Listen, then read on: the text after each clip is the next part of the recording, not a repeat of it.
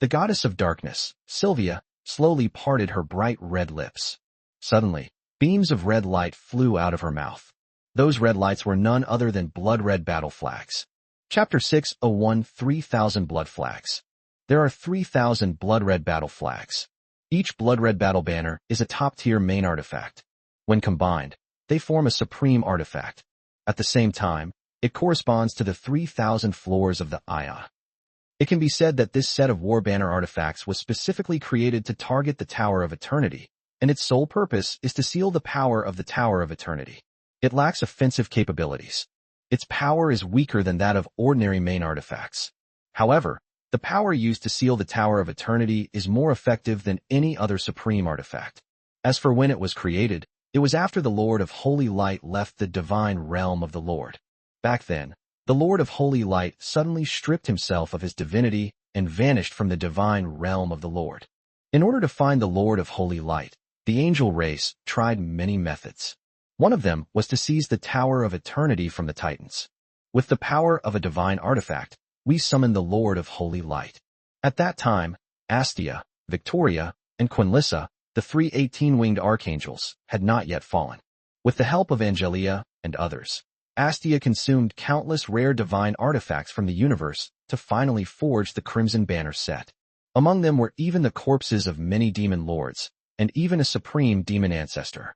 But I don't know why in the end. As a result, shortly after the angels handed over the Crimson Banner set to the dark goddess Sylvia, Astia and others led a large number of high-ranking angels into the abyss of corruption. This dramatic change also temporarily put the plan to seize the Ion on hold. Of course, none of this matters. After all, that's history now. Now, the plan to seize the Tower of Eternity is being officially implemented in the hands of the dark goddess Sylvia. The Crimson Banner set, having been refined by the dark goddess Sylvia for tens of millions of years, is far more powerful than when Astia gave it to her. Moreover, she also became the owner of the Crimson Banner set. She no longer needed the divine control magic that Astia had given her. She could now perfectly wield this special supreme artifact with her own power. All you need to do is plant these 3,000 blood-red battle banners into the 3,000 layers of the Eternal Tower. The power of this divine artifact will be completely sealed. Although it was temporary, it was enough for her to bring the Tower of Eternity out of the Titan realm. At that very moment, an extremely terrifying force crashed down upon the dark goddess Sylvia. At the same time, all the dimensional worlds in this space collapsed in an instant, turning into a dark and empty world. And Sylvia stood at the center of this void world.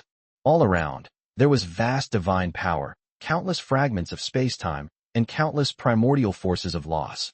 They surged towards the goddess of darkness, Sylvia, from all directions. This is a collection of power unleashed when countless dimensional worlds collapsed, and with the amplification of that terrifying power, its destructive force is so great that it can crush a supreme deity at the peak level into nothingness in an instant. This is clearly an attack from Ion. The Titan King Clovis once said that the Eternal Tower, as a supreme artifact, possesses its own sentience. It possesses sentience and wisdom. Although they are objects, they are essentially no different from real living beings. It controls all levels of the Tower of Eternity and monitors everyone who enters the Tower of Eternity. From entering the Tower of Eternity from the dark goddess Sylvia, to retrieving the 3,000 blood-red battle banners. It witnessed the entire process. Initially, it did not suspect Sylvia, because Titan King Clovis had told it that the 4 evil supreme deities, including the goddess of darkness Sylvia, had formed an alliance with the Titan race and made an oath witnessed by the spirit of the laws of the battlefield of myriad realms. Even the supreme deity must die if betrayed. Since the Titan King Clovis had said so, it naturally had nothing to worry about. However, when the dark goddess Sylvia took out the 3,000 blood-red battle banners, it immediately sensed something was wrong. The reason is simple. It can perceive it clearly. Each of those battle flags could suppress a portion of its power.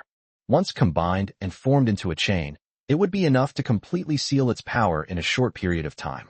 It couldn't understand why a supreme deity would rather suffer the backlash of the oath than not seal it away. This goddess of darkness is not even afraid of death. However, it understood one thing. The foolish Titan King Clovis had let a wolf into the house. But it didn't have time to beat up the Titan King Clovis. It didn't even dare to hesitate for a moment. In an instant, it shattered all dimensional spaces in this layer and used a power surpassing that of the highest deities to suppress Sylvia. However, what terrified it was, its power was actually blocked by those 3,000 blood-red battle flags.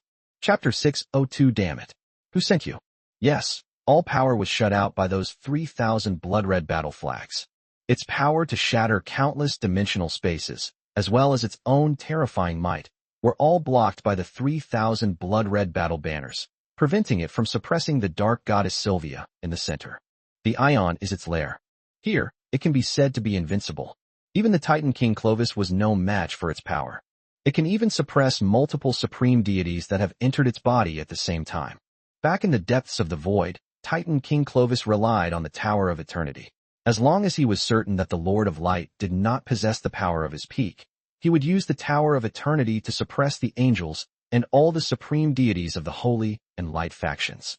It should be noted that the angel race has 7 archangels with 18 wings who stand at the pinnacle of the universe. Each of the 18-winged archangels was no weaker than the Titan King Clovis. Even more powerful, the Holy and Light faction also has a total of 14 supreme goddesses. Even facing such a terrifying lineup, Titan King Clovis was confident that he could use the Tower of Eternity to suppress all these 18-winged archangels and supreme goddesses. This shows that how terrifying is the power of the Ion. However, this terrifying artifact, even when used personally, could not break through the defenses of the 3,000 blood-red battle banners, and thus could not suppress the dark goddess Sylvia. This is somewhat unbelievable. Even the very intelligence of the Tower of Eternity couldn't believe it. This is a conspiracy specifically targeting me. The Ion's intelligence is extremely sharp. It grasped the key point in an instant. It has every reason to believe that whoever is behind the goddess of darkness, Sylvia, or whatever force they are, they have been eyeing it for a long time. After all, it is very difficult to create such a special set of supreme artifacts specifically designed for it. Moreover, even ordinary pantheon powers do not possess such a foundation. Just as the Ion's intelligence was daydreaming, a crimson light suddenly pierced through the void and disappeared. At the same time, the intelligence of the Eternal Tower sensed that its first layer of space was sealed by a blood-red battle banner. Correspondingly, its power was also weakened. Immediately afterwards, streaks of blood-red light began to penetrate the void, sealing the spatial world of the Tower of Eternity, layer by layer. In a very short time, beneath the Tower of Eternity, there are over 100 levels of spatial worlds sealed by those crimson battle banners. At the same time, the intelligence of the Eternal Tower also sensed that its original power was plummeting. It did consider trying to stop it, and they put it into action. However, it could not destroy those blood-red battle flags at all. They couldn't even suppress the dark goddess Sylvia, who wielded a blood-red battle banner. They could only watch helplessly as the crimson banners, under the control of the dark goddess Sylvia, sealed away its spatial world layer by layer. This is a feeling of utter powerlessness. Since being transformed into a super artifact and awakened its intelligence, it has never felt anything like this before. This is so humiliating and infuriating. Damn it! Who exactly sent you? Who exactly orchestrated this conspiracy? In the pitch-black, void of space, the voice of the Tower of Eternity, filled with endless rage, resounded throughout the entire space. The scene was so terrifying, it was as if the will of the great Tao was unleashed in fury. However, the goddess of darkness, Sylvia, completely ignored it. He focused intently on manipulating the remaining crimson banners, sealing the Tower of Eternity layer by layer. Because she didn't have much time left, she must seal the Tower of Eternity as quickly as possible and then bring it out of the Titan realm. Once she leaves the Titan realm, her mission will be complete. The indifference of the dark goddess Sylvia further enraged the spirits of the Tower of Eternity. But at the same time, fear began to grow in its heart. The reason is simple. Each time Sylvia seals a layer of spatial world, not only is her power weakened, but she also completely loses contact with that layer of space. It's like a normal person who has perfectly healthy hands and feet, but can't control them. This feeling is terrifying even for a spirit. However, no matter how angry or rebellious it was, it had no way to deal with the dark goddess Sylvia, who was protected by the blood-red battle banner. It has made an emergency contact with the Titan King Clovis. Hopefully, this foolish Titan King, who let the wolf into the house, can find a way to get rid of the goddess of darkness. Otherwise, if it continues to be sealed at this rate, its power will be completely sealed in just a few minutes at most. At that time, The Tower of Eternity will also fall into the hands of the dark goddess Sylvia. Who knows what this dark goddess will do to her true form? If it were thrown into a crack at the edge of the universe, even if it later broke the seal, returning to this universe would be extremely difficult. Chapter 603 You are simply not qualified. The top of the sacred mountain. The Titan King Clovis had only recently returned. He planned to take advantage of the time he had now to thoroughly comprehend the fundamental mysteries of the laws he had obtained from the Tower of Eternity. It has to be admitted, the King of Poison's words had indeed provoked him. What do you mean by saying that if he works a little harder, he might be able to rival Angelia, the 18-winged archangel from the era of the Holy War? He was the strongest and most supreme deity in the battlefield of countless worlds, the God King of the Titan race, with countless subordinate gods and countless believers. Is this how he is perceived by the rulers of these major god systems? How can this be? Even if he can't surpass the Lord of Holy Light, he can't be inferior to the 18-winged archangels of the angel race. Therefore, he must work hard. One day, he will be stronger than Angelia, better than Christina, who killed his old father. However, just as Titan King Clovis calmed down, a thought suddenly appeared in his mind. Clovis was caught off guard and was immediately berated. His words not only revealed boundless anger, but also showed that he completely disregarded this Titan God King and gave him no face whatsoever. Bertlam, are you crazy? Titan King Clovis was also very angry. Bertlam is the true name that the Ion's intelligence gave itself. In the ancient language of the Titans, it means hero, guardian. But in Clovis's view, even though the Tower of Eternity was a guardian artifact passed down from the Titans to their race, holding a transcendent status within the Titan race, and even the entire ancient pantheon, it still holds a unique position. However, that doesn't mean we should be so disrespectful to him, the Titan King.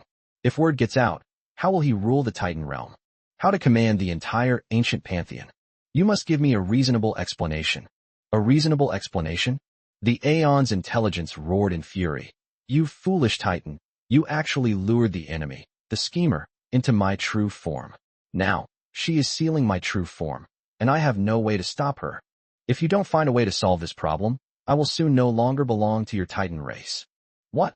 Titan King Clovis was so startled that he stood up from his throne. What nonsense are you talking about? This is the realm of the Titans, the stronghold of my Titan race. How could there possibly be enemies here? The Ion's intelligence roared. Enough. Stop flaunting your pathetic pig-like intelligence in front of me. The enemy is the dark goddess Sylvia, who possesses a set of extremely unique sealing artifacts specifically designed to target my very essence. Now, I have more than 300 spatial worlds sealed by her. Once all my spatial worlds are sealed by her, my physical body will fall completely into her hands. Upon hearing these words, Titan King Clovis was so shocked that his expression froze. When he came to his senses, he felt his hair go numb. He didn't dwell on who was behind the dark goddess Sylvia, and he didn't even have time to be angry or condemn Sylvia for betraying him. He is currently filled with fear and anxiety. He was scared. I felt as if I had fallen into an ice cellar. Because the Tower of Eternity is his only weapon against the angels and the holy and light factions. It is also his strongest trump card that allows him to dominate the universe. Once lost, regardless of whether the Lord of Light possesses the power of his peak, he will be unable to subdue the angels and the holy and light factions. Especially the angels. Their war power is terrifyingly strong. Even the void demons, who swept across the universe, were driven to collapse by the army of the angels. Not to mention his ancient pantheon faction. To put it bluntly, even if he integrated all the power of the battlefield of myriad realms, he would most likely still be no match for the angel race. It was purely the Tower of Eternity that gave him the courage to oppose the angels. Without the support of the Ion, he wouldn't even leave the gates of the Titan realm. Titan King Clovis dared not hesitate and immediately said, I will immediately summon all the supreme gods of the divine realm to deal with the goddess of darkness. Will I still be able to wait for you? The Ion's intelligence said, I have already summoned them, but there is a problem. My lower level world has been sealed for more than 300 levels, and they cannot enter it now. Clovis asked, is there a way to teleport them directly to the level of space where the goddess of darkness resides? Have. The spirit of the Tower of Eternity said, if you can become the master of the Tower of Eternity, you can do this. Clovis was overjoyed and said, then what are we waiting for? Let me become your master. The Ion's sentience replied, what are you thinking? You're not qualified at all. Clovis was so angry that his face turned green. After a long silence, he said, "In that case, let's join forces to imprison the Tower of Eternity and prevent the Goddess of Darkness from escaping the realm of gods. The day you break the seal will be her death." Upon hearing this, the intelligence of the Tower of Eternity said, "Clovis, you've finally given me some advice that shows a bit of intelligence." Titan King Clovis was not angry. All he wants now is to kill the Goddess of Darkness, Sylvia. "Bertlam, you don't need to worry at all. Even if you cannot break the seal in a short time, the Goddess of Darkness, Sylvia, will surely die. As long as we delay for a while, until the backlash from the oath of the spirit of the world laws of the battlefield of myriad realms arrives, Sylvia will only have one path left, death. The power of the world law spirit of the battlefield of myriad realms is so great that even the supreme deities cannot contend with it. Sylvia dares to betray me and our alliance. She has dug her own grave." Chapter 6 for the King of Storm Titans. A short while, Titan King Clovis then returned to the Tower of Eternity. The other 8 supreme deities of the Titan realm have also gathered and have used their supreme laws and divine power to imprison the Tower of Eternity. Upon witnessing this scene, Titan King Clovis finally breathed a sigh of relief. He believed that with the combined seal of 8 supreme deities, even if the Goddess of Darkness, Sylvia, truly obtained the Tower of Eternity, she would have no way to break through the blockade and escape the Titan realm. Unless the Goddess of Darkness, Sylvia, has other allies. Thinking of this, Titan King Clovis couldn't help but scrutinize the 8 supreme deities present with a critical gaze. Among them, 3 are Thunder Titans and 3 are Storm Titans, and 2 giants. These 8 supreme deities are the core of the Titan realm and also serve as its guardians. However, having experienced the betrayal of the cursed goddess Clydel and the betrayal of the dark goddess Sylvia, he now feels distrustful of everyone, even if these 8 supreme deities are truly one of their own. "Clovis, this is what you've done." At this moment, a supreme deity with a body over 100,000 meters tall, whose body was wrapped in countless purple lightning bolts and surrounded by raging storms, walked over. With every step he took, the earth trembled. "I told you long ago that you can't trust the supreme deities of these evil factions. These guys are black inside and out. Even their souls are black. But you still went your own way, and even sent the enemy to the Tower of Eternity. If anything happens to the Tower of Eternity, you will be a sinner against our entire Titan race." At the same time, the other supreme deities present also turned their attention to the Titan King Clovis. They were all filled with dissatisfaction. It wasn't that they were unhappy that the Titan King Clovis suspected them, but rather that they were unhappy that Clovis had brought the supreme deity of the evil Pantheon Alliance into the Titan realm. If this doesn't happen, how could the dark goddess Sylvia possibly enter the Tower of Eternity? It can be said that this whole thing is the fault of Titan King Clovis. "Enough!" Titan King Clovis roared. He seemed very angry, because these guys are all armchair critics. Although he advocated for the alliance of evil pantheons, none of these guys stood up to stop him or expressed any different opinions. Now that something has happened, people are blaming him. It's truly hateful. In particular, the Storm Titan King publicly defied his authority as the Titan King and challenged his power. Is he itching to rebel immediately and seize his position as the Titan King? It's not impossible. Throughout the entire Titan race, only the Storm Titan King, who rules the Storm Titan race, dares to covet his throne as the God King. At least that's what Clovis thinks. In fact, as the Storm Titans grew stronger, Titan King Clovis also took precautions against the Storm Titan King. He vigorously developed and nurtured the race of giants, ostensibly to favor the believer race and expand the Titan race's influence and territory of faith in all the universes, but in reality, he was indirectly suppressing the Storm Titan race, because the faith of the giants is mostly in the hands of their Thunder Titan race. Moreover, the giant race has 2 supreme deities. If he wins them over, the Storm Titans will find it even harder to turn the tide under his rule. Titan King Clovis coldly looked at Storm Titan King and said, "Bradley, how I do things is none of your business. It was indeed I who sent the Goddess of Darkness into the Tower of Eternity. Now that she has done such a thing, I will naturally deal with it personally and give the people an explanation." The Storm Titan King Bradley said expressionlessly, "I don't care whether you confess or not. I just hope that nothing unexpected happens to Ion. If the Tower of Eternity were taken by the Goddess of Darkness, or even taken out of the Titan realm." "Impossible," Titan King Clovis said coldly. "There are no ifs. I will absolutely not let this happen. The Storm Titan King Bradley sneered. It had better be that way. Otherwise, if you lose the Tower of Eternity, you probably won't have the face to continue sitting on that throne of gods. I knew it. Titan King Clovis growled inwardly. Just as he had guessed, the Storm Titan King Bradley had always coveted his throne as the God King, and his ambition to rule the Titan realm had never changed. However, he would absolutely not give Storm Titan King Bradley any chance. The same applies to this incident. With him personally overseeing the operation, and so many supreme deities joining forces to suppress it, Titan King Clovis believed that even if the dark goddess Sylvia had 24 wings, it would be absolutely impossible for her to escape from the Titan realm with the Tower of Eternity. The ending that Clovis most expected was, before the dark goddess Sylvia could completely seal the Tower of Eternity, the backlash of the oath from the spirit of the laws of the battlefield of myriad realms had already arrived, and subsequently killed Sylvia. This is the best possible outcome. Chapter 605 Fox, I need you to get out of here immediately. At that very moment, a figure suddenly appeared near the Tower of Eternity. Upon seeing this figure, Titan King Clovis and Storm Titan King Bradley instantly withdrew their hostile gazes. They scrutinized the figure as if examining it closely. The other Titan and giant supreme gods present also stared intently at the newcomer. This figure is also a supreme deity. Moreover, his divine power reached the level of a supreme deity, and his aura was even stronger than that of the dark goddess Sylvia. He is the sky god who parted ways with the natural pantheon. Like the supreme deities of the evil pantheon alliance, the sky god also entered the Titan realm, and even earlier than them. Original. The god of the sky came here this time to enter the Tower of Eternity and comprehend the profound mysteries of the fundamental laws. This was a promise given to him by the Titan King Clovis. This was also his greatest gain from abandoning nature and the goddess of spirits. As a result, he actually saw these supreme deities of the Titan realm use their supreme divine power to seal and imprison the Tower of Eternity. What's going on? Your Majesty Clovis, what has happened? The god of the sky looked puzzled and confused. Titan King Clovis looked at him with a scrutinizing expression, his tone tinged with distrust. Fix, what are you doing here?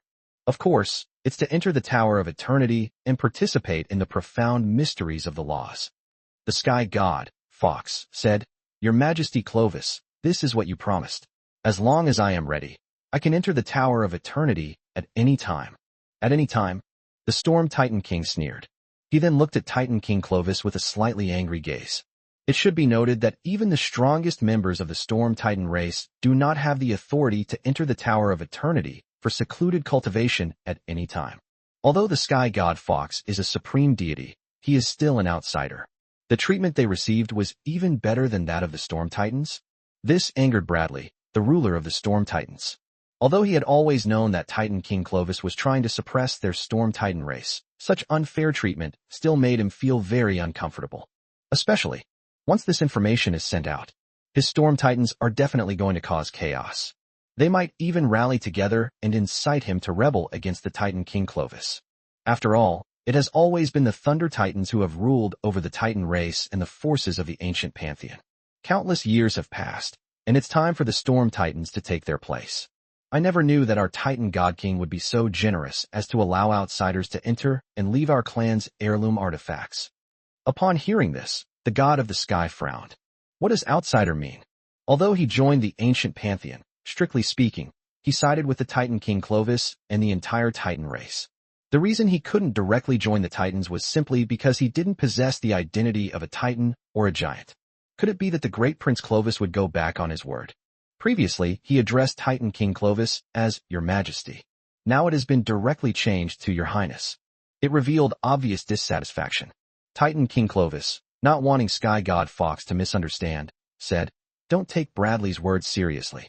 It's because there's a problem with the Tower of Eternity, and you can't go in for the time being. What went wrong? The Sky God, Fox, immediately inquired.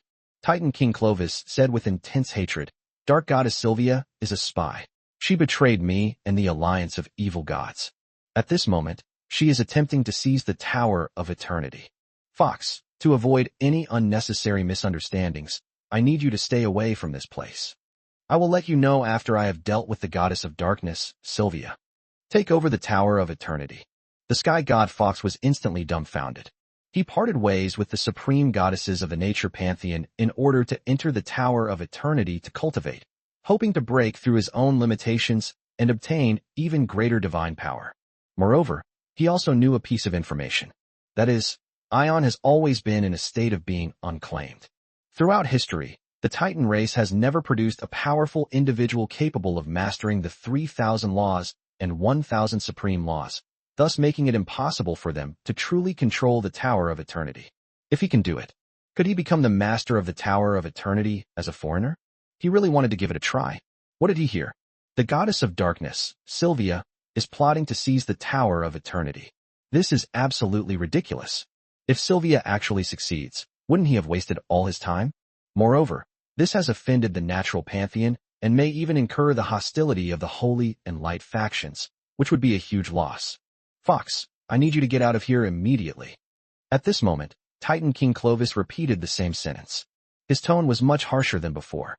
Upon hearing this, the sky god, Fuxton, immediately darkened his face and turned to leave. He dared not linger, for if he insisted on staying, he had no doubt that he would be besieged by the Titan King Clovis and a host of other supreme beings. At that time, he was a spy even if he wasn't one. Damn it, why did this have to happen? If I had known it would turn out like this, I would have. No, not necessarily. With Clovis and the others suppressing the Tower of Eternity, the goddess of darkness will most likely fail. The god of the sky silently prayed that the goddess of darkness's plan would fail. Otherwise, he wouldn't even be able to cry. Chapter 606. Only by following the Lord of Holy Light will you have a brighter future. Inside the Eternal Tower, in a pitch-black and empty space, a majestic, ethereal figure, as imposing as a divine mountain, appeared before the dark goddess Sylvia. This figure is none other than the spirit of the Tower of Eternity. It manifested as an ancient titan. The ancient titans were also a very large race. The 12 most powerful ancient titans are known as the 12 titans. They created the glorious era of the ancient titans, and at the same time created countless other extraordinary intelligent races, such as the Thunder Titans and the Dragons. Sylvia, stop. The outside is now surrounded by the supreme deities of the Titan realm. Even if you manage to seal my true form, you won't be able to take it out of the Titan realm. At this point, the Ion's intelligence made a promise to the dark goddess Sylvia. As long as you give up now, I guarantee that Clovis and the others will not harm you. You can leave the Titan realm unscathed. What you're saying is completely meaningless. As the dark goddess Sylvia manipulated the crimson banner to seal the various layers of the Tower of Eternity, she said, I have waited for this moment for tens of millions of years. This is my destiny. The intelligence of the Eternal Tower spoke in a deep voice. I believe this is definitely not the plan of the Lord of the Holy Light. The Lord of the Holy Light stands at the pinnacle of the universe, overlooking countless ages. He would disdain to do such a thing. It has deduced that the force behind the dark goddess Sylvia must be the angel race. After all, looking at the entire battlefield of myriad realms, apart from the angel race, probably no other race or divine power would dare to make a move against it. The Titans' power and intimidation are not just empty boasts. Only the angels can disregard the powerful Titans. One more thing. The goddess of darkness and the goddess of light are sisters. Annabelle, the goddess of light, is the supreme goddess of the holy and light factions. Therefore, it is entirely reasonable for the goddess of darkness to be associated with the angel race. It is even possible. From beginning to end, the goddess of darkness always yearned for holiness and light. Her struggle and rift with Annabelle, the goddess of light, was also deliberately staged for others to see. All this is in preparation for the opportunity to erupt. And so, didn't the foolish Titan King Clovis fall for it? The goddess of darkness, Sylvia, said, the great Lord of Light would never covet your true form. It is we who wish to capture you and offer you to the Lord of Light. Just as I thought. The Ion's intelligence had the same expression I expected. Even for a supreme artifact like itself, the Lord of Holy Light remains a great being. If the Lord of Holy Light had any designs on it, he would have easily snatched it from the Titan realm back in the ancient war between the holy and the demonic. Even with the Titan's power, they had no way to stop it. Even the Titan King Clovis's pleas and cajoling were of no use. Therefore, all of these conspiracies and plans were initiated by the angels and the holy and light factions on their own initiative. At this time, the dark goddess Sylvia suddenly said, your staying in the Titan realm is a complete waste of your supreme status as a supreme artifact. and no one in the Titan race can control your true form. But the great Lord of Holy Light can. People strive to rise higher, while water flows downhill. You have protected the Titans for so many years, and your karmic ties with the Titans who created you are long severed. It's time for you to think about yourself and find a suitable master. Following the Lord of Holy Light, you will have a brighter future. The Ion's intelligence stared in astonishment at the so assertive dark goddess Sylvia. It never expected that at this point, the goddess of darkness would actually turn around and advise it to find another wise master. Although what the goddess of darkness said makes a lot of sense, because that is indeed the case. It will continue to guard the Titan realm. That's probably how its life will end. However, if it can become an artifact of the Lord of Holy Light, it may have the opportunity to ascend to a higher level. After all, the Lord of Holy Light is on a much higher level than the Titan King Clovis. However, it could only think about the suggestion from the goddess of darkness, Sylvia. The reason is simple. Within its body are restrictions placed by the Titans. The purpose was to ensure that it could wholeheartedly protect the Titans of future generations. Once it betrays the Titans, the restriction will destroy its spirituality. At that time, it will be completely annihilated. The Tower of Eternity will continue to guard the realm of the Titans. Countless years from now, perhaps new spirits will be born from the Tower of Eternity, but those spirits will no longer be the same. Therefore, it is impossible for water to flow uphill, unless someone can lend it a hand. There's no point in saying all this now. The intelligence of the Eternal Tower looked at the goddess of darkness and said, "My intuition tells me that the backlash from the spirit of the laws of the battlefield of myriad realms will soon arrive. At that time, you will surely die. Your only way out is to voluntarily give up sealing my true form. At that time, I will consider helping you withstand the backlash of the oath." Unnecessary. The goddess of darkness had an indifferent expression and a resolute attitude. From the moment she embarked on the mission, she was prepared to perish. At this moment, she stopped wasting words with the intelligence of the Tower of Eternity and accelerated the sealing process. Remember to support this free, heartfelt effort.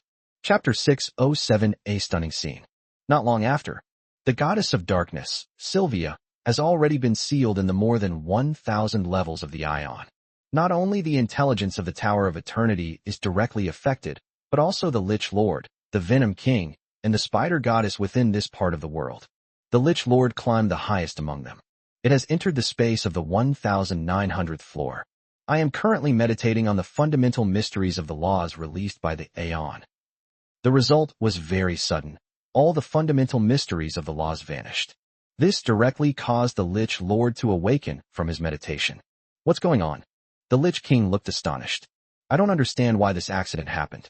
At that very moment, its divine sense detected the anomaly in this spatial world. In the world, all energy seemed to have stopped. The entire space became deathly silent, and even the wind that was blowing disappeared. What is that? Within the Lich Lord's divine perception, it saw a huge, blood-red battle flag planted at the center of this spatial world. The power released by the battle flag imprisoned everything in the spatial world. At the same time, the Lich King also felt as if he were stuck in a quagmire, unable to move. This is also a feeling of being confined. Moreover, the power of confinement is getting stronger and stronger. The source is that blood-red battle banner. It's sealing the power of the Tower of Eternity. Intuition told the Lich King that something terrible was about to happen. Whether it's to help the Ion break free from its imprisonment or to free itself from the quagmire, it must destroy that blood-red battle banner. With this in mind, the Lich King immediately prepared to take action. However, it soon discovered that reaching the location of the blood-red battle flag was not an easy task, because the entire space around it has been frozen. It must first destroy the surrounding space world before it can get close to the Crimson Banner. This raises another question. All spatial worlds were created by the Tower of Eternity, containing the primordial power of this ultimate artifact. The Crimson Banner can seal these spatial worlds. However, the Lich Lord finds it difficult to destroy these spatial worlds. Damn it. Although I don't know exactly what happened or where that blood-red battle flag came from, my intuition tells me that if I don't leave here quickly, I'll be in big trouble. In the blink of an eye, the Lich Lord quickly released his own thoughts to communicate with the intelligence of the Tower of Eternity. Ignore everything else, just release it first. It doesn't want to be sealed away along with those spatial worlds. However, no matter how the Lich Lord called out, the intelligence of the Tower of Eternity ignored him. Meanwhile, in other layers of space, the Spider Goddess and the Venom King, also trapped, are doing their best to communicate with the intelligence of the Tower of Eternity. The result was the same. They received no response. The reason is simple. The intelligence of the Eternal Tower is too busy taking care of itself to have time to deal with the supreme deities of the evil faction. Another point is that the intelligence of Ion is also petty. It felt that if the Lich Lord and his companions hadn't wanted to enter the Tower of Eternity for training, the scheming dark goddess Sylvia wouldn't have been able to get in. Even if it had the ability, it wouldn't release the Lich Lord and the others. In its view, if we're going to die, we should all die together. Of course, the chances of it going to fail are still very low. Even if the Tower of Eternity ultimately falls into the hands of the angels and the holy and light factions, it is unlikely that the archangels and the supreme goddess would destroy its intelligence. As for the Lich Lord and the others, it doesn't know what their fate will be. It didn't want to pay any attention to it. Battlefield of Myriad Realms. Inside the territory of the Wolf Clan, Lin Yu summoned 5 archangels with 18 wings and a host of supreme goddesses in the central temple. Dozens of figures stood in the main hall. It was like 100 flowers blooming. They were all breathtakingly beautiful. Lin Yu's eyes were dazzled by the sight.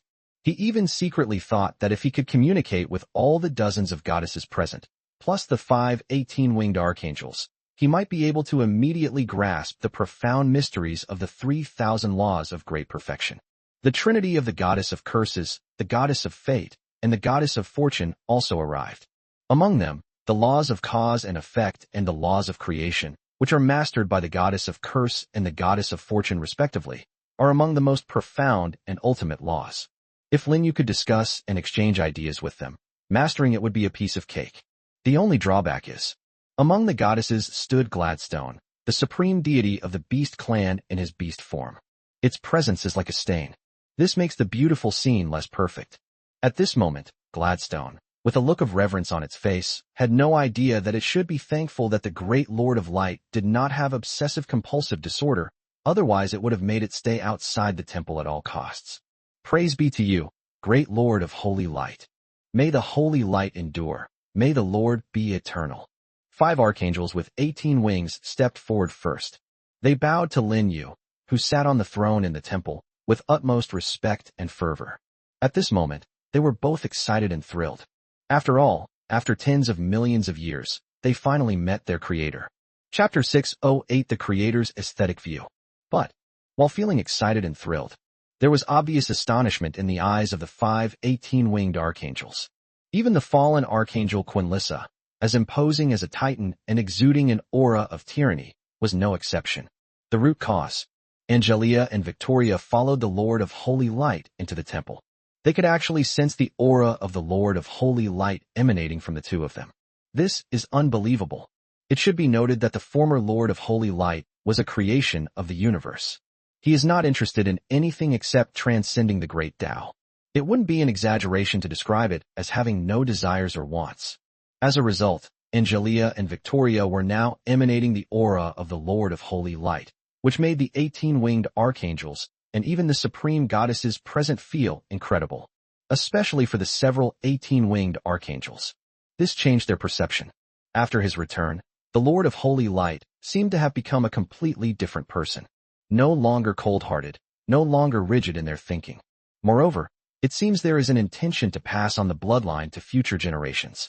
This state is more in line with the existence of truly intelligent beings. Yes, in the hearts of these 18-winged archangels, the former Lord of Holy Light was not considered an intelligent being, but rather the embodiment of creation and the ultimate will of the universe. He retains the most primal justice, selflessness, love, and compassion. It is almost like the spirit of the laws of the great Tao. And the current Lord of Holy Light. It's fair to say that it completely lacks the feeling it had back then. However, none of the 18-winged archangels doubted the identity of the Lord of Holy Light before them, because they sensed the existence of this super artifact, Origin Scepter, within Lin Yu's body, and also sensed the aura of the power of creation. One more thing. Lin Yu's consciousness has descended upon the god realm of the Lord several times. It directly activated the divinity and nature of the Lord of Holy Light, which had been sealed for tens of millions of years. All these factors combined left them with absolutely no reason to question whether Lin Yu was truly their Lord of Holy Light. This is great news.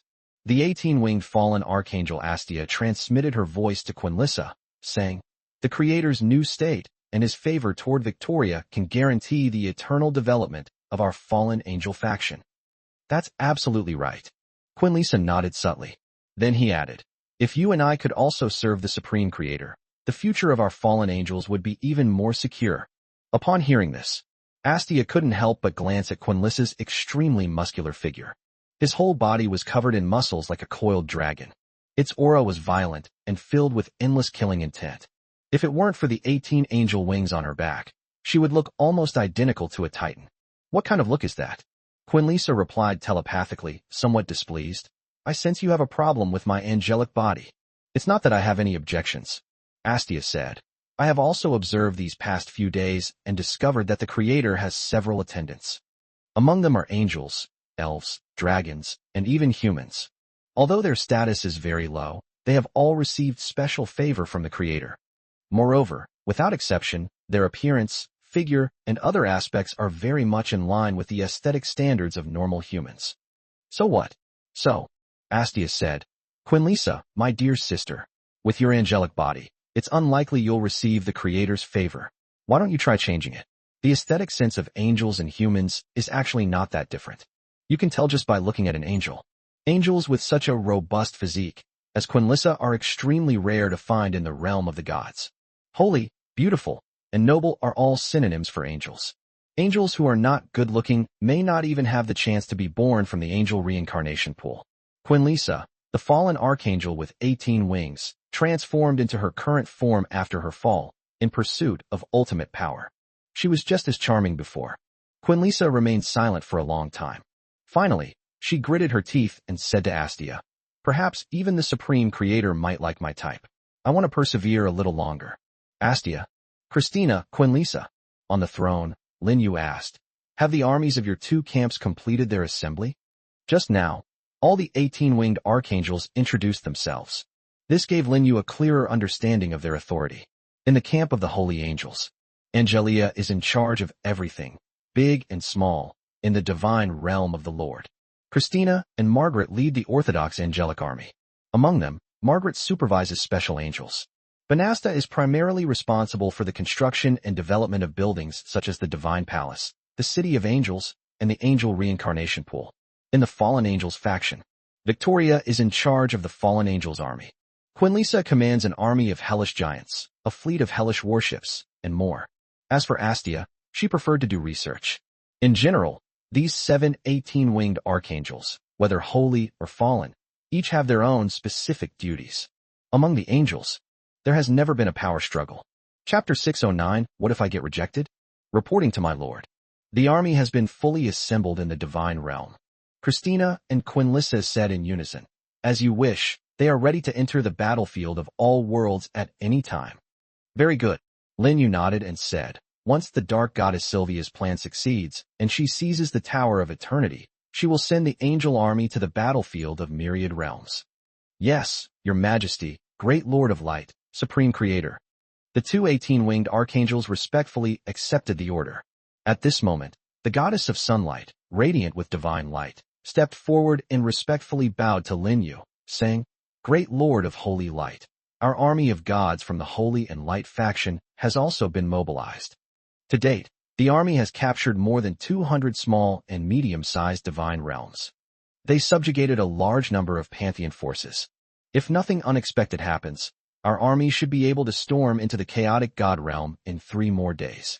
Furthermore, after the supreme divine war in the depths of the void ends, we will seal off the chaotic divine realm, ensuring that no evil pantheon forces within it will escape." "This is great news." Lin Yu nodded slightly. Their gaze then turned to the cursed goddess Clydal and the supreme deity of the beast race, Gladstone. The chaotic god realm has a total of 4 supreme gods. They are 2 of them. As for the remaining 2, the god of slaughter, Lawrence, and the lord of the undead, Adonis, have both perished. Seeing Lin Yu signal with his eyes, the goddess of curses and the supreme god of the beastmen, Gladstone, immediately said, reporting to the great lord of holy light, 2 days ago, our divine army began attacking various regional forces in the chaotic divine realm. In the process, a large number of evil deities were also captured. Among them were prisoners of war and those who surrendered voluntarily. They have all been imprisoned and will be handed over to the holy light goddesses for purification in the future. Well done. Lin Yu gave a word of praise. He added, you must also speed up your conquest. Once the armies of the gods of the holy and light factions arrive, you will seize the chaotic divine realm in one fell swoop. Then we'll focus on the chaotic god realm. Conquer other surrounding divine realms. Furthermore, all of you present must strive to cultivate yourselves. Even though you have all reached the level of supreme deities, you should still try your best to improve your strength. I have a feeling that we don't have much time left. Hearing Lin Yu's words, the 18-winged archangels and supreme goddesses present all changed their expressions. They are different from the supreme deities of other factions. They knew that the universe might once again be engulfed in a terrible war. If it weren't for this reason, the goddesses of the natural pantheon, as well as the triune goddess of fate, wouldn't have so readily pledged allegiance to Lin Yu. The goddess of fate, Olivia, hurriedly asked, Great Lord of Holy Light, have you seen the future once again? Although she is the goddess of fate and controls the river of destiny, she can only see a very few fragmented scenes related to cosmic war, and even those are not clear. Unlike the Lord of Holy Light, it was foreseen tens of millions of years ago. However, Lin Yu shook his head and said, I didn't see it. This is just my intuition, or rather, my premonition, but I believe my feeling is right. Upon hearing this, the goddess of fate seemed somewhat disappointed. However, she did not doubt what Lin Yu said. I believe that once you recover to your peak condition, you will be able to glimpse the future destiny of the universe. That's exactly what I've been looking forward to. Lin Yu is now eager to become stronger. If it weren't for the fact that Angelia and Victoria had drained the power of creation within him, and that his comprehension of the fundamental mysteries of the laws hadn't gradually slowed down, he wouldn't have ended his 7-day seclusion. The reason why his speed of comprehending the profound mysteries of the laws was slower. It's because the stones of law have been used up. In addition, Angelia and Victoria also contributed most of the laws and mysteries they controlled to him. He even mastered all the profound laws contained in the divinity of the Lord of the Dead, the God of Slaughter, and the God of Destruction. If he wants to quickly comprehend and master the new fundamental mysteries of the laws, he either needs to discuss and exchange ideas with other archangels and the Supreme Goddess, or he needs to wait for the power of creation to work on its own. In comparison, the former is naturally faster. For Lin Yu, the people he especially wanted to communicate with right now were the cursed goddess Clovis and the lucky goddess Hylangren. He was very interested in the laws of cause and effect and the laws of creation embodied in the two supreme goddesses. But the problem is, it's not something you can say directly. If he is rejected, will he still have any face left as the Lord of Holy Light? We still have to rely on the Tower of Eternity. According to Angelia, the Tower of Eternity contains the 3,000 laws of the universe, and the profound mysteries of the origin of each law are extremely complete. If we could obtain the Tower of Eternity, with the aid of the power of creation and my freakish comprehension talent, I believe I will be able to achieve my goals soon. Thinking of this, Lin Yu silently prayed that the goddess of darkness would not fail. It seems that Lin Yu's prayers really worked. At that very moment, the 18-winged fallen archangel Astia suddenly spoke. Supreme Creator, I sense that the restrictions I placed within the heaven-sealing battle banner have been activated. This means that the goddess of darkness has successfully entered the Tower of Eternity, and the sealing of the Tower of Eternity has begun. Remember to give away free, powering up with love gifts. Chapter 6, 10-7 Archangels take action together. Upon hearing this, Lin Yu's body trembled instantly. His gaze fell on Astia. When he first learned from Victoria that Astia was an angel who enjoyed doing research, his impression of Astia was that of a cold and aloof angel wearing a white uniform and thick-rimmed black glasses. But I never expected it to be a little girl. This fallen archangel with 18 wings was petite and delicate. Her face is delicate and cute. She has a clear, soft, baby-like voice. He appears to be only about 1.5 meters tall. She was at least a third shorter than Quinnissa, who was also an 18-winged fallen archangel standing next to her. It is similar in size to the Angel of Love.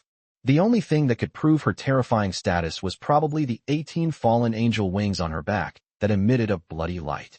Lin Yu asked, Astia, are you confident that the heaven-sealing battle banner you created can seal the Tower of Eternity? Regardless, Ion is still an incredibly powerful artifact. According to Astia's introduction, The Heaven-Sealing Battle Banner is a supreme artifact composed of 3,000 top-grade main artifact-level battle banners. In terms of quality, the difference between the Heavenly Banner and the Tower of Eternity is still very large. Therefore, Lin Yu was somewhat uneasy. Astia respectfully replied, reporting to the Supreme Creator, after the Heaven-Sealing Battle Banner was forged, I conducted millions of virtual tests. Although there were failures, the probability was extremely low. In addition, the Goddess of Darkness, Sylvia, has refined the Heaven-Sealing Battle Banner for tens of millions of years. It greatly enhances the power of the Heaven-Sealing Battle Banner. Therefore, I believe that the Goddess of Darkness will definitely succeed. That's good. Lin Yu breathed a sigh of relief and then asked, if the Goddess of Darkness successfully sealed the Tower of Eternity, how will she take this ultimate artifact out of the Titan realm? What are your plans? Just like Ion said, the attempt to seize the Tower of Eternity was a unilateral decision by the angel race and the Holy and Light factions. Even the Lord of Holy Light back then was unaware of it. After all, the Lord of Holy Light had already disappeared by then. Moreover, if the Lord of Holy Light knew, he probably wouldn't agree to them trying to seize the Tower of Eternity, because it would be a very rule-breaking thing for that ancient being. Of course, Lin Yu is different. His bottom line is far lower than that of the old Lord of Light. For Lin Yu, let alone such an open and above-board robbery, even the most underhanded and sneaky acts would be his unwavering support as long as he could get his hands on the Tower of Eternity. Whether a cat is white or black, a good cat is one that can catch mice. Astia said, reporting to the Supreme Creator, the Titan realm is protected by its own world law spirit, as well as by the restrictions set up by the Titan giants. The defensive power of its world barrier is sufficient to easily withstand the power of the Supreme Deity. However, this is not a difficult task for us. With the combined efforts of our 7 18-winged archangels, we can completely break through the world barrier of the Titan realm. At that time, we can bring out the Goddess of Darkness. Back then, the 4 18-winged holy archangels, led by Angelia, joined forces and stormed into the underworld. Even the underworld is protected by the spirits of the world's laws. But it was simply unstoppable. Now that the 7 archangels with 18 wings are working together, breaking through the world barrier of the Titan realm is naturally not a big problem. In fact, if it weren't for the restrictions placed by the Titans in the Titan realm, there would have been no need for the 7 18-winged archangels to be mobilized together. Just like back then, 4 is enough. That's good. Lin Yu nodded. It seems that all the problems have been solved. Everything went according to plan. Lin Yu said, in that case, you should set off immediately and return as soon as possible. Yes, Supreme Creator, Great Lord of Light. The 18-winged archangels immediately obeyed and then withdrew from the central temple. Upon arriving outside the main hall, Astia immediately handed Victoria a jet-black orb of light. Within the sphere of light, Victoria's divinity and nature are sealed. I have been waiting for this moment for a very long time. Victoria eagerly took the ball of light. Astia asked doubtfully, a long time? Isn't it less than a month? This amount of time is almost just the time it takes for beings of the highest divine level to take a nap. When conducting research, she sometimes secluded herself for hundreds or even thousands of years. You don't understand. Victoria shook her head. For her, the time when Angelia regained her supreme divine power felt like an eternity. If she hadn't failed to recover her peak divine power, how could Angelia have displayed her prowess before the Supreme Creator and single-handedly suppressed the god of slaughter and the god of destruction? Later, she also did not have the opportunity to participate in the supreme war between the Holy and Light faction and the evil Pantheon alliance. Based on her personality, she would absolutely not be absent from a war of this magnitude. It was because his divine power had not been restored that he was delayed. Without hesitation, Victoria crushed the sealed orb and then swallowed the divinity and divine essence within it. Soon, the divine aura emanating from her body began to surge. Chapter 611 is not about giving pointers, but about exchanging ideas. Victoria recovered very quickly. After all, that was her own divinity and nature. No resistance will occur during fusion. The process went extremely smoothly. By the time the 7 18-winged archangels arrived in the void region where the Titan realm was located, Victoria's divine power had already returned to its peak. After recovery, the 12 angel wings behind Victoria have also increased to 18. They consist of 3 pairs of actual angel wings and 6 pairs of seemingly illusory, shimmering wings. I'm back in my prime. Victoria smiled brightly, emanating an extremely terrifying aura of divine power that caused the void within a radius of billions of kilometers to tremble involuntarily. She threw a punch. She pierced through the void. At the same time, one-dimensional world after another was also breached. Its destructive power far exceeds that of ordinary supreme deities. Even the most powerful and supreme deities are clearly inferior to Victoria. It can be said that Victoria's current divine power surpasses that of ancient god kings of the same level as Titan King Clovis, Dragon King, and Storm Titan King. Of course, this is quite normal. As the former archangel with 18 wings, she was no weaker than these ancient god kings. After her fall from grace, her power grew even stronger. Furthermore, he has cultivated for tens of millions of years. Her strength far surpasses that of her during the ancient war between the holy and the demonic. In the present situation, if she were to face the supreme demon ancestor of the Void Demon clan, she could fight 3 against 1, just like Angelia. Furthermore, killing the supreme demon ancestor is no longer a difficult task. At this moment, Astia suddenly spoke up. Your power seems to be stronger than when you were stripped of your divinity and divine nature. Could it be that you have received guidance from the Supreme Creator? Upon hearing this, all the other 18-winged archangels present turned to look at him. Several archangels, including Quinnissa, also looked at Victoria, their bright golden eyes clearly showing envy. To receive guidance from the Lord of Holy Light was something they had always dreamed of. However, Victoria shook her head.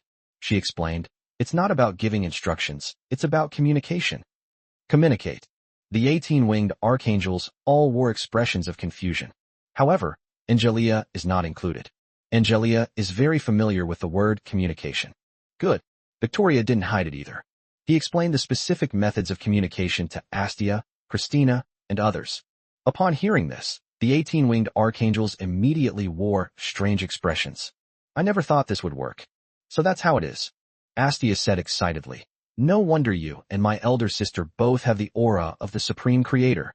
I never imagined that you could obtain the power of creation bestowed by the Supreme Creator in this way. Does this mean that we can do it too? The power of creation, that is the exclusive, primordial power of the Supreme Creator. The 2 most powerful 24-winged angels of the angel race, the Chaos Angels, were the primordial beings of the universe created by the Supreme Creator using the power of creation. The primal reincarnation pool from which they were born was also created by the power of creation. It can be said that the power of the Supreme Creator is omnipotent. Moreover, its energy level stands at the pinnacle of the universe. Even the power of chaos cannot compare to the power of creation in terms of grade. You guys can give it a try. Victoria said, our avatars contain the origin of chaotic power, and the power of creation of the Supreme Creator is enough to shatter the avatars that imprison the upper limit of our realm. Once the rank collapses, allowing us to obtain the source of chaotic power within, we can achieve a dual evolution of bloodline and rank. Become a chaos holy angel. Upon hearing this, all the 18-winged archangels were extremely excited. It is their honor to serve the great Lord of Light and to communicate with him. And if we could break through the limitations of their status and help them ascend to the level of chaos angels, that would be even better. Archangel Quinnissa, with 18 wings, immediately turned her gaze to Angelia and asked, Elder sister, was the chaotic power you used to kill the god of slaughter and the god of destruction obtained from your rank? Good. Angelia nodded. Then, in a soft voice, he said, I have served the Lord of Holy Light the longest, and my status has developed cracks from which chaotic power is emanating. If this continues, I should be able to break free from the shackles of the 18-winged archangel very soon. Upon hearing this, Quinnissa and the others, as well as Astia and Quinnissa, who were fallen archangels, all showed expressions of immense envy. Sure enough, she's the eldest sister. No matter what they do, they are always one step ahead. Victoria, however, was thinking that if she was the first to descend upon the floating island and serve by the side of the Supreme Creator, then she was the one who was about to break free of the shackles. Chapter 6, 12 Margaret in Maturity. Victoria said, besides the power of our Lord's creation, I have actually found another way to enhance our strength. What method? Quinnissa asked, puzzled. It has nothing to do with your holy archangel. This method of enhancement belongs only to us fallen angels. Victoria said, that is the abyssal primordial power that devours the void demons. I discovered this when I devoured a minor demon on Earth. My intuition tells me. If I can absorb the abyssal primordial power of 2 or 3 supreme demon ancestors, I can basically break through the shackles of my rank and ascend to become a chaos holy angel. Upon hearing this, Quinnissa and the other holy archangels were immediately disappointed. As holy angels, they are in absolute power opposition to the abyssal origins of the void demons. They cannot merge with the source of the abyss, unless one falls into depravity. Astia and Quinnissa, the fallen archangels, were quite happy. Astia said, "I never imagined that we, after our fall, could still devour and fuse with the abyssal power of the void demons. This is a great discovery and deserves in-depth study." It's normal that Astia didn't know. After all, by the time they fell, the Holy War had already ended tens of millions of years ago. The void demons lurking in various parts of the universe have also been largely wiped out.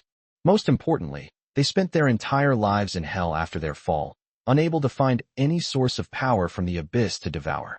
Naturally, it would be impossible to discover this path to promotion. The burly and imposing fallen archangel Quinnissa declared, "This is great news. When the void demons invade this universe again, we can wreak havoc. After wiping out the invading demons, we'll march into their alien headquarters.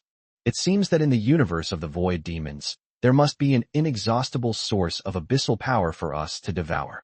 By then, the overall strength of my fallen angels faction will surely be greatly enhanced." "That suits me perfectly," Victoria agreed.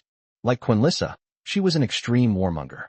Not content with simply annihilating the invading void demons, they also intend to invade the alien universe and destroy the void demons' lair. At this moment, Angelia said, "We'll talk about the future later. What we need to do now is to bring the Tower of Eternity back to the Great Lord of Light." "Clear." Angelia opened her mouth. The 18 archangels present immediately returned to their business. The eldest sister's words still carry a lot of weight. Even the mad and fallen archangel Quinnissa dared not offend this elder sister. For tens of millions of years, with Angelia presiding over the god realm, there has never been a large-scale war between the holy and the fallen. At most, there have only been small-scale conflicts and frictions. Although 3 of the 7 18-winged archangels had fallen, Angelia was still able to suppress them. But once Angelia is gone, things will be hard to say. Angelia has only been in the floating island world for about a month since she declared herself a high-ranking official, and the archangels of the holy and fallen factions have already started fighting. Without fighting, the fallen angels would never have a chance to be summoned to the floating island. This also shows that, how prestigious is Angelia's eldest sister. In an instant, all the 18-winged archangels turned their gazes toward a colossal world in the distance. It floats below the void.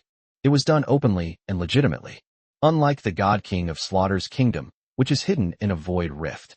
This shows just how confident the Titans were. Of course, the Titans were not blindly arrogant and conceited. They still have brains. If an insurmountable enemy invades, the Titans can simply activate the divine array to relocate their Titan kingdom to a void rift or even deeper into the dark universe. "Angelia," Quinnissa asked, "can your power of destiny penetrate the barriers of the Titan realm and see what's inside?" Angelia nodded slightly and said, "I have found the location of the Tower of Eternity. It is suppressed by 9 supreme deities, including the Titan King Clovis.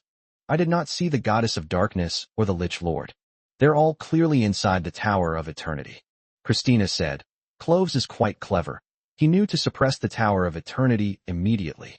Archangel Margaret, standing to the side, laughed and said, "Suppressing the Tower of Eternity is useless. Their supreme divine power is far inferior to ours. Later, when the Goddess of Darkness has succeeded, we will work together to break through all obstacles and bring out the Goddess of Darkness and the Tower of Eternity." Margaret was a graceful and very sexy 18-winged archangel. She wore a long, pristine white dress and held the archangel's staff. Both her face and figure are flawless. In addition, she exudes a mature charm that is like a ripe melon falling from the tree. This allure makes one want to hold her in their arms and ravage her, satisfying that desire to conquer. Of course, now is not the time to talk about that. The 7 archangels with 18 wings all took out their respective supreme divine artifacts, adjusted their divine power to its peak, and were ready to take action at any time. Remember to give away free, powering up with love gifts. Chapter 613, The Problem Lin Yu Must Solve.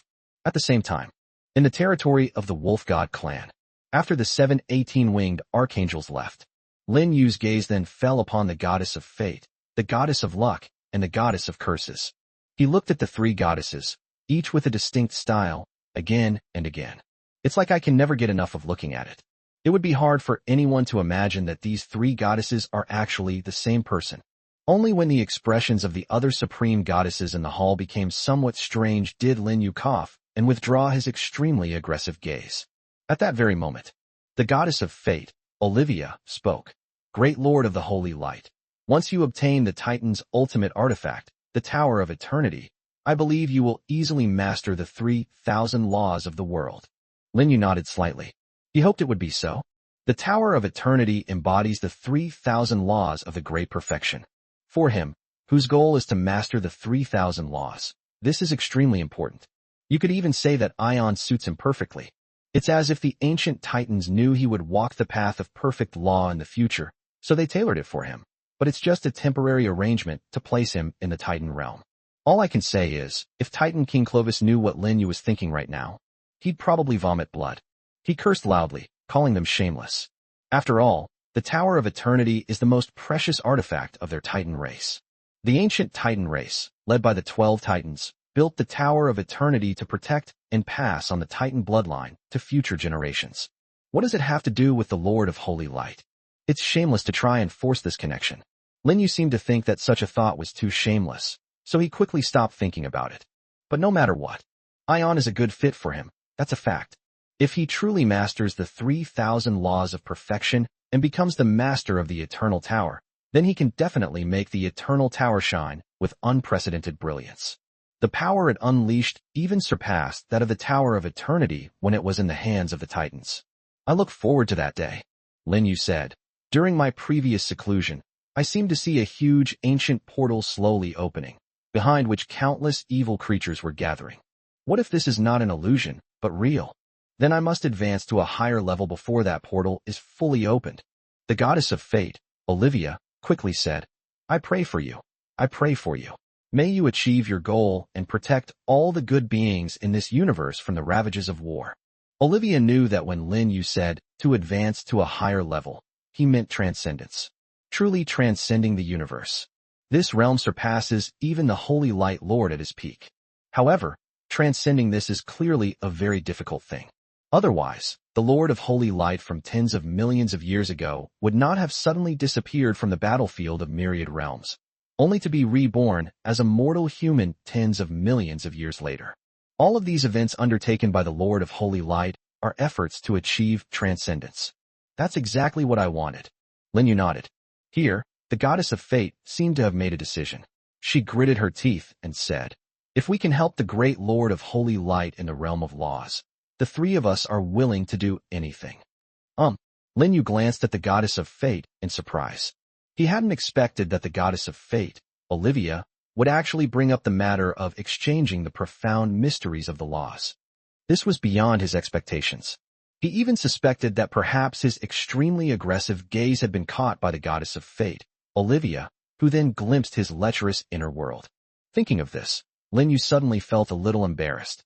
However, he was thick-skinned enough to laugh and say, if I could get your full help, that would be the best. Of course, I won't let you work for nothing. I'll give you a great opportunity. I've communicated with Secretary and so many times. I had another in-depth discussion with Victoria that lasted for several days. Lin Yu had already figured out that the power of creation within him was a bug-level sacred artifact. It is of great benefit even to the supreme deity. The power of creation is also the great opportunity that Lin Yu is preparing to give to the three goddesses of fate. Anyway, this kind of thing can regenerate in his body. The laws of cause and effect used to exchange the goddess of curse, the laws of creation of the goddess of fortune, and the profound mysteries of law that Lin Yu currently lacks, all belong to the goddess of fate. This is a very worthwhile thing to do. The only thing Lin Yu needed to consider was how to make the regeneration speed of the power of creation within his body even faster. This is to avoid the problem of the power of creation being exhausted midway. Praise be to you, great Lord of Holy Light. The goddesses of fate, curse, and fortune all bowed respectfully to Lin Yu. Their expressions revealed both excitement and anticipation. A blush rose on the breathtakingly beautiful face of Lady Luck, making her appear even more delicate and radiant. As for the other supreme goddesses in the hall, they all looked on with envy. And soon, these supreme goddesses stepped forward one after another, expressing their willingness to do their best to help Lin Yu achieve the goal of perfecting the 3,000 laws. The dozens of supreme goddesses present shared a surprisingly consistent attitude on this issue. Seeing this scene, Lin Yu's body trembled a few times. It seems that the plan to accelerate the power of regeneration is now imminent. Chapter 614, The Raging Storm, Titan King. The Realm of the Titans. Near the Eternal Tower. The arrival of this news caused a drastic change in the expressions of the 9 supreme deities, including the Titan King Clovis. This message came from the world-lost spirit of the Titan realm. It informed Titan King Clovis and others that all 7 18-winged archangels of the angel race had descended to the vicinity of the Titan realm. They could guess it with their bare feet. The arrival of the 7 18-winged archangels must be to guide the goddess of darkness, Sylvia. Once the dark goddess Sylvia seals the Tower of Eternity, they will immediately break through the world barrier of the Titan realm and bring the dark goddess Sylvia out. This is not good news. Damn it! The Storm Titan King was most enraged. He roared directly at the Titan King Clovis. Clovis, look what you've done. If the Tower of Eternity is truly stolen, then you are a sinner against our entire Titan race. He was so angry that he stopped using the title, Your Majesty. This is because he believes that the Titan race's risk of losing the Tower of Eternity is entirely the fault of Titan King Clovis.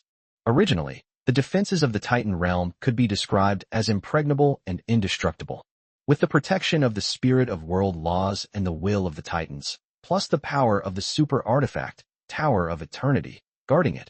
Even if the 7 18-winged archangels of the angel race attack together, they would not be able to break into the Titan realm. It's only possible if the Lord of Holy Light takes action himself. But now, Titan King Clovis voluntarily welcomed the dark goddess Sylvia, a spy who had defected to the angel race, into the Tower of Eternity. This directly resulted in the Titan realm losing the Eternal Tower, its most powerful defensive protection. No one can guarantee whether the world-lost spirit of the Titan realm and the will of the Titan giants can withstand the combined attack of the 7 18-winged archangels. It was all the fault of the Titan King Clovis. Do you think this is what I wanted to see? Titan King Clovis also roared with a gloomy face. If he had known that the goddess of darkness, Sylvia, had long ago sided with the angels, how could he have possibly allowed her to enter the Tower of Eternity to comprehend the mysteries of the laws? It can only be said that the dark goddess Sylvia has been hiding her true strength far too well. For tens of millions of years, she has been waiting as the 6th child for the opportunity to seal the Tower of Eternity. Now, she has finally gotten what she's been waiting for. Titan King Clovis did not believe it was his fault. After all, given the methods of a top-tier expert like the dark goddess Sylvia, even their Titan ancestors, the 12 Titans, would probably have been fooled. Enough! I don't want to hear any more of this. The Storm Titan King Bradley roared. Immediately contact the Dragon God King, the ancient pantheon, or our Titan allies to have all the supreme gods arrive as quickly as possible. Tell them, if they don't help us hold off the 7 18-winged archangels of the angel race, and allow them to seize the Tower of Eternity, they will all die. Do you need to tell me? Titan King Clovis said in a deep voice. I have already sent out the information. With the specific coordinates of our Titan realm, they will be able to arrive within half a minute. One of the Titans said, in reality, they don't need to fight to the death with the 7 18-winged archangels of the angel race. They just need to buy themselves some time. Once we suppress the goddess of darkness, Sylvia, and reclaim and break the seal on the Tower of Eternity, this crisis will be over. Good. The other supreme deities also nodded in agreement. Their mindset hasn't yet reached the point of anxiety or even despair.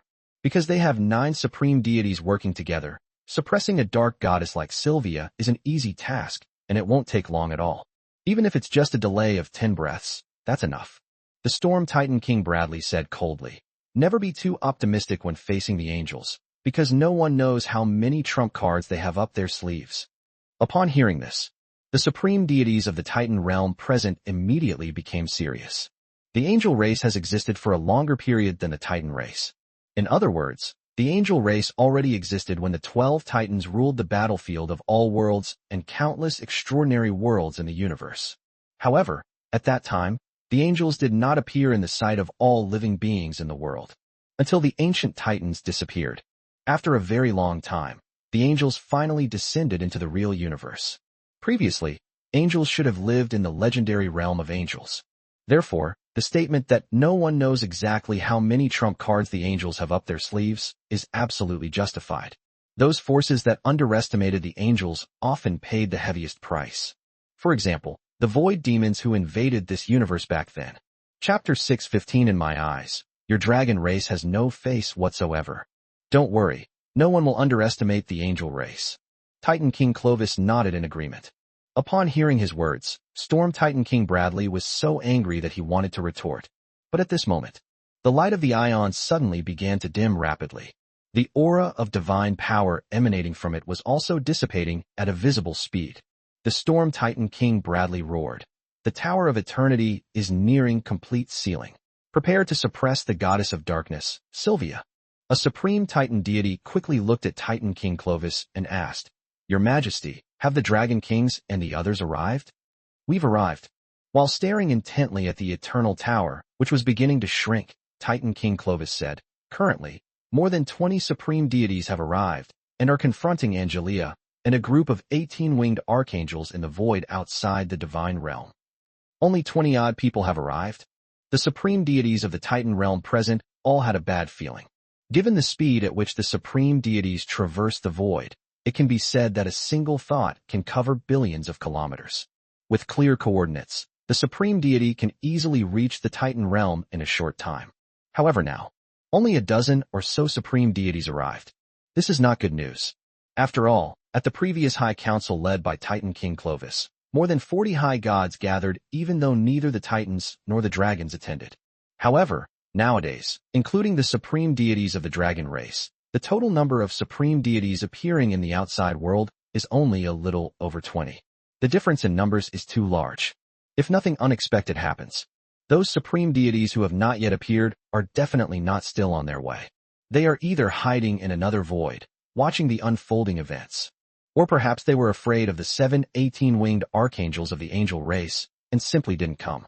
The Storm Titan King Bradley gritted his teeth and said to the Titan God King Clovis, Tell Douglas to buy 10 more breaths, even if it costs him his life. Once we reclaim the Tower of Eternity, we will use the power of the ultimate artifact to aid them. Titan King Clovis nodded. The information was also passed on to Douglas immediately. Douglas is the true name of the Dragon God King. In terms of strength alone, Dragon God King Douglas is in no way weaker than Titan God King Clovis. All he lacks is a complete set of supreme artifacts. Although dragons, like the Titans, are a highly intelligent race created by the Titans. However, sons are further divided into legitimate sons and illegitimate sons. Titan is like a favored son. The dragons are like the neglected youngest sons. Therefore, the dragon race's heritage, inherited from the Titans, is far inferior to that of the Titans. Just by looking at the fact that the Ion, this ultimate artifact, only protects the Titan realm, we can see that the dragon race is treated like dirt by the 12 Titans. The void beyond the realm of the Titans. The Dragon God King Douglas, along with more than 20 supreme deities, is confronting a group of 18-winged archangels led by Angelia. Angelia and the others remained calm and composed. In contrast, the Dragon God King and others, who were far more numerous than the supreme deities, all wore solemn expressions. Some of the supreme deities seemed to be sweating profusely. The hand holding his supreme artifact was trembling slightly. The pressure from these 18-winged archangels was simply too great. Those supreme deities in the group, who did not belong to the ancient pantheon, would not have come here if they did not have a reason to be here. In their view, without overwhelming numbers, suppressing the 18-winged archangels of the angel race would be nothing short of a pipe dream. Wouldn't it be better to sit on the sidelines and watch, like those other supreme deities who hide in another void? They insisted on coming here to face the strongest angels directly. They're just asking for trouble. Your Highness Angelia? In this incredibly tense atmosphere, Dragon God King Douglas stepped forward first and solemnly said to Secretarian, I hope your angel race understands that the Tower of Eternity was created by the 12 Titans to protect the Titan race's heritage. No matter what happens, the Tower of Eternity must not be lost. As descendants of the ancient Titan race, we, the Dragon Gods, also have the duty and responsibility to protect the Tower of Eternity from being taken away by other races. We hope that Her Highness Angelia will consider the sake of our dragon race and take a step back.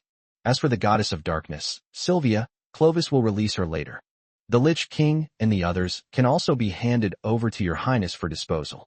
In order to protect the Tower of Eternity, the Dragon God King decisively betrayed the Lich Lord, the Venom King, and the Spider Goddess.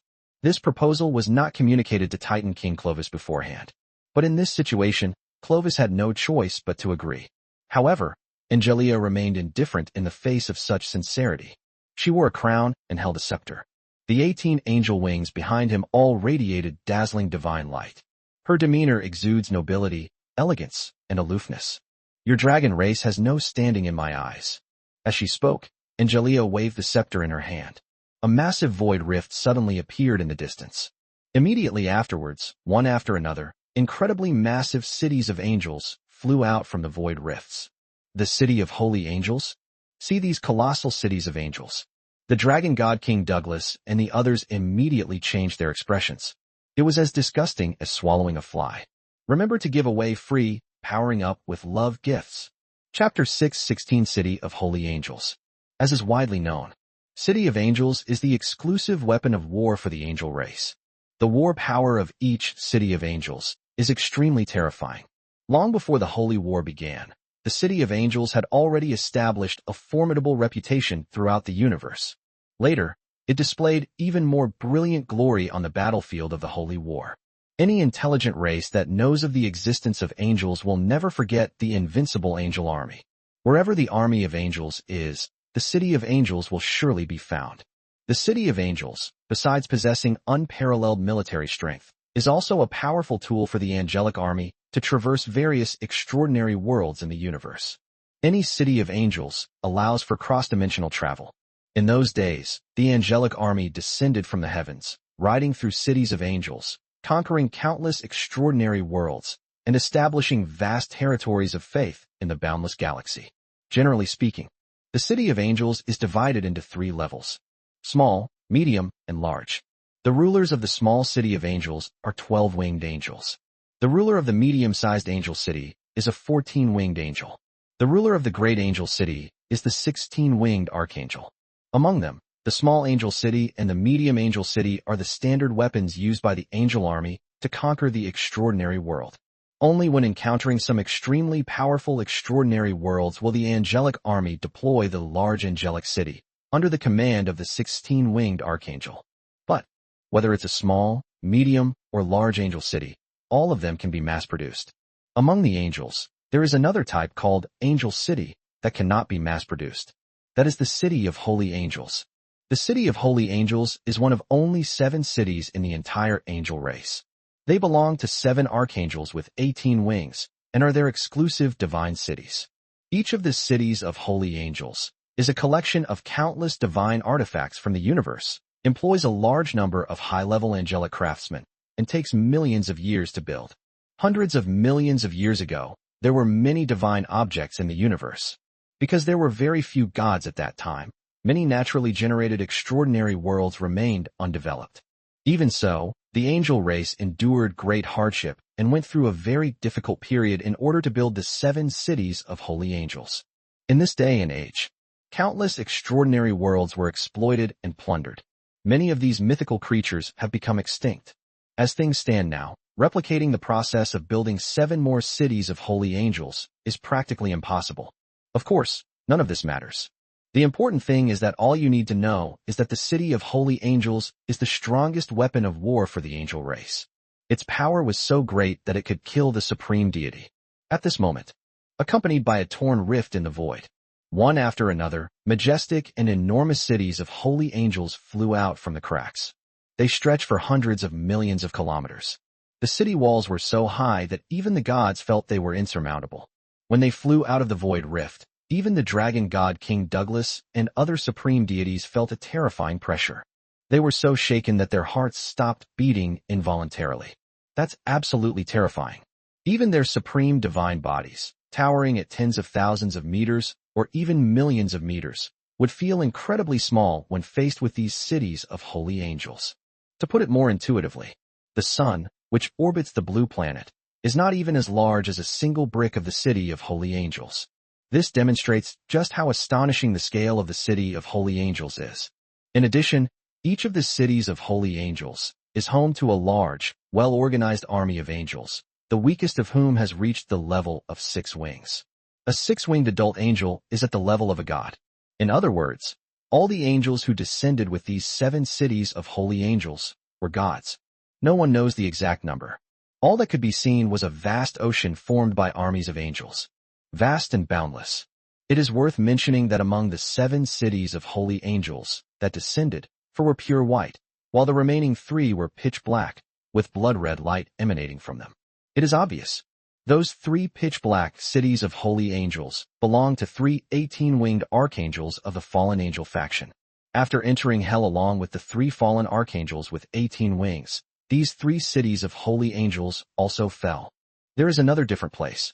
That is, on the walls of these 3 pitch-black cities of holy angels, countless giant cannons have appeared, which are completely different from the style of the angel race. These giant cannons were created by the fallen archangel Astia, who combines supernatural and technological power. Its power is also much greater than that of ordinary angelic magic cannons. The 7 cities of holy angels had just descended. They moved to different locations and surrounded a group of supreme deities, led by the dragon god King Douglas. At the same time, colossal figures appeared in the sky above each of the holy angel cities.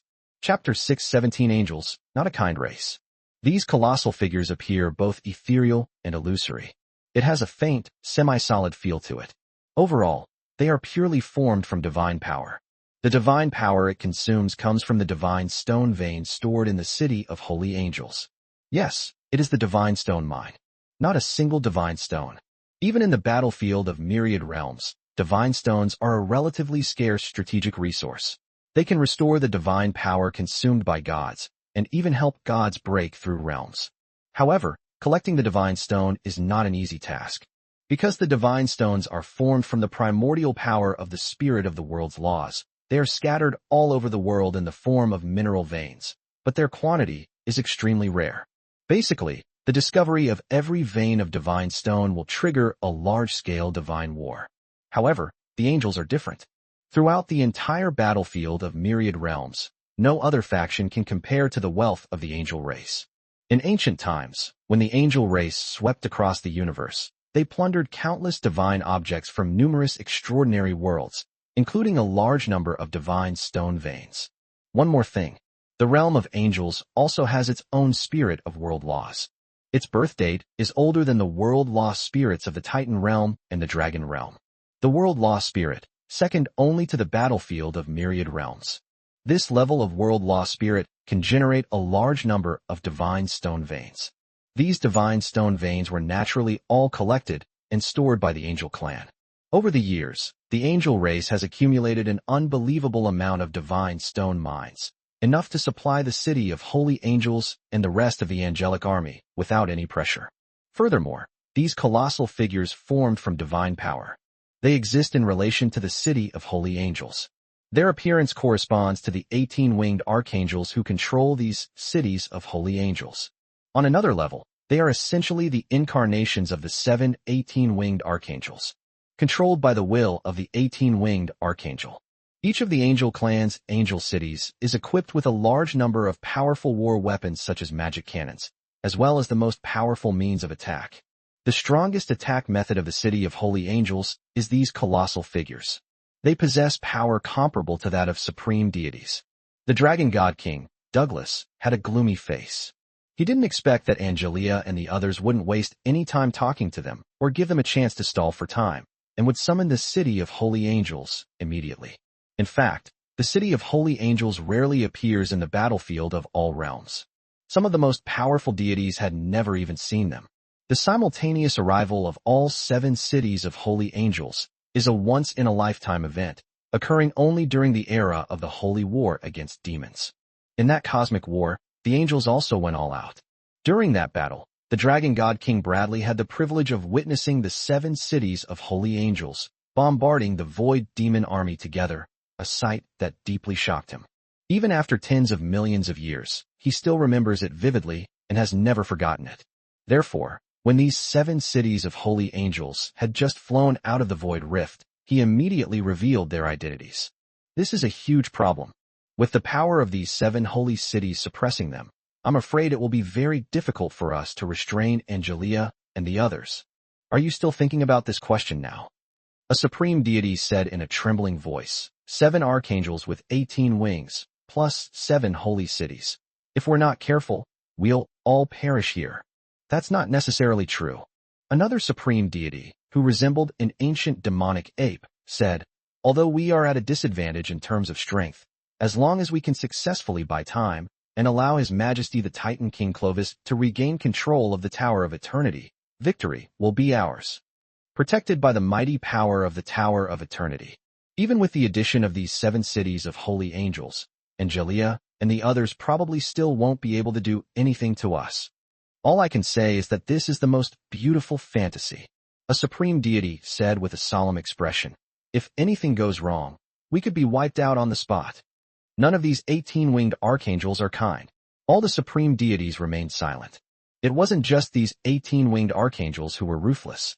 And what about the other angels of the angel race? The so-called halo labels of purity, beauty, and kindness are all fake in their eyes. Angels are only angels when they are facing believers in the holy light. When facing heretics, angels are no less merciful than void demons. To put it more bluntly, if these supreme deities were to perish here, their pantheons and even their territories would soon be wiped out by the angelic army.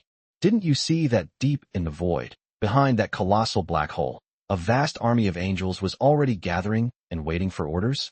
While some supreme deities were considering whether or not to flee, those 7 colossal figures actually launched an attack. Under the control of the 7 18-winged archangels, they flew straight out of the city of holy angels and charged towards the more than 20 supreme deities. Chapter 6, 18 Dragon God King. Believe in yourself. Believe in justice. Ignore them. Do everything you can to hold Angelia and the others back. The Dragon God King, Douglas, roared in fury. At the same time, golden light emanated from his body, instantly freezing the void within a radius of hundreds of millions of kilometers, including the 7 colossal figures, which were also temporarily imprisoned. This is the power of the supreme law of space. It is only by combining the supreme artifact of the Dragon God King that it displays its extraordinary power. Immediately afterwards, the Dragon God King Douglas, with his supreme divine power, opened a passage directly to Angelia and the others. Upon witnessing this scene, the other supreme deities also took out their own natal divine artifacts. The same applies to those supreme deities who were just trying to escape. Plans can't keep up with changes. They have no choice but to take action now. Without further hesitation, more than 20 supreme deities, under the command of the Dragon God King Douglas, charged straight at Angelia and the other 18-winged archangels. The Tower of Eternity is about to be sealed. We only need to hold out for less than a minute to suppress the goddess of darkness. Believe in yourself. Believe in justice. Victory belongs to us. The Dragon God King Douglas wields a giant golden sword. He charged toward an 18-winged archangel. He roared to boost morale. Douglas is now almost certain that the Lord of Light does not possess the power he had at his peak. Otherwise, the angel race would never have mobilized 7 18-winged archangels and then requisitioned those 7 cities of holy angels. Such a long and complicated process is enough to illustrate the point. After all, if the power of the Lord of Light were still intact, a single slap would be enough to shatter the Titan realm into pieces. Why go through all that trouble? This, in turn, raises a new question. That is, if he can help the Titans defend the Tower of Eternity, then the Titan King Clovis can use the Tower of Eternity to suppress the 7 18-winged archangels and even the entire angel race. By that time, the Titans and their dragon race can take off directly from the spot. It was with this idea in mind. The Dragon God King Douglas was extremely aggressive. He was even the first to charge at the 7 18-winged archangels, showing no intention of retreating. However, the Dragon God King was not stupid. He did not confront Angelia, Christina, Victoria, and other renowned archangels with 18 wings. He had his eye on Banasta. The 18-winged Archangel Banasta's main job is to build temples, angel cities, angel reincarnation pools, and other structures for the angel race. She is similar to a craftsman angel and is not primarily involved in warfare. Relatively speaking, her strength is somewhat lower. The cunning Dragon God King left Angelia and the others to other supreme deities.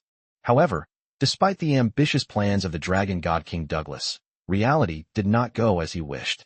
In an instant, a figure appeared in front of him. It was none other than the fallen archangel Victoria. Victoria had been itching to join the fight for a long time, and now that she had the opportunity, she was the first to step forward without hesitation. A lizard that has mastered less than 100 supreme laws. I really don't know who gave you the courage to spout nonsense in front of my angel race. With a hiss, a crimson sword light, stretching for tens of millions of kilometers, slashed directly at the dragon god king. Wherever it passed, swathes of emptiness exploded. Another extremely terrifying pitch-black crack was revealed. Behind the crack lies a dark universe, a world completely opposite to the real universe. The dragon god King Douglas was startled. He dared not confront it head-on, and hastily dodged the sharp edge of that blood-red sword light. This caused great trouble for the group of supreme deities behind him. Two supreme deities were unable to evade the attack and had no choice but to brace themselves for the full force of Victoria's strike. Instantly, golden supreme divine blood sprayed out. The two supreme deities were instantly cut in half by the blood-red sword light. The most terrifying thing was that the crimson sword light continued its momentum, traversing billions of kilometers, and directly shattered the spatial cage that had frozen the 7 colossal figures. Douglas. Victoria's figure flashed by. Its fallen angelic body instantly swelled countless times, reaching a height of 1 million meters. She looked down at the dragon god King Douglas with a cold smile and said sarcastically, "You're still as cowardly as ever. I think your dragon race should just stop calling themselves dragons and start calling themselves four-legged lizards." The lizard's appearance is very similar to that of a dragon. The biggest difference is that lizards don't have wings. To describe dragons, a highly intelligent race, as lowly intelligent creatures like lizards is blatant mockery and boundless blasphemy. As expected, the dragon god King Douglas immediately went berserk. He returned directly to his original form. A golden dragon that is 1 million meters long. Then it opened its huge mouth and bit at Victoria. Victoria was naturally unafraid and charged forward, wielding the blood-red sword of the fallen angel. Soon, a supreme battle of gods erupted. 30 seconds. Angelia extended 3 slender, fair fingers. The other 18-winged archangels immediately understood. Then, like a tiger among sheep, it charged towards the supreme deities who were rushing towards it.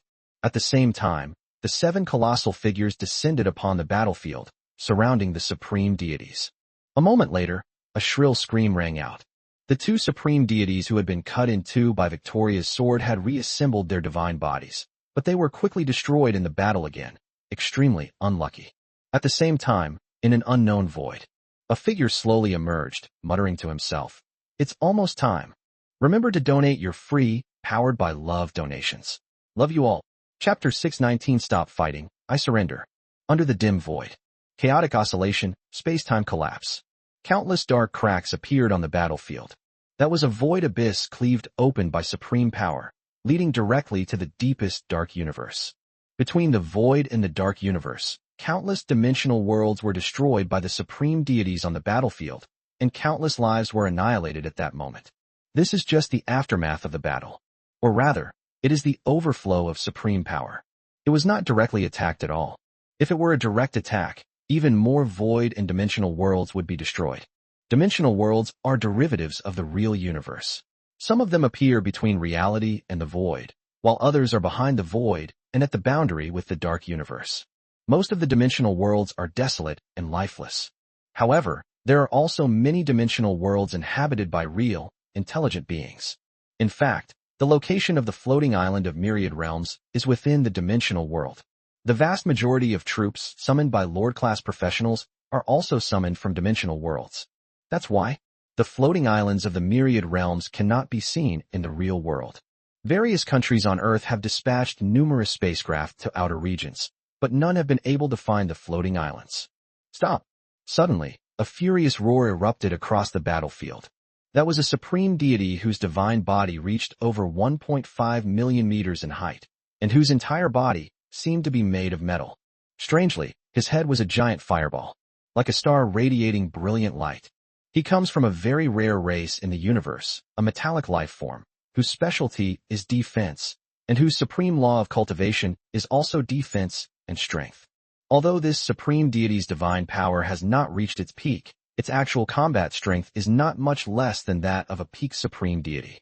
At this moment, he was roaring at a colossal figure. We hope for a temporary truce. The reason is simple. He couldn't win. In just a few breaths of battle, his supreme divine body had been shattered at least 7 times by that colossal figure. Although they were able to successfully reassemble each time, the consumption of divine power was also enormous. He clearly understood that if things continued like this, he would definitely perish here and be killed by a divine power avatar controlled by will. That was such a pathetic death. Therefore, he wanted a truce and to withdraw from the war. Originally, he did not belong to the supreme deity of the ancient pantheon. He was here because the dragon god King Douglas promised to compensate him with some divine-grade metals that had long since disappeared from the universe after the war. His race relies on devouring metal to evolve into a divine body. The rarer and higher the grade of the metal substance consumed, the greater the probability of the divine body evolving. He ultimately couldn't resist the temptation. But now he regrets it. However, his roar and howl failed to stop the colossal figure, which attacked again without even pausing. This colossal figure is approximately 1 million meters tall. He looks exactly like the 18-winged fallen archangel Quinnissa, and is also controlled by Quinnissa's will. Under its frenzied attack, a few moments later, the supreme deity from the metal life form was once again blasted apart. Even his star-like head was smashed open. It transformed into countless golden flames that scattered across the battlefield. These golden flames were incredibly powerful, igniting the void and even the dimensional worlds behind it, quickly burning them to nothingness. For the beings living in those dimensional worlds, this was nothing short of an apocalyptic disaster. Fortunately, they didn't feel much of a difference. Because their life, from birth to death, is but a fleeting moment. The annihilation of the world can also happen in an instant. Stop fighting. I surrender. After reassembling his divine body, the supreme deity became even weaker and more fearful. He retreated again and again. They completely lost the courage to confront that colossal figure head-on. At the beginning of the battle, he never imagined that he would be no match for an incarnation of divine power. The 7 archangels of the angel race, each with 18 wings, are very powerful. He was very clear about this. However, the fact that a divine avatar projected from the city of holy angels was so powerful was beyond his comprehension. At that very moment, a streak of blood-red light traversed time and space in an instant. The power of the blood-red light was so great that it pierced through all the supreme laws of that supreme deity's defenses in an instant, and then pierced through his supreme artifact and supreme divine body. Finally, it was inserted directly into his divine essence. He involuntarily let out a painful scream. The scariest thing is, his supreme divine body was visibly withering away rapidly. Even the very essence of the soul is rapidly dissipating. He is being devoured. How is this possible? He screamed in terror, grabbing the blood-red divine sword that had pierced his divine core with both hands, only to find it impossible to budge or pull out. He immediately wanted to disintegrate his divine body and break free from the blood sword. However, his supreme divine body was also imprisoned. In just a moment, amidst screams and cries of despair, he became a corpse whose very essence had been completely devoured. A supreme deity has fallen. Chapter 6, 20 Astia's Battle. Is this the primordial power of the supreme deity? Truly enormous. After absorbing it, my divine power and soul have both increased significantly. Compared to before, my strength is much greater. The speaker was none other than Quinnissa, the fallen archangel with 18 wings. After her avatar, the colossal figure, devoured the supreme deity, it transferred all the primal power it gained to her true form. In that instant, her divine power surged dramatically. Quinnissa muttered to herself, with the help of this primordial power, I can comprehend at least 10 more supreme laws, thereby achieving a true enhancement of my power. Unfortunately, I didn't notice anything unusual about Ji's personality. As Victoria previously recounted, she felt her status being shaken after merely absorbing the abyssal power of a minor demon on Earth. Now, she has devoured the essence of a supreme deity. However, the position remained completely unresponsive. Therefore, it can be seen that only by devouring the abyssal primordial power of the void demons can they, as fallen angels, achieve a breakthrough in their status and an evolution at the bloodline level. As for devouring living beings in this universe, it only increases one's strength. Of course, if she had a large number of supreme deities to devour, it wouldn't be impossible for her status to be broken. It's just that it requires a great deal of supreme, divine essence. In comparison, devouring the abyssal origins of the void demons is more like taking a shortcut. In addition, communicating with the Supreme Creator is also a shortcut. Moreover, it's faster, simpler, and more direct. Sister Angelia?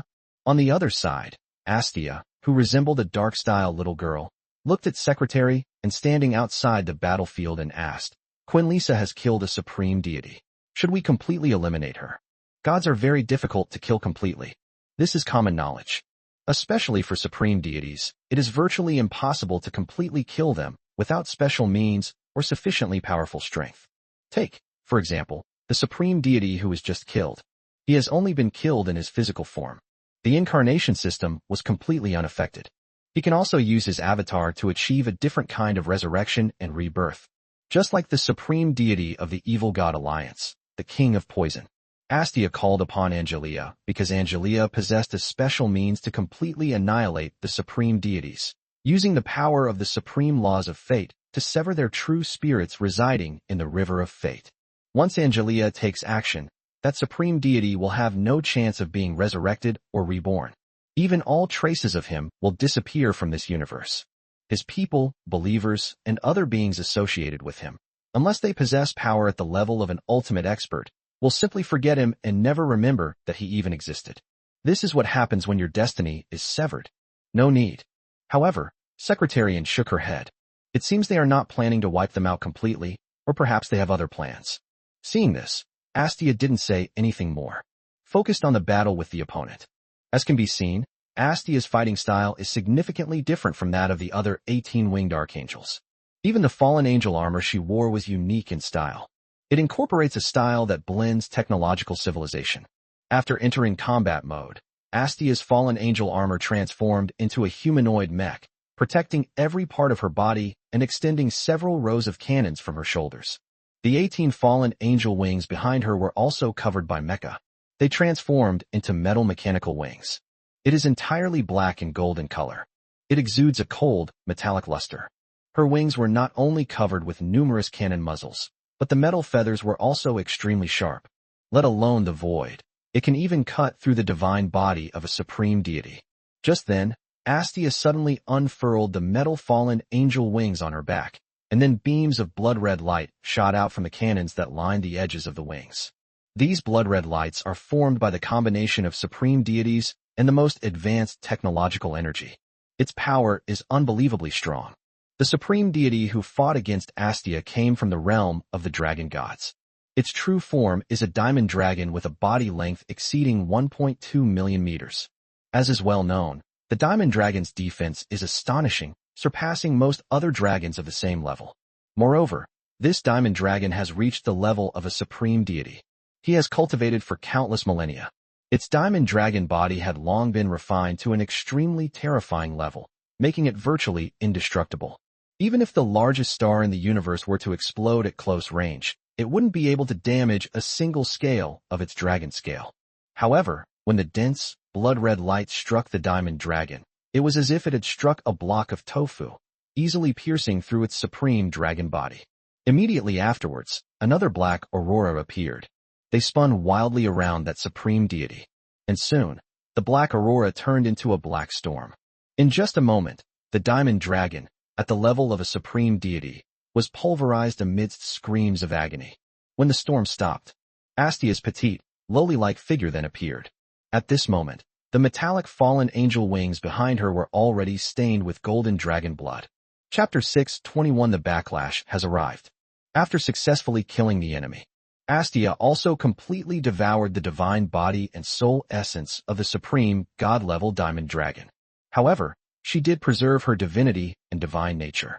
Astia intended to take it back as a tribute to the Supreme Creator, to praise the Supreme Creator for protecting and favoring their fallen angel ranks. After doing all this, Astia joined other battlefields.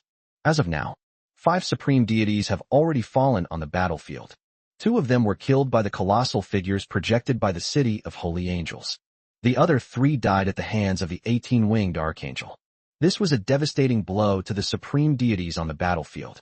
Douglas, the dragon god king, who was struggling to defend against the attack of the 18-winged fallen archangel Victoria, was so enraged by the sight of his supreme being, the diamond dragon supreme god, being slain that he trembled with rage. It is extremely difficult to cultivate a supreme deity. Even with the dragon clan's profound heritage, only 6 supreme deities have been born throughout history. Now 1/6 of them have been cut off. His heart was bleeding from the pain. The only good news is, these 18-winged archangels of the angel race did not seem to have any intention of exterminating them. In particular, Princess Angelia, who is known as the strongest 18-winged archangel, has not made a move, nor has she used the power of the supreme law of fate. In other words, his deceased clansmen could be resurrected and reborn. The drawback is that after being resurrected, his divine power drops drastically. Moreover, it is impossible to return to its peak in a short period of time. After all, the situation with the Diamond Dragon is different from that of the King of Poisons. The reason why the King of Poisons was able to quickly return to its peak is that its original soul, divinity, and divine status were not destroyed. However, everything about the Diamond Dragon itself is gone. The divine body and soul were devoured. Both divinity and divine nature were taken away. To be reborn by possessing an avatar, one needs to start cultivating anew based on the avatar's strength. Not to mention how much divine resources would be consumed, this is certainly not something that can be done in a short time. Damn Clovis! Why hasn't it been resolved yet? While fending off Victoria's attacks, the dragon god King Douglas roared anxiously. Isn't the rule that you should delay for 10 breaths? Or at most 1 minute? Why does he feel like time is passing so slowly?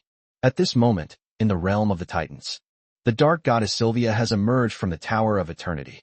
This is because she has successfully sealed the Tower of Eternity and stored it in her spatial artifact. Surrounding her were the Titan King Clovis and others, their anger and murderous intent reaching their peak. If it weren't for a special event that occurred, the 9 supreme deities, including the Titan King Clovis, would have torn the goddess of darkness, Sylvia, to pieces immediately.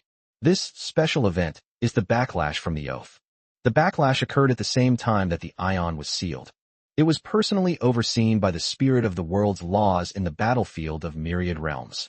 A terrifying power far exceeding the level of a supreme deity descended, directly enveloping the dark goddess Sylvia, causing Titan King Clovis and others to dare not approach. The backlash came at just the right time. Your Majesty, there is no need to worry. The goddess of darkness, Sylvia, is doomed. A supreme deity of thunder and lightning sneered. Once she's dead, we can reclaim the Tower of Eternity and thwart the angels' conspiracy. Now, we can finally breathe a sigh of relief, said Bradley, the Lord of the Storm Titans. The Titan King Clovis, along with the other supreme deities of the Titan realm, were relieved to see the dark goddess Sylvia shrouded in the backlash of the battlefield of myriad realms. Regarding the question of whether the power of the world-lost spirit of the battlefield of myriad realms can suppress the goddess of darkness, they don't even consider it. There's no need to question it. Because all the supreme deities know that the battlefield of all realms is the center of the real universe. Its world-lost spirit is also the most powerful and oldest lost spirit in the universe. No other world's intelligence can compare to the spirit of the world's laws in the battlefield of myriad realms. Before the world-lost spirits of the battlefield of myriad realms, even the lost spirits of the Titan God realm were too weak to withstand a single blow. For beings at the level of supreme deities, the spirit of the world's laws in the battlefield of myriad realms also possesses an almost absolute suppressive power. Some supreme deities even believed. The world-lost spirit of the battlefield of myriad realms is so powerful that it can rival the Lord of Holy Light. Even if it's not as good, it's not by much. Now, with the world-lost spirit of the battlefield of myriad realms personally taking action, suppressing the dark goddess Sylvia, who is at the peak of the supreme god level, is naturally a piece of cake. Titan King Clovis also believed that no further accidents would occur. Even if the 7 18-winged archangels of the angel race were to storm in right now, they couldn't change the fate of the goddess of darkness. It seems that Clovis's prayer came true. In an instant, a terrifying force shattered the world barrier of the Titan realm. This is a combination of power from 7 archangels with 18 wings, which is something that the world laws of the Titan realm and the restrictions left behind by the Titan giants cannot withstand. Immediately afterwards, 7 incredibly beautiful figures, each possessing terrifying divine power, descended upon the Titan realm. It was Angelia and a group of 18-winged archangels. Behind them followed 7 colossal figures and 7 enormous cities of holy angels. As for the dragon god King Douglas and other supreme deities, they stood in the distant outer void, on that battlefield reduced to ruins, and dared not intercept them any further. Intercept my ass. They almost all lost their lives. The dragon god king is named Douglas. He was previously written as Bradley, which has been corrected. Chapter 622 Angelia, don't be too arrogant. Angelia, are we too late? Archangel Christina, holding an angelic sword burning with golden flames, looked at the dark goddess Sylvia, who was shrouded in the backlash of the battlefield of myriad realms, and spoke to Angelia. In Christina's opinion, if they had arrived earlier, perhaps the dark goddess Sylvia could have been spared the suppression of the backlash forces. However, Angelia calmly said, "Don't overthink it. We've come at the perfect time." It was destined that the dark goddess Sylvia would be shrouded in the backlash. Before coming here, Angelia had used the supreme law of fate to deduce countless related futures, but she was never able to prevent such things from happening. The reason is simple. The backlash occurred simultaneously with the sealing of the Tower of Eternity by the dark goddess Sylvia. It's simply impossible to stop. Of course, none of that matters anymore. Moreover, Angelia was quite confident in rescuing the goddess of darkness, Sylvia. Angelia addressed the group of 18-winged archangels, saying, "If we join forces, we can withstand the backlash from the battlefield of all worlds and rescue the goddess of darkness." "Okay, whatever you say." Christina and the others immediately nodded. Victoria, Astia, and Quinnissa, who were fallen archangels, also did not stand up to refute this. Before they fell from grace, these 18-winged archangels were led by Angelia. Angelia is both the leader and the controller of the angel race. Although they have fallen and no longer belong to the ranks of the holy angels, Angelia's status as their eldest sister remains unchanged. Until they develop a more correct understanding, they will instinctively choose to obey Angelia. Just as Angelia and the others were about to make their move. Suddenly, enormous figures blocked their path, effectively isolating the dark goddess Sylvia behind them. This was clearly an attempt to thwart the plans of the 18-winged archangels. "Angelia, you've gone too far," the leading Titan King Clovis said through gritted teeth. "Not only did you covet the eternal tower, the most precious treasure of our race, but you also forcibly broke into the realm of the Titans. Do you angels even respect us Titans, or even the great 12 Titans?" Upon hearing this, Angelia then looked at Titan King Clovis. Her gaze was cold and indifferent, carrying a very obvious sense of condescension and disdain, as she said, "Prince Clovis is here too?" Upon hearing this, Titan King Clovis nearly went berserk on the spot. This is the realm of the Titans, his stronghold. With his enormous divine body standing there, it's impossible for Angelia not to see him. Angelia's words were clearly a response to his earlier angry question. This archangel, the strongest of the angel race with 18 wings, certainly didn't take him seriously. "Hateful! Angelia, don't be so arrogant." Titan King Clovis roared in fury. "How can you say that my Titan ancestors, the 12 Titans, were once the rulers of the battlefield of myriad worlds and countless extraordinary worlds? Both the Titan realm and the Tower of Eternity were passed down to our Titan race by the 12 Titans. Now that you've forced your way into the Titan realm and are attempting to seize the Tower of Eternity, do you want me to summon the 12 Titans back? If all the ancestors of my clan were to return, even your Lord of Light, whom you worship, would likely find it difficult to withstand." These words were spoken. Angelia and the others were not the first to show a change in expression. Instead, it was the group of supreme titans standing behind the Titan King Clovis. They all wore expressions of utter astonishment, because they never knew that the 12 titans and the ancient Titan race, who had vanished for countless billions of years, could actually be summoned back. Legend has it that they all perished in the chaos. Angelia glanced sideways at Titan King Clovis and said, "Let's talk about it when you can summon the 12 titans back. You might receive a surprise then." After saying that, Secretarian stopped wasting words with Titan King Clovis. At the same time, a terrifying aura emanated from Angelia's body. This aura is not the law or divine power of the strongest beings, but pure chaotic power. Its appearance immediately caused a tremor throughout the entire Titan realm. Countless sacred mountains were shaking. Beneath the earth, it seemed as if countless earth dragons were rolling about. The ground was torn apart, and abyss-like cracks extended in all directions from Angelia and the others, all the way to the ends of the earth. Originally, surrounding the Tower of Eternity stood majestic Titan cities. Now, shaken by Angelia's aura, these Titan cities collapsed in an instant, turning into piles of giant stone ruins, with countless Titans and giants fleeing in terror. The scene was terrifying to the extreme. At this moment, the 18-winged archangel Angelia revealed her true power without reservation. Chapter 6:23 Why don't you take off from where you are? In an instant, the air seemed to freeze. The supreme deities of the Titan realm, including Titan King Clovis and Storm Titan King Bradley, all changed their expressions drastically, their eyes filled with horror. Several supreme deities were so frightened that they retreated on the spot. One of them is the Giant of Light from the giant race. As a giant who wields the power of light, he has a natural affinity for the holy and the light faction, and he greatly worships the great Lord of Light. Titan King Clovis wanted to oppose the holy and light faction. They even harbored delusions of plotting to become the reincarnation of the Lord of Holy Light. He opposed this, but because of his position, he didn't dare to say anything more. After all, there have been far too many betrayal incidents during this period. If he stands up to oppose the Titan King Clovis's plan, he might be labeled a traitor by Clovis, who told him to be a race of light attribute beings. At this moment, seeing the terrifying aura emanating from the 18-winged archangel Angelia, the Giant of Light was both shocked and filled with envy and reverence. Yes, it is reverence. In the multiverse battlefield where strength reigns supreme, the strong will always be respected by the weak.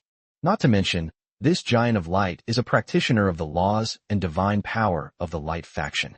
If it weren't for the fact that his race was constrained by the Titans, and that the Titan King Clovis treated him fairly in order to win him over, he might betray her too and follow Princess Angelia.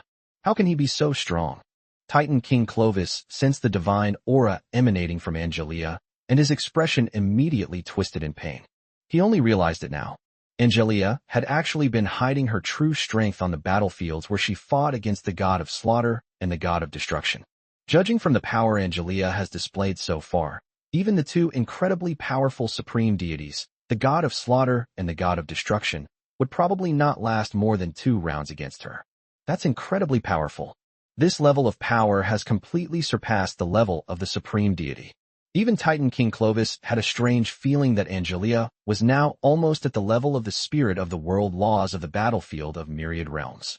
At the same time, behind Angelia, Christina and the other 18-winged archangels also showed expressions of astonishment. Besides Victoria, the other 18-winged archangels were all in shock, because they also didn't expect that the eldest sister's strength would increase so quickly. It wasn't nearly this exaggerated a month ago. Even Angelia's aura didn't seem this strong a week ago. Thinking about this, Christina and the others exchanged bewildered glances. The same thought popped into their minds at the same time. That means that during the time Angelia was in seclusion with the Lord of Light, she must have absorbed a great deal of creative power from him. Otherwise, how could she fly so high? The little lowly-like fallen archangel Astia looked at Victoria beside her and couldn't help but ask in a telepathic voice, "You also went into seclusion with the Creator for a week, so why didn't you take off from the spot?" Victoria rolled her eyes. After a moment of silence, he replied, "The Creator, in my eyes, mostly provides the process, rarely the result. Most of the creators have given to Angelia," Astia said with a resentful expression. "At this rate, our eldest sister might even be able to inherit the bloodline of the Creator." "That's not necessarily true," Victoria said. "After all, the difference between ranks is too great. The Creator has not yet merged divinity and divine nature. He is still at the level of a demigod. All the essential factors have been absorbed by Angelia, making it impossible to conceive." Astia said, "That's true, but Angelia has always been ahead of all of us and has received the most favor from the Creator. Therefore, we need to work even harder." Upon hearing this, Victoria nodded. The fallen archangel Quinnissa, whose stature was as imposing as a titan, could also hear the telepathic exchange between the two and solemnly said, "Don't worry, I will do my best too." "Victoria, Astia, let's get back to the main topic." After Angelia unleashed her full power, she no longer looked directly at Titan King Clovis and the others, but instead turned her gaze to the dark goddess Sylvia, who was shrouded in the backlash of power. Suddenly, Secretary and felt something was off. Because from beginning to end, the goddess of darkness, Sylvia, never showed any sign of pain. It's hard to believe that she is currently being suppressed by the terrifying power of the battlefield of myriad realms. Unfortunately, my supreme law of destiny is not powerful enough to influence the spirit of the world law in the battlefield of myriad realms. Otherwise, I would know exactly what happened. However, Angelia didn't think about it any further. She swung her scepter, unleashing a terrifying force directly into the body of the dark goddess Sylvia. At the same time, the other 6 archangels with 18 wings did the same. They attempted to gather the power of the 7 archangels to defeat the backlash from the battlefield of myriad worlds. Upon seeing this, Titan King Clovis and the others immediately tried to stop them, but the next moment their rhythm was disrupted by 7 colossal figures descending from the sky. Chapter 624, A Bunch of Cowards Who Are Afraid of Death. The outer space of the Titan realm. Standing tall are enormous divine figures. It was a group of supreme deities led by the dragon god King Douglas. Their total number has decreased significantly compared to before they arrived. There were 26 of them when they arrived. Now, only 19 people remain. In other words, in the previous War of the Gods, 7 of their supreme deities were killed by a group of 18 winged archangels and those colossal figures. The losses were devastating. This also caused some of the surviving supreme deities to consider retreating. Although this time, the 18-winged archangel Angelia unexpectedly showed them mercy and did not use the supreme law of fate to completely kill them. However, the loss of the main body is still very significant. After all, it takes a lot of time and divine resources to cultivate again and return to the peak by using an incarnation as the foundation. If something goes wrong along the way, it will be even more troublesome. Your Majesty Douglas, a supreme deity from the dragon god realm, inquired. A divine war has also broken out in the Titan god realm. Should we join in and lend a helping hand to the Titan god King Clovis? Before the dragon god King Douglas could speak, then a supreme deity from another faction said, I will not participate in what follows. Douglas, I do not want the divine resources you promised. Farewell, and may we never meet again. Before he finished speaking, he vanished without a trace. Immediately afterwards, several more figures of supreme deities disappeared from the spot. I don't know why, but I always have a bad feeling. Therefore, Your Majesty Douglas, I will also be leaving now. Do not try to stop me. Swish, swish, swish, swish. Several more figures disappeared into the distance. Although it didn't disappear on the spot, its speed was so fast that even light couldn't catch up with it. As one supreme deity after another departed, the total number of supreme deities present also decreased dramatically. In the end, there weren't even 10 people left. Half of them are supreme deities from the dragon god realm. The rest are from the ancient pantheon. A bunch of cowards who are afraid of dying. A supreme deity with a human body and a snake's head cursed angrily. The dragon god King Douglas said expressionlessly, now that Angelia has personally taken action, it's normal that they're frightened. After all, if they anger this 18-winged archangel, they might not even be able to protect their true spirit. Douglas, what do you mean by this? The supreme deity with a human body and a snake's head said angrily. Could it be that you two have been intimidated by the angels? Don't forget, we, the ancient pantheon, share honor and disgrace, life and death. If the Titans lose the Tower of Eternity, we will suffer the same fate. That's absolutely right. Another ancient supreme deity agreed, saying, if that's what I said, we should fight again. Join forces with the Titan King Clovis to fight against those archangels. Now, the goddess of darkness, Sylvia, is already shrouded in the backlash of the battlefield of myriad realms. She could fall at any moment. If we can reclaim the Tower of Eternity, we will have won this war. Furthermore, after the war, we may even have the opportunity to use the power of the Eternal Tower, this ultimate artifact, to suppress all 7 18-winged archangels and their holy angel cities within the Titan realm. Without them, not only will the angel race perish, but the reincarnation of the Lord of Holy Light will also fall into our hands. That makes a lot of sense. Agreed. Several supreme deities nodded in support. These people have a firm will and beliefs. Unlike the supreme deities of other factions, they do not want to back down when faced with difficulties. After all, they've already been labeled.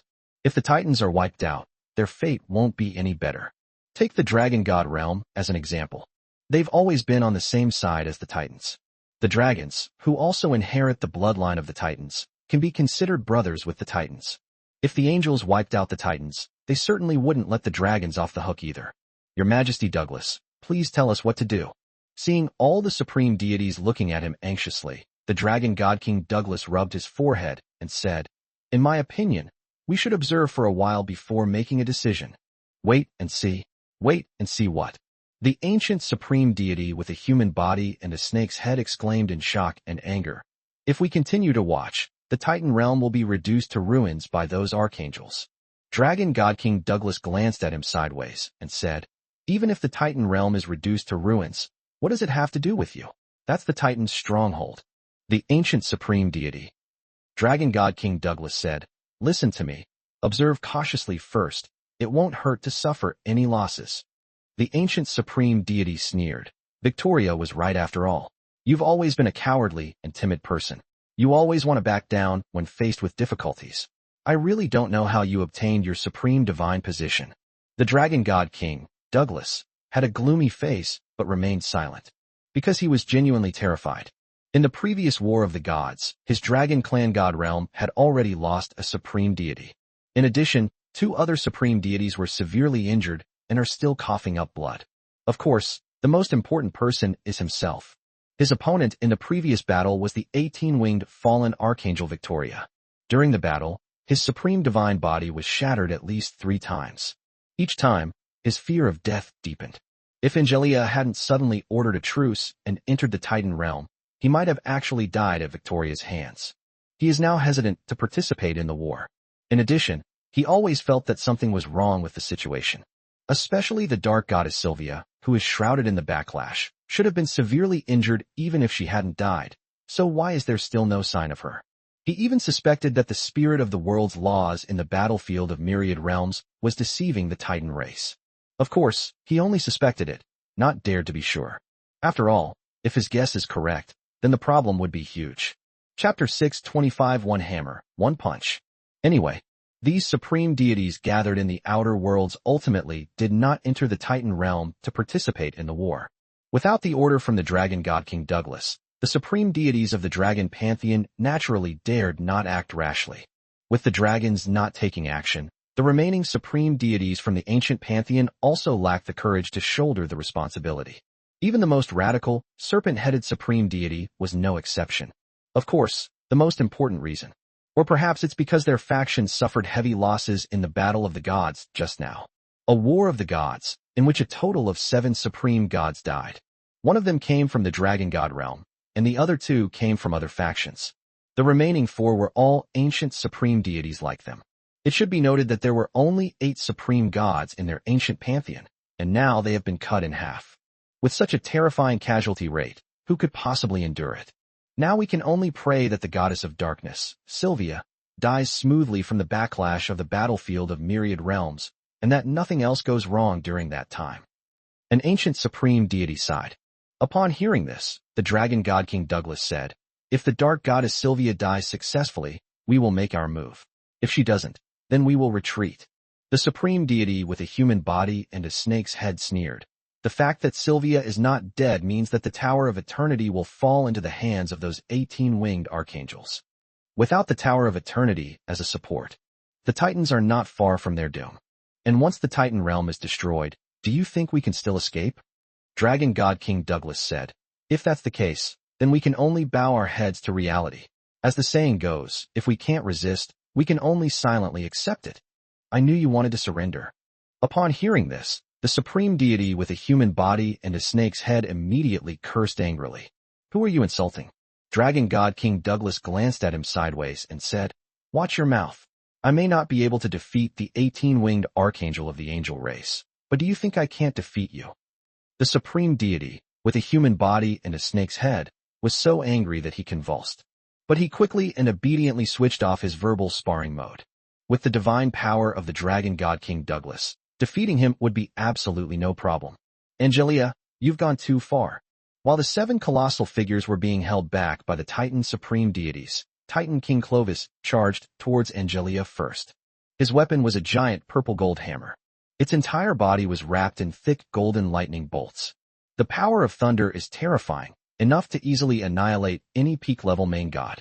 Even the supreme deity could be injured if struck. If you were to be hit directly by a giant hammer, you would definitely lose half your life, if not die. At the same time, high in the sky, thunderclouds rolled in. Countless thick bolts of lightning struck down from the sky. Even more torrential rains swept through the area, wiping out the entire region. Whether it's thunder or torrential rain, it's all formed from the supreme laws and divine power of the Titan King Clovis, containing extremely terrifying power. The power of even a single raindrop is enough to easily destroy a world. All these strange phenomena stemmed from the wrathful attack of the Titan King Clovis. Seeing that Angelia and her group of 18 winged archangels were attempting to stop the spirit of the world's laws from suppressing the goddess of darkness, Sylvia, Clovis went berserk. The goddess of darkness, Sylvia, has taken away the sealed Tower of Eternity. If Sylvia doesn't die, then the Tower of Eternity will never be able to return to his hands. Therefore, Clovis will absolutely not let Angelia's plot succeed. Stop it! Titan King Clovis roared.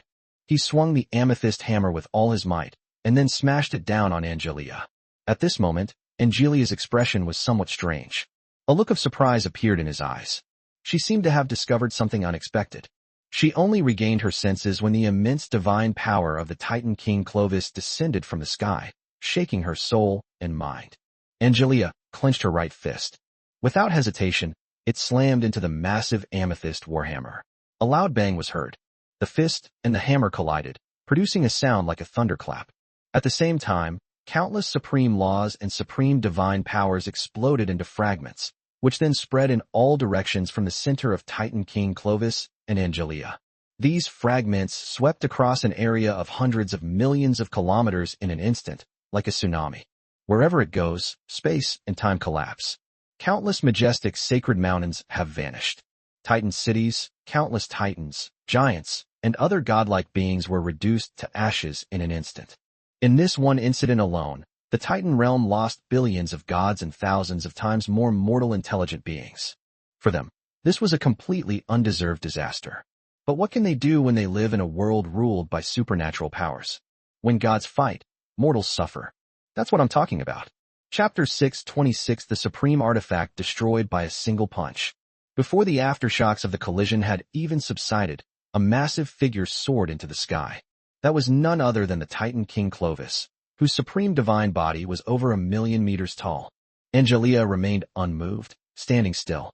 However, Titan King Clovis was directly blasted away. Even his natal supreme artifact, the amethyst warhammer, was lost from his grasp and flew away like a shooting star. This is the power of Angelia's punch. This single clash of power is enough to show just how vast the gap is between Titan King Clovis and Angelia. It can be said, Angelia achieved complete suppression of the Titan King Clovis. Although both of them are at the pinnacle of supreme deities, their actual strength is on completely different levels. The current Titan God King Clovis is at most only slightly stronger than a typical supreme demon ancestor. Angelia, however, could easily kill the supreme demon ancestor. This also shows the distance between the two. Damn it, the distant horizon. Titan King Clovis barely managed to stabilize his supreme divine body. He felt a churning sensation inside his body. It felt as if all my internal organs had been displaced, causing immense pain and discomfort. Most importantly, his soul was severely damaged. Not to mention how much divine soul power he lost. He felt that the very essence of his divine soul almost collapsed. Moreover, the pain in one's soul far exceeds the physical pain. Even with his extremely strong will, he couldn't help but break out in a cold sweat from the pain and almost screamed out. However, he managed to hold back in the end. After all, he was the ruler of the Titan realm. How could he be punched and made to scream in pain? That would be too humiliating. At that very moment, a purple aurora flew in from the horizon. When it fell into the hands of the Titan King Clovis, it transformed into an amethyst warhammer. Clovis glanced at the surface of the amethyst warhammer, and his eyes widened in shock. His exaggerated expression was like that of an ordinary person seeing a ghost. Because on the surface of the amethyst warhammer, a fist-shaped mark was clearly visible, and countless tiny cracks spread outwards from the center of the fist mark. This gave the Titan King Clovis a feeling of something completely unbelievable. You should know that the amethyst warhammer is a supreme artifact of the highest quality. It was created through the collaboration of several Titan craftsmen, using a large number of cosmic artifacts. After becoming Clovis's natal supreme artifact, it was nurtured by him for countless millennia. Whether for offense or defense, the amethyst warhammer is among the top-tier supreme artifacts. The result is now. He was actually crippled by Angelia with a single punch? This is unbelievable. It's the power of chaos. Titan King Clovis had a gloomy expression. He was 100% certain that even a supreme deity as powerful as Angelia would not be able to destroy a top-grade supreme artifact in one blow. His amethyst warhammer shattered. It's because Angelia used the power of chaos. The power of chaos can assimilate all matter. This includes, but is not limited to, laws, divine power, runes, physical matter, and so on. During the clash of forces, the chaotic power emanating from Angelia instantly destroyed, assimilated, the Titan runes on the amethyst warhammer, greatly diminishing its power. This then affected the main body of the amethyst warhammer. This is the root cause of the amethyst warhammer's shattering. However, although Titan King Clovis found the truth, it did not help him gain the upper hand and defeat Angelia. He doesn't even dare to confront Angelia directly anymore. This time, he lost his amethyst warhammer. What will we lose next time? Do we have to wait until our entire set of supreme artifacts is smashed to pieces before we can face reality? The problem is that if he hesitates to fight, the 18-winged archangels, led by Angelia, will successfully help the goddess of darkness, Sylvia, withstand the backlash from the battlefield of all worlds. Then what he loses won't be the supreme artifact. Instead, it became the Eternal Tower, a supreme artifact. Just as Titan King Clovis hesitated slightly. Suddenly, another figure rushed towards Angelia. This figure's supreme divine body also reached over 1,000,000 meters in length, and countless storm tornadoes formed by the fusion of gale and thunder surrounded the divine body. He was holding aloft a massive, dark blue sword. Roaring, it slashed at Angelia with unstoppable momentum. That figure was none other than Bradley, the king of the Storm Titans. He originally planned to join forces with the Titan King Clovis to besiege Angelia. As a result, Titan King Clovis was sent flying by a single punch, leaving him speechless. Even so, he did not back down. Although he was very unhappy with the Titan King Clovis, he absolutely did not want to see the Tower of Eternity taken by the angels. He would fight tooth and nail for it as long as there was even the slightest chance. Bradley, watch out for your signature weapon. At that moment, Bradley suddenly received a reminder from the Titan King Clovis. But before he could react, he saw a fair, jade-like fist strike the blade of his greatsword. Time seemed to stretch on endlessly at that moment. Storm Titan King Bradley clearly saw that at the point where the fist collided with the sword, cracks slowly appeared on the blade. Chapter 6:27 The Tower stands, the people live, the tower dies, the people die. How is this possible? Bradley was horrified, both shocked and furious. To his astonishment, he hadn't expected Angelia's power to be so terrifying, capable of even destroying a supreme artifact. What angered him was that this long sword was one of his few supreme artifacts. After all, he is the king of the Storm Titans. The Storm Titans' resources are far inferior to those of the wealthy and powerful Thunder Titans. Forging a new supreme artifact is not easy. Moreover, this long sword was his natal supreme artifact, nurtured for tens of millions of years, a process that took both time and effort. Now that it has been destroyed, he is naturally filled with shock and anger. However, reality was something he couldn't stop. He didn't even have time to retract his long sword to avoid it shattering completely. Because the collision of forces happens in an instant. He did not master the supreme law of time, which allows him to freeze time. So he could only watch helplessly as his sacred artifact, which had accompanied him for tens of millions of years, was smashed to pieces by that pale fist. At the same time the long sword disintegrated. A tremendous force also acted simultaneously on the Storm Titan King Bradley. Immediately afterwards, another meteor appeared. Just like the Titan King Clovis, the Storm Titan King Bradley was also sent flying into the distant horizon by Angelia's punch. Moreover, Bradley suffered even more severe trauma. He was spitting blood the whole way. Damn it, my Stormblade. Once he had regained his footing, the Storm Titan King Bradley immediately cursed. Damn Clovis, why didn't you warn me sooner? Titan King Clovis was speechless. Things happened so suddenly. Where could he possibly warn them? Besides, his amethyst warhammer was also severely damaged. Not only did all the Titan runes it had set up collapse, but even the Titan itself cracked open. Although it can be repaired, it will consume a large amount of divine resources. However, the situation was not as severe as that of Stormblade, the Storm Titan King Bradley. After all, the Storm Sword had completely disintegrated. It turned into countless fragments. It's basically impossible to repair. It can only be melted down and recast. Without further thought, Clovis immediately said, don't dwell on such trivial matters. This time, let's work together to disrupt the power transmission between Angelia and those archangels. They are currently locked in a stalemate with the backlash from the battlefield of myriad worlds. As long as their rhythm is disrupted, the goddess of darkness, Sylvia, will surely die. Good. Storm Titan King Bradley gritted his teeth and said, I'll trust you one more time. Immediately, the two Titan Kings charged towards Angelia and the others once again. They were full of imposing momentum and possessed overwhelming divine power, just like an unkillable cockroach. However, at this very moment, the dark goddess Sylvia, who had been silent all along, suddenly opened her eyes, and the divine might of a supreme being emanated from her perfectly alluring divine body. Moreover, her divine power seems to have become even stronger than before. Upon witnessing this scene, the two Titan Kings froze on the spot. Their expressions were horrified, and their faces were filled with disbelief. They were well aware that the sudden resurrection of the dark goddess Sylvia meant that the spirit of the world's laws in the battle of myriad realms had failed. The backlash from the oath failed to kill the goddess of darkness. The fact that the goddess of darkness is alive means that it is virtually impossible for them to reclaim the Tower of Eternity.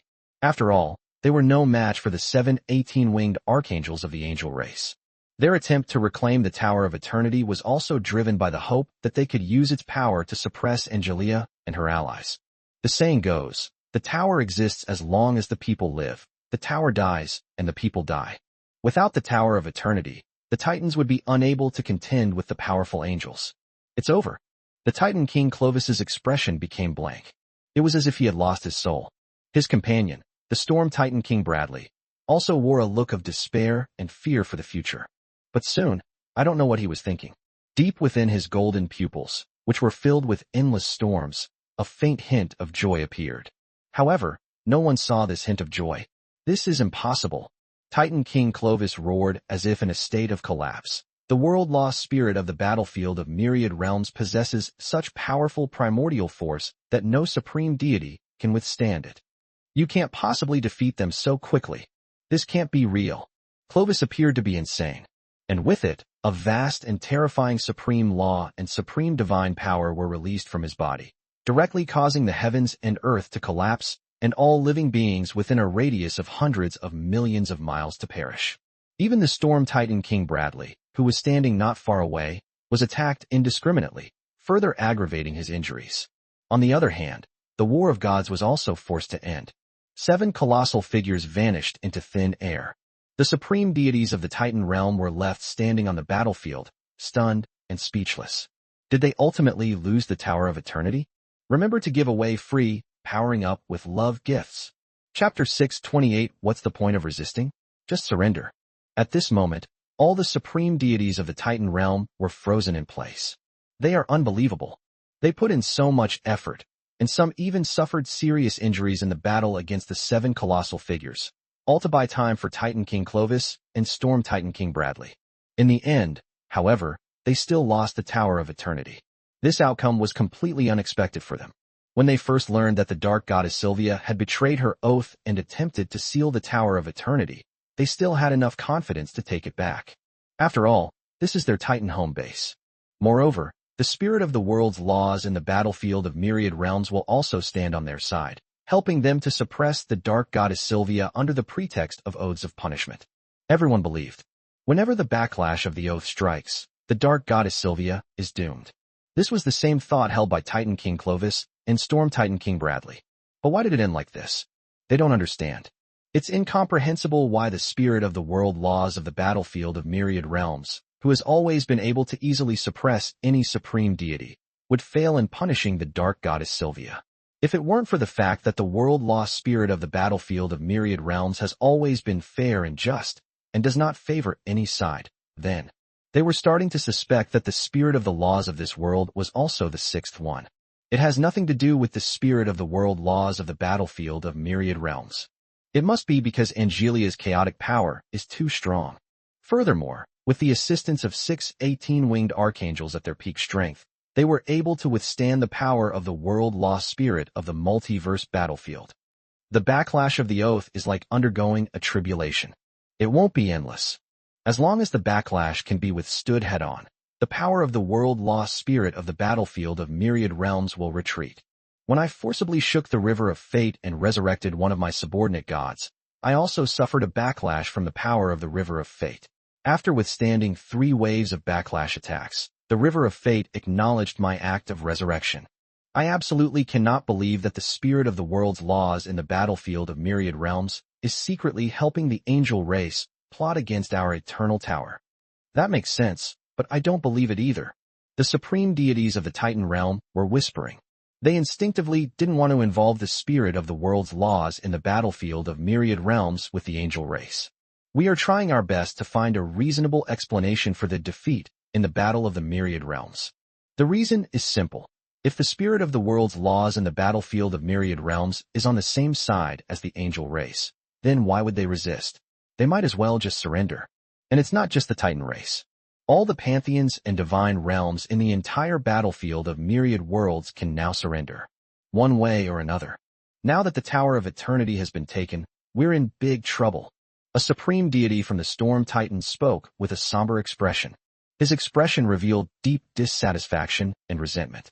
However, these negative emotions of his were not directed at Sylvia, the dark goddess who sealed the Tower of Eternity, nor at the 7 18-winged archangels who forcibly entered the Titan realm.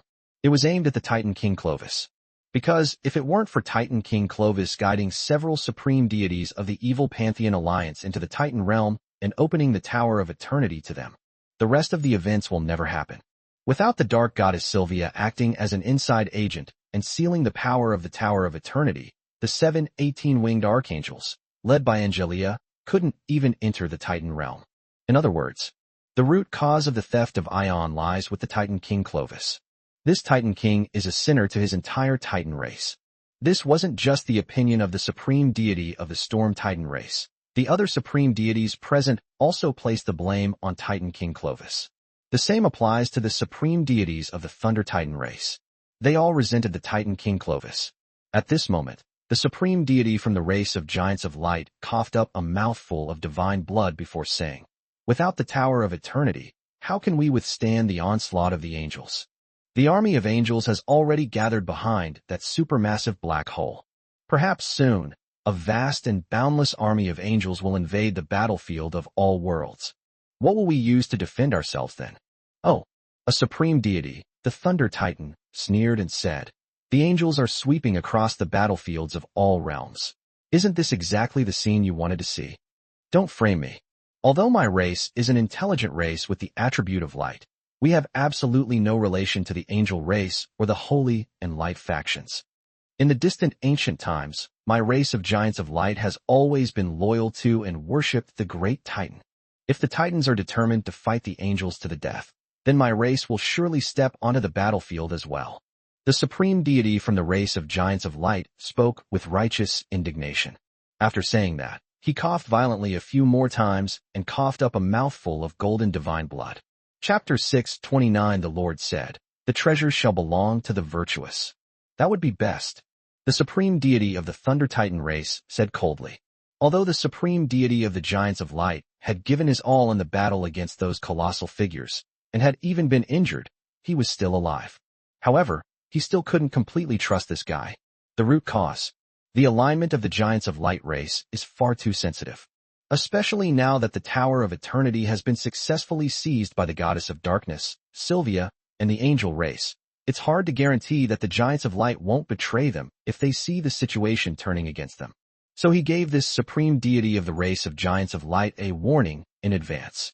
Although he didn't say it very explicitly, it's believed that the supreme deity of the Giants of Light race would understand the meaning behind his words.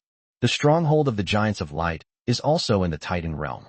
If any sign of betrayal were to appear, the Thunder Titans, with their strength, could easily annihilate the Giants of Light.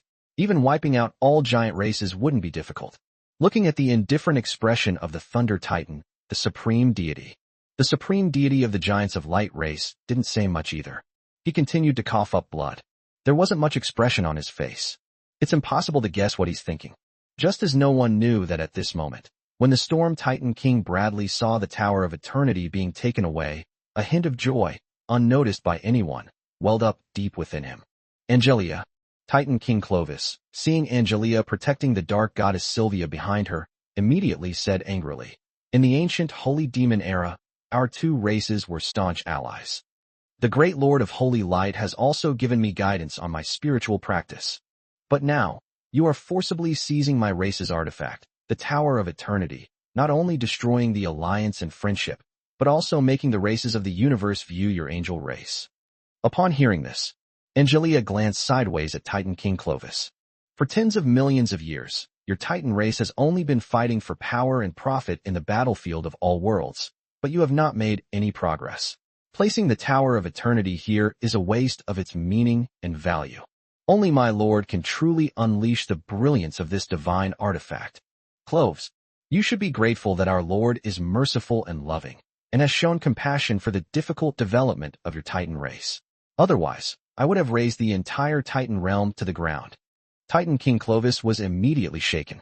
To be honest, with the strength of 7 18-winged archangels, plus 7 cities of holy angels, and the massive angelic army within those cities, it is not impossible for the Titan realm, which is not protected by the Tower of Eternity, to be destroyed.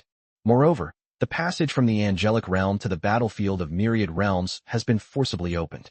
These 18-winged archangels can summon the main force of the angel race gathered in the angel realm at any time. Given the angels' war prowess, massacring the Titan realm would be easy, if not impossible.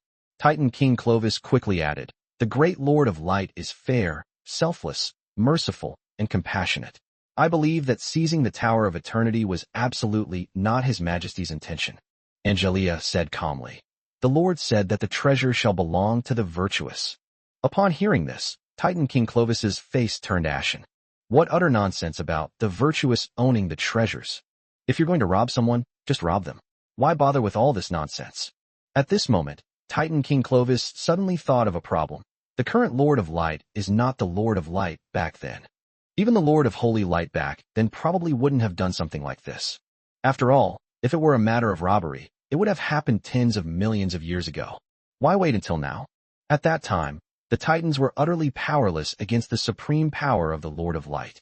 The key issue is, the Lord of Light of yesteryear has vanished. He transformed into his current reincarnation and is now a human. It is common knowledge that human nature is greedy. It is entirely possible that someone could say something like, "The treasure belongs to the virtuous." Hateful. The Titan King Clovis trembled with rage. He now even hopes that the Lord of Light can quickly get rid of his greedy reincarnation, regain his past memories, and his power at his peak. In that case, the Lord of Light might return the Tower of Eternity to him out of respect for their Titan ancestors, the 12 Titans. At that very moment, standing beside Angelia, the 18-winged Archangel Christina suddenly spoke up.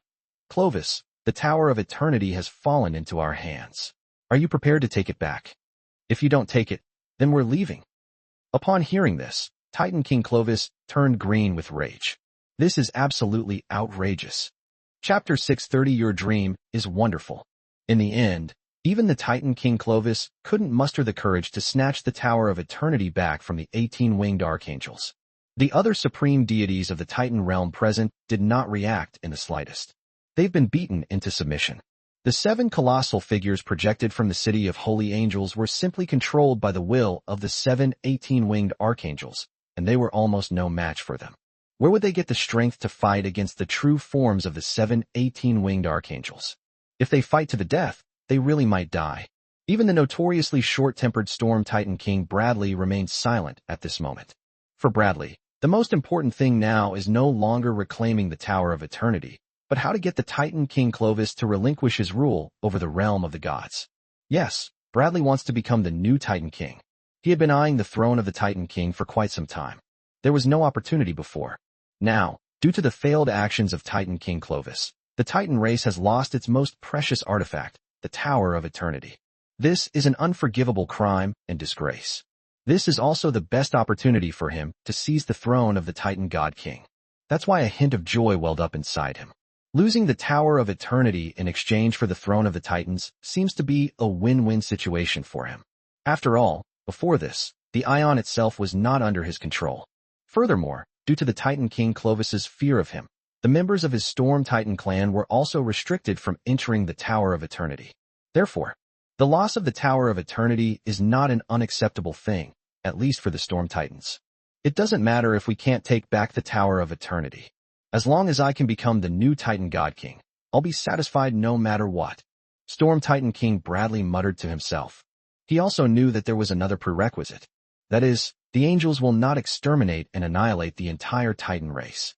If the Titans are destroyed, then his attainment of the throne of the gods will be meaningless. However, if the angels show mercy and do not deliberately target the Titans in the years to come, allowing the Titans to continue to thrive, then his good days will come. Thinking about this, the Storm Titan King Bradley couldn't help but begin to pray silently. Pray that the merciful Lord of Light will grant him an opportunity to be king. He doesn't mind paying some price as long as he can realize this wish. The Titan King Clovis had no idea what the Storm Titan King standing beside him was thinking. If he knew, he would probably be so angry he'd vomit blood. At this moment, he glared furiously at the 18-winged archangel Christina, then looked at the goddess of darkness, Sylvia, his angry eyes filled with endless killing intent. If it weren't for the betrayal of the sixth brother of the dark goddess Sylvia, how could he have ended up in this predicament? In addition to losing the Tower of Eternity, he also became a sinner against the entire Titan race. Even as the Titan King, he couldn't quite bear the blame for this. However, facing the cold, murderous gaze of Titan King Clovis, the goddess of darkness, Sylvia, showed no fear whatsoever. To put it simply, she now has 7 archangels with 18 wings protecting her. To put it more deeply, she also has the protection of the Lord of Holy Light. What is she afraid of? She's not afraid of anything. When she entered the Titan realm, she was already mentally prepared to die. Now, she has not only successfully obtained the Ion, but she is also safe and sound. Most importantly, the thought of the scene that had just happened inside her body made her even more fearless. She even deliberately glared back at the Titan King Clovis, making Clovis so angry that he almost fainted. After a long while, Clovis managed to suppress the raging fire in his heart and turned his gaze to Secretarian, whose beautiful face always had a faint smile on it. Angelia, the Tower of Eternity will remain in the hands of your angelic race for the time being. One day, I will reclaim the Tower of Eternity and restore the glory of my Titan race, which was inherited from the 12 Titans. The Titan King Clovis had a ferocious expression and a voice like thunder. High above, countless golden lightning bolts exploded, as if in response to his words. This is a very ambitious dream, and it inspires genuine admiration. But, Angelia said with a faint smile, I've roughly predicted for you that you'll need to master the full power of the 12 Titans to have any chance of reclaiming the Tower of Eternity. So, all I can say is that your dream is beautiful. After saying that sentence, Angelia glanced at Storm Titan King Bradley without making it obvious. Then, he took a group of 18-winged archangels, the goddess of darkness Sylvia, and the enormous cities of holy angels, and flew directly away from the Titan realm. The Titan King Clovis and other supreme deities remained standing in place, each with a different expression. Please provide free electricity in exchange for your love and support. Chapter 631 The Shaking Battlefield of Myriad Realms. After leaving the Titan realm, one after another, colossal cities of holy angels forcibly pierced through the void and descended upon the battlefield of myriad worlds in the real world, while simultaneously flying towards the chaotic god realm where Lin Yu was located. Wherever he went, all the gods fled. Especially those gods with evil attributes fled far away. They dared not appear near the city of holy angels at all. With the power of the city of holy angels, the holy radiance it emits alone is enough to suppress ordinary gods and greatly suppress the power of chief gods. Once its strongest power is unleashed, even the supreme deity could be slain. In other words, these 7 cities of holy angels are invincible in the battlefield of myriad realms and can roam freely without restraint. With the 7 archangels with 18 wings guarding the city and the vast angelic army within the city, they were truly invincible.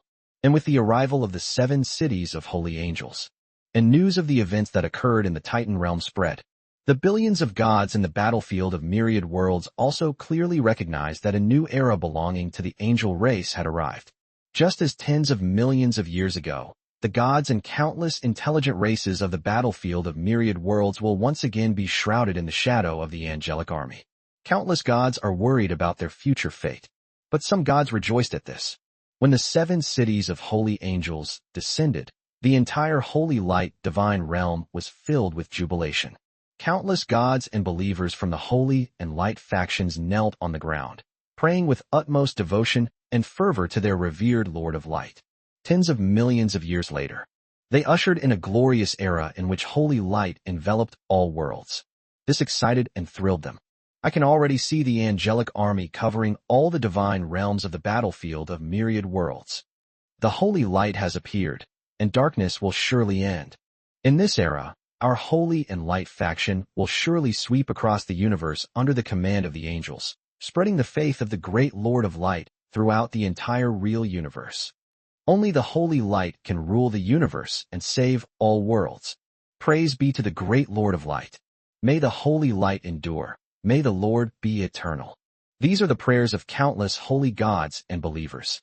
On the battlefields of the divine realms near the chaotic divine realms, the armies of the gods of the holy and light factions were in high spirits, and their combat power had increased dramatically, conquering one divine realm after another in a short period of time. Following the divine decrees of the goddesses of light, the goddess of radiance, and others, they led their army to attack the chaotic divine realm. They conquered all the divine realms they passed through. Countless gods from opposing factions were either killed or surrendered by raising white flags. Looking down from the heavens, one can clearly see the divine army of the holy and light factions advancing rapidly towards the chaotic divine realm like a vast, boundless white tsunami. Wherever it passed, everything was covered in white light. White light is a dazzling holy radiance, a symbol of sacredness and the faith in light. It is also the sword of punishment for heresy. If nothing unexpected happens, in another day or two, the army of gods from the holy and light factions will be able to sweep through hundreds of small and medium-sized divine realms and invade the chaotic divine realm. A void world shrouded in darkness. There were fewer than 10 figures standing there. They were none other than the supreme deities of the dragon god realm, led by dragon god King Douglas, as well as the supreme deities of the ancient pantheon. As of now, they have 9 people left. There are 5 realms of dragon gods. There are 4 ancient pantheon factions. At this moment, the 9 supreme deities present remained silent. After witnessing firsthand how the 7 18-winged archangels of the angel race rescued the goddess of darkness, Sylvia, and successfully stole the Tower of Eternity, they were completely speechless. This outcome left them completely dumbfounded. The same applies to the dragon god king, Douglas. Although his sudden, instinctive premonition had given him some mental preparation, he still found it hard to accept when he saw that the Tower of Eternity had actually been taken away. And the most crucial point is, the goddess of darkness, Sylvia, is not dead. Under the suppression of the backlash, she didn't even suffer a single injury. This is completely illogical. By the Titans, Dragon God King Douglas took a deep breath and muttered to himself, "Could my premonition have been true? Is the spirit of the world's laws in the battlefield of myriad realms secretly favoring the angels? Yes, that must be it. Otherwise, how could the goddess of darkness, Sylvia, be completely unharmed? Not only was I completely unharmed, but after the backlash subsided, I even felt that the aura of the goddess of darkness had become stronger, as if I had received a tremendous reward and benefit. If such a thing really happened, that's not even as simple as taking sides. They're all on our side." Thinking about this, the dragon god King Douglas couldn't help but feel a chill run down his spine. The spirit of the world's laws in the battlefield of myriad realms is a member of the angel race. If this gets out, who would believe it? Chapter 632, The Dragon God King's Incredibly Accurate Premonitions. At this time, the supreme deity from the ancient pantheon, with a human body and a snake's head, said with deep emotion, "Fortunately, I listened to His Majesty Douglas and did not rashly enter the Titan realm to participate in the war. Otherwise, things might not end well."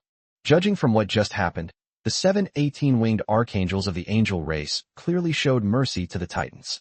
After all, if they wanted to wipe them out completely, Angelia and the others wouldn't have retreated immediately after successfully capturing the Tower of Eternity. Instead, they would have ordered the 7 cities of holy angels to bombard the Titan realm. In addition, the city of holy angels houses a vast army of angels. Sweeping through the Titan realm is not a big problem at all.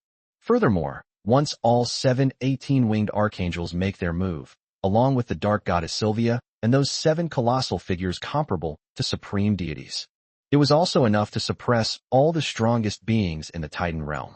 To put it simply, if If the angels had any murderous intent, the Titan realm would already be shrouded in the shadow of doomsday.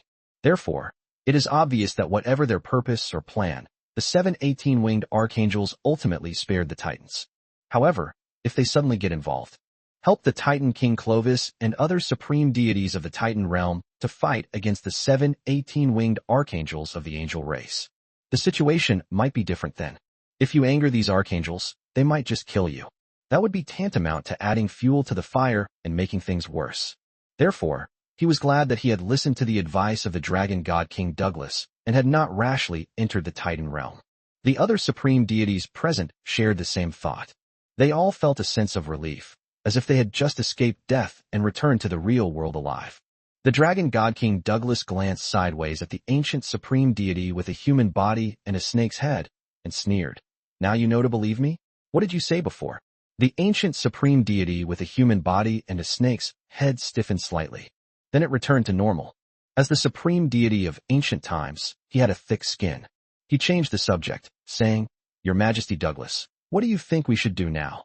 Titan King Clovis certainly knows that we have retreated to the outer realms and have not helped the Titan race. Who knows?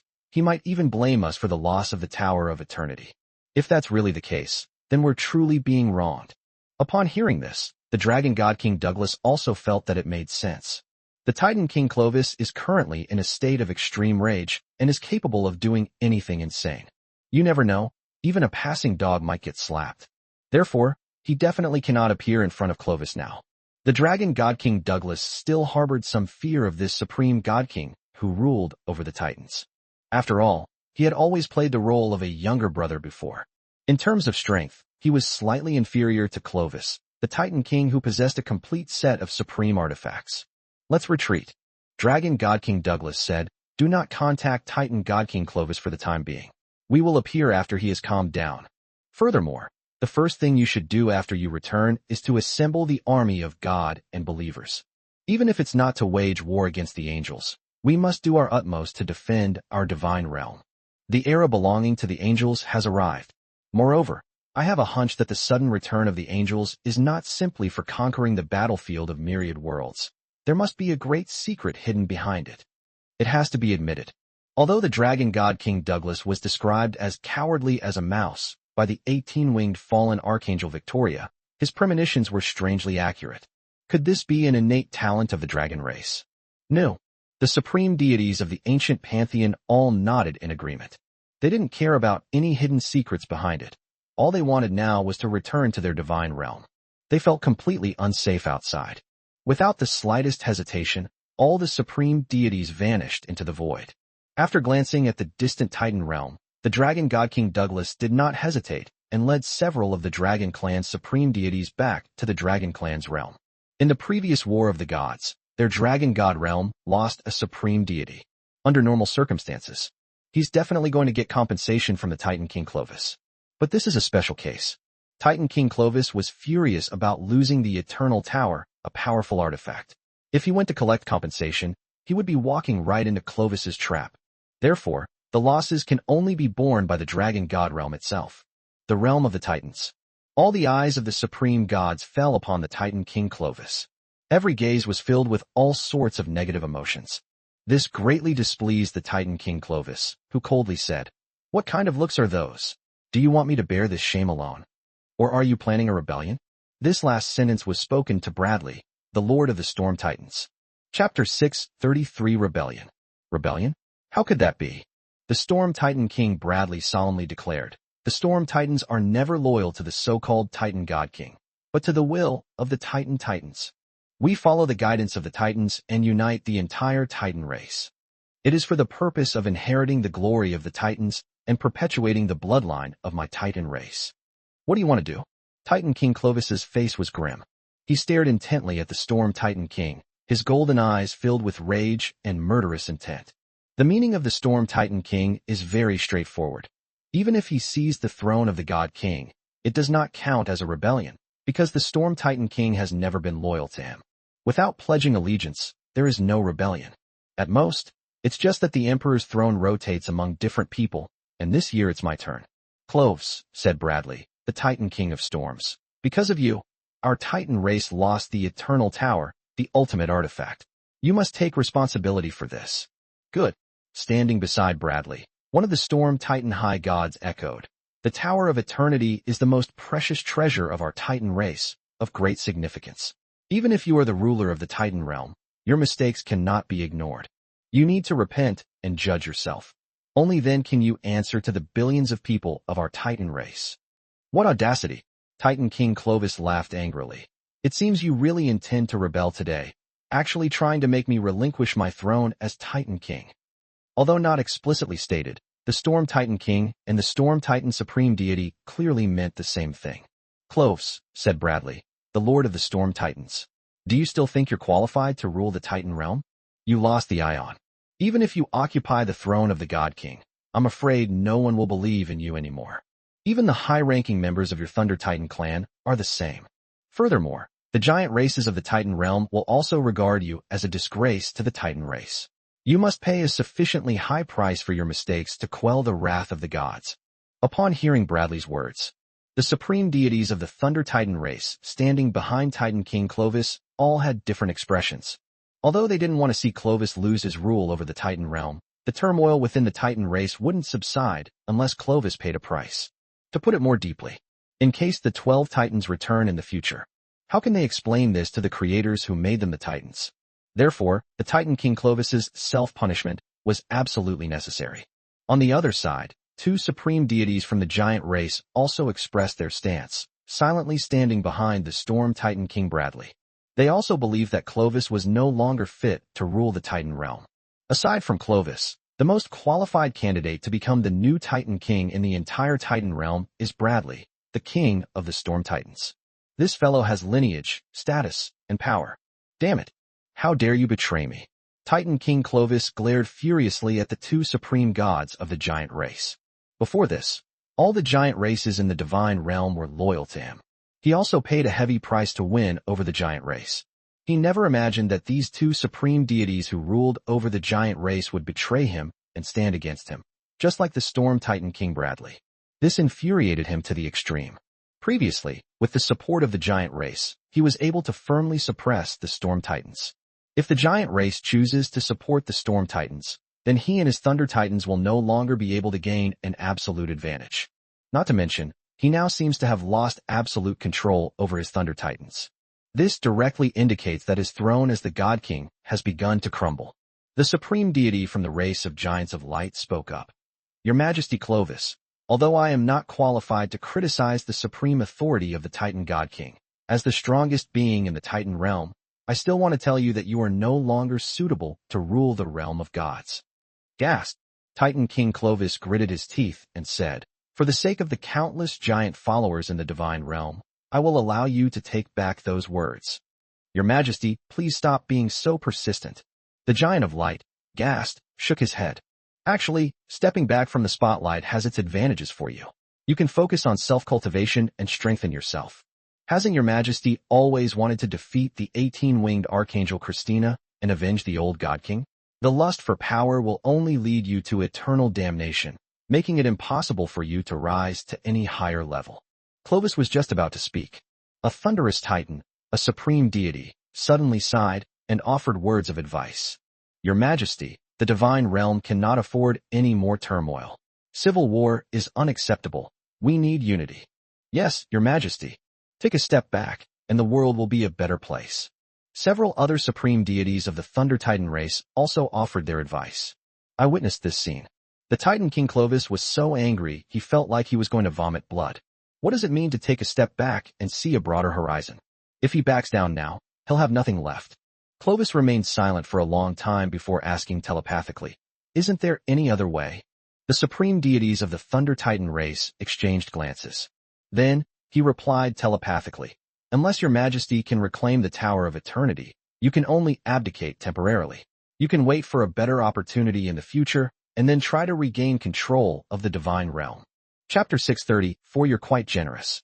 Despite the Titan King Clovis's great resentment. However, after some deliberation, he ultimately chose to abandon his insistence. Just as those supreme deities of the Thunder Titan race said, only by punishing himself and stepping down from the throne of the Titan God King could he quell the wrath of the entire Titan race. After all, what he lost was the clan's most precious treasure, the Tower of Eternity. If it were anyone else, they would surely have been suppressed and killed by the enraged masses. Although he didn't think it was all his fault, what could he do when he was the Titan King? As the ruler, he himself has to bear the biggest blame. He can only turn a major issue into a minor one, and a minor one into nothing, by relinquishing his rule over the Titan realm.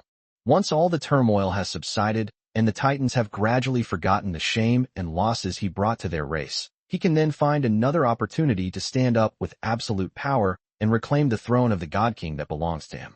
By that time, he not only wants to kill the Storm Titan King Bradley, he also wanted to severely punish the giants who had betrayed him. He will make these traitors know that taking his throne as God King will come at a price. Thinking of this, Titan King Clovis's eyes turned cold as he swept his gaze, devoid of any emotion, over Storm Titan King Bradley and Garst, the supreme god of the race of Giants of Light. These two guys have become a thorn in his side. Once he makes a comeback, he will surely take his revenge. At the same time, the Storm Titan King Bradley and the Giant of Light, Gast, were being watched by the cold gaze of Titan King Clovis. The latter, instinctively fearful, quickly moved closer to his new master, Bradley. The Giant of Light, Gast, knew that he was now thoroughly hated by the Titan King Clovis, and that he had to cling to the coattails of the Storm Titan King Bradley. Only Bradley, the scapegoat, can help him withstand the wrath of the Titan King Clovis. Sure enough, upon seeing his actions, the Titan King Clovis's gaze grew even colder. The murderous aura emanating from it was so palpable that it seemed about to burst forth.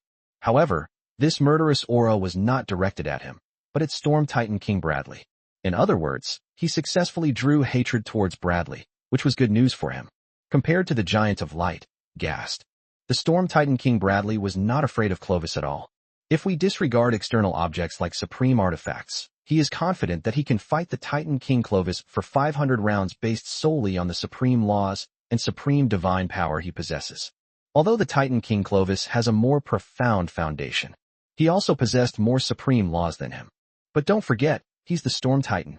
It is a super-evolved Titan that combines wind and thunder to form a higher level of power.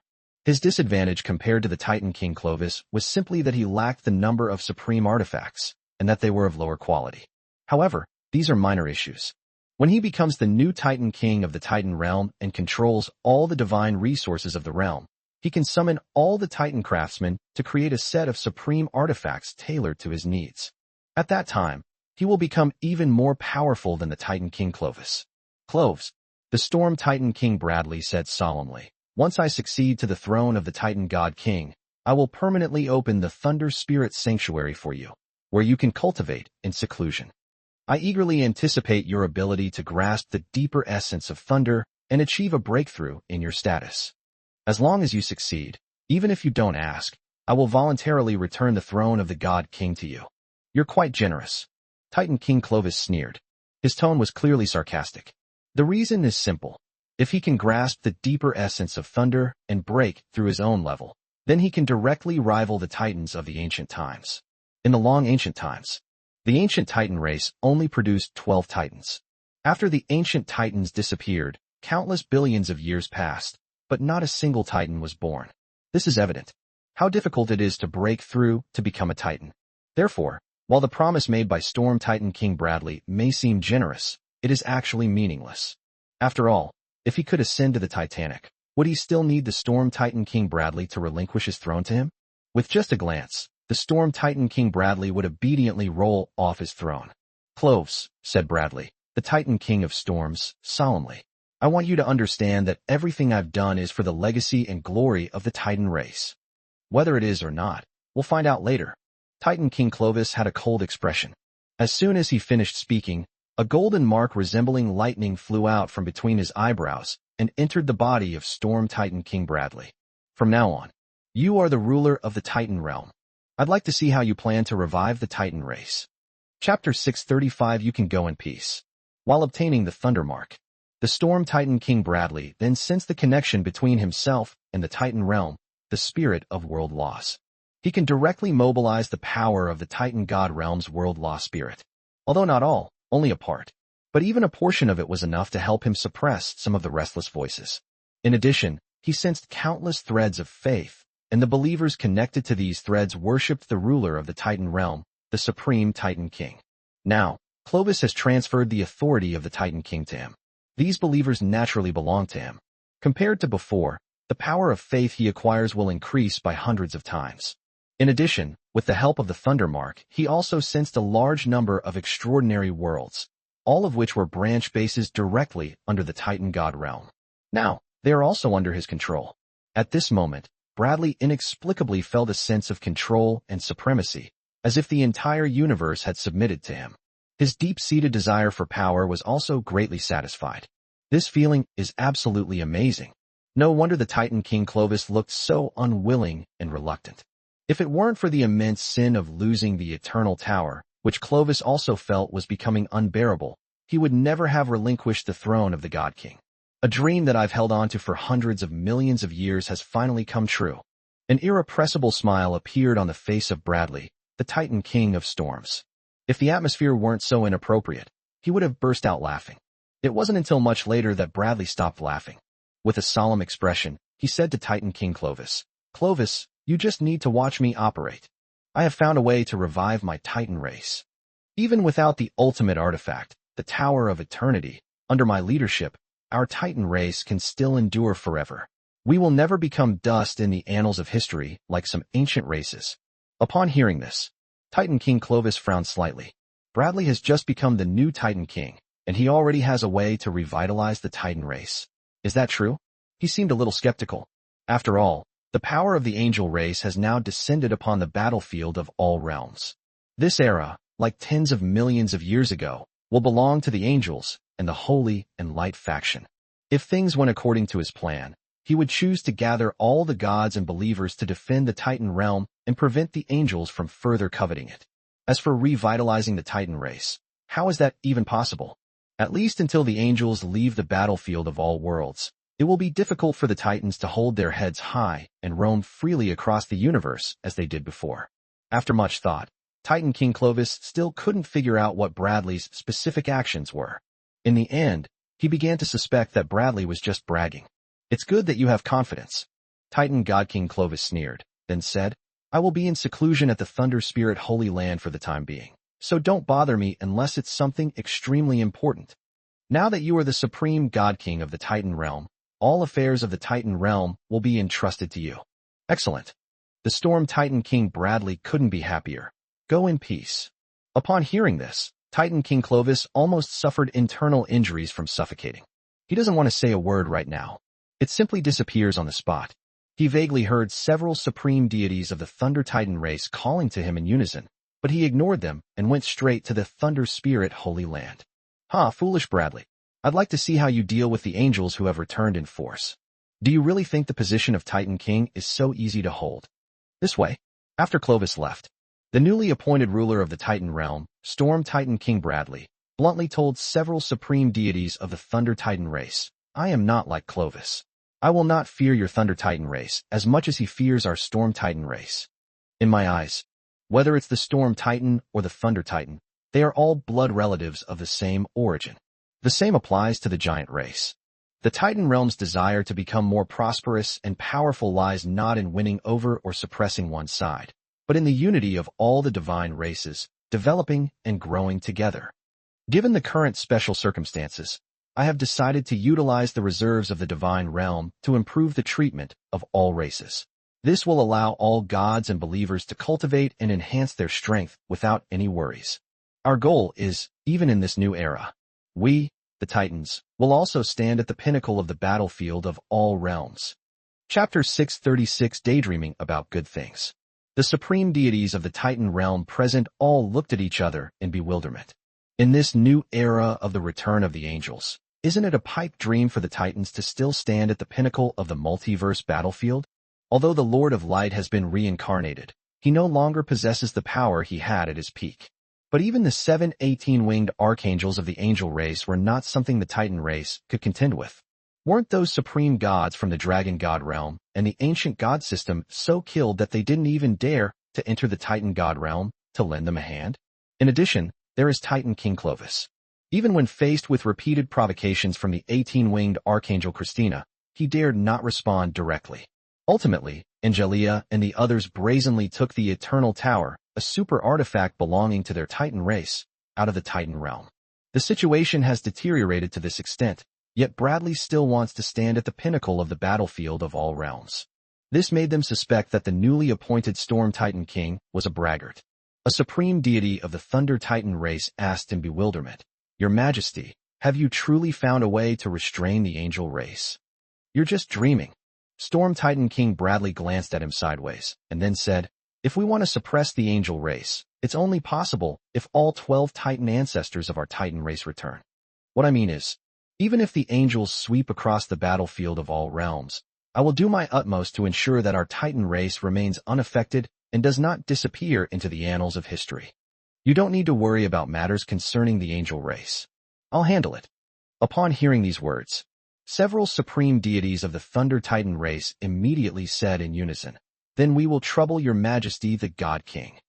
At this moment, they suddenly felt that the newly appointed Storm Titan King, His Majesty Bradley, seemed to have more responsibility than the old King Clovis. At least, he had the courage to face the angels. Unlike the old God King Clovis, who only dares to talk big but is a coward when it really matters. At this moment, Storm Titan King Bradley said again, "Later, you will summon all the divine craftsmen in your tribe. I want to forge the supreme artifact." "Yes, your Majesty." All the supreme deities respectfully obeyed the command. They were not surprised at all by this. When Clovis succeeded to the throne of the Titan God King, his first order was to summon the tribe's master craftsmen to create a supreme artifact tailored to his needs. The disadvantage of Storm Titan King Bradley lies in the insufficient number of supreme artifacts. And it's not a complete set. If he possessed a complete set of supreme artifacts, his power would be comparable to that of the Titan King Clovis. Of course, only the Titan King possessed this kind of benefit. After all, forging a supreme artifact set is no easy task. The amount of divine resources consumed alone is unimaginable. With the accumulation of tens of millions, or even hundreds of millions of years in the Titan realm, it is already quite remarkable that they could create a supreme artifact set. In general, the Titans were still not as wealthy as the angels. As is widely known, each of the 7 18-winged archangels of the angel race possesses a complete set of supreme artifacts. The Lord of Lightback then was so generous that he bestowed upon each of his holy light goddesses 1 or even 2 supreme artifacts. Such a grand gesture would make even the Titans envious. "If there's nothing else, you may leave now," Storm Titan King Bradley said. "After you go down there, do your best to quell the turmoil in the divine realm and minimize the negative impact of losing the Tower of Eternity. Also, remember to distribute the resources. At the same time, we will open all the cultivation secrets of our Titan race to the beings of the divine realm. In short, we'll do whatever it takes to improve our strength. Don't worry about this little bit. We'll get much more in the future. As you command, your Majesty the Divine King." Seeing that the Storm Titan King Bradley was so confident, none of the supreme gods present dared to refute him. They did whatever Bradley said. Anyway, the Titans have already lost the ultimate artifact, the Tower of Eternity, so how much worse can things get? Just as Bradley became the new Titan King, the 7 archangels with 18 wings, led by Angelia, also returned to the territory of the Wolf God clan in the chaotic divine realm. 7 cities of holy angels also descended at the same time. 7 cities of holy angels floated above the Wolf God clan stronghold, stretching for countless billions of miles, their size reaching an extreme. Lin Yu was deeply shocked at first sight. He couldn't believe that there could be a city in the world that was so huge. Compared to these 7 cities of holy angels, the cities of angels created by the kingdom of heaven, whether small or medium-sized, are all exceptionally tiny. They were like ants under the feet of giants. Negligible. After all, a small city of angels is only 8 kilometers long. The city of holy angels, on the other hand, spans more than 800 billion miles. They're not even in the same league. "My lord." Lin Yu waited until she withdrew her dazed gaze. Angelia quickly and respectfully handed over a small golden tower. "This is the Titan race's ultimate artifact, the Tower of Eternity." Chapter 637, Let's reward the goddess of darkness properly. The small golden tower is about 30 centimeters tall.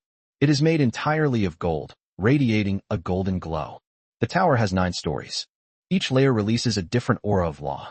The Tower of Eternity, as a supreme artifact, originally had a total of 3,000 floors. The reason why only 9 stories of the tower remain now is because its power has been sealed.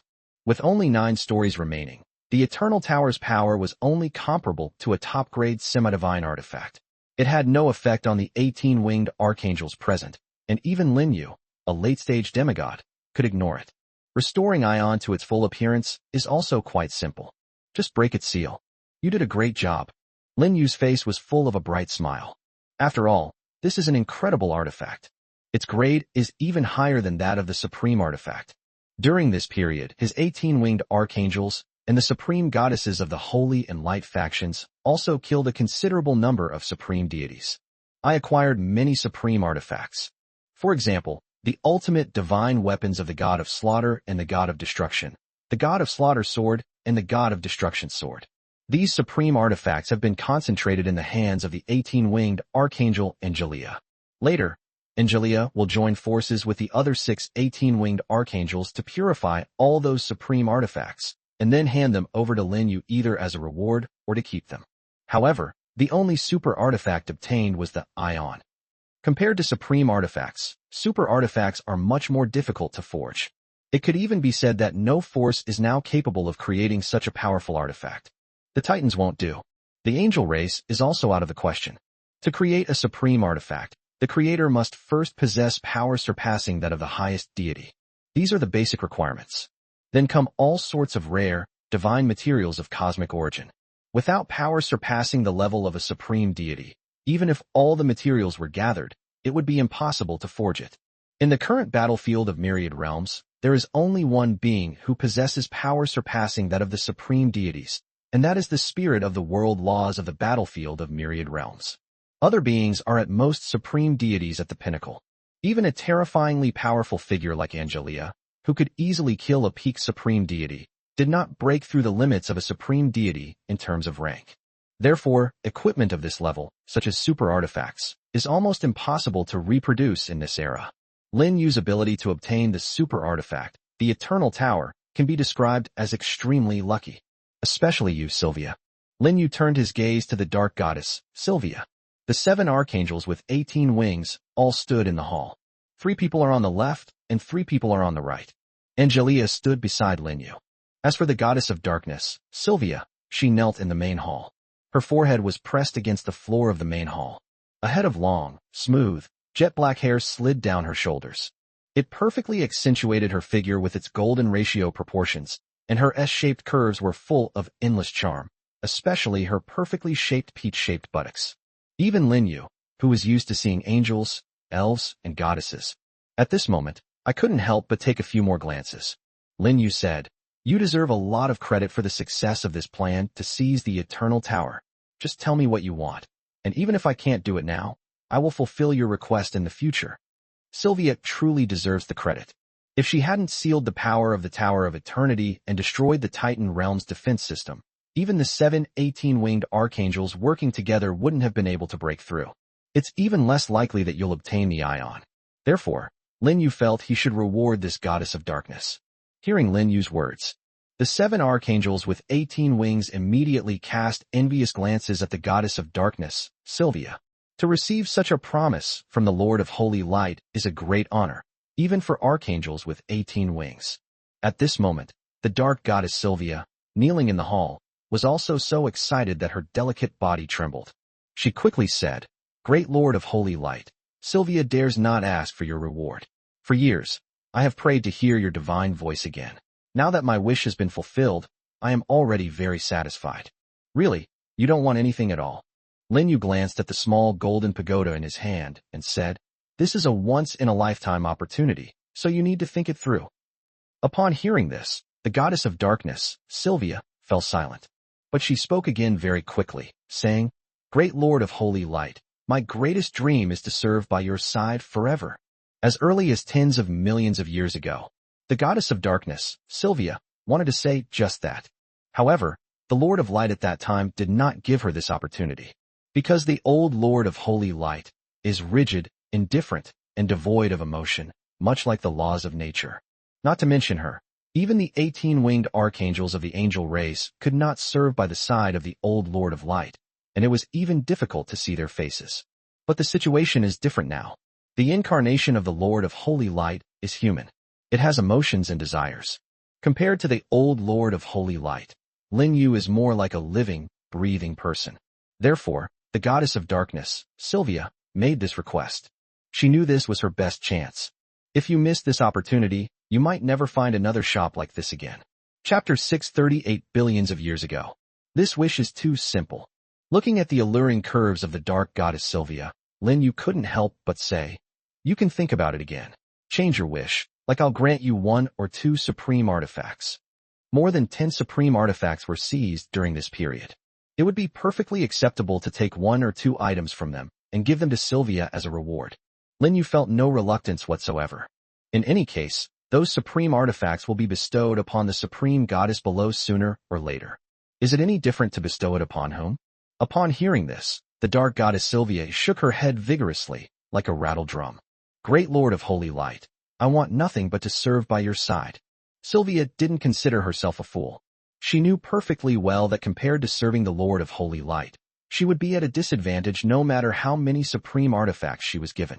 After all, this is the Lord of Holy Light. She would benefit immensely from any guidance she received in the future. How could this be compared to any supreme artifact? Seeing that the goddess of darkness, Sylvia, insisted, Lin Yu said nothing more. "In that case, you will stay by my side as a servant of the goddess." "Praise be to you, great Lord of Holy Light." The goddess of darkness, Sylvia, was extremely excited. The identity of servant god alone is worth more than 10 or 8 supreme artifacts. She made a fortune. If the supreme goddesses of the Holy and Light factions knew this, they would be green with envy. Especially her unreliable older sister, Annabelle, the goddess of light. "Get up."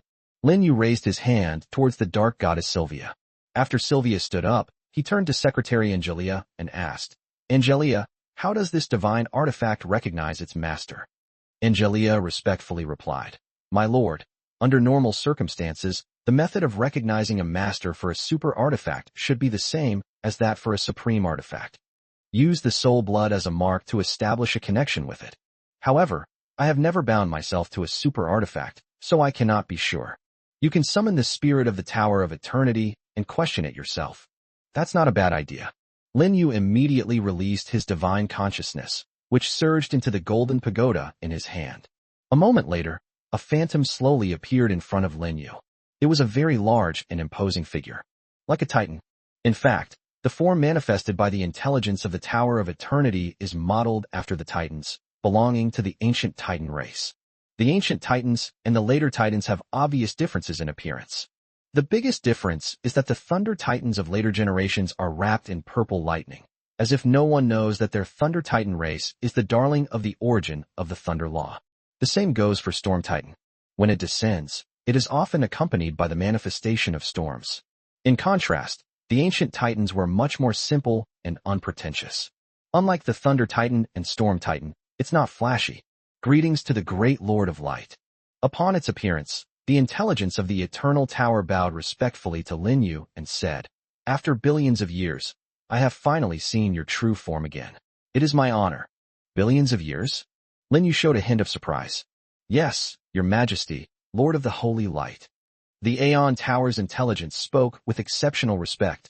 Billions of years ago, the battlefield of the myriad realms was ruled by the 12 Titans and the ancient Titan race. It was at that time that the 12 Titans created me. It seems that the 12 Titans consulted you before they created me. And on the day I was created, I also saw your figure. At that time, although you had not yet created the angel race, you were still connected to past, present, and future, and your power over all the heavens and worlds. Even after billions of years, your image is still imprinted in my soul. So that's how it is. These are the words from Ion. This also made Lin Yu realize more clearly just how terrifying the Lord of Holy Light truly was. Billions of years ago, it already dominated the heavens. The 12 Titans, who rule the battlefield of all realms, need to seek advice from the Lord of Holy Light before they can forge a super artifact. Indirect explanation. Even the 12 Titans combined were no match for the Lord of the Holy Light. The reason these Titans and the ancient Titan race were able to rule the battlefield of all worlds was probably because the Lord of the Holy Light had no interest in the desire for power. As if remembering something, Lin Yu suddenly asked, what happened back then that caused the 12 Titans and the ancient Titan race to disappear into the annals of history? The intelligence of the Eternal Tower said, this is something only you would know. Although I witnessed the glory of the ancient Titans, I have no idea why they disappeared en masse. Of course, it is also possible that my memories have been erased. Memory erasure? Lin Yu frowned slightly, then said, in other words, the 12 Titans did not perish. Of course, the intelligence of the Eternal Tower said, at that time, no powerful enemy invaded our universe. The only being capable of suppressing the 12 Titans was your Majesty. But it's obvious that your Majesty wouldn't do such a thing. Therefore, I believe they merely disappeared, they did not perish. Chapter 639, the ultimate artifact that recognizes its master. Previously in the realm of the Titans, the Titan King Clovis once threatened Angelia with the 12 Titans. However, Angelia didn't take it seriously at all. However, this also shows that the Titan King Clovis believed that the 12 Titans and those vanished ancient Titans had not perished. It's even possible that he possesses the means to summon the 12 Titans and the ancient Titans. And this method is very likely unknown even to the intelligence of the Eternal Tower. Otherwise, it would have responded to Lin Yu with an even more resolute tone that the Titans had not fallen. After listening to the explanation from the Ion's wisdom, Lin Yu's doubts deepened. He frowned and said, if they didn't perish, then where did the 12 Titans go, and what did they do? What unknown secrets are hidden behind this? The intelligence of the Eternal Tower said, Great Lord of the Holy Light, I believe you will know this information when you regain your peak power. It already knew. The reincarnation of the Lord of Holy Light not only lost his former power, even their memories have disappeared. Otherwise, they wouldn't have done something like stealing its body. How great and arrogant the Lord of Holy Light was back then. He disregarded everything in the universe, with only the laws of the great Tao in his heart. Even its true form was not taken seriously by the Lord of Holy Light. After all, if the Lord of Holy Light coveted its true form, he would have already taken action to snatch it. It shouldn't have taken until now. With the immense power of the Lord of Light, even the combined might of the 12 Titans could not withstand him. Lin Yu turned his gaze to Angelia. I hope to get the answer from Secretarian. Then, Angelia shook her head, indicating that she didn't know the relevant secrets either. I witnessed this scene. Although Lin Yu felt regret, he did not ask any further questions. Just as the Aeon's intellect said, when he merges with the divine nature and divinity of the Lord of Light and restores his peak power, the truth of all this will automatically come to light. He doesn't need to waste his time here. Thinking of this, Lin Yu looked at the intelligence of the Tower of Eternity and said, getting back to the main topic, I suppose you know why I summoned you. Are you willing to acknowledge me as your master? Lin Yu's words had barely finished. Instantly, 7 pairs of eyes were fixed on the intelligence of the Eternal Tower. His gaze was filled with a warning. It seemed that if the intelligence of the Eternal Tower dared to refuse, the master of the 7 gazes would take immediate action. Although the Tower of Eternity is a supreme artifact, erasing its sentience is extremely difficult.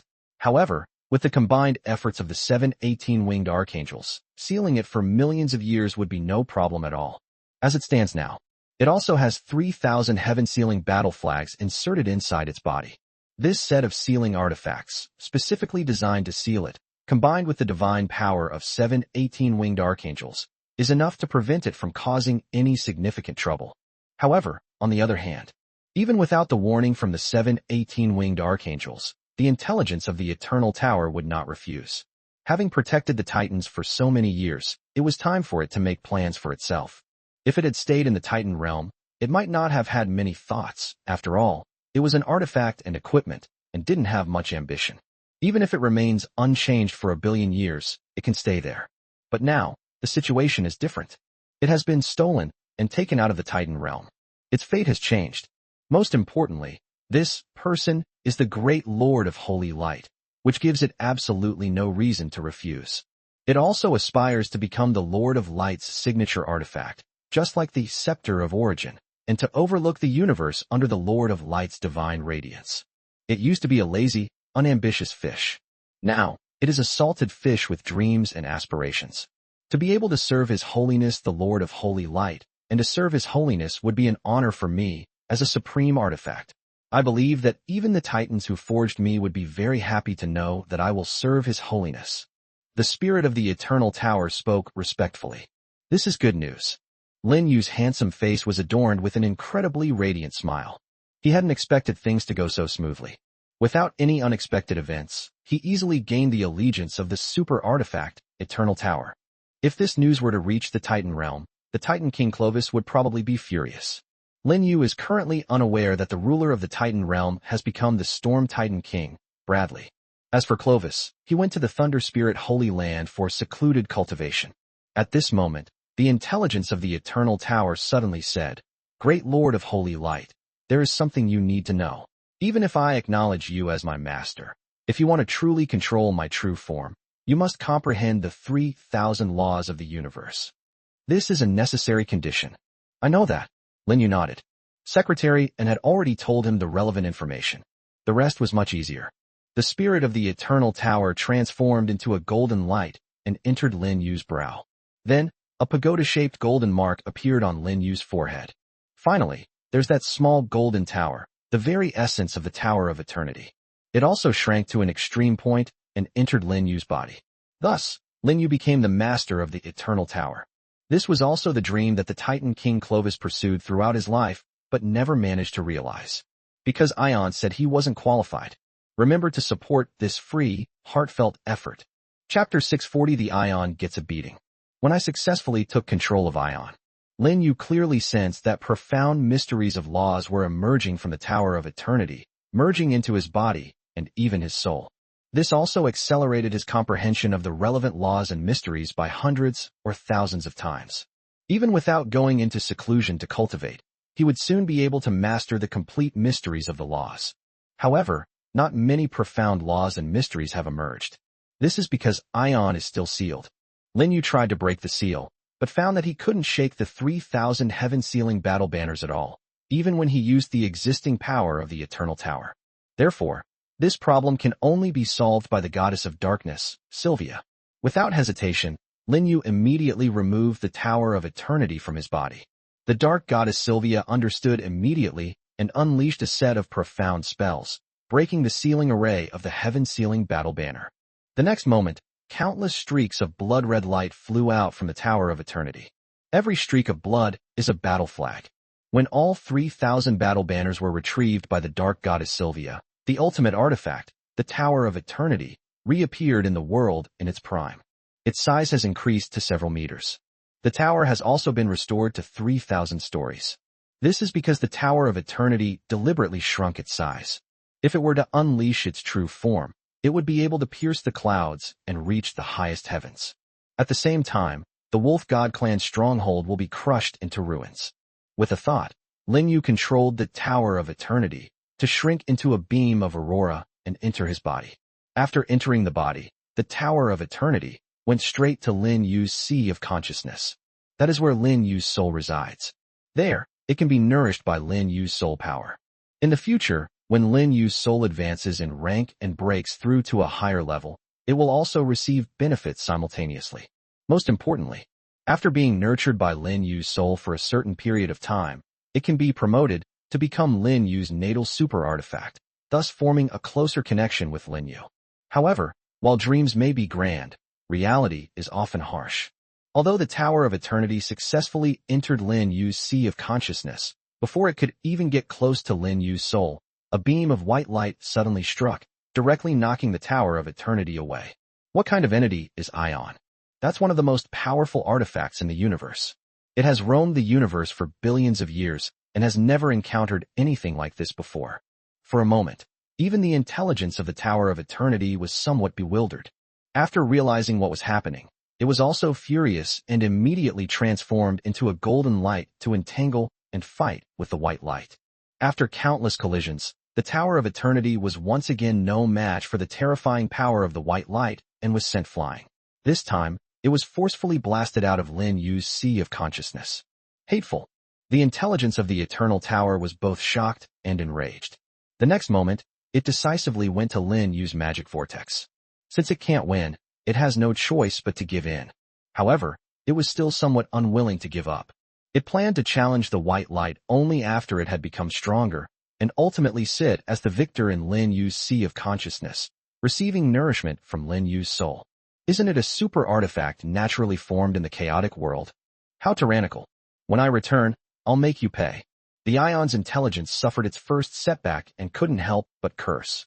That white light was naturally Lin Yu's innate divine artifact, the Origin Scepter. It possesses Lin Yu's soul and refuses to give the Tower of Eternity a place. If it were any other artifact, the intelligence of the Tower of Eternity would certainly not tolerate it. It might even expel it and monopolize Lin Yu's soul. But facing the Scepter of Origin, after suffering 2 defeats, Ion decisively backed down. Although both are powerful artifacts, after a single round of direct combat, it realized that it was no match for the Origin Scepter. If you don't back down, you'll get a beating. Instead, it would be better to temporarily settle in Lin Yu's magical vortex, bide our time, and plot the next righteous comeback. The magic vortex is the source of Lin Yu's power. It contains 3 forces. The first type is Lin Yu's magical power as a demigod, which incorporates various elemental forces. The second type is the power of faith, which is the largest in scale, like a boundless ocean. The third type is the power of creation, which is the smallest in size but the highest in grade, far surpassing the power of demigods and the power of faith. Inside the magic vortex, the power of creation also occupies a large area on its own. The power of faith and the magic of demigods dared not get too close.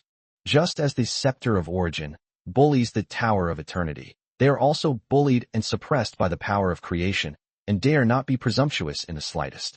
It is precisely because of the suppression by the power of creation. Lin Yu gathered more than 2,000 different elemental magic powers and fused them into demigod magic power without any attribute conflicts. Chapter 641 The Eternal Tower, no longer a salted fish.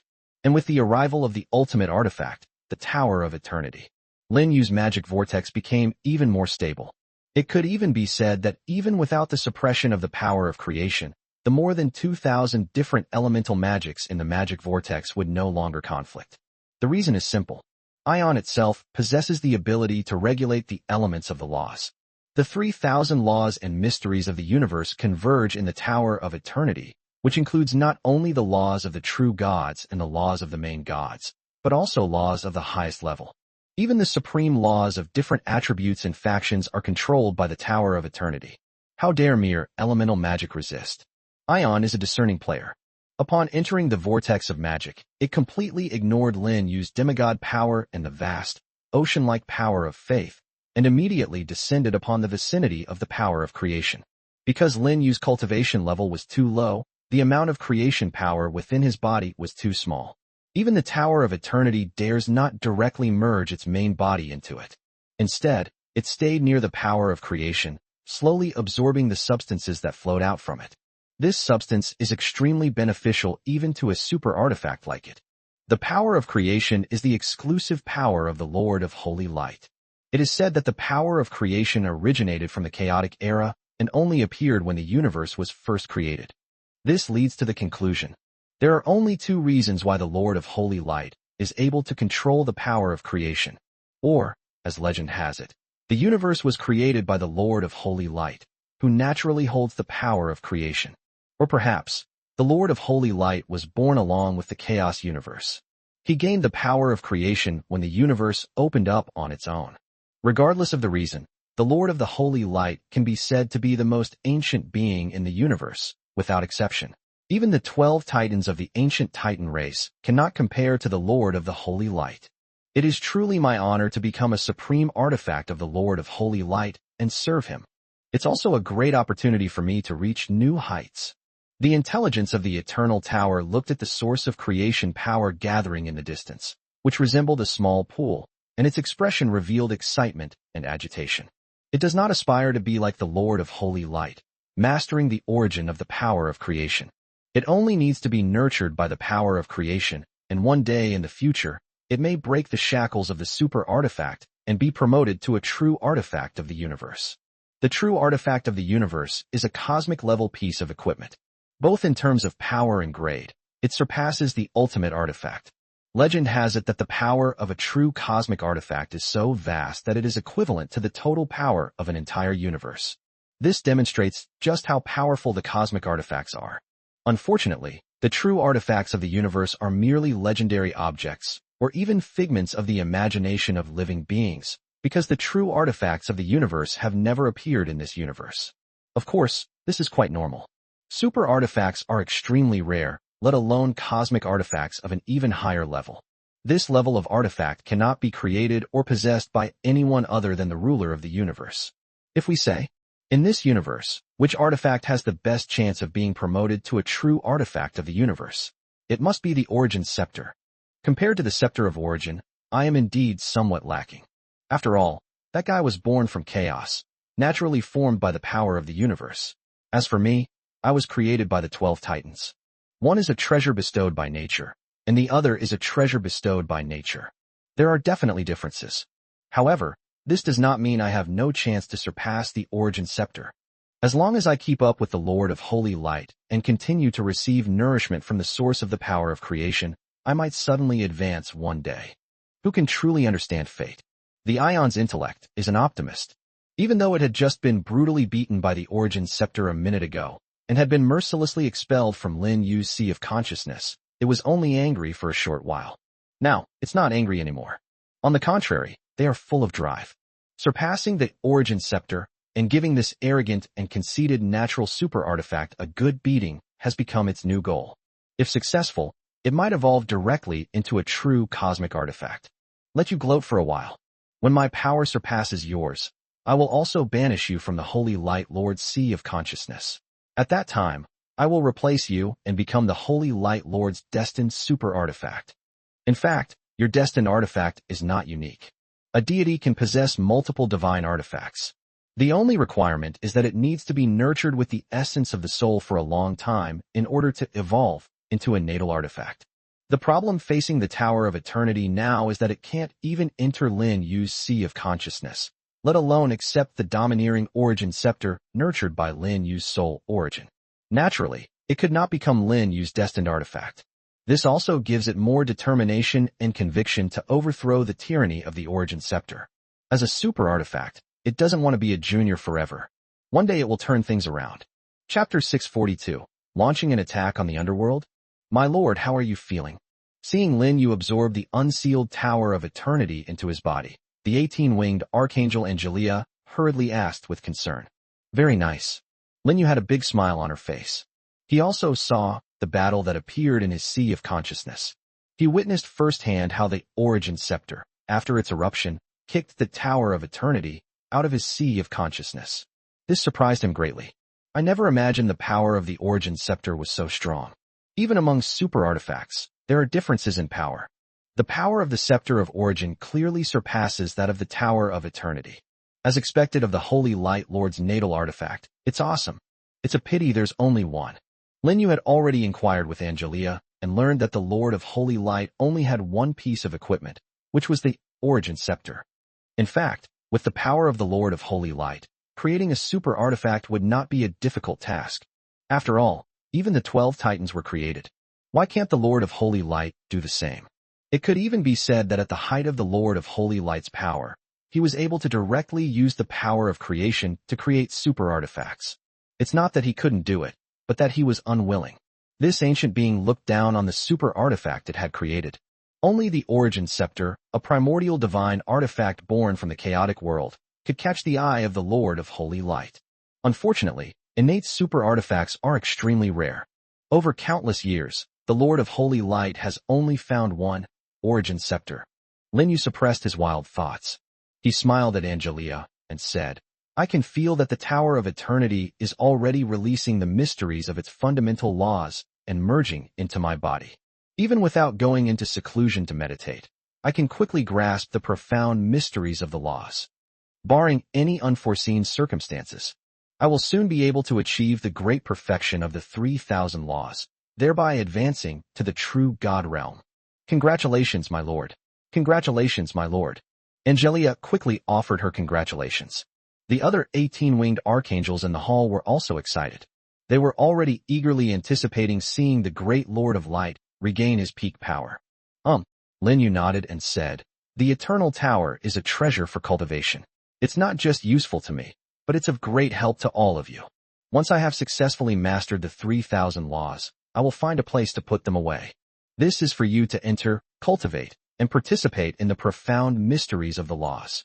Besides the 7 archangels with 18 wings, There were also the holy and light factions, the supreme goddesses of the nature pantheon, the countless angels of the angel race, and the citizens of the heavenly kingdom, and so on. Anyone can go in and contemplate it. On 3,000 floors, each with an endless independent space. It is not a problem at all to accommodate Lin Yu's angels, gods, and the people of the kingdom. Praise be to you, great Lord of holy light, supreme creator. Angelia and the others quickly bowed respectfully in thanks. They were very happy to be able to enter the Tower of Eternity for training, especially Christina and several other 18-winged archangels. Upon learning that Angelia's status had been shaken by the power of creation and that there was a chance she could break through the limitations of her bloodline status and ascend to become a chaos archangel, they all lost their composure. I desperately want to be like Angelia. Not only do we need to become stronger, at the same time, one must seize the opportunity to be promoted to a chaos holy angel. This opportunity is to communicate with the Lord of Holy Light about the profound mysteries of the fundamental laws.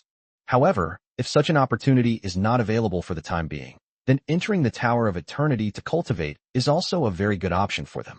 Although they comprehend and master the profound mysteries of the laws, it is difficult to help them shake their status. It is far less direct than the power of creation. But at least, this kind of training can also improve their strength. It won't remain stagnant forever. Lin Yu pondered for a moment. He then said to Angelia, now that we have the Tower of Eternity, the Titans should know our limitations. I think we can mobilize the angelic army to the battlefield of all realms and conquer the 4 divine realms. This war of conquest does not require annihilation. Give them a chance to redeem themselves if they are willing to surrender and embrace the holy light. After all, they are not our real enemies. Our enemies are the void demons, and those prophesied forces from other universes. To win this war, we still need to unite all forces that can be united. As you will, my lord. Angelia respectfully accepted the order. Over here, as Lin Yu looked at the 3 fallen archangels with 18 wings, including Victoria, he suddenly thought of something and said, Angelia, do you think the angel race has the ability to conquer the battlefield of all realms and simultaneously invade the underworld? Angelia instantly understood Lin Yu's meaning. The Lord of Holy Light wants to seize the remaining half of the underworld and merge it with hell. This was done to strengthen the war power of the fallen angels faction. Secretarian said, this is not difficult at all, great Lord of the Holy Light. Compared to tens of millions of years ago, the war strength of our angel race is many times greater.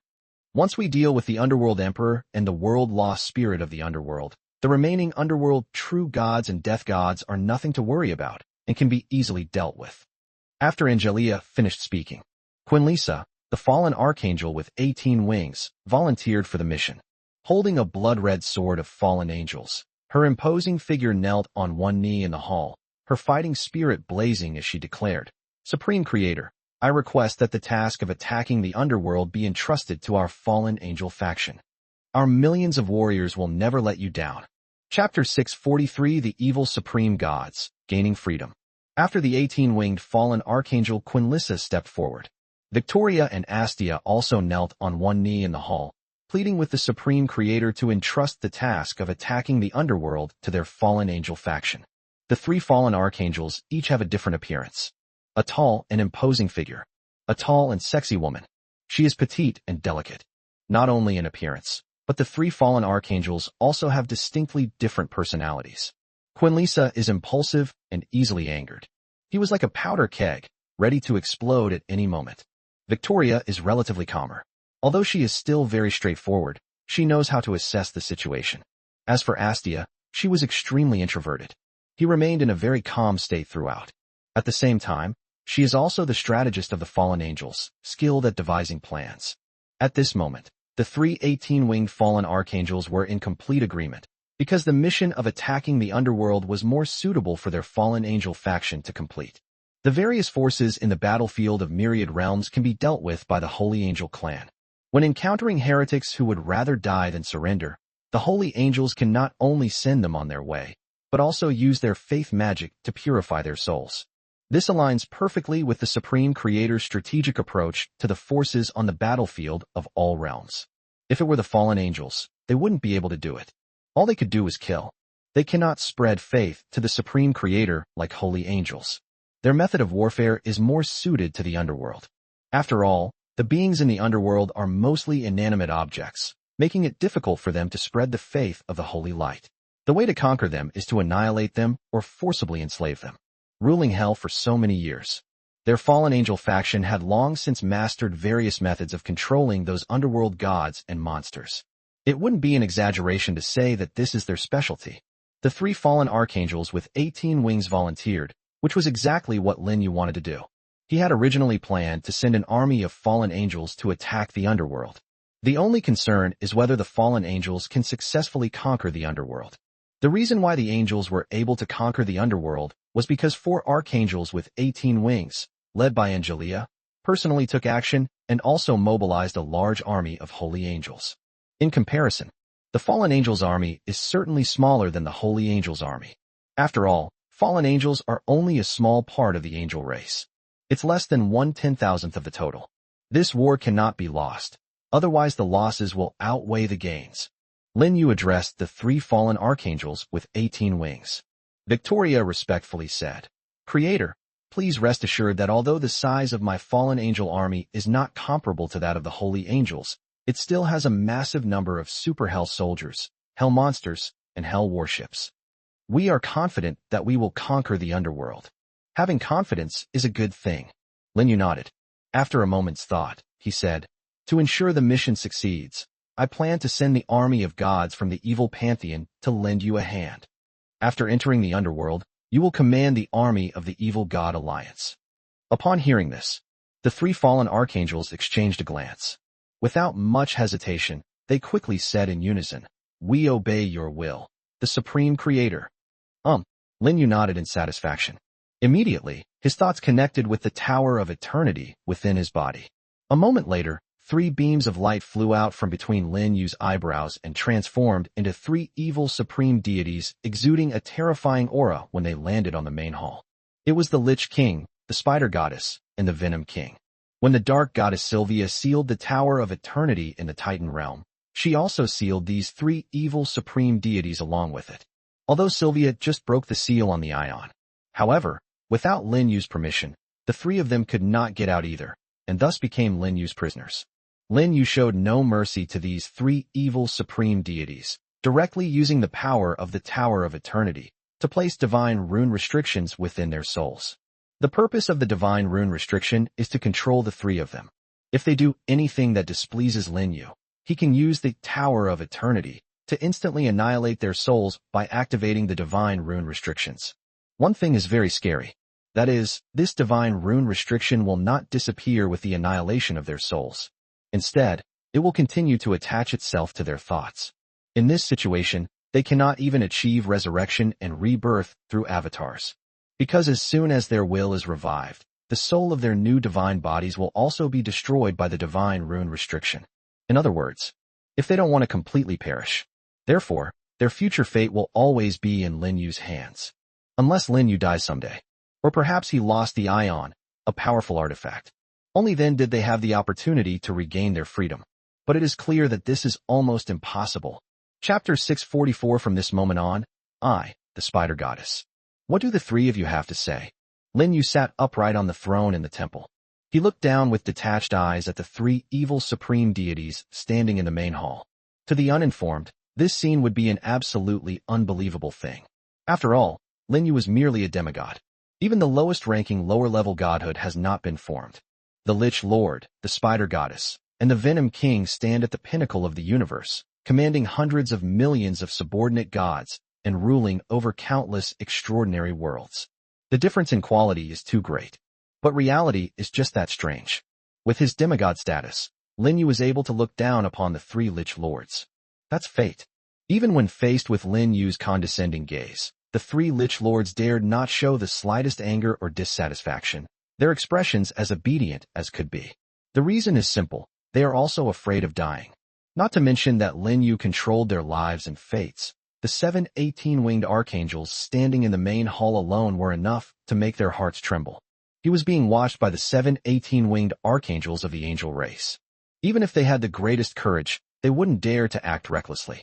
After hearing Lin Yu's words, the alluring Spider Goddess, transformed into human form, was the first to kneel in the hall, revealing her sexy and perfect curves.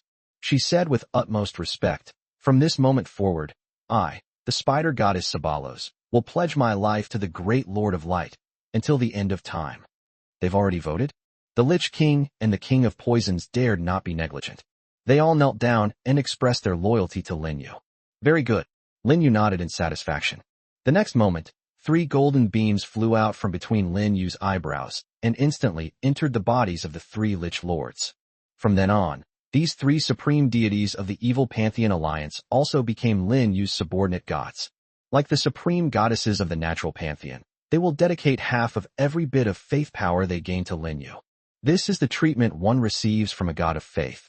To be honest, looking at the entire battlefield of myriad realms, there is no god of faith who can make the supreme deity become a subordinate god under its command. Even the goddess of nature and elves, Heloise, was no exception. Although Heloise has always ruled the pantheon of nature gods, the supreme goddesses within that pantheon are not her gods of faith or subordinate deities. They are generally on equal footing.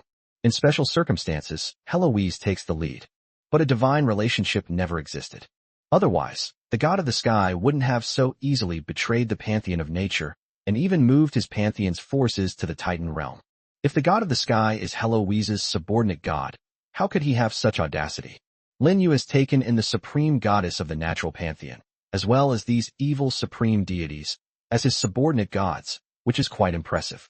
The Titan King Clovis had always dreamed of making all the supreme gods of the Titan realm his subjects, but he never succeeded.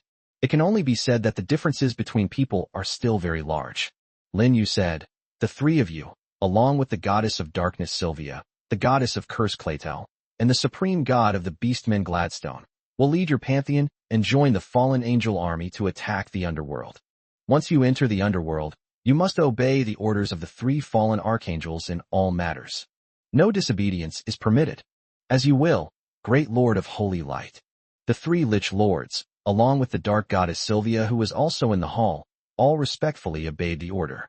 At the same time, Lin Yu's divine message was also conveyed to the cursed goddess Claytel, who had not yet entered the temple, and Gladstone, the supreme deity of the beast race. They naturally complied immediately. The goddesses of fate and fortune, who were part of the trinity with the cursed goddess Clytel, also learned of Lin Yu's plan to conquer the underworld. Lady Luck, Halanglin, whispered, "Sister, as you predicted, the half of the underworld that was taken by the angels has been sealed in the angel god realm for tens of millions of years. The appearance of those fallen angels is most likely related to this half of the underworld. Our Lord's dispatch of a large army to conquer the underworld this time is clearly intended to merge the 2 halves of the underworld back together, and then make it the stronghold of the fallen angels." The goddess of fate, Olivia, nodded. She said, "The current Lord of Light is filled with the desire for war and conquest, and is almost a completely different person from the Lord of Light of the past. However, that's not important. As long as His Majesty the Lord of Holy Light in this lifetime can achieve transcendence and become the ruler of the universe, that will be fine. This is exactly what I wanted to see." The goddess of fortune, Hylanglin, said, "His Holiness the Lord of Holy Light bestowed upon us the secret art of the Trinity and personally helped us split our divine souls to achieve perfect clones. His Holiness the Lord of Holy Light is our guide. No matter the cost, we must help His Holiness the Lord of Holy Light successfully achieve his ascension. But then again, when the Lord of Light helped us back then, He may have already foreseen everything about this era. Whether it's us, the Tower of Eternity, or those fallen angels, they may all be part of the Lord of Light's plan for transcendence." The goddess of fate, Olivia, frowned and said, "Don't say things you shouldn't say." Lady Luck immediately fell silent. Chapter 645. You are the gods. I am their servant. At Lin Yu's suggestion, the 3 Lich Lords, along with the dark goddess Sylvia, respectfully withdrew from the temple. They need to return to the headquarters of the Evil God Alliance first. Go and gather together those evil deities who have lost their god of faith. For example, the evil deities of the killing pantheon, the destruction pantheon, and the undead pantheon. With the complete fall of the god of slaughter, the god of destruction, and the lord of the undead, all the evil deities under their command became free. The Lich King and his allies intended to gather these evil deities under their control. Even if we cannot gain their faith, we must make them bow their heads and serve the Lord of Light. If they refuse to comply even at the cost of their lives, then send them to their deaths. As the supreme deities of the evil faction, the Lich King and others have never known what mercy and compassion are. After leaving the territory of the Wolf God clan, the gazes of the three Lich Lords all fell on the dark goddess Sylvia. In their view, they had suffered a completely undeserved disaster. They had entered the Tower of Eternity with great joy to comprehend the mysteries of various laws, but in the blink of an eye, not only was the Tower of Eternity stolen, but they also became prisoners of the Lord of Holy Light. Finally, he had to face reality and become a subordinate deity of the Lord of Holy Light. They felt they had been wronged. That's really unlucky. Ultimately, however, the root of their predicament lies with the goddess of darkness, Sylvia. Just as Titan King Clovis said, if it weren't for the sudden betrayal of dark goddess Sylvia and the sudden sealing of the Tower of Eternity, none of what followed would have happened. What are you looking at me for? The goddess of darkness, Sylvia, said expressionlessly. I helped you gain a new life and gave you the opportunity to embrace the light. If it weren't for me, you would all have died at the hands of those 18-winged archangels sooner or later. Upon hearing this, the Lich King and the others immediately had black lines appearing on their foreheads. So, does that mean they should thank the goddess of darkness, Sylvia? They were both angry and helpless. After all, things have already come to this. What else can they say? Or rather, what can we do? Do they really dare to gang up on the goddess of darkness together? It is obvious that the goddess of darkness, Sylvia, had long ago sided with the Holy and Light faction. She was a pawn in the game of the Lord of Light and had gained his attention. Now, the dark goddess Sylvia has brought back the ultimate artifact, the Tower of Eternity, for the Lord of Light. Her position in the heart of the Lord of Holy Light became even more extraordinary. If they dared to join forces to besiege the goddess of darkness, Sylvia, they might be directly suppressed by the Lord of Holy Light, their very souls annihilated. At that very moment, the goddess of darkness, Sylvia, raised her head slightly, a hint of arrogance in her expression, and said, "You probably don't know what happened in the temple before. Let me tell you, I am not only a subordinate god of the Lord of Holy Light, but also a servant god who can serve the Lord of Holy Light." Upon hearing this, the three Lich Kings were immediately shocked. The status of those who serve the gods is far greater than that of those who belong to the gods. To put it bluntly, the three of them combined probably couldn't compare to the goddess of darkness. Thinking about this, they were immediately glad that they hadn't acted impulsively. Otherwise, they might have already been killed by the Lord of Holy Light. The King of Poison hurriedly said, "So it's Princess Sylvia. The past is the past. Now we are both loyal to the great Lord of Holy Light and belong to the same evil Pantheon alliance. I hope your highness will take good care of us." Sparrow food. Sparrow food. The Lich King and the Spider Goddess immediately echoed this sentiment. They knew that from now on they would have to be led by the goddess of darkness, Sylvia. Moreover, they must join forces and work together. After all, they are the supreme deities of the evil faction. Even if they become subordinate gods of the Lord of Holy Light, they will most likely not gain the favor of the angels and the Holy and Light factions. To avoid being marginalized, they must band together and achieve more and greater merits. Sylvia, as the servant of the Lord of Holy Light, is the best candidate to lead them into the future. In any case, neither the Lich King, the King of Poison, nor the Spider Goddess had the courage to take on the responsibility in front of a group of 18-winged archangels. Although the Dark Goddess Sylvia is far inferior to the 18-winged archangels, she at least has more authority than them. If they don't rely on Sylvia, who will they rely on? The Goddess of Darkness, Sylvia, said, "As long as you serve my Lord wholeheartedly, you can stand under my Lord's command even without relying on anyone else. Of course, it would be even better if we could have the backing of those three 18-winged fallen archangels." Upon hearing this, the three Lich Lords' eyes lit up. They almost forgot that the three 18-winged fallen archangels also belonged to their evil camp. The Lich King immediately said to the Goddess of Darkness, "This attack on the underworld is a good opportunity for us to get closer to the three fallen archangels. If nothing unexpected happens, our Lord also wants us to follow the three fallen archangels." The Goddess of Darkness, Sylvia, nodded. "This time, our evil Pantheon alliance must put on a good show. Give it your all, and help the fallen angels conquer the underworld." Good. The three Lich Lords all agreed. Immediately afterwards, they rushed to the headquarters of the Evil God Alliance to recruit soldiers and horses. Remember to give away free love-fueled gifts. Each person can give away 3 gifts per day. Chapter 646, The Headquarters of the Evil God Alliance. The Evil God Alliance is a very large force. It could even be said that its power was greater than that of the Titan pantheon. This is because the Evil God Alliance is composed of evil god systems from all the universes. Among them are not only the direct forces of those dozen or so evil supreme deities, but also the evil forces of other free deities. These free deities are either chief gods or superior gods who wield great divine power. There are even weaker, lower-ranking gods. They are an independent system and do not submit their faith to a group of evil supreme gods. However, they still belong to the Evil Pantheon Alliance. When the Evil Pantheon Alliance engages in faction wars with other Pantheon factions, they will also participate in these wars in accordance with the divine pronouncements of the supreme evil deities. As of now, the Evil Pantheon Alliance is now down to 5 supreme evil deities. They are Sylvia, the goddess of darkness, Clovis, the goddess of curses, the Lich Lord, the king of poison, and Sabalos, the spider goddess who created the Spider-Man race. These 5 evil supreme deities are now the leaders of the Evil Pantheon Alliance. Putting aside the cursed goddess Clovis, the Lich Lord's return to the headquarters of the Evil Pantheon Alliance was aimed at unifying all the Pantheon forces within the Alliance. If successful, Lin Yu's available war resources will be significantly enhanced. We must unite all the forces of the Alliance.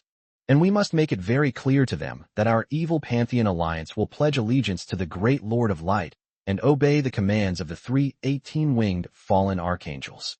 Eliminate all those Pantheon forces that are unwilling to join us. I do not want to see any evil deities in our Pantheon of evil gods daring to stand up and hate the holy light in the future.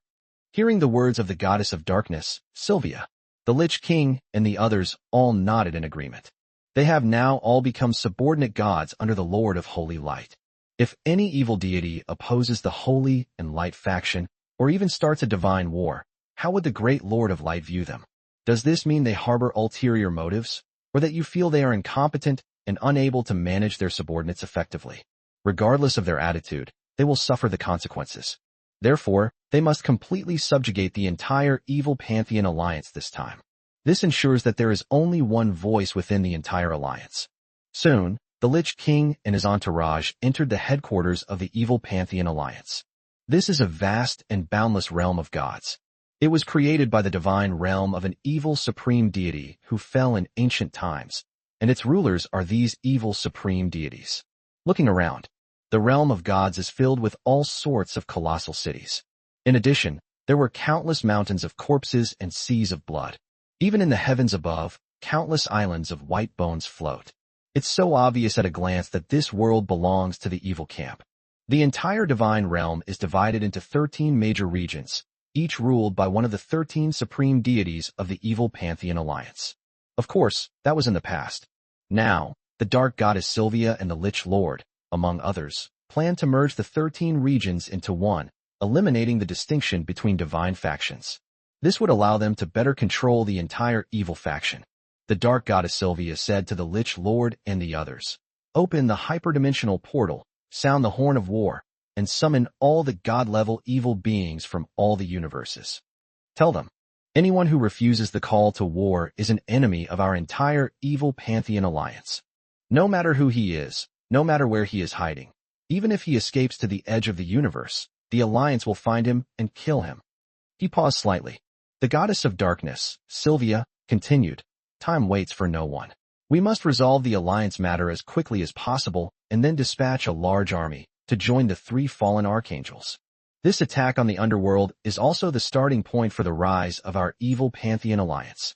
The underworld is the final resting place of the dead. In this supreme and extraordinary world, the source of evil power is everywhere, and it is filled with countless god-level evil materials. The underworld belongs to the Lord of Holy Light and to the fallen angels. However, I think the 3 18-winged fallen archangels won't restrict us from collecting those primordial crystals and divine-level evil materials. Whether we can make a fortune in this war depends on whether our allied army can perform well enough. Our Lord is loving and merciful. As God's servants, serving the Lord, our efforts will surely be rewarded. Your Highness, rest assured." The 3 Lich Lords quickly replied, "We will do everything in our power to help the 3 fallen archangels and their army of fallen angels successfully conquer the underworld." The goddess of darkness, Sylvia, nodded. Although she appeared aloof, her heart was far from at peace. Because the three lich lords were on the same level as her, they were now very respectful to her and dared not be negligent in the slightest. This feeling is fantastic. Indeed, her decision to forego the reward of the supreme artifact and choose to become a servant of the Lord of Holy Light was the most correct thing to do. Not long after, a desolate horn sounded from the headquarters of the evil Pantheon Alliance. Then it quickly spread throughout the universe. Soon, countless figures from all corners of the universe converged on the main camp. From the chief god to the lowest-ranking gods. Trillions. Chapter 647 The Angelic Army has finally descended. Just as the evil Pantheon Alliance was gathering its army. Deep within the void, a vast army of angels, as boundless as an ocean, emerged from that colossal black hole. A supermassive black hole leads directly to the realm of angels. It is a terrifying device researched and created by Astia, the 18-winged fallen archangel, that forcibly broke through dimensions and formed a very stable passage. Moreover, it is a two-way channel. Not only can the angel army travel through the supermassive black hole to the void world where the battlefield of myriad realms is located, but other beings can also travel through the black hole directly to the angelic realm behind it. Of course, with the passage right in front of them, whether they have the courage to enter the realm of angels is another matter entirely. It can be said that even the supreme deities of the battlefield of myriad realms would not dare to rashly enter the angel god realm. The reason is simple. The angelic realm is the stronghold of the angel race. It is also the world created by the Lord of Holy Light at his peak. No one knows how strong the defenses of the angelic realm are. However, it's likely that even a supreme deity could be stopped if they forcibly intruded. Now, the Lord of Holy Light has returned, and the 7 18-winged archangels of the angel race are stationed on the battlefield of all realms. Behind them are the supreme deities of the holy and light factions, as well as the alliances of the natural and evil pantheons, who obey his commands. Who would dare to provoke a tiger at this time? The first to emerge from the supermassive black hole were naturally the army of holy angels. The procession began with large angel cities, followed by countless medium-sized and small angel cities. In each city of angels, there are large, fully equipped armies of angels. This is the iconic image of the holy army of angels descending. Tens of millions of years ago, during the holy war between demons and saints, such a scene had already shocked the entire battlefield of myriad realms, and even countless extraordinary worlds. Now, the scene is being recreated. The battlefield of myriad realms and countless extraordinary worlds in the universe will surely be shaken once again. After an unknown amount of time, the cities of angels finally stopped emerging from the supermassive black hole, and instead, armies of fully armed angels appeared. These angelic armies also belong to the ranks of the holy angels. The difference is that they are all from a special angel legion, such as the angel of love, the angel of peace, the angel of paradise, the angel of victory, the angel of war, the guardian angel, the angel of craftsmen, the angel of light, the angel of holy punishment, and so on. All the special angels that Lin Yu couldn't summon before have now appeared. One is one. No special angel was absent. The most terrifying thing is that their numbers are also unbelievably large. The total scale is at least over 10 trillion. This is quite normal, of course. After all, the entire angel race has an army of trillions of angels. Even 10 trillion is just a figure of speech. Even Angelia, who rules over the angel realm, doesn't know exactly how many angels there are, because a large number of angels are born from the angel rebirth pool every moment in the angel realm. In terms of the proportion of special angels born alone, it's not an exaggeration to say that such a massive holy angel faction has trillions of special angels. In addition, these special angels that emerged from the supermassive black hole were all in their peak, adult, state, and possessed God-level power. Because special angels have at least 6 wings. The growth potential limit of a 6-winged angel is that of a lower-level true god. Therefore, all these special angels that have appeared now are gods. Among them, the most powerful special angels have reached the level of peak main gods, possessing 16 angel wings, and quite a few of them. In fact, after tens of millions of years of continuous development, the angel race not only gave birth to an astonishing number of angels, but also a large number of high-ranking angels. The number of archangels at the highest levels, 12-winged seraphim, thrones, cherubim, 14-winged angels, and even 16-winged archangels, increased exponentially. although no new 18-winged archangel was born. However, the overall war power of the angel race has still increased many times over. If this cosmic war is just like the holy war of demons tens of millions of years ago, then the holy angels alone would be enough to utterly crush the void demons. Undeniably, over tens of millions of years, the strength of the void demons has certainly increased. But no matter how much it increases, how high can it go? After all, the void demons were the defeated side back then. Not to mention that the void demon emperor was almost killed by the Lord of Holy Light. The strength of the void demon race alone has been severely damaged, with countless demon elites being killed. Naturally, the strength of the void demons could not have increased as rapidly as that of the angels. After the arrival of the Holy Angels army, the army of fallen angels followed closely behind, flying out of the supermassive black hole. The first to arrive were still the enormous cities of angels.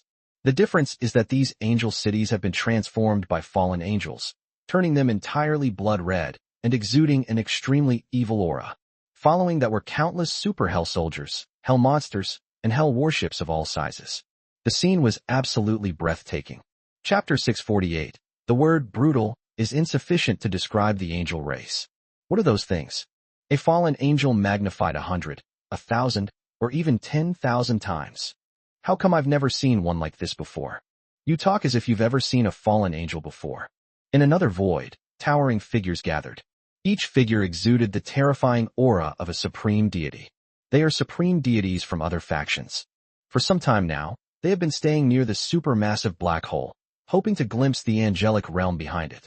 They dare not be enemies with the angels, but that doesn't mean they lack the courage to come and investigate information about the angels. Right now, the gazes of these supreme deities were fixed on those super hell soldiers. For them, the super hell soldiers created by the fallen angels were something new, something they had never seen before. The size of the super hell soldiers represents their status and strength. The more powerful the super hell soldier, the larger its size. There are super hellish warriors at the peak level of a main god, with divine bodies tens of thousands of meters tall and 16 huge fallen angel wings on their backs. They are like infinitely magnified versions of the 16-winged fallen archangel. However, in terms of strength, under the same rank, the combat power of the super hell soldiers is generally much stronger than that of the fallen angels. After all, they were created specifically for war. Unfortunately, the highest number of wings a super hell soldier can have is only 16. Its combat power can be described as invincible among peak main gods. As for super hell soldiers at the level of supreme deities, the fallen angels faction is not yet capable of creating them. This is because the 18-winged fallen archangel Astia was unable to create the energy core, the heart of Gaia, that could power the super hell warriors at the level of supreme deities. Previously in the floating island world, Victoria had told Lin Yu about the heart of Gaia. Only Lin Yu's power of creation could create an energy core of this level. Of course not now. This occurred when Lin Yu wielded the immense power of the Lord of Holy Light at his peak.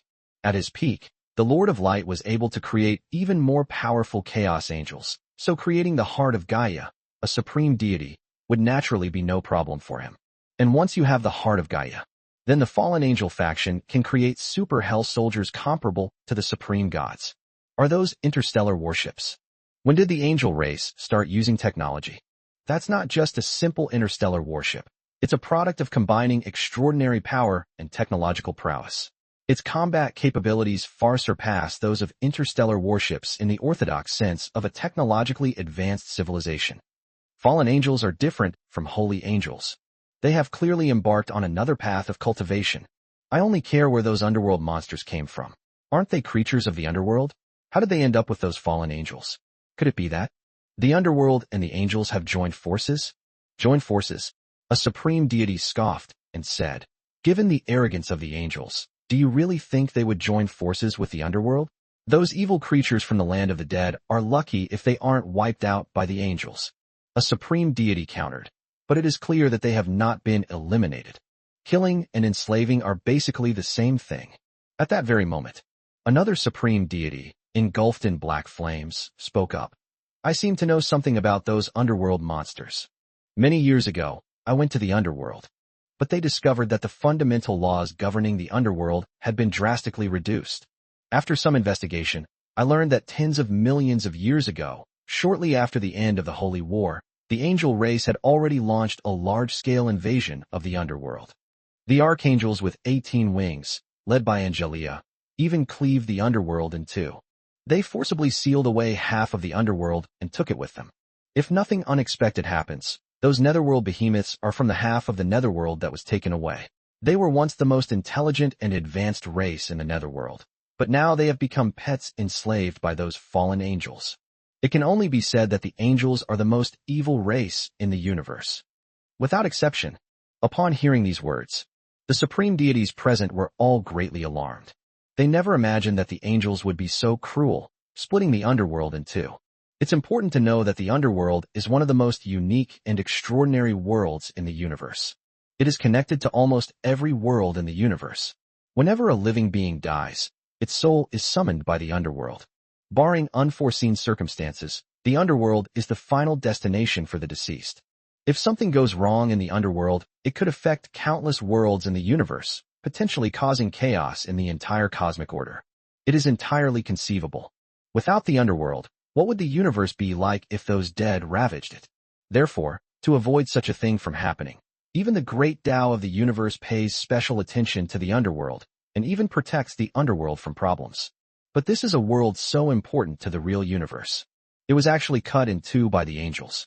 They even took half of it. The word brutal alone is no longer sufficient to describe the angel race. Requesting free donations of electricity generated by love. Chapter 649. It's all because those two sisters were too cunning. Compared to back then, the angel race today possesses an even stronger desire for war and conquest. They've only just returned to the battlefield of myriad realms, and they're already sending their massive army here, attempting to conquer everything on the battlefield of myriad realms. Deep within the void, a supreme deity with the appearance of a human woman spoke with a solemn expression. Her appearance wasn't exactly flawless, it was merely average. But her eyes were beautiful to an eerie degree, as if they possessed a magical power that could attract, or even devour, the souls of living beings. After hearing her words, another supreme deity with thousands of giant hands all over his body said, "This is because the Lord of Holy Light's personality has changed." The Lord of Holy Light back then didn't care about these things at all, and didn't care whether he ruled the universe or the myriad worlds. But the current Lord of Holy Light, after his reincarnation, he was filled with an extremely strong desire for war. I just found out that before entering the War of Worlds, the reincarnation of the Lord of Holy Light stayed in the floating island worlds, conquering one floating island world after another as a human lord. He even killed the spirit of the law of a floating island world, and took its essence for the spirit of the law of his own world to devour. The Lord of Holy Light back then would never have done something like this. Well, another supreme deity sighed and said, "Such a drastic change in the Lord of Holy Light's personality is not good news for us." That's nonsense. The supreme deity, whose body was covered in giant hands, said with a gloomy expression, "What has happened recently may not seem to have affected us, but this is just the beginning. The evil Pantheon alliance has been crippled and destroyed by the angels and the Holy and Light factions.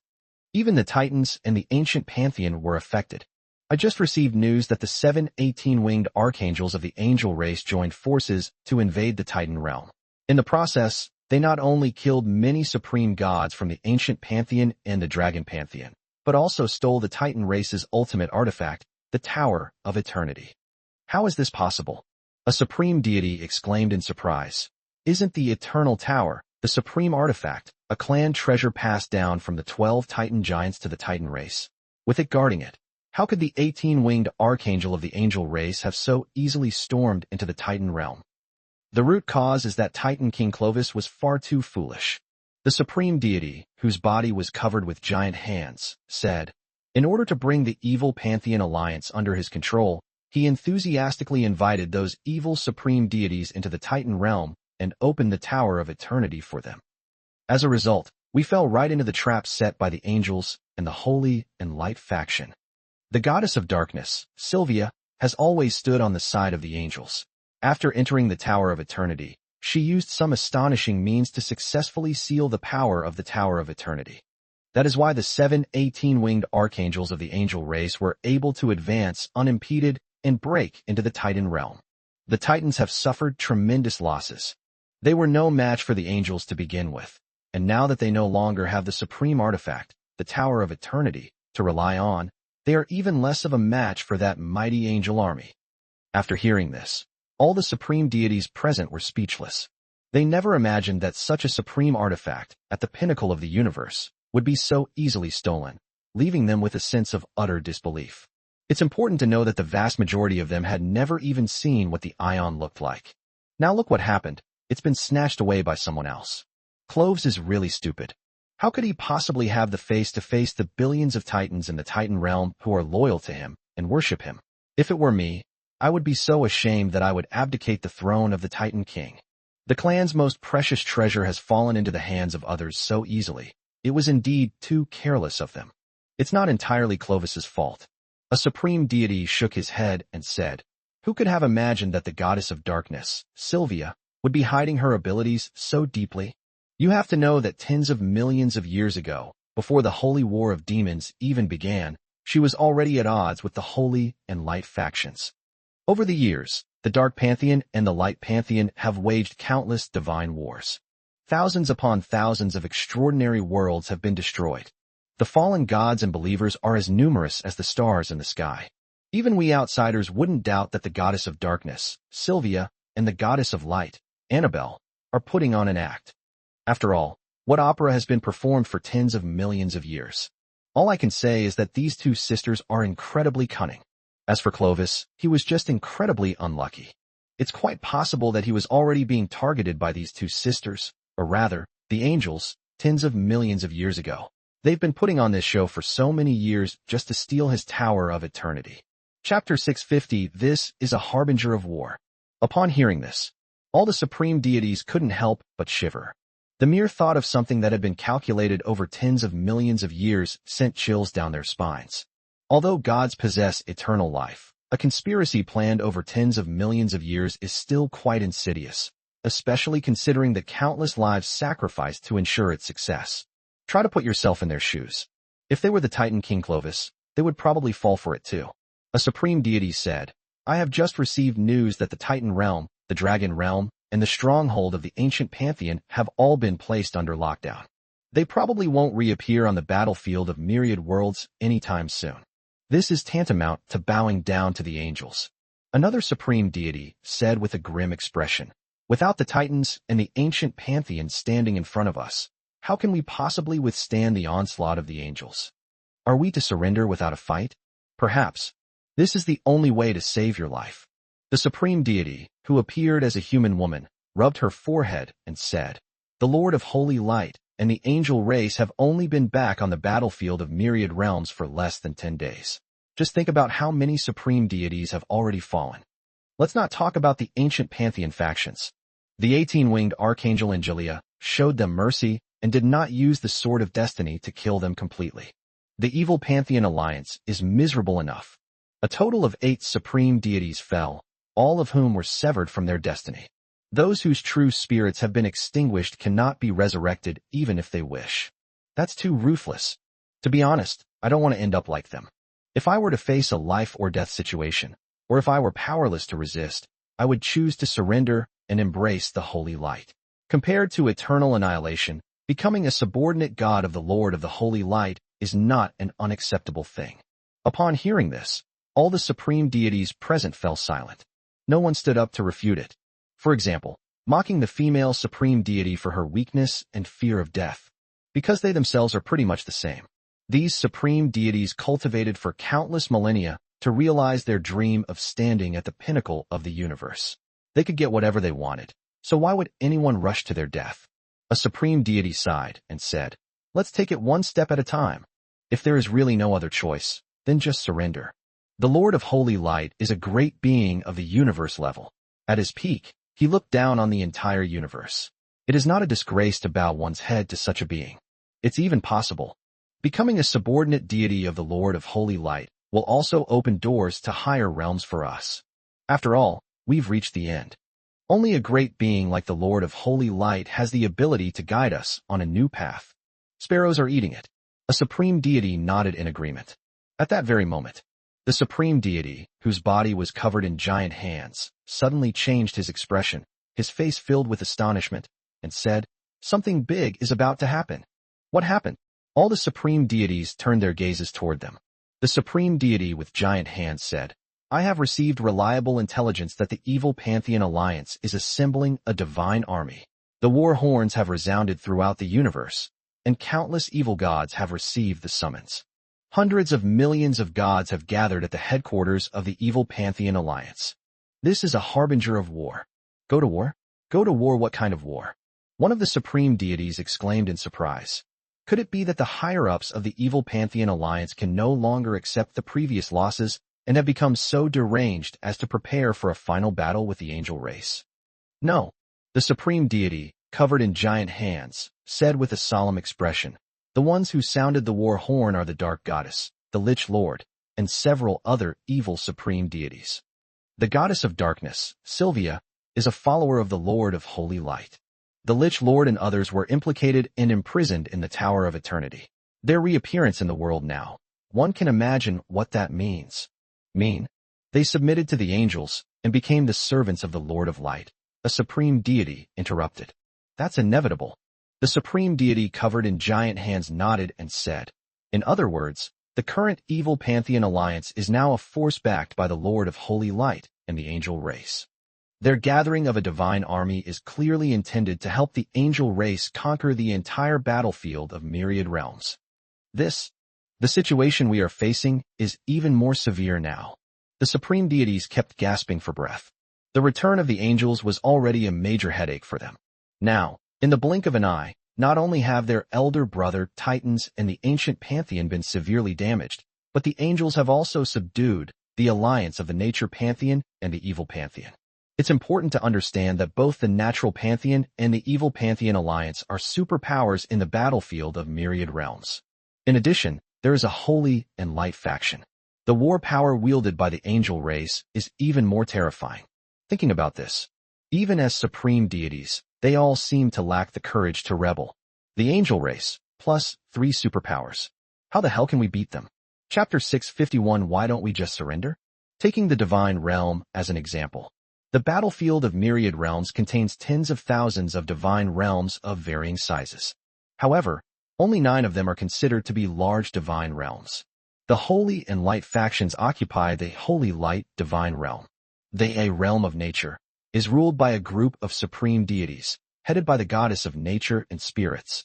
The evil Pantheon Alliance controls 2 divine realms, the chaotic divine realm and the destruction divine realm, which is led by the destruction god king. The fact that Gladstone, the supreme god of the beast men, had his territory in the chaotic god realm was purely accidental. Under normal circumstances, his territory should be in the wilderness god realm. That's the true stronghold of the orcs. Of course, that's not important.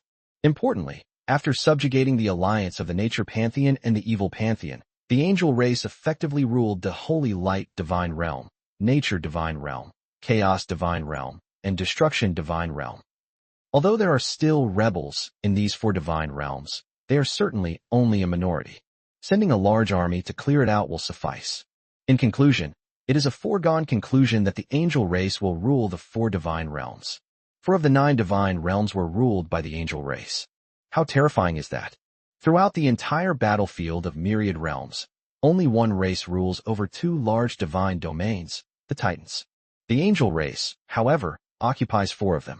This is absolutely a piece of information that will shock all living beings on the battlefield of myriad worlds. To put it more bluntly, the angel race seems to be not far from conquering the entire battlefield of myriad worlds. Why don't we just surrender? Even a supreme deity like the Lich Lord, who is arrogant and belongs to the evil camp, can embrace the holy light. What psychological burden do we have? By surrendering to the angel race, we no longer need to worry about being besieged by the 7 18-winged archangels. That makes sense. Several supreme deities present nodded in agreement. They had every reason to believe that since His Holiness the Lord of Holy Light, whose personality had drastically changed, was able to accept the Lich Lord and several other supreme deities of the evil faction, he would certainly accept them as well. As supreme deities, they are not evil heretics. The Lord of Light has no reason to turn them away. If they are willing to surrender, they will no longer have to live in fear. Moreover, the sooner you surrender, the more likely you are to achieve great merit and gain the favor and special attention of His Holiness the Lord of Holy Light.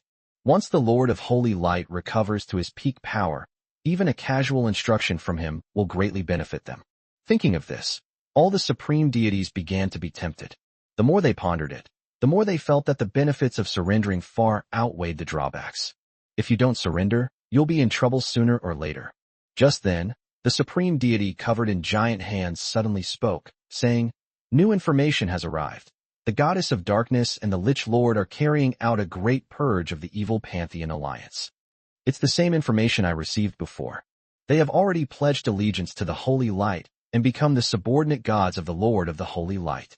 Right now, they are calling on all the billions of gods in the evil Pantheon alliance to submit to the Holy Light camp. Anyone who refuses will be slaughtered by them. Truly worthy of being the supreme deity of the evil faction." They also forcibly placed restrictions on the souls of those chief gods and superior gods. Once we bow our heads at this moment, these evil gods will have no chance of rebelling again. A supreme deity asked, "Besides these, is there any other news?" Upon hearing this, the supreme deity covered in giant hands replied, "There's another bombshell. The evil Pantheon alliance isn't assembling its divine army to help the angels conquer the battlefield of all realms, but rather, they are obeying the will of the Lord of Holy Light and will join the fallen angel army in attacking the underworld." An attack on the underworld? The supreme deities were immediately stunned. They had just learned that the angels had invaded the underworld tens of millions of years ago, even splitting it in two and sealing away one half. Now, the angels have set their sights on the underworld. It's as if those angels always have a grudge against the underworld. Originally, the world's origin was severely damaged after the underworld was cut in half, and it has not yet recovered. Now, it is facing another invasion from the angel race. That's incredibly bad luck. The supreme deity, who appeared as a human woman, said with a twitching smile, "The angels' invasion of the underworld this time. Could it be that they intend to seal away the remaining half of the underworld as well? Given the way the angels operate, they really might do that." A supreme deity said, "Those angels who call themselves beautiful and kind are extremely arrogant. They don't respect anyone except the Lord of Light, whom they believe in. Even if the underworld is destroyed, causing chaos in the cosmic order, they probably won't care. After all, they still have the Lord of Holy Light to back them up. Once the Lord of Holy Light recovers his peak power, these will all be minor problems." Upon hearing these words, the supreme deities present fell silent. Faced with such a powerful race as angels, even these supreme deities couldn't help but feel powerless. They now even hope that the Void Walkers will invade this universe again, because then they wouldn't have to struggle with whether to surrender or fight against the angels. This afternoon, doctors from West China Hospital came down to perform surgery on my mother. I hope everything goes smoothly. Chapter 652 Clovis, you've ruined me. The realm of the Titans. A figure stood silently atop a sacred mountain. In front of this figure was a wasteland with a diameter of hundreds of millions of kilometers. Everything in the ruins, including the majestic city of Titan, the towering mountains hundreds of thousands of meters high, and the vast ocean, has vanished without a trace. As for living beings, they were all wiped out completely. Even the Titan gods, who wielded great divine power, all perished. Only those indestructible divine cores bear witness to their existence in this region. This area of ruins is where Titan King Clovis and Storm Titan King Bradley fought against the 18-winged archangel Angelia, although it was only one or two simple collisions. However, it instantly destroyed everything within a radius of billions of kilometers. This is the destructive power of the supreme deity. This is within the Titan realm, protected by the spirit of the world's laws. If it were the vast and boundless universe, what would remain would not be ruins spanning billions of kilometers, but rather stardust measured in light years. It's like a galaxy with a diameter of 100,000 light years. The supreme deity could turn it to ashes with a single finger. This time it really is. It's all for naught. The figure on the sacred mountain wore a bitter smile. There is a sense of helplessness and bitterness that cannot be described in words. And he was none other than the supreme deity who once belonged to the pantheon of nature gods, the god of the sky, Fox.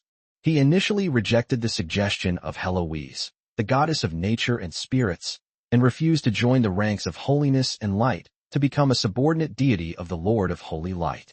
There are two reasons. Firstly, he did not want to be subordinate to others. He has even greater goals and dreams.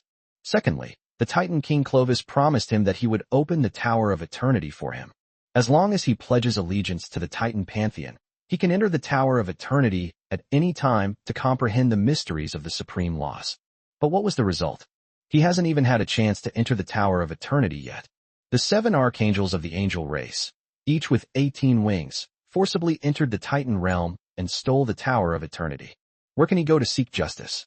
If he had known it would be like this, he should have joined the ranks of the holy and the light, along with the supreme goddesses of the nature pantheon. Although this would lead him to become a subordinate deity of the Lord of Holy Light. But at least, he had the opportunity to enter the Tower of Eternity and comprehend the profound mysteries of the laws.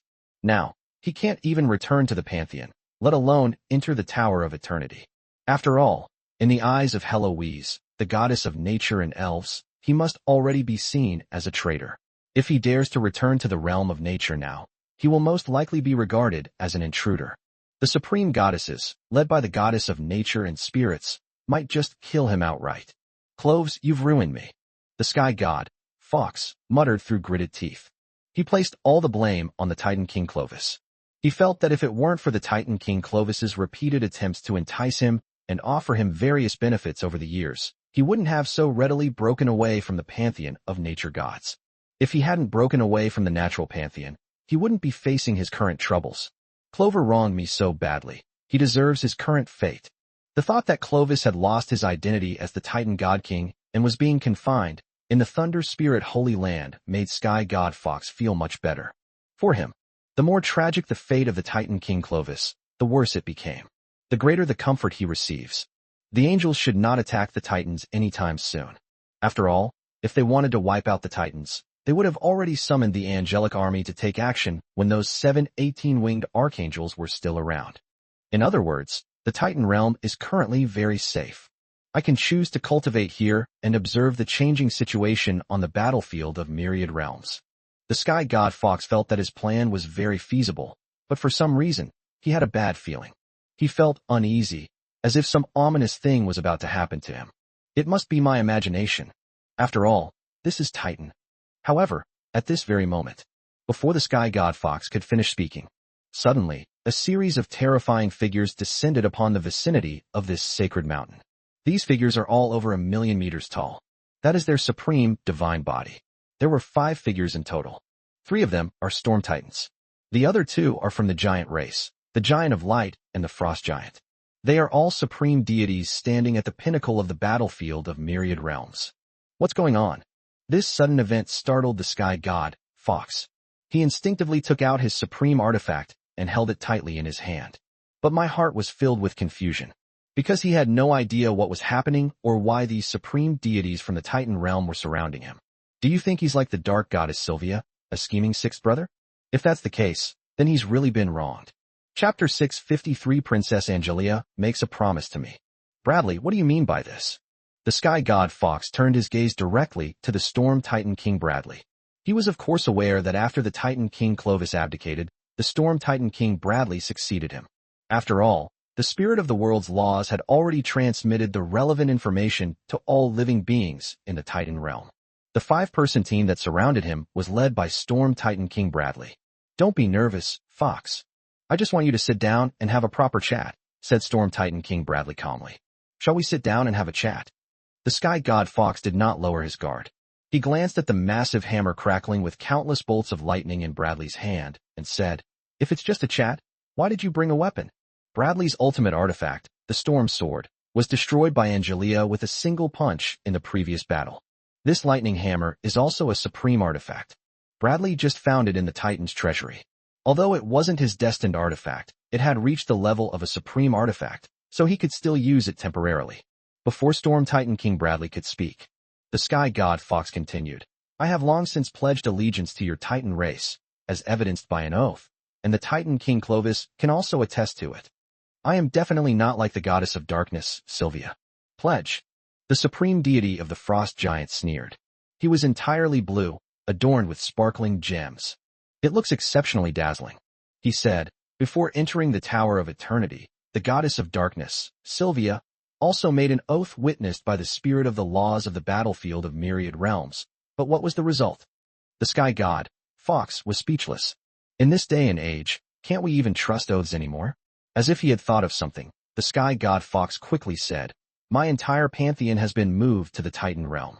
If I had any ulterior motives, wouldn't I be indirectly causing the deaths of my billions of subordinate gods and believers? Therefore, you can completely trust me. I know all of this. I have always believed that you have no intention of betraying my Titan race." Storm Titan King Bradley nodded in agreement. However, before the sky god Fox could even breathe a sigh of relief, Bradley continued, "But none of this will help. Blame yourself for betraying the nature pantheon." Upon hearing this, the sky god Fox was greatly shocked. Looking at Storm Titan King Bradley with astonishment, he said, "Since when did your Titan race start standing up for the nature pantheon?" "Not to stand up for the nature pantheon, but..." Storm Titan King Bradley stared silently at sky god Fox. "You shouldn't have refused to become a subordinate god of the Lord of Holy Light. If it were the Lord of Holy Light back then, he probably wouldn't care about a nobody like you. But the current Lord of Holy Light is a reincarnated being, and the reincarnated body is still human. If nothing unexpected happens, you've already been labeled a heretic and traitor by the Lord of Holy Light. What do you want to do?" Sky God Fox stared incredulously at Storm Titan King Bradley. In fact, he had already guessed some of the information. "But I just can't believe it," Storm Titan King Bradley stated bluntly. "In order to resolve the conflict between my Titan race and the Angel race, I have no choice but to ask you to do this.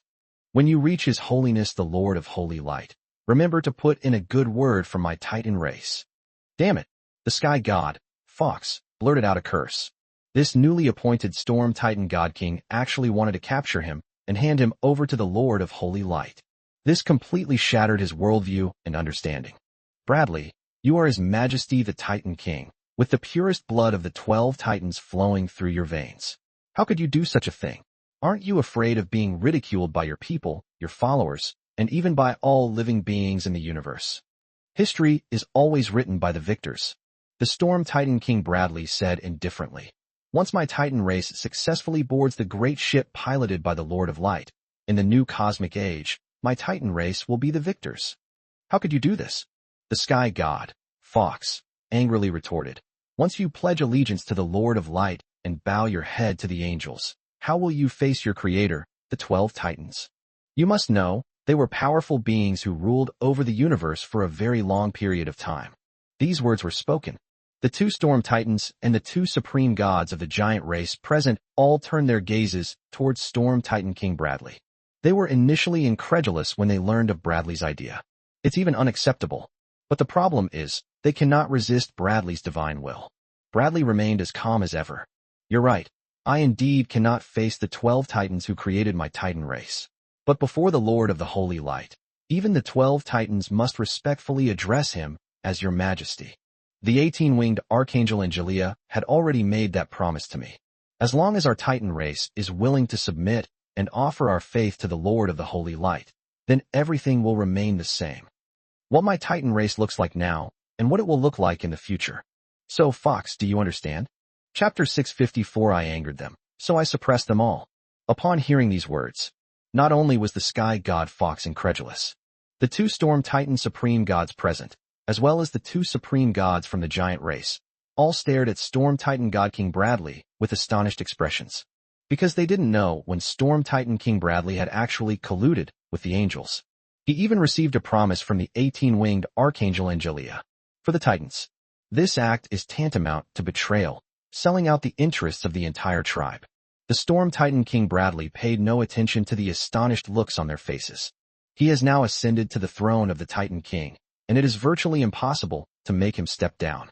However, he explained, it was a promise that Princess Angelia made to me when the 7 18-winged archangels left my Titan realm. I do not believe that I am betraying the Titans. On the contrary, it is saving the entire race. Without the Tower of Eternity, our Titan race has essentially lost hope and a future. If we continue to oppose the angel race, we will inevitably fall into an abyss of no return. You've all seen what happened to the evil Pantheon Alliance. I don't want to wait until my Titan race suffers heavy losses before I think of bowing my head to the angel race. Submitting as soon as possible will ensure the continued prosperity of our tribe." His Majesty, one of the Storm Titans asked hesitantly, Do Clovis and the other Thunder Titans know about this? Why should we let them know? Storm Titan King Bradley asked in return. Then he said, Now, I am the ruler of the Titan realm. It is my responsibility and duty to guide the Titans on their path forward. They only need to follow in my footsteps. The Storm Titan Supreme God's lips twitched, and he said, If they find out, my race is very likely to break out into a civil war. Especially Clovis. He will absolutely not agree to bow his head to the angel race. Bradley gave a cold laugh. If he disagrees, I'll arrest him and hand him over to the angels for disposal. Now, I have established a connection with the spirit of the world's laws in the Titan realm, and I can use a portion of the divine realm's primordial power. Even Clovis is no longer my match. If you piss me off, I'll suppress them all. For those who have sided with the angels, the will of Storm Titan King Bradley is extremely firm. It wasn't just because the 18-winged archangel Angelia promised him that the Titan race would be preserved forever. More importantly, Angelia assured him that he would be the eternal ruler of the Titan realm.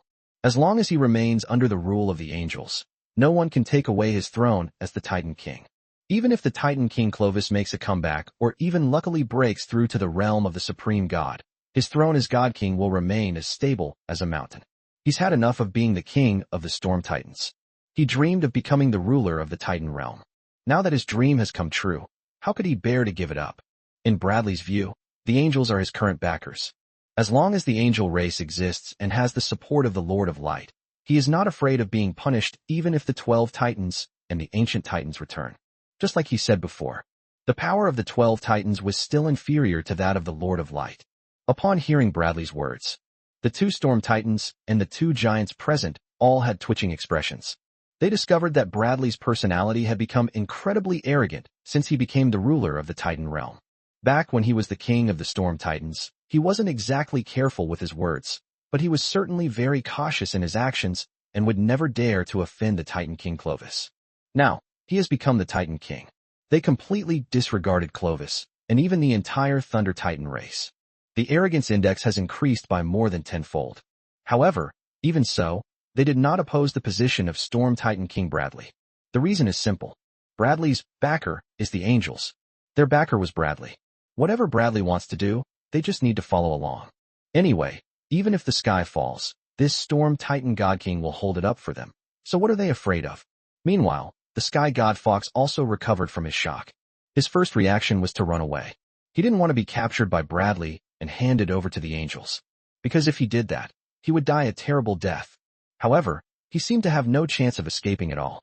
In an instant, space-time within a radius of hundreds of millions of kilometers was sealed off by a terrifying primal force. Its sealing power was so strong that even he, as a supreme deity, could not break it.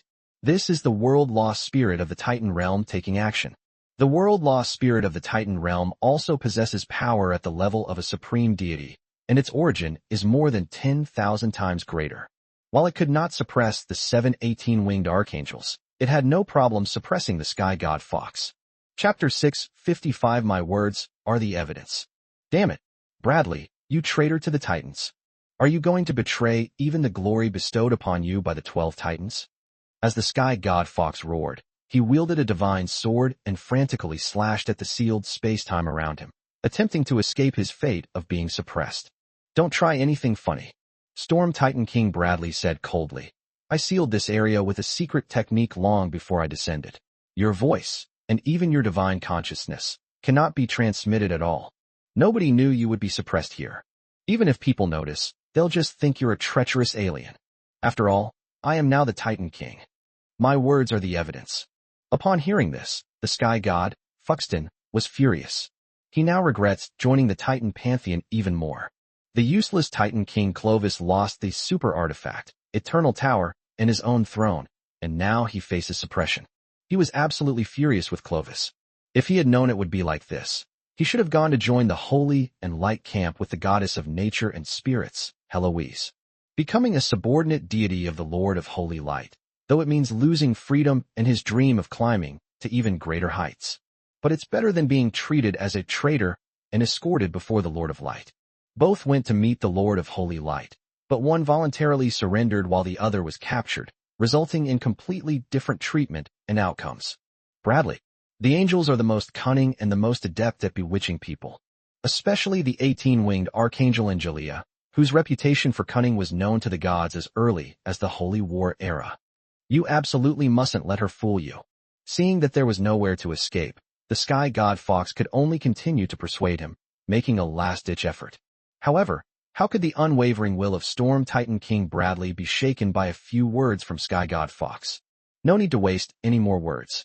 Your fate was already sealed. Storm Titan King Bradley stopped wasting words with the sky god. Wielding a thunderous hammer, he charged towards Gu Fox. Upon seeing this, the two Storm Titans and the two giants did not hesitate at all, and with their respective supreme artifacts in hand, they went to help Bradley. Soon, another battle of supreme gods broke out. This time, it's 5 against 1. The sky god Fox was merely a slightly outstanding supreme deity, whose divine power was at most comparable to that of the fallen god of destruction, Osmond. In a one-on-one fight, he was no match for Storm Titan King Bradley. Not to mention, Bradley also has 4 supreme deities assisting him. Therefore, as soon as the War of the Gods broke out, the sky god Fox was at a disadvantage and was forced to retreat repeatedly. Shortly afterward, Fox coughed up several mouthfuls of golden divine blood, suffering severe injuries. In less than 15 minutes, the 5 supreme gods of the Titan realm, including Bradley, completely overwhelmed the sky god Fox. Damn Bradley. Damn the Titans. One day, you will pay the price for what you have done today. The sky god, Fox, roared in fury, his expression contorted. Immediately afterwards, an extremely terrifying surge of divine power emanated from his body. Seeing this, Storm Titan King Bradley remained unmoved. He seemed to have been prepared, and he led the 4 supreme gods to retreat hundreds of millions of miles away. Spirit of the world's laws, it's your turn. We absolutely cannot let him succeed in self-destruction. Whether my Titan race can gain the favor of His Holiness the Lord of the Holy Light depends on whether you can suppress this guy. As Bradley finished speaking, the vast primordial power of the Titan realm instantly converged from all directions, forming a giant sphere that enveloped the sky goddess Fox, who intended to self-destruct. At the same time, countless fundamental laws pierced the divine body of the sky god, Fox. A portion of Fox's soul was imprisoned. A portion of the godhood that imprisoned Fox. At this moment, Fox's divine soul power and the divine power within his divine core were all boiling over, and he was on the verge of self-destruction. For the sky god Fox, self-destruction is his only option now. After all, although he lost the power of his original body after the self-destruction, his consciousness could be resurrected through the avatar, which was equivalent to escaping death. But what if Bradley captures him and hands him over to the angels? That's not as simple as just losing your original body. If he falls into the hands of the 18-winged archangel Angelia, he will most likely be completely taken away by a sword of fate. At that point, he won't even be able to be resurrected. However, the sky god Fox soon discovered this. His plan to self-destruct seems unlikely to succeed, because the origin of the Titan realm was so powerful that it completely exceeded his tolerance limit. Not long afterward, his soul and divine status were sealed off. Damn it! Could it be that the spirit of the world's laws in the Titan realm has also betrayed us? Chapter 656 The spirit of the world's law of bullying the weak and fearing the strong. The sky god, Fox, had a livid face. A hint of fear was clearly visible in his deep blue pupils. At this moment, his soul and divine essence were completely sealed by the spirit of the world law of the Titan god realm. Although they can still move freely, they can no longer use their divine power. As for self-destruction, that's even more impossible. He is now a prisoner of the Storm Titan King Bradley, at his mercy. What terrified the sky god Fox the most was, once Bradley hands him over to the angels, his fate will be unpredictable. At best, they would be sealed away and imprisoned, and studied by the 18-winged fallen archangel named Astia. In the worst-case scenario, he could very well be killed outright by Angelia with the Sword of Destiny. Neither outcome was acceptable to him. In fact, it would be difficult for Storm Titan King Bradley and others to stop his self-destruction plan, let alone forcibly seal him before he self-destructs. This is the power of the world's laws from the Titan realm, and they are targeting him with all their might. This inevitably made him wonder if even the world-law spirit of the Titan realm had sided with the angel race. Otherwise, why would a being of intelligence in its own world work so hard? When the 7 18-winged archangels of the angel race forcibly invaded the Titan realm, he did not see the spirit of the world law of the Titan realm stand up and fight the 7 archangels to the death. It really proved that saying, bullying the weak and fearing the strong. Pick the softest persimmons to squeeze. In fact, the sky god Fox had no idea about hunting. The world-lost spirit of the Titan realm truly only preys on the weak. Previously, the 7 18-winged archangels, led by Angelia, invaded the Titan realm and had already fought against it.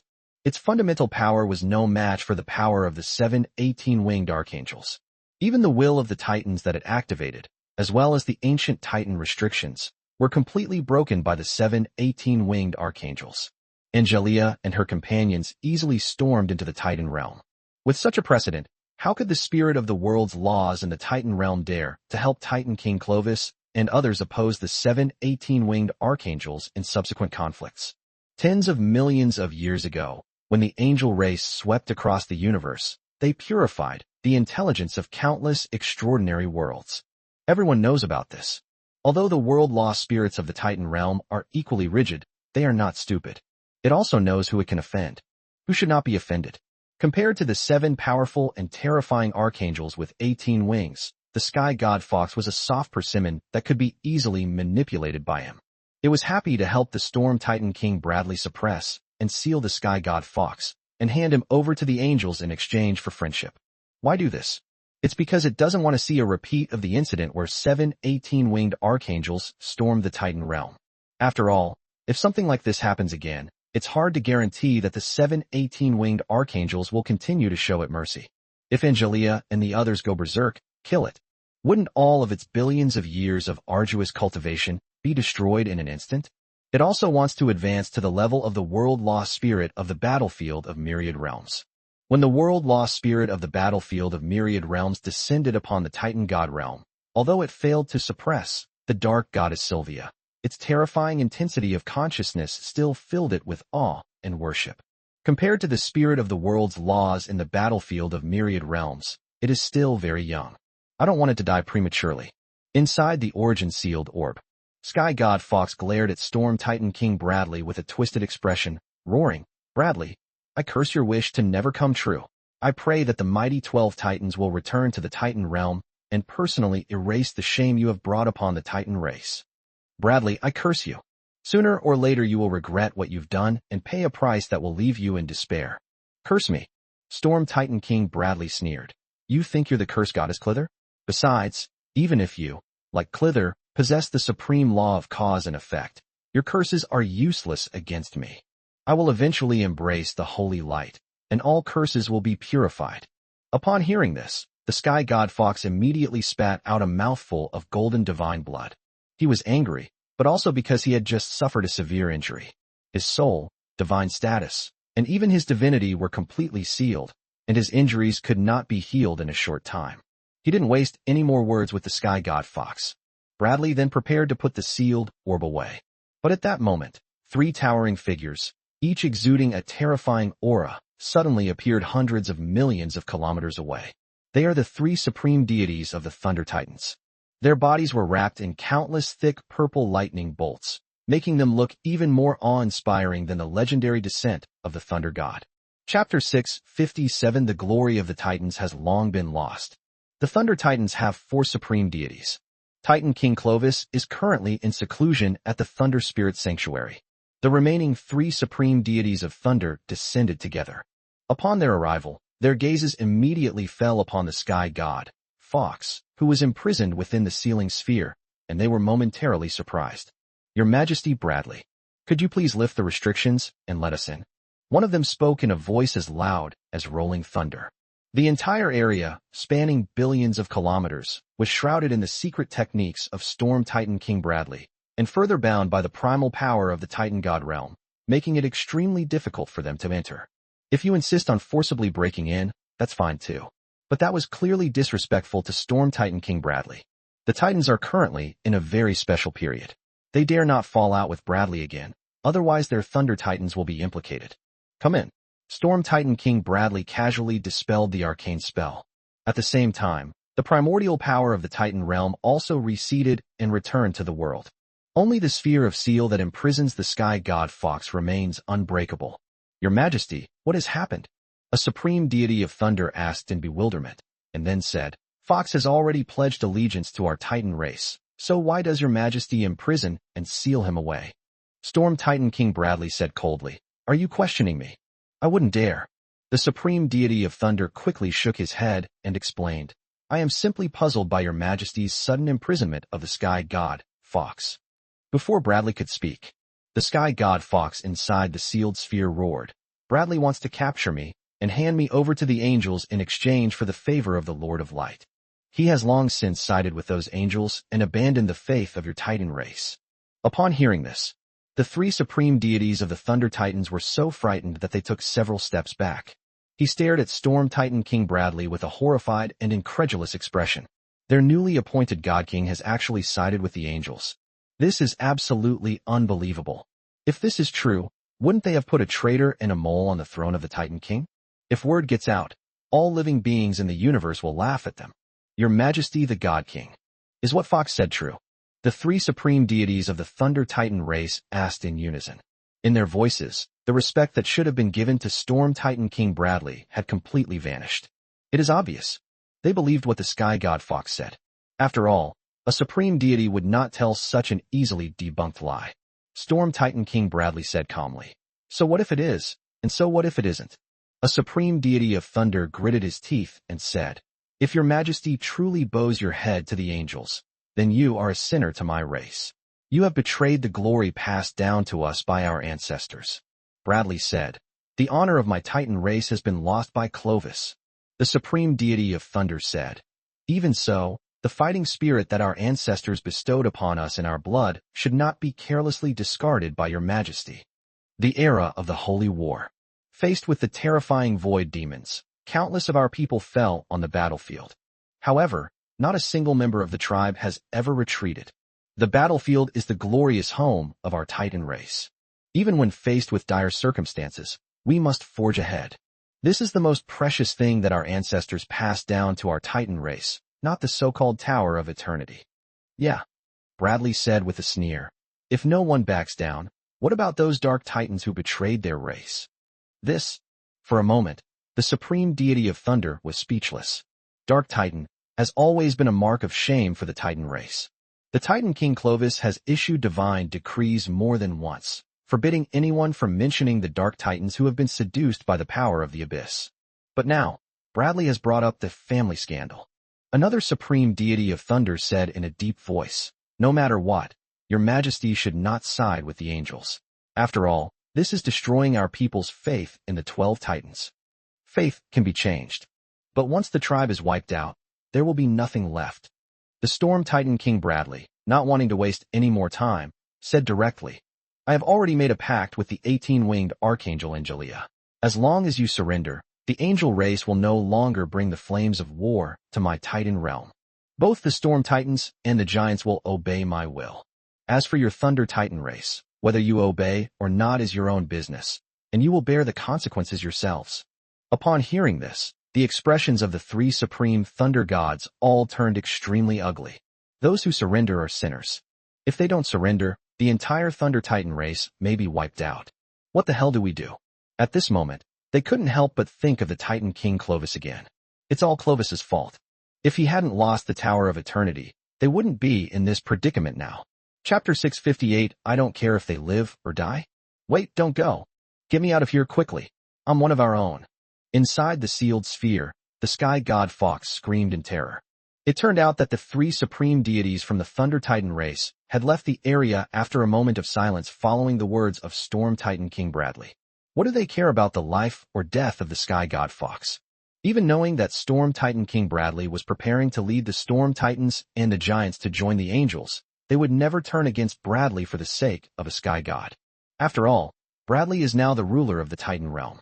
Just now, they also sensed the power fluctuations from the spirit of the world law of the Titan realm, which clearly shows that the spirit of the world law is also supporting Bradley. In other words, if they were to turn against each other, Bradley and the several supreme deities around him wouldn't even need to take action personally. The primordial divine power of the world law spirit alone would be enough to suppress them.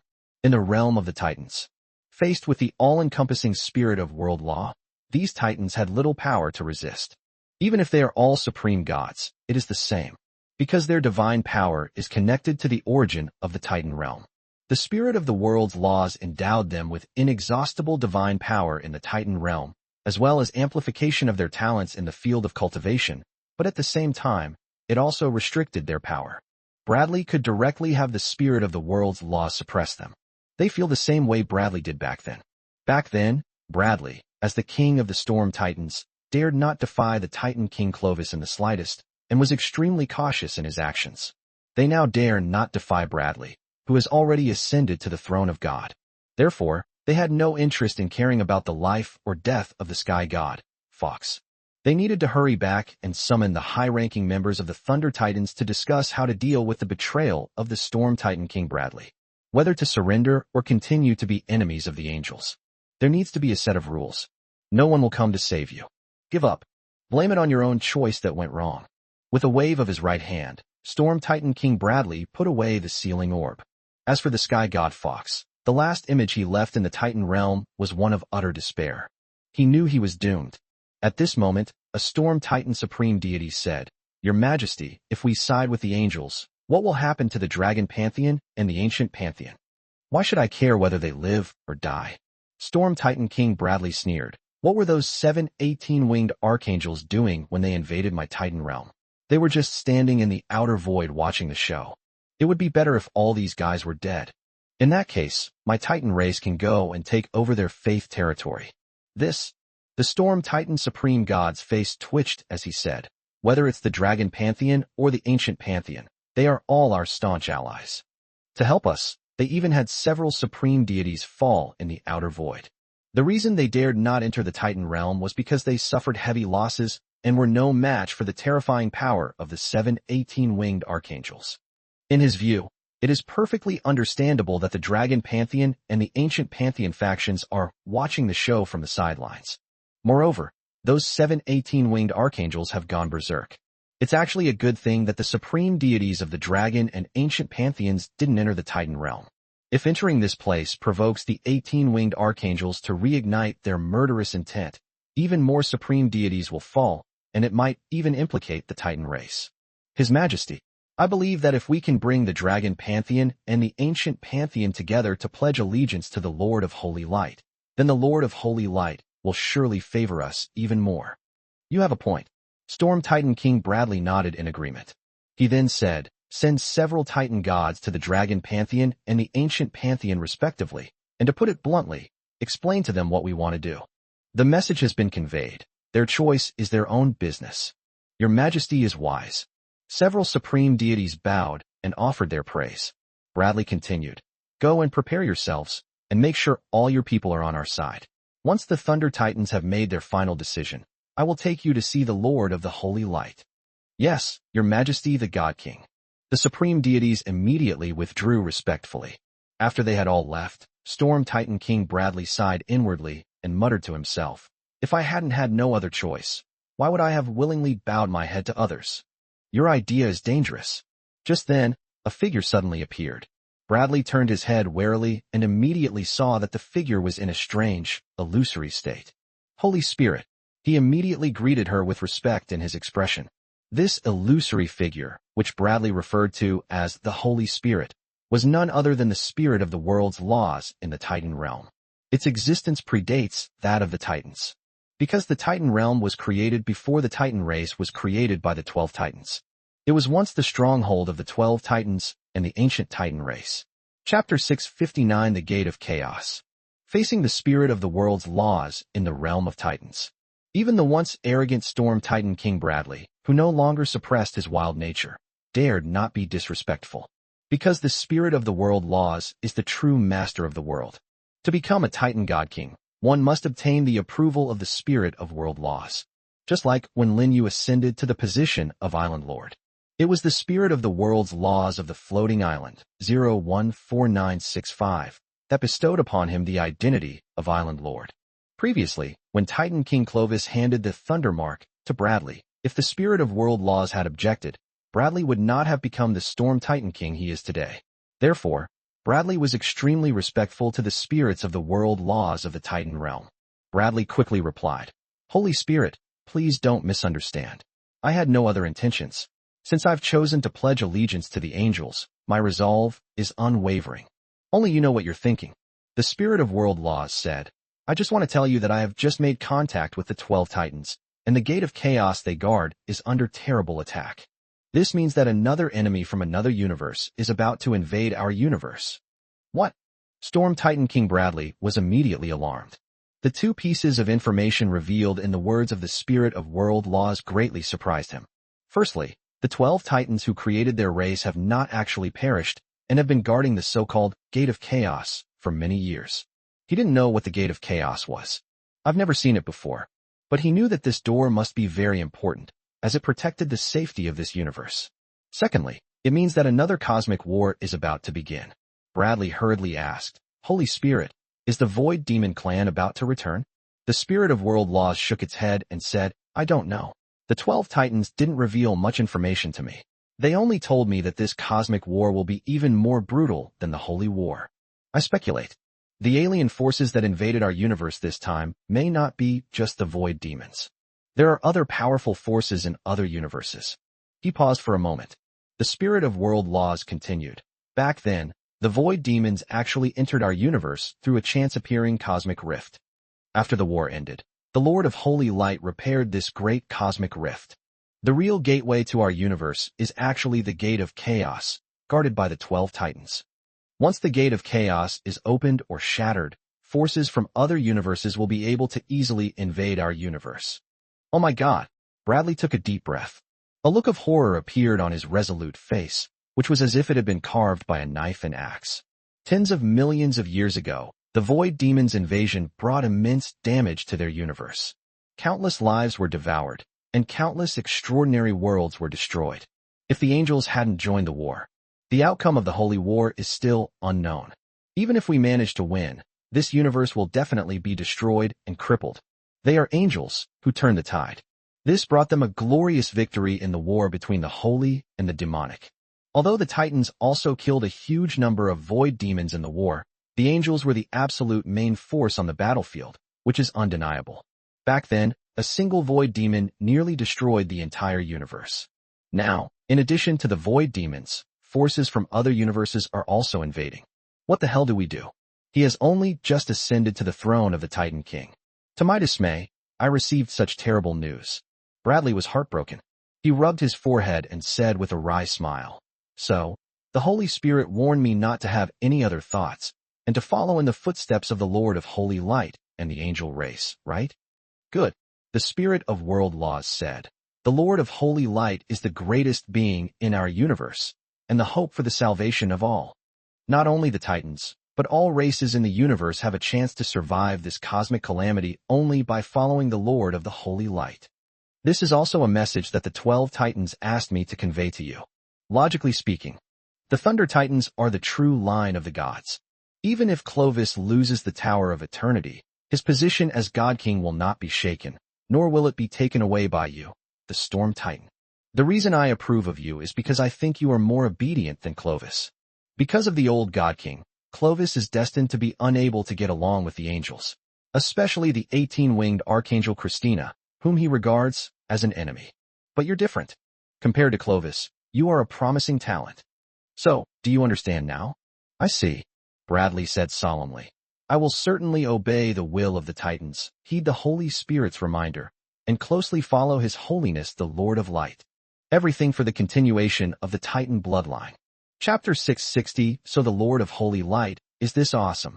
The spirit of world laws nodded at Bradley with satisfaction. Bradley's docility gives it a sense of being teachable and capable of being transformed. In comparison, Titan King Clovis was a stubborn mule. If it weren't for the old God King's sake, it would have already been searching for the next ruler of the Titan realm. This time, the Titan King Clovis lost the Tower of Eternity, which conveniently propelled Bradley to the throne of the God King. In this way, the Titans and the angels have an opportunity to further strengthen their relationship. At this moment, Storm Titan King Bradley suddenly asked, Holy Spirit, why has our Titan race never known the whereabouts of the 12 Titans and the ancient Titan race all these years? Even the Tower of Eternity seems to be unaware of this. The spirit of world laws said, The Gate of Chaos is far too important to our universe, so the fewer people who know this secret, the better. Moreover, the 12 Titans and the ancient Titan race were sent to guard the Gate of Chaos because of a sudden event. At that time, forces from other universes were attacking the Gate of Chaos. If it weren't for the Lord of Holy Light suppressing it with his great power, our universe would have been invaded back then. After this incident, the 12 Titans and the ancient Titan race have been guarding the Gate of Chaos. Unfortunately, the forces invading our universe this time are too numerous and too powerful. Perhaps the Lord of Holy Light foresaw that his power was no longer sufficient to suppress the Gate of Chaos, which is why he chose to reincarnate and attempt to obtain even greater divine power. So that's how it is. Storm Titan King Bradley suddenly realized. He now finally understands why the Lord of Holy Light suddenly reincarnated. It's not at all like the rumors suggest. The Lord of Holy Light didn't have problems with his cultivation. Rather, this greatest being in the universe wanted to become even more powerful, etc. Bradley suddenly realized something. Looking at the spirit of world laws with astonishment, he said, "Holy Spirit, you just said that our Titan ancestors were sent to guard the Gate of Chaos? Otherwise what?" The spirit of world laws glanced at him sideways and said, "Do you really think that the 12 Titans and the ancient Titan race are powerful enough to rule the entire universe? Or perhaps, you believe those legends that the universe was created by your Titan ancestors, therefore it is supreme?" Upon hearing this, Bradley was immediately embarrassed. When he was young, he truly believed in such legends. After all, the ancient Titan race, led by the 12 Titans, did indeed rule the battlefield of all worlds, and even countless extraordinary worlds in the universe. That was the most glorious era for the Titans. It wouldn't be an exaggeration to say that they ruled the entire universe. In comparison, even the era tens of millions of years ago when the angels swept through the universe pales in comparison. Of course, this was his idea when he was young. As his divine power increased and his experience grew, he gradually began to have some doubts about the legend that the 12 Titans created the universe. The root cause. The Lord of Holy Light is simply too powerful. If the universe was created by the 12 Titans, then their divine power should be greater than that of the Lord of Light. Unfortunately, this did not happen. Bradley asked, "Holy Spirit, does that mean the legends of the angels are true, and that this universe was created by the Lord of Holy Light?" No. The spirit of the world laws shook its head and said, "As far as I know, our universe was formed by nature, not by the power of living beings." However, one piece of information is true. That means the Lord of Holy Light was born along with the universe. The Lord of Holy Light appeared when the universe was still in chaos. No one knows what his true form is, and no one knows what he experienced during the chaotic era of the universe. The only thing we know is, the Lord of Holy Light wields the unparalleled power of creation in the universe. He can create the universe and all worlds with the power of creation. If we have enough divine power to support us, then creating a complete universe wouldn't be a problem. Let's go back to your question. As you think, the one who sent the 12 Titans and the ancient Titan race to guard the Gate of Chaos was none other than the Lord of the Holy Light. The power of the Lord of Holy Light is beyond anyone's imagination. However, he is not interested in conquering the universe. Everything he does is to protect our universe and maintain its order. After the ancient Titans left, your Titan race should have become the rulers of the universe, but it is clear that your abilities have not been favored by the Lord of the Holy Light. Therefore, he created the angel race. If nothing unexpected had happened, tens of millions of years ago, the angels had already replaced the ancient Titans and began to maintain the order of our universe as the rulers. Upon hearing these words, Storm Titan King Bradley fell into a daze for a long time. The explanation from the spirit of world laws elevated the image of the Lord of Holy Light in his mind by countless levels. He even developed a sense of worship for the Lord of Holy Light. He only now realized how incredibly powerful the Lord of Holy Light was. Chapter 661 Bestowal and Return. The gaze of the spirit of world laws fell upon the face of Storm Titan King Bradley. It said, "If the Gate of Chaos really cannot be defended, the 12 Titans will lead the ancient Titan race back to the battlefield of all worlds to fight against the forces of the other universes on the main battlefield." Upon hearing this, the expression on Storm Titan King Bradley's face changed instantly. If the 12 Titans were to return, wouldn't his status as Titan King become meaningless?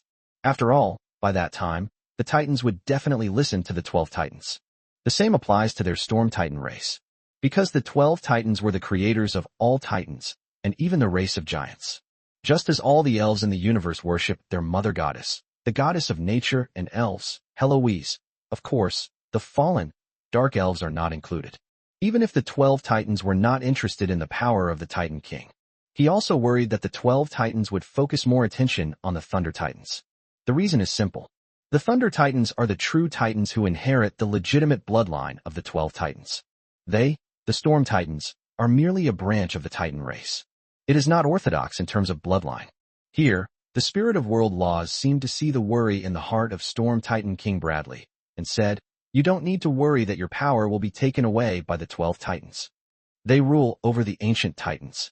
The later titans didn't have much to do with them. As for the issue of the Thunder Titans, you don't need to worry about it. The 12 titans have recognized your status as Titan King. As long as you closely follow the Lord of the Holy Light, your throne as king will not be taken away by anyone. Praise be to our ancestors."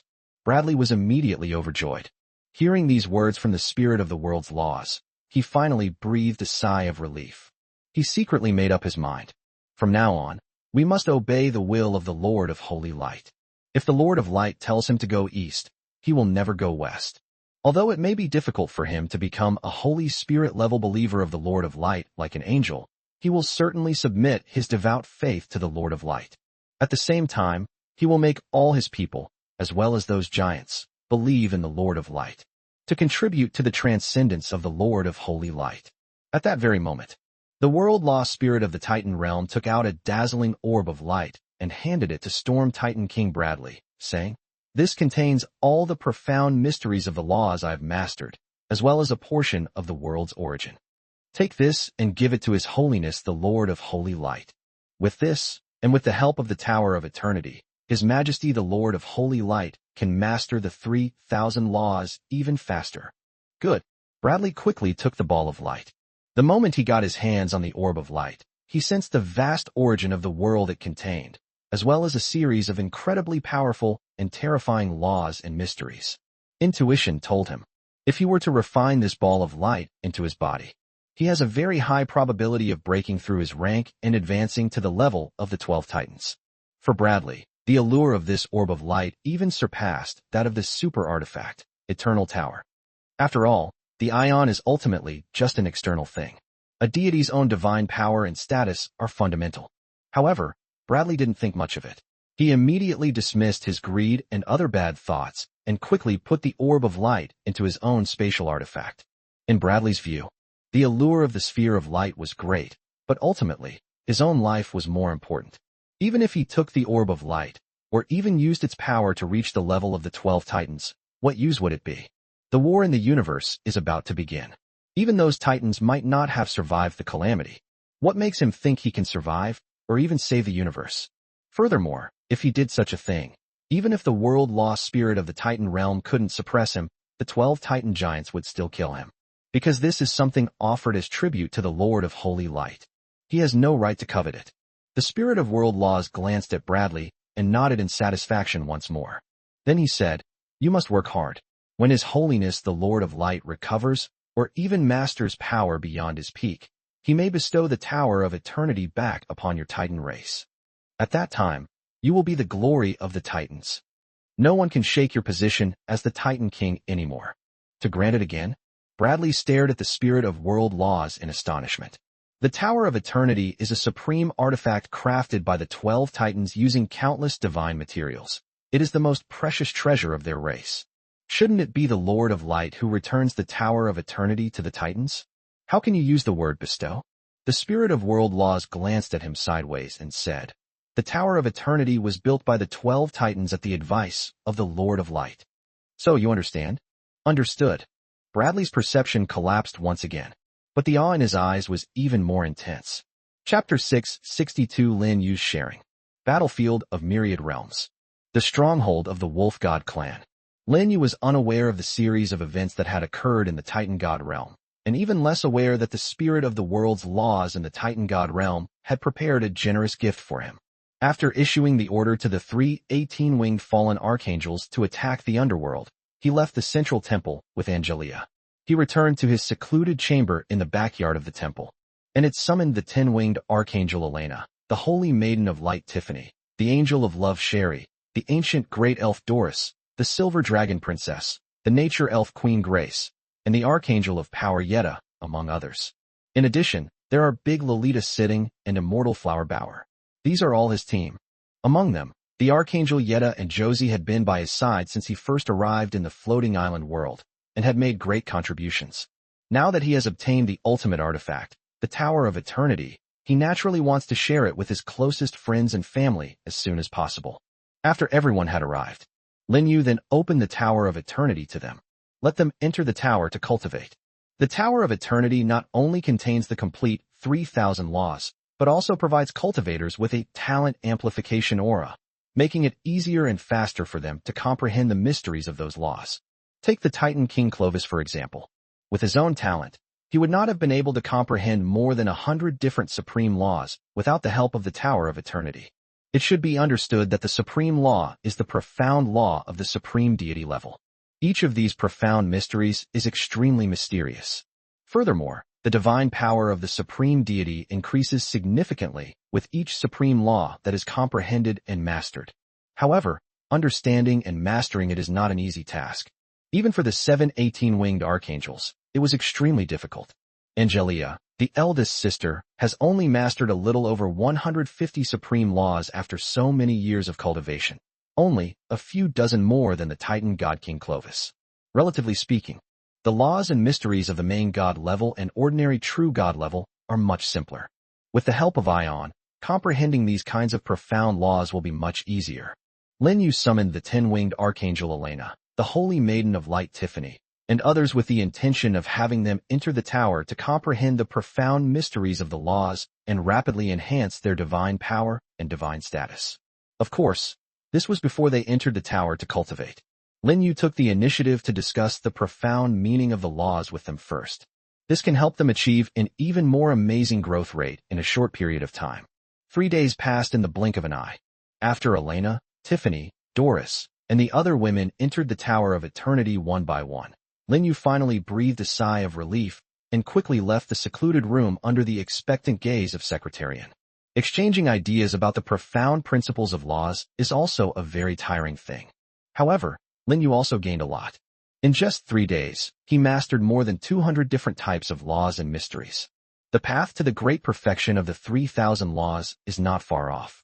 The power of the Tower of Eternity is indeed extraordinary. At this rate, I will be able to master the 3,000 laws in another 2 or 3 days, and thus advance to the realm of a true god.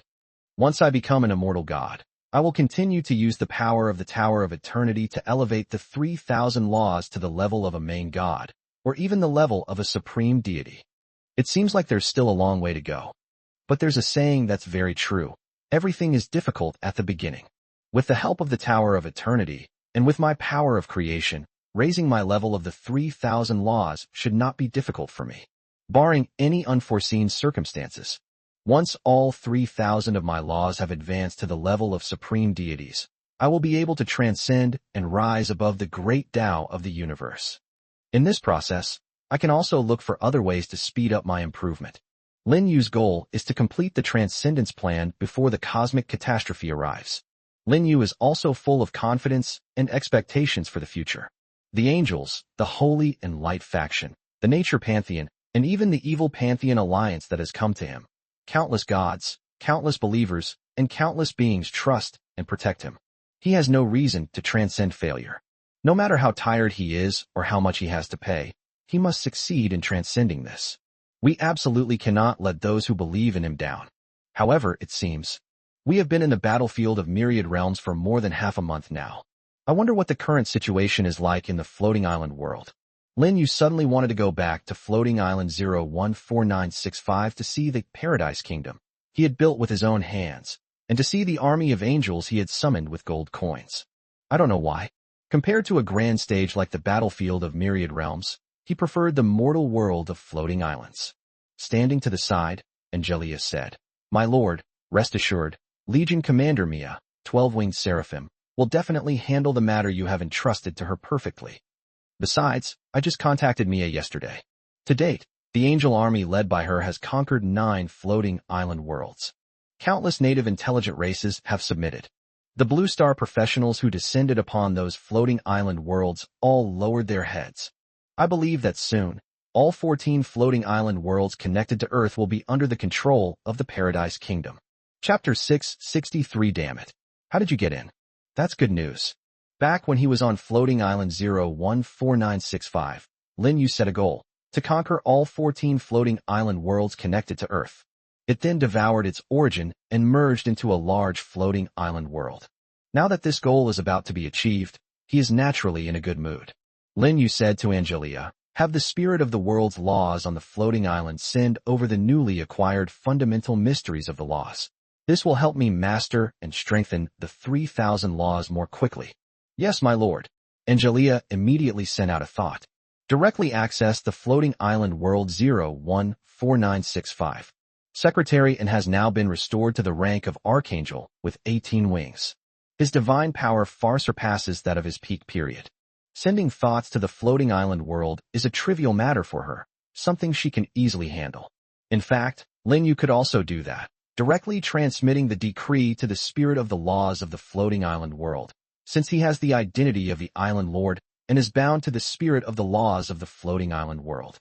He simply habitually delegated tasks to Secretarian. It has to be admitted that Angelia's presence made Lin Yu, the absentee manager, extremely comfortable and carefree. Lin Yu asked, after the floating islands merged, "Have any professionals from the various countries of Blue Star run into any trouble?" Angelia respectfully replied, "A rebellion did occur a few days ago, led by the United States, Japan, and South Korea. However, the rebels were easily suppressed by your kingdom's large army. In recent days, both the floating island world and Earth have been unusually calm." "That's good." Lin Yu nodded. Although his current identity is far removed from the level of the floating island world and Earth, he is still very concerned about the events happening in the floating island world and Earth. After all, that was his backyard. Lin Yu said, "What we need to do next is to conquer the battlefield of myriad realms and the underworld. You will be in charge of the relevant war matters. I plan to rest for one night, and then continue my seclusion. This time in seclusion, I will master the 3,000 laws of the universe in one fell swoop. And on that basis, they will become immortal gods." Lin Yu was already eager to become a god. Angelia quickly replied, "I believe my lord will succeed." Deep down, Angelia felt a faint sense of disappointment. Rather than worrying about war, she preferred to follow the great Lord of Holy Light into seclusion for spiritual cultivation. However, it is clear that the Lord of Holy Light does not intend to take her with him during this seclusion. It is highly likely that this is related to the limited amount of creative power remaining within the body of the Holy Light. She could only silently pray that the Lord of Holy Light would become a god in one fell swoop. Because in this way, the creative power within the Holy Light body will definitely increase exponentially, and the recovery speed will also become faster. By that time, she will then be able to have a more in-depth conversation with the great Lord of Light. Fortunately, Lin Yu did not possess the ability to read minds. If he knew what Angelia was thinking, he would tremble with fear and his face would change drastically. His secretary, and had clearly already treated him like a charging plug. "I won't give up until it's fully charged." This is also the fundamental reason why Lin Yu chose to go into seclusion alone this time. His body simply couldn't take it anymore. Time flew by, and it was already the next day. Lin Yu had a good night's sleep and felt full of energy.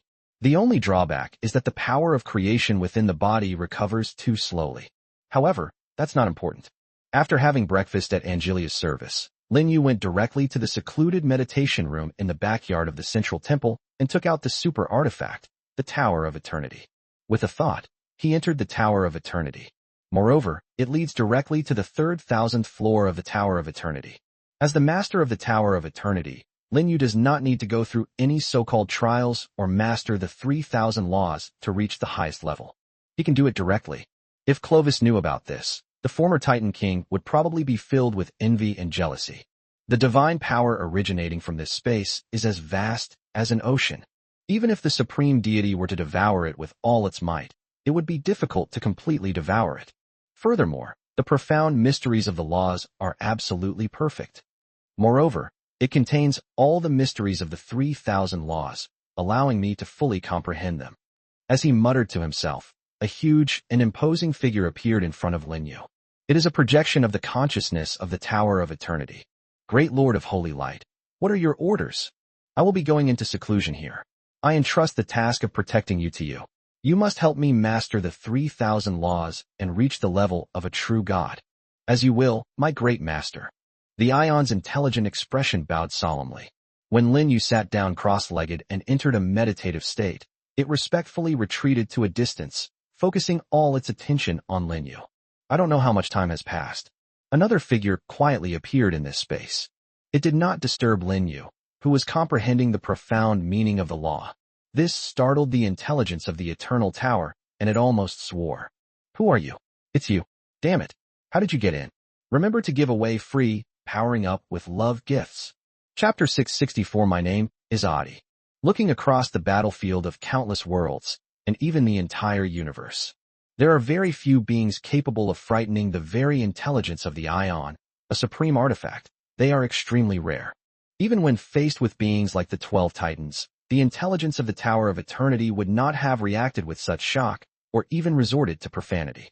After all, its true form is a super artifact, the spirit of the universe's most advanced equipment. Its power, comparable to that of a Titan, is unlikely to pose a significant threat. However, faced with the shock of the Eternal Tower's intelligence, the figure that had quietly appeared merely glanced at it indifferently before turning its head again and focusing its gaze on Lin Yu. Like a conditioned reflex, the spirit of the Eternal Tower protected Lin Yu. As it mobilized the fundamental power of the laws of the Tower of Eternity, it said angrily, "This is the reincarnation of the Lord of Holy Light. You dare to plot against him? Are you courting death?" Upon hearing this, the figure finally spoke, slowly saying, "You don't need to worry. My mission is the same as yours, to protect the Lord of Holy Light and safeguard his transcendence." You're protecting the Lord of Holy Light. The intelligence of the Eternal Tower stared at the figure in astonishment. How is that possible? I clearly remember that when the angel race created by the Lord of Holy Light descended upon the battlefield of myriad worlds, you even tried to stop them, but you were later suppressed by the Lord of Holy Light. The figure said, "That fellow who disrespected the Lord of Holy Light is dead." What? Upon hearing this, the intelligence of the Eternal Tower was so frightened that it took several steps back. It's dead? Then who are you? My name is Adi. The figure introduces itself. However, the intelligence of the Eternal Tower was not satisfied with this answer. What can a name represent? It asked again, "What is your background? Why have I never heard of you before?" The figure calling itself Adi glanced at the spirit of the Tower of Eternity and said, "What could a mere spirit of a super artifact like you possibly know?" The Ion's intelligence. In short, it has existed for over 1 billion years. When it was born, neither the Thunder Titans nor the angels had yet appeared in this universe.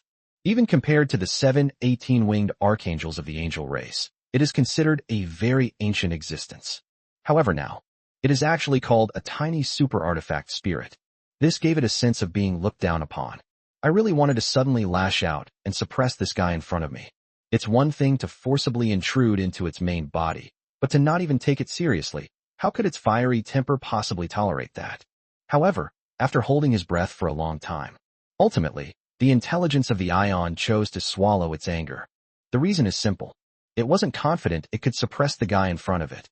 Even if it is a super artifact, and its body contains the 3,000 laws of the universe, it has no confidence that it can win. Because this guy is the spirit of the world's laws in the battlefield of myriad realms. Its origin, laws, and power are unparalleled in the universe. Only the great Tao of the universe can surpass it. In addition, the spirit of the world law of the floating island of myriad realms was comparable to the spirit of the world law of the battlefield of myriad realms, but unfortunately its body was shattered during the holy war of demons. Of course, that's not important. Importantly, it desperately wanted to know the origin of this world law spirit in the multiverse battlefield that called itself Adi, before devouring the world's laws and spirits from the battlefield of myriad realms. What is her identity? Could it be that she is also an angel created by the Lord of Holy Light? The problem is, there were no angels back then. Furthermore, Adi does not have angel wings on her back and is presented in human form. In addition, although Adi's words were full of contempt for it, which made it very unhappy, it also gleaned some information from them.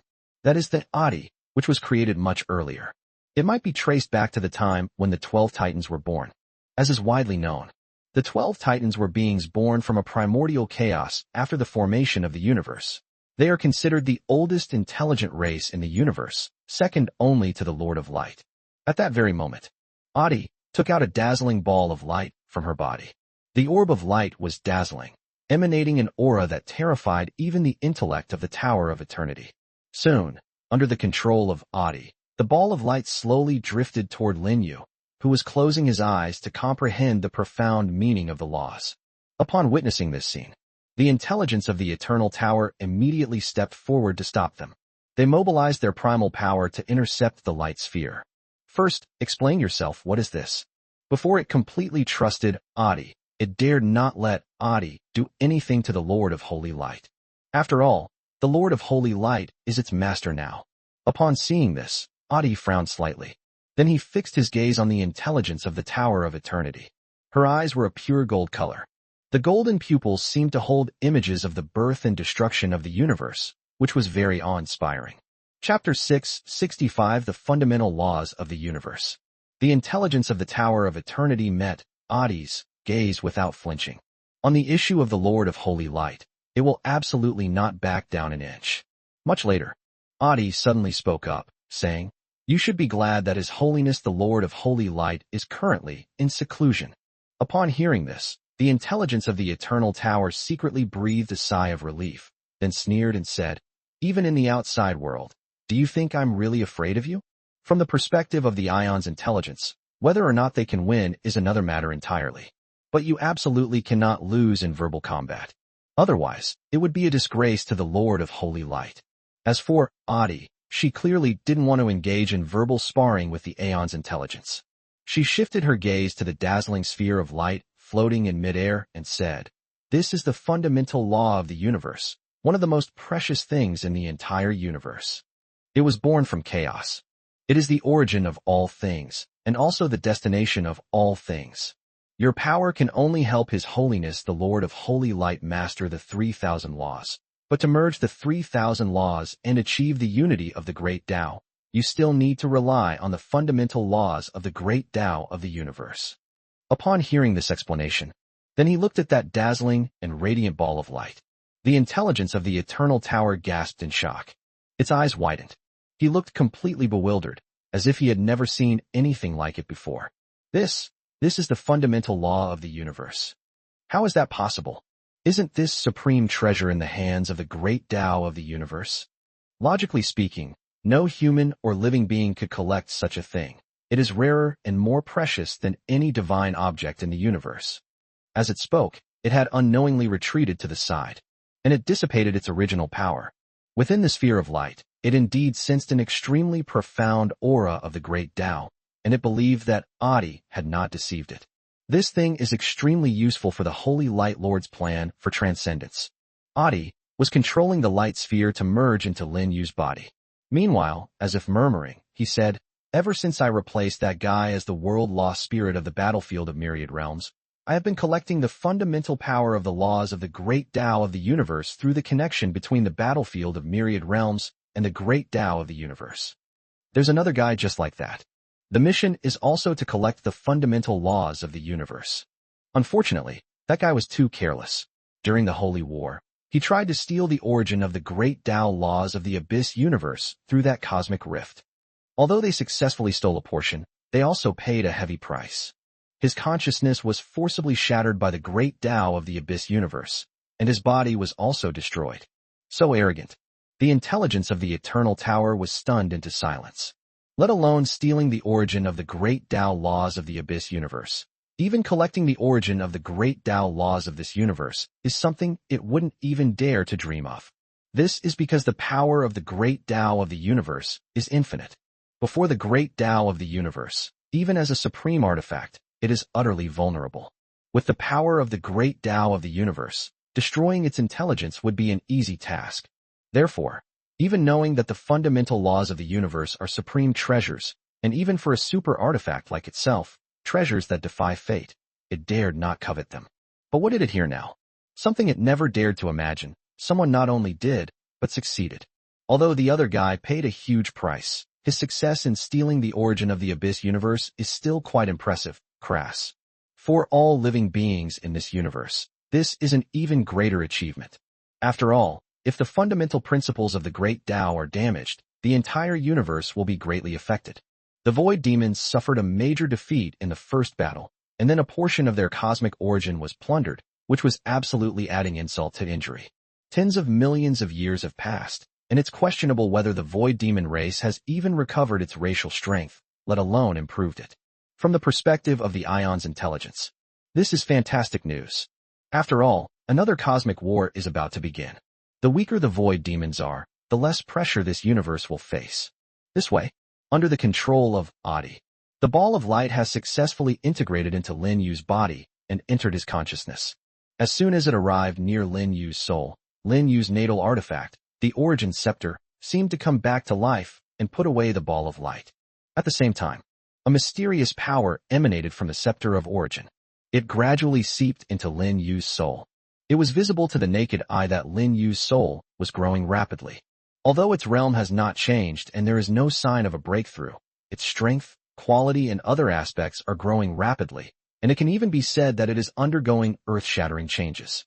This profound power is the fundamental law of the universe. Because of its terrifying size, the Origin Scepter dared not allow Lin Yu to absorb it directly, but could only transfer it to Lin Yu little by little to prevent Lin Yu's soul and body from being assimilated by it. The so-called assimilation. It is the origin of the great Tao laws that has turned into nothingness. In that situation, Lin Yu was essentially swallowed up indirectly by the laws of the universe. Chapter 666, When the Universe Taken Shape. With the protection of the Origin Scepter, my lord will not have any problems. Adi used her mind to check on Lin Yu's internal condition and saw that Lin Yu's soul was slowly merging with the fundamental laws of the universe. She was completely relieved. So many fundamental laws of the universe. The Eternal Tower's intelligence remarked with a sigh. If it were given to me, I might be able to evolve into a true artifact of the universe, becoming even more powerful than the Scepter of Origin. The incident of being expelled from Lin Yu's spiritual sea by the Origin Scepter before. The intelligence of the Eternal Tower has never forgotten. Defeating the Origin Scepter and replacing it as Lin Yu's destined super artifact has become the obsession of the Ion's intelligence. It dreams of breaking through its own limits and becoming a true artifact of the universe. Only in this way can it deal with the Origin Scepter that gave it a good beating. Unfortunately, the fundamental laws of the universe do not belong to it. It had no intention of taking it by force. Regardless of whether it can defeat the Origin Scepter, and whether the spirit of the world's laws beside it, who calls himself Adi, will suppress it, remains to be seen. Its very existence as Lin Yu's divine artifact prevents it from doing anything detrimental to Lin Yu. To put it more seriously, even if Lin Yu allowed it to self-destruct, it would be unable to resist. Adi glanced at the consciousness of the Tower of Eternity, and then said, "Serve my lord well, and obey my lord's will. When my lord achieves transcendence and becomes the ruler of the universe in the future, perhaps he will help you reach even greater heights." My lord. The intelligence of the Eternal Tower stared at Adi in astonishment. He then said, "My guess was right. You are indeed a being created by the Lord of Holy Light. I just don't know what kind of being you are, that you can even devour and replace the world-lost spirit of the battlefield of myriad realms." Upon hearing this, Adi's gaze fell on Lin Yu. His golden eyes shone with boundless reverence. She spoke slowly, saying, "When the universe was formed, there was no trace of life in the starry sky except for countless lifeless celestial bodies. When the Lord of Holy Light saw this, he created us with the power of creation. Our Lord has given us the mission to sow the seeds of life throughout the universe. After hundreds of millions of years, the great way of the universe is perfected. The seed of life begins to sprout. Countless primordial beings, imbued with the aura of chaos, were born. The 12 titans who created the ancient Titan race were among them. Among those primordial chaotic beings, the 12 titans were not the most powerful, but they possessed mature intelligence. Other primordial chaotic beings, influenced by the primordial chaos of the universe's beginning, often enter a state of madness, destroying all matter in the universe. Therefore, our task has become to cleanse and seal these mad, primordial chaotic beings. This mission continued until the appearance of the Gate of Chaos. Upon learning that there were other universes beyond our own, and with the Gate of Chaos also under attack, the great Lord of Light began to prepare his plan for transcendence. Because our Lord knows The heavens and earth are infinitely vast, and the chaos is boundless. It is not impossible for a being even more powerful than him to be born.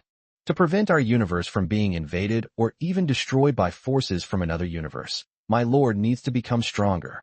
Unfortunately, the great Tao of the universe is ignorant and strongly resists our Lord's approach, so our Lord has no choice but to think of another way. Otherwise, our Lord would have already transcended and descended into the chaos world. Why would someone abandon their original form and be reborn? You must know that our Lord's true form is a supreme chaos holy body that even the great Tao of the universe cannot destroy, and its strength far surpasses that of any divine artifact. At this point, a hint of coldness appeared in Adi's eyes. Clearly, she was very dissatisfied with the inhumanity of the great Tao of the universe. Fortunately, the Lord of Light offered some comfort. The great Lord of Holy Light told her that when the day of transcendence arrives, the Lord of Holy Light will personally cut off the great Tao of the universe, making them the new great Tao of the universe. For so many years, she has been waiting for this day to come. The intelligence of the Eternal Tower asked, "Your companion wouldn't happen to be the spirit of the world's laws of the floating island of myriad realms, would it?" Good. Adi nodded. Perhaps because she hadn't chatted with anyone in a long time, Adi was quite talkative. However, on the other hand, the Eternal Tower has become an artifact of the Lord of Light, so there's no harm in chatting a little longer. The floating island of myriad realms is a colossal divine world created by my Lord in simulation of the battlefield of myriad realms. Its fundamental power is far greater than that of the battlefield of myriad realms. Unfortunately, that guy was too arrogant and went to provoke the great Tao laws of the Abyss universe, which resulted in him still being a pile of fragments. But it won't be long before that guy recovers and returns. At that time, we will be able to follow the Lord of Holy Light and participate in the upcoming cosmic war. In this battle, I will personally annihilate the Void Demon Emperor. Upon hearing this, the intelligence of the Eternal Tower immediately wanted to scoff. What kind of powerful being is the Void Demon Emperor? That was a terrifying creature that even the Lord of Holy Light couldn't kill. Although defeated back then, they managed to escape back to the Abyss universe despite their severely damaged demonic bodies. Although the world-lost spirit of the battlefield of myriad realms is indeed powerful and can easily suppress supreme gods, it still considers it virtually impossible to kill a powerhouse of the level of the Void Demon Emperor. Requesting free donations of electricity generated by love. Chapter 667 How could the Void Demon Emperor compare to my lord? How? You don't believe I can kill the Void Demon Emperor? Adi glanced sideways at the intelligence of the Tower of Eternity. The eerie light emanating from the golden pupils sent chills down the spine of the Tower of Eternity's innate intelligence. This guy is not to be messed with. Once you attack it, even a super artifact won't be able to withstand it. They'll be smashed to pieces. Thinking of this, the intelligence of the Eternal Tower indeed yielded and quickly said, "Of course I believe you can suppress the Void Demon Emperor. After all, you are the most powerful world-lost spirit in our universe." Upon hearing this, Adi gave a cold snort. He then said, at his peak, the Void Demon Emperor's strength was at most equivalent to the combined strength of the 12 Titans, and he was also severely injured by our Lord back then. Tens of millions of years have passed, and even if he has recovered, it is difficult for his strength to improve much. With my strength, taking him down is not impossible. Hearing Adi's serious words, the intelligence of the Tower of Eternity was momentarily bewildered. After a long while, it asked in confusion, "So that means your current power is almost comparable to that of the Lord of Holy Light back then? How is that possible?" Adi shook his head and said, "Even if I can suppress the Void Demon Emperor, my power is not even 1/10,000th of my Lord's. My Lord is the invincible being in a universe." Then I don't understand. The intelligence of the Eternal Tower said, "Since the power of the Lord of Holy Light is so great, why was he unable to suppress the Void Demon Emperor back then, allowing him to escape back to the Abyss universe with his severely injured body?" Adi said, "That's because my Lord doesn't want to kill him. The strength of the Void Demon Emperor is basically equivalent to that of a supreme deity who has mastered 1,000 supreme laws. And my Lord, his immense power can directly create 3,000 supreme laws. Back then, our Lord only used the power to create over 1,000 supreme laws to severely injure the Void Demon Emperor. If our Lord wanted to kill him, he would have had no chance to escape. The intelligence of the Eternal Tower exclaimed in amazement. I never imagined that the Lord of Holy Light had actually retained his strength back then. For a long time, all intelligent beings in the universe have believed that the power of the Void Demon Emperor is so great that it can rival that of the Lord of Holy Light, including the gods in the battlefield of all worlds. But unexpectedly, there's actually a hidden story behind it. Adi chuckled and said, the great Lord of Holy Light is a supreme being of chaos born with the universe, while the Void Demon Emperor is merely a rather amazing cultivator on the path of seeking the Tao. Whether in terms of strength, status, or genes, the Void Demon Emperor is far from being worthy of being compared with my lord. The intelligence of the Eternal Tower asked curiously, why did the Lord of Holy Light deliberately let the Void Demon Emperor go back then? Wouldn't it have been better to kill him directly and deprive the Void Demons of their ruler?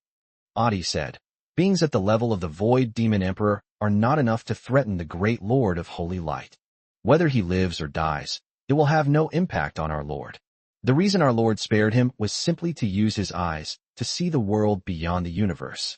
Although the great Lord of Holy Light is an invincible being in the universe, he is still subject to the limitations of the great Tao of the universe.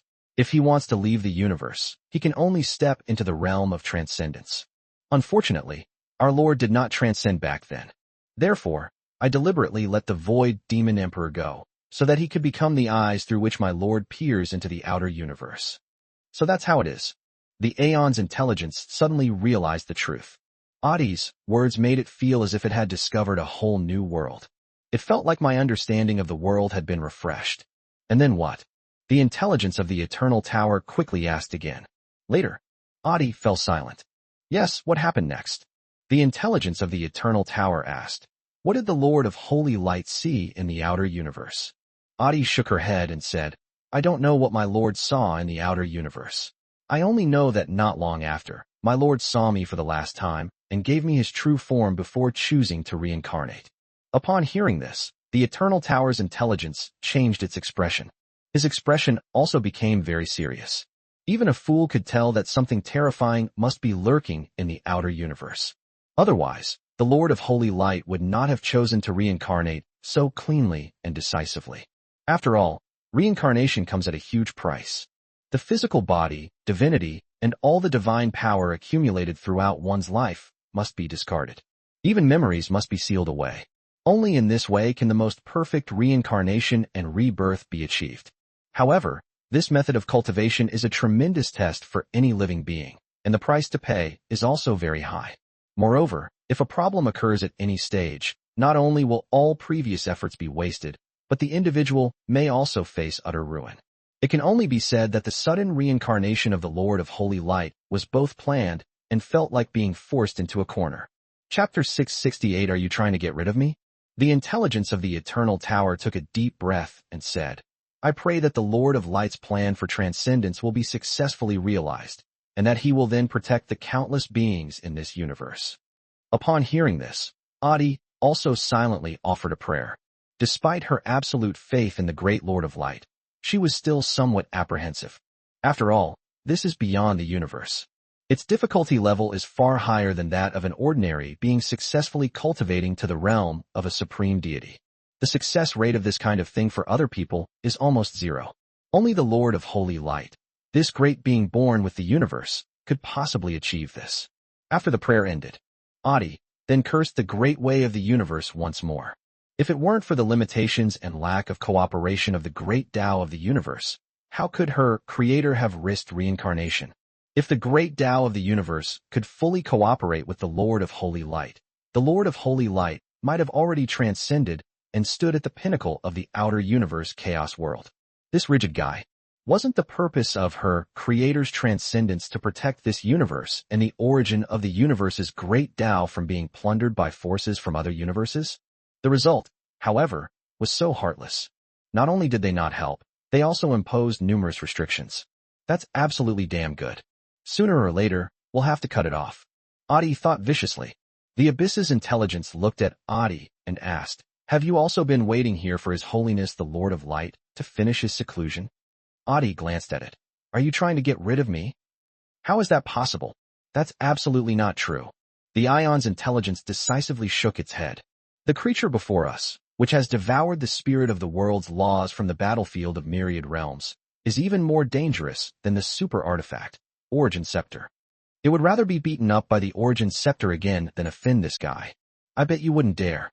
Adi sneered. With a super artifact like Ion, she can take on 5 opponents at once. On the other hand, she also felt nostalgic for the days when she suppressed and sealed away those primordial chaotic beings throughout the universe. Back then, they were carefree and unrestrained. They chased those primordial, chaotic beings, sending them fleeing throughout the universe. Life can be as carefree as it gets. Unlike now, it has become the spirit of the world's laws in the battlefield of myriad realms, and hasn't had a proper fight in hundreds of millions of years. When the void demons invaded this universe, if it weren't for the divine decree issued by the Lord of Holy Light, forbidding her from participating in the war and even forcing her to hide to avoid being discovered by the great Tao of the universe, she was determined to fight the void demon emperor, no matter what. While pondering, Adi turned her gaze to Lin Yu, who was quietly comprehending the profound meaning of the laws. In her golden pupils, there was a tenderness that could not be described in words. As the Lord of Holy Light embarks on the path of cultivation, those days on earth are gone forever. However, those more than 10 years of ordinary memories will forever remain in her heart. For her, that memory is the most precious thing. Without further thought, Adi said to the intelligence of the Tower of Eternity, "For the next period of time, you will be the protector of the Lord of Holy Light." For certain reasons, I was unable to meet the Lord of Holy Light before he ascended to the highest divinity. Do not tell the Lord of Holy Light about my appearance here, or the origin of the universal laws I brought with me. If the Lord of Light's transcendence plan fails because of you, I will make you truly understand the methods of the Chaos Holy Angel. Upon hearing this, the intelligence of the Eternal Tower trembled violently. It quickly assured that it would never do anything detrimental to the Lord of Holy Light's transcendence plan, even if it meant its own death. Don't worry, I will definitely not let you down. As they spoke, the intelligence of the Tower of Eternity secretly glanced behind Adi again. It seemed that there were no angel wings. Then why did she call herself the Holy Angel of Chaos? Adi saw right through the inner world of the Ion's intelligence. However, she was not in the mood to answer his questions. Without lingering, Adi's figure vanished like a bubble, just as silently as it came. The Eternal Tower's intelligence mobilized all the fundamental laws of its body to perceive, yet it still couldn't discover how Adi had left its body. Even my super artifact body can come and go as it pleases. Even the 12 Titans couldn't do something like this. Such methods are terrifying. No wonder that guy doesn't even put the most evil and powerful being in history, the Void Demon Emperor, in his eyes. Now, the intelligence of the Tower of Eternity finally understands why, when the dark goddess Sylvia broke her oath, the spirit of the world's laws in the battlefield of worlds, though unleashing a backlash, did not cause any harm to Sylvia.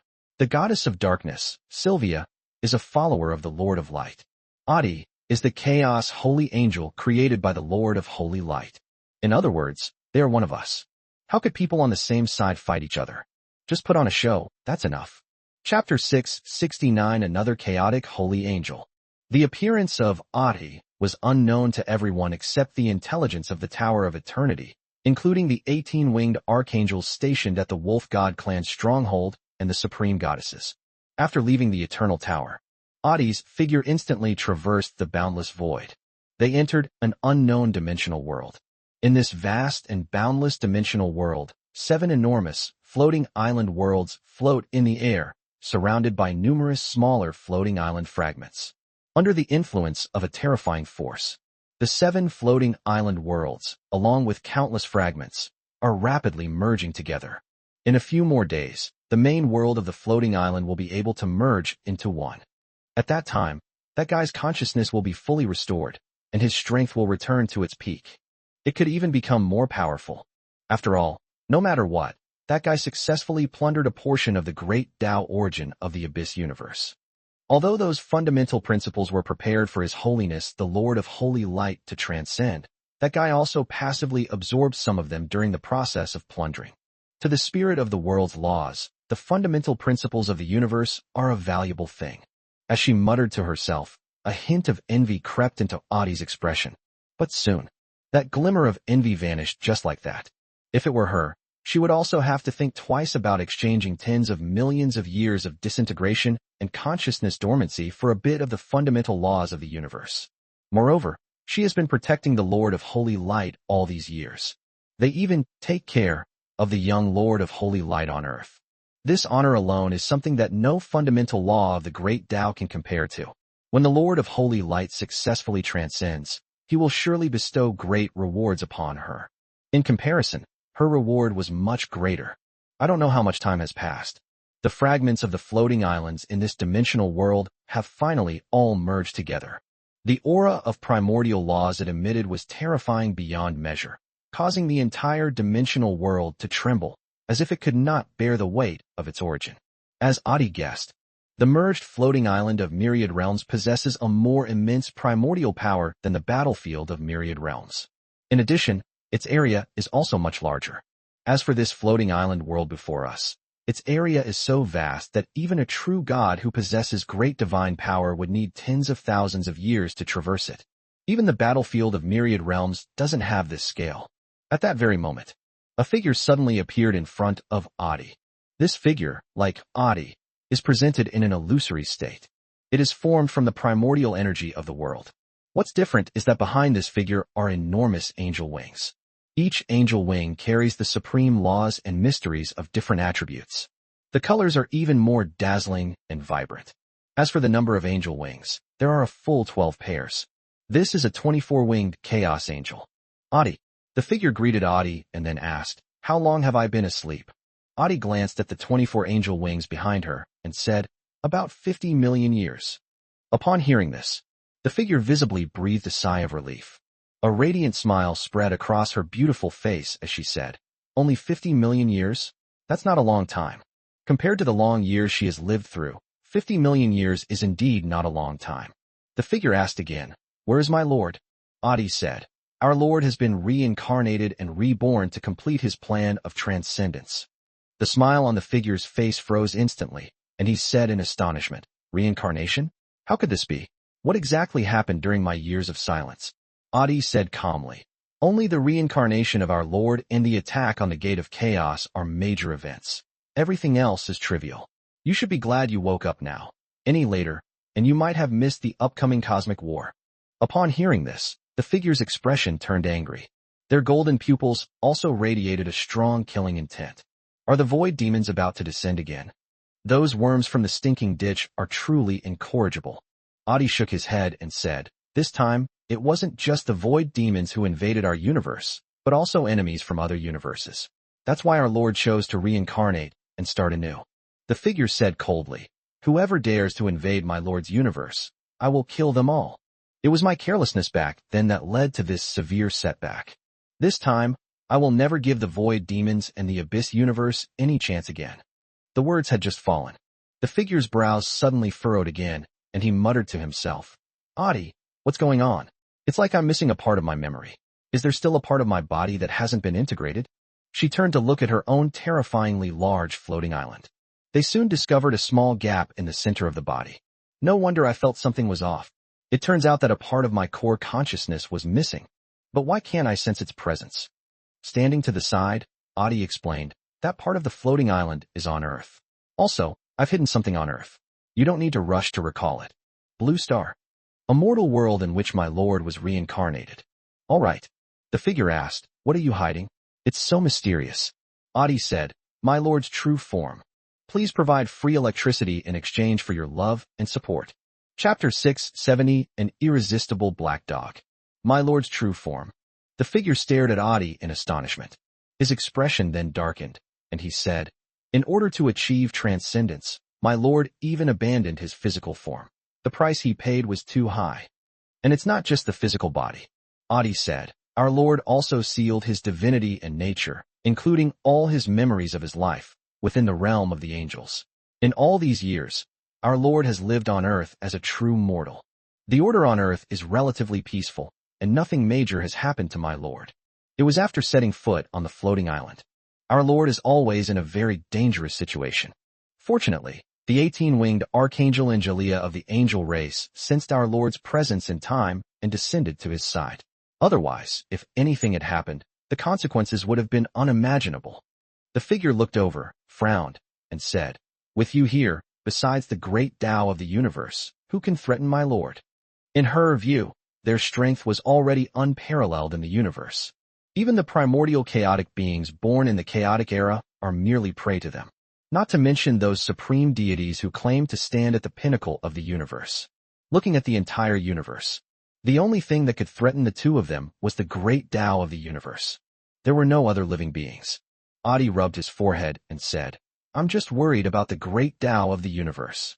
Ever since I devoured the world-lost spirit of the battlefield of myriad realms, that guy has been at odds with me. As a result, I have not dared to appear before my lord in my true form all these years. We don't even dare to use the primal power of the battlefield of all worlds and other worlds. Furthermore, you have been in a state of slumber for many years and have been unable to protect our lord who is on the floating island. That's why I'm so worried. Fortunately, our lord was protected by the angel race and successfully survived the time on the floating island and entered the battlefield of myriad worlds. Once our lord finishes this seclusion and successfully masters the 3,000 laws of the universe, our lord's safety is now even greater." Upon hearing Adi's words, the figure's face grew even more somber.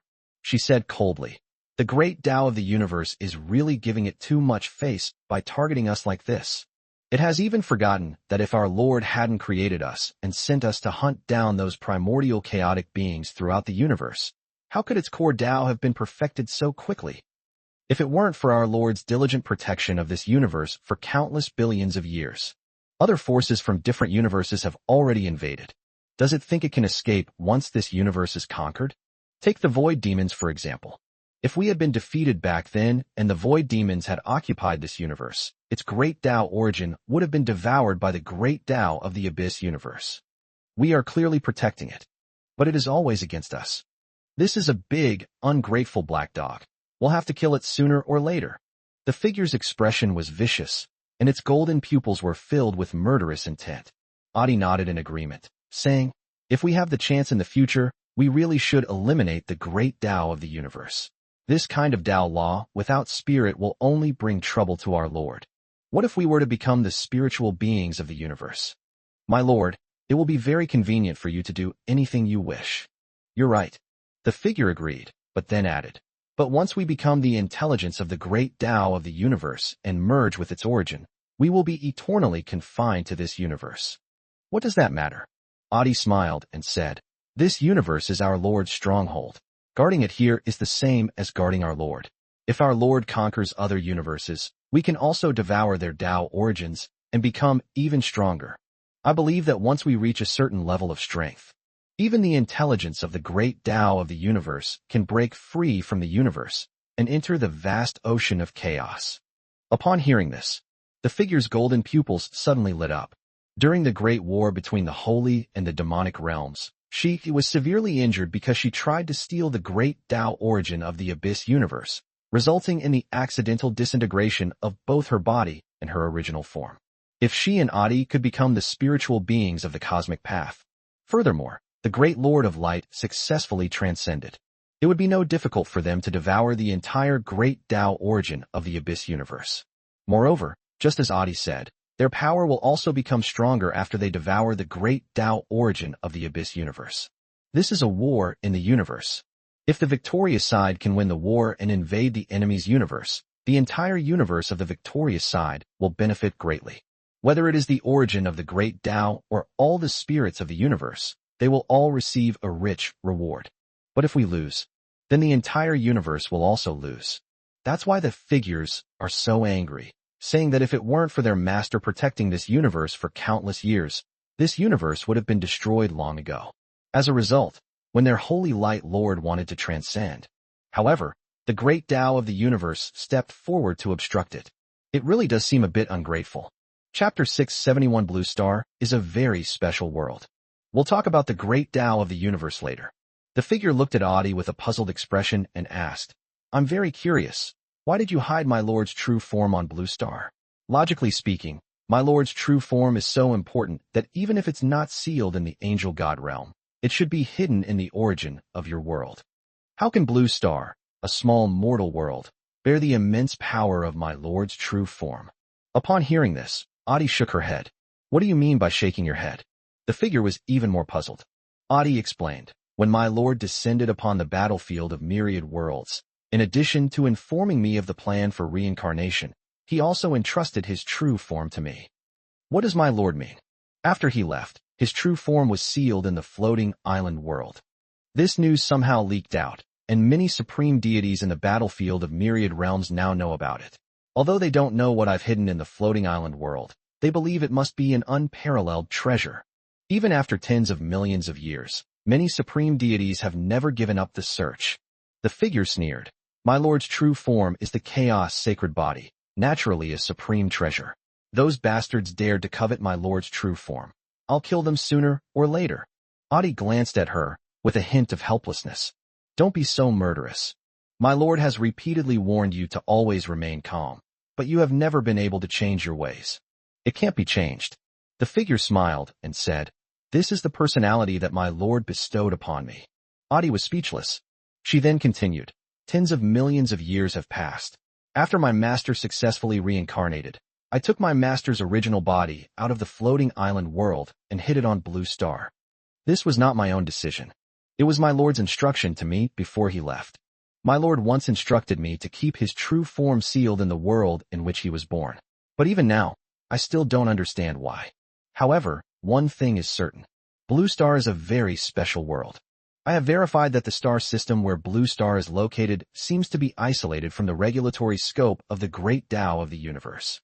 Moreover, Blue Star can indeed bear the chaotic aura emanating from my lord's true form. So that's how it is.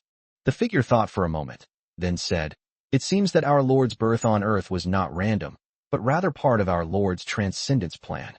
You're right, that's what I think too. Adi nodded and said, moreover, my intuition tells me that earth is the most important part of my Lord's transcendence plan. This mortal world can lend my Lord a helping hand. I only pray that my Lord will be able to transcend all obstacles in one fell swoop. The figure spoke with a devout expression. In order to transcend, one must enter the sea of chaos. Not only did the Lord of Holy Light pay a huge price, but she and Adi also paid a great price. The biggest cost was that the original body was also abandoned. Before becoming the spirits of world laws, they were the most powerful chaotic spirits in the universe, possessing perfect chaotic bodies and ranking at the top of all beings in the universe. None of the primordial chaotic beings born from chaotic energy could rival them. This includes the 12 Titans who created the Titan race.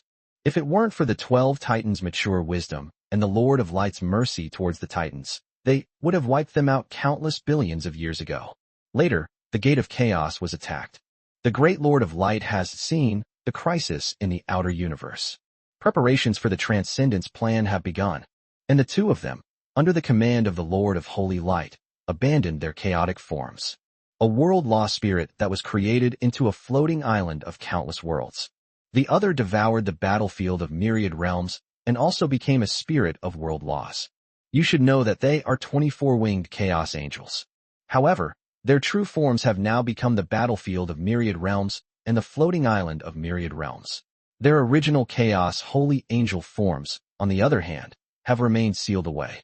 As for why the Lord of Holy Light wanted to transform them into spirits of world laws, one of the reasons is to allow them to collect the fundamental laws of the universe, which is one of the elements of transcendence. As for their other purposes, they are unaware of them. The Lord of Holy Light never told them either. Don't worry. Our Lord's power is unparalleled throughout history. His consciousness transcends the past, present, and future. Even the great Tao of the universe, which controls everything, can at most hinder my Lord's transcendence and cause him some trouble. Its power is not enough to pose a real threat to my Lord. Our Lord planned all of this. He will surely succeed in transcending. At that time, even the great Tao of the universe will have to bow its head to our Lord. This universe is by no means the end for my Lord. The great Creator, born from the moment the universe took shape, overlooking all the myriad worlds, will eventually stand above the sea of chaos, controlling the destiny of all things. Upon hearing this, the figure immediately said, I will follow in my Lord's footsteps and witness this miracle. Chapter 672, Admitting mistakes means correcting them. Adi said to the figure, stay in this dimensional world for the time being and do not descend into the real universe. lest you be detected by the great Tao of the universe. No. The figure nodded. He then asked, what is the current situation of the battlefield of myriad realms? Immediately, images of supreme deities being slain by the 18-winged archangel Angelia flashed through Adi's mind, and she said, it's peaceful, nothing major has happened. That's good. The figure said, my lord is currently on the battlefield of myriad realms, you must protect him well. The cosmic war is about to begin, and my lord's transcendence plan must not have any mishaps. Upon hearing this, Adi nodded seriously. Even without her presence, she would do everything in her power to protect the Lord of Holy Light. All their efforts over the years have been for the day when the Lord of Holy Light successfully transcends. If the Lord of Holy Light fails to transcend because of her, even if she destroys her own consciousness and is completely annihilated, she will still find it difficult to atone for her sins to the Lord of Holy Light. Adi said, I will keep a close eye on my Lord's condition and will absolutely not allow any accidents to happen. The figure nodded. Then, as if he had just thought of something, he realized something. She reached out and grabbed at the unimaginably large floating island world behind her. A sphere emitting a dark red light appeared out of thin air. As she handed the ball of light to Adi, she said, this is the origin of the great Tao law that I stole from the Abyss universe back then. It should have been handed over to our Lord tens of millions of years ago. Unfortunately, I was careless for a moment and was ambushed by the Abyss universe. Fortunately, our Lord has not yet reached the final step, and there is still time. Adi took the ball of light and said with dissatisfaction, originally, you should have been like me, tasked with collecting the origin of the great Tao laws of this universe, which wasn't too difficult. But you impulsively challenged the great Tao laws of the Abyss universe, resulting in the shattering of your consciousness and the floating island of myriad worlds, and subsequently you fell into a deep sleep for tens of millions of years. Fortunately, you also successfully stole a portion of the origin of the great Tao laws. Otherwise, even if my Lord doesn't blame you, I'll still teach you a lesson. Upon hearing this, the figure slightly raised its head and said, Adi, in terms of the origin of the world alone, my floating island is far more powerful than your battlefield of myriad realms. You are no match for me. Adi squinted. A dangerous glint flashed from his golden pupils. You can give it a try? Let's give it a try. The two Chaos Angels seemed poised to fight at the slightest provocation. However, after a long stalemate, the spirit of the laws of the floating island of myriad realms, who considered herself to be more powerful, was the first to back down, pouting and saying, all right, my dear sister Adi, I know I was wrong. My Lord has never scolded me, yet you know how to bully me. Adi said, our Lord is merciful and loving. Even if you make a mistake, our Lord cannot bear to punish you. But you must also understand one thing. If you make a mistake, you must correct it. The kind of arrogance that led us to challenge the laws of the universe must never happen again. Who will be responsible if irreversible consequences occur? I see. The figure nodded seriously. Adi said, I won't say any more to you. I need to return to the battlefield of myriad realms and purify the great Tao laws of this Abyss universe as soon as possible and hand them over to my Lord. Okay, go ahead without worry. The figure said, I will remain in this dimensional world, awaiting my Lord's summons. Adi nodded slightly. Immediately, her perfectly proportioned figure vanished into thin air. After Adi left, the figure, with 24 beautiful angel wings on its back, also returned to the vast and terrifying floating island in the distance. Having just recovered, her power has not yet returned to its peak state. She needs to consolidate and integrate her own world origins. We must improve our strength as soon as possible. On the other side, at the Wolf God clan's stronghold in the battlefield of myriad realms, more than 10 enormous figures descended from the sky. However, they did not descend directly to the central temple area, but stood on the outskirts of the Wolf God clan's main camp until they received permission before coming to the central temple. Bradley Douglas, what are you doing? Dozens of exceptionally beautiful figures gathered in the square outside the temple. The vast majority of them are stunningly beautiful goddesses. Leading the group was the 18-winged archangel Angelia, flanked by fellow 18-winged archangels Christina, Margaret, and Banasta. As for the three fallen archangels with 18 wings, Victoria, Astia, and Quinnissa, they had already led the army of fallen angels and the army of gods from the evil Pantheon Alliance to attack the underworld. The speaker was Annabelle, the goddess of light. Moreover, They clearly didn't give these suddenly appearing figures a friendly look. These figures were none other than the Supreme Titans and Supreme Dragons, led by Storm Titan King Bradley and Dragon God Douglas. For tens of millions of years, the Holy and Light faction not only frequently clashes with the evil Pantheon alliance, it also has a bad relationship with the Titan and Dragon pantheons. This is purely because the ancient Pantheon, led by the Titans and Dragons, is secretly helping the evil Pantheon alliance to oppose the Holy and Light faction. If it weren't for the angels withdrawing from the battlefield of myriad worlds, the Holy and Light faction has lost its backing. The goddess of light and other supreme goddesses had long since clashed with the ancient Pantheon. My mom was discharged from the hospital yesterday, so she rested for a day. Chapter 673, We've Come to Surrender. Listening to the slightly murderous voice of Annabelle, the goddess of light, the Dragon God King Douglas and other supreme deities of the Dragon God realm, as well as the supreme deities of the ancient god system, all remained silent. Some of them even considered leaving, because standing before them were dozens of goddesses who possessed supreme laws and supreme divine power. Among them are not only the renowned goddess of nature and spirits, Heloise, but also the twin god kings who are awe-inspiring throughout the universe, the goddess of fate and the goddess of luck. There were also 4 archangels with 18 wings present. Angelia, the most powerful archangel who had killed multiple supreme deities, stood directly opposite them. What a terrifying power this is. If these goddesses dislike them or try to harm them, they will surely die. For them, following the Storm Titan King Bradley here was tantamount to lambs to the slaughter, handing over their fate to someone else. This is a very bad feeling. At that very moment, Storm Titan King Bradley stepped forward. He remained remarkably calm. He believed that Angelia and the others would not easily resort to underhanded tactics against them. After all, if we wanted to kill them, we would have done so already. Whether it was the invasion of the Titan realm by the 7 18-winged archangels, or the war against the Dragon God realm and the ancient Pantheon in the outer world, the 7 18-winged archangels were capable of annihilating them all. However, in the end, the 7 18-winged archangels chose to show mercy. In the realm of the Titans, the 7 18-winged archangels did not commit any acts of violence. On the battlefield outside the realm, although these 18-winged archangels killed many supreme deities from the ancient Pantheon and the Dragon God realm, they did not completely kill them. They were given the opportunity to be resurrected and reborn through their incarnations. Therefore, Storm Titan King Bradley had reason to believe that the angel race had no intention of annihilating the entire Titan Pantheon, the Dragon Pantheon, or even the ancient Pantheon. The angels are waiting for them to surrender obediently. The promise that the 18-winged Archangel Angelia made to him previously proved this point.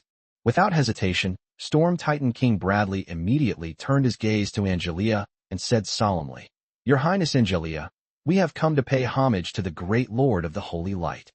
We present the faith of our Titan Pantheon, the Dragon Pantheon, and the ancient Pantheon to His Holiness the Lord of the Holy Light. It is our honor to serve the Lord of Holy Light. We also humbly request that Your Highness Angelia grant us an opportunity to meet the Lord of Holy Light." Hearing the words of Storm Titan King Bradley, the supreme goddesses present immediately showed expressions of utter horror. They all stared wide-eyed. It was like seeing a ghost. The Titan Pantheon, the Dragon Pantheon, and the ancient Pantheon, which have always acted like heaven is second to none and I am the boss, have actually surrendered. This struck them as incredibly incredible. The Titan Pantheon's submission, in particular, was simply unbelievable to them. After all, the Titan Pantheon is the most powerful pantheon in the battlefield of all realms, and it has always harbored the ambition to conquer the battlefield of all realms and all the extraordinary worlds in the universe. But now, the supreme gods of the Titan Pantheon, however, came to submit to them. This made them even suspect that these guys had ulterior motives. Otherwise, how could they surrender so quickly? Although the 7 18-winged archangels recently stormed into the Titan realm, they only managed to steal the super artifact, Tower of Eternity, and did not cause any other damage to the Titan Pantheon. The power of the Titan Pantheon remains at its peak. If the Titan Pantheon insists on fighting the Angelic faction to the death, as long as it can win over the supreme deities and armies of gods from other pantheons, it is not impossible for it to hold off the Angelic faction for one round. The only people present who did not show any shock were the 4 18-winged archangels, including Angelia, as well as the goddesses of fate and fortune. The goddesses of fate and fortune can see a glimpse of the future. As for Angelia and the others, they had already anticipated what would happen today. The moment they saw that the leader was Storm Titan King Bradley, instead of Titan God King Clovis, they already knew that the plan had succeeded. Bradley successfully seized the throne of the gods that belonged to Clovis. Angelia smiled faintly and said to Bradley, I originally thought you would need to put in some time and effort to ascend to the throne of the Titan God King, but it seems that everything is going very smoothly. My ability to wield the power of the Titan realm is entirely due to your Highness's support.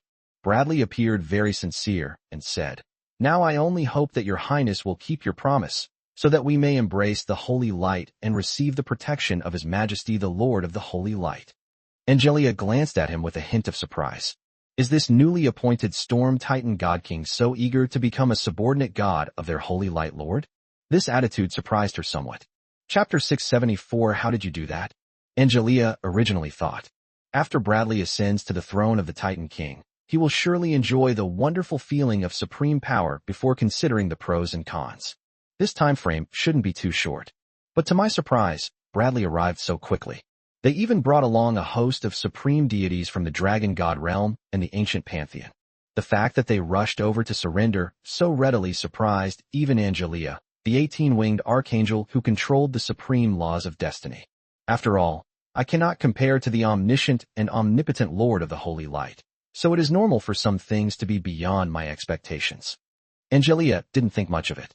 However, the goddesses of light Annabelle, the goddess of light, and Heloise, the goddess of nature and elves, and other supreme goddesses once again showed expressions of horror. They all looked toward the Storm Titan King Bradley, whose body was shrouded in countless storms and thunderbolts. None of them expected. How much time has passed? Less than a week after the 7 18-winged archangels left the Titan realm, which can be called the oldest god realm in the battlefield of all worlds, has changed hands. Moreover, the new god king is Bradley, who is also the king of the Storm Titans. As is widely known, the more ancient and intelligent a race is, the more it values the purity of its bloodline, especially the Titans. The true bloodline of the Titan race is that of the Thunder Titans. As for the Storm Titans, they can only be referred to as a branch of the Thunder Titans. It's like the relationship between nature spirits and forest spirits. The ruling scepter of the nature elves must never be allowed to be controlled by forest elves. And the Storm Titans, naturally, could not control the ruling power of the Titan race. To their shock, Bradley, who possessed the bloodline of the Storm Titans, actually replaced Clovis and became the new Titan King, ruling over the entire Titan race. Once this message is sent out, it is feared that this will cause a huge upheaval in the entire universe. Countless intelligent races will be in an unbelievable state. How did you do that? The goddess of nature and elves, Heloise, directly asked the Storm Titan God King Bradley, saying, As far as I know, Clovis is not someone who can easily relinquish his divine authority. But he lost the Tower of Eternity. Storm Titan King Bradley said with a faint smile, Without the Tower of Eternity, Clovis is a sinner to our Titan race. Furthermore, the spirit of the world's laws in the Titan realm is on my side and supports my ascension to the throne of God King. The following sentence is the key point. This is also the fundamental reason why Bradley was able to become the Titan King. Whether Clovis loses the Tower of Eternity or not does not affect his authority over the Titan realm. After all, his status and strength are undeniable. The power of the Thunder Titans was also enough to suppress the dissatisfaction of some people in the Titan realm with Clovis.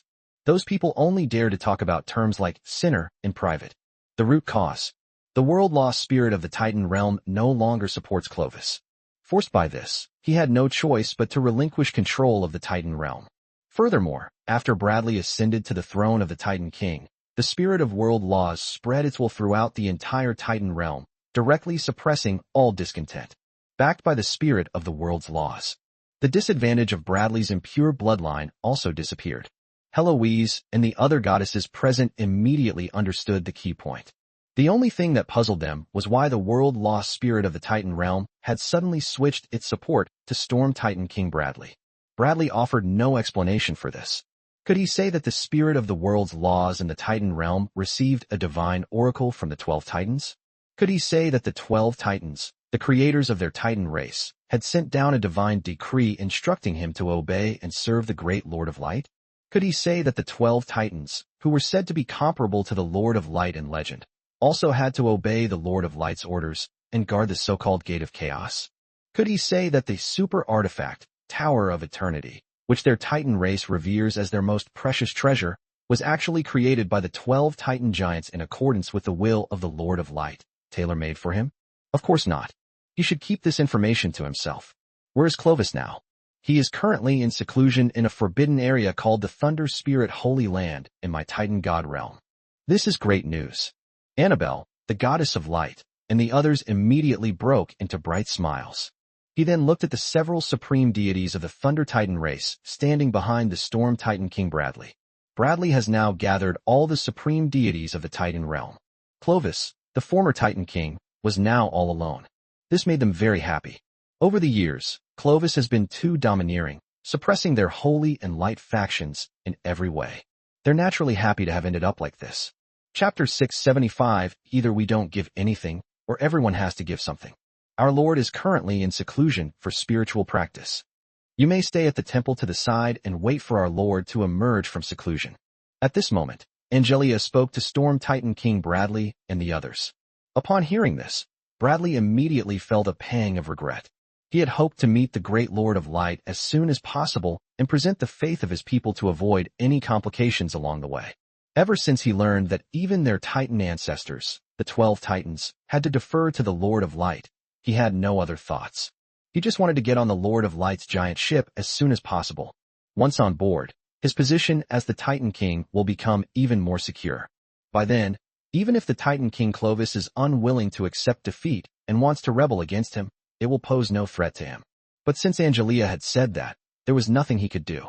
After thinking for a moment, Storm Titan King Bradley took out a ball of light from his personal spatial artifact and handed it to the 18-winged archangel Angelia with a slightly respectful air. Your Highness, this is the profound law of our Titan God realm and a portion of its primordial power. It is a small token of the Holy Spirit's appreciation for His Majesty the Lord of Holy Light. That's thoughtful of you. Angelia calmly accepted the orb of light and said, I will give it to the great Lord of Holy Light later. When my Lord transcends to the highest, he will surely bless your Titan race. Praise be to the Holy Light. Storm Titan King Bradley bowed with a devout expression. Standing behind him, the Dragon God King Douglas and other supreme deities from the Dragon God realm and the ancient god system looked at each other in bewilderment. I was careless. They didn't bring any gifts with them. Although they are all led by the Titan race and follow the new Titan King Bradley, they are also an independent force if we disregard the Titan race and Bradley. They also hope that their pantheon will become stronger, especially the Dragon Pantheon. Now, Bradley has brought such a generous gift, while they have brought nothing at all. If the Lord of Light becomes dissatisfied and bestows more favor upon the Titans, while only offering them a perfunctory favor, wouldn't they be at a huge loss? This won't do. Thinking of this, Dragon God King Douglas and the others immediately felt anxious. Meanwhile, he was inwardly cursing Storm Titan King Bradley, that treacherous fellow who hadn't even told them he brought a gift, causing them to arrive empty-handed. Isn't this setting a trap for them? Either we don't send any, or everyone has to send some. Your Majesty, what should we do now? I feel like Bradley is setting us up. Let's not dwell on that for now. Fortunately, His Holiness the Lord of Holy Light is still in seclusion, so we still have time to prepare a gift. Your Majesty, what gift could compare to the profound mysteries of the world's laws and a portion of the primordial power of the Titan God realm? The value of this gift surpasses even that of a supreme artifact. Besides, our Dragon God realm is not as wealthy as the Titan God realm. Even a supreme artifact can't be produced. Madness. Dragon God King Douglas secretly transmitted his voice and cursed. If Bradley can give away the profound mysteries of the world's laws and the power of origin, why can't we? Compared to the supreme artifact, this kind of gift is more in line with the wishes of the Lord of Holy Light. Your Majesty is wise. After settling in temporarily, I will return to the God realm and ask the Spirit of the World Laws to hand over all the profound mysteries it has mastered, as well as a portion of its original power. We can't be outdone by the Titans. Okay, I'll leave this matter to you. Tell the Spirit of the World Laws of the Divine Realm that if it disagrees, we'll ask the 7 18-winged archangels of the angel race to go and talk to it. Clear. Later, the Storm Titan King Bradley and his entourage of supreme deities were taken to a nearby temple for temporary lodging. Now that they know the Lord of Holy Light is in seclusion, they are no longer in a hurry. For the supreme deity, time is the least valuable thing.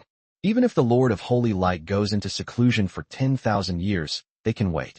However, Bradley knew that the Lord of the Holy Light should emerge from seclusion soon, because a cosmic war is about to begin.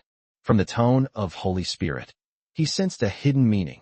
The gate of chaos, guarded by the 12 titans and the ancient titan race, was about to collapse. Once the forces from another universe invade, they still need the Lord of Holy Light to come out and support them. Your Majesty, the fallen archangels with 18 wings, including Victoria, have not appeared, nor have the supreme deities of the evil Pantheon Alliance who have sided with the angels. According to our reliable information, they have gone to attack the underworld. Upon hearing this, a storm titan, a supreme deity, remarked with a sigh. It seems the angels and the Holy and Light faction truly intend to conquer the entire universe. Let them conquer then. Storm Titan King Bradley had an indifferent expression on his face. The Holy Light had told him that tens of millions of years ago, if it weren't for the sudden invasion of the void demons, the angel race would have already conquered all the universes. His only thought now, just follow the Lord of Holy Light. They ultimately survived this terrible war that could potentially affect multiple universes. Requesting free donations of electricity generated by love. Chapter 676, An Unusually Smooth Divine Battle. Although Lin Yu was in seclusion cultivating, the wars outside never stopped. Over here in the battlefield of all realms, the divine armies of the Holy and Light factions have conquered the entire chaotic divine realm. The pantheon of the chaotic god realm is mainly composed of members of the evil god alliance, who are respectively under the command of the slaughter god King Lawrence, the curse goddess Clettle, and the lord of the undead Adonis. Besides the forces of the evil god alliance, there is also the force of the beastmen, led by Gladstone, the supreme deity of the beastmen. The remaining forces came from other relatively weak pantheons and were not protected by a supreme deity. The rulers of these weak forces are usually chief gods who possess great divine power. Outside the battlefield of myriad realms, gods at the level of chief gods can be considered top-tier powerhouses, standing at the pinnacle of the universe. After all, there are too few supreme gods. Even if they were divided up in the battlefield of myriad realms, there would be very few supreme gods in a vast divine realm. Not to mention its spread throughout the entire universe. It can be said that the supreme deity is the mainstay of the universe. In most extraordinary worlds, gods of the highest level can roam freely without fear, and even advanced civilizations must show some respect to them. However, in the battlefield of myriad realms, especially during the War of the Gods, the main gods became relatively inconspicuous. The divine armies of the Holy and Light factions swept across the Holy Light divine realm, conquering hundreds of divine realms of varying sizes, and then captured the Chaos divine realm, one of the 9 great divine realms. In this war, the divine armies of the Holy and Light factions have killed a large number of chief gods. But all gods who refuse to surrender and refuse to embrace the Holy Light, whether they are powerful high gods or chief gods who wield great divine power, they all must die. In the battle of faith, there is no such thing as mercy or compassion. Let's talk about the chaotic god realm. When the armies of the gods of the Holy and Light factions stormed into the chaotic divine realm, they did not actually encounter much resistance. Even the most evil pantheon forces bowed their heads decisively in the face of the invasion of the Holy and Light factions. The reason is simple. Their allied rulers had already surrendered. With the boss surrendering, where would the underlings get the guts to rebel? Furthermore, in order to help the fallen angel army conquer the underworld more smoothly, several supreme deities of the evil Pantheon Alliance also transferred almost all the evil elite deities from the battlefield of all worlds. This also includes the evil elites of the chaotic god realm. It's fair to say that only cats and dogs remained. Under these circumstances, they dared not oppose the divine army of the Holy and Light faction. As for the beastmen and other relatively weak Pantheon forces, they surrendered without the slightest psychological burden when faced with the divine army from the Holy and Light factions. In general, the Holy and Light factions conquered the entire chaotic divine realm without expending much time or effort. The casualties were also pitifully small. Following the conquest of the chaotic divine realm, the armies of gods from the Holy and Light factions joined forces with the armies of gods from the natural divine realm, and, centered on the chaotic divine realm and the natural divine realm, launched attacks on the surrounding divine realms. Basically, the armies of gods from both sides are able to conquer hundreds of large and small divine realms every day. The speed was terrifyingly fast. Even the supreme goddesses who were stationed at the Wolf God clan's headquarters showed expressions of surprise when they received intelligence from the front lines. They never imagined that the war could go so smoothly. Such a rapid pace of conquest doesn't resemble an invasion or conquest war at all. It's more like a direct takeover. The resistance they encountered was negligible. On the fourth day after the Storm Titan God King Bradley and his entourage of supreme deities settled in the Wolf God clan stronghold, the armies of the Holy and Light factions and the Nature Pantheon had already stormed into the Wilderness God realm. The Savage God realm is one of the 9 God realms in the battlefield of myriad realms. It not only has countless pantheons and powerful gods, but also several supreme deities guarding it. Most importantly, the pantheon of gods in the Wilderness God realm is very united, because they come from the same intelligent race, the orcs. In the battlefield of myriad realms, even supreme deities of the Beastmen race like Gladstone are categorized as part of the Beastman civilization, belonging to a branch of the Beastmen. The territory of Gladstone, the supreme deity of the Beastmen, was indeed once located within the Wilderness God realm. However, due to certain reasons, Gladstone had to leave the Wild God realm and later moved his Beastmen forces to the Chaotic God realm. Overall, the Wilderness God realm is extremely powerful. It is comparable to the Chaotic God realm, which is dominated by the Evil God Alliance, or rather, the Destruction God realm. Furthermore, the Wilderness God realm rarely experiences internal wars among its divine factions, and it has never participated in wars against other divine realms, which has allowed the divine forces within the Wilderness God realm to flourish. Even a powerful force like the Titan Pantheon rarely provokes the Wilderness God realm. Chapter 677, The Stubbornly Resisting Wild God Realm. This day, an allied force composed of the gods of the Holy and Light faction and the gods of nature tore through the boundary storm from all directions and surged into the Wilderness God realm. Faced with the invasion from the Holy and Light faction and the Nature God realm, the pantheon of the Savage God realm was clearly well prepared. They did not choose to surrender. Instead, they chose to embark on the path of fighting against the Holy Light. A massive war between the gods has begun. On the battlefield, the divine forces of the Savage God realm displayed exceptional unity, with figures roaring and charging towards the enemy everywhere. They charged forward relentlessly, fearless and undaunted. Even if they perish on the battlefield, they seem to have no fear. Perhaps for them, having their faith distorted by the power of the Holy Light is more unacceptable than death itself.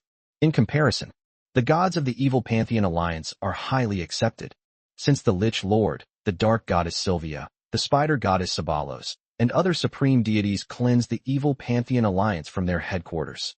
The surviving evil deities became very obedient. Even when the Lich King and others asked them to embrace the Holy Light and change their allegiance, they no longer resisted. The outside forces did not know exactly how many evil gods the Lich Lord and his allies had eliminated in the headquarters of the Evil God Alliance, but in any case, the result was one that the Lich Lord and his allies were very satisfied with. The gods of the Evil Pantheon Alliance not only collectively turned to the Holy Light. At the same time, their dominance over the Evil Pantheon Alliance reached an unprecedented level. Previously, the Evil God Alliance belonged to multiple factions. Besides a group of evil supreme deities who controlled different factions and forces, there are also many main gods and high-ranking gods who possess their own evil forces. The entire Evil Pantheon Alliance appears to be enormous in size, but its power is difficult to concentrate. But things are different now. The current Evil Pantheon Alliance has a highly centralized and unified power. It is controlled by several evil supreme deities, including the Lich Lord and the Dark Goddess Sylvia. This, on the contrary, made the war power of the Evil Pantheon Alliance even stronger. If nothing unexpected happens, they will surely put on a spectacular performance on the battlefield of the underworld. Just like the current Evil Pantheon Alliance, the power of the Savage God realm is also quite concentrated and united. Countless beast gods and strange beast gods, under the command of several supreme deities of the Savage Divine realm, charged into the battlefield against the Holy and Light factions and the Natural Pantheon. Visible to the naked eye, on this vast battlefield, over 1 trillion gods are engaged in a frenzied battle. All the gods went berserk. The same applies to goddesses from the Holy and Light faction and the Nature pantheon.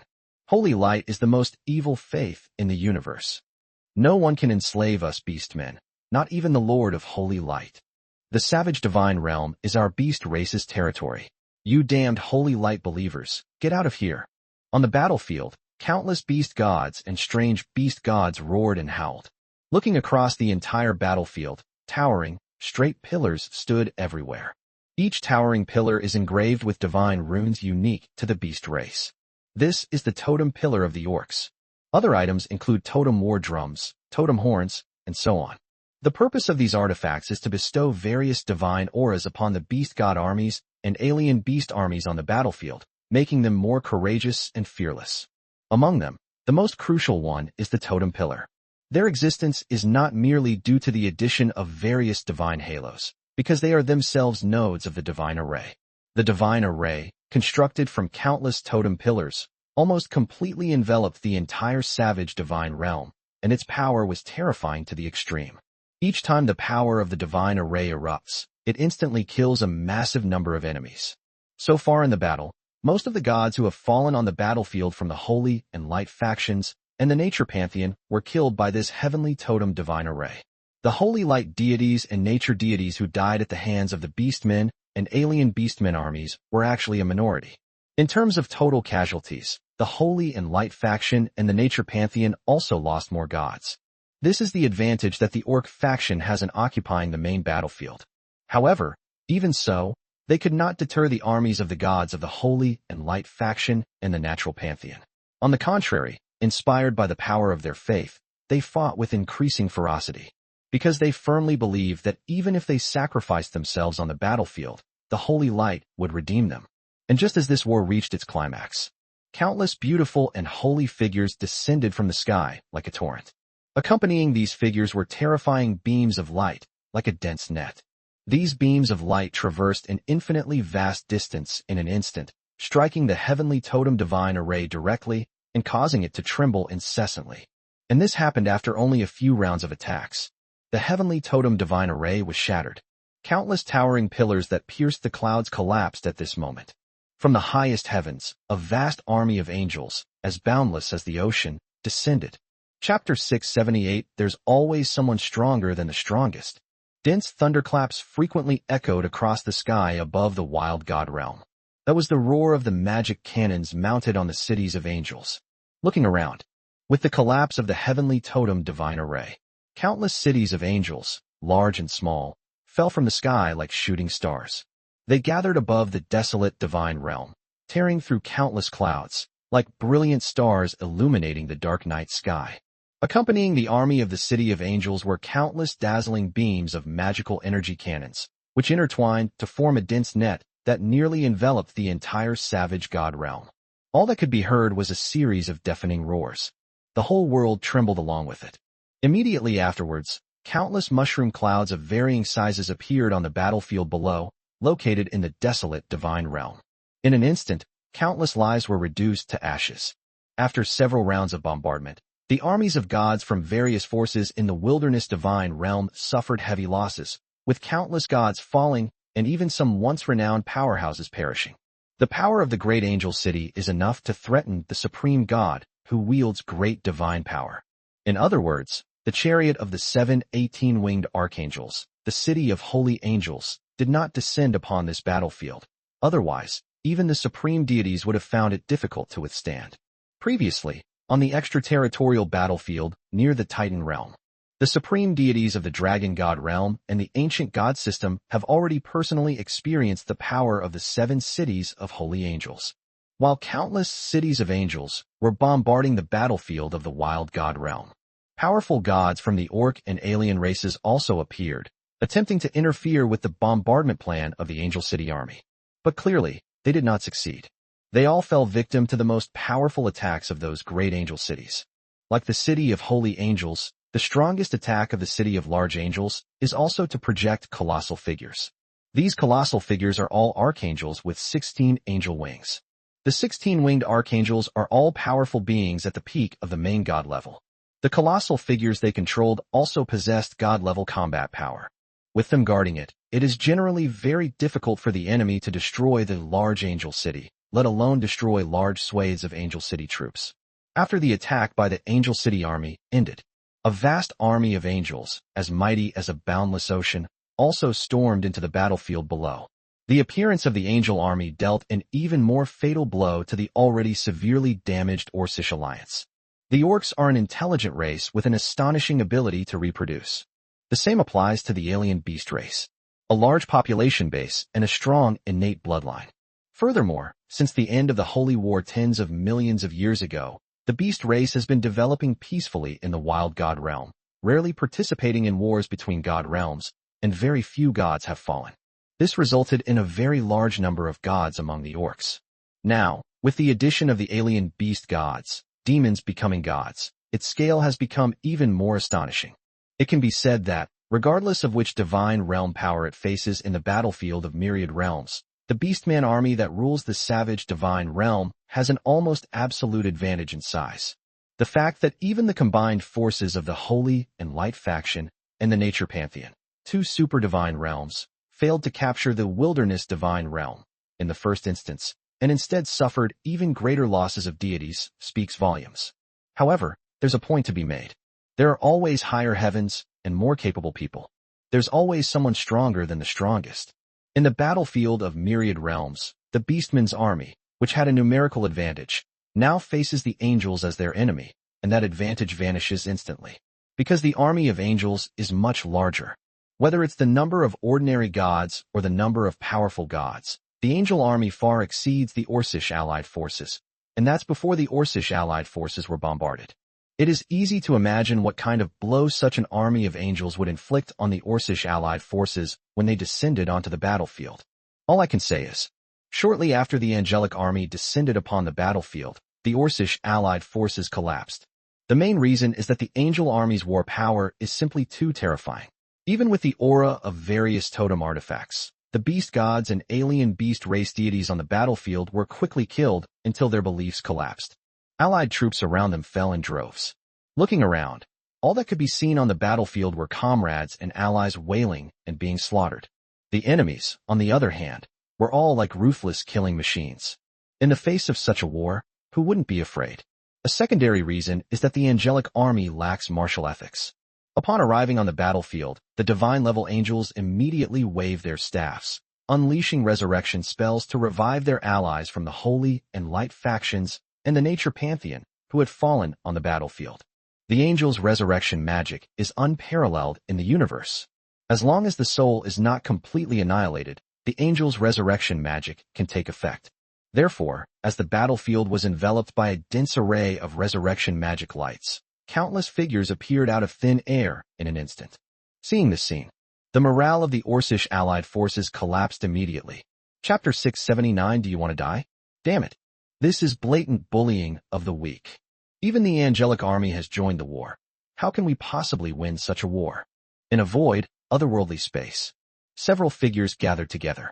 They are the supreme deities who rule over the Beastmen faction and even the entire savage god realm. Throughout the entire battlefield of myriad realms, they are renowned.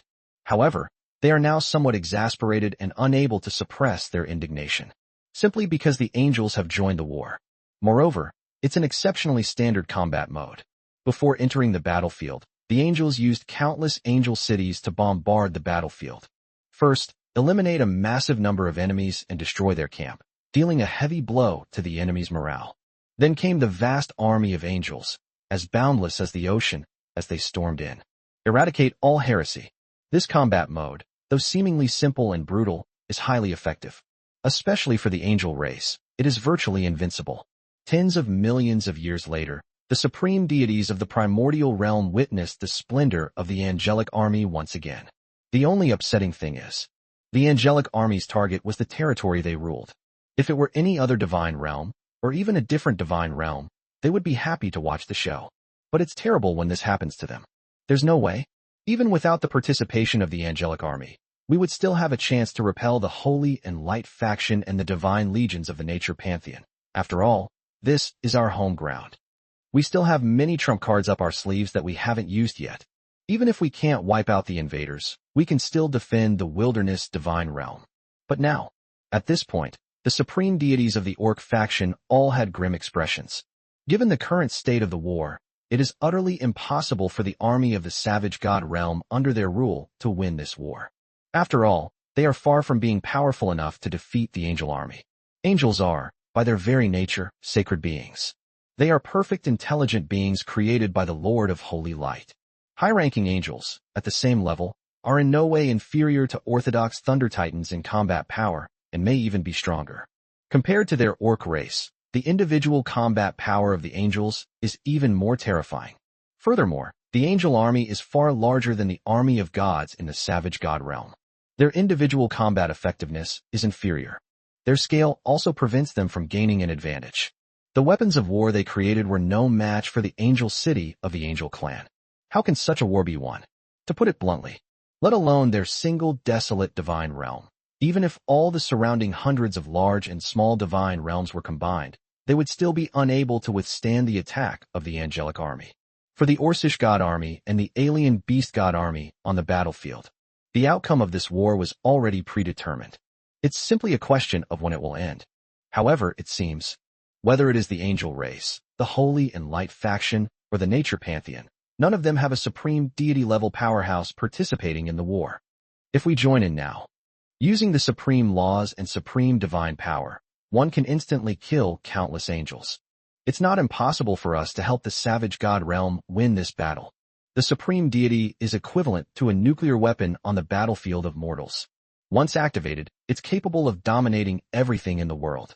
No matter how large the angelic army is or how formidable its war power is, it cannot withstand the might of the supreme deity. Do you want to die? A supreme deity of the beast race, covered in golden fur, coldly retorted, "Angels, holy light, and nature. These three forces have joined forces to attack my savage divine realm, yet they haven't deployed their supreme deities. Can't you see such an obvious problem? They are clearly giving us a chance to surrender obediently and stop making pointless resistance. If we join the war and use the power of the supreme deity to suppress those ordinary angels and ordinary gods on the battlefield, then we will surely die. Barring any unforeseen circumstances, the supreme deities of these three factions will arrive at the battlefield as soon as possible. Kill us on the spot. It's even possible that they're secretly watching us right now." Hearing this last sentence, the other high gods of the beast race immediately felt a chill run down their spines. Especially the Beastman supreme deity who had just proposed to personally participate in the battle and use his supreme power to suppress the battlefield, was so frightened that his Beastman face turned deathly pale. He inexplicably felt a sense of dread, as if he had just narrowly escaped death. Although he is a supreme deity, standing at the pinnacle of the universe, with hundreds of billions of subordinate gods under his command, eternally indestructible and everlasting, he still has to face the 18-winged archangels of the angel race. Especially the 18-winged archangel Angelia. He was still very guilty. Everyone knows that this most powerful 18-winged archangel, who appears to be gentle and kind, is actually ruthless and merciless. Chapter 680, A Show of Hands. The minority submits to the majority. What should we do? Another supreme deity of the orc faction frowned and said, "If we don't intervene, won't we just be watching our subordinate gods be slaughtered by the angelic army? Furthermore, judging from the current battle situation, it may not be long before the entire savage divine realm is conquered by the angelic army. We have to come up with a solution to resolve the current crisis." A solution? What solution could there be? The supreme beastman deity, covered in golden fur, said, "Either surrender, or you can only watch as the angelic army conquers the savage divine realm. If we choose the former, we may be able to preserve this land of faith. The gods and factions won't be completely wiped out. The downside is that we will have to bow our heads to the angels and offer our faith to the Lord of Holy Light. The latter, although it will cause us to lose countless subordinate gods and the savage god realm, will give us freedom. Once we leave the battlefield of myriad realms, it will not be easy for the angel clan to find us. Surrender? Impossible. I would rather die than surrender to the Holy Light." A supreme orc deity said, "If we were to surrender, this war would not have happened." Agreed. We are all supreme deities standing at the pinnacle of the universe, roaming freely throughout the cosmos. Once we become subordinate gods of the Lord of Holy Light, then shackles will be placed upon us. Not only will we lose our freedom, but we will also lose the opportunity to climb even higher peaks. Another Orcish high god has declared his unwillingness to surrender. At this moment, the supreme deity of the beast race, whose body was covered in golden fur, said, "If we do not surrender, we must stay away from the battlefield of all worlds. Otherwise we will fall into the hands of those 18-winged archangels sooner or later." The battlefield of myriad realms is the center of the universe. It is also the grand stage belonging to our supreme deity. What's the point of roaming freely in those extraordinary worlds after leaving the battlefield of myriad realms? You mean you've surrendered? Compared to being banished from the battlefield of all worlds and wandering the universe, I would most likely choose to bow my head to the holy light. As for the so-called freedom and the opportunity to climb higher peaks, they mean nothing to me. The golden-haired beast race's supreme deities said, "As supreme deities who wield the highest laws, we can only reach the peak level at most before reaching our end. What hope is there of breaking through to the highest level and becoming comparable to the 12 titans of the Titan race? This is all just wishful thinking." Upon hearing this, the Orcish supreme deities present all fell silent, because what this supreme deity of the golden-haired beast race said was not wrong. Since the 12 titans of the Titan race left the battlefield of all worlds, countless billions of years have passed, and countless supreme deities have broken through to the peak level and stepped into the realm of the 12 titans. Not a single one. Even the Titan King Clovis, who inherited the pure bloodline of the 12 titans, only reached the level of a supreme deity. You could say it's a breakthrough. The so-called climbing higher peaks. It's all just the resentment in the hearts of these supreme gods. It could even be described as self-hypnosis. Just like the sky god Fox. This renowned supreme deity betrayed the pantheon of nature and sided with the Titans, all in order to use the power of the Tower of Eternity to break through his own limitations and surpass his peak. But what was the result? He was captured by Storm Titan King Bradley and others, and taken to the Wolf God clan stronghold, where he was handed over to the 18-winged archangel Angelia for disposal. Such an ending can only be described as reaping what one sows. But even if he were to successfully enter the Tower of Eternity, and given time to comprehend the supreme laws and mysteries it contains, would he truly be able to break through his own limitations? Even a fool would know it's difficult. The Ion has been stored in the Titan realm for countless billions of years. Over such a long period of time, the Titan race has also produced countless geniuses and prodigies. They could enter the Tower of Eternity anytime, anywhere to comprehend the mysteries of the laws, but in the end, none of them were able to break through to the level of the supreme deity. Therefore, all the supreme deities who attempt to break through their own limitations, including the sky god Fox, are merely dissatisfied with their fate. Fate is like an unbreakable cage. It imprisons all the rebellious creatures. Only those beings who are extremely lucky and have obtained extraordinary opportunities can break free from the cage of fate. But such people are ultimately a very small minority. It's quite normal for a long era to produce only one such person. Let's vote by raising our hands. To surrender to the angels, or to choose to wander the universe in pursuit of freedom? The minority must submit to the majority. Also, raising one hand is enough. There's no need to raise all 8 of your hands. There were a total of 7 supreme deities present. 5 of them are from the Orc faction. The 2 are from the Beastmen race. Like Gladstone, they all trained step by step from being monsters.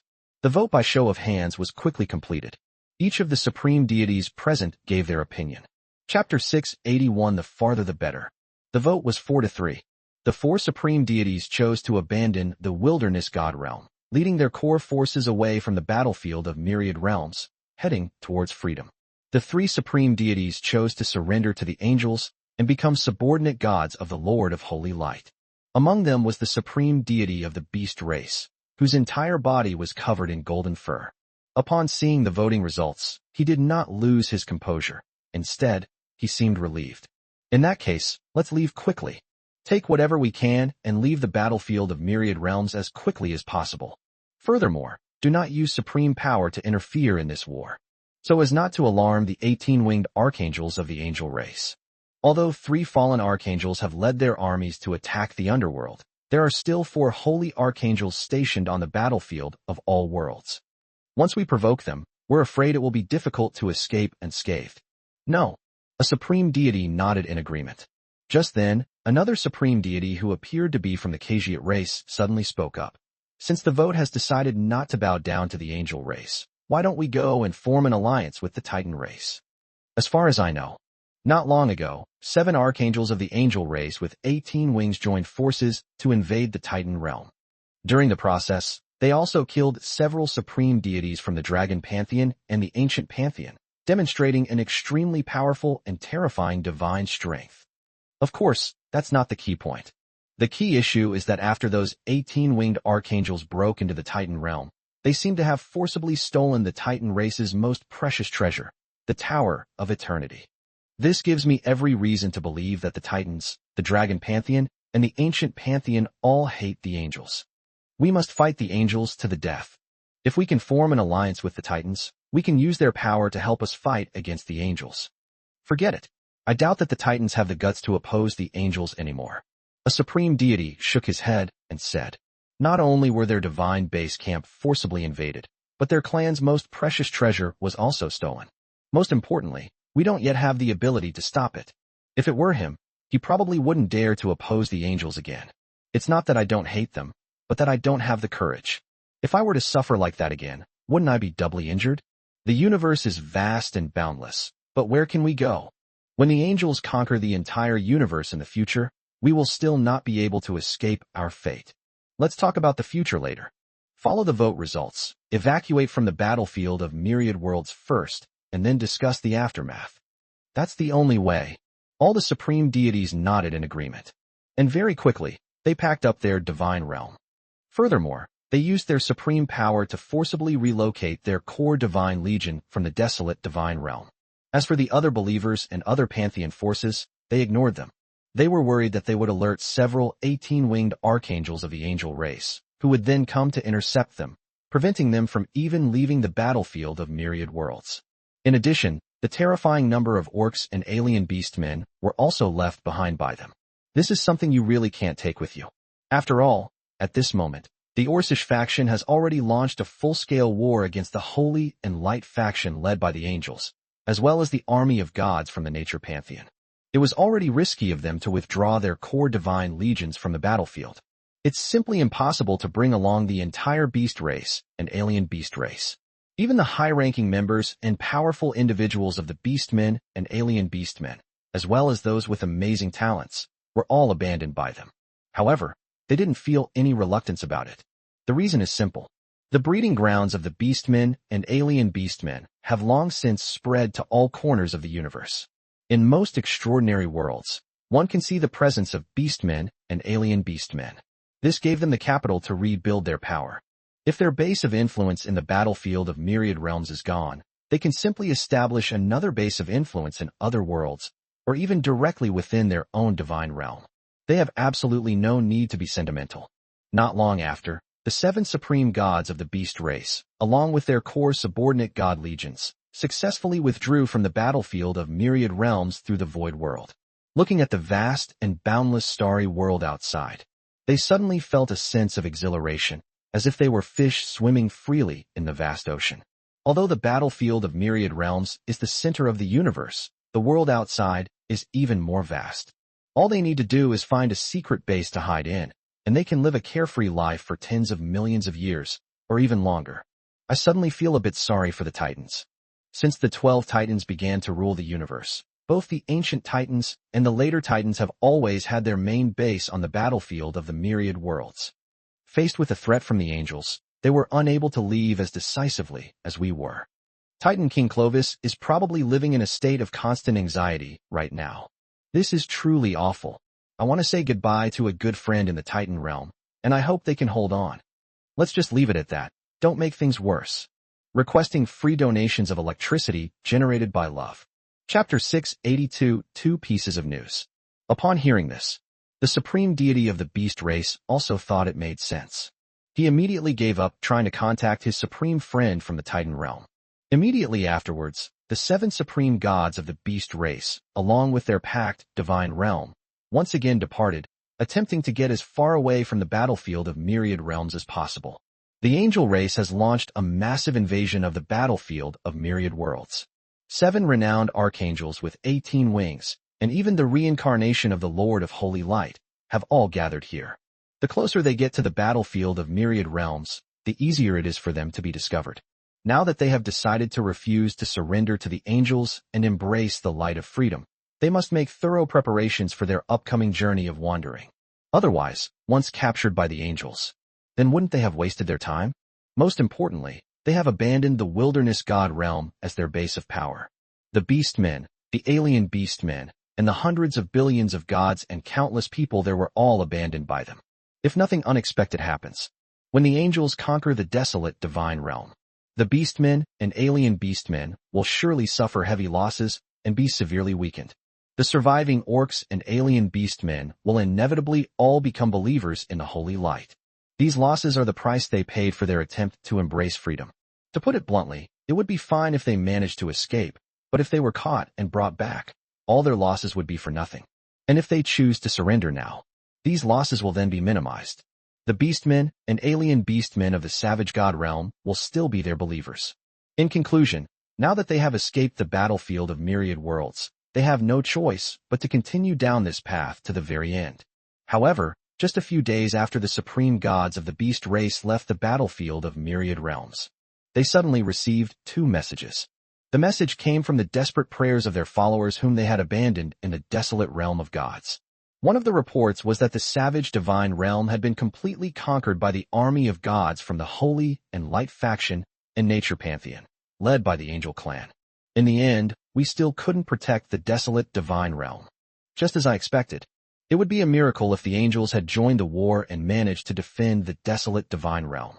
Faced with the angelic army, the trump cards we left behind in the savage divine realm are of little use. At most, they can only kill some angels. Slay an angel? I think you're overthinking it.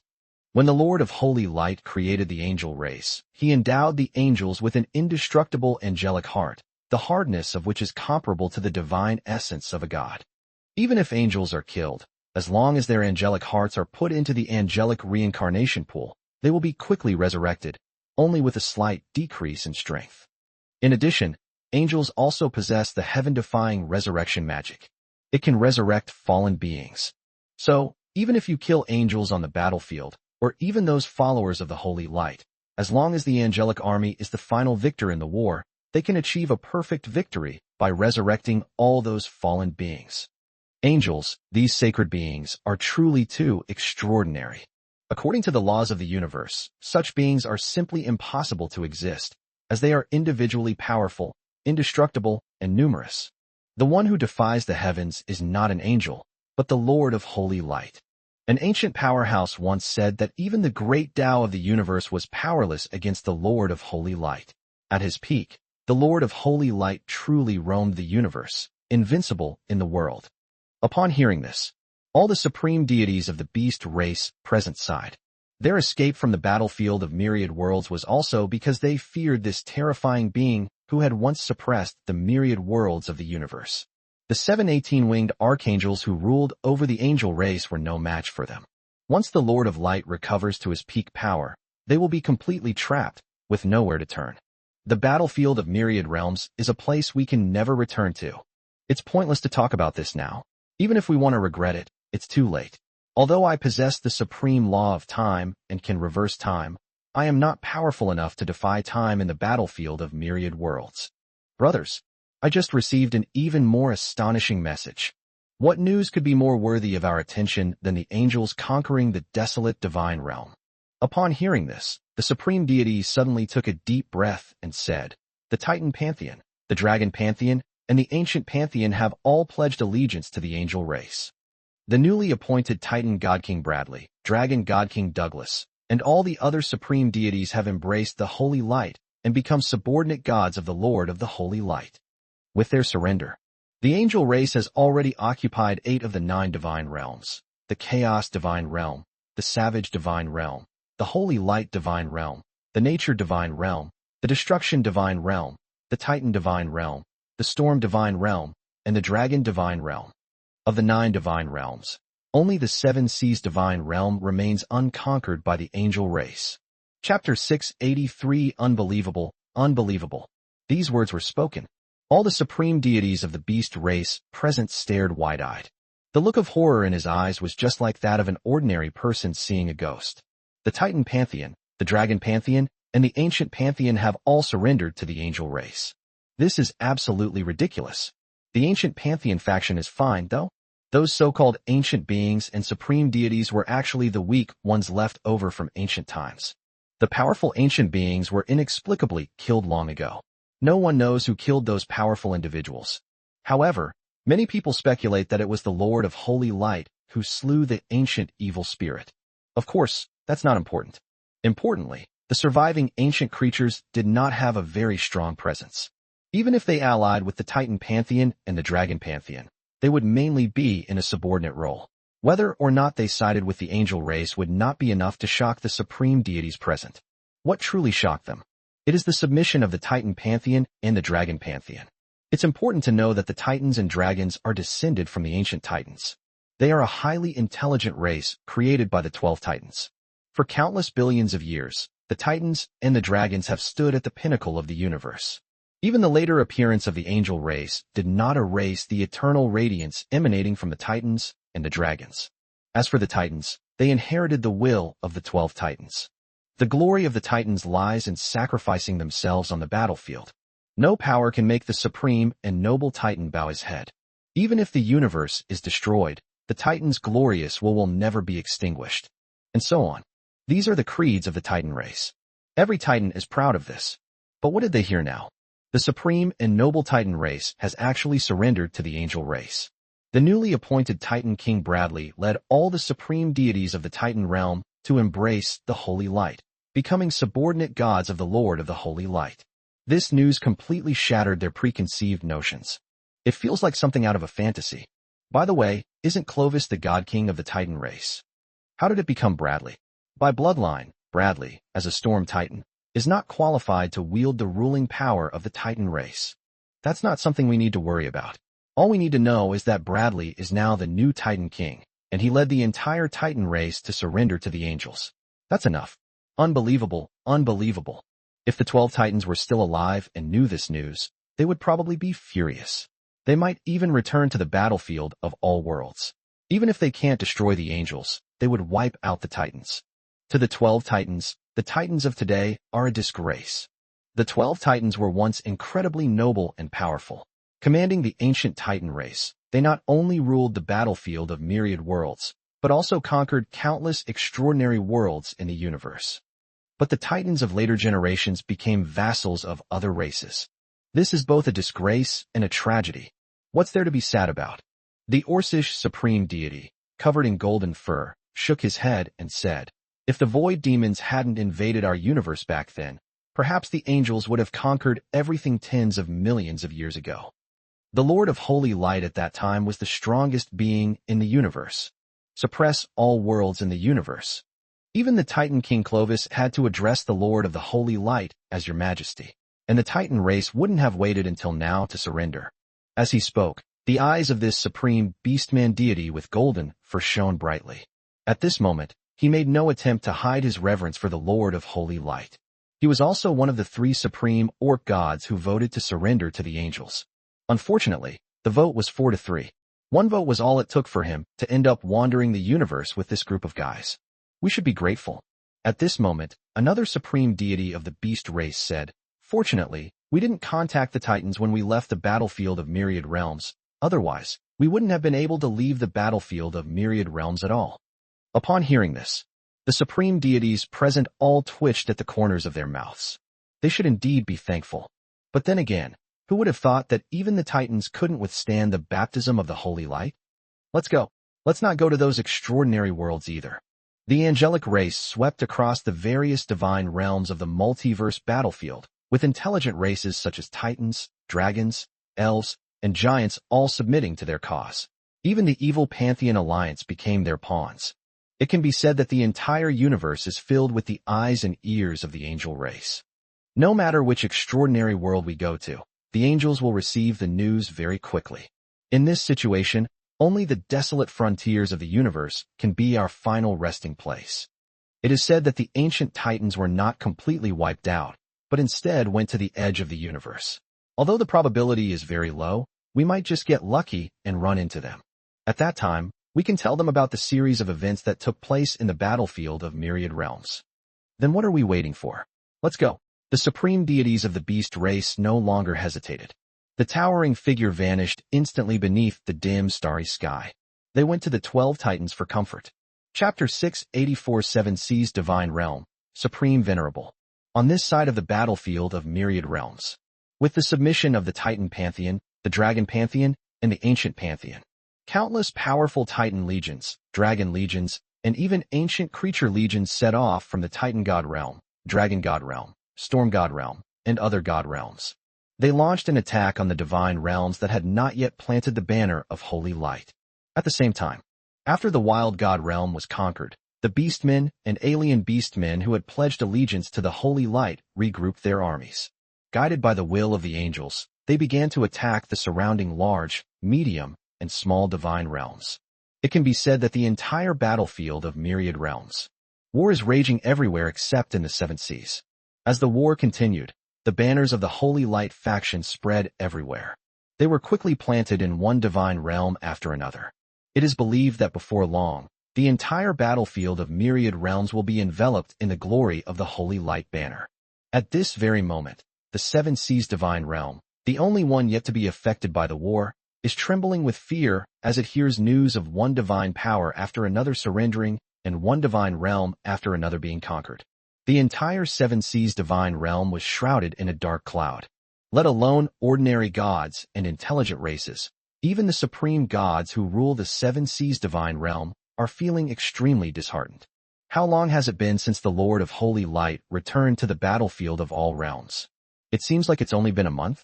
8 of the 9 divine realms of the battlefield of myriad realms were directly or indirectly ruled by the angel race. How could they not be afraid, not be terrified? Just as the war in the battlefield of myriad realms was raging fiercely. Above the seven seas divine realm, in an unknown dimensional world, it gathered together many incredibly large figures. These figures are none other than the supreme deities who govern the seven seas divine realm. There are 8 in total. The seven seas divine realm, as the name suggests, consists of 7 vast oceans and countless islands. These 7 ocean realms are ruled by 7 supreme deities. The 8th supreme deity governs the entire 7 seas. It wasn't because his divine power could suppress the other 7 supreme deities, but mainly because his cultivation period was the oldest. Before any other supreme deities were born in the 7 seas divine realm, he was the ruler of the 7 seas divine realm. In the years that followed, whenever a supreme deity was born in the 7 seas, he would allocate a section of the sea to be managed by that deity. Now, all 7 oceans have new owners. And he, as the supreme ruler who transcends worldly affairs, stands at the pinnacle of the 7 seas divine realm. The 7 actual rulers of the 7 seas divine realm did not mind the transcendent existence of this 8th supreme deity, because the 8th supreme deity did not care about external things and did not need any so-called territory of faith. There is no conflict of interest between me and those 7 people. They are also happy to have someone stand in front of them and handle some troublesome matters for them. Supreme Venerable One, a male supreme deity dressed in a golden robe, said with a solemn expression, "Now, the army of the angels is unstoppable on the battlefield of myriad realms. Not only have they swept across one divine realm after another, but even the titans and the dragons have bowed their heads. Perhaps it won't be long before the angelic army's forces are aimed directly at our 7 seas divine realm. In your opinion, how should we respond?" Upon hearing this, the other 6 supreme deities also turned their gazes toward them.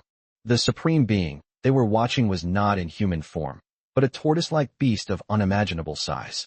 Its head is that of a dragon. Atop the tortoise shell stand towering, continuous mountain ranges. Countless creatures also live in the mountains. Beneath its body are 8 enormous claws, so large they resemble towering pillars reaching to the sky.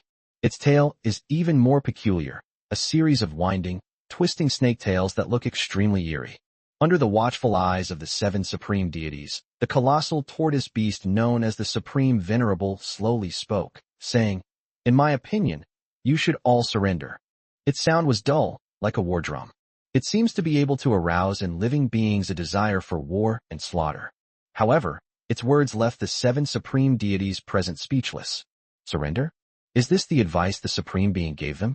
Another supreme deity, in human form with a giant octopus phantom floating behind him, said, "The war hasn't even begun, and the Supreme Being is already demanding our surrender?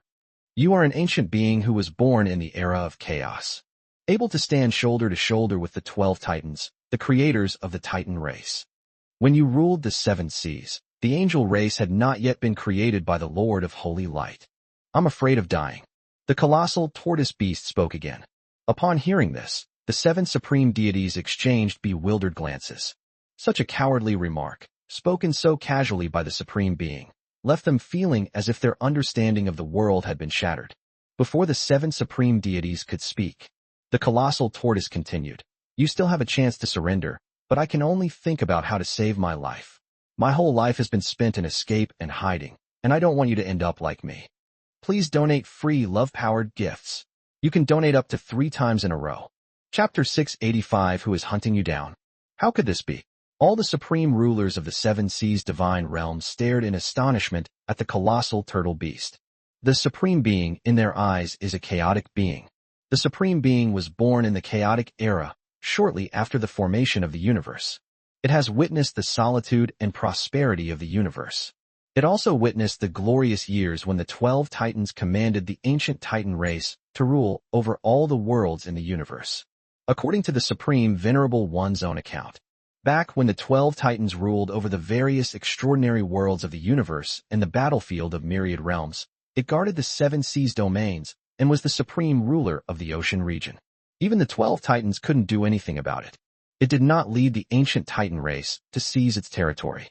The Supreme Venerable One can be said to be the most unique existence in the battlefield of myriad realms during that era. From this, they deduced that the Supreme Being's power was enough to rival that of the 12 Titans. Even if he was no match for them, he wouldn't be far behind. However, such a powerful and terrifying creature. They even face an endless hunt? He spent his entire life on the run and in hiding. This was simply unbelievable to them, and they even suspected that the Supreme Being was deceiving them. After all, the 12 Titans disappeared from the battlefield of myriad realms countless billions of years ago. Apart from the 12 Titans, what kind of being in this universe possesses power powerful enough to hunt down the Supreme Being? Could it be the Lord of Holy Light? That seems unlikely. After all, tens of millions of years ago, the Lord of Holy Light once presided over the battlefield of myriad realms and even fought against the demon emperor of the demon race in the void world of the battlefield of myriad realms. If it is the Lord of Holy Light who is hunting down the Supreme Being, how could the Supreme Venerable One possibly be alive now? It should have been eliminated by the Lord of Holy Light tens of millions of years ago. Supreme Venerable One. A supreme deity took a deep breath and asked, "I don't understand. Is it the Lord of Holy Light who wants to suppress you? But if not, what other being in the universe besides the Lord of Holy Light could cause you such fear?" The colossal tortoise beast remained silent for a long time. With each breath it took, the countless sacred mountains standing on its tortoise shell trembled and rose. The creatures living there are noticeably different in appearance from those in the battlefield of myriad realms. They don't seem to be an intelligent race of this era. It resembles a creature from ancient times, in a strange form that was finally born from countless crossbreedings of ancient creatures. Their appearance was even uglier and more ferocious than that of the void demons. As for the strength of these creatures, they vary greatly. There are weak, ordinary creatures. There are also powerful beings at the level of chief gods who possess great divine power. These countless strange creatures were all imprisoned on the shell of the colossal tortoise beast. Generation after generation reproduces, grows, and even evolves. In their eyes, the shell of the colossal tortoise is a vast and complete world. They may not know anything about the outside world, just like a pet kept in captivity. Finally, the colossal tortoise beast slowly spoke again, saying, "To the great Lord of Holy Light, a chaotic being like me is nothing more than an ant. Even if the Lord of Holy Light despises us chaotic beings, he will not personally intervene. In the eyes of the Lord of Holy Light, there is only the universe and the great Tao." These words silenced all the supreme deities of the 7 seas, divine realms present. The words spoken by the Supreme One revealed a great deal of information. Firstly, the pursuit of the Supreme Being and the inexplicable deaths of other chaotic beings are all related to the Lord of Holy Light. Secondly, the Lord of Holy Light did not take action personally, but instead used other means. A supreme deity hurriedly asked, Supreme Venerable One, who exactly is hunting you down? Doesn't the Lord of Holy Light only have the angel race under his command? With your strength, I believe that even if 7 18-winged archangels joined forces, they would not be able to suppress you. Although the Supreme Venerable's combat power is not very strong, his defensive power is terrifyingly powerful. Even if all these supreme deities attacked together, they could not harm the Supreme Being in the slightest. Even the sacred mountains standing on its back cannot be shaken. This level of defense is likely comparable to a super artifact. Although the 7 archangels of the angel race, each with 18 wings, roamed freely across the battlefield of all realms, even entering the realm of the Titans at will, and were unstoppable, they were still powerless to destroy the super artifact. This is a taboo, known only to us chaotic beings. The colossal tortoise beast slowly said. However, the universe is currently in a time of great calamity, and you are facing a fateful choice. I might as well tell you. Anyway, I'm already living under her nose.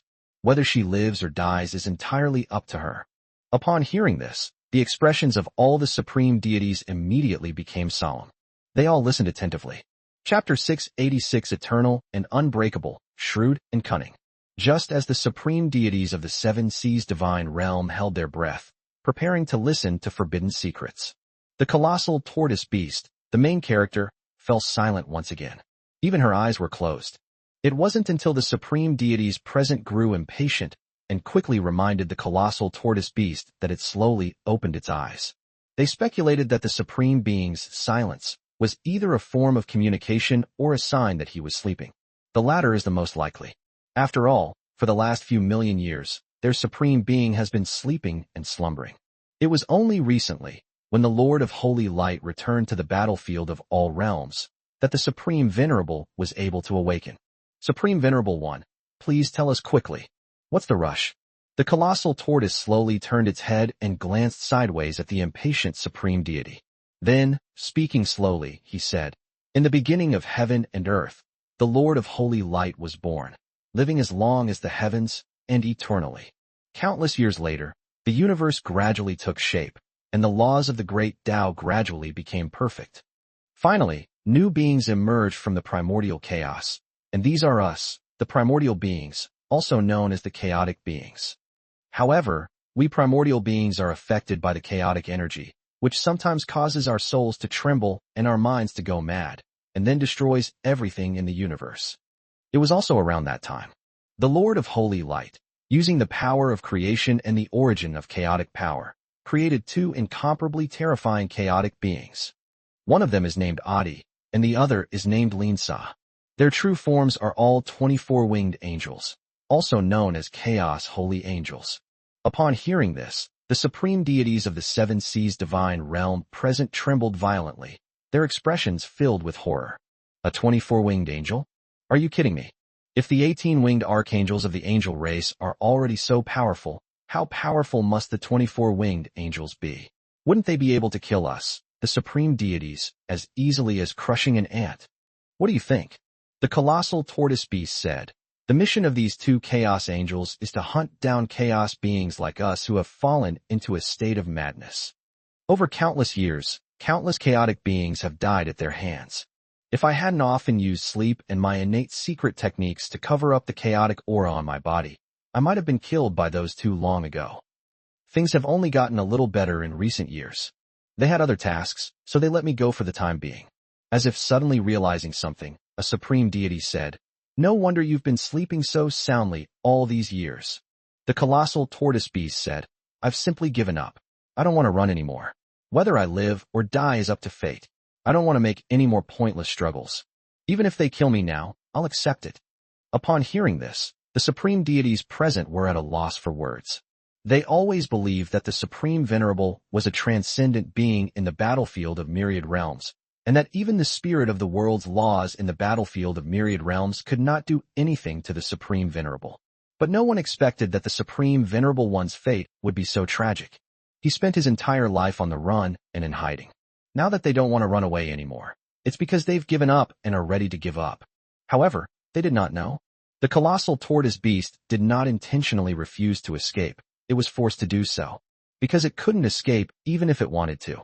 Chaos, holy angel Odi has become the spirit of the world law of the battlefield of myriad realms. With a single thought, it can seal off the entire battlefield of myriad realms. How could it possibly escape? It is precisely because we know this.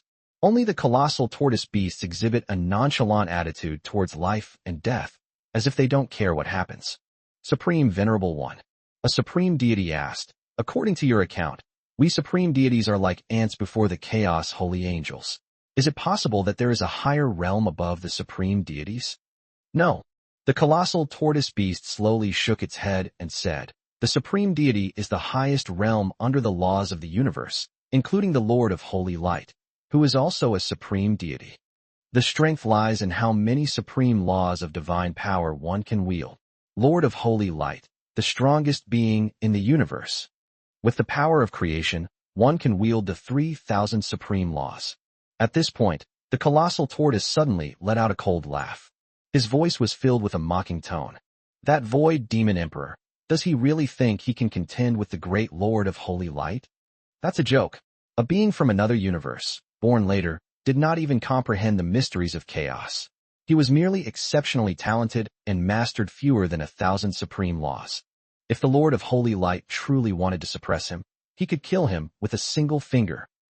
All the supreme deities were completely dumbfounded. The void demon emperor, who terrified and feared countless intelligent races and powerful gods in their universe, was actually so weak. Oh no, I mean the power of the Lord of Holy Light is actually this strong? I never imagined that the Lord of Holy Light had been hiding his true strength during the holy war of the demons. What do you know? The colossal tortoise beast said, the Lord of Holy Light knows the past and present and understands the future. Eternal and shrewd. We concealed our strength back, then precisely to prepare for this cosmic catastrophe. Perhaps, the reason she has tolerated me until now is only to spare my old life, so that I can obey the Lord of Holy Light's commands during the great calamity. Chapter 687 makes it sound like they have a choice. Upon hearing this, the pupils of all the supreme deities contracted slightly.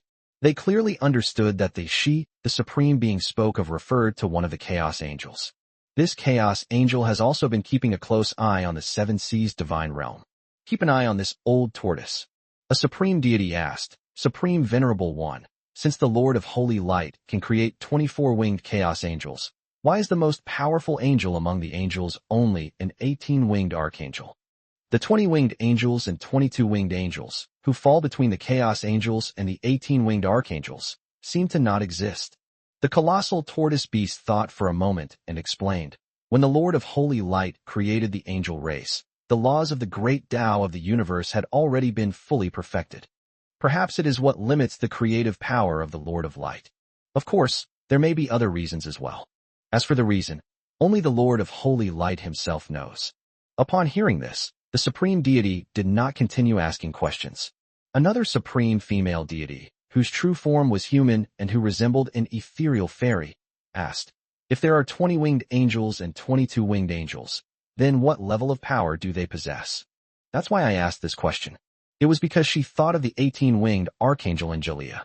Previously, Angelia single-handedly killed the god of destruction, Osmond, and the god of slaughter, Lawrence, demonstrating divine power far exceeding the level of supreme deities. Most importantly, they discovered that Angelia killed the god of destruction and the god of slaughter not using the supreme laws, but the power of chaos. This is a new discovery. On the battlefield of the holy and demonic realms tens of millions of years ago, Angelia never used this power. It is evident that in the years following the end of the Holy War, Angelia achieved a breakthrough in power, thereby gaining mastery of the power of chaos. This also means that Angelia is very likely to break through to the level of an 18-winged archangel. The next level is the 20-winged angel, which has never appeared before. Or should I directly become a 24-winged chaos angel? The colossal tortoise beast pondered for a moment, then said, in terms of power, the 18-winged archangel is at the level of a supreme deity, but his combat strength is even greater. A 20-winged angel, whose power is equivalent to that of the Titans. A 22-winged angel is comparable to the strongest primordial being in the Chaos era. In terms of defense alone, it is at my level. The colossal tortoise was not boasting. Its defensive capabilities are the most formidable among all primordial chaotic beings. Even when besieged by multiple primordial chaotic beings of the same level, it can achieve perfect defense. As for the 24-winged chaos angels, that is a powerful being that stands above us, the primordial beings of chaos. This is because the primordial chaos they control is purer and more vast. When they were created, the Lord of Holy Light endowed them with the primordial chaos core of the strongest beings in the universe. If the universe were not protected by the laws of the universe, with their power, destroying the entire universe wouldn't be an impossible task. Upon hearing this, the supreme deities gasped again.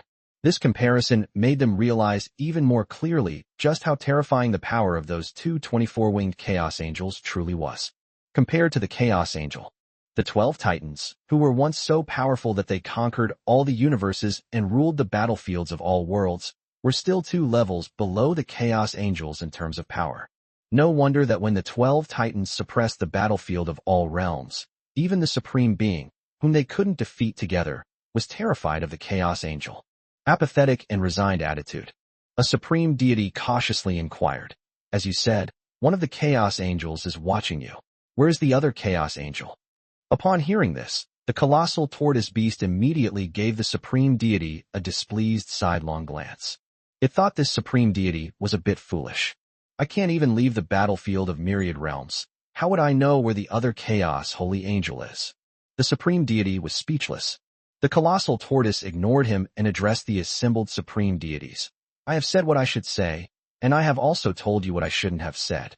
Facing pressure from the angel race, you can decide for yourselves how to choose. I am now powerless to protect you. I need to take a nap before the cosmic catastrophe arrives. As soon as he finished speaking, the enormous chaos turtle beast, which resembled a colossal landmass, slowly walked into the depths of the dimensional space. Although its movements are slow, it can traverse millions of kilometers in a single step. It vanished without a trace in the blink of an eye. Watching the supreme venerable depart, the supreme deities of the 7 seas divine realm rolled their eyes. That's an exaggeration. It's as if they still have a choice. Regardless of how powerful the angels are in warfare, the mere sight of the chaos angel, hidden in the shadows and constantly watching the Supreme One, was enough to send chills down their spines. If they don't surrender, do they want to send their heads to that chaos angel? Requesting free donations of electricity generated by love. Chapter 688 Underworld. Just as the angel army was sweeping across the battlefield of countless worlds, when all the supreme deities of the 7 seas divine realm were ready to surrender. Meanwhile, a good show is also taking place in the underworld. Throughout the entire universe, the underworld is a very special and extraordinary world. The underworld is not the normal planetary form. It is a flat world presented as an ellipse. It resembles an inverted cone-shaped continent suspended in the dim starry sky. It's worth mentioning that the underworld is not located in the real universe, but rather in a dimensional world, just like the floating island of myriad realms. This dimensional world is located at the center of the entire universe. With the help of the universal laws, the dimensional world where the underworld is located is connected to all mortal planets and extraordinary worlds in the universe. Once living beings die on these mortal planets and extraordinary worlds, their souls will be summoned and drawn by this dimensional world, eventually entering the underworld. However, this summoning and attraction is not very powerful. Any intelligent undead creature, as long as it possesses a certain level of strength or special secret techniques, can freely choose whether or not to go to the underworld without restriction. Just like Bone Dragon Oster under Lin Yu's command. Before being transformed into a sanctuary dragon, Oster had the freedom to choose whether or not to go to the underworld. Unfortunately, it failed to seize the opportunity, and it fell into Lin Yu's hands. Ultimately, it was transformed into the Holy Temple Dragon, possessing the attributes of holiness and light. After becoming a sanctuary dragon, Oster completely lost his qualification to go to the underworld, since in this state he was no longer a pure undead creature. In general, the underworld is the final resting place for all the dead in the universe. There are only 2 worlds that are isolated from the underworld. One is the realm of gods. One is the battlefield of myriad realms. The realm of gods has its own independent laws governing the cycle of life and death. The souls of beings who die in the realm of gods will also be reborn there. Many beings in the divine realm are able to retain even the memories of their previous lives when they are reincarnated. This can be considered a different kind of immortality. Of course, True immortality refers to the fact that beings in the divine realm do not die. At least without the influence of external forces, beings in the divine realm can achieve immortality. Even mortal beings in the divine realm are no exception, because every deity's realm possesses an immortal substance, which allows living beings to realize their dream of eternal life. Furthermore, the souls of beings who die in the battle of the myriad realms will not go to the underworld. Those lost souls were directly reincarnated in the battlefield of myriad realms. However, this situation is not something that has existed since ancient times. They appeared after the angel race descended upon the battlefield of all worlds. The reason for this is that the spirit of the world law of the battlefield of myriad realms was devoured and replaced by the 24-winged chaos holy angel, Adi. She controls everything in the battlefield of myriad realms. The act of isolating oneself from the summons and pulls of the underworld was also the work of the chaos archangel Odi. Under Adi's control, even beings from the underworld are unable to enter the battlefield of all realms.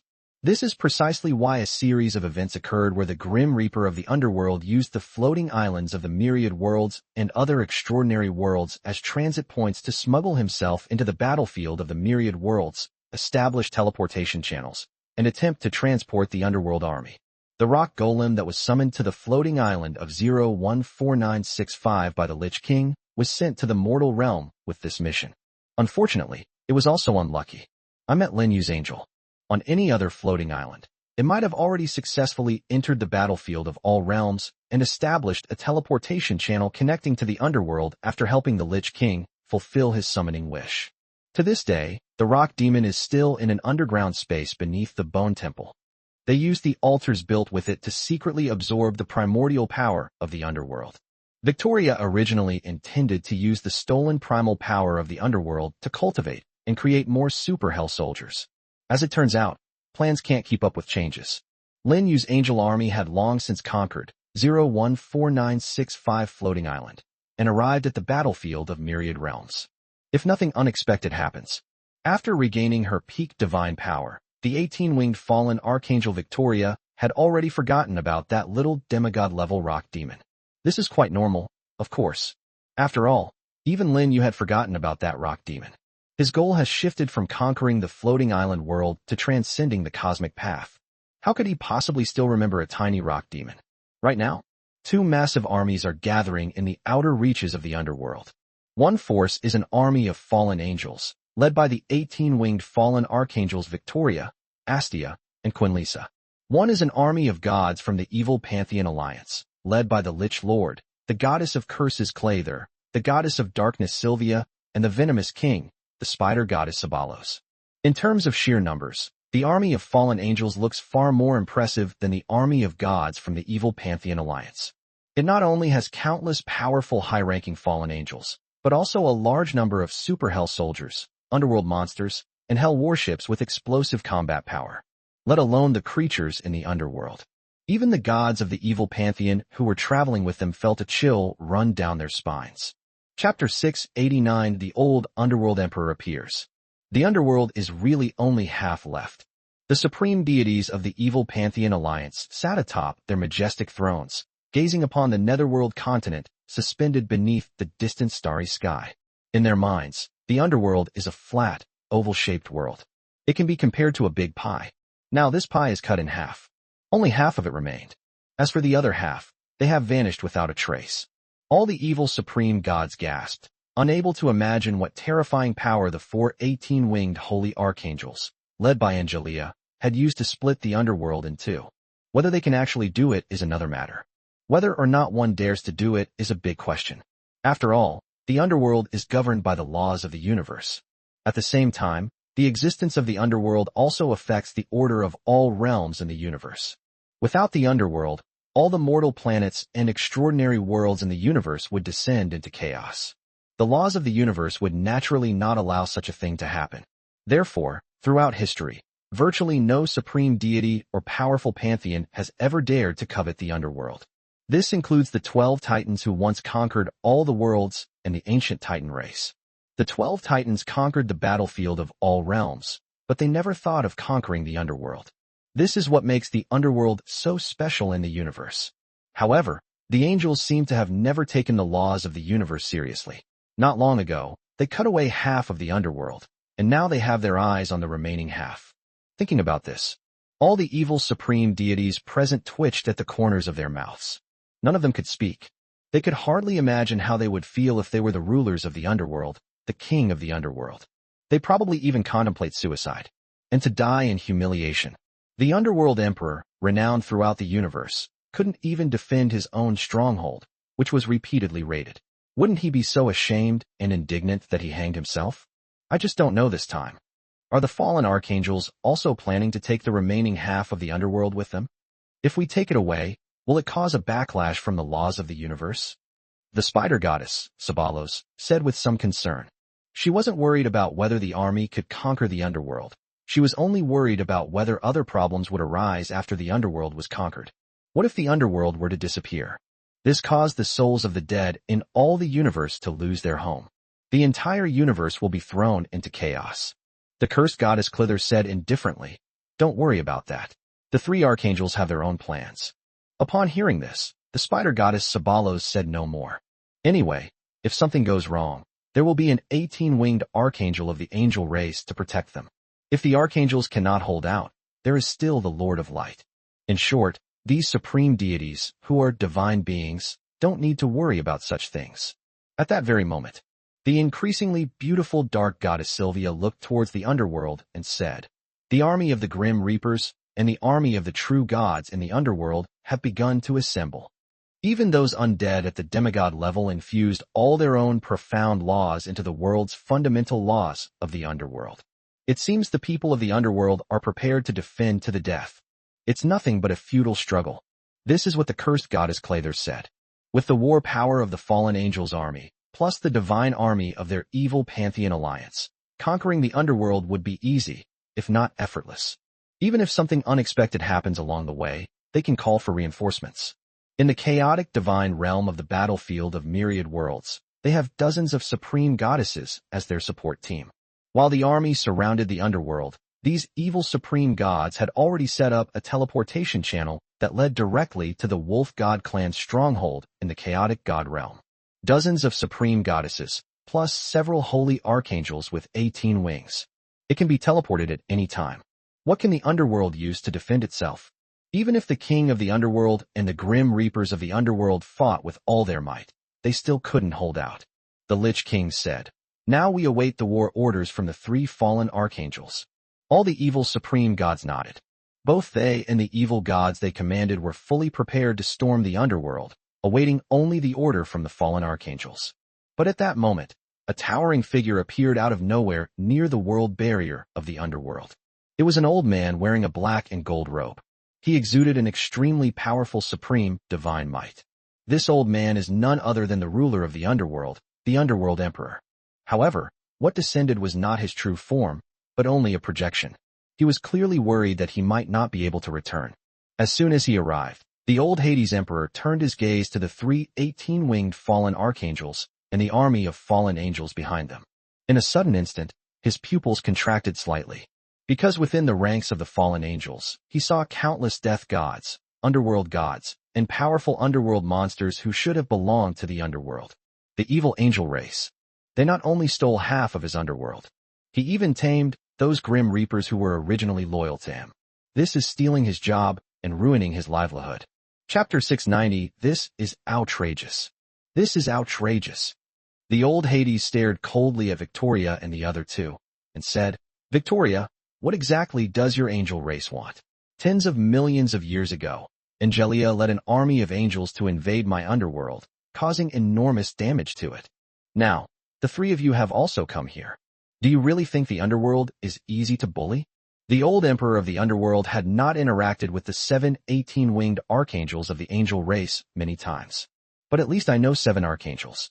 Although he didn't know why Victoria and the other two had changed so much, not only losing their divine and light powers, but also exuding the aura of beings from the underworld. Most importantly, behind Victoria and the other two was a vast, boundless army of fallen angels. They all exuded the aura of the underworld. Its aura was even more evil and pure. However, The old Hades believed that the mutations of these angels must be related to the stolen underworld. Now these robbers are back. Across from her, the petite and delicate, adorable 18-winged fallen archangel Astia stepped forward and said in a clear, childlike voice, "Augustine, it's been a long time.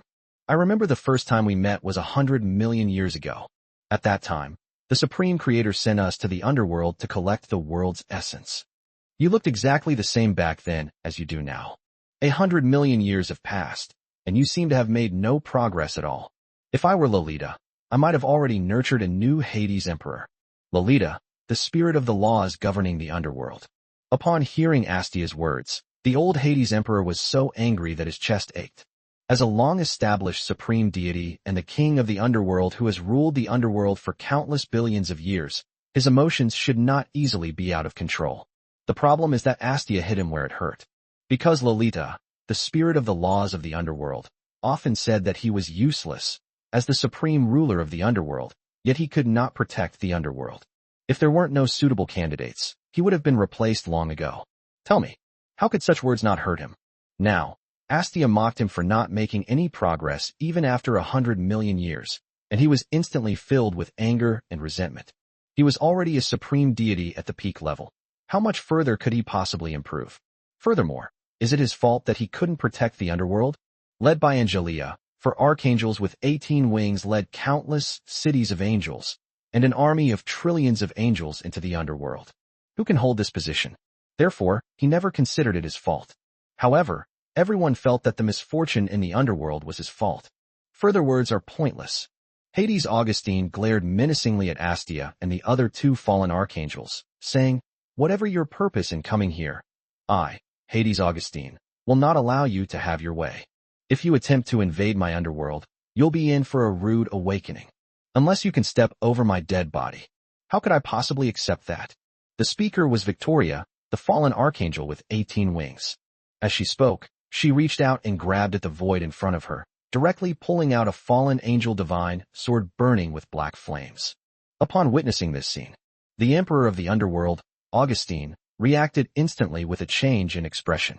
He could never forget the scene from back then, when the 18-winged archangel Angelia, wielding the angelic sword, cleaved the underworld in two with a single strike. Although Victoria was not Angelia, Hades Augustine could clearly sense that the aura emanating from Victoria was no weaker than that of Angelia back then. Even Astia and Quinnissa, who were standing to the side, were not much weaker. This is unbelievable. In just tens of millions of years, all of these archangels have experienced a dramatic increase in power, requesting free donations of electricity generated by love. Chapter 691 Bombarding the Underworld. Augustine, holding the fallen angel's sword, Victoria looked at the aged, old king of the underworld and said, "Considering that you have ruled the underworld for so many years, and have worked hard even if you haven't achieved anything, I will give you a chance to redeem yourself. Have your horde of death surrender to my angelic army and embrace the holy light. You will receive the favor of our Lord." "Oh," Hades Augustine sneered and said, "The Lord of holy light created holiness and light, spread the faith of holy light throughout the universe, hated evil as if it were his enemy, and regarded evil creatures as heretics. Will he give me the opportunity to embrace the holy light?" Upon hearing these words from the old underworld emperor, the Lich King and his companions, standing under another starry sky, also had strange expressions. It's perfectly normal that Hades Augustine didn't believe it. If it weren't for the fact that the dark goddess Sylvia was cultivated by the Lord of Holy Light, and that the cursed goddess Clater had also been recognized, it would have been a different story. They also did not believe that the Lord of Light would favor them, these evil deities. There was no talk of a subsequent collective surrender. Victoria said indifferently, "Our Lord is all-loving and selfless, and has mercy on all living beings in the universe. Even though the underworld is the final resting place of the dead, the Lord's radiance can still illuminate this place." Upon hearing this, Hades Augustine fell silent. He is certainly not a stubborn person. Having lived for so many years, he also knows what it means to be a wise man who knows when to yield. If he doesn't surrender this time, even if he doesn't die on the battlefield, he will lose the throne of the underworld emperor. He could guess with his toes that the angels' renewed attack was definitely aimed at the remaining half of the underworld, and most likely they wanted to take that half as well. By then, he will have nothing left. If he surrenders, Even if he can no longer rule the underworld as the king of the underworld, he can still live a life of luxury under the protection of the Lord of Holy Light, relying on his strength as a veteran supreme deity. In comparison, it seems that surrendering is his best option. However, in the end, Hades Augustine decided to hold on a little longer. He couldn't bear to relinquish the power of the underworld emperor. Furthermore, he didn't believe that at this point, the laws of the universe wouldn't lend him a hand. After all, the life and death of the underworld is related to the order of the entire universe. Once the underworld is lost, the cycle of reincarnation in the universe will inevitably descend into great chaos. At that time, countless souls will appear on every mortal planet, an extraordinary world where life exists. Moreover, as living beings continue to die, the number of souls will continue to increase dramatically. At that time, the entire universe might have to start a war between the living and the dead. Based solely on this outcome, the laws of the universe have absolutely no reason to ignore the fate of those in the underworld. Unless even the great way of the universe embraces the holy light. But that's obviously impossible. Thinking of this, Hades Augustine looked at Victoria expressionlessly and said, "I am a powerful being born in ancient times. When I ruled the underworld, your angel race had not yet been created by the Lord of Holy Light. How could I possibly surrender to your angel race? Augustine, you have chosen a dead end." Victoria's face darkened. He swung the fallen angel's sword in his hand and directly shattered the projection of Hades Augustine. "The army of fallen angels, the army of evil gods. Hold my command and charge into the underworld. All living beings in the underworld who refuse to bow their heads to the Supreme Creator shall be slaughtered, their souls destroyed, leaving only their original essence." "Yes, sir," accompanied by a shout that shook the entire dimensional world. The vast armies of fallen angels and evil gods surged toward the underworld, where the distant stars floated. At the same time, countless pitch-black, fallen angel cities and hellish battleships fired their cannons toward the underworld. Even more enormous cannons, unimaginably large, were dragged out and bombarded the underworld relentlessly. These giant cannons, and those hellish warships, were all developed by the 18-winged fallen archangel Astia, combining supernatural and technological power, and imbued with the divine runes of the fallen angel faction. Its power can be described as terrifying. A single shot could blast through all celestial bodies within hundreds of thousands of light years. Not to mention those blazing stars. Even black holes capable of devouring real matter cannot withstand the bombardment of those giant cannons. Even gods who wield immense divine power will die upon contact. Meanwhile, the city of holy angels, brought by the 3 fallen archangels of Victoria, is also using various giant cannons to bombard the world barrier of the underworld. In an instant, the barriers of the underworld were being battered and trembled incessantly. Countless divine lights were collapsing. Those divine lights were the shattered laws and primordial power of the underworld. Visibly, the brilliant light emanating from the surface of the barrier of the underworld was rapidly dimming, and the primordial aura was also rapidly weakening. Originally, the spirit of the underworld's laws, which had been cut in half, was already severely weakened. Tens of millions of years have passed, and its original power has not only failed to recover, but has continued to decrease. Now, under the relentless bombardment of the fallen angel army, they immediately felt a bit overwhelmed. Chapter 692 Lady Lolita is on top. In the underworld, the Hades, dressed in a long black and gold robe, sat atop a throne of white bones. This bone throne was crafted from the corpse of a monstrous creature from the underworld, a being of supreme divine power. It is itself a supreme artifact, possessing extremely powerful energy. Although Hades Augustine has not had a very pleasant life these past few years. However, he still retains the air of the king of the underworld. Behind the throne of bones stood more than a dozen enormous figures. Each of them possesses a divine body that is millions of meters tall. These figures include human forms, monstrous forms, and even skeletons. And they are the supreme deities of the underworld. The vast underworld is home to more than 10 supreme deities, which seems like a large number, and their overall strength can certainly be described as powerful. But you must understand, this is the underworld right now. The underworld tens of millions of years ago was even more powerful. Before being invaded by the angels, the underworld had more than 30 supreme deities, many of whom were very ancient beings and had reached the pinnacle of the supreme deity level. That's why Angelia is described as ruthless and cold-blooded. In that war, Angelia alone killed 7 supreme gods of the underworld. In addition to Christina, Margaret, and Banasta, the 3 18-winged holy archangels, more than 15 underworld deities died at their hands back then. Later, Angelia cleaved the underworld in two and captured several of its supreme deities. For many years, those supreme deities of the underworld have been suppressed in hell, providing excellent research material for the 18-winged fallen archangel Astia. In general, that war was a devastating blow to the entire underworld. Even after tens of millions of years, the wounds suffered by the underworld have never healed. It is even continuing to worsen. As a result, the number of deities born in the underworld has decreased exponentially over the years. The reason for this is that the very essence of the underworld is also constantly being lost over time, let alone the birth of a supreme deity. The birth of several main gods is something the entire underworld should be overjoyed about. Although Hades Augustine and other supreme deities speculated that the angels were behind it all, using the stolen half of the underworld to remotely steal its world origin. But even knowing this, they had no way to solve the problem. After all, they didn't have the guts to lead a large army into the realm of angels. Hateful. Why are the angels attacking again? Give us a little more time, and we can move our base to the battlefield of myriad realms. A supreme deity of the underworld said with great indignation. But if you listen carefully, you'll notice that his voice is trembling slightly. They've been terrified of the angels. He also participated in that war back then, and luckily survived to this day. Now, facing an invasion from the angels, how could he not be afraid? What if he's unlucky this time and dies on the battlefield?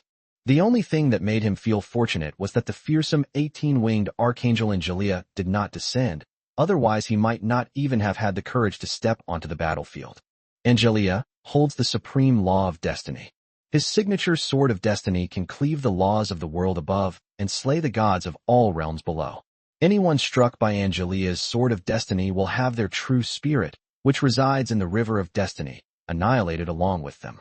No matter how many incarnations they have or how strong their life-saving methods are, they will ultimately die a complete and utter death. Of the 3 18-winged archangels who descended this time, neither Victoria, Astia, nor Quinnissa had mastered the supreme law of destiny. In other words, even if his physical body dies on the battlefield, he can revive and escape by transforming into an avatar. This is the best news ever. Before this supreme deity of the underworld could finish speaking, he was interrupted by another supreme deity of the underworld, who appeared to be half human and half dragon, who said, "If the main camp is moved to the battlefield of myriad realms, the situation may be even worse." What's the meaning? Didn't you see those evil deities who descended with the army of angels? The half-human, half-dragon supreme deity of the underworld said with a solemn expression, "I recognize those people, the Lich King, the king of poison, the goddess of curses, and the goddess of darkness. They are all supreme deities of the evil Pantheon Alliance in the battlefield of myriad realms. But now they obey the commands of the angelic army." You can totally imagine what this means. Upon hearing these words, the expressions of the supreme deities of the underworld present were immediately taken aback. Then, they seemed to have figured it out. In an instant, everyone's expression changed drastically. Lady Lolita is above. The angel race has already invaded the battlefield of myriad realms. It's not just an invasion. It's very likely that they've already conquered the battlefield of myriad worlds. Otherwise, the angels wouldn't have come to attack our underworld. In other words, if we had moved our headquarters to the battlefield of all realms, we might have been finished long ago. The battlefield of myriad realms is guarded by the titans, the dragons, and various pantheons. How could it have been occupied by the angels in the blink of an eye? What are titans and dragons compared to that? Their creators, the 12 titans, had to respectfully address the Lord of Light as Your Majesty. Chapter 693. They've broken in. Your Majesty, why don't we just surrender? A supreme deity looked at Hades Augustine and spoke. Although they were in the underworld, they had overheard the words of the 18-winged fallen archangel Victoria persuading the underworld emperor Augustine to surrender. After seeing that even the gods of the evil Pantheon Alliance had been accepted by the angel race, they immediately believed that Victoria was not lying to them. Surrender, and you can avoid a war. As long as they embrace the holy light, they can avoid dying on the battlefield. As for how the angels would dispose of the underworld after surrendering, they didn't care. Although they are the supreme deities of the underworld, they are not the underworld emperors after all.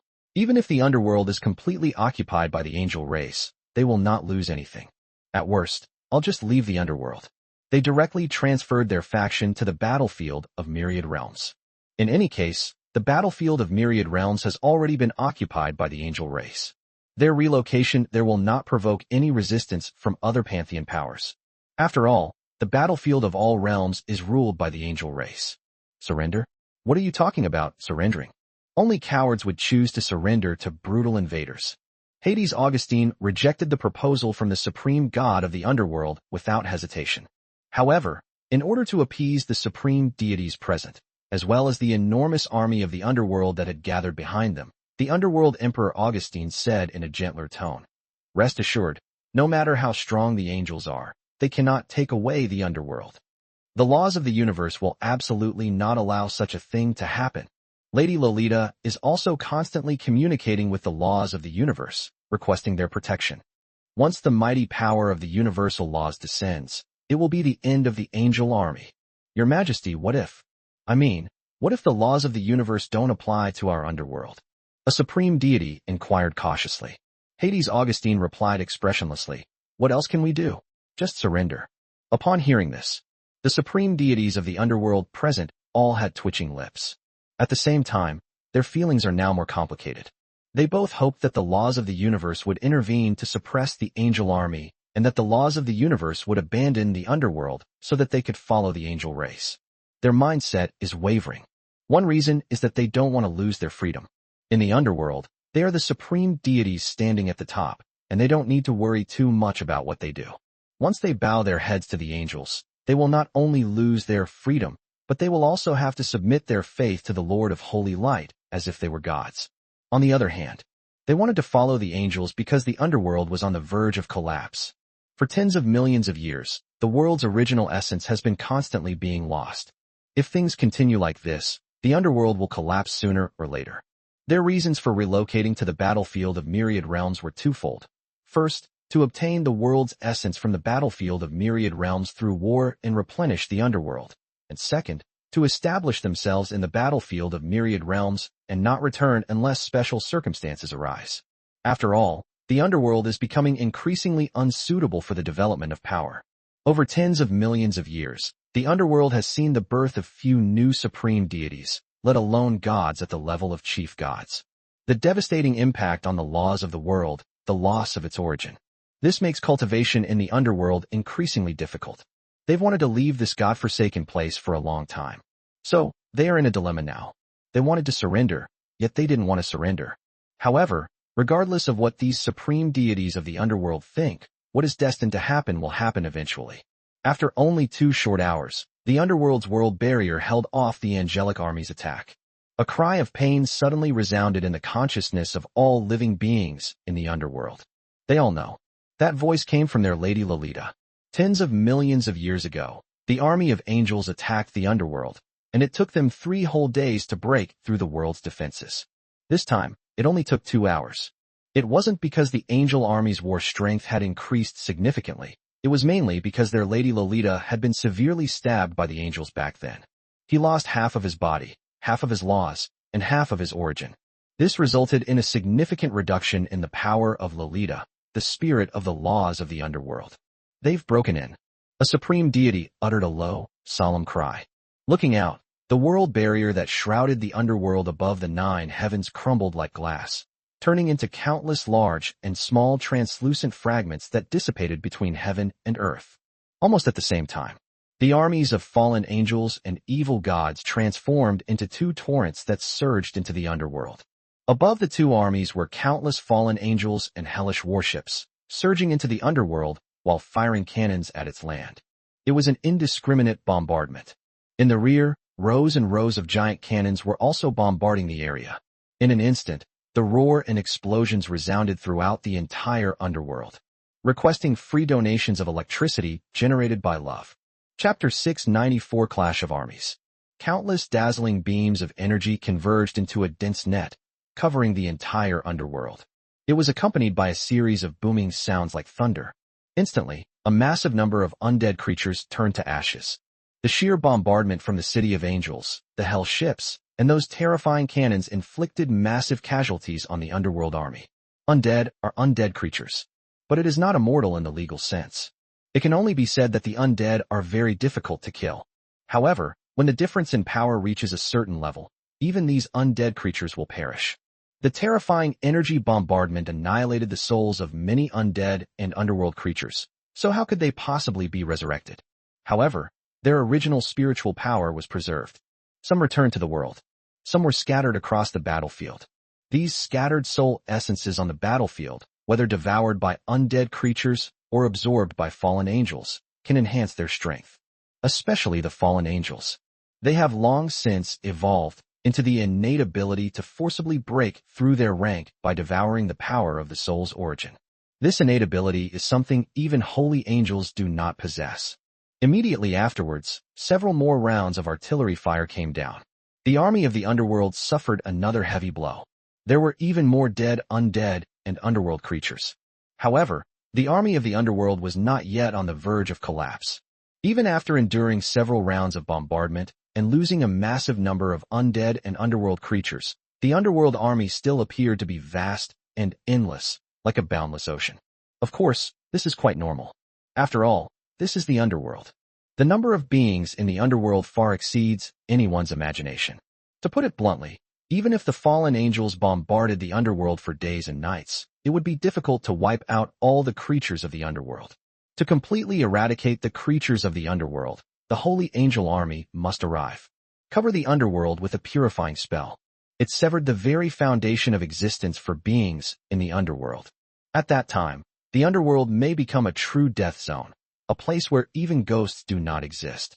However, annihilating the underworld was not Lin Yu's purpose in starting this war. His goal is to conquer the underworld. This is one of the reasons why he did not send the army of holy angels, but instead sent the army of fallen angels to attack the underworld. Kill. At that very moment, a low growl filled with boundless rage resounded in the minds of all living beings in the underworld. This was not an attack order from Lolita, the spirit of the world's laws. It was an oracle from Hades, the king of the underworld. At the same time, he took out a bone staff and pointed it high into the sky. Suddenly, a huge gash was torn open in the dark sky of the underworld. Immediately afterwards, countless undead and underworld creatures poured out from the crack in the sky. These beings are all at the level of gods. Among them are high-ranking gods and chief gods who possess great divine power and great divine power. Following Hades, the emperor of the underworld, the dozen or so supreme deities of the underworld also quickly opened teleportation channels in the sky, sending armies of undead creatures and underworld monsters over. In addition, countless powerful deities in the underworld followed suit. In an instant, suddenly, countless cracks appeared in the sky. This caused the entire sky of the underworld to seem as if it were about to collapse. The armies of undead creatures and the army of underworld monsters that were teleported over all came from the divine kingdoms of powerful deities. Those were their elite troops. The core divine legion was cultivated with countless efforts and resources.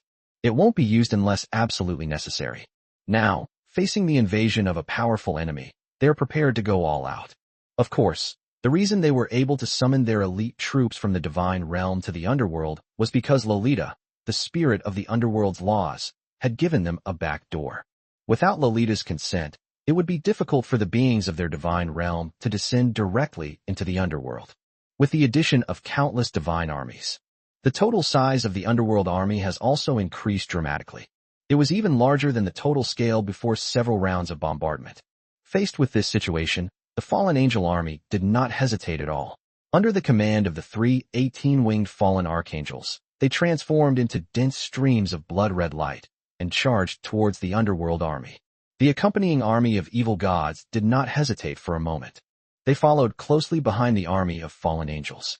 Soon, the fallen angel army and the underworld army clashed. Like two vast oceans colliding directly, they instantly burst forth with countless dazzling sparks. Those sparks are the light of divine magic. In an instant, countless gods fell on the battlefield. In a divine war of this magnitude, ordinary gods are nothing more than soldiers on the battlefield. Even a supreme god who wields great divine power can be eternally annihilated if he is not careful. As for the demigods who run rampant in the mortal world, they are not even cannon fodder. and are not even qualified to participate in the war. The only purpose of the underworld demigod is to transmit his own fundamental laws to Lolita, the spirit of the world's laws, in order to strengthen the underworld's fundamental power and thus suppress the strength of the fallen angel army to a certain extent. And this is the only thing that Lolita, the spirit of the world's laws, can do. Chapter 695 Lolita's Stance. The spirit of the world's laws cannot participate in war. At most, we can only call on all living beings in this world to unite and fight against external enemies together. They had no way to directly participate in the war. For example, projection and combat with enemies. Perhaps it could be described as mobilizing the power of the world's origin to suppress hostile forces invading this world. None of these will work, because this is the rule of the universe. Even though the angelic army and the evil pantheon have already invaded, and there is a high probability that they will be able to conquer the entire underworld, the spirit of world law, Lolita, cannot directly step in to stop them.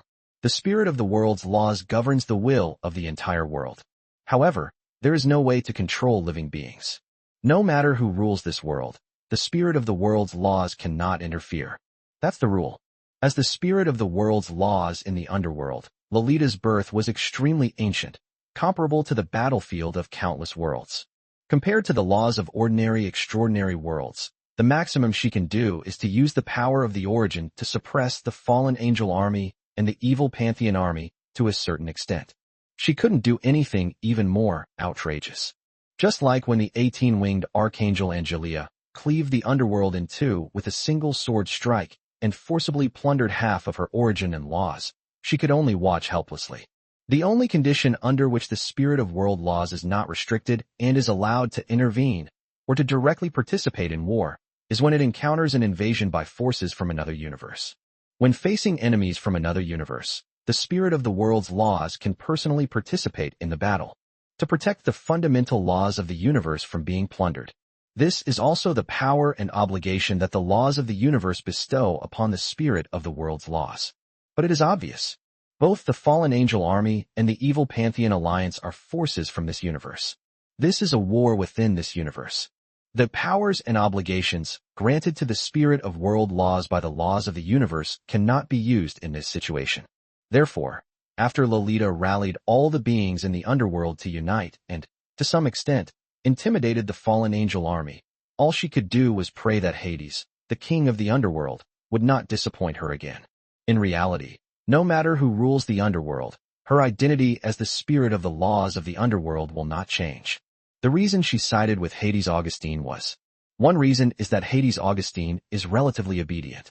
If it were an angelic race that became the rulers of the underworld, she might have to bow her head, or even become a puppet of the angelic race. Secondly, because she didn't know what the angels' true purpose was. What if they were planning to kill her and forcibly seize her profound laws and the origin of the world? Wouldn't she just die? Therefore, she had no choice but to help Hades Augustine. They prayed that the army of the underworld would defeat the invaders and win this divine war. The moment the fallen angels' army and the underworld's army clashed, the battle instantly intensified. Compared to the army of fallen angels, the army of the underworld is many times larger. Even with the addition of the evil pantheon's army, the underworld army still holds a comparative advantage in terms of size. However, sometimes, the size of an army does not determine the outcome of a war. It mainly depends on war strength. Whether considering individual combat strength or the overall war power of the army, the fallen angel army is significantly superior to the underworld army. After all, the fallen angels and the army of fallen angels were all high-ranking fallen angels. The lowest level is six-winged. Angels are inherently terrifyingly powerful in combat. The combat power of fallen angels of higher rank is even more terrifying. If nothing unexpected happens, a fallen angel could take on 10 underworld deities of the same level. And the more you kill, the stronger you get. This is because fallen angels can rapidly increase their own strength and status by devouring the soul essence of their enemies. The more underworld deities a fallen angel kills, the stronger he becomes. One is getting stronger at an alarming rate. One, however, continues to weaken. Naturally, the former has a greater chance of winning the war. The battle lasted less than an hour. The armies of the underworld, the fallen angels, and the gods of the evil pantheon alliance, the three factions combined suffered nearly 100 billion casualties. Of these, the underworld accounted for 80% of the total casualties. The Evil God Alliance accounts for 20%. The casualty rate of the Fallen Angel army was far less than 1/10 of theirs. Of course, the Fallen Angel's army also suffered casualties. Some Fallen Angels also perished on the battlefield. There were even Super Hell soldiers who were defeated and destroyed by powerful beings from the underworld. But this doesn't affect anything. The Fallen Angels and Super Hell soldiers who died on the battlefield had their angelic hearts and energy cores returned to the city of Holy Angels immediately. The 3 cities of Saint Angels are arranged in a triangular shape. It hovers above the battlefield of the underworld. They are not only collecting the essence of souls on the battlefield, but also recycling angel hearts and energy cores. The recovered angel hearts will be collected and handed over to Archangel Angelia after the battle, so that they can be resurrected using the angel rebirth pool controlled by the Holy Angels faction. As for the resurrected angels, are they fallen angels or holy angels? That's no longer important. Chapter 696 Terrifying Combat Power. As for the recovered energy core, it will be directly placed into the body of the created Super Hell Warrior. Driven by an energy core, the activated Super Hell Warrior can immediately join the battlefield. In other words, the losses on the battlefield were nothing to the Fallen Angel army. The evil pantheon, on the other hand, lost tens of billions of evil deities. Even evil deities at the level of chief gods have fallen. This was inevitable. After all, this was a divine war to attack the underworld. Let alone losing hundreds of billions of gods. Even if the number of deaths reaches hundreds of billions or trillions, it would be a very normal thing. Moreover, compared to the total size of the evil god army, the deaths of hundreds of billions of evil gods are just a small problem. The total number of the evil gods that have gathered this time exceeds 1.7 trillion. The hundreds of billions in battle losses represent only a little over 1/100th of the total scale. If we compare this to the battle losses of the underworld army, then these casualties are even less of a concern. Overall, the Fallen Angel army and the army of gods from the Evil Pantheon Alliance also held an absolute advantage on the battlefield. If things continue like this, the army of the underworld will inevitably be defeated in the end. Above the underworld, in an unknown dimensional world, the power of supreme divinity and supreme laws is sweeping everything away. Countless celestial bodies were shattered. Time and space-time were shattered time and time again. This is a war waged by the supreme deity. More than 10 supreme deities of the underworld, 3 18-winged fallen archangels from the fallen angel camp, and a host of supreme deities from the Evil Pantheon Alliance all joined the battle. In addition, 3 colossal figures also joined the battle. They were projected from 3 cities of holy angels, and controlled by the consciousness of Victoria and the other 2, each possessing combat power at the level of a supreme deity. Although they are projections, don't underestimate them. They had already proven their strength in the previous supreme god wars against the dragon god system and the ancient god system. Several supreme deities from ancient pantheons died at their hands.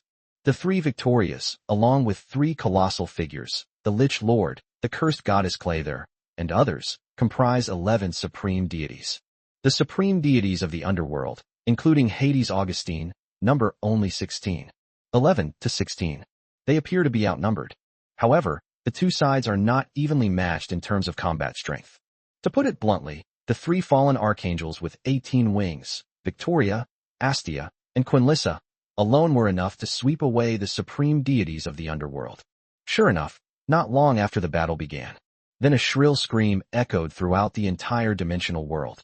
That was a supreme deity whose true form was an abyssal dragon, who was brutally cleaved into a lizard-like club by the 18-winged fallen archangel Quinnissa with the fallen angel's divine sword. For legs, wings, and a tail, all of them were severed. All that was left was its head and a round, chubby body. For a supreme deity, this can only be considered a minor injury. Limbs can regenerate and fully recover with just a breath. What was truly grievously damaged was its soul. It was shattered directly by Quinlissa's power as a fallen angel. As his soul was forced into countless fragments, most of its original essence was instantly devoured by the fallen angel's sword in Quinlissa's hand.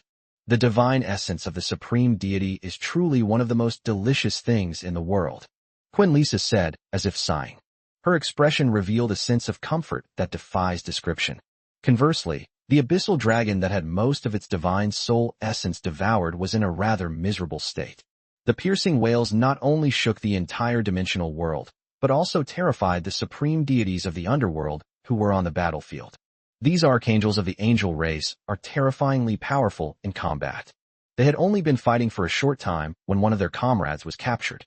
Although even if the abyssal dragon's soul is completely annihilated, its consciousness can be resurrected through other incarnations. They have essentially lost a combat force at the level of a supreme deity.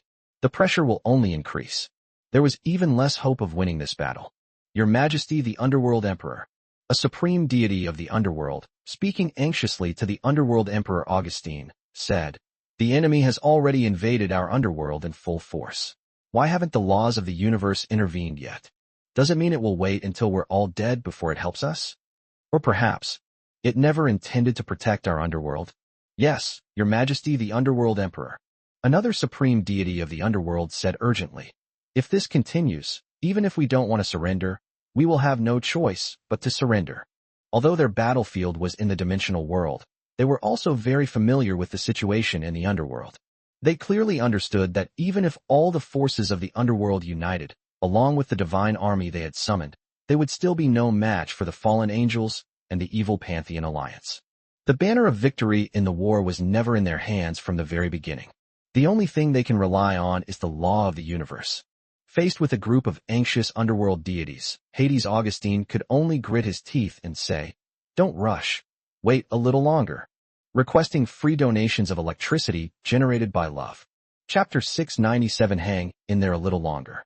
Faced with an incomparably powerful army of fallen angels, and those 3 terrifyingly powerful 18-winged fallen archangels, Hades Augustine, the emperor of the underworld, was also feeling impatient. After all, they had only been fighting for a short time when one of their supreme deities was killed by the 18-winged fallen archangel Quinnissa. Even the very essence of one's soul was devoured. Hades Augustine could clearly sense that after devouring the abyssal dragon's soul essence, Quinlissa's aura increased dramatically. This left him both incredulous and terrified. Unexpectedly, these mutated black-winged angels are even more perverse than the orthodox holy angels. If this continues, their fighting strength will only get weaker and weaker, and the enemies that devour one soul after another will grow stronger and stronger. Moreover, it's not just these 3 18-winged fallen archangels before us. The vast, ocean-like army of fallen angels on the battlefield of the underworld also possesses the same terrifying abilities. Originally, his underworld army was already somewhat outmatched. Now, the fallen angel army can also grow stronger through war and by devouring the divine essence of their enemies. Isn't this doomed to fail? Not to mention the supreme deities of the underworld are very anxious. He is also extremely anxious right now. They desperately hoped that the laws of the universe would descend immediately, wiping out the enemies before them, as well as the fallen angels and the army of gods from the evil pantheon on the battlefield of the underworld. But this was just his hope. Whether the laws of the universe will descend or not is beyond his control. He was, after all, not a supreme being of the universe at the level of the Lord of Holy Light. Let alone influencing the will of the laws of the universe, he doesn't even have the ability to communicate with the laws of the universe. Therefore, all he could do was keep praying. Pray that the laws of the universe will not abandon them in the underworld. Of course, Hades Augustine did not stand idly by. He used the power of his supreme artifact and a portion of the underworld's origin to resist the frenzied attack from the 18-winged fallen archangel Victoria. They urgently contacted Lolita, the spirit of the world's laws in the underworld. In the entire underworld, only Lady Lolita can speak with the laws of the universe. The matter of requesting the protection of the underworld by the laws of the universe has always been handled by Lolita, the spirit of the world's laws. Even now, the laws of the great Tao of the universe have not descended upon the underworld. He needs to contact Lolita and ask her if there is any problem with her communication with the laws of the great Tao of the universe. To Hades Augustine's surprise, Ladhari, the spirit of world laws, responded quite quickly. They reply almost instantly. This has never happened before. Ever since the 18-winged archangel Angelia led the angelic army to invade the underworld and cleaved it in two, taking it with her, the spirit of the world's laws, Loris, has been ignoring him, whether out of deep dissatisfaction or because she was severely injured. But this time, they gave him a lot of face. Just hold on a little longer. I'm also constantly communicating with the laws of the universe. Lady Lolita, how much longer must we hold on? Hades Augustine asked anxiously. His opponent is Victoria, the 18-winged fallen archangel. Its strength far surpassed that of Astia and Quinnissa, both of whom were fallen archangels. She is comparable to Angelia, the 18-winged archangel of yesteryear. The underworld Emperor Augustine couldn't understand what kind of miraculous elixir Victoria had taken to increase her strength so much in just tens of millions of years. You should know that his strength hasn't improved much in hundreds of millions of years. It's not because his talent is that bad. It's simply because after reaching the level of a supreme deity, the further one progresses in cultivation, the higher the difficulty becomes. Comprehending each supreme law is extremely difficult. Furthermore, the conflict issues arising from the different fundamental attributes of the laws must also be taken into account. In particular, the conflict of attributes of the fundamental laws is an extremely dangerous matter, even for the supreme deity. If this happens, at best the divine body will be injured, and at worst it will directly damage the very source of existence. It might take millions or tens of millions of years to recover. This is one of the fundamental reasons why the power of the supreme deity is difficult to continuously break through and increase. To put it simply, there is no problem of conflicting attributes of any fundamental law. The supreme deities of the universe, and even gods at other levels, will be far more powerful than they are now. Especially the Titan King Clovis. Having possessed the super artifact, Eternal Tower, for so many years, he had long since soared to the top. Even if he doesn't reach the level of the Void Emperor, he can certainly rival the 12 Titans. Therefore, Victoria's power has grown so rapidly.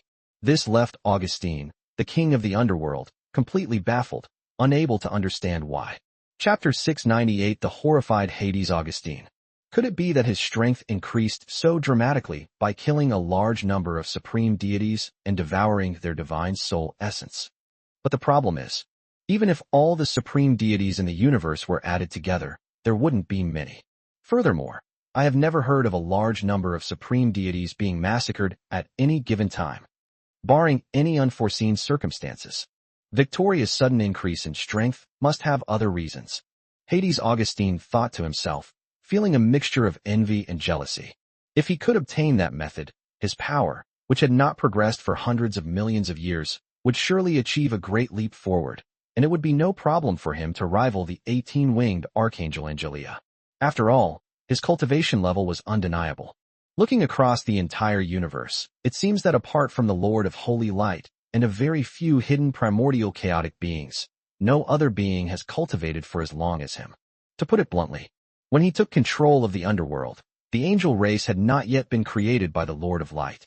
Now, the 7 18-winged archangels of the angel race are all abnormally powerful and terrifying, some of whom have completely surpassed him. He was naturally unwilling to accept this. Just you wait. Lolita, the spirit of world laws, replied briefly.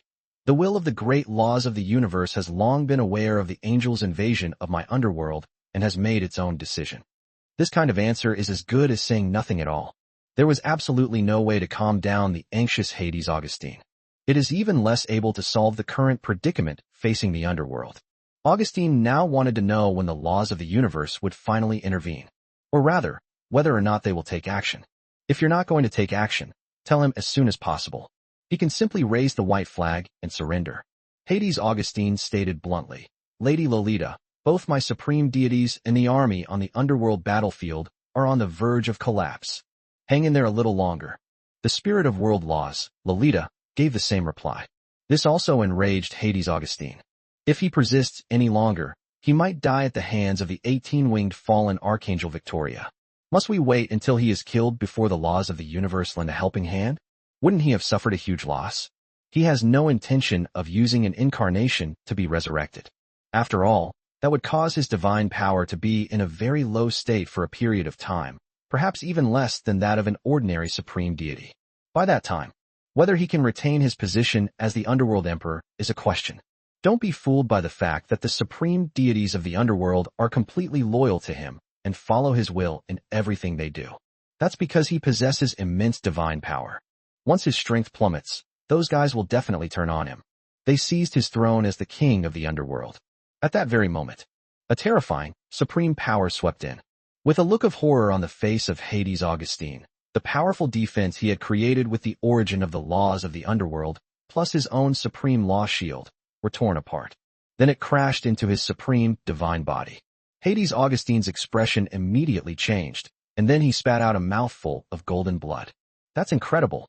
This force was so powerful that it gave him a sense of powerlessness, like when he faced Angelia directly. If it weren't for the fact that he had created multiple layers of powerful defense and was wearing a top-grade supreme artifact, he wouldn't have just coughed up blood. His divine body might have been directly shattered. Augustine, I must say, your shell is quite tough. Any other supreme deity would have been killed by my sword with a single strike. Victoria held the fallen angel's divine sword, which was engulfed in black flames, and looked at Hades Augustine, who was flying millions of miles away, with a mocking expression.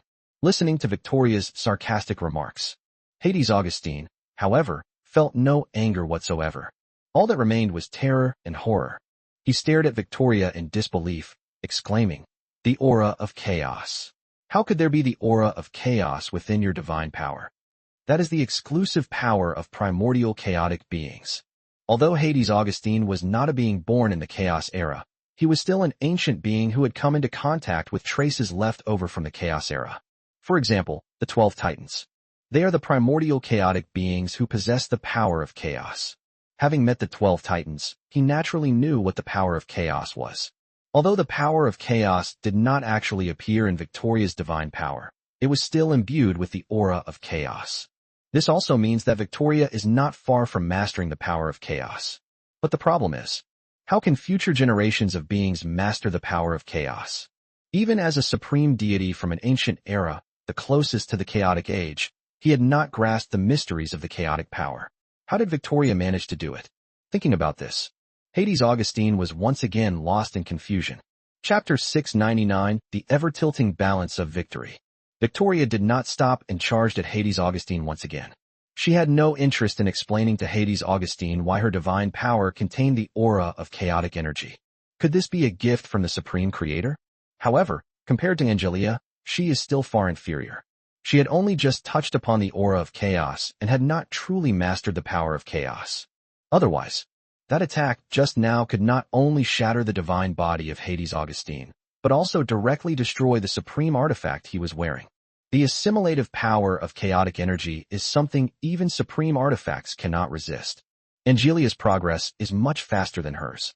Not only have they truly mastered the power of chaos, but they have also begun to integrate the source of chaotic power that the Supreme Creator sealed within their positions. If the fusion is successful, Angelia will be able to break through her current rank immediately, promoted to a 24-winged Chaos Archangel. The 20-winged angels and 22-winged angels that the supreme deities of the Seven Seas divine realm and the colossal tortoise beast had previously discussed did not exist in the ascension path of the 7 18-winged archangels, because they all possess the origin of chaotic power bestowed upon them by the Lord of Holy Light. Once you break through, you'll directly become a 24-winged Chaos Angel. If it were any other angel, after receiving an extraordinary opportunity, they would break free from their shackles and ascend to become an 18-winged archangel, and if they broke through further, they would become a 20-winged angel. The reason for such a large difference is the origin of that chaotic power. Other angels don't have this. Only the 7 18-winged archangels born from the primal reincarnation pool possess this ability. This is also the special treatment the Lord of Holy Light gives them. The War of the Gods has broken out again. In this encounter, Hades Augustine found it even more difficult to withstand Victoria's terrifying power. This ancient being, who had ruled the underworld for countless billions of years, was repeatedly repelled by Victoria's terrifying attacks, spitting out mouthfuls of golden blood. He was already severely injured. The supreme deity he wore was also covered in wounds. The aura of chaos also possesses the ability to assimilate.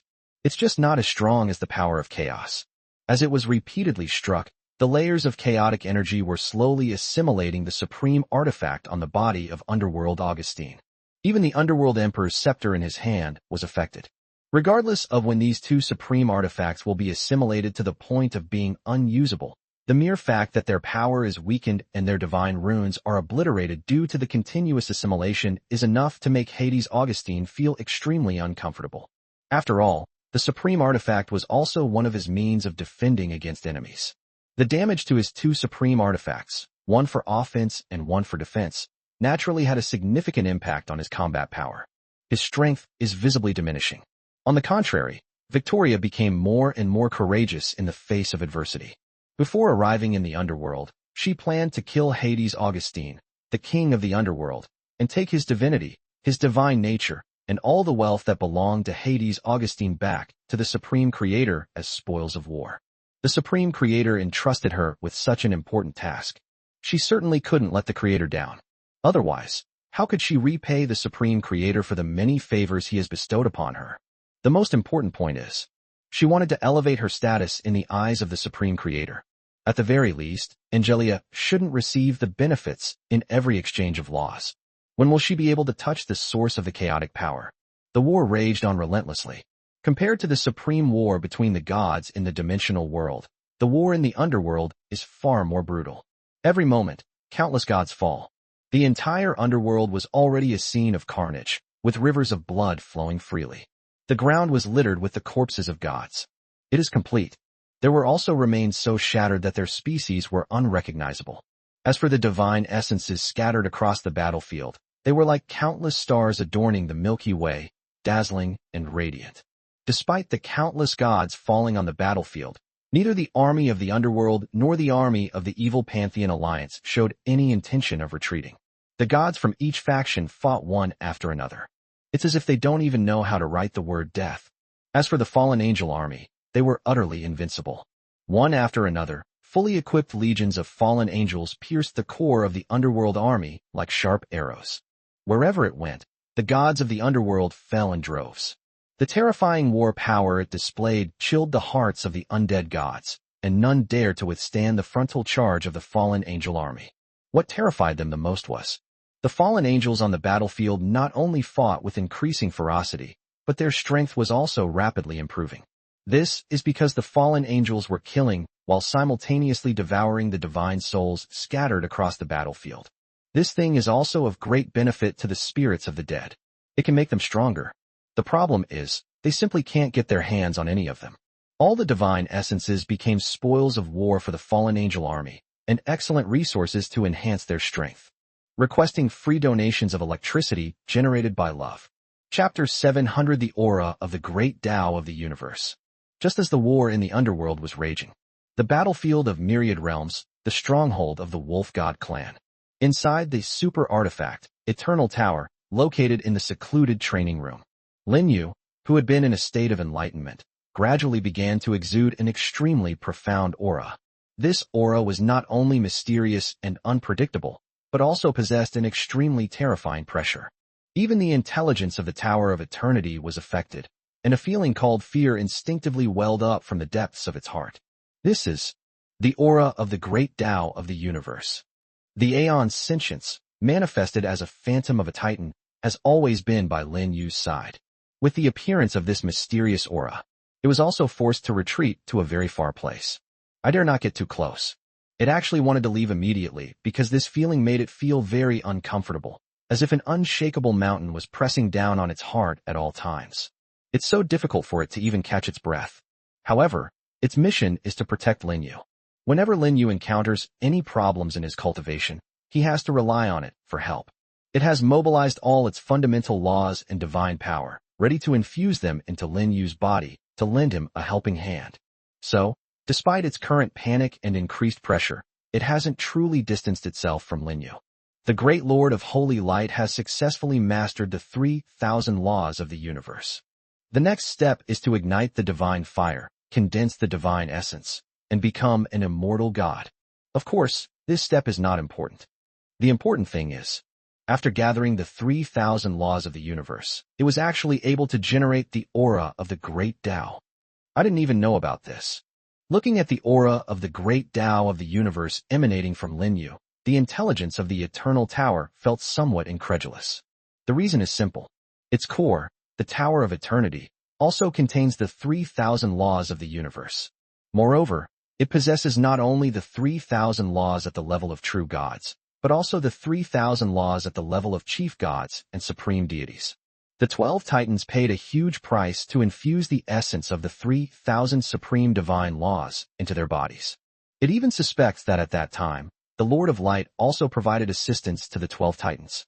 The Lord of Holy Light of yesteryear, though not a practitioner of the laws and a pure god of faith, was still able to create laws with the power of creation. Therefore, It is not impossible for the 12 titans to infuse the 3,000 supreme laws into their bodies. What puzzled the intelligence of the Eternal Tower was, it truly has mastered the 3,000 laws of the universe. The problem is that it has never sensed the aura of the universal laws.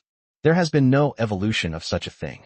Therefore, when it sensed the aura of the great Tao of the universe emanating from Lin Yu, the intelligence of the Eternal Tower felt extremely incredulous, as if its perception and worldview had been shattered. Continue practicing in this way, my lord. Once his 3,000 laws advance to the level of supreme laws, his power will be comparable to the great Tao of the universe, restoring him to his former peak. But if one wants to achieve transcendence, then it is necessary to integrate the 3,000 supreme laws into one. No wonder the Chaos Holy Angel who devoured the spirit of the laws of the myriad realms battlefield brought the origin of the laws of the universe. That was the catalyst for our Lord to fuse the 3,000 supreme laws. The words had barely left his mouth. The intelligence of the Eternal Tower seems to have sensed something. Turning my head, I saw a breathtakingly beautiful figure appear not far away. It was startled and speechless. Feigning dissatisfaction, he said, "Holy Archangel of Chaos, this is my true form. So can you please not come and go as you please?" So what if they're a little stronger? This Chaos Angel showed absolutely no respect for it, as a supreme artifact.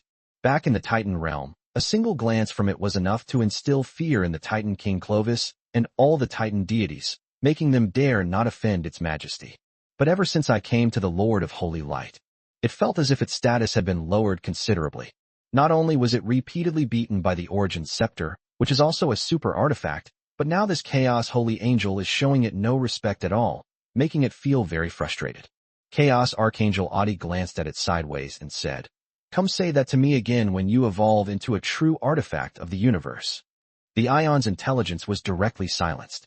It thought to itself that when it was promoted to a true artifact of the universe, not only would the Chaos Holy Angel in front of it be beaten up, but the super artifact, Origin Scepter, would also be beaten up by it. Of course, thinking about it is one thing. It dares not show it. If it gets beaten up by this Chaos Angel again, where can it go to seek justice? The great Lord of Holy Light is currently in seclusion, and by then there will be no one to govern him. I wonder what brings your highness here so suddenly. Chapter 701 The Terrifyingly Powerful Adi. It has nothing to do with you. Chaos Archangel Odysseus said something casually. Then he pulled out a ball of light that emitted a dazzling glow from the void. Upon hearing this, the intelligence of the Eternal Tower immediately rolled its eyes in anger. However, it quickly focused its attention on the ball of light and asked with a hint of doubt, "Your Highness has once again obtained a portion of the origin of laws from the great Tao of the universe." Previously, the Chaos Archangel Odi had brought a sphere of light that contained the origin of the universe's great Tao, and that one was integrated into the body of the Lord of Holy Light. Now another sphere of light has been brought in, which also exudes the aura of the laws of the universe. It also believed that the origin of the universe's great Tao was also from this universe. Chaos Saint Angel Adi shook his head slightly and said, "The origin here comes from the great Tao of the Abyss universe, which Lin Yu seized when she broke into the Abyss universe back then. The fundamental origin of the great Tao in the Abyss universe." The intelligence of the Eternal Tower immediately widened its eyes. It knew that Lin Yu, mentioned by the Chaos Archangel Odi, must be the real name of another Chaos Archangel. What shocked it was that this Chaos Angel named Lin Yu seemed even more powerful, daring to rob the Void Demon Clan's cosmic Tao. No wonder his body was blown apart back then. This was really going too far. As if realizing something, the intelligence of the Eternal Tower hurriedly asked, "Does your Highness intend to integrate the great Tao origin of this Abyss universe into my Lord's body? Will there be any problems if we fuse with this fundamental law of the great Tao from another universe?" "There won't be any problems." Chaos Archangel Odi shook his head and said, "I have already purified and refined it, and with the Origin Scepter in control, the possibility of any accidents is almost zero." As she spoke, the ball of light in her hand transformed into an aurora. It burrowed into Lin Yu's brow. Then it entered Lin Yu's sea of consciousness. Before the sphere of light approached and merged into Lin Yu's soul, the Origin Scepter, which had been guarding Lin Yu's soul, took the initiative to swallow the ball of light.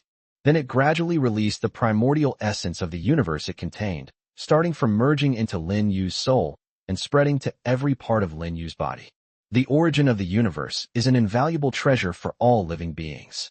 Its value surpasses that of powerful artifacts like the ion. Of course, for a super artifact, the origin of the great Tao of the universe is equally precious. Once it merges with the origin of the great Tao of the universe, the ultimate artifact will have the opportunity to break through its own limitations and be promoted to a true artifact of the universe. Take Ion for example. If it is upgraded to a true artifact of the universe, its power will increase exponentially. It is even more powerful than the Origin Scepter. Unfortunately, it cannot enjoy this treasure now. All of these cosmic origins, whether collected or stolen from the Abyss universe, belong to Lin Yu. This is one of the assets that allows him to transcend the universe. After merging the light sphere into Lin Yu's body, Chaos Archangel Odi forcibly tore open the internal space-time of the Tower of Eternity, opening a passage to another world. Seeing this scene, the Ion's intelligence felt its scalp tingling. The power of the Chaos Archangel Odi was far beyond its comprehension.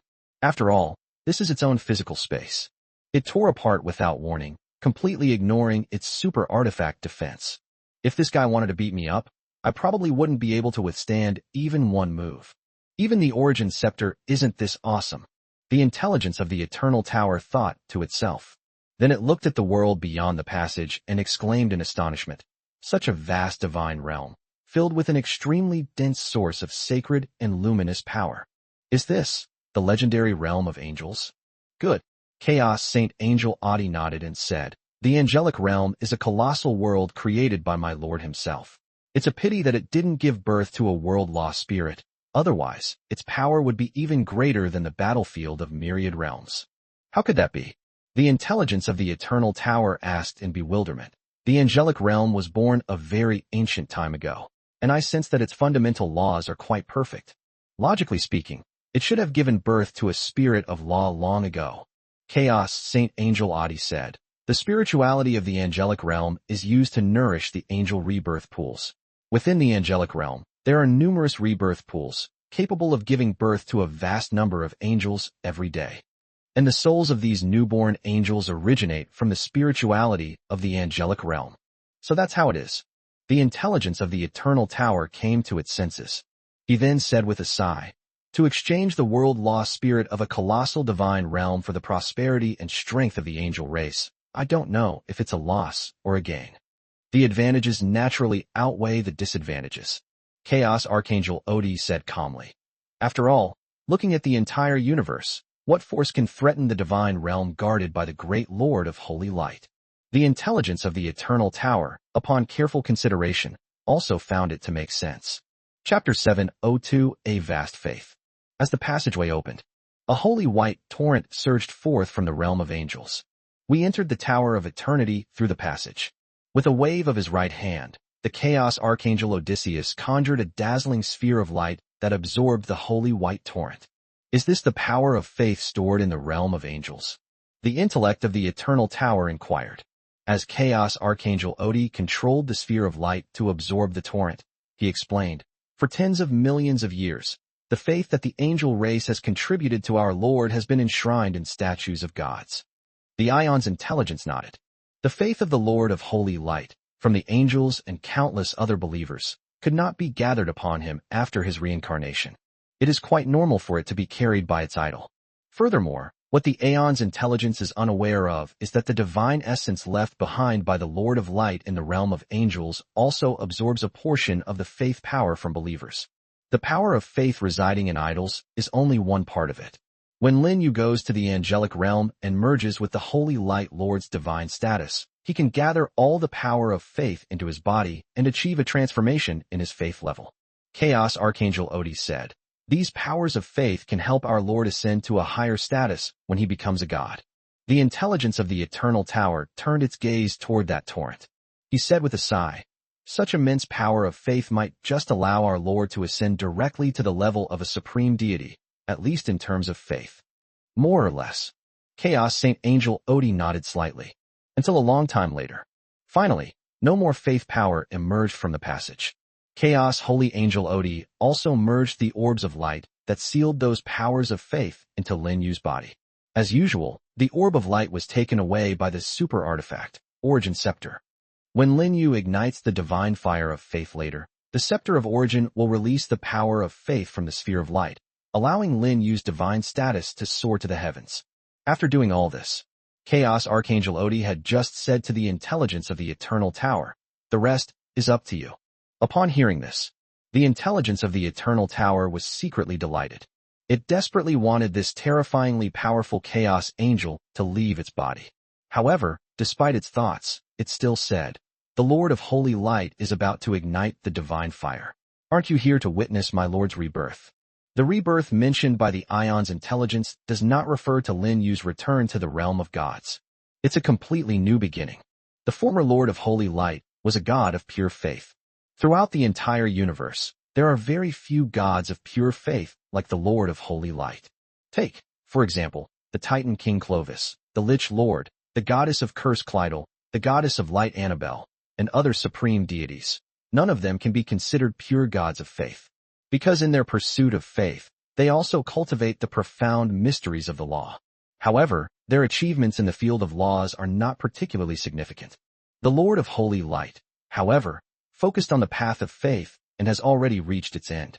Even without using the power of creation to establish laws, the Lord of Holy Light, relying on the power of faith, can become the most powerful being in the universe, bar none. However, due to the overwhelming power of faith wielded by the Lord of Holy Light, coupled with the fact that he possessed a chaotic holy body, he was unable to cultivate the profound mysteries of the laws. At the very least, there is no way to integrate the power of the laws into one's own body. Therefore, the Lord of Holy Light, who wishes to merge faith and law and transcend the universe, can only choose to reincarnate. Although Lin Yu is still a mortal demigod, his body has become more perfect than that of any other living being. The reason is simple. During this period, his body has been modified by the power of creation and the super artifact, Origin Scepter, and has become able to easily contain the 3,000 laws of the universe. Moreover, there will be no attribute conflict issues. Previously, when he was on the floating island, Lin Yu had to rely on the power of creation to suppress the different attributes of the laws within his body. Now, even without the power of creation and the scepter of origin, he can still do it. Of course, her current perfect body is also thanks in no small part to the help from Angelia and Victoria. It was the selfless contributions of these two 18-winged archangels that made Lin Yu's body transform so quickly. Especially Angelia. It was both mentally and physically demanding. I put in so much effort. Let's get back to the main topic. Once Lin Yu uses the 3,000 laws of the universe as his foundation, ignites the divine fire, and ascends to godhood, it will be a completely new beginning and a true rebirth for him and for the Lord of Holy Light of that time. Chaos Saint Angel Adi shook his head and said, "I still need to go back and continue to collect the fundamental laws of the universe for the Creator. I'll leave this to you. With you and the scepter of origin protecting the Creator, no accidents will happen." Okay. The intellect of the Eternal Spirit nodded. Then he watched as the figure of the Chaos Angel Adi disappeared from sight. That guy is finally gone. The intelligence of the Eternal Tower secretly breathed a sigh of relief. On Lin Yu's side, shortly after the Chaos Holy Angel Adi left, a 9-colored flame suddenly emerged from Lin Yu's body. Upon seeing this, the intelligence of the Eternal Tower immediately became solemn. They carefully monitored every change within Lin Yu's body, not daring to be careless in the slightest. Requesting free donations of electricity generated by love. Chapter 703 The Forging of Divine Fire. Those 9-colored flames are divine fire. The fire started burning inside Lin Yu's body and then spread outwards, enveloping his entire body. Generally speaking, the divine fire lit by deities is golden.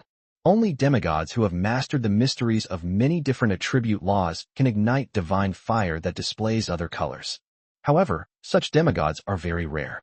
Looking across the entire universe, it can be said to be extremely rare.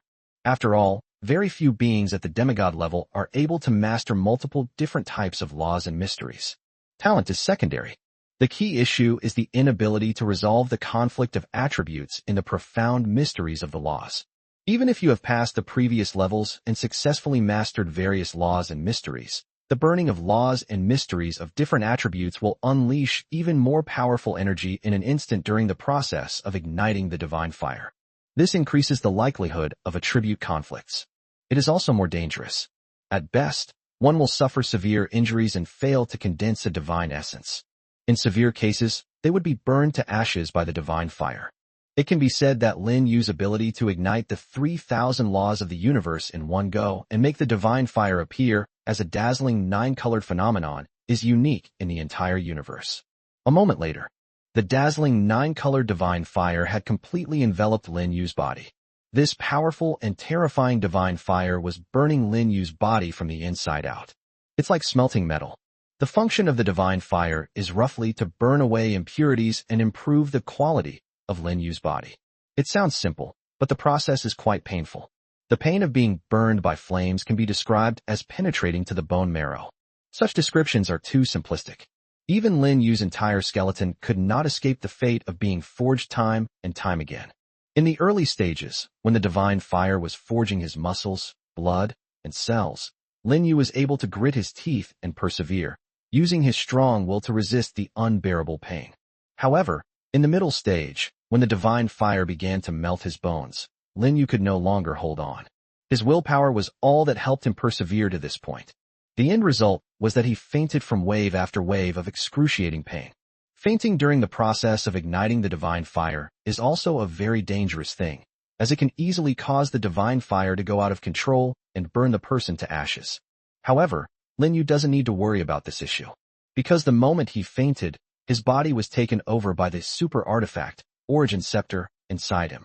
The Eternal Tower, another powerful artifact, also noticed this, but it was not as fast as the Scepter of Origin. The Ion's intelligence was furious about this. It has once again missed a good opportunity to impress the Lord of Light. In its view, if it could personally help the Lord of Holy Light ascend to the realm of a god, the Lord of Holy Light would surely reward it handsomely. When it transcends this world in the future, it may even be rewarded with some of the origins of the universe's great principles. This will help it evolve into a true artifact of the universe. Unfortunately, the Origin Scepter has stolen this excellent opportunity to shine. Hateful. This guy is both arrogant and domineering. One day I'll teach it a lesson. While monitoring Lin Yu's physical condition, the Ion's intelligence thought viciously. I don't know how much time has passed. Lin Yu remained unconscious throughout. The 9-colored divine fire burning within him had already completed the melting of his body and was now melting his soul. The ascension of living beings to the status of gods is a radical transformation in all aspects.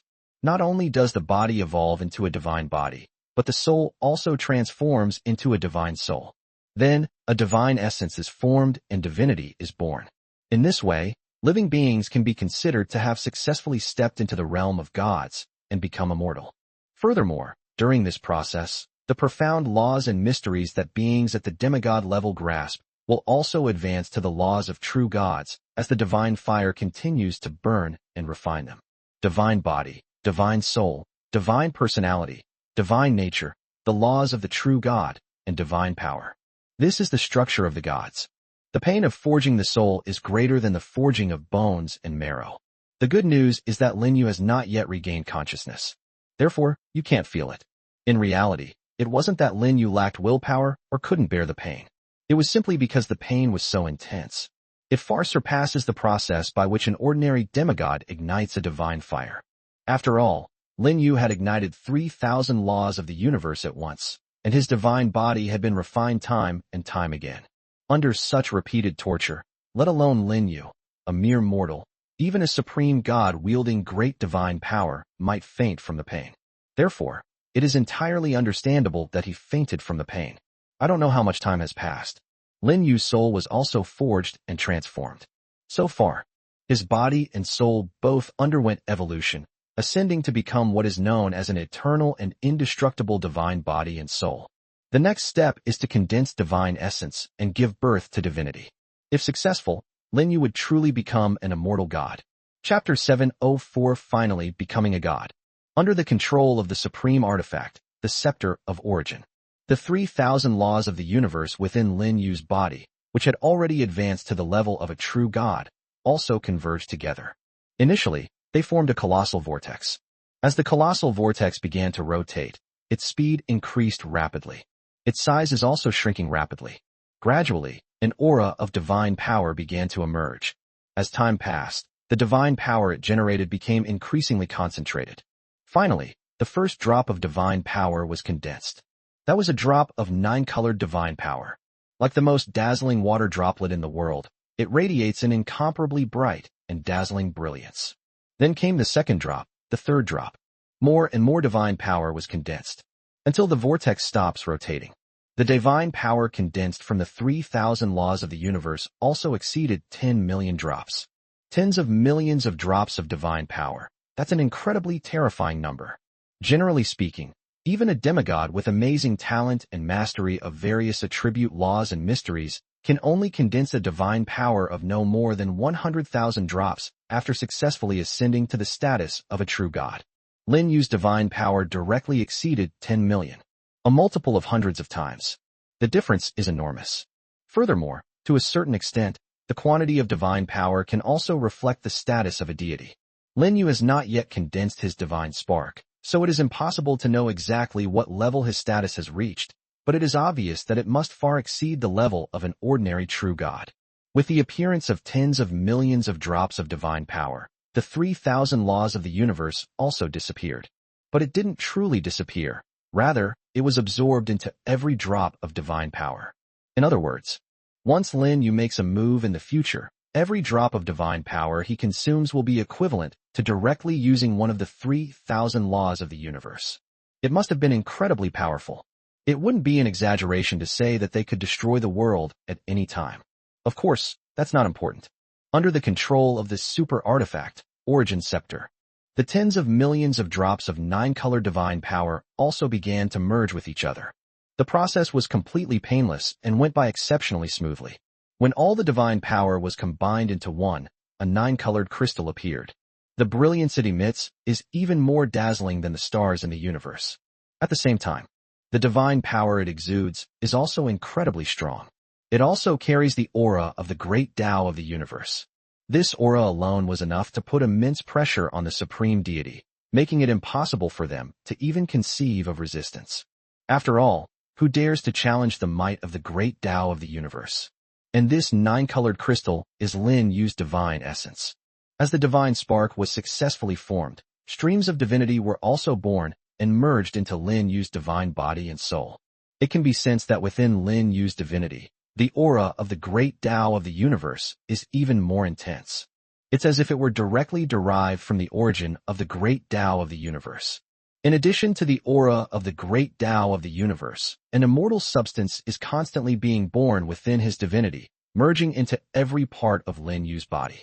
This immortal substance is the essence of the eternal life of the gods. Without this immortal substance, no matter how powerful a god is, he will gradually decay and eventually turn to ashes over time.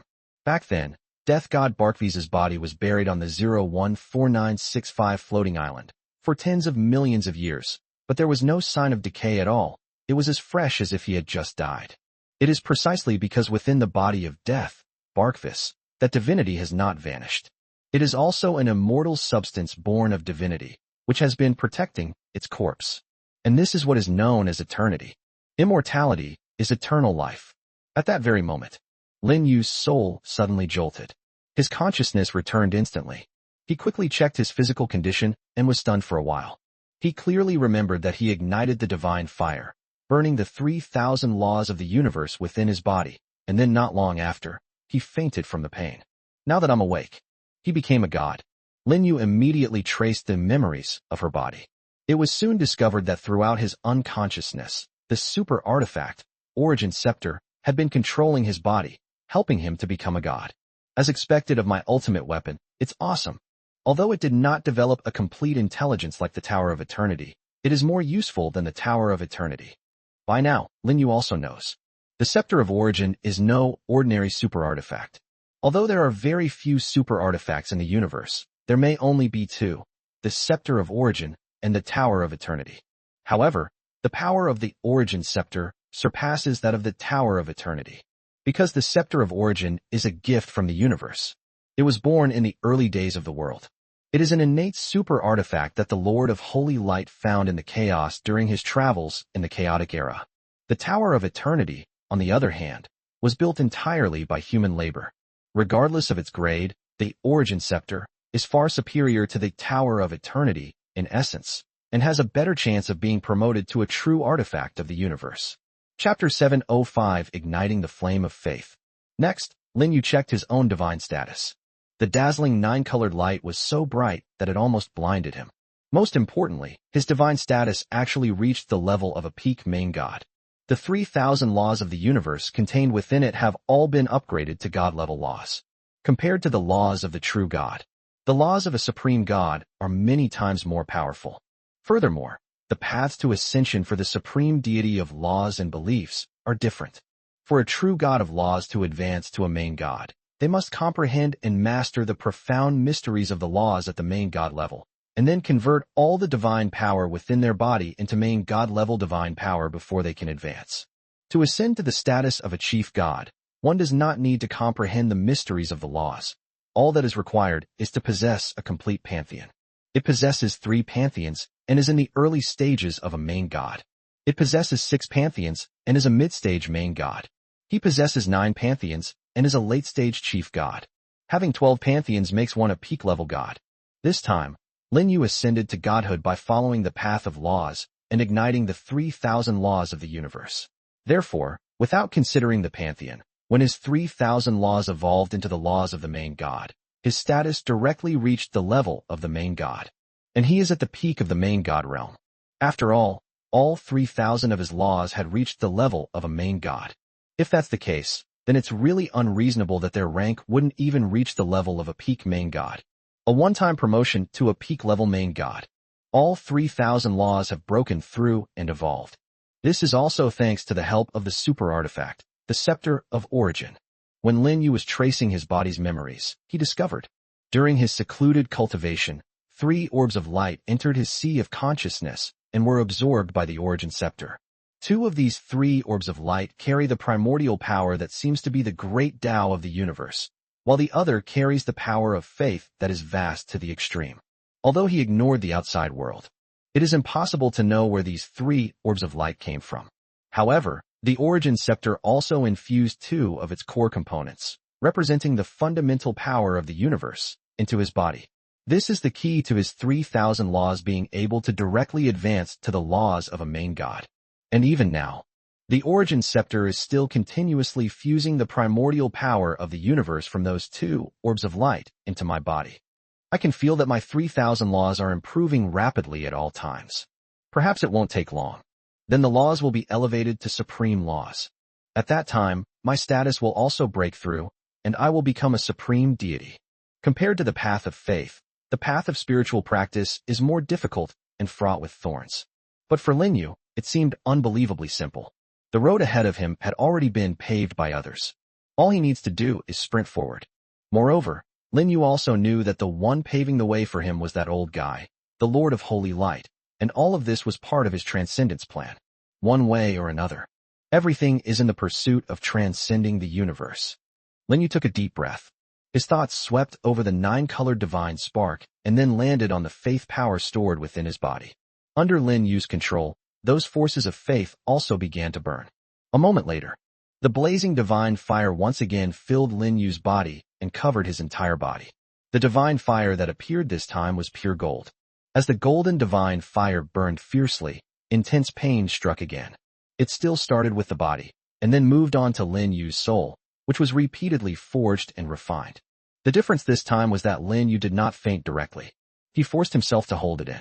Perhaps it was because his realm had risen to the level of a peak main god, and the pain tolerance of his divine body and soul had been greatly enhanced. Or perhaps the previous pain had numbed his consciousness. In short, this time, Lin Yu did not embarrass the title of Lord of Holy Light again.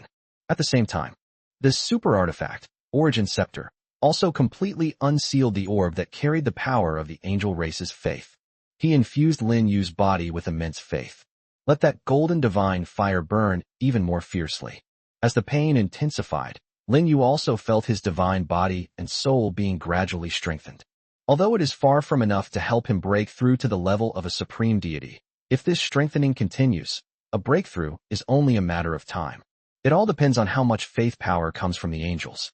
I don't know how much time has passed. Finally, a golden divine spark condensed within Lin Yu's body.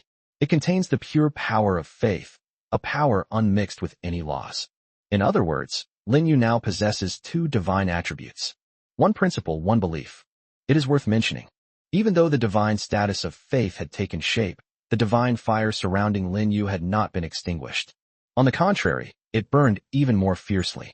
This is because there is still a continuous and immense force of faith flowing into the divine fire, adding fuel to it. In this process, Lin Yu also sensed that his path of faith was moving forward. The level of faith in the divine has been broken through time and time again. In the blink of an eye, he reached the level of a high-ranking true god. Chapter 706 God-Level Faith Power.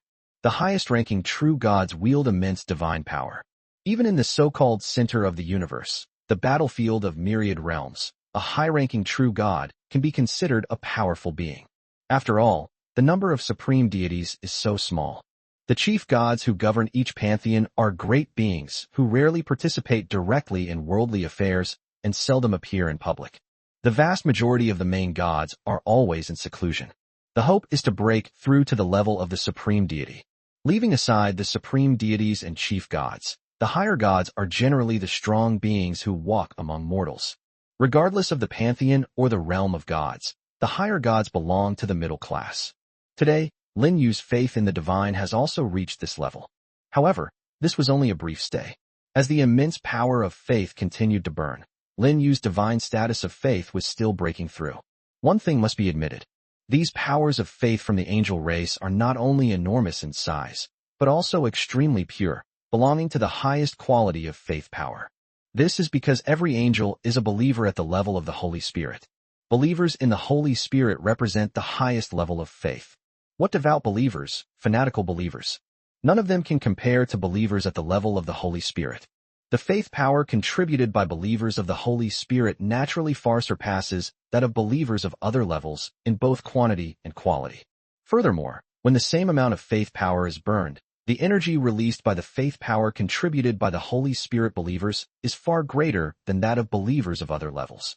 The direct benefit to Lin Yu is his divine status was continuously propelled to higher levels by this powerful energy.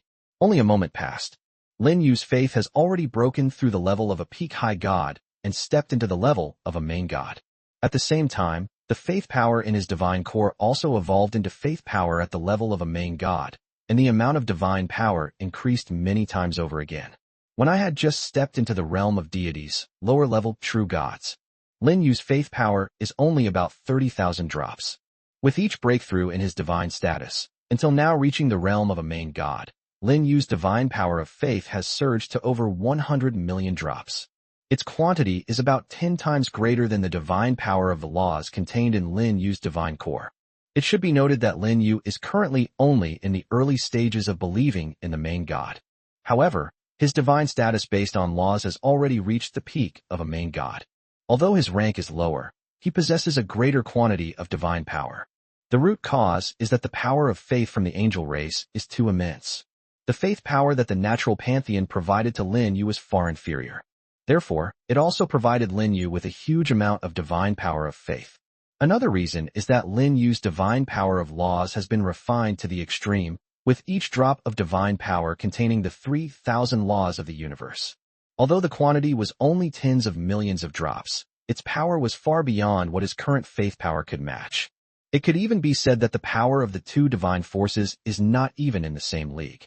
The power of Lin Yu's single drop of divine law is something that even a faith god of the same realm might not be able to withstand, even if they expended thousands of times more faith power. This is the terrifying aspect of the 3,000 laws of the universe. Not long after, with continuous breakthroughs, Lin Yu's faith and divine status also advanced all the way to the realm of a peak main god. Compared to advancement through the path of laws, advancement through faith in the supreme god is much simpler and more direct. As long as the conditions for the number of pantheons are met, and the power of faith is large enough, a breakthrough in rank can be achieved. To ascend to the pinnacle of faith as a supreme god, one needs to possess 12 complete pantheons. Lin Yu's pantheon has far more than 12 members. The natural pantheon alone has hundreds, or even thousands, of complete pantheons. Don't forget, all the supreme goddesses of the natural pantheon have become Lin Yu's subordinate gods. The main god under their rule, as well as all related pantheons, all belong to Lin Yu, paving the way for him to worship the gods. There is also the pantheon of the evil Pantheon Alliance. With the surrender and submission of those evil supreme gods, their pantheons naturally all belong to Lin Yu. If Lin Yu hadn't been in seclusion and missed the offers of allegiance from the Titan God realm, the Dragon God realm, and the ancient god system, he would have been able to achieve his goal. The number of pantheons under his command will be even greater.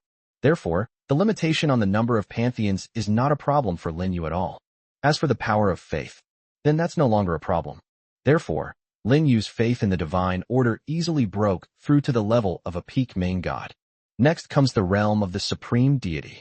Under Lin Yu's gaze, the immense power of faith emanating from the super artifact, the Scepter of Origin, ignited an even more intense golden flame, unleashing even more terrifying energy. The shackles that had separated countless supreme gods from ascending to the highest deities were repeatedly shattered by this terrifying energy. With each impact, Lin Yu's body and soul would tremble. It's like opening up an unknown and mysterious realm. Chapter 707 Belief in the Supreme Deity. I don't know how much time passed. After countless impacts, that barrier, the shackles that bound countless supreme gods of faith, was finally shattered. In an instant, Lin Yu's soul seemed to step into another world. This world is nothingness, ethereal, yet it is filled with endless mystery. Although he didn't open his eyes, Lin Yu could feel that his vision had become wider and brighter, and he could see everything in the world more clearly. This is the level of the supreme deity. Back when I was on Earth, I never imagined that one day I would stand at the pinnacle of the universe. For humans on Earth, the vast universe and the starry sky are mysterious and unpredictable. Even if we can glimpse a bit of them, we can never get close. But now, with my power, I will be able to easily explore the mysteries of the universe. Crossing the boundless galaxy is a piece of cake. How strong is Lin Yu's divine power now? To put it simply, he could easily crush that galaxy spanning 100,000 light-years with just one finger. With a single slap, galaxies spanning millions or tens of millions of light-years would be reduced to dust in the universe. For the supreme deity, there are no more mysteries in the natural world of the universe. With Lin Yu's mental control, a dazzling ball of light flew out from the super artifact, Origin Scepter. Immediately afterwards, the sphere of light disintegrated. A vast, boundless power of faith poured out, burning wildly within Lin Yu's body. At the same time, more divine power of faith flowed into Lin Yu's divine personality. 1 billion, 2 billion, 5 billion. Soon, Lin Yu's faith power exceeded 10 billion units. Until all the power of faith was burned away, Lin Yu's total amount of divine faith power reached a staggering 30 billion, which was truly terrifying.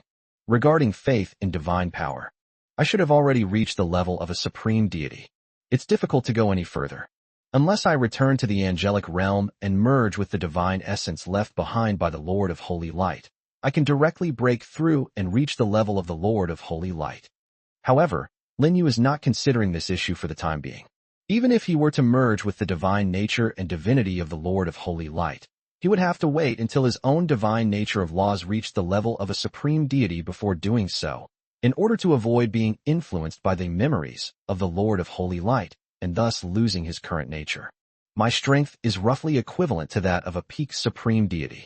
They are far inferior to established supreme deities like Titan King Clovis and Dragon King Douglas.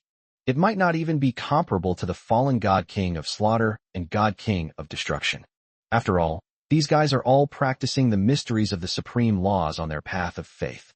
My laws are merely at the level of a supreme god, so naturally they are inferior. However, this is without using the power of creation. If I were to use the power of creation, the situation might be very different. With Lin Yu's continuous breakthroughs, the divine status of the laws has reached the peak of the main god realm. The level of faith in a deity reaches the pinnacle, the level of a supreme god. A tremendous creative power was also born within him. In the future, let alone exchanging the profound mysteries of the laws with Angelia and Victoria, even if we were to gather Elena, Doris, Tiffany, Sherry, and everyone else together, he no longer needs to worry about the lack of creative power within his body. The experience of having his creative power drained was also a very awkward problem for Lin Yu. Lin Yu could never forget Victoria's expectant little eyes. Now it's all right. The power of creation within him surged like a raging torrent, and the speed of regeneration was far beyond anything he had ever experienced before. Basically, it's an endless supply. You can smoke as much as you want. Of course, that's not important. Importantly, Lin Yu can now use the power of creation as the main force, freely burning the divine power of faith to create laws to defend against enemies. Just like the Lord of Holy Light back then. Although he is far from being as powerful as the Lord of Light at his peak, it will not be difficult for him to use this method to suppress veteran supreme deities, including Titan King Clovis and others. This is the terrifying power of creation. It can greatly increase Lin Yu's actual combat effectiveness. Once his divine status as a law god is also elevated to the level of a supreme god, then veteran supreme gods like Titan King Clovis will be even less of a threat. In the blink of an eye, 2 more orbs of light flew out from the super artifact, Origin Scepter. Lin Yu's consciousness firmly controlled the 2 orbs of light and analyzed their mysteries, saying autonomously, "Just as I guessed, what they contain is indeed the origin of the laws of the universe. I just don't know who brought these 2 orbs of light, and that orb of faith. Angelia? It shouldn't be." Lin Yu reflexively asked about the super artifact, Origin Scepter, but received no response. It was only then that I realized the Scepter of Origin had no sentience. Asking is pointless. Chapter 708, Transcending the Universe, is just around the corner. Lin Yu didn't dwell on it too much. He casually returned the 2 orbs of light, which carried the power of the primordial universe, to the super artifact, Origin Scepter. There are reasons why people hiding in the shadows are unwilling to show themselves.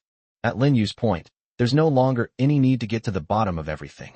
When the time is right, it will happen. Then the person will naturally appear. However, Lin Yu also had his own speculations. In his view, if nothing unexpected happens, the person behind bringing him these orbs of light is most likely the 2 chaos angels recorded in the holy scriptures of the angel clan. Even the 7 archangels with 18 wings, including Angelia, had never seen the 2 chaos angels in person. All information about the 2 chaos archangels comes from the holy scriptures. However, these 2 chaotic holy angels must have actually existed. Moreover, it is highly likely that they are also secretly working towards the Lord of Light's plan for transcendence. These spheres of light are one of their achievements. Since they want to hide, then let them hide. Forcing them to show themselves might not be a good thing. Just like Angelia didn't reveal her true identity back then. Angelia also had her concerns. When the time was right, Lin Yu naturally found out. The super artifact, Origin Scepter, remained suspended near Lin Yu's soul. It's like a machine without emotions. After collecting the 2 orbs of light, it began to release the primordial power of the universe that they contained, merging it into Lin Yu's soul and body. It is also trying to help Lin Yu achieve transcendence. Lin Yu thought to himself that once he truly achieved cosmic transcendence, he would definitely lend a helping hand to the Origin Scepter. Not only must the Origin Scepter be made to develop sentience, but it must also be helped to break through its rank and advance into a more powerful cosmic artifact, in order to repay the Origin Scepter for its protection. Truly worthy of being the primordial power of the universe's great Tao. I can feel that after integrating and absorbing it, the 3,000 laws I've mastered are steadily improving. Perhaps it won't be long before I can advance my laws to the highest level. Lin Yu also has high expectations for this. Compared to reaching the level of a supreme deity on the path of faith, he still looks forward to a breakthrough on the path of laws. Because the law is one of the key factors for transcendence. The reason why the Lord of Holy Light was unable to transcend and rise above the great Tao of the universe was largely because he was unable to cultivate and master the laws. In this life, he must succeed. I didn't think about it any further. Lin Yu withdrew his own thoughts and opened his eyes. The intelligence of the eternal tower, which had been guarding the side, appeared immediately and fawned like a lackey, saying, "Congratulations to the great Lord of Holy Light for returning to the level of a supreme deity. Transcending the universe is just around the corner." Lin Yu nodded slightly and said, "You've worked hard protecting me." Upon hearing this, the intelligence of the Tower of Eternity immediately thought of the Chaos Archangel Odi, who had twice intruded into its body. In this process, it has endured unprecedented pressure. It was indeed very hard work. The intelligence of the Eternal Tower quickly replied, "It is my honor to serve His Holiness the Lord of Holy Light." Lin Yu smiled and nodded, then said, "I will transfer all the profound mysteries of the 3,000 supreme laws that you possess into my body. When I transcend the universe in the future, I will owe you a great debt." He was too weak before. The soul is so fragile that it is easily broken.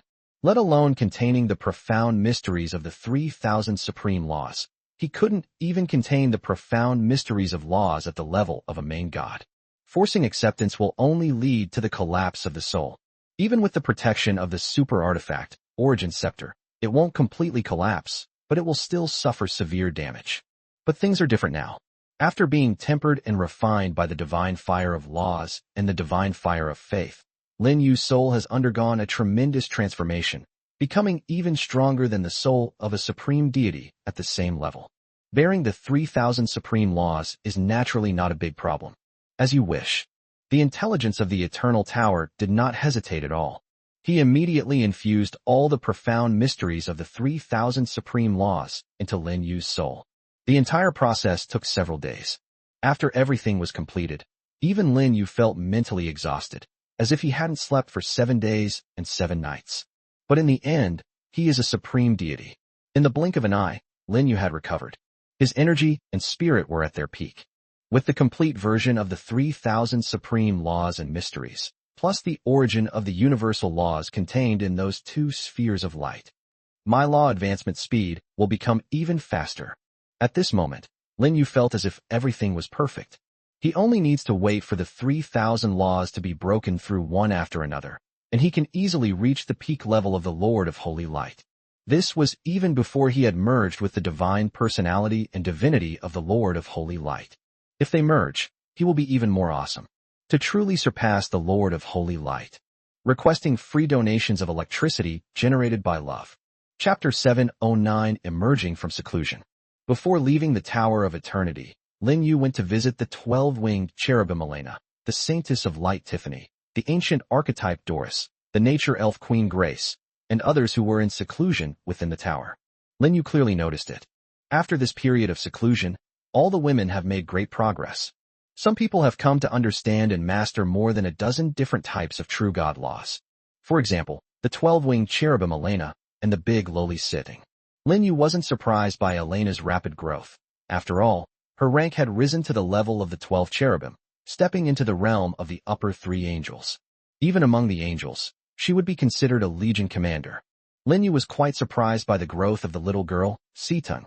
The original form of the big lowly Sea-Tongue was just a gold-level black bone blood vine, which was not rare even in ordinary extraordinary worlds, let alone in the battlefield of myriad worlds.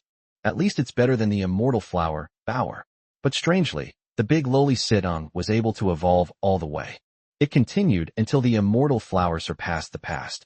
Now, having entered the Tower of Eternity to comprehend the mysteries of the laws, he has demonstrated exceptionally astonishing potential and talent, comprehending more than a dozen different types of true god laws. This truly surprised Lin Yu. It seems that this little guy's potential talent can still be developed. Thinking of this, Lin Yu immediately took out a huge wolf carcass from his personal spatial artifact. The owner of this corpse was a wolf god at the mid-level god level. They were instantly killed by Angelia, just as Lin Yu and the others entered the battlefield of myriad realms. He placed the wolf god's corpse near the big lowly, sitting. It is then consumed by its own body. In fact, there are even higher-level corpses inside Lin Yu's spatial artifact, such as the divine bodies of supreme deities like the slaughter god King Lawrence and the destruction god King Osmond. If the main body of the big lowly Sea-Tongue were to be devoured, she would absolutely have a chance to directly advance to the level of a main god. Lin Yu did not do that. It's simply because, given big Lolita Seeding's current status, she's not capable of devouring such a high-level corpse. Just like the immortal flower Bower, who was unable to devour the divine soul essence of those supreme deities. The difference is just too great. If one were to forcibly devour it, the only possible outcome would be death by explosion. Therefore, we can only proceed step by step.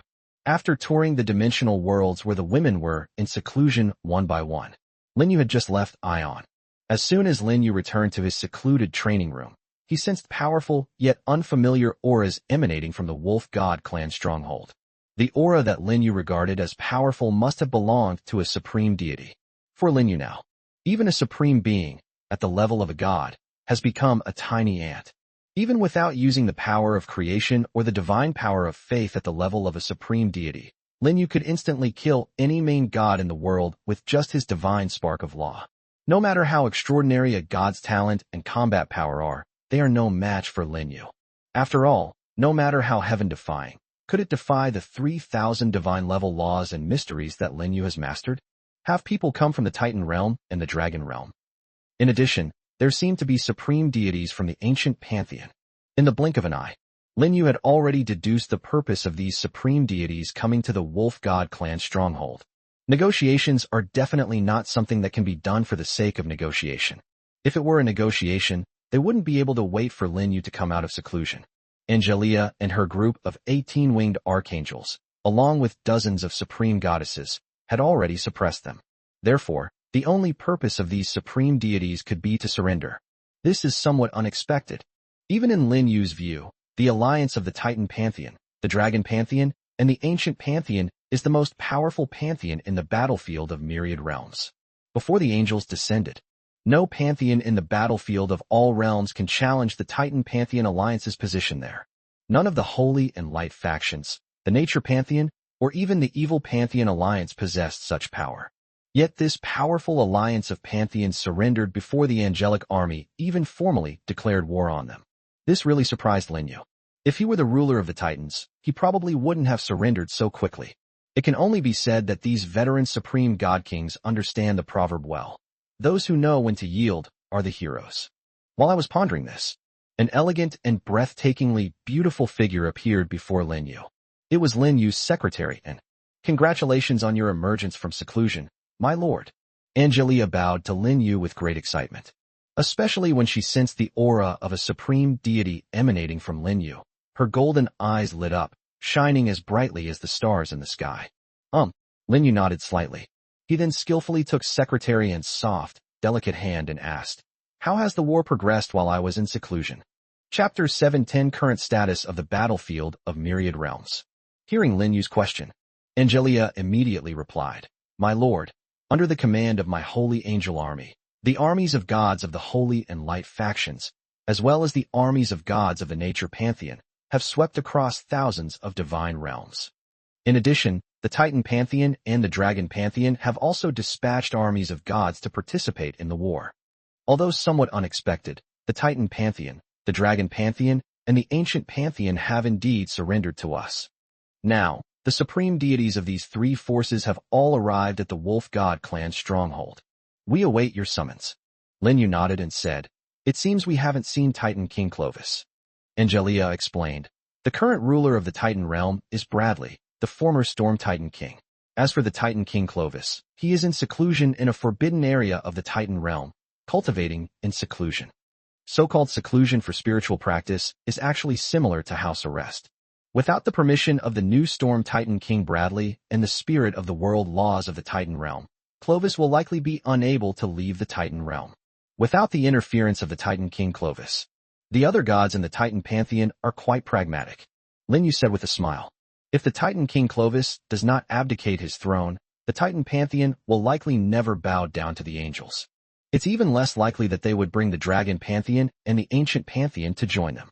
Titan King Clovis has always harbored deep hatred for the angel race.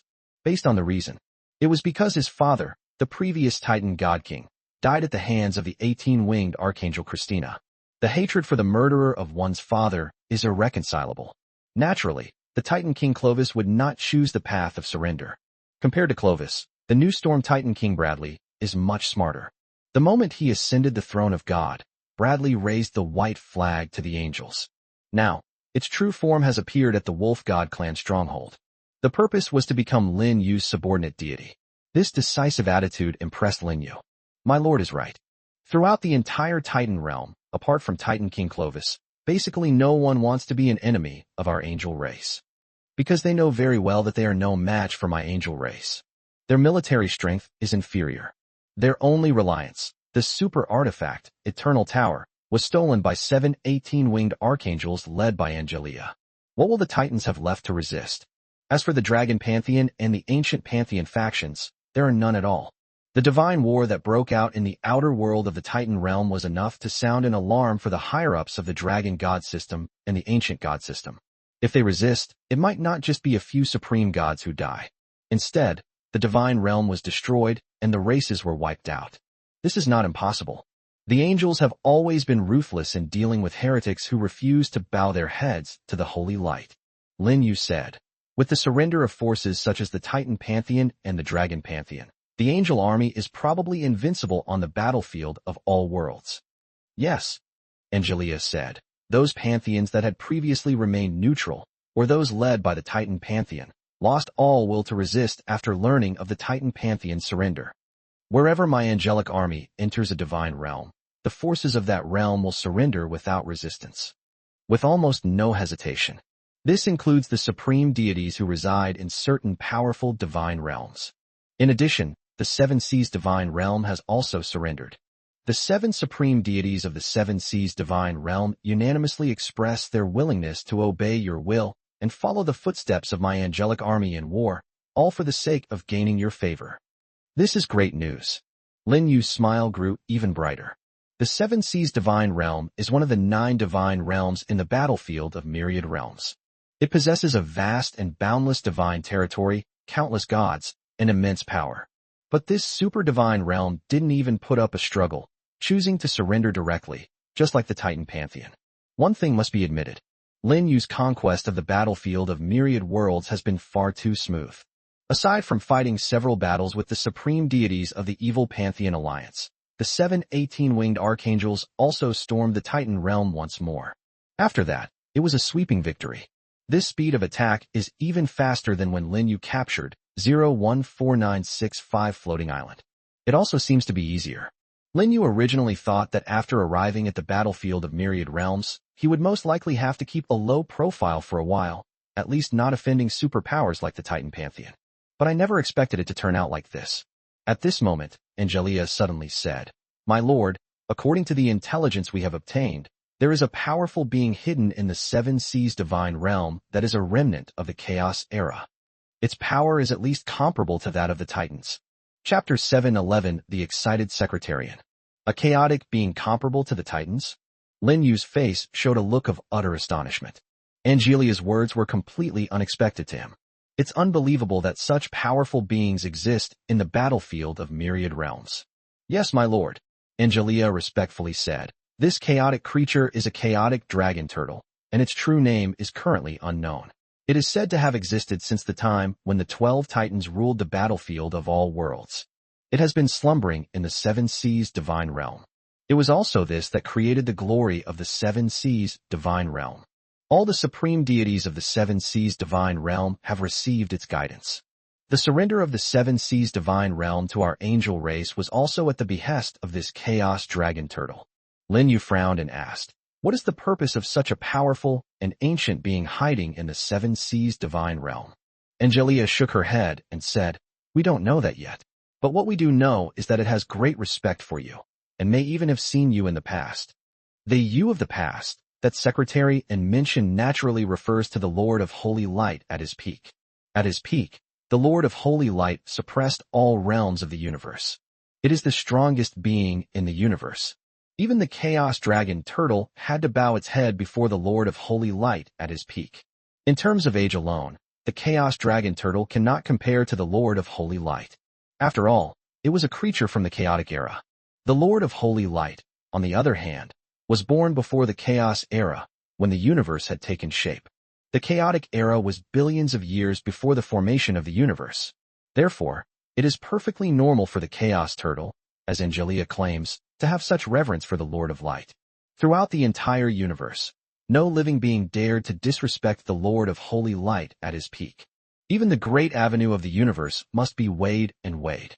It's probably not simply a matter of respect or disrespect. Lin Yu pondered for a moment and said, "I suspect it's afraid of something."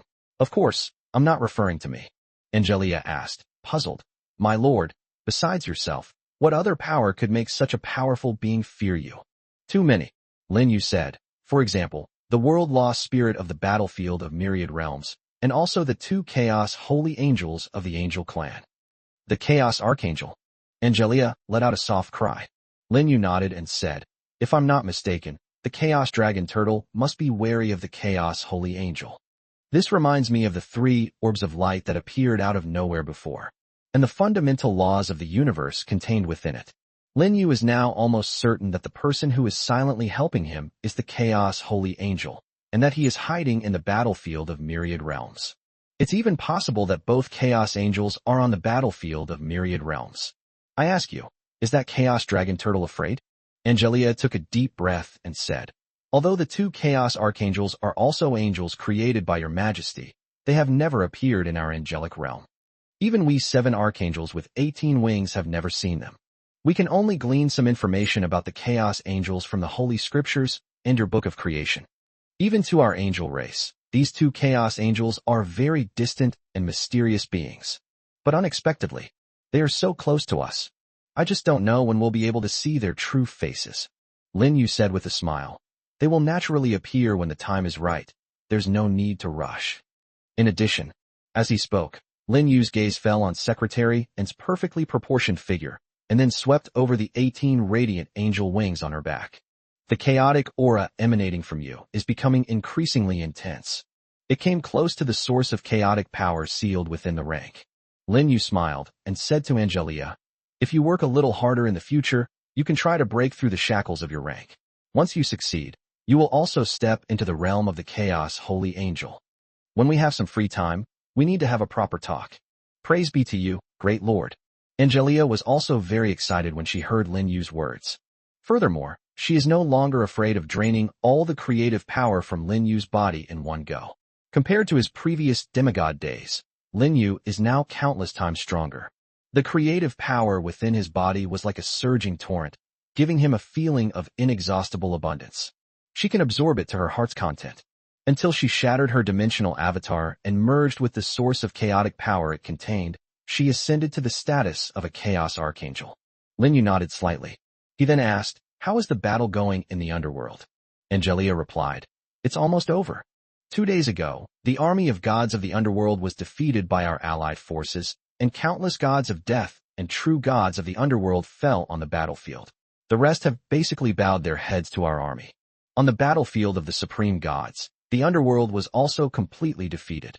It is worth mentioning that the universal laws that Hades Augustine had been praying to did not manifest their power and thus fail to protect the underworld. This old underworld emperor was also killed by Victoria in despair not long ago, requesting free donations of electricity generated by love. Chapter 7:12 Even in death, one must repent. Is he dead? Upon hearing Angelia's words, Lin Yu couldn't help but feel a pang of regret. He still wanted to meet this ancient being who had ruled the underworld for countless billions of years. However, he did not expect that he would learn of the death of Hades Augustine as soon as he came out of seclusion. It cooled down way too fast. Angelia seemed to sense Lin Yu's thoughts and quickly said, reporting to my lord, the Hades Emperor Augustine was only killed by Victoria in his physical form. He is not completely dead.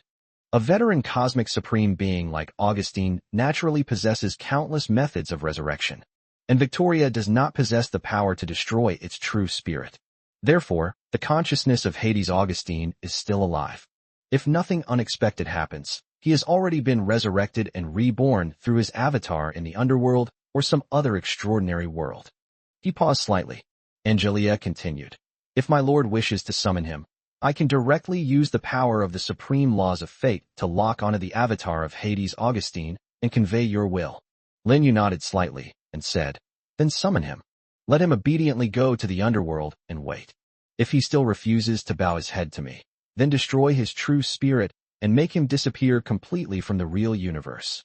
Lin Yu has never been a soft-hearted person. He also habitually eliminates enemies completely. Even though the resurrected Hades Augustine, through his avatar, could no longer threaten him and the angel race, Lin Yu still wanted to force the old Hades to make a choice. By choosing to become his god, one can live. If you choose to continue being enemies with the angels, then you will be utterly annihilated. Just like the god of slaughter, Lawrence, and the god of destruction, Osmond. The traces of fate of these two supreme deities, who were both god-kings from the evil Pantheon alliance, have long been completely erased. Apart from extremely powerful beings, no one remembers that there was ever a god of slaughter and a god of destruction in the world, including their former followers, who have completely forgotten them. This is the consequence of slaying a true spirit. If Hades Augustine remains unrepentant, then the god of slaughter and the god of destruction will serve as his cautionary tales. Understood. Angelia nodded. Not only Hades Augustine, the king of the underworld, but all the other supreme deities of the underworld who died on the battlefield will receive the same treatment. Did they think that dying on the battlefield would allow them to escape the war? That's ridiculous. Before the great Lord of Holy Light speaks, these supreme deities of the underworld, even if they die, have no right to freely withdraw from the war. Lin Yu asked, how heavy were the losses of the fallen angels' army and the gods' army of the evil Pantheon alliance in the war? Angelia replied, now that the war is almost over, our allied forces have lost a total of about 300 billion deities, the vast majority of which were deities from the evil Pantheon alliance. The fallen angels also suffered losses of tens of billions. However, their angelic hearts have all been collected. When they are released back into the angel rebirth pool in the future, they will be able to be resurrected and reborn. Lin Yu asked curiously, after being resurrected, are the angels holy angels or fallen angels? Angelia replied quickly, it's a holy angel. The angel reincarnation pool can purify all evil and dark forces and endow them with holy and light attributes. Back when we were in the realm of angels, we also captured many fallen angels. Through the transformation of the angel reincarnation pool, they returned to the embrace of the holy and light faction. Upon hearing this, Lin Yu's lips twitched slightly. It seems that the fallen angels have suffered quite a few losses. After all, the number of fallen angels is not many, far less than that of your holy angel race. The loss of hundreds of billions of fallen angels at once is a heavy blow to the entire fallen angel camp. If it were the holy angels faction instead, let alone losing hundreds of billions of angels, even losing hundreds of billions or even trillions of angels at once wouldn't be a big problem. After all, the army of holy angels is numbered in the trillions. Moreover, every moment, those angel rebirth pools located in the angelic realm are still nurturing a massive number of holy angels. No matter how much is lost, it can be quickly replenished. However, the fallen angels faction is different. The fallen angel faction does not have an angel rebirth pool. Every one that dies is one less. Although the 18-winged fallen archangel Astia has created the super hell soldier to replace the fallen angels, the super hell soldier is still no match for a real fallen angel. The fallen angels are the core and main force of the entire fallen angel faction. Faced with Lin Yu's words, Angelia remained silent. As the archangel of the holy angels, with 18 wings, she naturally wouldn't concern herself with the development and future of the fallen angels. Conversely, if the entire fallen angel faction were purified, all the fallen angels have returned to the holy and light. That would actually make her feel better. Chapter 713 The Fallen Angels Reincarnation Pool and the Heart of Gaia. Lin Yu was also able to see through Angelia's inner world. Don't be fooled by the fact that the holy angels and the fallen angels are coexisting peacefully, with one side conquering the battlefield of all realms and the other attacking the underworld. Both factions are serving him, the Lord of Holy Light. However, in private, the holy angels faction and the fallen angels faction remain clearly distinct. They rarely even have contact with each other. Apart from the occasional communication between the 7 18-winged archangels, there is basically no interaction between the holy angels and fallen angels under their command. They didn't dare to speak even when we got close. Fallen angels disdain to speak with holy angels. The holy angels also fear the evil power emanating from the fallen angels. The holy angels believe that close contact with fallen angels would result in being influenced by their evil power and being forced to fall into the abyss of depravity. This is not an exaggeration, but a fact. Many angels have fallen in this way. In general, the holy angels faction and the fallen angels faction are like light and darkness, fire and ice. They are fundamentally incompatible. After hearing that the fallen angels' army had lost hundreds of billions of fallen angels on the battlefield in the underworld, Lin Yu conceived the idea of expanding the fallen angels' ranks by falling a portion of the holy angels. But it's just a thought. Although the holy angels will never defy his will. However, this will inevitably lead to the holy angels faction transferring their anger to the fallen angels faction. These two camps will most likely go from being clearly distinct to being mortal enemies. Therefore, such a subjective degradation plan is difficult to execute. From this perspective, if we want to expand the size of the fallen angels faction, we can only find a way through the angel reincarnation pool. Since the Lord of Holy Light can create the rebirth pool to nurture holy angels, he, who also possesses the power of creation, can also create the rebirth pool to nurture fallen angels. It's simply a matter of changing the attributes of the angel reincarnation pool. Of course, it's easier said than done, but it's not an easy thing to do. At least for now, Lin Yu is not sure if he can do it. However, it's worth a try. Lin Yu decided that after conquering the underworld and merging hell and the underworld into one, he would try to create the fallen angel reincarnation pool in the new hell. If it succeeds, the power of the fallen angels faction will inevitably expand rapidly. At that time, it will be of great help in conquering the entire universe or in facing the invasion of forces from other universes. At the same time, Lin Yu also thought of the information about an item he had learned from Victoria, Heart of Gaia. The Heart of Gaia is the energy core that powers the supreme hell warriors at the level of supreme deities. However, even with the abilities of the 18-winged fallen archangel Astia, she was unable to create it. The energy cores created by Astia could only power super hell soldiers at the peak level of a main god, and in very small numbers, since creating such things required far too many resources. Hell is not a wealthy world. Many rare and precious objects in the universe are difficult to find. Due to resource scarcity and being restricted to hell, unable to leave the angelic realm, Astia naturally struggled to create a large number of top-tier god-level super hell warriors. As for the supreme god-level super hell soldiers, there wasn't a single one. Astia does not yet possess that level of power. Only Lin Yu can do it. Lin Yu plans to try to create the Heart of Gaia by borrowing the power of creation after arriving in the new hell. If it can be successful and the difficulty is not too great, he could then mass-produce super hell soldiers at the level of supreme deities. With a large number of Gaia-class super hell soldiers, he will be more confident in dealing with the invasion of alien forces. Lin Yu said to Angelia, "Tell Victoria and the others to take over the underworld as soon as possible and merge hell with the underworld. At that time, I will use the power of the world-lost spirit, Lolita, to create something." "Yes, my lord." Angelia obeyed with utmost respect. At the same time, he transcended time and space to contact Victoria and others, conveying Lin Yu's divine message to them. Lin Yu nodded, took Secretary An's soft and delicate hand, and said, "Let's go to the central temple.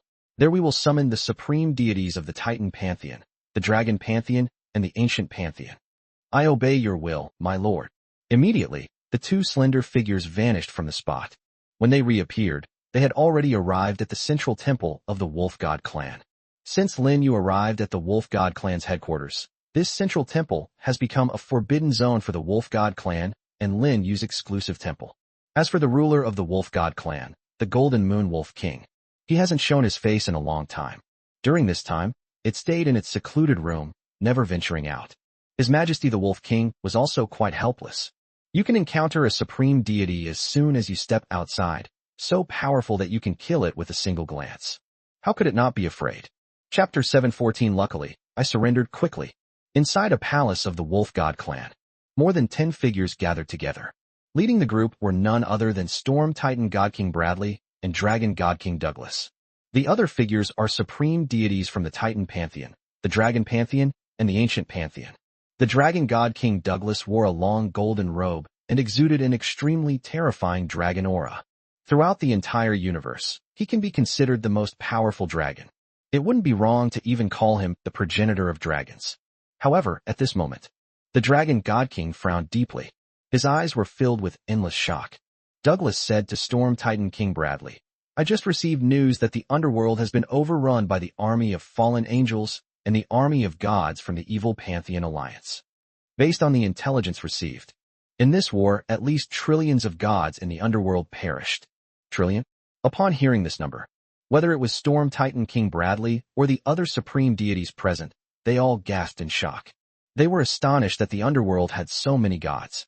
Even more shocking is the terror of the fallen angel faction and the evil Pantheon Alliance. A single war has slaughtered trillions of gods. This is absolutely incredible. In the ancient war between the holy and the demonic, the underworld, as a force within this universe, also joined the fray. However, even when facing the void demons from another universe, the underworld did not seem to have lost so many gods. That's terrifying. The terror of the fallen angel army has far exceeded my imagination. Fortunately, we have already surrendered. I can't imagine what a cruel scene it would be if our people were to face the army of fallen angels. The Dragon God King Douglas was also very relieved. Fortunately, when Storm Titan King Bradley surrendered, he took the dragons with him. If his Dragon God army were to fight against the fallen angel army, they would likely be completely annihilated, and the entire dragon god realm might even be shattered into pieces. Compared to holy angels, those fallen angels were more like emotionless killing machines. Even the grim reaper of the underworld has fallen into their hands countless times, let alone the gods of their dragon race. All I can say is, thank goodness they surrendered quickly. After the initial shock subsided, Storm Titan King Bradley asked in bewilderment, "The fallen angel's attack is progressing so smoothly. Haven't the laws of the universe intervened to stop it?" The underworld connects to all realms of the universe. It is an extremely important world for the entire universe. Back when our ancestors, the 12 Titans, ruled the battlefield of all realms and conquered the universe, they never even considered attacking the underworld. This was because they feared the laws of the universe. Logically speaking, when the angels attack the underworld, the laws of the universe will inevitably intervene. Otherwise, if the angel race were to disrupt the cycle of life and death in all the universes, the entire universe would fall into chaos. No. Dragon God King Douglas shook his head. According to the intelligence feedback, from the start of the war to the complete fall of the underworld, and even the death of the underworld Emperor Augustine by the 18-winged fallen Archangel Victoria, the laws of the universe have never manifested themselves. That's strange. Storm Titan King Bradley also frowned. His resolute face twitched suddenly, and he said, "Could it be that even the laws of the universe are afraid of the Lord of Holy Light?" After a moment of silence, the Dragon God King Douglas said, "It's not impossible. The extent of the Lord of Light's power at his peak cannot be explained in just a few words. In short, it is not surprising that the laws of the universe did not stop the fallen angels from conquering the underworld because they were afraid of the Lord of Holy Light." In an instant, the entire temple fell into a deathly silence. The fall of the underworld was even more unbelievable to them than the collective surrender of the evil pantheon to the angels. However, they didn't think much of it. On the contrary, the fact that the underworld was occupied by the angels was actually good news for them. After all, they are now also under the Holy Light Lord's command. At that very moment, a thought suddenly resounded in the temple. Upon receiving the message conveyed through their minds, all the supreme deities present were immediately invigorated. The Dragon God King Douglas solemnly whispered, "His Holiness the Lord of Holy Light has finally emerged from seclusion." Storm Titan King Bradley nodded slightly and said, "Let's go. The time to follow our destiny has come. Head to the central temple and pay homage to the great Lord of Light." "Yes, Your Majesty." Soon, a group of more than 10 supreme deities, led by Storm Titan King Bradley, headed towards the central temple. They did not teleport directly into the central temple. Because the space-time near the central temple is sealed off, teleportation and flight are impossible. This was done by Secretarian. On their way to the central temple, Storm Titan King Bradley and his companions also saw dozens of supreme goddesses, including the goddess of light, the goddess of nature and elves.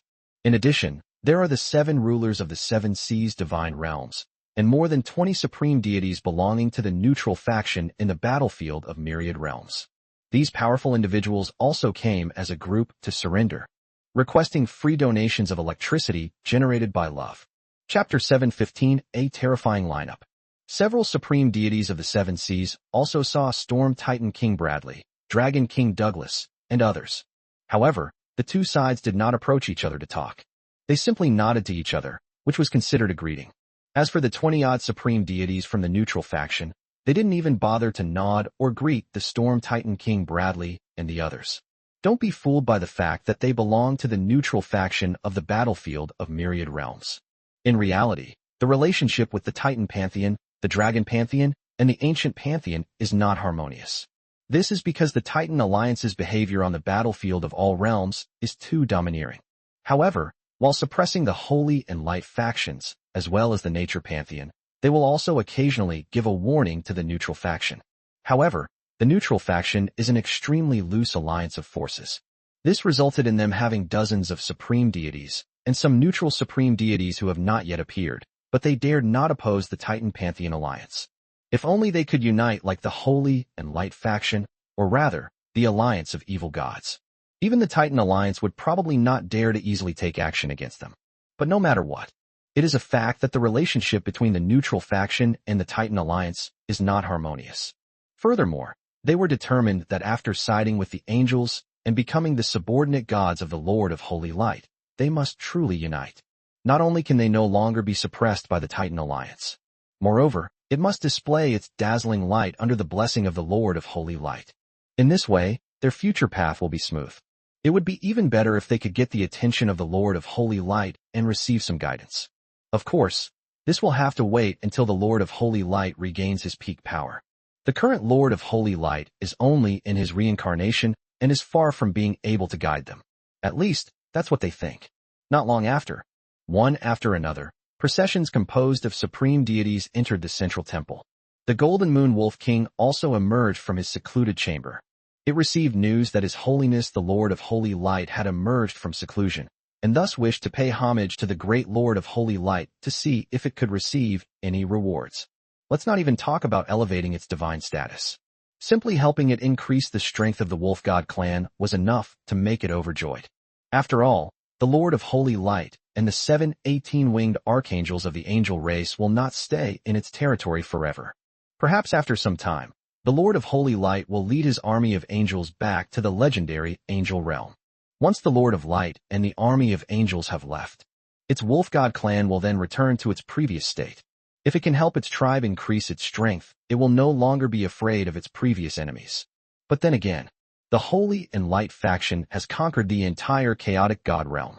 It swept away countless evil pantheons and other forces. The Golden Moon Wolf King was unaware whether its former enemies from various tribes had perished in this extermination campaign. It would be great if they all died. Never mind.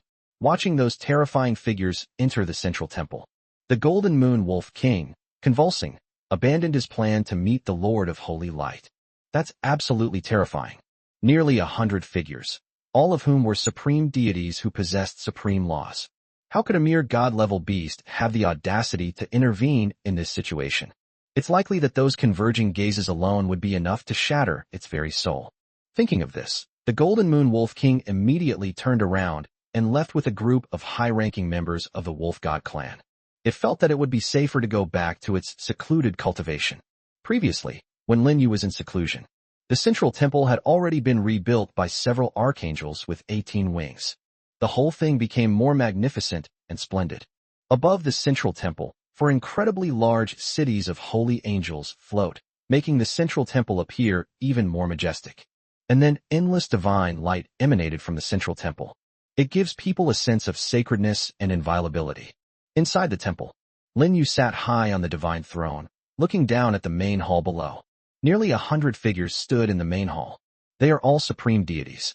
Among them, Angelia, Christina, Margaret, and Banasta, the 4 holy archangels with 18 wings, stood at the very front of the procession.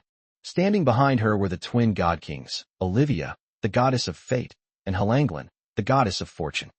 Behind them were nearly 30 supreme goddesses from the Holy and Light faction and the Nature pantheon, including Annabelle, the goddess of light, and Heloise, the goddess of nature and elves. Then there were Storm Titan King Bradley, Dragon King Douglas, and more than 10 other supreme deities. Next are the 7 supreme deities of the 7 seas divine realm. More than 20 supreme deities of the neutral faction. In total, there are approximately 80 supreme deities.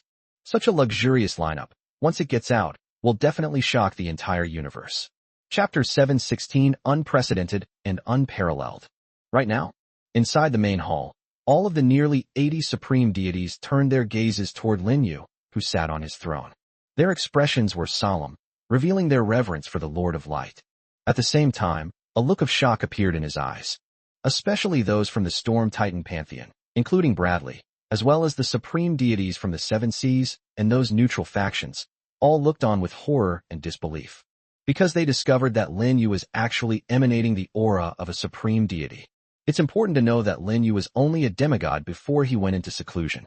They haven't even reached the realm of true gods. As a result, upon emerging from the pass, he directly reached the realm of the supreme deity. This is terrifying. However, that's not the most shocking part. What shocked them the most was that Lin Yu's supreme divine aura actually contained an aura belonging to the laws of the universe. This is unbelievable. How could any living being in the universe possess the aura of the great Tao? For them, Angelia's mastery of the power of chaos was terrifying enough, let alone her mastery of the laws of the universe. Could it be that? The ultimate goal of the supreme deity's cultivation is to master the laws of the universe?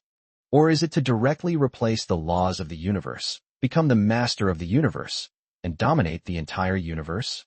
This was a question in the minds of all the supreme deities present. The Dragon God King Douglas set his sights on the Storm Titan God King Bradley, hoping to gain inspiration from this new Titan God King. But the question is, where would Bradley find out? He was also deeply shocked. However, after careful consideration, Bradley transmitted his voice to the Dragon God King Douglas, saying, "It can be sensed that His Majesty the Lord of Holy Light cultivates both faith and law. He has successfully condensed two divine sparks. The divine status of those who believe in it has reached the pinnacle of supreme deity status.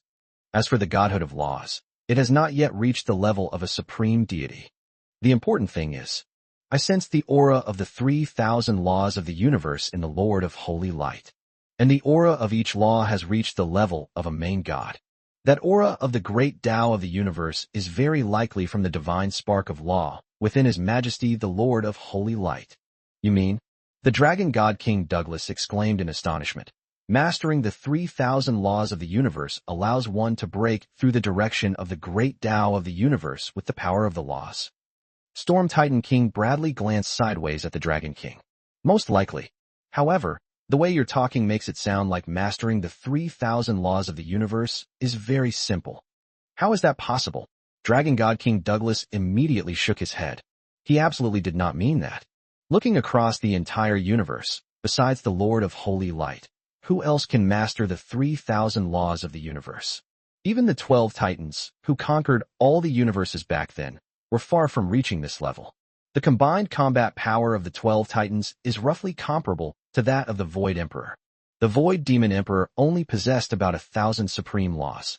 Admittedly, the Void Demon Emperor must have mastered other laws and mysteries at the level of main gods and true gods, but the total number of them definitely does not reach 3,000.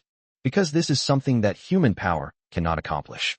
The Dragon God King Douglas remarked with a sigh. He mastered the 3,000 laws of the universe in just one short period of seclusion, and all of them reached the level of a main god.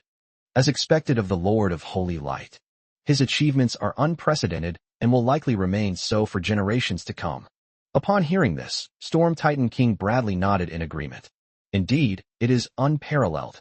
If it continues to improve, and all 3,000 laws of the universe at the god level are promoted to supreme laws, the Lord of Holy Light will likely be able to directly ascend to the position of the ruler of the universe. At that time, even the great Tao of the universe will not be a match for the Lord of Holy Light. In this situation, it is naturally difficult for any newcomers to emerge. Bradley said, "Although the Lord of Light has not yet recovered to his peak power, he is still stronger than us. After all, the core power of the Lord of Light is the power of creation.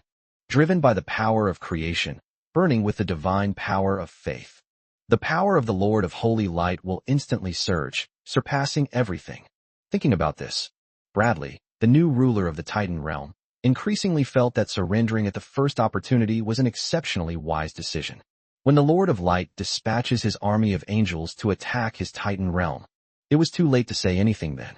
On the other side, the rulers of the Seven Seas divine realm, as well as the more than 20 supreme deities of the neutral faction, also communicated privately via telepathy. At the same time, the awe on their expressions grew even stronger. Previously, some people were concerned that the reincarnation of the Lord of Holy Light was not even a true god, but just a minor demigod, and were hesitant to surrender. Now, no one would have such a thought anymore. Chapter 717, A Pure Law-Based Supreme Deity. Under Lin Yu's gaze, the supreme deities in the hall all lowered their heads. She seemed afraid to meet Lin Yu's gaze. Or perhaps it was because the pressure Lin Yu put on them was simply too great, making it feel unbearable. After all, that was the aura of the great laws of the universe. Even the Eternal Tower, a supreme artifact, felt as if an unshakable mountain was pressing down on its heart when faced with the aura of the universal laws emanating from Lin Yu. Not to mention the supreme deities present. Compared to the ultimate artifact, the Tower of Eternity, the power of the supreme deity is much weaker. Right now, some supreme deities were even relieved that they were only facing the aura of the universal laws. If Lin Yu truly grasped the laws of the universe, and not just released a wisp of his aura, they wouldn't simply lower their heads, they would kneel down and worship. Finally, one of the supreme deities, unable to withstand the oppressive feeling, stepped forward first. This is a supreme deity of the neutral faction. They belong to the human race. Most importantly, he did not emanate any fluctuations of divine faith power. Instead, he possessed only extremely powerful divine laws. This illustrates a point. That is the supreme deity, a pure god of law. In the battlefield of myriad realms, and even in the entire universe, the number of pure law gods is extremely small. Many beings, when they are demigods or ordinary true gods, cultivate the path of laws. However, when they wish to ascend to a higher level, they often abandon the laws and turn to the cultivation of faith. Even if it requires disintegrating the divine core of laws and condensing the divine core of faith, they are willing to do it. This is because there are fewer obstacles on the path of faith. It is also easier to break through when touching the shackles of realm. Over time, the number of gods of faith in the battlefield of myriad realms naturally increased. Gods of law are becoming increasingly rare. Therefore, being able to see a pure god of law, who has even reached the realm of a supreme deity, is an extremely rare thing, even in the battlefield of myriad realms. Great Lord of Holy Light. The supreme deity of the laws respectfully said, I am a supreme deity from the realm of Camder. My true name is Palmer. I beg to receive your favor and become a subordinate god under your command, to be bathed in your radiant holy light. Camder, a medium to large-sized divine realm. Within this divine realm reside two supreme deities. One of them is the supreme deity of the laws named Palmer. As for the other supreme deity, because of differing beliefs, he not only refused to become a god under the Lord of Holy Light, but also rallied his army of gods to fight against the army of holy angels. In the end, their divine army was naturally annihilated. I was also besieged by a group of supreme goddesses and was severely injured. Even so, he refused to bow his head. Faced with such a tough nut to crack, the goddess of fate, Olivia, could not help but intervene, forcibly severing its true spirit, which was entrusted to the river of fate, with the power of the supreme law of fate. The tough guy died completely. Palmer, who survived, naturally knew what he had to do.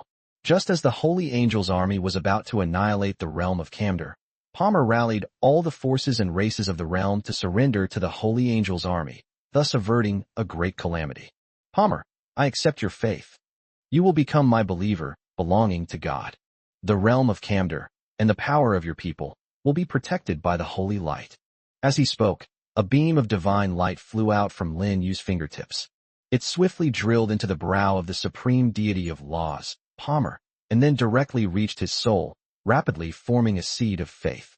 Then, another golden light flew out from Palmer's body. That was a wisp of Palmer's divine soul essence, plus a divine soul imprint. These two items ended up in Lin Yu's hands. From then on, Palmer not only became his follower in God, but he also controlled Palmer's destiny. With a single thought from Lin Yu, Palmer could destroy everything he currently possessed in an instant. This is the power of the Lord of Faith over believers. Praise be to you, great Lord of Holy Light. It is an honor for me and the entire realm of Camder to receive your favor. May the holy light endure forever. May the Holy Lord be eternal. As if influenced by the seed of faith, Palmer's expression suddenly became very excited, and his eyes revealed a look of reverence. He even imitated those fallen angels, kneeling on one knee in the hall. He used this ceremony to swear his loyalty to Lin Yu. All I can say is that Palmer is a very intelligent person. After all, everyone knows that while the seeds of faith can indeed influence the soul and will of living beings, the speed certainly won't be this fast. In particular, the seed of faith transformed a supreme deity of the laws. However, Palmer's performance did not draw any ridicule, because after Palmer, other supreme deities also stepped forward. He expressed with utmost sincerity his desire to become Lin Yu's god. They received the blessing of the Holy Light. This includes Storm Titan King Bradley, Dragon King Douglas, and all the supreme rulers of the Seven Seas, requesting free donations of electricity generated by love. Chapter 7:18 Finally, we reach the Lord of Holy Light. Loyalty and faith in these supreme deities. Lin Yu naturally accepted all comers. Moreover, as one supreme deity after another became his followers and gods, he also felt an infinite power of faith converging upon him. These beliefs come from all the universes. They were all followers of these supreme deities. After Lin Yu became the master of faith for these supreme deities, he could directly take away half of their faith power. The faith power he gained from dozens of supreme deities offering tribute to Lin Yu was terrifying. In particular, the supreme deities of the Titan pantheon and the dragon race present brought him immense faith power. After all, the followers of the Titans and the dragons are spread throughout the entire universe. The main followers of the Titans are giants, trolls, dwarves, and so on. The races that follow the dragon race include wyverns, goblins, half-dragons, and so on. In short, their followers are of an incredible variety of ethnicities. It's a terrifying thing that half of the power of faith is concentrated on Lin Yu alone. In just a short moment, Lin Yu felt as if his body was about to burst from the power of faith. Of course, this is just an illusion. At Lin Yu's level, no amount of faith power could overwhelm his divine body. After all, he is now a supreme deity at the pinnacle. Under the frenzied operation of the faith godhead, all the gathered faith power was transformed into faith divine power and stored in his faith godhead. 400 billion, 500 billion, 600 billion. After all the supreme deities present became Lin Yu's followers and gods. The amount of faith power within Lin Yu's body has also exploded to a terrifying level of 80 billion drops. And it continues to grow upwards. This is because every moment, a massive amount of faith power passes through these supreme deities and converges upon him. So the faith power he receives can be described as inexhaustible. If nothing unexpected happens, soon, the divine power of faith within Lin Yu's body will break through to a level of 100 billion. It's unknown whether Lin Yu's faith in the divine will undergo a breakthrough change at that time, or even reach another level. The supreme deity is the ultimate realm of all beings in the universe. Just as that colossal tortoise beast from the chaotic era said, even His Majesty the Lord of Holy Light at his peak was essentially a supreme deity. However, even among supreme deities, there are differences in strength. At his peak, the Lord of Holy Light was the most powerful one. His divine status was so powerful that even the laws of the universe could not shake it. Coupled with the supreme power of creation, it can destroy the world in an instant, and no enemy can stand against it. Lin Yu's current divine status is far weaker than that of the Lord of Holy Light at his peak. Unlike the Lord of Light, who was born when the universe was formed, it possesses chaotic power and countless cosmic artifacts that can be used to strengthen one's divine status through faith. His evolution method is to use a massive amount of divine faith power to strengthen his divine status in the hope of reaching the level of the Lord of Holy Light. It is worth mentioning, Lin Yu now has more followers than the Lord of Holy Light had back then. In his time, the Lord of Holy Light ruled over the angel race and the Holy and Light factions. These two factions are also the main components of the followers of the Lord of Light. In contrast, Lin Yu gained the loyalty and faith of the natural god system, the evil god system alliance, the Titan god system, the dragon god system, the ancient god system, the seven seas god system, and the neutral faction in the battlefield of myriad realms. The number of believers involved in these forces is greater than that of the angel race and the Holy and Light faction combined. Once Lin Yu travels to the angel god realm, merges with the divine status and divinity of the Lord of Holy Light, and brings over the angels and the believers of the Holy and Light factions, he will truly surpass the Lord of Holy Light at his peak. The angel race and the Holy and Light faction, although they worship Lin Yu. However, at this stage, their faith is connected with the divinity and nature of the Lord of Holy Light. The faith power they contributed was partly contained within the statue of the Lord of Holy Light, and partly directly entered the divine personality of the Lord of Holy Light. Once Lin Yu merged with the divine personality and divinity of the Lord of Holy Light, the faith power contributed by the angels and the Holy and Light faction will be transferred to Lin Yu. Even the power of faith contained within those countless statues would be directly absorbed by Lin Yu. Merging with the divine personality and divinity of the Lord of Holy Light was a fundamental transformation for Lin Yu on his path of faith. At that time, Lin Yu will surely surpass the Lord of Holy Light. After all, Lin Yu now has far more followers than the Lord of Holy Light. The number of believers belonging to the highest deity level alone is approaching 100. Even the Lord of Light in those days did not have so many supreme gods. Chapter 719. If they don't surrender, then kill them all. My lord. After all the supreme deities in the main hall had submitted their faith, Archangel Angelia with 18 wings suddenly stepped forward and bowed respectfully to Lin Yu, saying, "There are still some supreme deities in the battlefield of myriad realms who have not appeared here. They seem to still be adhering to their so-called beliefs. There are over 100 supreme deities in the entire battlefield of myriad realms.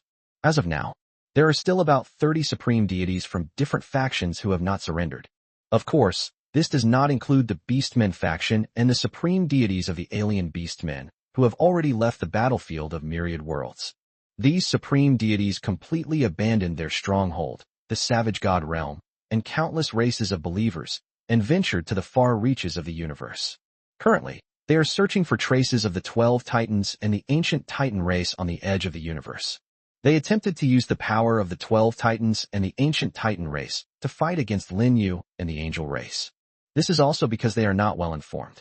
They had no idea that the reason the 12 Titans and the ancient Titan race left the battlefield of all realms was simply because the Lord of the Holy Light had sent them to guard the gate of chaos.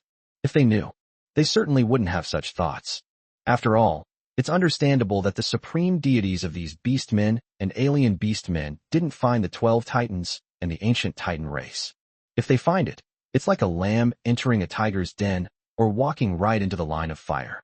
In the battlefield of myriad realms, there are more than 30 supreme deities who have not appeared at the Wolf God clan's headquarters for various reasons. Some of them are fighting against the angel army, while others are hesitantly observing. Lin Yu sat upright on the high divine throne. He said calmly, "The Holy Light's belief is to redeem humanity. Even heretics can be given a chance to repent. If they remain unrepentant, then we can only purify them and restore peace and tranquility to the world.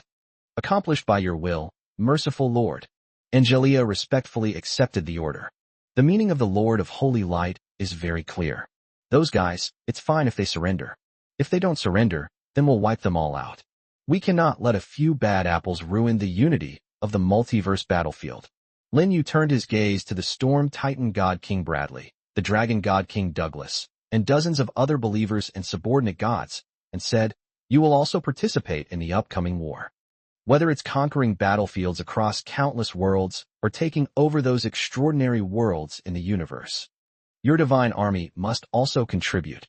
However, the main purpose is not to hope that you can help me conquer a certain number of star fields or recruit a certain number of believers, but to enhance the power of your forces. In preparation for the impending cosmic catastrophe." Hearing Lin Yu's words, most of the supreme deities present showed expressions of astonishment. After all, only a minority of people can predict that a great catastrophe is about to befall the universe. The reason why the supreme deities of the Seven Seas divine realm showed an expression of "I knew it" was because the Chaos Dragon Turtle had warned them in advance. They already knew that only by submitting to the Lord of Holy Light could they possibly survive this calamity. That is precisely why. That's why they chose to surrender before the angel army even arrived in the Seven Seas divine realm. In addition, the Dragon God King Douglas also made some deductions. So after hearing Lin Yu's words, his expression didn't change much. As for the other supreme deities, this was the first time they had heard of them. A supreme deity from the neutral faction hurriedly asked, "Great Lord of Holy Light, is the cosmic catastrophe you speak of another invasion of our universe by the void demons?" The others also turned their attention to Lin Yu. If it were just an invasion by the void demons, they would still be confident of winning the cosmic war. After all, the void demons had suffered heavy losses in the past. Several supreme demon ancestors and demon lords at the level of supreme gods even perished on the battlefield. This is a huge blow to the void demons. Although tens of millions of years have passed, and even though the void demons' war strength has recovered, it is certainly not much stronger than it was back then. On the contrary, their power is many times greater than it was back then. In addition, they also received assistance from the angels. Defeating the void demon army was not a big problem at all. However, Lin Yu shook his head and said, "Chaos is trembling, and the universe is layered. Powerful forces from multiple alien universes, including the void, eternity, and the machine, will tear open the sky and join forces to invade our universe. This cosmic war will be even more brutal than the one before." Chapter 720 Shocking News. Lin Yu's words were as follows. The supreme deities in the hall all changed their expressions. This also applies to the supreme deities of the Seven Seas divine realm, who were already mentally prepared. No one expected that their universe was about to be invaded by multiple alien forces. The void demons, who inflicted enormous casualties on all races in the universe during the Holy War, were just one of them. This news shocked the entire Central Temple into a deathly silence. Even a void demon requires them to gather the power of the entire universe to resist it. I hope there will be more of these alien forces from other universes. How could they possibly stop them? At that time, let alone whether these supreme gods can survive the war, the entire universe may very well be occupied or even destroyed by the forces of another universe. Destroying the universe is not an impossible thing. For cultivators at the mortal level, the spirit of the world law of a transcendent world is their master. It's virtually impossible for them to destroy the world and the spirit of law along with it. Because of insufficient strength, Lin Yu once regarded the spirit of the world law of 014965 Floating Island as the rule mother, powerless to resist its might. But now, for Lin Yu to destroy the 014965 Floating Island and its spirit of law is as simple as a thought, as easy as drinking water. This is a higher level of power. The same applies to the universe. When the power becomes too great, even the universe cannot withstand it and will disintegrate into fragments, scattered throughout the chaotic world. The supreme deities present did not understand the eternity and mechanical beings that Lin Yu mentioned, but they were very clear about the void demons. The void demons are an evil race that enjoys destroying everything. Tens of millions of years ago, during the Great War between the holy and the demonic, countless worlds were destroyed by the void demons. Countless lives were slaughtered. Similarly, a large number of world law spirits were killed by the void demons, and their world's original power was plundered. If the victors of the holy war were the void demons, perhaps their universe no longer exists. A supreme deity took a deep breath and cautiously looked at Lin Yu, asking, "Great Lord of Holy Light, may I ask what kind of alien force you refer to as eternity and intelligent machines? And what are their specific strengths?" Lin Yu shook his head and said, "The information I just revealed was a prophecy left by the Lord of Holy Light at his peak. He glimpsed the future. As for the capabilities of the enemy we are about to face, we do not know for now." Upon hearing this, the supreme deity was immediately filled with utter disappointment. However, he also knew that it was normal for Lin Yu not to know. After all, Lin Yu is still only the reincarnation of the Lord of Holy Light. His power has not yet recovered to the peak of the Lord of Holy Light, and he has not yet integrated the memories of the Lord of Holy Light. Here, Lin Yu said to the supreme deities in the temple, "No matter how strong the enemy is, we can only meet them head-on. And everyone has to give it their all. After all, if the universe is destroyed, we beings within it will not survive either. You must improve your strength as much as possible before the cosmic war begins. Even if it's just to avoid perishing on the battlefield, you should give it your all." The dragon god King Douglas said with a melancholy expression, "Your Majesty, we have all reached the level of the peak supreme gods, and it is difficult to go any further." The other supreme deities also nodded in agreement. Leaving aside the top supreme gods among them, even for ordinary supreme gods, it is an extremely difficult thing to improve themselves in a short period of time. The path of cultivation for the supreme deities often takes millions or tens of millions of years. For a veteran supreme god king like Douglas, the dragon god king, the years of cultivation are counted in hundreds of millions of years. It's quite normal to not make any progress for tens of millions of years. Therefore, when they heard Lin Yu tell them to improve their strength as much as possible, they felt more melancholy and helpless. They did hope that a single period of seclusion would cause their power to surge, allowing them to soar to new heights. But is that even possible? Of course not. After all, they are not the reincarnations of the Lord of Holy Light. Lin Yu said, "Later I will open the Tower of Eternity to you, allowing you to enter the tower and comprehend the mysteries of the supreme laws. How much you can improve depends on yourselves." Upon hearing this, all the supreme deities immediately showed excited expressions. None of them expected that Lin Yu would open the Tower of Eternity to them directly, and it's open to all of them. It's worth noting that the Tower of Eternity has guarded the Titan realm for countless billions of years, and even the dragon god King Douglas, who was so close to the Titan god King Clovis that they practically shared the same pants, has only entered the Tower of Eternity a handful of times. As for the supreme deities of other factions, they have never even seen what the Tower of Eternity looks like. Compared to the Titan King Clovis, Lin Yu was incredibly generous. However, they also understood. They were able to enter the Tower of Eternity because they are now all believers of Lin Yu and belong to God. This is an exclusive perk. Requesting free donations of electricity generated by love. Chapter 7:21 Some people are not worth saving. Praise be to you, merciful Lord of Light. Inside the central temple, dozens of supreme deities once again offered their heartfelt thanks. Several high deities of the Storm Titans, led by Storm Titan King Bradley, showed a slightly strange expression amidst their excitement. As the supreme deities of the Titan realm, they should have enjoyed the privilege of entering the Tower of Eternity at any time.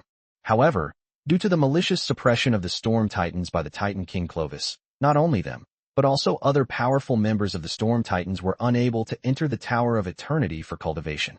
Whether you can enter the Tower of Eternity depends on the mood of the Titan King Clovis. Unexpectedly, now they have submitted to the Lord of Holy Light. The Lord of Light immediately opened the Tower of Eternity to them. Let them go in and unleash their talents and abilities to comprehend the mysteries of the supreme laws.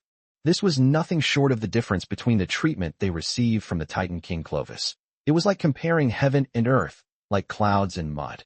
Thinking about this, they actually felt that it was a good thing that the Lord of Light had taken the Eternal Tower.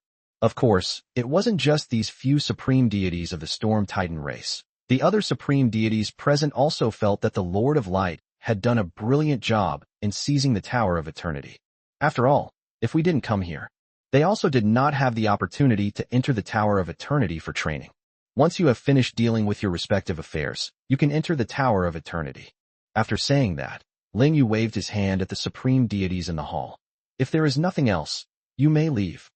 We take our leave, Your Majesty the Great Lord of Holy Light. All the supreme deities bowed and withdrew.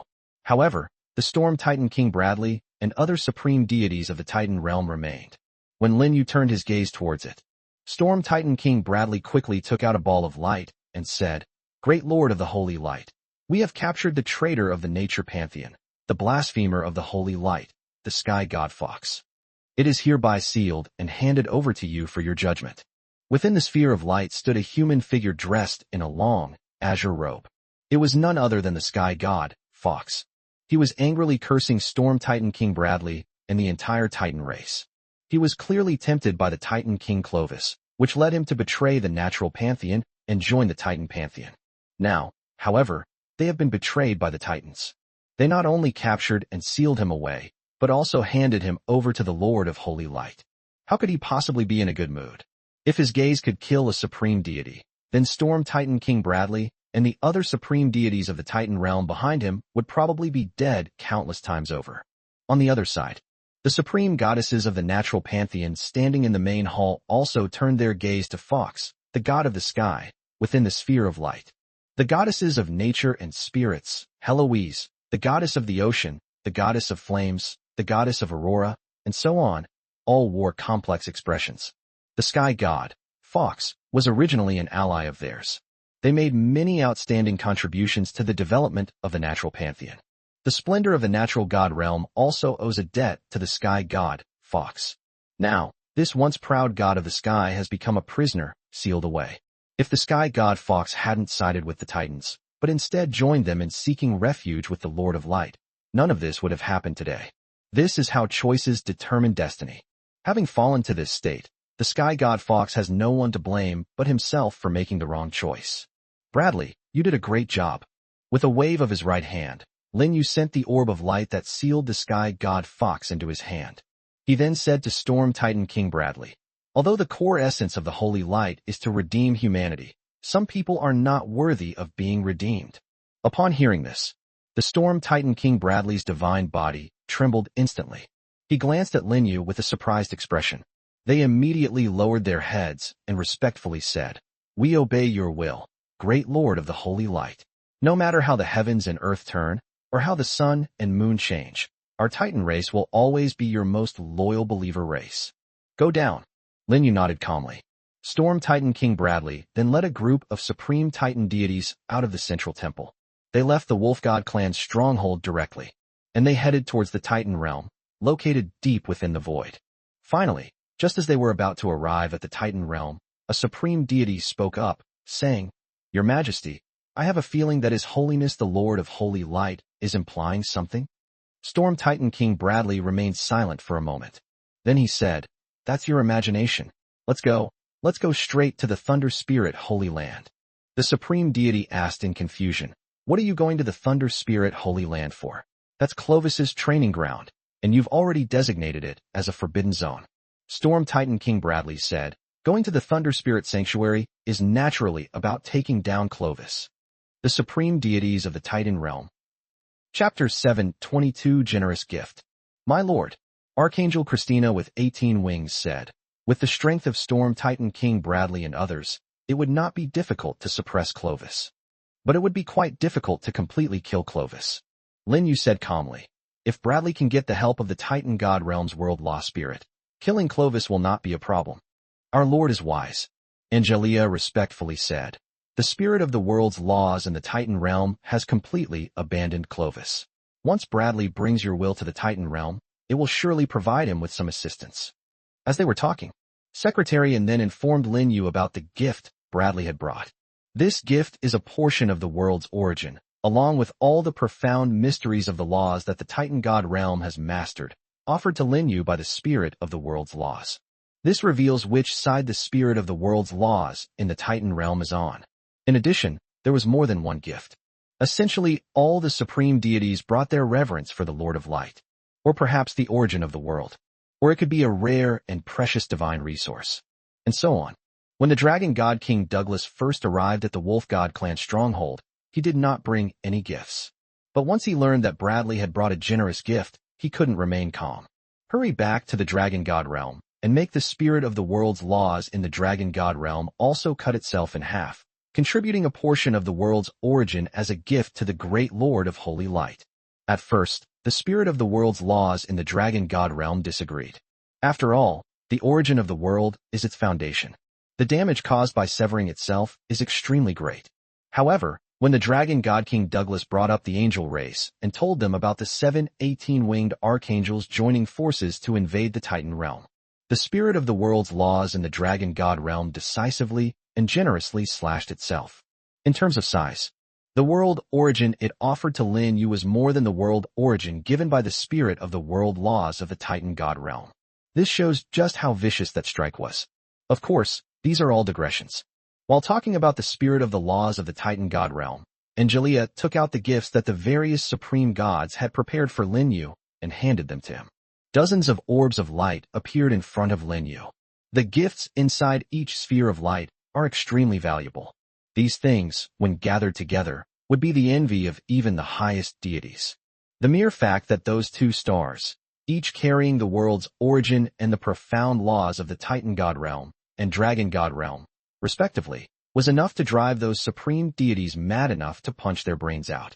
When the world law spirit of the Titan realm handed the orb of light to Storm Titan King Bradley, the newly appointed Titan King was so envious that his eyes turned red with envy. He even had a gut feeling. If he absorbs all the origins and mysteries of the world's laws contained within the sphere of light, he can break through on the spot and reach the level of the Titan. However, as much as I envy them, he is clear-headed about whether certain things should be done or not, and whether they can be done. The Dragon God King Douglas was even more clear-headed. He was completely unaffected by the vast origins and mysteries of the world's laws. After obtaining it, he immediately returned to the Wolf God clan stronghold and handed it over to the 18-winged Archangel Angelia. He was afraid that if he was a step too late, Lin Yu would emerge from seclusion ahead of schedule. Therefore, we need to prepare the gift properly as soon as possible. I can tell. The Titan and Dragon God realms are still quite willing to surrender. Lin Yu nodded approvingly. The power of the world's laws that Bradley and Douglas brought him, although far less powerful than the cosmic Tao source that the Chaos Angels brought him, was still of great help to him. This can shorten the time it takes for his 3,000 laws of the universe to advance to the supreme law to some extent. As they spoke, the two orbs of light transformed into beams of aurora and entered Lin Yu's brow. Then he entered his sea of consciousness. It was acquired by the super artifact, the Scepter of Origin. The Origin Scepter was not meant to be embezzled, but rather to purify and condense the fundamental power of the world's laws contained within it before infusing it into Lin Yu's body. Lin Yu returned the remaining orbs of light to Angelia and said, "Take the divine resources inside and use them. Store the rest you can't use." "Yes, my lord." Secretary and respectfully accepted the dozens of light orbs. Back in the floating island world, she was Lin Yu's secretary and housekeeper. She also manages most of the resources in the Paradise Kingdom. Lin Yu's gaze swept past Angelia and turned to the supreme goddesses standing in the hall, each one more beautiful than the last. He said, You no longer need to participate in the War of the Myriad Realms battlefield. Go to the Tower of Eternity to improve your strength. This is your most urgent task. Chapter 723, let's discuss together. As you will, Great Lord of Holy Light. Inside the temple, dozens of supreme goddesses bowed respectfully in unison. They include Annabelle, the goddess of light, the goddess of judgment and ruling, the goddess of the sun's radiance, the goddess of moonlight and the hunt, and the starry Valkyrie, all from the holy and light factions. There are also nature and spirit goddesses from the natural pantheon, such as Heloise, the ocean goddess, the flame goddess, and the aurora goddess. There are also the goddesses of fate and fortune, who are known as the twin god kings. These dozens of goddesses are all stunningly beautiful, breathtakingly gorgeous. Furthermore, due to their different mastery of the supreme laws, the aura emanating from them is also different. It gives a feeling of 100 flowers blooming and 10,000 flowers vying for beauty.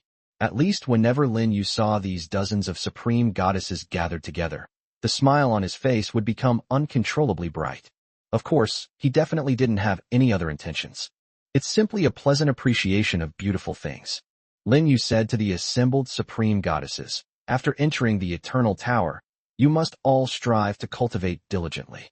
For us now, time is the most precious thing. I will use the intelligence of the Tower of Eternity to alter the flow of time within the tower's world, giving you as much time as possible to cultivate. However, your efforts are also a key element. After all, it is not easy for a supreme deity to be elevated. In addition, I will occasionally enter the Tower of Eternity during this period. If any of you want to discuss the mysteries of the laws with me, you are welcome to do so at any time." Hearing Lin Yu's words, most of the supreme goddesses looked excited. To be able to communicate with the Great Lord of Holy Light about the mysteries of the laws and explore the secrets of the universe is a dream they have always longed for, but have never been able to realize. Now, the opportunity has finally arrived. They were naturally extremely excited. Especially those goddesses in the holy and light camps, such as the goddess of light and the goddess of sunlight, are all Holy Spirit-level believers of the Lord of Holy Light. They would be more than willing to do whatever the Lord of Light asked them to do. There was no opportunity before. The old Lord of Holy Light rarely even gets to meet them, let alone instruct them on the mysteries of the laws. Now, the reincarnation of the Lord of Holy Light can guide them at any time. This suddenly gave them the feeling that the reincarnation and rebirth of the Lord of Holy Light is a great thing. Of those present, only the sisters, Olivia, the goddess of fate, and Hylangren, the goddess of luck, did not show any particularly excited expressions. Instead, their expressions were somewhat strange, because they knew what Lin Yu meant by the laws of communication. The secret was discovered by chance by the goddess of fate, Olivia. That is, not long ago. While Lin Yu, Angelia, and Victoria were in seclusion exchanging insights into the mysteries of the laws, the goddess of fate, Olivia, accidentally sensed a tremor in the river of fate. She immediately released the supreme law of nature, hoping to find the reason for the tremors in the river of destiny. As a result, the cause was not found, but her power of the supreme law of destiny became entangled with that of Angelia, who was also peering into the river of destiny. Fate is a very mysterious thing. Because of its magic, the goddess of fate, Olivia, saw the specific interaction between Lin Yu and the other two within Angelia's supreme law of fate. The beautiful scene left her completely stunned for quite a while.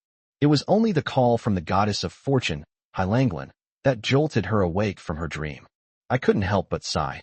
The world is truly amazing. However, on the other hand, that method of exchanging profound laws can indeed enhance the strength of both parties. Angelia and Victoria's soaring popularity is proof of this. When Angelia descended upon the battlefield of all worlds with her will and met with the cursed goddess Clovis to lift the curse on the Medusa clan, she was far less powerful than she is now. Keep in mind how much time has passed. It will only last about 2 months. However, Angeli's strength has undergone a dramatic change, becoming so powerful that sweeping across the entire battlefield of myriad realms is a piece of cake. The goddess of fate, Olivia, believed that Angelia's terrifying progress must be related to the mystery surrounding Lin Yu. That way of communicating the profound mysteries of the laws is most likely to involve sharing the benefits of these mysteries. Olivia, at that very moment, a soft voice echoed in the mind of the goddess of fate. It was a telepathic message from the goddess of fortune, Hylangren. The goddess of fortune said, I think we can also try to communicate with His Majesty and invite Claytel along. We are a trinity. If we can achieve a major breakthrough with His Majesty, our combined power in the future will most likely surpass that of the Void Demon Emperor. The Trinity Secret Technique is a heaven-defying secret technique that Your Majesty tailored specifically for us. Once we complete this training, our strength will increase 1,000-fold. Moreover, His Majesty taught us the Trinity Secret Technique precisely in preparation for this cosmic war. It's even possible that our breakthrough opportunity lies with Your Majesty. It is fate that has always been guiding us. Olivia, what do you think? Seeing the expectant expression on the beautiful face of Lady of Fortune, Hylangren, Lady of Destiny, Olivia rolled her eyes several times in secret. You've said so much, what more do I need to say? Requesting free donations of electricity generated by love. Chapter 724 Lin Yu's Transcendence Plan. Lin Yu was unaware that the goddess of fate, Olivia, and the goddess of luck, Hylangren, were talking privately. He would be very happy if he knew. And we look forward to that day. This is because the goddesses of fate and fortune are completely different from other supreme goddesses. The two of them, along with the cursed goddess Clither, form a trinity.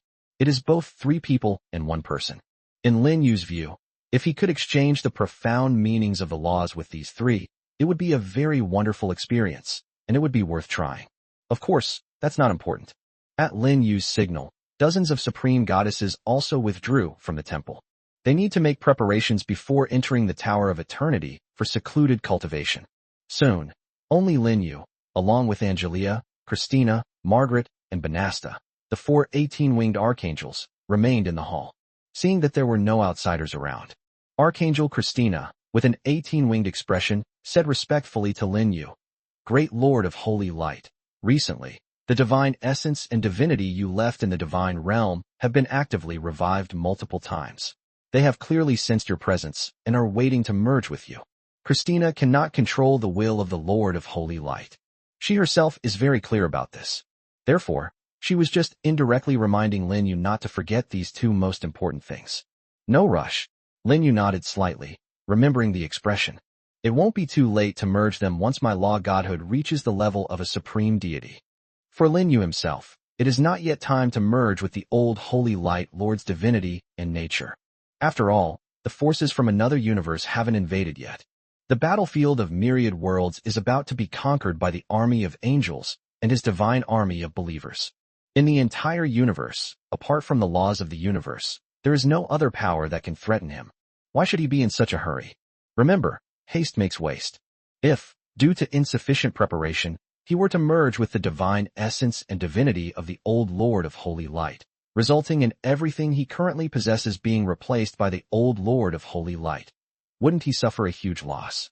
Even if he really is the reincarnation of the old Lord of Light. The old Lord of Light is his previous incarnation. They are the same person. Lin Yu also did not want his efforts to be affected by his past life. Therefore, he must wait until he has a high enough certainty, that is, when his law godhood is promoted to the level of a supreme deity, before he can merge with the old Lord of Holy Light's godhood and divinity. Because at that time, his strength had become so great that he could rival the Lord of Holy Light at his peak. Naturally, they will no longer be affected by the old Lord of Light. Lin Yu also had another plan.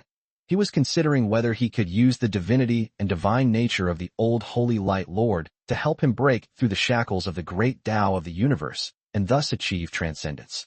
Standing in Lin Yu's current position, he no longer needs to rely on the divinity and divine nature of the old Lord of Light to return to his so-called peak period. All his plans are designed to serve the purpose of transcending the universe.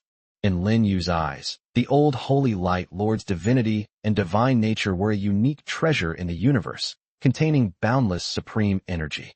He hoped to use this supreme energy to help himself achieve transcendence. Of course, this requires him to reach a certain level of expertise. And this height is the pinnacle of the universe. The Holy Light Lord at his peak. At that time, Lin Yu will be able to greatly increase his chances of successfully transcending the divine status and divinity by merging with its divine essence. In fact, reaching the level of the old Lord of Holy Light was not an extremely difficult thing for Lin Yu. At least, he didn't think it was very difficult. Because as long as he masters all 3,000 laws of the universe, they will all be elevated to the highest level. At that time, he was a replica of the old Lord of Light. At that time, he will find a good opportunity with favorable timing, location, and people to merge with the divinity and nature of the old Lord of Holy Light.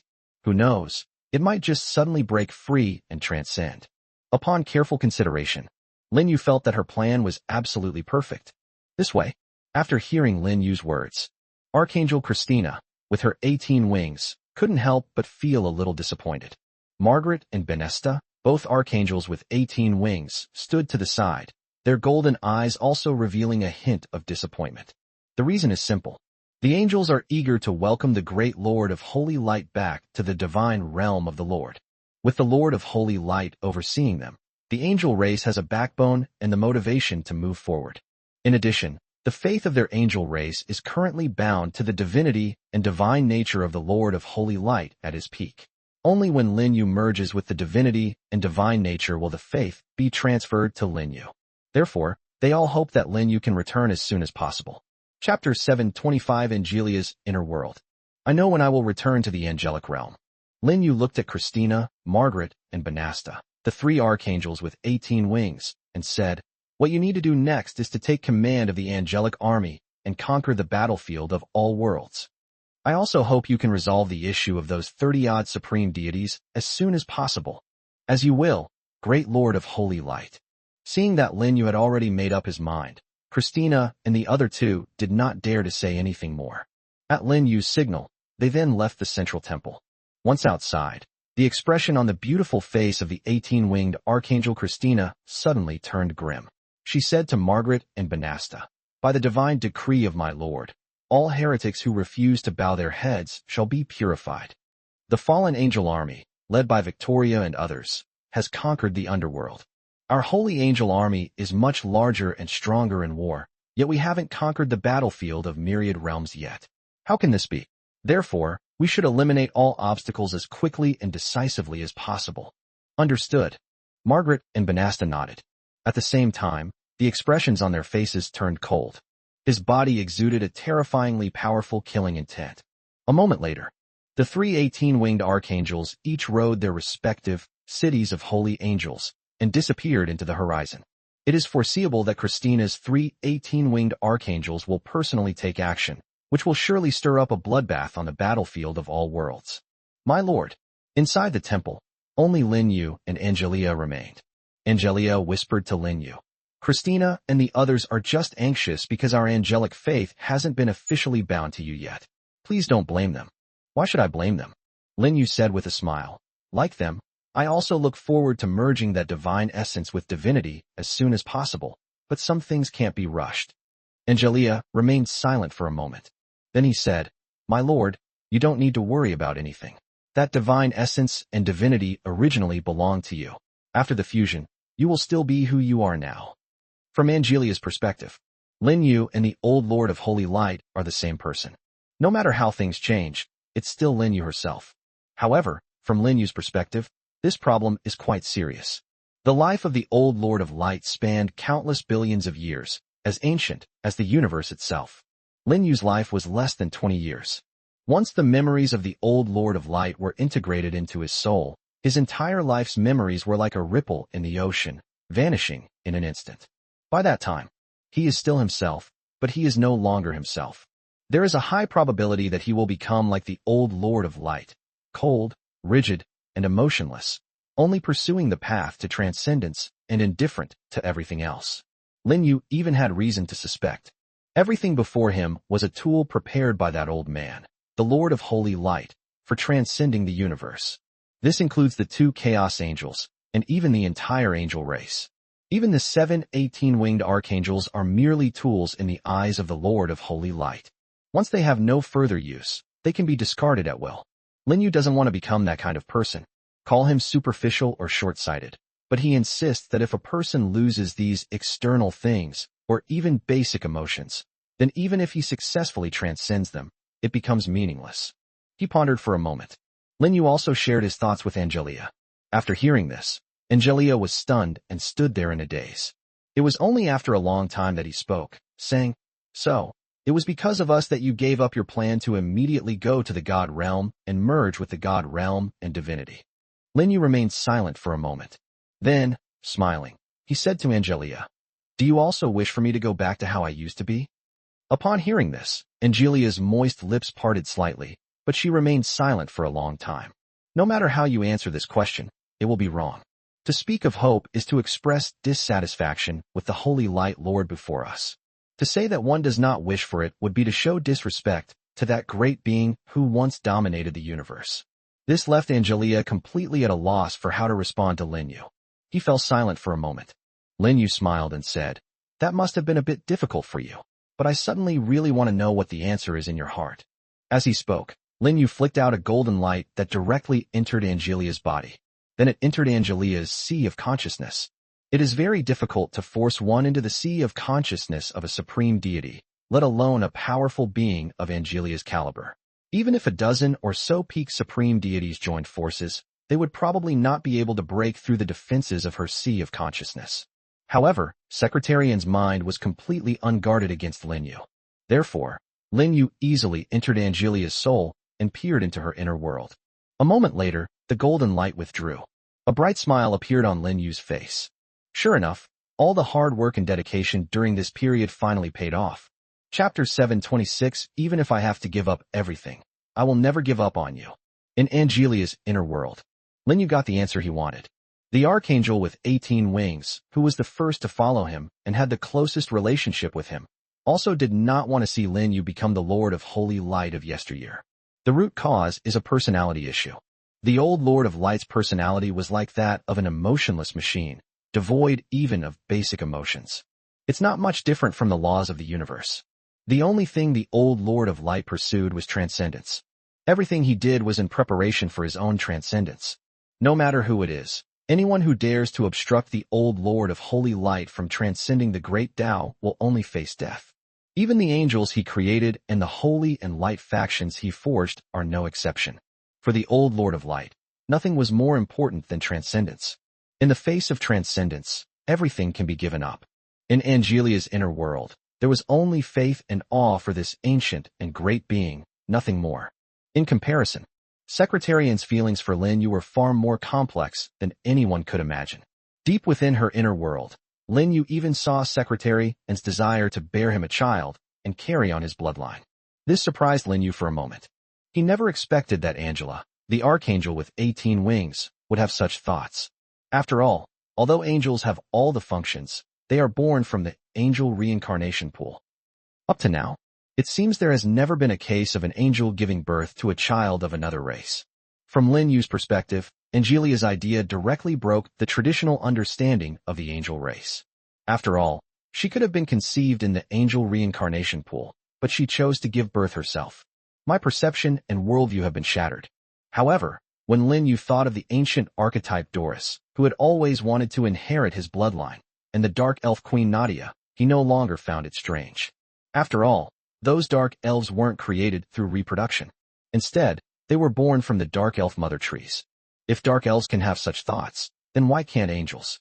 But it is precisely because of this thought that Angelia's inner world reveals that she does not want Lin Yu to become the old Lord of Holy Light. The person standing in Secretarian's eyes is Lin Yu. Even after merging with divinity and godhood, she still hoped that the person appearing before her was Lin Yu, rather than that ancient being devoid of emotion. However, she didn't dare to say it, even though she wanted to. It seems you support me. Lin Yu deliberately smiled and said to the elegant and beautiful Secretarian.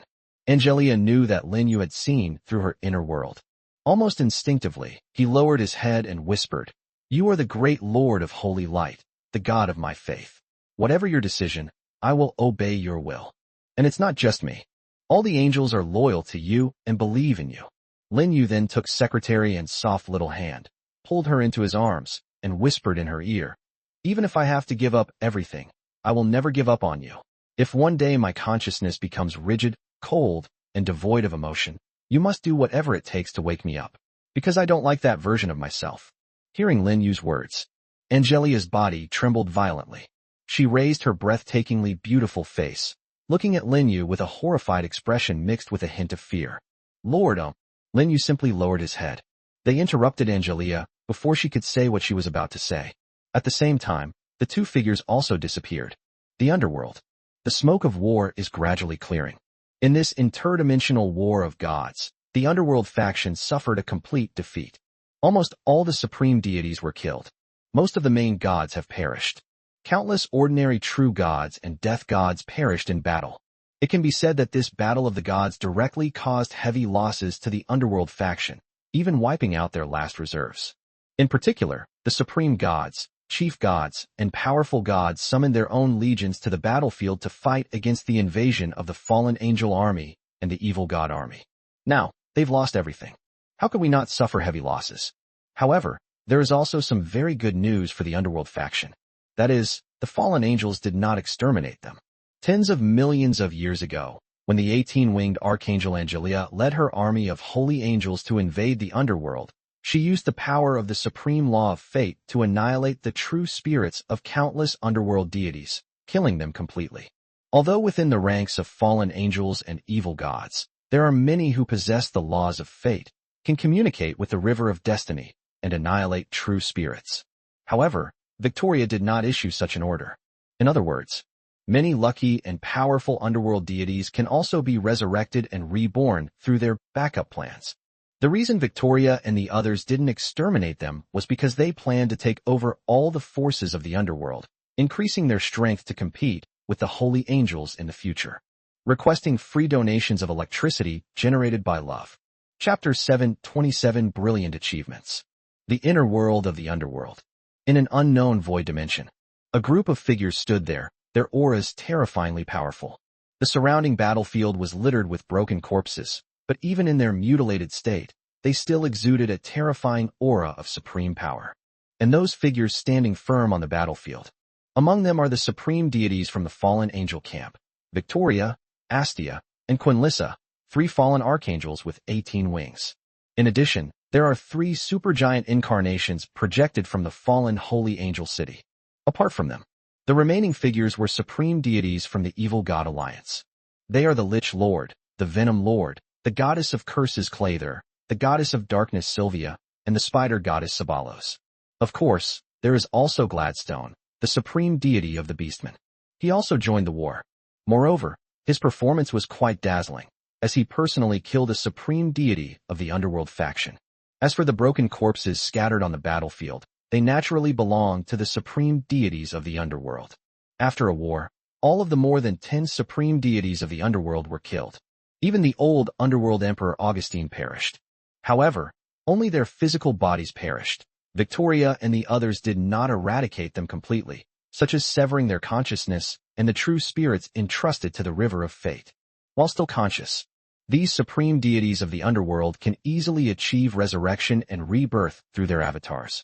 The downside is that their divine power will be greatly reduced after they are resurrected. It's even possible for it to fall directly below the level of a main god. To return to one's original, peak condition, one must begin cultivating again. Of course, these people are, after all, supreme beings who have reached the highest level, so the difficulty of their cultivation will naturally be greatly reduced. If they have enough divine resources, it's not impossible for them to return to their peak in a short period of time. A war resulted in the deaths of more than 10 supreme deities. The results were truly remarkable. In particular, Victoria, Astia, and Quinnissa, who were 18-winged fallen archangels, also used the fallen angel's sword to devour the divine souls of those supreme gods of the underworld. This also caused their divine power to increase by leaps and bounds. It has become stronger than before. Back in the angelic realm, Victoria had always regarded Christina, who was also an 18-winged archangel, as her rival. Because Christina's fighting strength is second only to Angelia's. Only after surpassing Christina can she challenge Angelia. Now, Victoria is absolutely confident that she can defeat the 18-winged archangel Christina, which means she is getting closer and closer to Angelia. However, although their strength has greatly increased this time, Victoria, however, did not dare to immediately provoke Angelia, the eldest sister of the angel race. Her intuition told her that if she angered Angelia, she would be the one who ended up getting beaten down. No rush. The gap between me and Angelia is getting smaller and smaller. When I return to the battlefield of myriad realms and report back to the Supreme Creator, the Creator will surely reward me greatly. Then I will press on with all my might. Thinking about this, Victoria's beautiful face also became excited. On the side of the evil god alliance, Although they were only assisting Victoria and the others in killing the supreme gods of the underworld, the Lich Lord and the others did not slack off at all. On the contrary, they gave it their all. Their relentless effort drew the attention of all three, including Victoria. Several supreme deities of the underworld were killed with the assistance of the Lich Lord and others. It can be said that they made a great contribution. The reason why the Lich Lord and his allies went all out was that they wanted to make a good impression on the three 18-winged fallen archangels. After all, they are evil supreme deities. It goes without saying that their evil pantheon alliance cannot gain a foothold in the holy and light camp, let alone be accepted by the holy angel camp. If they want to live a fulfilling life in the future, they must find a powerful backer. This backer is the fallen angels faction. They allowed three 18-winged fallen archangels to support their evil pantheon alliance. To receive a reward, one must naturally make an effort. Therefore, they did everything in their power to help Victoria and her two companions until they achieved this glorious victory. They also paid a price for this. Apart from the cursed goddess Clydel, all the other evil supreme deities were severely damaged. The most unfortunate one is the King of Poisons. This guy, after being destroyed by Goddess of Light Annabelle and Goddess of Moonlight and Hunting in the extraterrestrial battlefield last time and barely managing to revive, has now been utterly destroyed again. However, his condition is slightly better this time. Last time, he was left with only a wisp of his soul. This time, however, he escaped the battlefield with his complete divine soul, along with his divine nature and divinity. Only the life force of his divine body was extinguished. This kind of trauma is not considered a damage to the very essence of the supreme deity. As long as you can afford to consume the divine resources, you can recover quickly. Chapter 728. You guys have really gone too far. You did a great job. Victoria, the 18-winged fallen archangel, spoke to the Lich Lord and the others, saying, "When we return to the battlefield of all worlds, I will request the Supreme Creator to include your evil pantheon alliance in my fallen angel camp. Once you have the Creator's permission, you may move your headquarters to the underworld. With the protection of my fallen angels camp, the holy and light camps can't bully you either. In the past, there is absolutely no one bullying the other between the evil god alliance and the holy and light faction, because the two forces have roughly the same war-making power. The only difference is that the evil pantheon alliance is backed by the Titan pantheon, which has historically given it a slight edge over the holy and light factions in divine wars. But the situation is different now. After several battles of the gods, only a few of the supreme gods of the evil pantheon alliance remained alive. However, the supreme fighting force of the holy and light factions remained unscathed, with more than a dozen supreme goddesses still existing, including some supreme deities at the peak level. As things stand, the evil pantheon alliance is no match for the holy and light faction. That is precisely why the Lich Lord and others then considered seeking support from the fallen angels. Otherwise, without any backing, they would be bullied terribly by the holy and light faction sooner or later. The Lich Lord and others, as subordinate gods of the Lord of Holy Light, will not be greatly affected, but it is a different story for their subordinate gods and followers. They might face a massive purge from the holy and light factions at any time. The Lord of Light certainly wouldn't interfere with such a minor matter, so they had to find a solution themselves. And their solution was to join the fallen angels camp. Victoria also saw through the Lich Lord's intentions. Coincidentally, she also wanted to increase the war strength of the fallen angels faction in order to fight against the holy angels faction. The evil pantheon alliance was a ready-made helper, so she naturally had no reason to refuse. Of course, the two camps, sharing the same goals, immediately reached an agreement. "Thank you for your appreciation, your highnesses." The Lich King and others also bowed in excitement. With the protection of the fallen angels, their evil pantheon alliance will have an easier time from now on. This put them at ease. As for Victoria asking them to move the alliance's headquarters to the underworld, that's a non-issue. Anyway, in the future, the teleportation channels between the underworld and the battlefield of all realms will definitely be opened. It only takes them a moment to decide when they want to return to the battlefield of myriad realms. In addition, placing the headquarters in the underworld can greatly enhance security. After all, they're not stupid. Even a fool could tell that the future battlefield of all realms would definitely belong to the holy angels and those goddesses of holy light. If their evil pantheon alliance remains on the battlefield of myriad realms, it will be purified sooner or later. Therefore, it's better to leave sooner rather than later. One in the battlefield of countless worlds. One is in the underworld. Different worlds, no interference between them, and not too many conflicts. You guys have really gone too far. Just then, a clear, cold voice suddenly rang out in this dimensional world. Along with them appeared a delicate young woman in a black and gold dress. The girl had a head full of long, thin braids. Her face was rosy and her eyes were like two dark, shiny gems. At this moment, the girl was clenching her fists tightly, glaring angrily at Victoria and the other two. However, this way of appearing clearly wouldn't scare them. Instead, it makes the girl look cute and adorable. Of course, as cute as they were, the Lich King and the others were not careless at all. Even the instant the girl arrived, they reflexively drew their own supreme artifacts, displaying an attitude of being on high alert. They could tell at a glance that this girl was Lolita, the spirit of the world's laws in the underworld. The underworld is, after all, a super large world. Although it cannot compare to the battlefield of myriad realms, and was split in two by the holy angels tens of millions of years ago, the power of its world law spirit is still not to be underestimated. Even a starved camel is bigger than a horse. Once unleashed, even the most powerful deities at their peak would be no match for her. However, Victoria and her two companions looked the kawaii girl up and down with interest. The way the 3 18-winged fallen archangels looked at her immediately offended Lolita, the spirit of the laws of the underworld.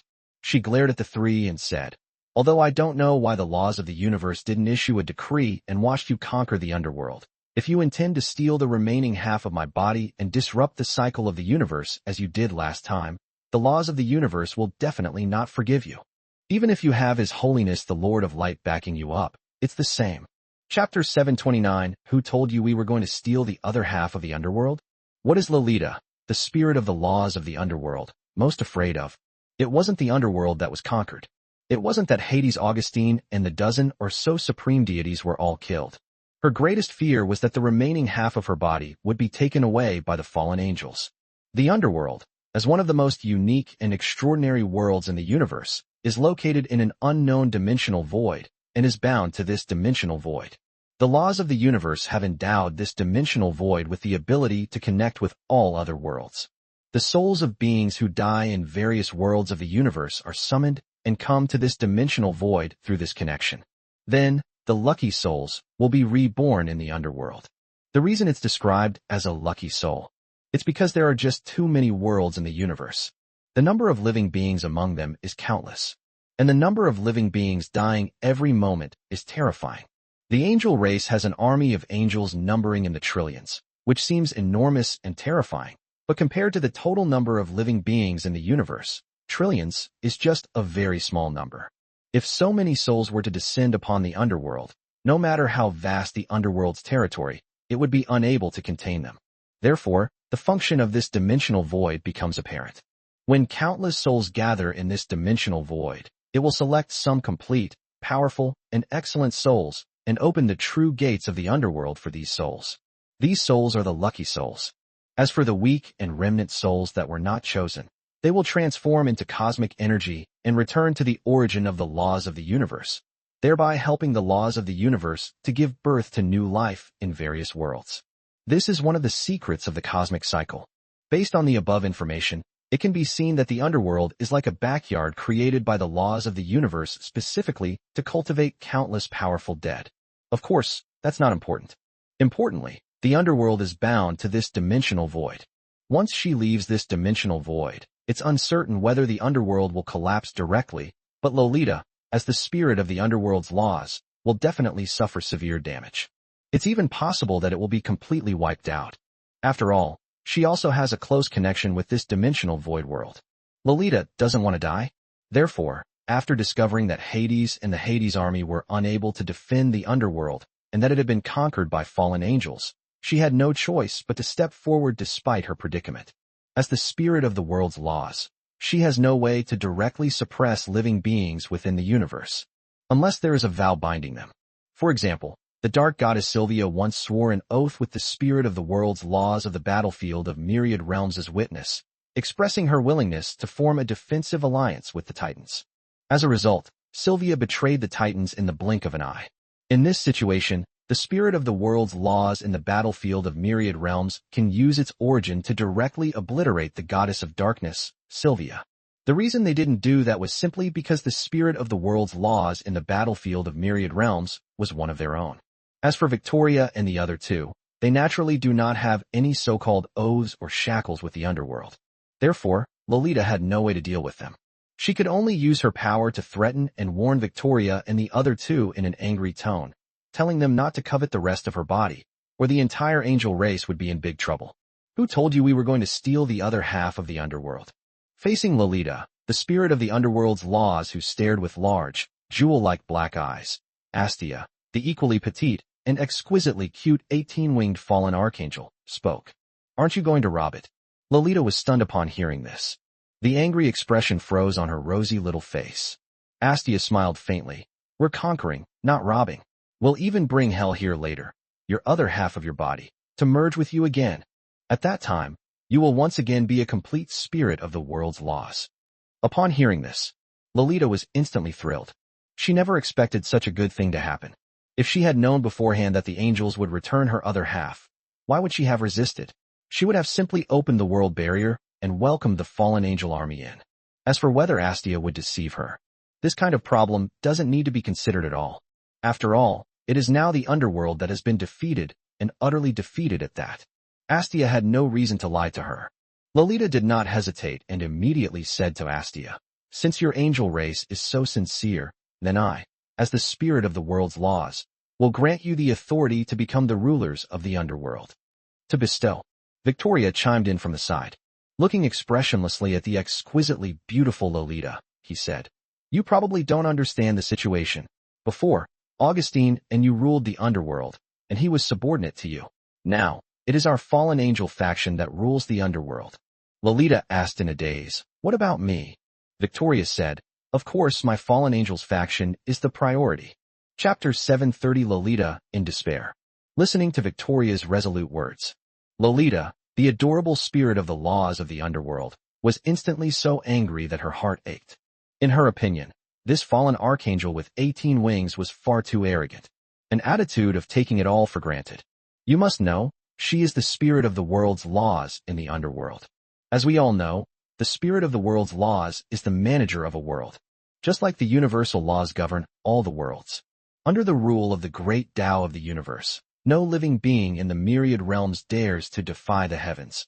Otherwise they will surely be suppressed and killed by the power of the great Tao. Even the renowned ancient being, the Lord of Holy Light, was also sealed under the supervision of the laws of the universe. There was no way to resist. The power to rule over a world is also a power bestowed upon these spirits of world laws by the laws of the universe. In any given world, the spirit of the world's laws is the supreme being. No, absolutely not. Lolita, the spirit of world laws, screamed, I can grant you, the fallen angels, the power to rule the underworld, but the laws and order of the underworld must still be controlled by me. If the fallen angels were to take control of the order of the underworld, as the spirit of the world's laws, wouldn't she become a puppet of the fallen angels' camp? She was unwilling to obey the orders of the fallen angels in everything. Even her fate was in the hands of the fallen angels. How can this be? She is the supreme spirit of the world's laws, not a subservient, obedient person. Lolita, Victoria, her expression indifferent, gripped the fallen angel's divine sword, which was engulfed in black flames, and said, we are not discussing this with you, much less seeking your will. Do you understand? The words fell. Pairs of eyes, filled with boundless killing intent, all locked onto Lolita. The 3 18-winged fallen archangels, the 3 colossal avatars, and the evil supreme deities present all stared intently at Lolita. Each of them exuded a terrifying killing intent. Those gazes were incredibly fierce. It was as if they would tear Lolita to pieces in an instant should she dare to refuse. Such a terrifying spectacle immediately made Lolita, the spirit of the laws of the underworld, tremble with fear. She was genuinely worried about being besieged by this group of killers. With her strength, suppressing several supreme deities would be no problem. However, there were more than 10 supreme combatants present. In addition, there are Victoria, Astia, and Quinnissa, whose combat power seems to be no less than that of the 18-winged fallen archangel Angelia from back then. She was no match for him, especially Victoria. The aura emanating from her body seemed even stronger than that of Angelia back then. He single-handedly and easily killed Hades Augustine. Their combat power is abnormally strong. With Victoria leading the charge, even if she were only half crippled now, or even if she still possessed her peak strength from back then, she wouldn't be able to withstand the siege of these killing gods. These guys have no way to destroy the world's origin in the underworld. It is even more impossible to extinguish the laws of the underworld. The only way is to destroy the underworld as well. However, with so many supreme beings joining forces, erasing her intelligence is entirely within their capabilities. Even if her intelligence is erased, the underworld will still be the underworld, and the origin and laws of the world will still exist. Nothing will change. In fact, this will make it easier for the fallen angels to rule the underworld. After all, without her, the spirit of world laws, dragging things down from behind. In an instant, Lolita felt a sense of despair. She knew that the 3 fallen archangels with 18 wings, including Victoria, must have had the same idea. If she refuses, these guys will definitely kill her. It's simply a matter of cultivating a completely new spirit of world law in the future. The more Lolita thought about it, the more terrified she became. She looked at Victoria with feigned grievance and said, "Your angel clan stronghold is in the angel realm. That's your true home. What are you doing here wreaking havoc on my underworld? Don't pretend to be pitiful and helpless. After all, you are the spirit of the world's laws. Any expression you make is meaningless." Victoria glanced at Lolita sideways, then said, "The realm of angels is the stronghold of the holy angels. From now on, the underworld will be the stronghold of us fallen angels. Otherwise, why would we plan to help you restore yourself to a whole?" Upon hearing this, Lolita seemed to immediately understand something. So that's how it is. The laws of the universe have not issued a decree to suppress you. Fear of the Lord of Holy Light is only one reason. More importantly, it knows that you have no intention of disrupting the cosmic cycle of reincarnation. According to the laws of the universe, the importance of the underworld lies in its influence on the cyclical order of the universe. Once destroyed, or rather, taken away from this dimensional void, it will cause great chaos in the universe. However, as long as nothing goes wrong in the underworld and the order of reincarnation is not affected, then who rules the underworld is completely unimportant in the grand scheme of the universe. It never bothers with such trivial matters. Chapter 731. It's better to live a wretched life than to die a good death. It's good that you know. Victoria turned her gaze to Lolita, the spirit of the world's laws, and said, "I suppose even if we surround and kill you and erase your consciousness, the laws of the universe will still not intervene. The spirit of world law is merely the intelligence born from the fundamental laws of a particular world. Even if it is erased, it will not shake the foundation of the world's fundamental laws. The laws of the universe naturally don't concern themselves with such matters. After all, as long as the underworld doesn't cause problems and doesn't plunge the universe into chaos, the laws of the universe will generally turn a blind eye. Moreover, the angels are backed by the great Lord of Light. The laws of the universe will not easily turn against the Lord of Holy Light. At most, they could only try to limit their Lord of Holy Light from achieving transcendence." Hearing Victoria's words, the petite and exquisite body of Lolita, the spirit of the world's laws, trembled violently. A look of terror returned to her delicate and lovely face. The blow she has suffered today has surpassed the sum of all her previous setbacks. In the past, as the spirit of the world's laws in the underworld, she could be said to have looked down upon all the universes and ruled over all the dead. Even the fallen ancient titans were subject to her control. Even when the 12 titans and the ancient titan race ruled over all the worlds, they dared not provoke the forces of the underworld under her control. It can be said that she fears no one except the laws of the universe.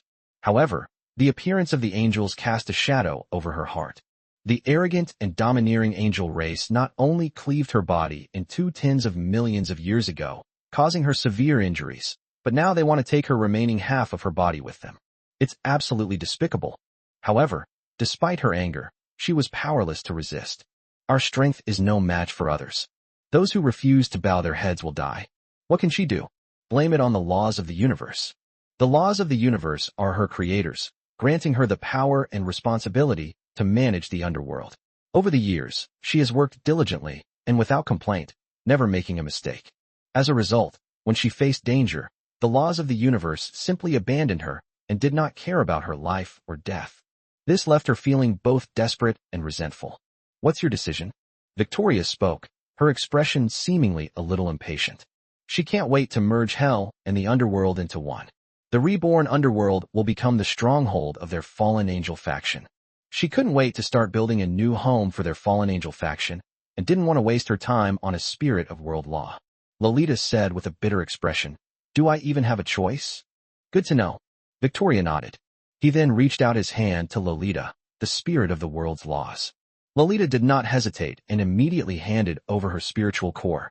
Rather than having her mind erased and eternally annihilated, she chose to obey obediently, for it's better to live a miserable life than to die a good death. Very good. A slight smile appeared on Victoria's stunningly beautiful and aloof face. Then she put away Lolita's psychic core. When we are about to return to the battlefield of myriad worlds to report the results of the battle, we will submit them to the Supreme Creator. Although the underworld will become the stronghold of their fallen angel faction, control of the underworld must not fall into their hands. Regardless of whether the Supreme Creator approves of her or not, she has to relinquish control of the underworld. This is their fallen angels' respect for and loyalty to the Supreme Creator. On the other side, seeing Lolita give in, the evil supreme deities, including the Lich Lord, the goddess of curses Clovis, the goddess of darkness Sylvia, and others, also put away their supreme artifacts. Their gazes toward Lolita no longer held hostility or murderous intent. On the contrary, it conveyed a sense of friendliness. After all, we'll be on the same side from now on. They will serve the great Lord of Light together under the protection of the fallen angels. That's about it. Victoria nodded to Astia and Quinnissa. Immediately afterwards, the three 18-winged fallen archangels joined forces to break through the boundaries of space and time, opening up an unimaginably large passage in the outer space of the underworld. Behind the passage, holy light shone brightly, and the aura of holiness and light was extremely strong. That is the realm of angels. Of course, the ability to directly open up the passage also relied on the supreme-grade device created by Astia. The passage connecting the angelic realm and the void world of the battlefield of myriad realms was also opened up by this device. If this device were not available, opening a direct passage to the realm of angels is no easy task. Of course, that's not the point. The key point is that after the passage appeared, Victoria and the other two used their supreme power to envelop hell in the realm of angels and then forcibly compress it. I don't know how much time has passed. A vast, semi-elliptical world slowly emerged from the passage. The moment it appeared, the very essence of the underworld instantly boiled over. The aura emanating from Lolita, the spirit of world laws, was also increasing wildly. This broken world is hell, the other half of the underworld. Chapter 732: The Fusion of the Underworld and Hell. Under the control of three fallen archangels with 18 wings, Victoria, Astia, and Quinnissa, two colossal broken worlds began to merge. As you can see, both worlds are in a partially destroyed state. The cross-section looks as if it was cleaved open by a sword. Even the marks at the cut are clearly visible and can be perfectly overlapped. This is a fusion of the underworld and hell. After the fusion is complete, they will become the primordial underworld again. At that time, Lolita, as the spirit of the laws of the underworld, will regain her peak power. She doesn't even have half the power she had back then. This is because the severe damage that the 18-winged archangel Angelia caused to the underworld back then resulted in a serious injury to her own essence, which was forcibly weakened by nearly 50%. Over the next tens of millions of years, the original power of Lolita, the spirit of the world's laws, not only failed to recover, but continued to be lost. This also caused her power to become weaker and weaker. Of course, that's all in the past now. With the gradual reappearance of the primal underworld, Lolita's power is constantly increasing, and it's only a matter of time before she returns to her peak. This is a wonder of the universe. The supreme deities, including the Lich Lord, the goddess of darkness Sylvia, the lord of poison, and the goddess of curses Clovis, watched the scene before them with some astonishment. With their supreme divine power, destroying a vast, extraordinary world would be no problem at all. However, their power is insufficient to destroy a world like the underworld. To shake the very foundations of the underworld is something that neither the 12 Titans nor the ancient Titan race could ever accomplish. Unexpectedly, when it came to the angels, the underworld was manipulated at will. They were cut in half and then rejoined. If they were the spirits of the world's laws in the underworld, they might have collapsed long ago. The underworld of the future will be dominated by the fallen angels. Now that the underworld is also under the control of the angels, it's probably not far off that the angels will conquer the entire universe. These words came from the spider goddess, Sabalos. This also received the approval of all the supreme deities present. On the battlefield of myriad realms, the army of the holy angels swept across the land, conquering one divine realm after another, as well as countless god-level forces.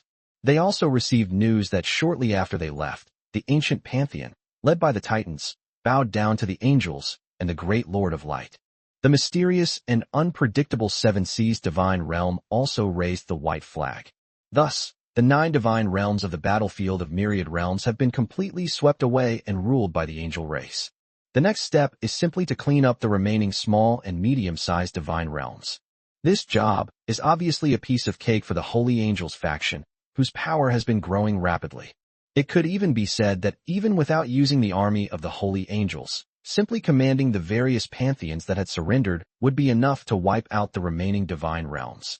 Looking across the entire battlefield of myriad realms, there is no force left that can stop the advance of the angel race. As the center of the universe, the battlefield of myriad realms is about to be completely dominated by the angel race. So how far away is it from the angel race dominating the entire universe? Furthermore, the underworld, which governs the cycle of life and death in all realms of the universe, has now been taken over by the angel race. For the angels, conquering the universe would be even easier. This speed is many times faster than when the 12 titans swept across the universe. All I can say is that the angel race is incredibly powerful. In fact, all the supreme deities present understood that long ago, after the Holy War ended, if it weren't for the sudden departure of the Lord of Holy Light, the angel race would have already become the rulers of the universe. Now that the angels have returned, they are merely reclaiming what was already within their grasp. I don't know how much time has passed. Under the watchful eyes of 3 fallen archangels with 18 wings and a host of supreme deities, the underworld and hell were finally completely merged together. It has once again become the complete superworld it was back then. At the same time, the aura emanating from Lolita, the spirit of the world's laws, became so powerful that it was terrifying, causing all the supreme deities present to change color. Only Victoria and the other 2 remained unfazed. Regardless of whether the world-law spirit, Lolita, who has recovered to her peak state, possesses the strength to threaten them, the fact that Lolita just handed over her core intelligence is enough to make her dare not have any disloyal thoughts. Victoria, who holds the core of Lolita's intelligence, has Lolita's life in her hands. If Lolita does anything outrageous, she only needs to move her hand to erase Lolita's spirit in an instant, returning the world's laws to a state of chaos. That would actually make it easier for their fallen angel faction to rule the underworld. Because we know this. Even after regaining her peak power, Lolita remained cautious and daring not to harbor any disloyalty when facing Victoria and the other 2. From the moment she surrendered her core intelligence, her fate was tied to the fallen angels. Let's go. Return to the battlefield of myriad realms. Victoria issued the order. Report back to the Most High Creator. Chapter 733. After the rain, all things revive. In an instant, Victoria and the others disappeared into this special void dimension. Only Lolita, who was the spirit of the laws of the underworld, remained. Like the spirits of laws in all other worlds, Lolita is one with the underworld. Even though she has now recovered her peak divine power, which far surpasses the level of the supreme deities, she cannot leave the underworld. Of course, even if she could leave, she couldn't leave now, because she still has a mission to complete. That is to cooperate with the army of fallen angels left in the underworld by the 3 18-winged fallen archangels and successfully take over the underworld. Don't be fooled by the fact that the underworld has already been defeated. All the supreme deities of the underworld, including the old Hades, Augustine, perished. However, there are still some diehards who refuse to surrender to the fallen angels' army. These diehards are the targets that Lolita, the spirit of the world's laws, will cooperate with the fallen angel army to eliminate until the fallen angel army completely takes over the underworld. But it must be said that these diehard supporters are unlikely to cause any significant trouble. After all, the war prowess of the fallen angels army had already been fully demonstrated in the invasion of the underworld, coupled with the assistance of the evil god's army and the death legion of hell. Hell, which separated from the underworld, has been ruled by the fallen angels for tens of millions of years. The demon races of the underworld the Grim Reaper, the true gods, and so on have all bowed their heads to the fallen angels. They are utterly loyal to the fallen angels and to the Supreme Creator. The three forces came together. In addition, there was the suppression by Lolita, the spirit of the laws of the underworld. It's safe to say that the fallen angels could easily take over the underworld. Just as Victoria and the other two 18-winged fallen archangels were returning to the battlefield of all realms with a host of supreme deities from the evil faction. The subsequent war in the Battle of Myriad Realms has also reached its final stage.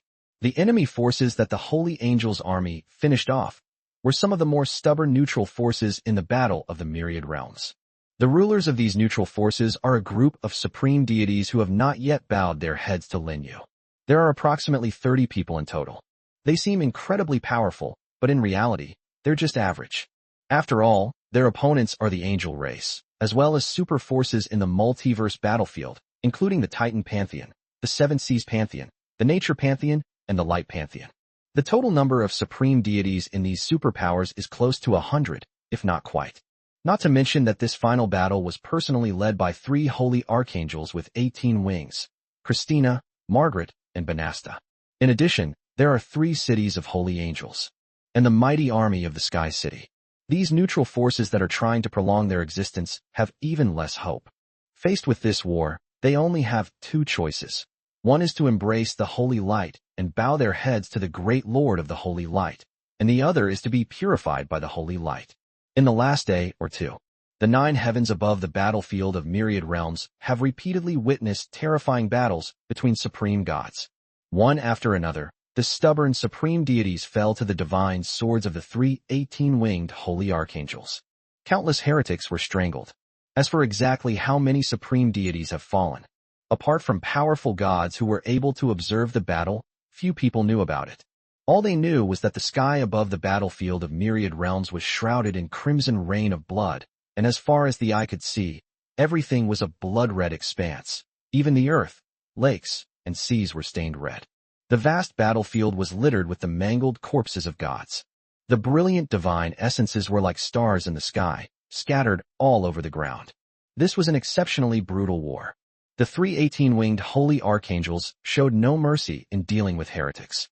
It seemed that they were using a massacre to announce to the intelligent races of the universe that their angelic race had returned after tens of millions of years. And this time, it's a comeback. The angel race will surely conquer all worlds in the universe. All extraordinary worlds and intelligent races that refuse to bow their heads to the angels are doomed to destruction. This final battle lasted a full 2 weeks. The crimson rain of blood fell for a full half-month. After the rain, the sky cleared and everything came back to life. Countless beings embarked on the path to immortality in pursuit of divinity through this blood rain opportunity, and countless gods broke through their shackles, ascending to a higher level. War brings not only death and destruction, but also new life and prosperity.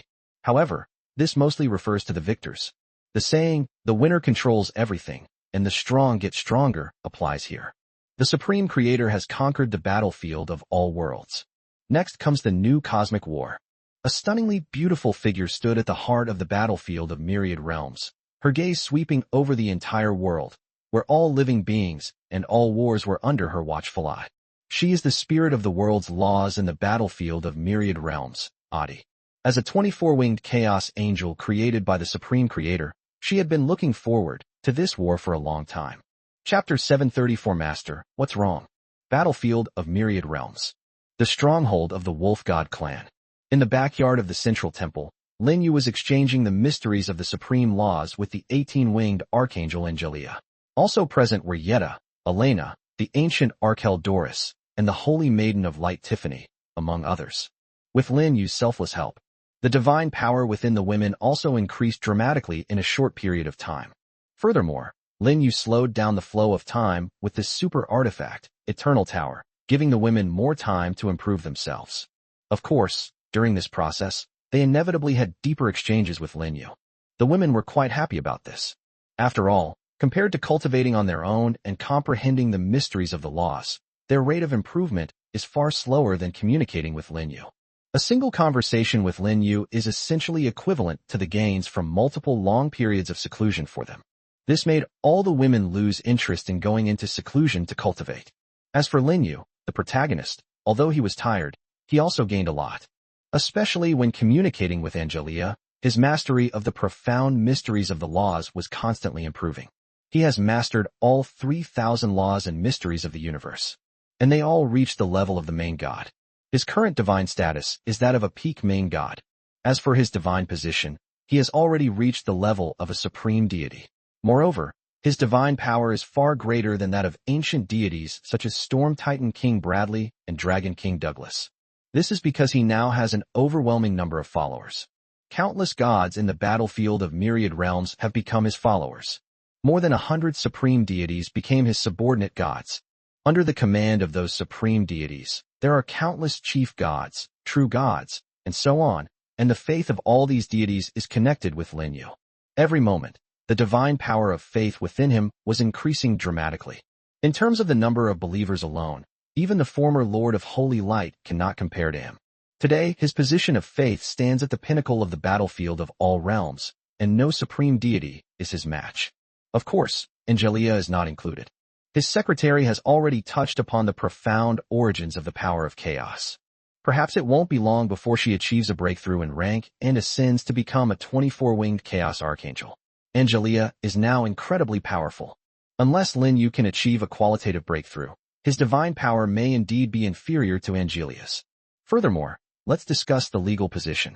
As Lin Yu continued to engage in deeper exchanges of profound mysteries with Angelia, he was able to clearly feel the improvement in the level of the laws within his body. Although he is far from reaching the level of a supreme deity, his rate of improvement is still very fast. Lin Yu is now looking forward to the day when all 3,000 god-level laws of his can be promoted to the level of supreme laws. At that time, he will surpass Angelia and even the 24-winged Chaos Holy Angel. As for whether he can reach the level of the Lord of Holy Light, that's hard to say. However, if he were to travel to the angelic realm at that time and merge the divine nature and divinity of the Lord of Holy Light, he would surely be able to wield even more terrifying power than the Lord of Holy Light. The exchange was in full swing. Lin Yu stopped abruptly. Angelia opened her somewhat bewildered golden eyes, her beautiful face flushed with a faint blush, and asked with a look of confusion, "Master, what's wrong?" Lin Yu said with a strange expression, "It seems I'm about to break through again." Another breakthrough is imminent. Angelia looked surprised and said, "The profound mysteries of the 3,000 laws within you are still at the level of a main god, and it seems that you are still far from being able to advance to the level of a supreme law. It's not a breakthrough in the profound mysteries of the laws, but rather faith in divine power." Lin Yu said, "Just now, two extremely powerful forces of faith surged into my body. The divine power of faith within me has increased dramatically again, now exceeding 90 billion drops. Previously, when I was in seclusion in Aya, Lin Yu received the power of faith from countless related gods such as the Titan Pantheon, the Dragon Pantheon, and the Seven Seas Pantheon, resulting in a massive surge in his divine faith power. At that time, his faith power exceeded 80 billion drops. It can be called the best in the universe. It is believed that apart from the two 24-winged chaos archangels, no other god possesses as much divine power as him.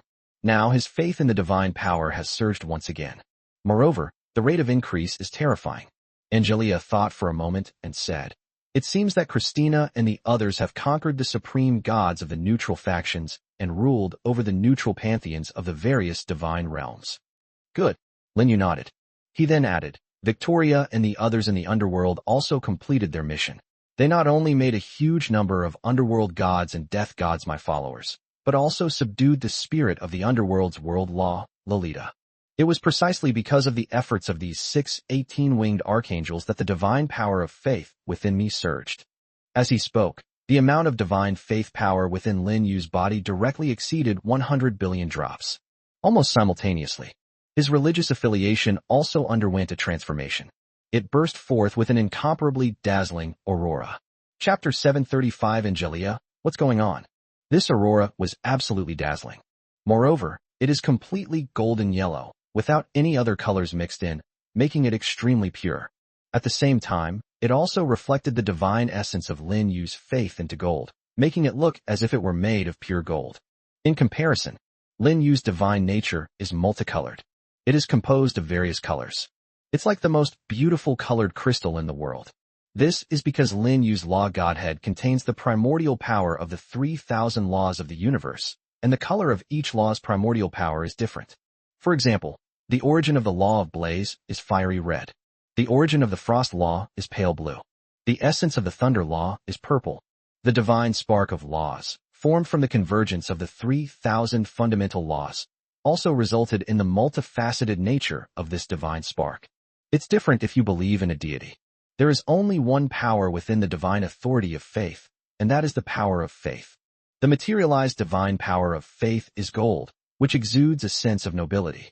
In fact, nobility is indeed a characteristic of faith in divine power. In a belief system, the God of faith is the supreme being.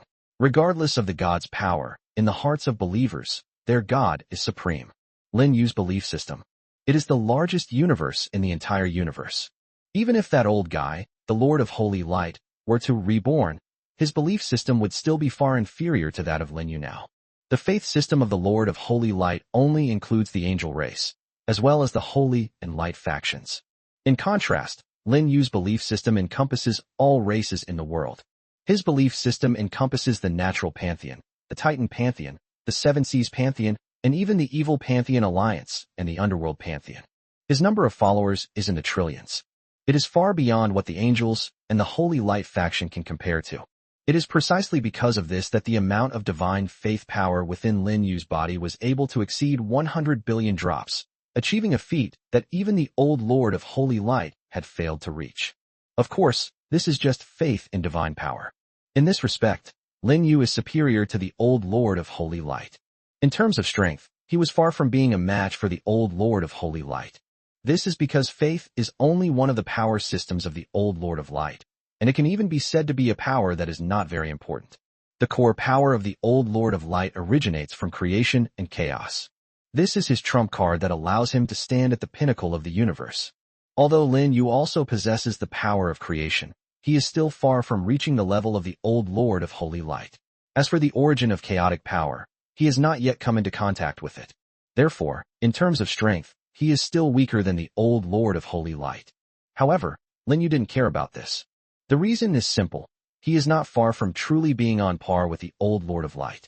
Breaking through 1 trillion drops of divine power and faith, and achieving the sublimation of his divine status and faith, is only the first step for him to rival, or even surpass, the old Lord of Holy Light. Right now, the divine essence of faith within Lin Yu's body continues to undergo abnormal changes. The golden light grew even brighter, permeating every part of Lin Yu's body. Golden light even emanated from the pores of Lin Yu's skin, dyeing his skin and hair golden. What's going on? Angelia's eyes widened slightly. She has cultivated for hundreds of millions of years and has witnessed all sorts of wonders in the universe. There are very few things she doesn't know. After all, in addition to her rich experience, she also possesses the essence of the laws of destiny, with power so great that she can shake the river of fate and glimpse the past, present, and future of all things in the world. However, she couldn't figure out what happened to Lin Yu at all. I don't understand why Lin Yu's faith in the divine has undergone such a strange change. What Angelia didn't know was that the shocking things didn't end there. As time went by, the golden light emanating from Lin Yu grew stronger and stronger. It made him appear like a golden sun, illuminating billions of miles. This strange phenomenon continued for an unknown period of time. Finally, a crisp cracking sound suddenly rang out. The sound seemed faint, yet it was eerily earth-shattering, because it shook the souls of countless living beings. All living beings who have formed a faith connection with Lin Yu, whether ordinary beings, alien races, or even true gods or supreme deities wielding supreme, divine power. I heard everything. Moreover, it has spread to all corners of the universe. All the creatures on the floating island, number 014965, as long as they are Lin Yu's followers, can hear it. It was a deafening roar, as if the heavens and earth were splitting apart. No one understood what had happened, but they almost instinctively realized that the voice came from their God of faith, the great Lord of Holy Light, Lin Yu. At the same time, a cracking sound was heard. The divine core of faith within Lin Yu's body also cracked. This golden yellow divine core of faith is now covered with countless cracks. Angelia, the 18-winged archangel who had been protecting Lin Yu, also noticed the situation immediately and was so shocked that her face changed color. The shattering of divine authority is a serious matter. However, Before she could think further, Lin Yu's faith in God collapsed completely at a speed visible to the naked eye.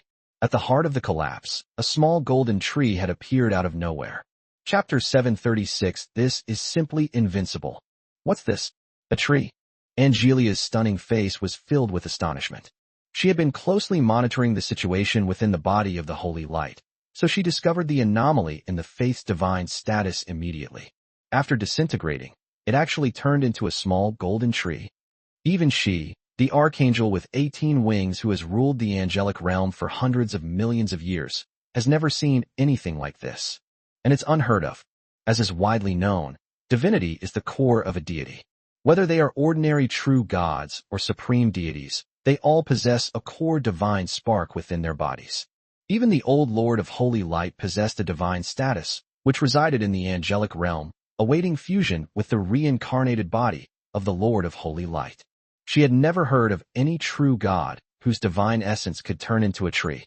Of course, it's not just trees. It has never been possible for it to become anything else. Angelia couldn't understand it.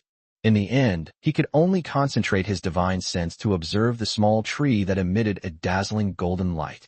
She soon discovered that the light emitted by the small tree did not spread outwards, and it mysteriously disappeared after reaching a certain distance. She immediately used her eye of fate to peer into the distance.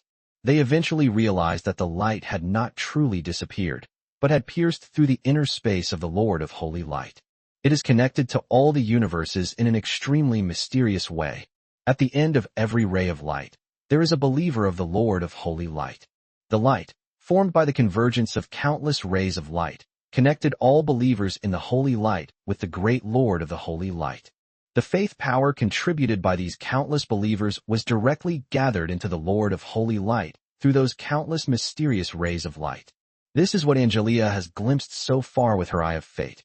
As for whether those lights possessed any other abilities, she couldn't discern them. After all, she wasn't the one in question. This shouldn't be a bad thing.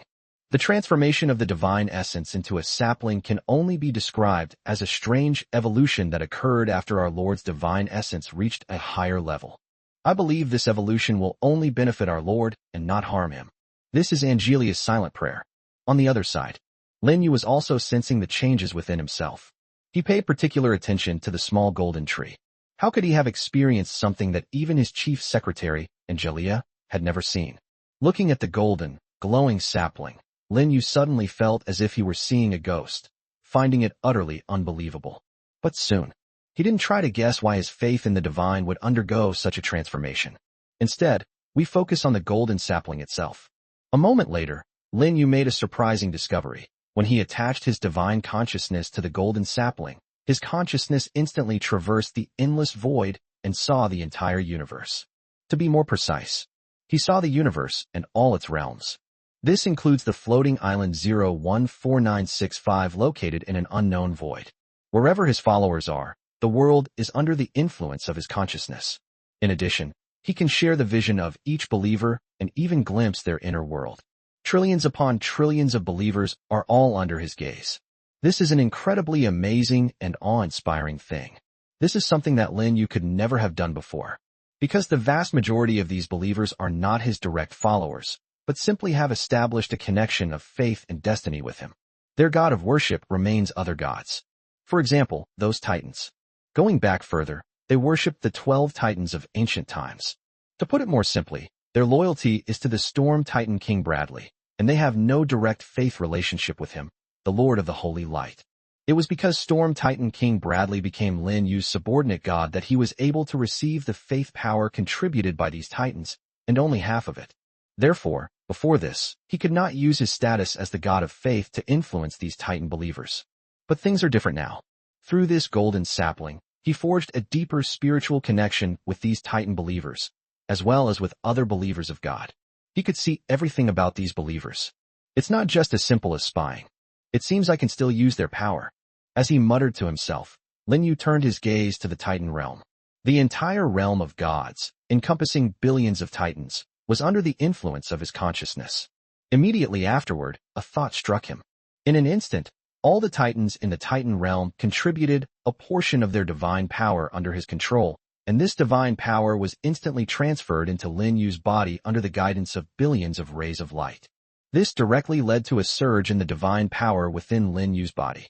Although this is not the original divine power and cannot elevate Lin Yu's status, it can increase Lin Yu's power in a short period of time, multiplying his combat strength.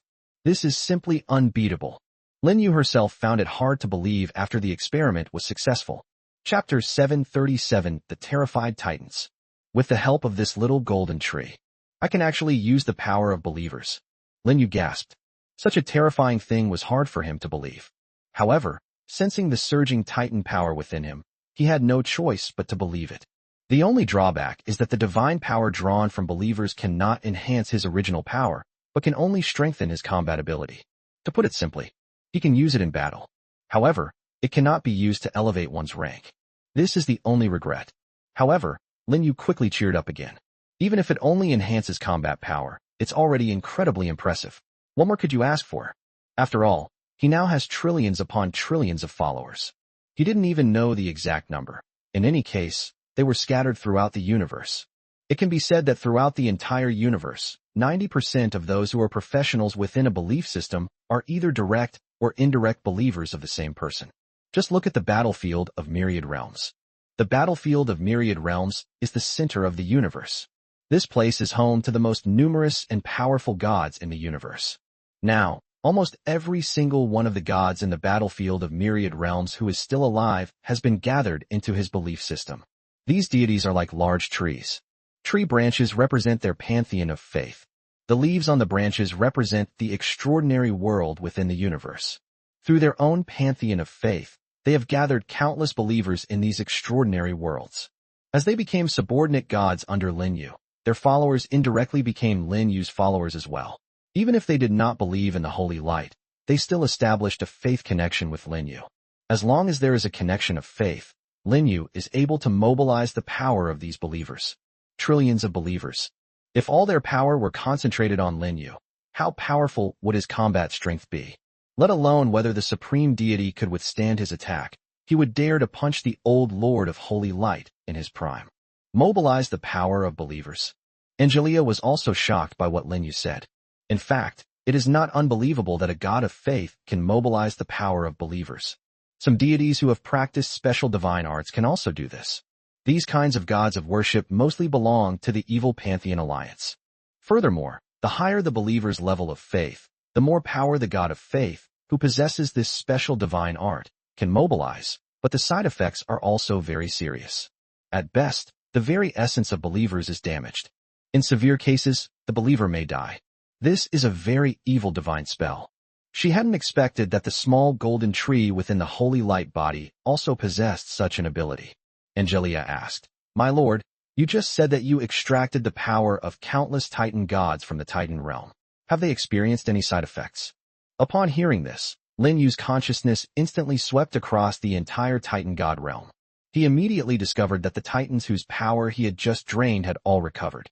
However, it is worth mentioning that, at this moment, all these Titan gods knelt on the ground in worship. They are praying to him, the great Lord of Holy Light. Clearly, under the influence of the threads of faith, they also learned who had drained the divine power from their bodies. Even knowing this, they dared not utter a single complaint. Instead, they felt even greater reverence for Lin Yu. After all, Lin Yu is currently in the battlefield of myriad realms. They, on the other hand, were in the Titan realm, located in the void world. They are separated by countless billions of miles. Furthermore, they were not followers of Lin Yu's holy light.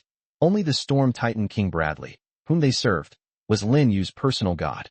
But even under these circumstances, Lin Yu was able to extract the divine power from their bodies. How terrifying is that? The mere thought of it sent chills down their spines. Naturally, these Titan gods dared not utter the slightest complaint against Lin Yu. Lin Yu said, "Those Titans are all in good condition. Apart from being a little weak, there are no other after effects that can be seen for the time being. That means there isn't any left." Angelia took a deep breath. Now that our Lord has mastered this ability, it is likely that even defying the laws of the universe will not be a problem. That's not as exaggerated as it sounds. Lin Yu smiled and said, "The laws of the universe govern the entire universe. Even if I draw on the power of all the believers, I don't have much of a chance of winning against the laws of the universe head-on. However, once my law godhood advances to the level of a supreme deity, and I merge with the godhood and divinity of the old Lord of Holy Light, then there will be virtually no problem in confronting the laws of the universe. Angelia nodded. A look of anticipation appeared on her beautiful face. She looked forward to this day. We eagerly anticipate the return of the great Lord of Holy Light to the realm of angels, where he can merge with the divine nature and divinity of his predecessor and achieve transcendence, thus ascending to the pinnacle of chaos. Chapter 738. From now on, the three of you will follow me in cultivation. The Central Temple. Lin Yu, who had just finished his seclusion at the Tower of Eternity, met with Victoria and the others here. Those who returned to the battlefield of all worlds included not only the three fallen archangels with 18 wings, Victoria, Astia, and Quinnissa, but also a host of supreme deities from the evil Pantheon Alliance, including the goddess of darkness, Sylvia, and the goddess of curses, Clovis. The three fallen archangels with 18 wings returned to report to Lin Yu. As for the supreme deities of these evil Pantheon Alliances, in addition to reporting back, they also had to prepare for the relocation. They want to move their base to the underworld. The outside world is too dangerous for them. Especially in the battlefield of myriad realms, there is absolutely no sense of security. The reason is simple. The battlefield of myriad realms has become the territory of the Holy Angels faction. Looking around, one sees the figures of holy angels everywhere. Countless cities of angels float above the various divine realms. Even the void world that connects to the battlefield of myriad worlds has been occupied by the angel army. The angelic army is sweeping away the divine kingdoms hidden in the void. As for these divine kingdoms, they belong to those gods who refused to bow their heads to the angels and the Lord of Holy Light. After they were slain, the resources of their divine kingdoms also belong to the angels. It can be said that there are holy angels in heaven and on earth. How dare these evil pantheon gods appear here? Even if they have now pledged allegiance and become subordinate gods of the Lord of Holy Light, it doesn't mean they dare to align themselves with the holy angels. Darkness always stands in opposition to light. Maybe nothing will happen now, but who knows what might happen in the future. Therefore, the Lich King, the Venom King, and the cursed goddess Clovis, along with other supreme deities of the evil Pantheon Alliance, prepared to migrate their entire families to the underworld. The underworld has now become the territory of the fallen angels. After entering the underworld, they no longer need to worry about being purged by the holy angels. The Supreme Creator. The 18-winged fallen Archangel Victoria knelt on one knee before Lin Yu, her attitude extremely respectful. As she spoke, a golden mark flew out from between her eyebrows, and it floated towards Lin Yu. Victoria said, "In accordance with your will, we have conquered the underworld and merged hell with the underworld into one. This is the core true spirit of Lolita, the spirit of the laws of the underworld, who is willing to serve you for eternity." Well done. Lin Yu smiled and nodded. He then absorbed the golden mark into his body. The instant he merged with the mark, he sensed Lolita, the spirit of the world's laws, far away in the underworld. This spirit of the laws of a supervast world, who used to obey the will of the universal laws, has now become his person. Even the universal laws can no longer control her, unless the laws of the universe are prepared to turn against him. However, it seems unlikely that the laws of the universe would do such a thing. After all, when the fallen angels attacked the underworld, the laws of the universe did not step in to stop them, so it was impossible to confront them now that the die was cast. Lin Yu said, "The matter of the underworld is temporarily settled.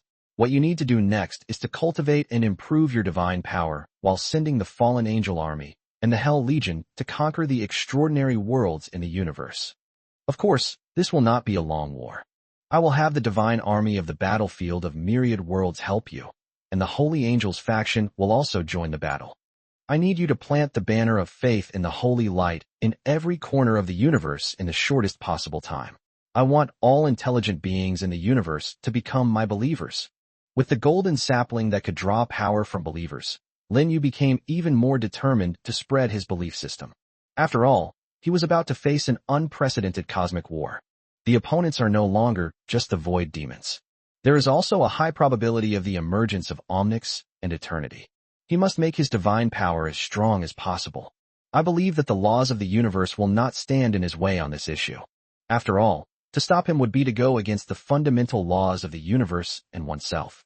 Once this universe is conquered by forces from another universe, it probably won't survive either, especially since among its enemies are the void demons, who are adept at devouring the spirits of laws. The void demons are a terrifying race known as the destroyers of the universe. Its evil was far beyond what the evil supreme deities before him could compare to. He paused slightly. Lin Yu then said to Victoria and the other two, "The three of you don't need to participate in the battle personally.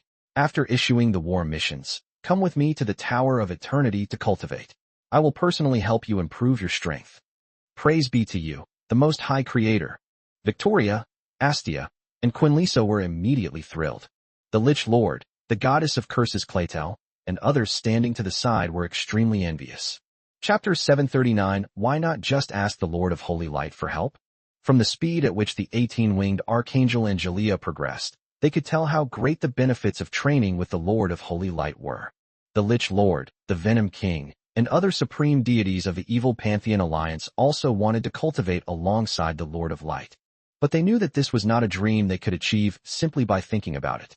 As the supreme deities of the evil faction, the fact that the Lord of Holy Light spared their lives and even took them as his subordinates was already a special favor to them.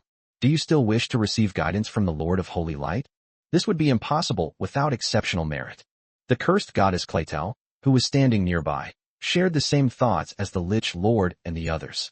However, she wasn't thinking about the credit. Rather, it is the Lord of Holy Light's method of cultivation. She had personally witnessed the cultivation scenes of the Lord of Holy Light and the 18-winged archangel Angelia, among others, and it was simply an eyesore. The reason she saw it with her own eyes was because of the goddess of fate, Olivia. When the 18-winged archangel Angelia cultivated with the Lord of Holy Light, she shook the river of destiny. At that time, the goddess of destiny, Olivia, also attached her spiritual consciousness to the river of destiny. Following the thread of fate, the goddess of destiny, Olivia, naturally saw everything clearly. Since the goddess of fate, Olivia, the goddess of luck, Hylangren, and the goddess of curses are a trinity, what Olivia sees is equivalent to what the other two see as well. That scene.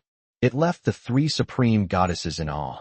Although the cursed goddess Clither, as an ancient goddess who had cultivated for countless millennia, had witnessed countless similar scenes, she would still find it difficult to accept such a thing happening to her in a short period of time. Therefore, even though she really wanted to quickly improve her divine power, she didn't dare to bring it up in front of the Lord of Holy Light right now. At Lin Yu's suggestion, the cursed goddess Claytel, along with the Lich Lord and others, respectfully withdrew from the central temple. The Lich King and his allies returned directly to the headquarters of the evil Pantheon Alliance. Meanwhile, the cursed goddess Clayter sought out the fate goddess Olivia and the fortune goddess Hylangren to discuss the Trinity. For us right now, the three of us are still a bit short of being a unified whole. Olivia, the goddess of fate, said. Lady Luck, Hylangren, nodded and said, although the divine power of the three of us has reached the level of the highest deities, it is not so easy for the three of us to become one. Especially integrating the supreme laws we cultivate is extremely difficult. One wrong move, and you could be seriously injured. The goddess of fortune specializes in the law of creation. The goddess of fate's primary law is destiny. The goddess of curses' primary law is cause and effect.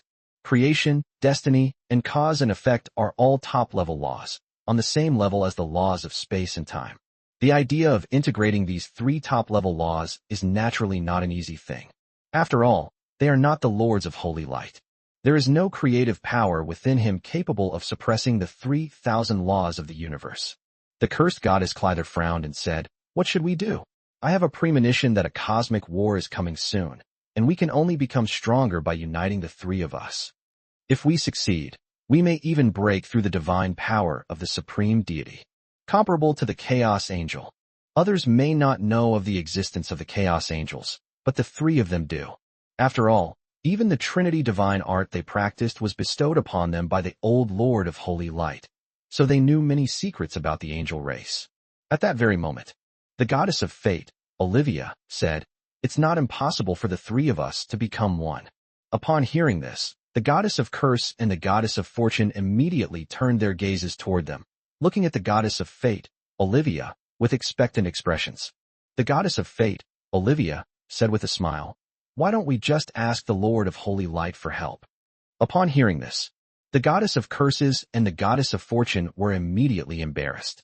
Want to cultivate with the Lord of Holy Light? They were not fully prepared psychologically. The goddess of fate, Olivia, smiled and said, "The three of us have cultivated for hundreds of millions of years, experiencing the changes of time and the turning of fate. What haven't we experienced?" The cursed goddess Clovis said, "Such a thing is impossible." The goddess of fate, Olivia, twitched slightly at the corner of her mouth before saying, "Whether you've experienced it before or not, it's a minor issue compared to the combined power of three. Besides, His Holiness the Lord of Holy Light previously invited us to cultivate together. This is a great opportunity for us. By harnessing the creative power of the Lord of Light, we will achieve the true Trinity." The goddess of curses and the goddess of fortune looked at each other in bewilderment. After a moment, they both nodded. Chapter 740, A Grand and Spectacular Exchange of Laws. They have worked hard for tens of millions of years. Their divine status had long since reached the pinnacle of supreme deity. However, they have yet to find a way to ultimately integrate the three entities. To truly achieve the fusion of the three, they can only place their hopes on the Lord of Holy Light. Without further hesitation, after the goddess of curses, Clyder, and the goddess of fortune, Larangerin, nodded in agreement, the goddess of fate, Olivia, led them to the central temple. Soon, they met Lin Yu. They also expressed their hope to use the creative power within Lin Yu to help them achieve their wish of becoming one. Lin Yu readily agreed to the requests of the three supreme goddesses. He had no reason to refuse a goddess who came to him for free. Most importantly, he was also very interested in the profound laws and mysteries that the three supreme goddesses possessed.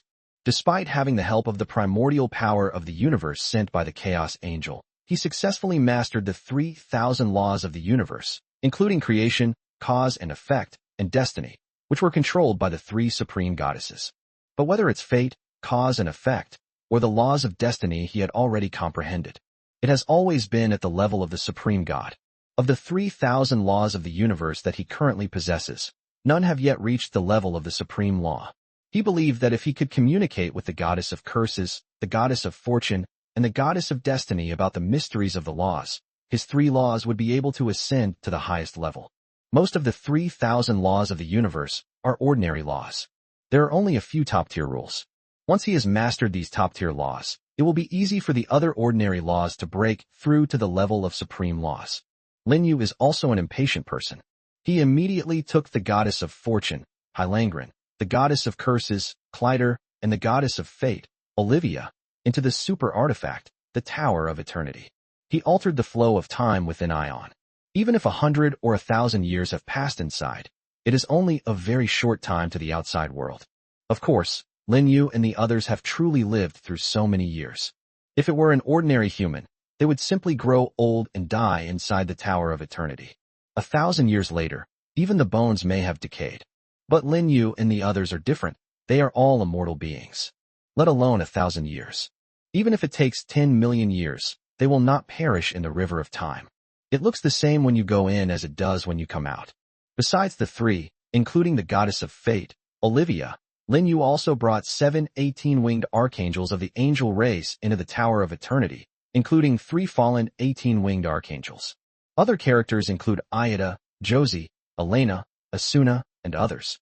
This includes the Holy Maiden of Light Tiffany, the ancient Great Elf Doris, the Elf Queen Panina, the Dark Elf Queen Naisha, the Nature Elf Queen Grace, and others who came with Lin Yu from 014965 Floating Island. Anyone who had a close relationship with Lin Yu was brought into the Ion Tower by him. He not only intends to use the power of the Tower of Eternity to enhance these people's strength, but also to utilize his own power of creation and the power of the ultimate artifact, the Scepter of Origin, to strengthen them. In fact, Lin Yu didn't want to be this tired, but he had no choice. After all, a new round of cosmic war is about to begin. In this potentially devastating cosmic war, he might not be able to attend to those around him. He could only do his best to enhance their strength, ensuring they wouldn't perish in the conflict. Although it wouldn't be difficult for him to resurrect someone. But it's best not to die. For the women, this cosmic war was also a great opportunity. If you can overcome this challenge on your own, the rewards will be extraordinary. Not long after, a grand exchange of laws was held inside the Tower of Eternity. After Lin Yu's faith in the divine order broke through its limits, granting him divine power far exceeding that of the supreme deity, The power of creation within him became incredibly abundant, practically inexhaustible. Lin Yu is no longer afraid of running out of creative power. Therefore, he was selfless in his devotion to every goddess. Every exchange of profound laws and principles was conducted in an effort to ensure they gained the greatest possible benefit. In this process, Lin Yu's understanding of the profound mysteries of the laws is also steadily improving. His greatest gains came from his interactions with the 7 18-winged archangels and a host of supreme goddesses, as several laws began to show signs of advancing to higher levels. Time flows by. 10 years have passed in the blink of an eye. This, 10 years, is not the time within the ion, but the time outside. 10 years have passed, and the entire universe has undergone a complete transformation. Chapter 741-2 24-Winged Chaos Angels. An unknown void world. Two stunningly beautiful figures stood together. They were all over 10,000 meters tall, like female giants. In reality, such a divine body is not particularly outstanding in the universe. Many ordinary true gods have divine bodies that exceed 10,000 meters or even 100,000 meters. In particular, the divine bodies of supreme deities are basically at least 1,000,000 meters tall. A mere 10,000 meters in height is nothing at all. However, the size of a god's body does not determine the strength of its divine power. The divine power of these two figures was terrifyingly strong, far exceeding the level of the supreme gods, causing the entire vast and boundless void to tremble, as if it could not withstand the divine power emanating from them. It is worth mentioning, each of them has a full 24 wings on its back. The shape of the wings is exactly the same as that of angel wings. The difference is that their angel wings are all formed from divine power and laws, making them energy wings. As for angels, they all basically possess physical wings. Only after there are more than 6 angel wings will the other wings take on an energy form. These two figures were the legendary 24-winged chaos angels. Strictly speaking, they don't actually belong to the angel race, because they were created by the Lord of Holy Light from the origin of creation and the power of chaos. They have the form of angels, but not the blood of angels. The real angels are Angelia and the others, and those angels born from the pool of angels reincarnation. However, whether they belong to the angel race or not is not important.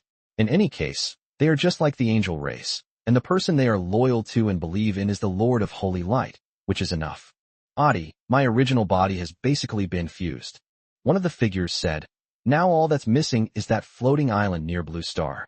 Once we merge with it, my body will be completely whole.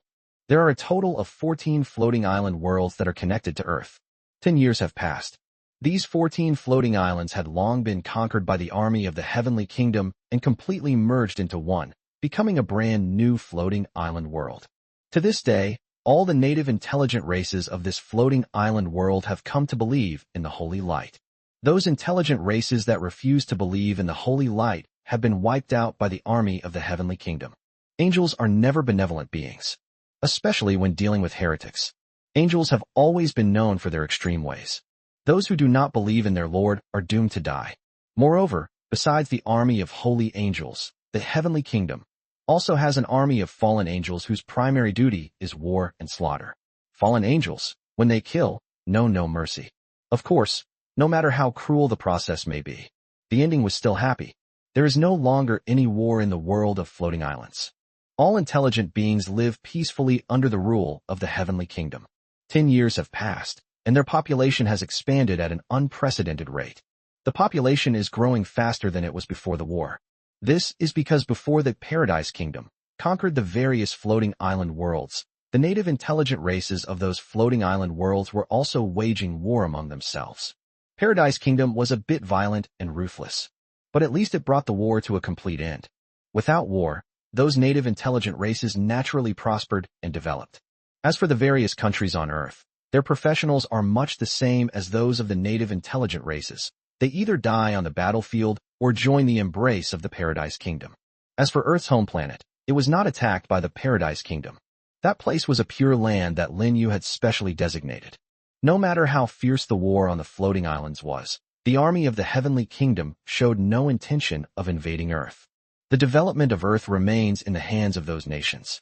Even if some countries have disappeared from the annals of history, that has nothing to do with the Kingdom of Paradise. We'll have to wait for the floating islands there.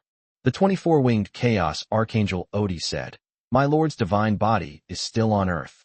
Do not interfere with my lord's fusion with the divine body. As for you, whether you fuse with that floating island or not is irrelevant. Don't worry, I certainly won't interfere with my lord's plans. The figure nodded. Her name is Lin Yu, a 24-winged chaos holy angel, the spirit of the laws of the floating island of myriad worlds. Her situation was similar to Adi's, but also different. The battlefield of myriad realms is a world created by the universe. The original spirit of the laws was killed by Adi, who then usurped its place.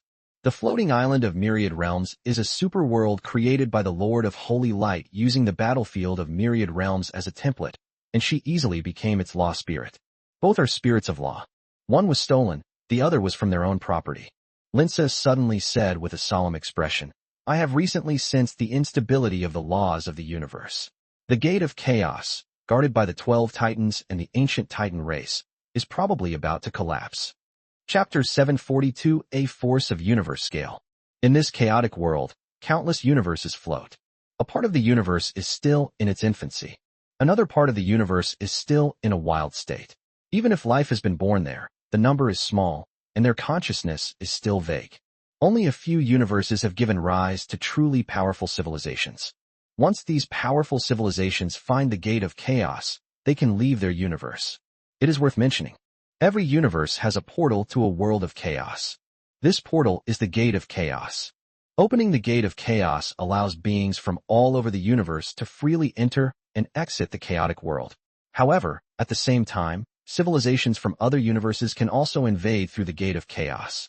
The universe where Lin Yu resides, with its 12 titans and ancient titan race that have vanished for hundreds of millions of years, was guided by the old Lord of Holy Light to advance and guard the chaos gate of this universe, to prevent powerful alien civilizations from invading. The old Lord of Light was not only on guard against the void demons. The reason the void demons were able to invade this universe was not because they breached the defensive lines of the 12 titans and the ancient titans and came through the gate of chaos. Rather, it's because our universe and the void demon universe are too close. This resulted in the creation of numerous void rifts that connect the two universes. The void demon army entered Lin Yu's universe precisely through these void rifts. Now, our universe and the void demon clan's universe are far apart, and the void rift has completely disappeared. The only way to enter Lin Yu's universe is to cross the gate of chaos. This also shows that how important is the mission of the 12 titans and the ancient titan race. Chaos Archangel Odie said, My lord has been in seclusion in the Tower of Eternity for tens of thousands of years, but there is still a long way to go before transcendence. We cannot let those guys disrupt our lord's plans. After a pause, she said to Lin Yu, who was also a Chaos Archangel, Go to the Chaos Gate and lend a hand to the 12 titans and the ancient titan race. I have no problem going, but Chaos Archangel Lin Yu frowned and said, With my strength, I'm afraid I can't hold out for long. As you know, the enemies gathered in the Chaos world are not just the Void Demon Army, and the Omnics, the Eternals, and the Zerg. The combined forces of 4 universe-level powers are not something a mere Chaos Holy Angel like me can withstand. The Chaos Angel is indeed very powerful. So powerful that it is invincible in the universe. Before the Chaos Angels, even the supreme deities are too weak to withstand a single blow. Back then, they killed countless primordial chaotic beings. The giant tortoise hidden in the battlefield of myriad realms, the 7 seas divine realm, was so frightened by the mere mention of their names that it dared not move and directly commanded the supreme deity of the 7 seas divine realm to bow his head to the Lord of Holy Light. This shows just how terrifying their strength is.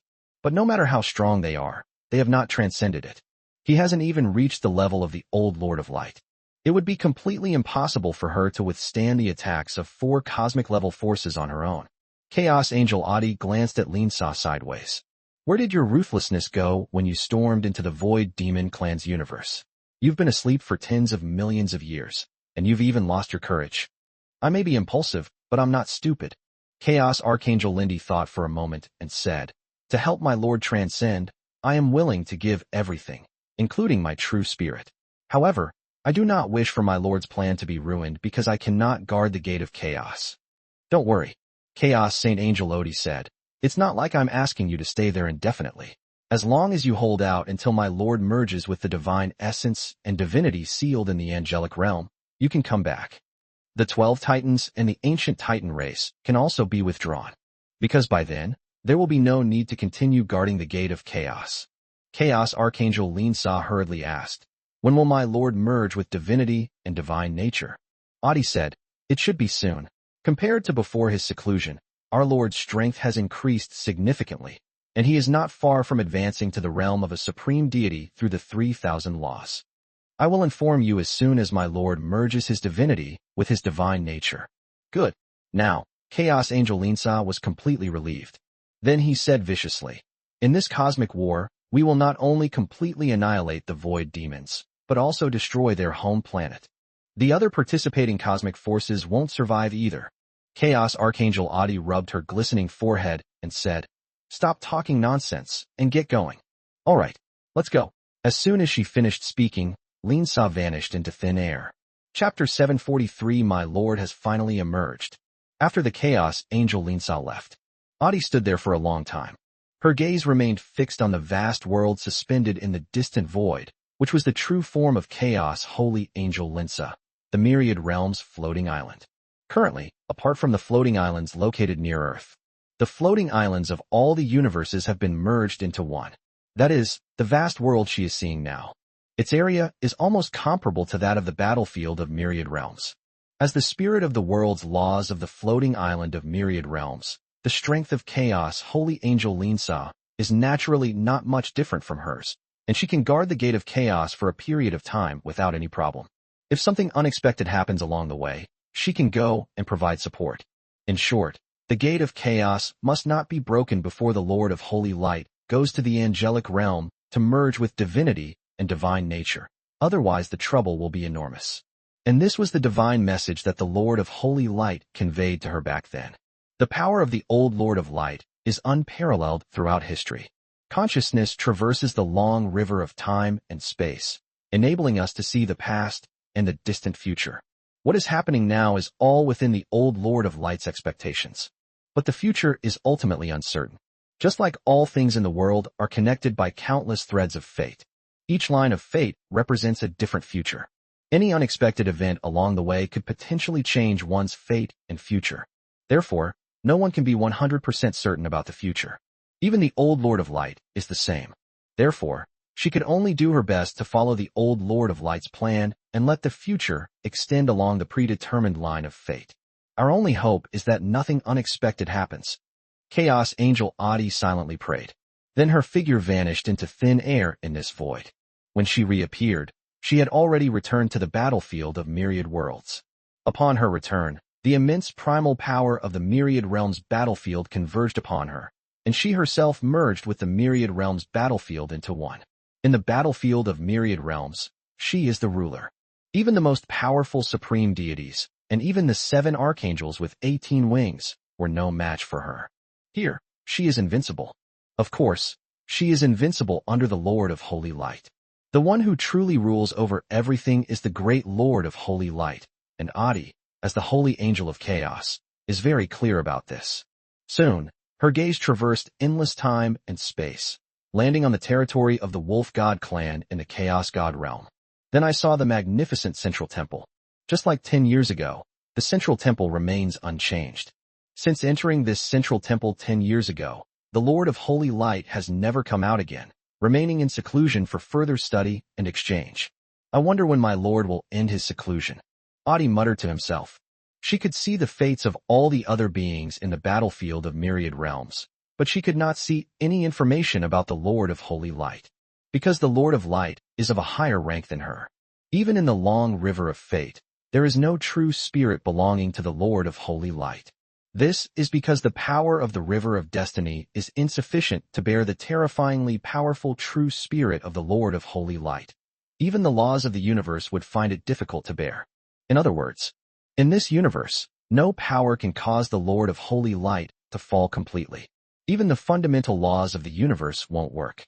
The only way for the Lord of Holy Light to fall is through self-destruction. Just like when the Lord of Holy Light chose to rebuild his life. It should be soon. In the past 10 years, the battlefield of myriad worlds has been completely conquered and ruled by the angel race. And the underworld has also been completely brought under the control of the fallen angels. Most of the extraordinary worlds in the universe have been conquered by our Lord's army. The banner of faith in the holy light has been planted in almost every corner of the universe. Boundless faith has gathered in our Lord. It is time for my Lord to end his seclusion and begin the final step of the plan. In the days that followed, Chaos Archangel Odi kept a close eye on the central temple in the Wolf God clan's territory, while remaining vigilant about the situation at the Gate of Chaos. And so, time began to flow again. More than 3 years have passed in the blink of an eye. Suddenly, Chaos Archangel Odi seemed to sense something, and an expression of immense surprise appeared on her beautiful face, her golden pupils shining brightly. Our Lord has finally emerged.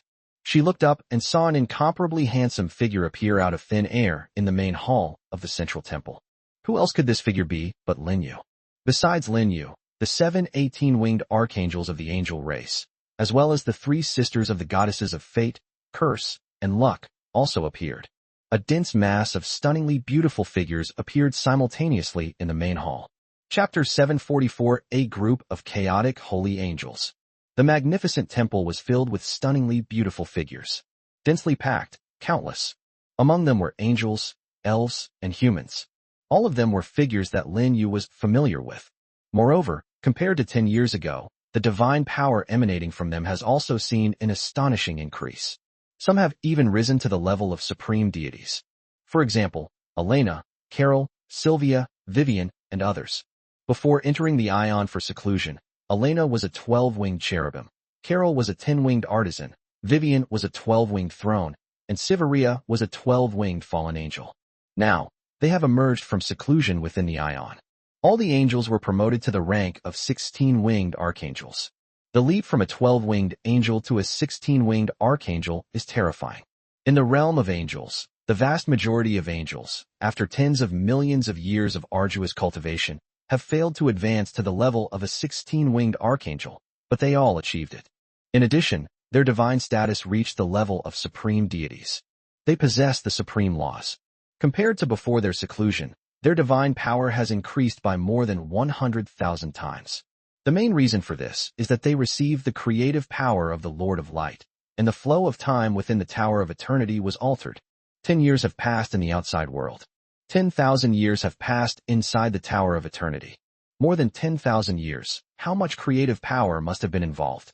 Naturally, their improvement was tremendous.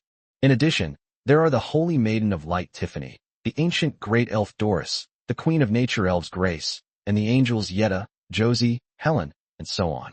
They have all basically reached the peak of the main god level.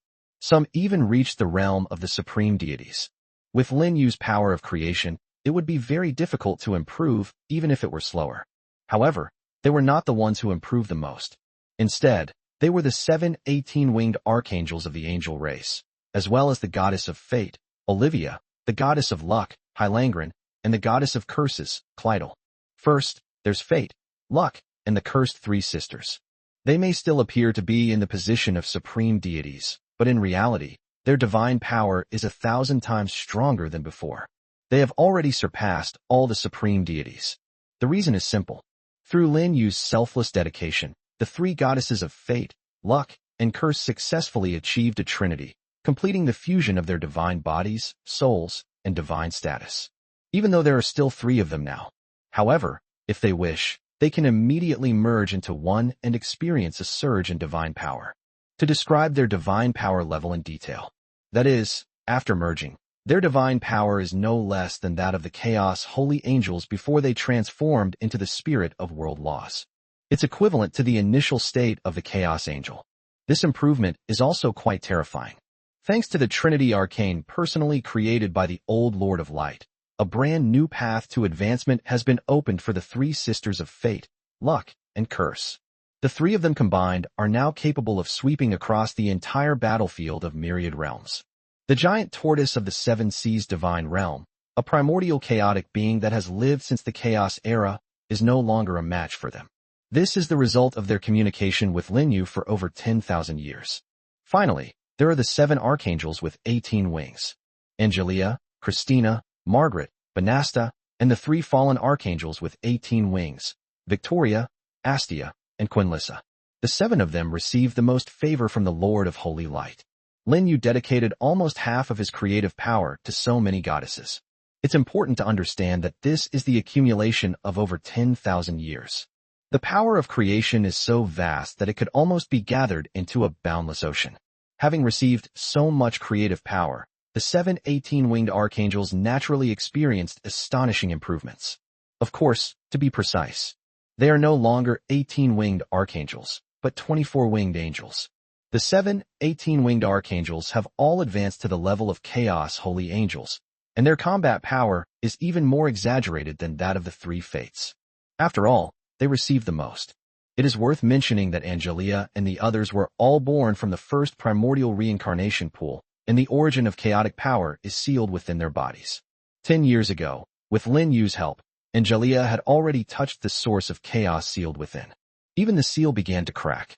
With this seclusion and cultivation that lasted for more than 10,000 years, the seal within her body was naturally broken, and she successfully merged with the source of chaotic power contained within. Angelia was also the first of the 7 archangels to advance to the level of a chaos saint angel. Chapter 745 Lin Yu's Path of Cultivation. The second person to advance to the level of a 24-winged chaos archangel was Victoria, and other holy archangels and fallen archangels followed suit. The 7 18-winged archangels received the most creative power from Lin Yu. The improvement is naturally the most terrifying. As they ascended to become 24-winged chaos angels, a gap appeared in the angelic hierarchy. That means the current angel race no longer has an archangel with 18 wings. All the other angels, including Elena, Yetta, Sherry, Parmala, and others who received Lin Yu's power of creation, could at most only advance to the level of a 16-winged archangel. Beyond that, their status becomes difficult to advance. Even with Lin Yu's personal intervention, he was unable to help them advance to the level of an 18-winged archangel. The main reason is that they were not born from the original angelic reincarnation pool. There is no source of chaotic power within the body. Even Lin Yu doesn't possess this kind of inherent quality. Although he could use the power of creation to create, the cost would be too high, and the gains would not outweigh the losses. The reason why the old Lord of Light was able to seal the origin of chaotic power within the bodies of 7 18-winged archangels, and even directly create 24-winged chaotic holy angels who wielded the power of the origin of chaos, is that it's simply because the old Lord of Light was himself a chaotic being. He was the first chaotic being born when the universe was formed. When he was born, the fundamental laws of the universe had not yet appeared. It was at that time that the old Lord of Light mastered the power of creation and combined it with the source of chaotic power to create Adi and Shaylin, 2 24-winged chaos angels. Lin Yu didn't have the same opportunities as the old Lord of Holy Light, so naturally he couldn't do it. Of course, he can't do it for the time being. When he reaches a higher level, without needing to transcend, he will be able to grasp the origin of the chaotic power. This step involves integrating the 3,000 laws of the universe. Integrating the 3,000 laws of the universe requires 3 steps. The first step is to master the 3,000 rule. The second step is to cultivate all 3,000 laws to the level of a supreme deity. The third step is integration. After fusion, it will become an even more powerful law of chaos, making the creation of the origin of chaos and chaotic beings a piece of cake. Lin Yu has cultivated and dedicated himself to the Tower of Eternity for tens of thousands of years, where the flow of time has been altered. He has now reached the second step. The progress seemed incredibly rapid, exceeding everyone's expectations. In reality, it's a very normal thing. Even Lin Yu felt that his speed was too slow. After all, how long did it take him from the beginning of his cultivation to surpassing the old Lord of Holy Light in terms of divine status? It's been less than 10 years at most. In contrast, he cultivated in the Tower of Eternity for tens of thousands of years. If he still can't advance the 3,000 laws to the level of a supreme deity, then he would be disgracing the power of creation and all his years of struggle, both before and after. For Lin Yu now, his next task is to complete the third step. The 3,000 supreme laws are merged into one, then merge with the divine personality of faith. In this way, he can achieve cosmic transcendence and stand above the laws of the universe. At that time, whether he enters or leaves this universe or travels to another universe, it will be a piece of cake for him. It is worth mentioning, Lin Yu's current strength has completely surpassed that of the old Lord of Holy Light. Whether it is the path of law or the path of faith, He had already walked up to the old Lord of Light. The only remaining advantage of the old Lord of Holy Light over him was that he was a born chaotic being, born with the power of chaos. In everything else, he was inferior to Lin Yu. 1,300 years ago, all my laws were elevated to the level of high deities. Over the past 1,300 years, I have tried many times to integrate the 3,000 supreme laws into one, but I have never succeeded. Even when I used all the power of creation, even the supreme power of the Tower of Eternity and the Scepter of Origin, I still failed repeatedly. My intuition tells me I need a catalyst. With the help of this opportunity, we will achieve the fusion of the laws. This is also why Lin Yu ended his seclusion. He has reached the end of his rope. Continuing into seclusion would only provide more creative power to the 7 chaos archangels and the women, without any further gains. Lin Yu also knew this. His opportunity to integrate the 3,000 supreme laws lies in the angelic realm. The divine nature and divinity of the old Holy Light Lord that was sealed away. The divine nature and divinity of the old Lord of Holy Light contained the origin of the laws of chaos, which was the catalyst for his fusion of the 3,000 supreme laws and his establishment on the foundation of chaos. That old guy really miscalculated. I had long foreseen that if I wanted to go further or transcend, I would have no choice but to merge with his divinity and nature. Of course, I have another path, and that is to devour the laws of the universe. But this road won't be easy to travel. Chapter 746. Where is there any peace and quiet like inside the Ion? The fundamental laws of the universe are the core origin of the entire universe. It governs everything in the universe, including the fate of countless living beings. Its origin is so vast that even all the extraordinary worlds in the universe combined cannot compare to it. If Lin Yu can devour the origin of the great Tao of the universe, then fusing with the 3,000 supreme laws will be a piece of cake. Even on that basis, fusing with the law Godhead, the golden sapling, will be a simple matter. At that time, he will surely achieve a major breakthrough. There is no problem in directly transcending this universe. However, it is clear that devouring the fundamental laws of the universe is by no means an easy task. The old Lord of Light could not do it. Even Lin Yu, who has now reached the level of the old Lord of Holy Light, cannot do the same. After all, if he possessed the divine power to suppress the laws of the universe, he would be more than a transcendent being, if not already. Why would he need to rack his brains trying to figure out the method to transcend? Therefore, this path is definitely not feasible.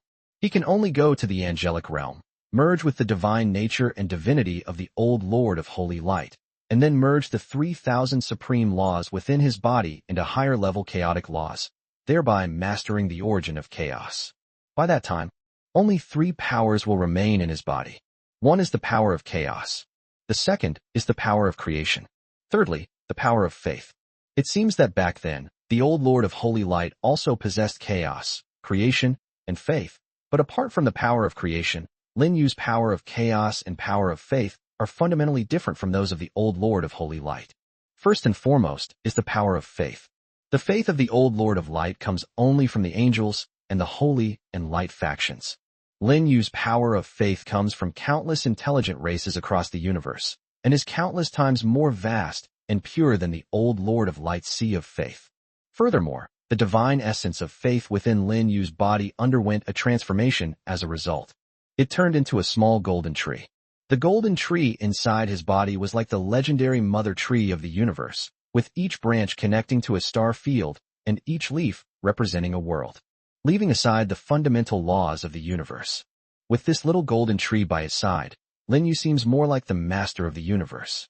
This is very different from the power of faith of the old Lord of Light. Then there's the power of chaos. The chaotic power of the old Lord of Light was innate, not derived from the laws of chaos, but rather originated from his genes as a chaotic being. In contrast, Lin Yu. He is the power of chaos born from the laws of chaos. They may seem to be the same kind of power, but they are completely different in essence. At least Lin Yu can rely on the laws of chaos to achieve transcendence, unlike the old Lord of Holy Light, who did not master any laws. Therefore, Lin Yu seems to be similar to the old Lord of Holy Light. In fact, they are completely different. In the blink of an eye, 10,000 years have passed. Lin Yu looked at the central temple in front of him, feeling both familiar and strange. In terms of age, he is now over 10,000 years old. This was something he never dared to even imagine before. After all, the history of the Xia kingdom on Earth is only 5,000 years. He never imagined that one day he would be older than the entire history of the Xia kingdom. However, those 10,000 years have passed quite quickly. The main reason is that Lin Yu himself enjoys doing it.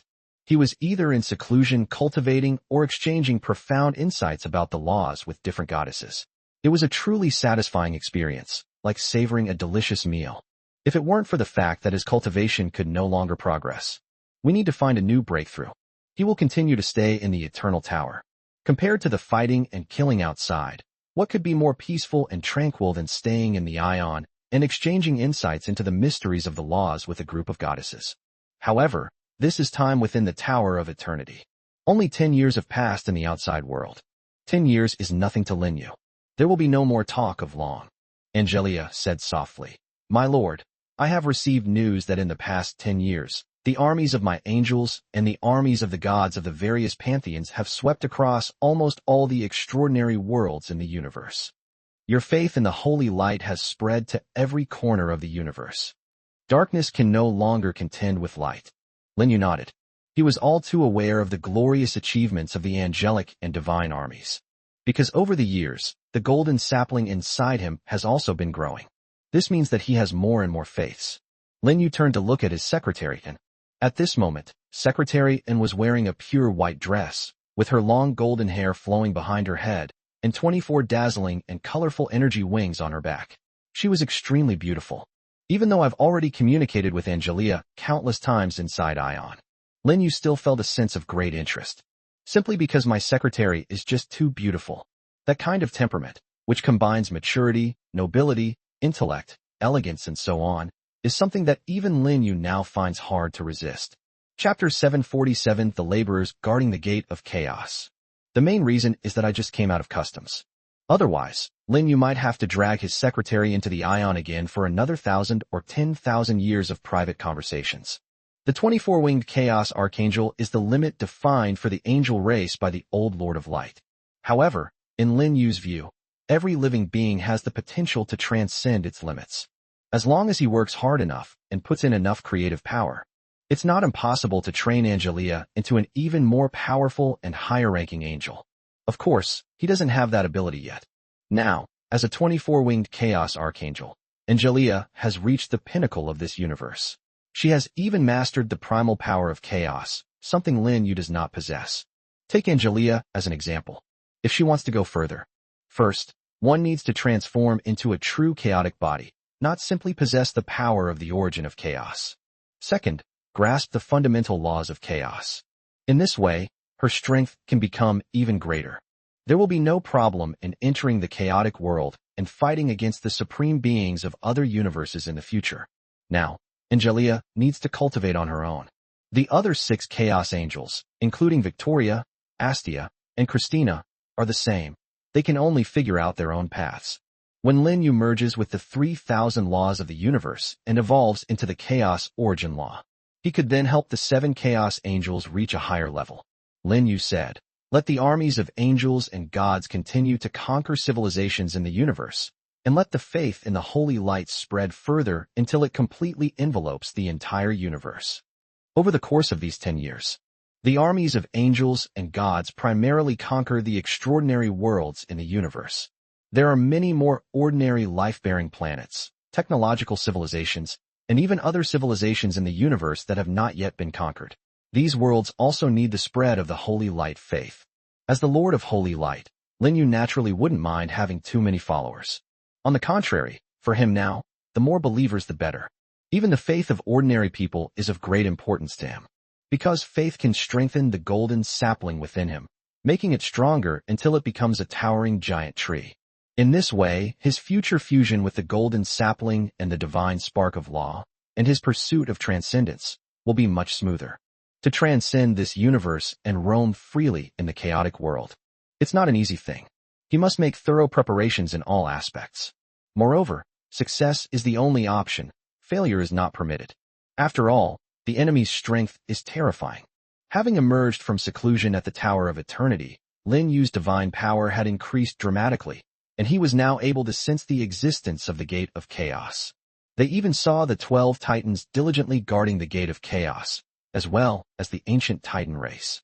They also saw the group of beast race supreme gods who had previously escaped from the battlefield of myriad worlds. These supreme orc gods fled the battlefield of myriad realms before the angelic judgment attacked the wilderness god realm, attempting to find the vanished 12 titans and the ancient Titan race, hoping to gain their protection.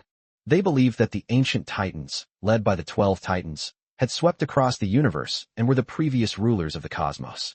They believed that these ancient titans could contend with the angels. They had no idea that the 12 titans and the ancient Titan race had always been led by the Lord of the Light. Although it is neither an act of loyalty nor a religious belief. However, these ancient titans could not defy the will of the Lord of Light. It's similar to the weak's awe of the strong. Remarkably, the Orcish supreme deities actually succeeded in finding the 12 titans and the ancient Titan race, but unfortunately, these ancient titans did not protect them. Upon hearing their claim that the angel race had swept across the battlefield of countless worlds, the Lord of Holy Light has returned to the world. Hopefully, they can return to the battlefield of all realms and fight against the angels. The 12 titans, shouting excitedly, suppressed them. Because of a recent shortage of manpower, the 12 titans mercifully spared their lives, only assigning them the hard labor of guarding the gate of chaos. For those supreme gods of the beast men, this is already a very good ending. After all, at least they didn't perish. In the war in which the angels conquered the battlefield of all realms, not just one or two supreme deities fell. They were only pulled away to guard the gate of chaos, which was already considered very fortunate. Besides them, Lin Yu also saw a stunningly beautiful figure. It also has 24 dazzling energy wings on its back. He knew that it was one of the two chaos angels created by the old Lord of Light. She is also helping to guard the gate of chaos. Because Lin Yu's divine power was too great and his consciousness swept across the universe, the chaos holy angel, Shaylin, did not sense that Lin Yu was watching her. Otherwise, she would be very happy. Chapter 748 Journey to the Angelic Realm. Yes, my lord. Angelia bowed respectfully and then said, I will soon convey your decree to the angelic armies and the armies of gods throughout the universe. Such a trivial matter naturally did not require Lin Yu to do it personally. As Lin Yu's secretary, Angelia took care of all these matters. After returning to the angelic realm, Lin Yu still intends to entrust the affairs of the angelic realm, and even the matters of the battlefield of myriad realms, to Angelia. This is also Angelia's area of expertise. She is Lin Yu's perfect housekeeper and secretary. He is very capable in all aspects. Angelia then said, My lord, the situation at the Gate of Chaos seems to be getting worse. Lately, the attacks from the other universe forces have become increasingly fierce. With the combined strength of the 12 titans and the ancient titans, they probably won't be able to hold out for long. Should we send an army of angels to guard the area? For the past 10 years, Lin Yu has been in seclusion inside the Tower of Eternity, spending his days communicating with one goddess or another. They have never left the Tower of Eternity. Angelia, on the other hand, would sometimes leave the Tower of Eternity when she had free time. Stay informed about the latest developments in the universe. In case of any unexpected event, she can report to the Lord of Holy Light immediately. It was precisely because of this that she had a better understanding of the situation at the Gate of Chaos, and even knew that one of the two primal chaos archangels had gone to guard the Gate of Chaos. Lin Yu only just discovered it. There is no need to send an army of angels over. The ones attacking the Gate of Chaos are not ordinary supreme deities, but the strongest forces from another universe. Even if all the angel legions were sent there, it would be difficult to make a difference. But it's you guys. As he spoke, Lin Yu turned his gaze to the archangels and said, You few go to the Gate of Chaos and lend a hand to the 12 titans. With your participation, it will be very difficult for the forces from other universes to conquer the Gate of Chaos in a short period of time. He planned to send all the archangels there. Victoria, Astia, Christina, and the other 6 archangels have all advanced to the level of chaos angels. Even if their strength is not comparable to that of the 2 original chaos angels, it should not be much different. At that time, the 7 chaos angels will join forces. In addition, there were the 12 titans and the ancient Titan race. This is enough to multiply the defensive power of the Gate of Chaos. While it wouldn't make the Gate of Chaos impregnable, it could at least buy some more time. This would prevent it from being breached before he could merge with the old Lord of Holy Light's divine essence and divinity. As for going to the angelic realm, Angelia alone can accompany him. Yes, your majesty, great Lord of Light, supreme creator. Victoria and the others immediately accepted the order respectfully. Without hesitation, they steered their respective cities of holy angels to the edge of the universe where the Gate of Chaos was located. The other goddesses also went about their own business. The central temple was now left with only Lin Yu and Angelia. Let's go too. Yes, my lord. Angelia nodded. Then, with a wave of his right hand, he pierced through the endless void. A moment later, a space-time portal leading directly to the realm of angels appeared before the two of them. Before being promoted to Chaos Angel, Angelia did not possess such abilities. The Holy Angel Army and the Fallen Angel Army were able to reach the battlefield of Myriad Realms thanks to a god-level device created by Astia, which broke through the space-time passage leading to the battlefield of Myriad Realms. Until now, that time-space tunnel remains in the Void World. It is guarded by a powerful legion of angels. After ascending to the status of Chaos Saint Angel, Angelia's divine power increased dramatically, so she no longer needed to rely on the power of that super god-level device to create a space-time tunnel. She could do it all by herself. With the emergence of time-space channels, a world filled with a powerful and sacred aura was presented to Lin Yu. This world is so vast that it stretches as far as the eye can see. It is in no way inferior to the battlefield of Myriad Realms and the floating island of Myriad Realms.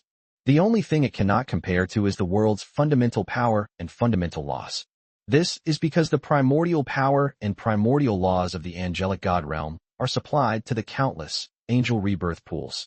The angel rebirth pools are born from the consumption of the primordial power and primordial laws of the angelic god realm.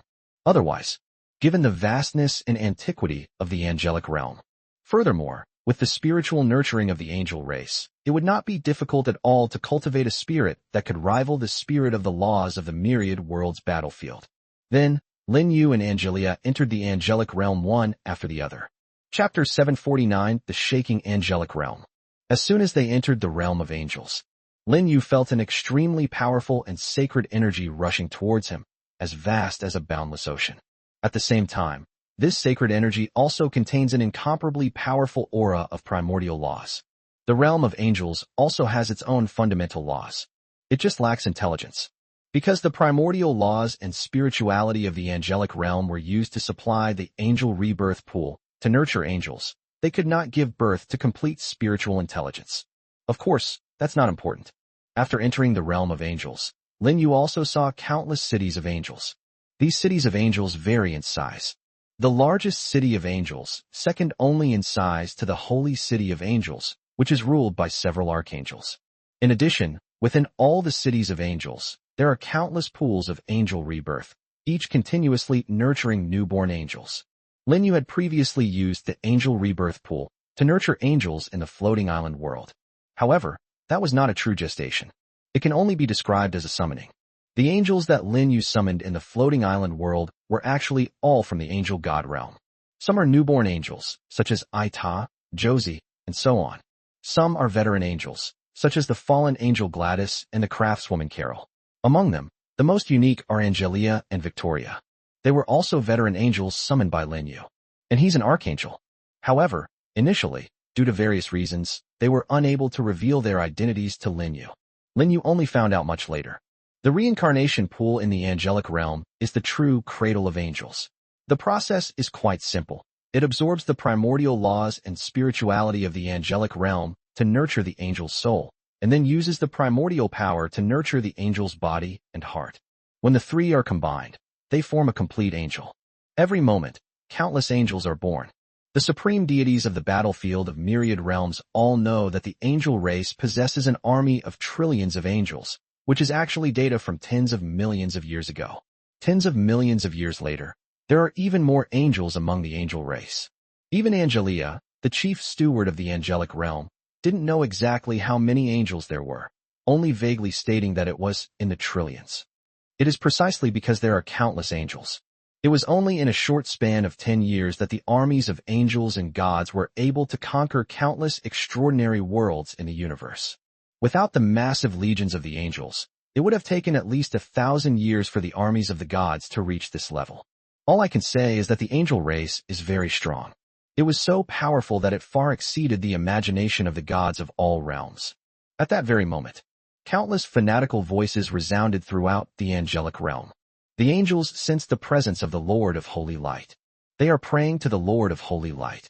The sound of prayer resounded throughout the entire realm of angels, causing even the fundamental laws to tremble. This is the power of faith.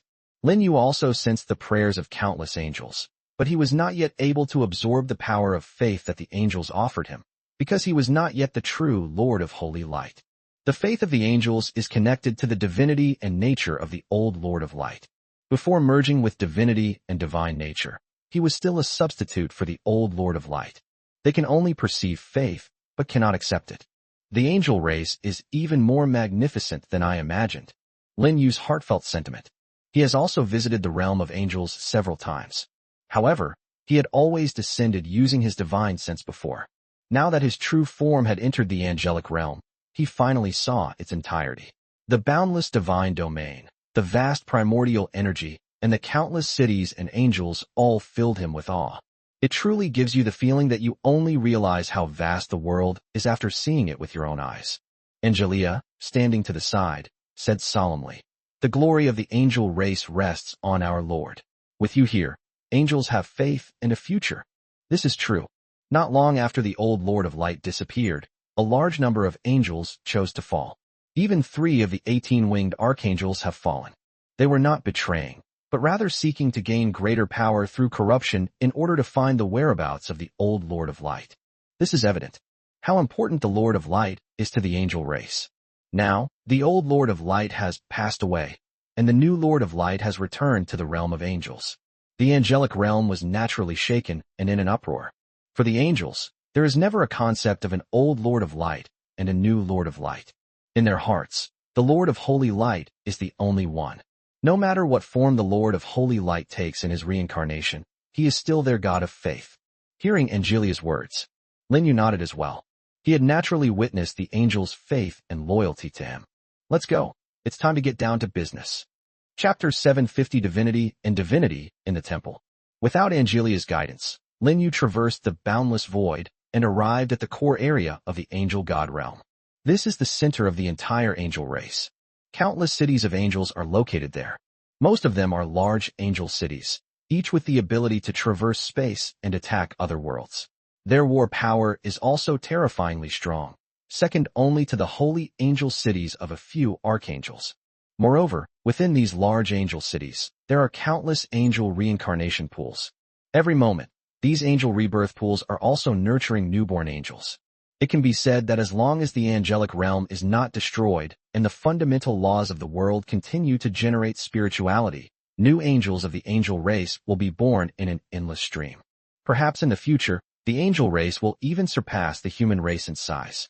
In this universe, the human race is the most numerous.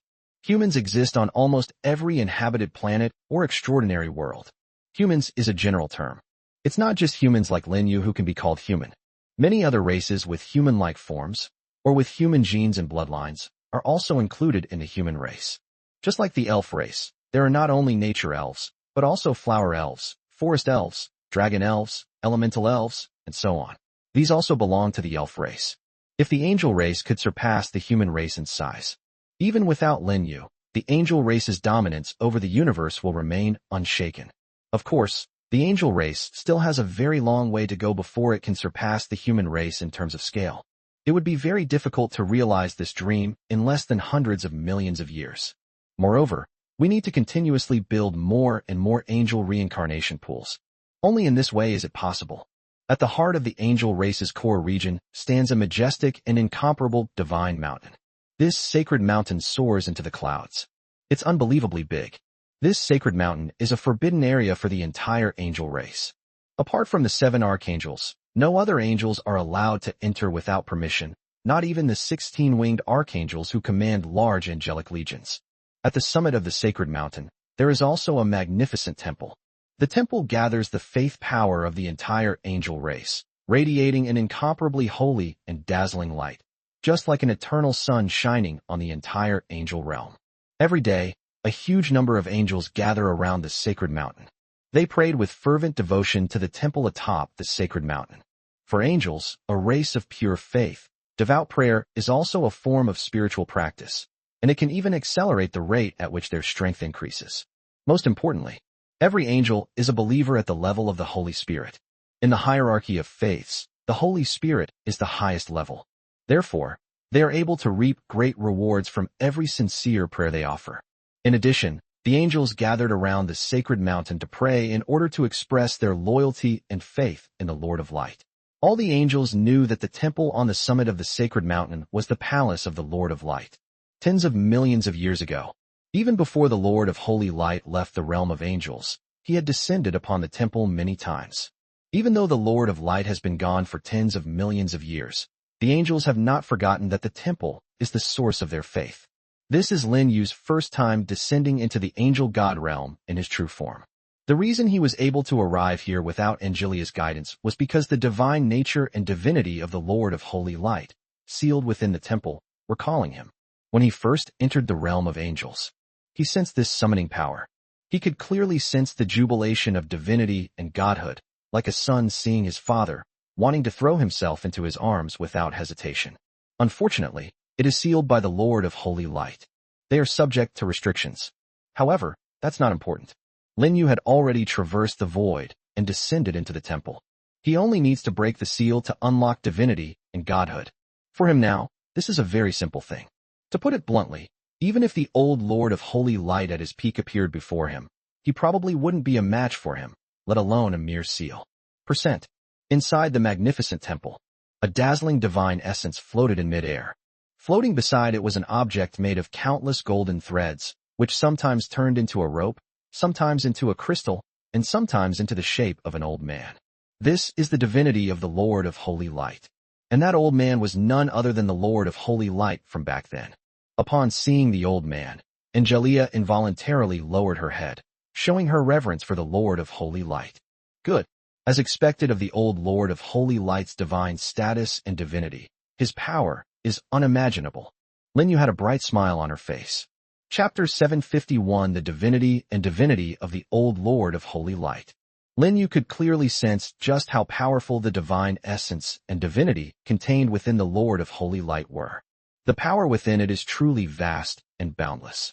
It wouldn't be an exaggeration to describe it as a universe in itself. The divinity and divine nature of the Lord of Holy Light are the most powerful divinity and divine nature that Lin Yu has ever seen. No other god's divinity and divine nature can compare to it. During the tens of thousands of years that Ion was in seclusion, Lin Yu has also traced the river of fate in his spare time, looking back on the past, present, and future. In the long river of fate, he witnessed two chaos angels hunting primordial chaotic creatures in the chaotic era, and learned of their strength. Compared to the two chaos angels, even the supreme deities are nothing. However, compared to the divine status and divinity of the Lord of Holy Light, the power of the chaos holy angels was many times weaker, almost like the difference between heaven and earth. The old Lord of Light is indeed one of the most powerful beings in the universe. There is no other. Even the laws of the universe cannot truly restrain the old Lord of Holy Light. At most, they can only make some minor restrictions in other aspects. It is still very difficult for them to truly threaten the Lord of Holy Light. Of course, that was in the past. Now, the most powerful being in the universe is no longer the old Lord of Light. It was Lin Yu. Lin Yu compared the old Holy Light Lord's divine status and divinity with his own, and was able to clearly perceive who was stronger between them. It is worth mentioning. The old Lord of Light also seems to be on the path of integration. He only possessed three powers: the power of creation, the power of chaos, and the power of faith. The power of creation and the power of chaos are contained within the divine essence of the old Lord of Light. The power of faith is contained within the divinity of the old Lord of Light. They appear to have split into two camps. But there is also a trend of mutual integration. Lin Yu's intuition told him that if the old Lord of Holy Light had tried a little harder back then, it wouldn't have been difficult to merge the power of faith in his divinity with the power of creation and the power of chaos in his godhood. The power of the old Lord of Light is unprecedented. He must know that too. The reason he didn't fuse them is because he knew that even if he fused these three powers, he wouldn't be able to transcend them, because he couldn't master the laws. Only when laws and faith are combined, along with the power of creation, can they work together. Only then is it possible to achieve transcendence. The old Lord of Holy Light, as the strongest chaotic being born and raised by nature, mastered creation and chaos as soon as he was born. At that time, Even the laws of the universe had not yet evolved. For countless years, the old Lord of Light has stood at the pinnacle of the universe. Neither the primordial chaotic beings nor the later 12 titans and the ancient titan race dared to defy the will of the old Lord of Light. It can be said that it has suppressed all ages and dominated the world for countless years. But everything in its extremes will eventually turn into its opposite. It is precisely because the old Lord of Holy Light was the first chaotic being born in the universe, before the formation of the laws of the universe, that he was unable to master the laws in his entire life. Of course, even the old Lord of Holy Light could not transcend it. They will be trapped in this universe for eternity, unable to travel to the wider, more vast chaotic world outside. After seeing the divine essence and divinity within the seal, Lin Yu finally understood why the old Lord of Holy Light had abandoned himself and reincarnated to cultivate anew. The reason is simple. The original form of the Lord of Light was fused with the power of chaos, making it indestructible. He was unable to break free from the constraints of his own physical body to comprehend and master various laws on his own, and naturally, he was unable to achieve transcendence of the universe. Therefore, the old Lord of Light abandoned his original form, even abandoning one's own divinity and divine nature. He would start anew as a new being in the universe, hoping to break free from the shackles of the laws of the universe and achieve true transcendence. And this new cosmic being is naturally Lin Yu. Whether he admits it or not, he and the old Lord of Light are one, inseparable. Just like a pupa transforming into a butterfly. The pupa is the first half of a butterfly's life. They are one and the same. It's illogical to think that after transforming into a beautiful butterfly, it feels that its only life form has nothing to do with the ugly pupa of its past life. A truth that even angels can understand. How could Lin Yu not understand this now? The reason Lin Yu previously did not approve of the old Lord of Holy Light was because he felt that how could a young man of only about 20 years old possibly have any connection with an old monster who had lived for countless billions of years? What if he gets devoured by that old monster someday in the future? Now, Lin Yu wouldn't think that way anymore. Firstly, he is stronger. Secondly, there has never been any talk of devouring. He is the old Lord of Holy Light, and the old Lord of Holy Light is also him. Chapter 752 Blue Star, in the true form of the old Lord of Holy Light. My Lord, shall you now merge divinity and divine nature? Angelia said in a soft yet respectful voice. Your true form is still missing. The true form that Angelia mentioned was naturally not Lin Yu's body. Rather, it is the true form of the old Lord of Light. The old Lord of Holy Light was the first chaotic being born in the universe. His body was fused with the origin of chaos, making him so powerful that even the laws of the universe could not destroy him. Angelia felt that if they could find the original body of the old Lord of Light, it would be of great use to Lin Yu. No need. Lin Yu said, having surveyed the entire universe and timeline, I already know that the original body of the Lord of Holy Light was sealed on Blue Star, which is also the birthplace of my body. It is called the birthplace of the body.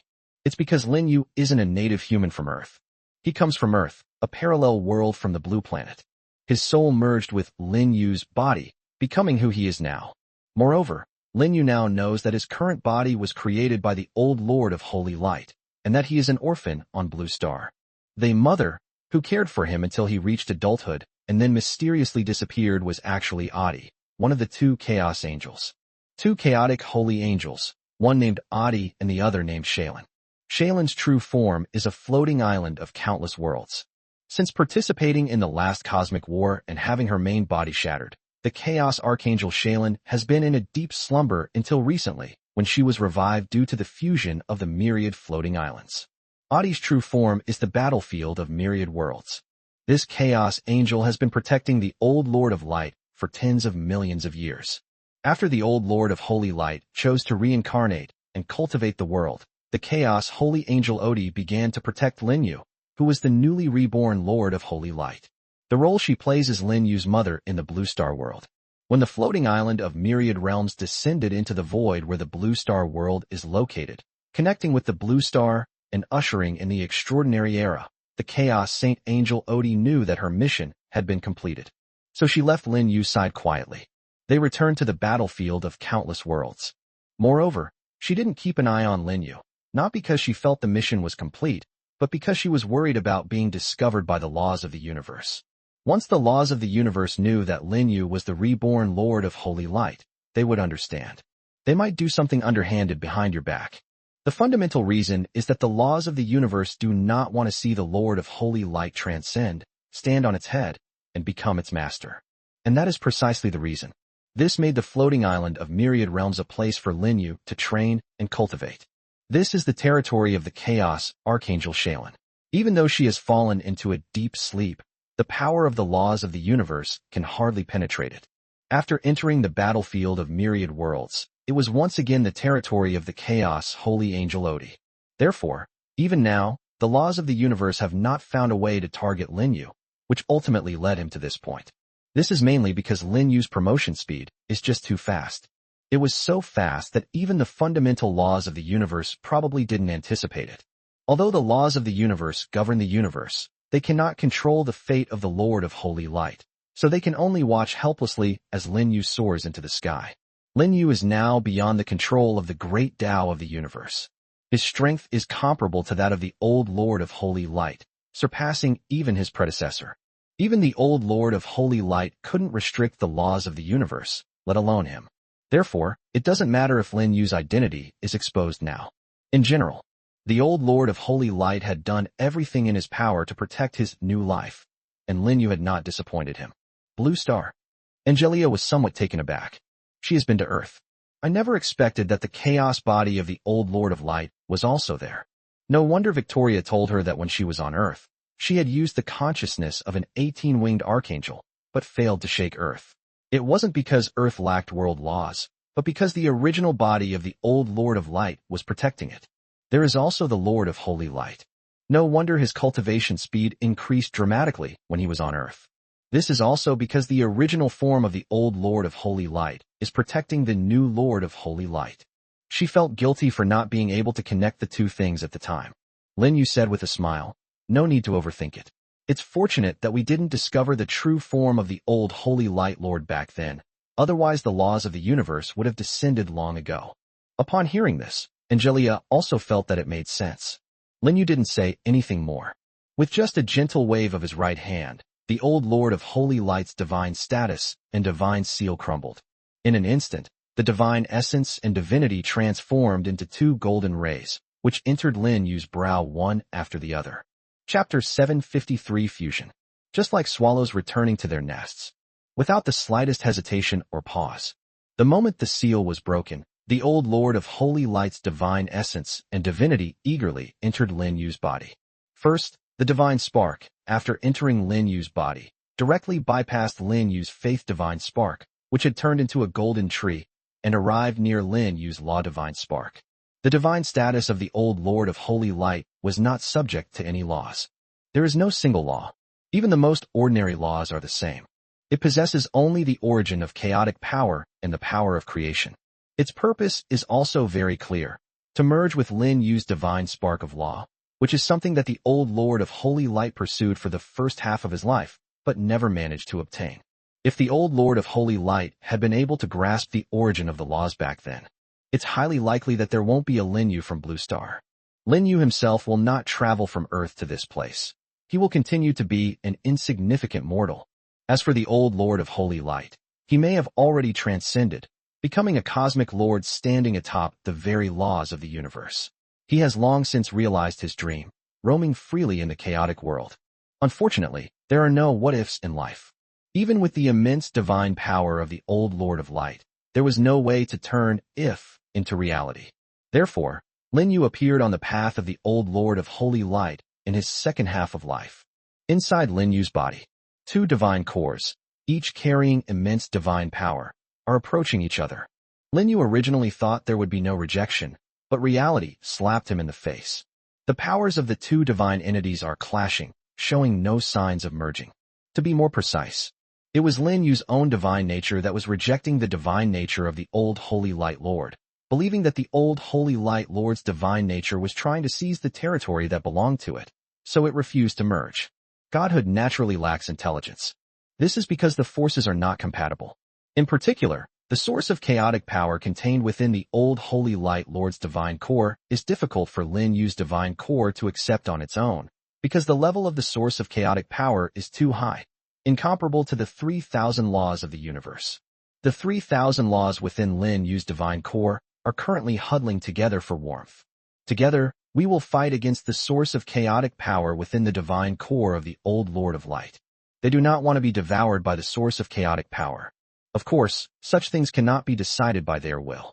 At this time, Lin Yu took action himself and forcibly extracted a portion of the chaotic power source from the old Holy Light Lord's divine core and then integrated it into his own divine core. In this process, he also summoned the Origin Scepter and the Tower of Eternity, super artifacts that guarded his soul and sea of consciousness, to suppress the restless origin of the 3,000 laws of the universe within his divine nature. Lin Yu personally took action, with the help of 2 super artifacts. The source of chaotic power within the old Lord of Light's divine core finally merged into Lin Yu's divine core. Almost simultaneously, the origins of the 3,000 laws of the universe within Lin Yu's divine core began to burn, like dry tinder, while the chaotic power origin from the old Lord of Holy Light was like a raging fire. When dry wood finally meets a raging flame, it naturally burns fiercely. As time goes by, the chaotic power origin flowing into Lin Yu's divine core is also increasing, causing the burning of his own origin of the 3,000 laws of the universe to become more and more intense. Outside, the 2 divine essences also began to truly merge. They were unwilling to make contact before. They have now become conjoined twins, with one part successfully fused together. As the source of chaotic power continuously ignited the 3,000 laws of the universe within Lin Yu's body, the fusion of the 2 divine cores became more and more extensive and larger. If nothing unexpected happens, eventually, they will become a god, to achieve the most perfect integration. At that time, the origin of the 3,000 laws of the universe within Lin Yu's body will be burned away by the origin of chaotic power, and finally, guided by the power of creation, it will evolve into the true origin of chaotic laws. At that time, Lin Yu will not only master the fundamental laws of chaos, but will also be able to continue to use any of the 3,000 laws of the universe. This is a sublimation at the level of laws. It has risen to the level of the chaotic realm, no longer confined to the universe. Even if Lin Yu goes to the chaotic world outside the universe in the future, he can live well in the chaotic world by relying on the origin of the chaotic laws he has mastered. It wouldn't work if it were the old Lord of Light.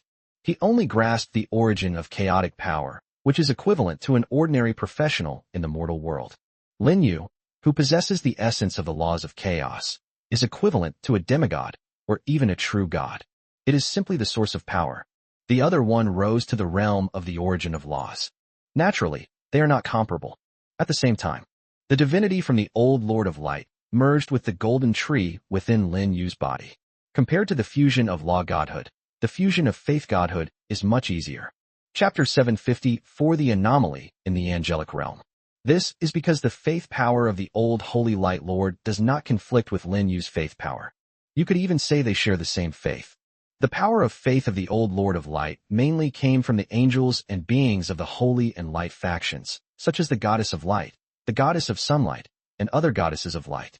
Lin Yu is also the Lord of Holy Light. Angels, as well as beings of the Holy and Light factions, also worship Lin Yu. It's just that their faith is connected with the old Lord of Light. It would be an understatement to describe it as temporary storage. Now that the divinity of the old Lord of Holy Light has merged with Lin Yu's faith divinity, the golden sapling, this power of faith naturally belongs to Lin Yu, which can be described as a return. If the faith power were to come from other factions of deities, a conflict of faith would arise. For example, if the faith power of the dark faction and the faith power of the light faction were to merge, it would cause serious problems. At best, the faith would collapse. At worst, the divine status would disintegrate. For Lin Yu, this problem does not exist. In a very short time, the faith power of the old Holy Light Lord was perfectly integrated with Lin Yu's faith divinity, including the divinity of the old Holy Light Lord, which was also perfectly integrated into Lin Yu's faith divinity. Now, only the fusion of the 2 divine cores remains. Within Lin Yu's divine nature, the origin of the 3,000 laws of the universe continues to burn. Moreover, as more and more chaotic power was incorporated into it, the origin of the 3,000 laws burned more and more fiercely, almost to the point of igniting Lin Yu's entire divine spark of laws. Of course, this problem will not occur. Divinity cannot be burned. At most, it cannot withstand the enormous power and will eventually collapse. Right now, Lin Yu's consciousness also manifested above the two divine cores. They kept a close eye on the fusion progress of the two divine cores. He can respond immediately in case of any unexpected situation. Besides Lin Yu, the Scepter of Origin and the Tower of Eternity also guard the two divine cores. Their super artifact power surrounds the two divine cores, always ready to respond to any change. All in all, this time, the fusion of divine essences must succeed. Failure is not an option. After all, this is related to whether their master, Lin Yu, can achieve cosmic transcendence.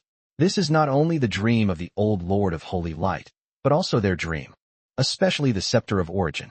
Although it does not possess intelligence like the Tower of Eternity, it still has its own consciousness.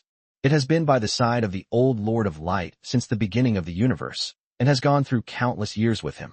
Naturally, it knows what the old Lord of Light wants most. The old Lord of Light is no longer here. It followed Lin Yu closely. Naturally, it is hoped that Lin Yu can help the old Lord of Holy Light achieve his goal. We must succeed. This is the idea of the Eternal Tower. It silently prays for the Lord of Holy Light, praying that the great Lord of Holy Light can achieve the dream of transcendence in one fell swoop. Today, it has become the ultimate artifact of the Lord of Holy Light. Once the Lord of Holy Light transcends, it will be able to ascend to heaven with him. No, to be sublimated together. It also has its own dreams. That is to surpass the super artifact and become a true artifact of the universe. This dream can only be realized if the Lord of Holy Light lends a helping hand after transcending. Just as Lin Yu and the old Lord of Holy Light's two divine cores merged, the realm of angels has also undergone tremendous changes. Countless beautiful auroras appeared out of nowhere, enveloping the vast and boundless realm of angels. These auroras are not products of nature, but rather manifestations of the fundamental laws of nature. Each aurora represents a trace of the fundamental laws. The countless aurora borealis gathered together constitutes Lin Yu's 3,000 laws. This is the feedback Lin Yu gave to the angel god realm when he merged with the divinity and nature of the old Holy Light Lord.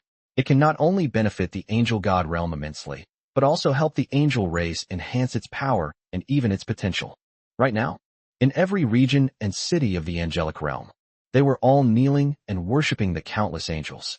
Among them are many 12-winged angels of the upper three ranks, and even 16-winged archangels, as well as a large number of special angels. In the entire divine realm, all the angels knelt on the ground. Before them stood a majestic, holy, and magnificent statue.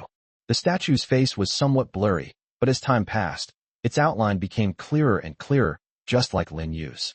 Even its clothing style is exactly the same as Lin Yu's. Originally, these were all statues of the old Lord of Light. However, now, all the statues in the angelic realm are beginning to be replaced with Lin Yu's appearance, which seems to indicate that Lin Yu will completely replace the old Lord of Holy Light. Chapter 755 1 against 4. The pressure is really immense. In the blink of an eye, several years have passed. During this time, Lin Yu stayed in the angelic realm, in the temple of the Creator. After all, the fusion of divine essence is the most important thing. Even now, standing at the pinnacle of the universe, he cannot afford the slightest distraction. Lin Yu had originally thought that the laws of the universe would step in at this moment to flex their muscles and prevent him from fusing with the old Lord of Holy Light's divine spark. But to Lin Yu's surprise, the laws of the universe did not appear. It seems that it also knows that these are extraordinary times. Without Lin Yu's help, it would most likely have failed. As the saying goes, the enemy of my enemy is my friend.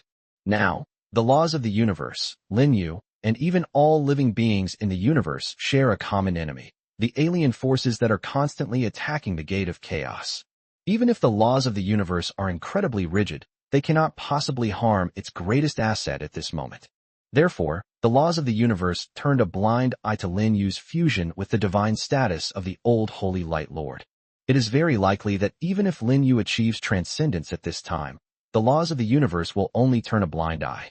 Compared to being destroyed or assimilated by forces from another universe, having an older brother standing above one's head doesn't seem so unacceptable. All in all, Lin Yu's fusion with the old Lord of Holy Light's divine status went very smoothly, without any disturbance. The only problem is that it's a bit slow. During the initial fusion, It took Lin Yu's faith divine spark to merge with the divinity of the old Holy Light Lord in less than a month, which can be described as miraculous. However, several years have passed. The fusion of the law godhead still failed. This is mainly because Lin Yu has mastered too many laws at a high level, and the origin of those laws is vast. Lin Yu controls all 3,000 laws of the universe. All the fundamental laws have reached the level of supreme deities. Even if the chaotic power of the old Holy Light Lord were used as fuel, it would be difficult to burn all these fundamental laws in a short time. However, to date, more than 2,000 laws have been burned. The remaining fundamental laws amount to less than a quarter. If nothing unexpected happens, in about a year, all 3,000 laws of the universe will disappear. My lord, Angelia, who had been by Lin Yu's side, said, recently, the attacks from the other universe forces have become increasingly fierce. They seem to have sensed something and are desperately attacking the gate of chaos. Even with the help of several archangels, the power of chaos is beginning to show signs of being unable to defend itself. Besides Angelia, the other 6 archangels were all sent to guard the gate of chaos. The 6 archangels are 6 terrifyingly powerful beings who surpass even the highest deities. Adding the original chaos angel, Shaylin, they make 7 supreme beings in the universe. Although there is no cosmic transcendent being suppressing it. However, with the strength of the 7 of them, they were more than capable of sweeping everything away. Even so, the gate of chaos still couldn't withstand it. This only proves that the power of the other universe is truly terrifying. However, on the other hand, it's normal that the forces from all 4 universes, united to attack the same chaotic power, couldn't hold it. After all, it was 1 against 4. The difference is indeed quite significant. This cosmic war is completely different from the cosmic war tens of millions of years ago. Tens of millions of years ago, the only alien force that invaded this universe was the void demons. Now all 4 universes are attacking together. In other universes, it might have already been conquered. Moreover, if Lin Yu hadn't sent 6 archangels to guard the gate of chaos together, the gate of chaos might have already been breached.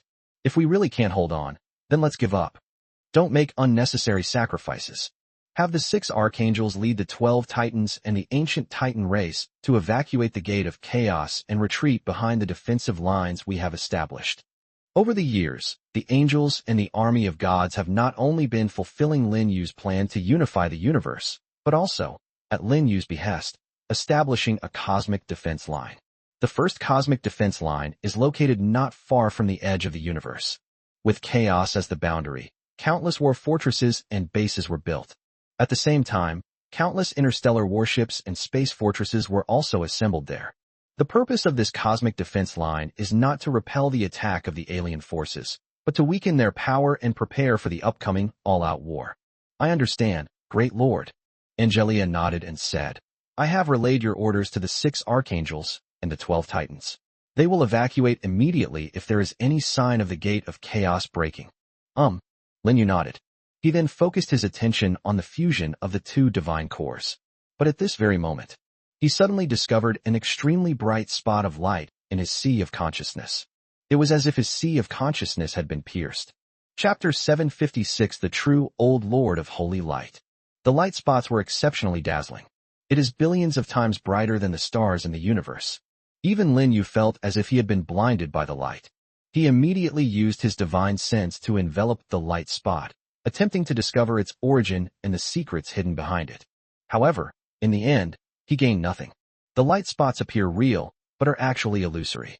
It's like a phantom, not existing in the real world. Even Lin Yu couldn't glean any useful information. He could only choose to wait and see. After waiting for an unknown amount of time, the point of light finally began to change.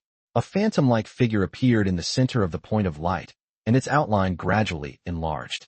The illusory figure seemed to be emerging from the points of light. And in fact, it turned out just as Lin Yu had guessed. After a long while, the phantom emerged from the points of light. It was a humanoid phantom, which, illuminated by the light spots behind it, gave the impression of being infinitely radiant. In Lin Yu's vision, the dazzling points of light resembled the divine wheel of this phantom, exuding an incomparably profound and mysterious aura. A few minutes later, the phantom image shrunk to the size of a normal human. The light spots had already merged into the phantom's body. This elderly man, dressed in a gray robe, had silver-white hair, and his beard and eyebrows reached his chest. He had a ruddy complexion and was full of energy, giving him an air of otherworldly grace. Although it was our first time meeting, however, Lin Yu recognized the old man's identity at a glance. He is the Old Lord of the Holy Light.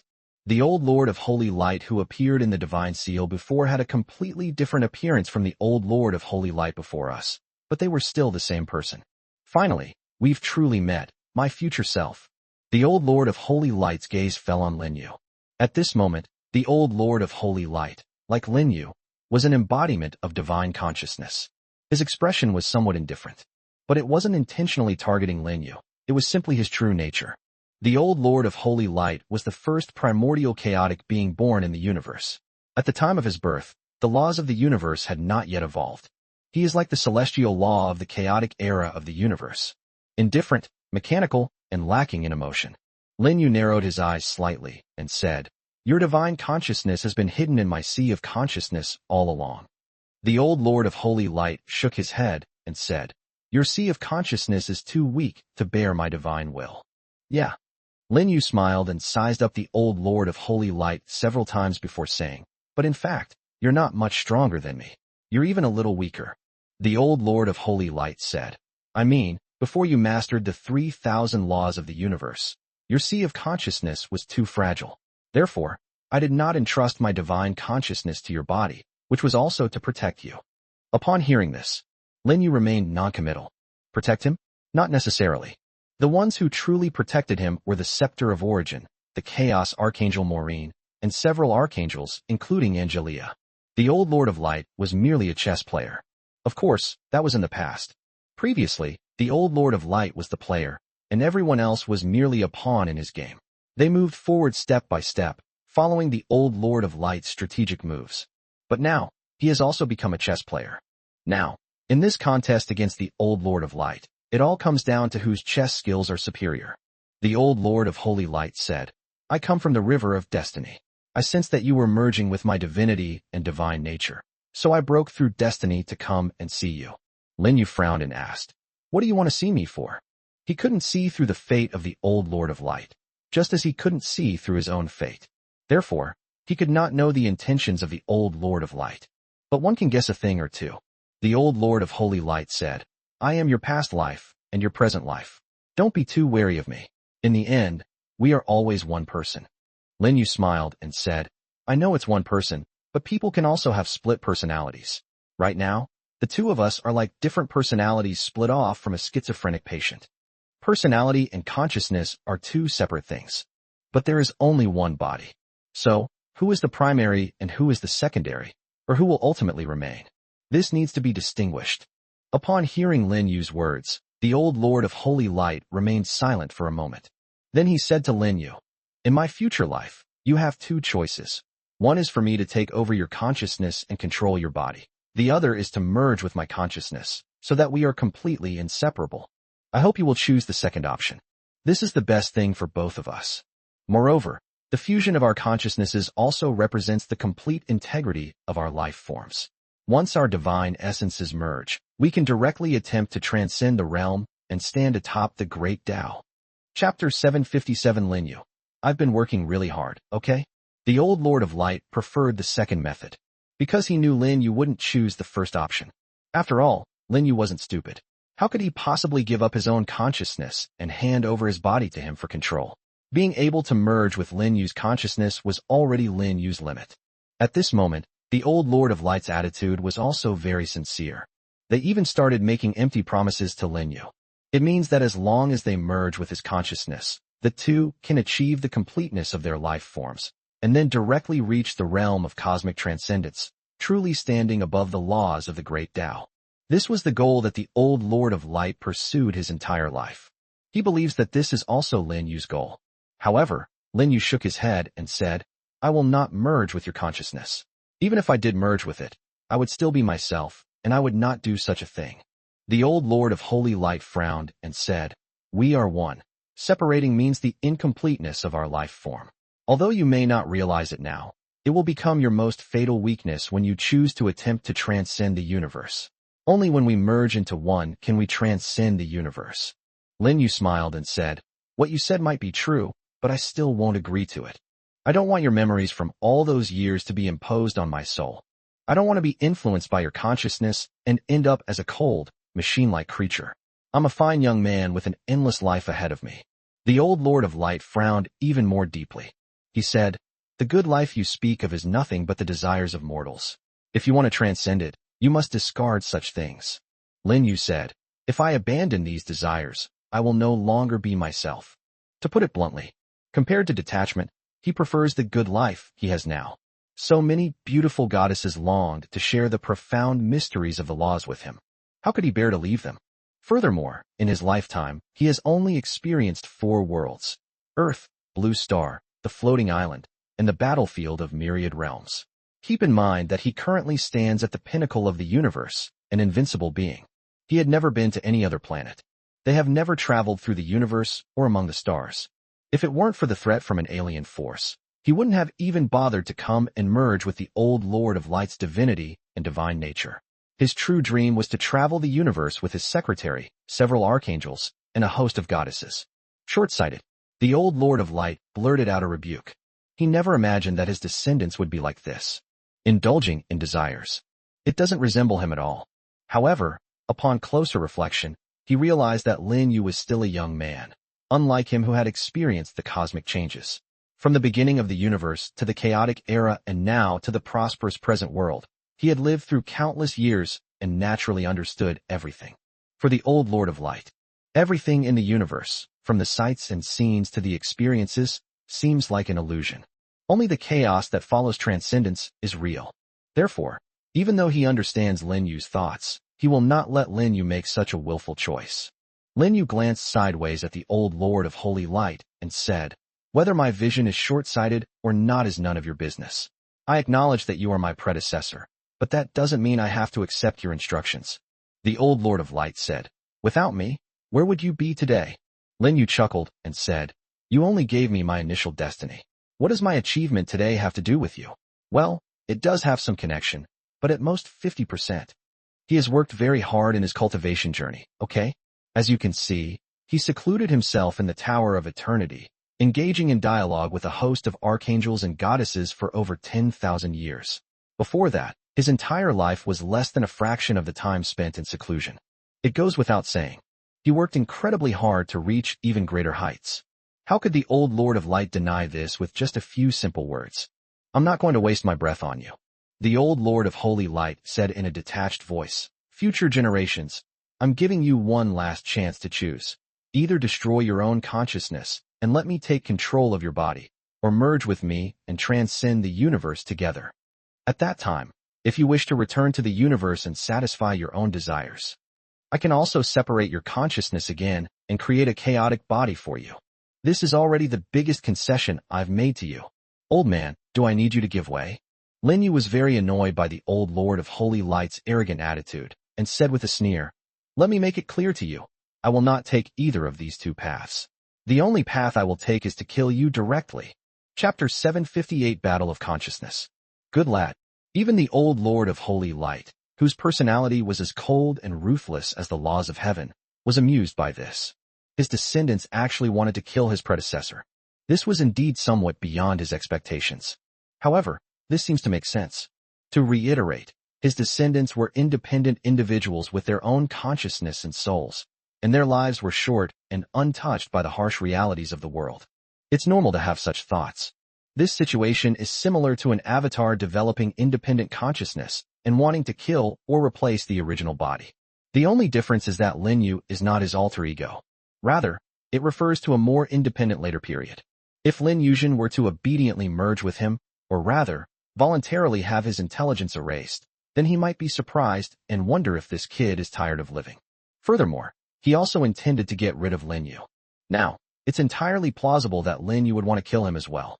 The old Lord of Holy Light sneered. "You want to kill me? I wonder if you have the strength. Let me remind you, I am currently inside your sea of consciousness, and you cannot use any of your power. The only way to kill me is with the power of your own consciousness. Unfortunately, my consciousness is eternal. Even the fundamental laws of the universe cannot destroy my consciousness, let alone you. Try it, and you'll see." Without any unnecessary words, Lin Yu's consciousness transformed into a giant golden sword and slashed towards the old Lord of Holy Light. The old Lord of Holy Light did not underestimate Lin Yu, nor did he intend to let Lin Yu have the upper hand in battle. He transformed into a golden giant sword and engaged in a direct clash with Lin Yu. In the dim sea of consciousness, the two golden giant swords clashed violently. This was a silent battle, with only dazzling flashes of fire appearing again and again. Each flash illuminated Lin Yu's sea of consciousness. That firelight was not the kind of firelight found in the secular world. The scattered sparks were all fragments of Lin Yu's and the old Lord of Holy Light's consciousness. It can be said that their battle was a case of injuring the enemy 1,000 while losing 800 of their own. However, under these circumstances, neither Lin Yu nor the old Lord of Holy Light considered the issue of self-harm. Their only thought was to destroy the other's consciousness. It's either you die or I die. Only the one who survives can take control of Lin Yu's body. While Lin Yu was fighting the old Lord of Holy Light, the divine spark of law within him was still fusing with the divine spark of the old Lord of Holy Light. They seemed completely unaffected by the battle of their conscious minds. I don't know how much time has passed.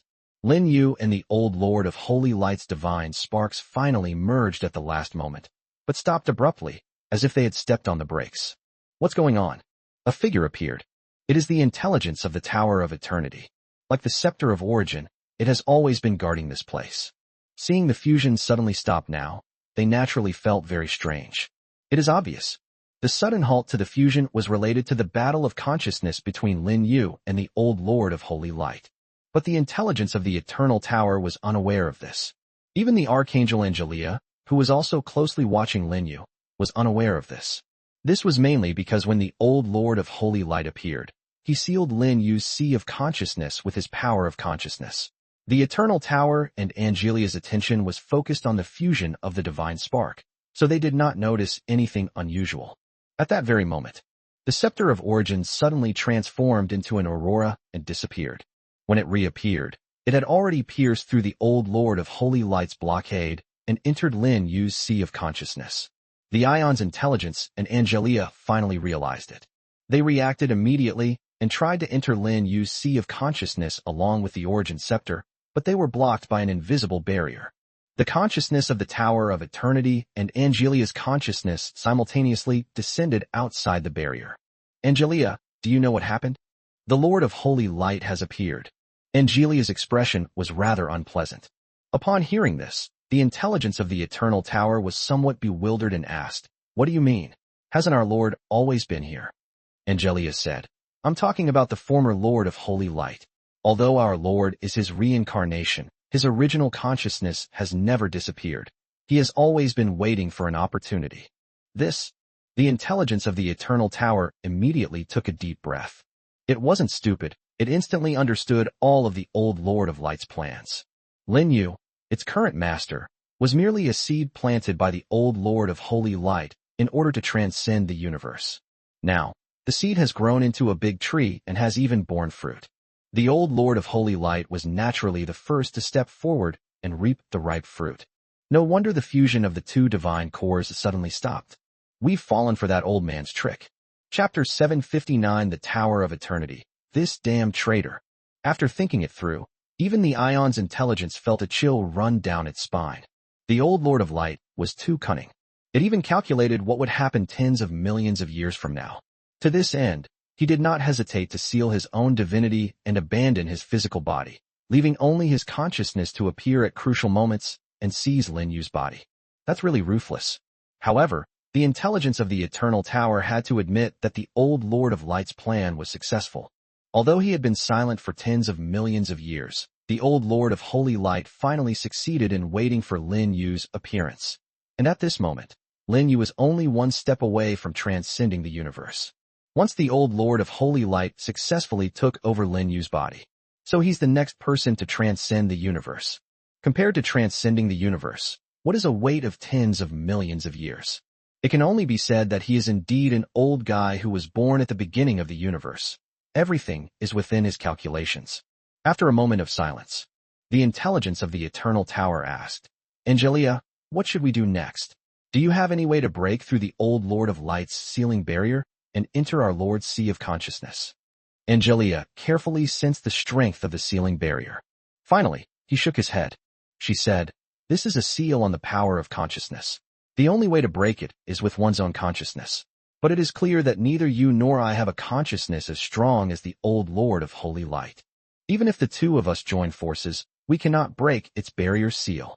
Upon hearing this, the intelligence of the Eternal Tower also let out a long sigh. One of them possessed the intelligence of a super artifact, while the other had reached the level of a chaotic holy angel, making them stand at the very pinnacle of the entire universe. However, they were still far inferior to the old Lord of Light, who once ruled the entire universe. It's normal that it can't be broken. On the contrary, it was us who broke through and disrupted the old Lord of Light's plans, which surprised me. The intelligence of the Eternal Tower said, "The old Lord of Light has been planning for tens of millions of years. He has clearly made thorough preparations and will not give us the slightest chance." Angelia nodded. At this moment, the expression on her beautiful face was filled with solemnity. A hint of worry also lingered in his golden eyes. What she was worried about was not the old Lord of Holy Light, but Lin Yu. Although the old Lord of Light created the angel race, Angelia's heart still stands on Lin Yu's side, because she is now not only Lin Yu's butler and secretary, but also Lin Yu's partner. If one had to choose between the old Lord of Holy Light and Lin Yu, she would naturally choose Lin Yu without hesitation. The old Holy Light Lord only embodied her former faith, but Lin Yu embodied everything she had, including her bright future. At that very moment, the intelligence of the Tower of Eternity suddenly asked, "Strange. If the two of us can't get in, how did the Scepter of Origin get in? Its power isn't much stronger than ours." Angelia said, "The Scepter of Origin, like the old Lord of Light, is a creation of heaven and earth, born together in chaos, and later refined by the old Lord of Light for countless years. Although it protects my Lord, its connection with the old Lord of Light is the deepest. Now, the consciousness of the old Lord of Light has returned. It will naturally return to the side of the old Lord of Light." The old Lord of Holy Light was well aware of this, so he took the initiative to put the Scepter of Origin inside. The intelligence of the Eternal Tower immediately said with hatred, "That damned traitor. I knew long ago that guy was no good. Yet my Lord has been using him all along." After a pause, it continued, "With the help of the Scepter of Origin, I'm afraid my Lord will have a hard time defeating the old Lord of Light." Seeing the somewhat anxious expression on the face of the Eternal Tower's intelligence, Angelia said, "Weren't you created by the 12 Titans under the guidance of the old Lord of Light?" The intelligence of the Eternal Tower knew the meaning of Angelia's words. It said, "Forging is one thing, but the old Lord of Holy Light is ultimately not my master. My master is His Majesty Lin Yu, the Lord of Holy Light of this era. Who is your master, and which side should you stand on?" The intelligence of the Ion can still distinguish right from wrong. Moreover, Lin Yu had previously promised it that he would find an opportunity to help it advance to become a true artifact of the universe when it transcends the universe, giving it a better future. In comparison, what did the old Lord of Light promise it? Therefore, it is a firm supporter of Lin Yu. The premise is that Lin Yu does not fail. If Lin Yu fails and the old Lord of Holy Light successfully seizes his body, it can only apologize to its master, Lin Yu. "Angelia, weren't you 7 archangels created by the old Lord of Light? You betrayed him too?" Chapter 760, The Only Way. Our Lord is also the true Lord of Holy Light. So how can you say he has betrayed us? Angelia does not accept the words of the Ion's intelligence. Although she stood against the old Lord of Light, she did not betray her faith in the Holy Light. Her faith in the Lord of Light remained as steadfast as ever. She is now simply choosing between the two Lords of Light. In Angelia's view, putting aside personal feelings, the old Lord of Light represents the history of the angel race, while Lin Yu represents the future of the angel race. It was Lin Yu who made the angel race a super-god race, ruling the entire universe. It was Lin Yu who allowed the holy light to shine in every corner of the universe. It was also Lin Yu who enabled all 7 of them, the 18-winged archangels, to advance to the level of chaos holy angels. These are things that the old Lord of Light did not do. Therefore, she believed that the future was in the hands of Lin Yu, the new Lord of Holy Light. Furthermore, the path of the old Lord of Light has come to an end, and now it is necessary to seize the body of their Lord of Light in order to reach a higher level. That's all. Angelia felt that the old Lord of Holy Light was no match for Lin Yu. Of course, None of these are the most important things. Most importantly, her emotional world is now entirely devoted to Lin Yu, and it is impossible for her to go back to believe in the old Holy Light Lord. She believed that if the other 6 archangels were standing there, they would have made the same choice as her. To put it bluntly, if Lin Yu is defeated this time, his body will be taken over by the old Lord of Holy Light. She will also accompany Lin Yu as his consciousness fades away. My Lord is everything to her. The Eternal Tower's intelligence, upon hearing Angelia's words, was stunned for a long time. After recovering, it had to admit that Angelia's words made perfect sense. Its master is also the true Lord of Holy Light. How can choosing its master be considered betrayal? On the contrary, the old Lord of Light was the one who should never have appeared. Since he had already passed away, he should have disappeared completely. It was the old Lord of Light's fault for coming out to steal the ripe fruit of his master's life. Although we all hope that our master will win, we both know that the chances are slim. The old Lord of Holy Light is a chaotic being of cosmic scale, the first spirit at the beginning of time. No living being's consciousness is stronger than that of the old Lord of Holy Light. Even the perfected laws of the universe could not extinguish the old Lord of Holy Light's consciousness. Now, the old Lord of Light has summoned the Scepter of Origin to help. My Lord is in grave trouble. Upon hearing this, Angelia also fell silent. Her willow leaf-shaped eyebrows furrowed tightly. Even though she was a chaos angel and had lived for countless billions of years, she was unable to offer any help to her Lord of Light on this issue. Because this is a battle of consciousness. If it were a battle of divine power, she could also offer her own strength. But she was helpless in the battle of consciousness. Even now, she can't even enter Lin Yu's sea of consciousness, let alone lend him a hand. The only thing she can probably do is wait for this battle to end. For a moment, neither of them knew what to say.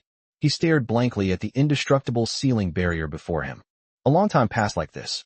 Suddenly, the intelligence of the Tower of Eternity seemed to realize something, and cried out in surprise, "No, Angelia, there is still a way to help our master." Angelia quickly asked, "What method?" "Come with me." The consciousness of the Tower of Eternity vanished into thin air. Angelia didn't hesitate and immediately followed. The next moment, the two appeared near Lin Yu's divine essence. On one side are 2 divine cores that have not yet fully merged.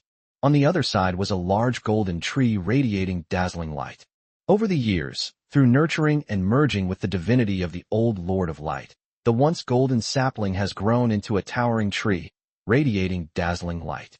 "This is it, the Master's Tree of Faith." The spirit of the Eternal Tower said, "This tree of faith is unique in the universe. It connects all of the Master's believers. The faith of all the myriad worlds and countless beings is connected to the Master through it. After merging with the divinity of the old Lord of Light, your angelic race, as well as all beings in the Holy and Light faction, have also formed a faith connection with the Master. Angelia, let all the universes and all of Master's believers pray. Their consciousness will also be transmitted to their Master through this tree of faith. At that time, not only will it be able to shatter the old Lord of Holy Light ceiling barrier, but it will also instantly strengthen the Master's consciousness, thus enabling them to defeat the old Lord of Holy Light. Trust me, this will definitely work. No matter how strong the old Lord of Light's consciousness is, it certainly cannot defeat the combined consciousness of at least 90% of all living beings in the entire universe."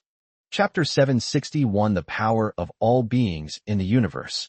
Hearing the words of the Ion's wisdom, Angelia's slightly dim eyes brightened. Yes, compared to the old Lord of Light, all beings in the universe are as insignificant as ants. If the old Lord of Light wanted, he could even destroy the entire universe. However, this is only a weakness in terms of power. When the consciousness of all beings comes together, it is not something that the old Lord of Holy Light can destroy.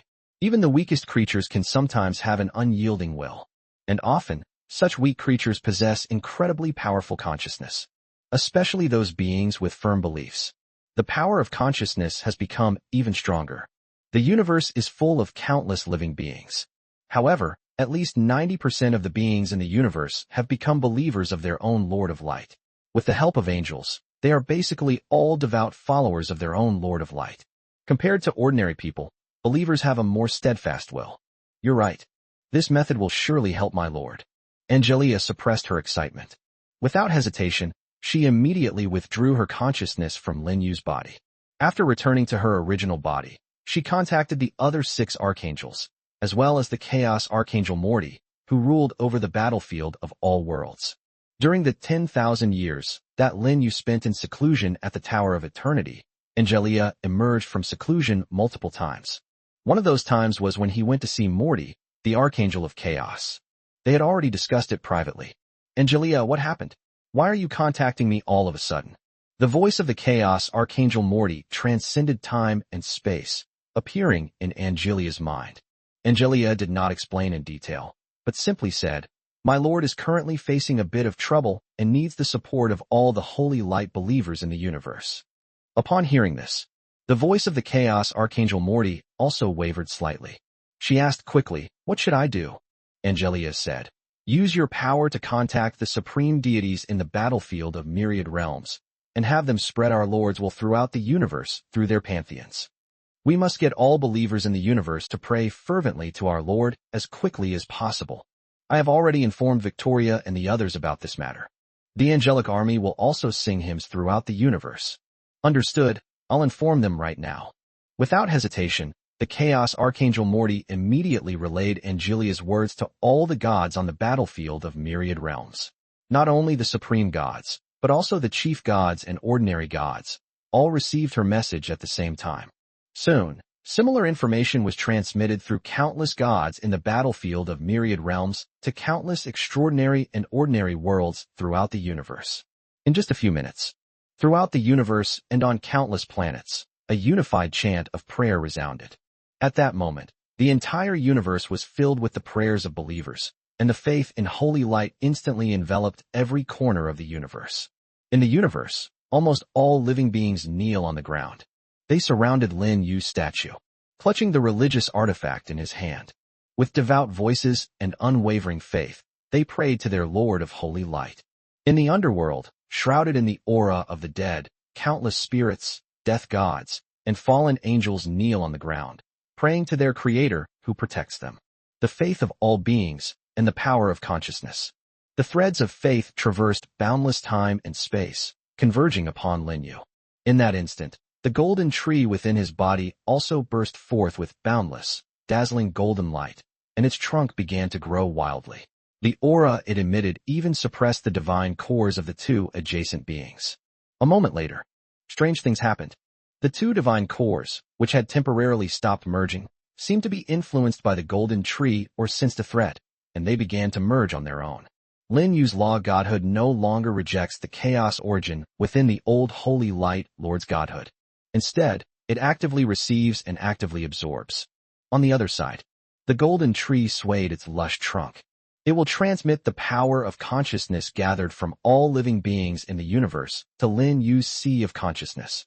Faced with the impact of the consciousness of all living beings, the sealing barrier personally set up by the old Lord of Holy Light began to tremble violently, and cracks appeared not long afterward. After several more attacks, the sealing barrier completely collapsed.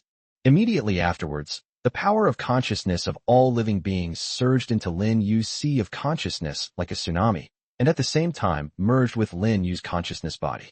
In an instant, Lin Yu's consciousness increased more than 100-fold.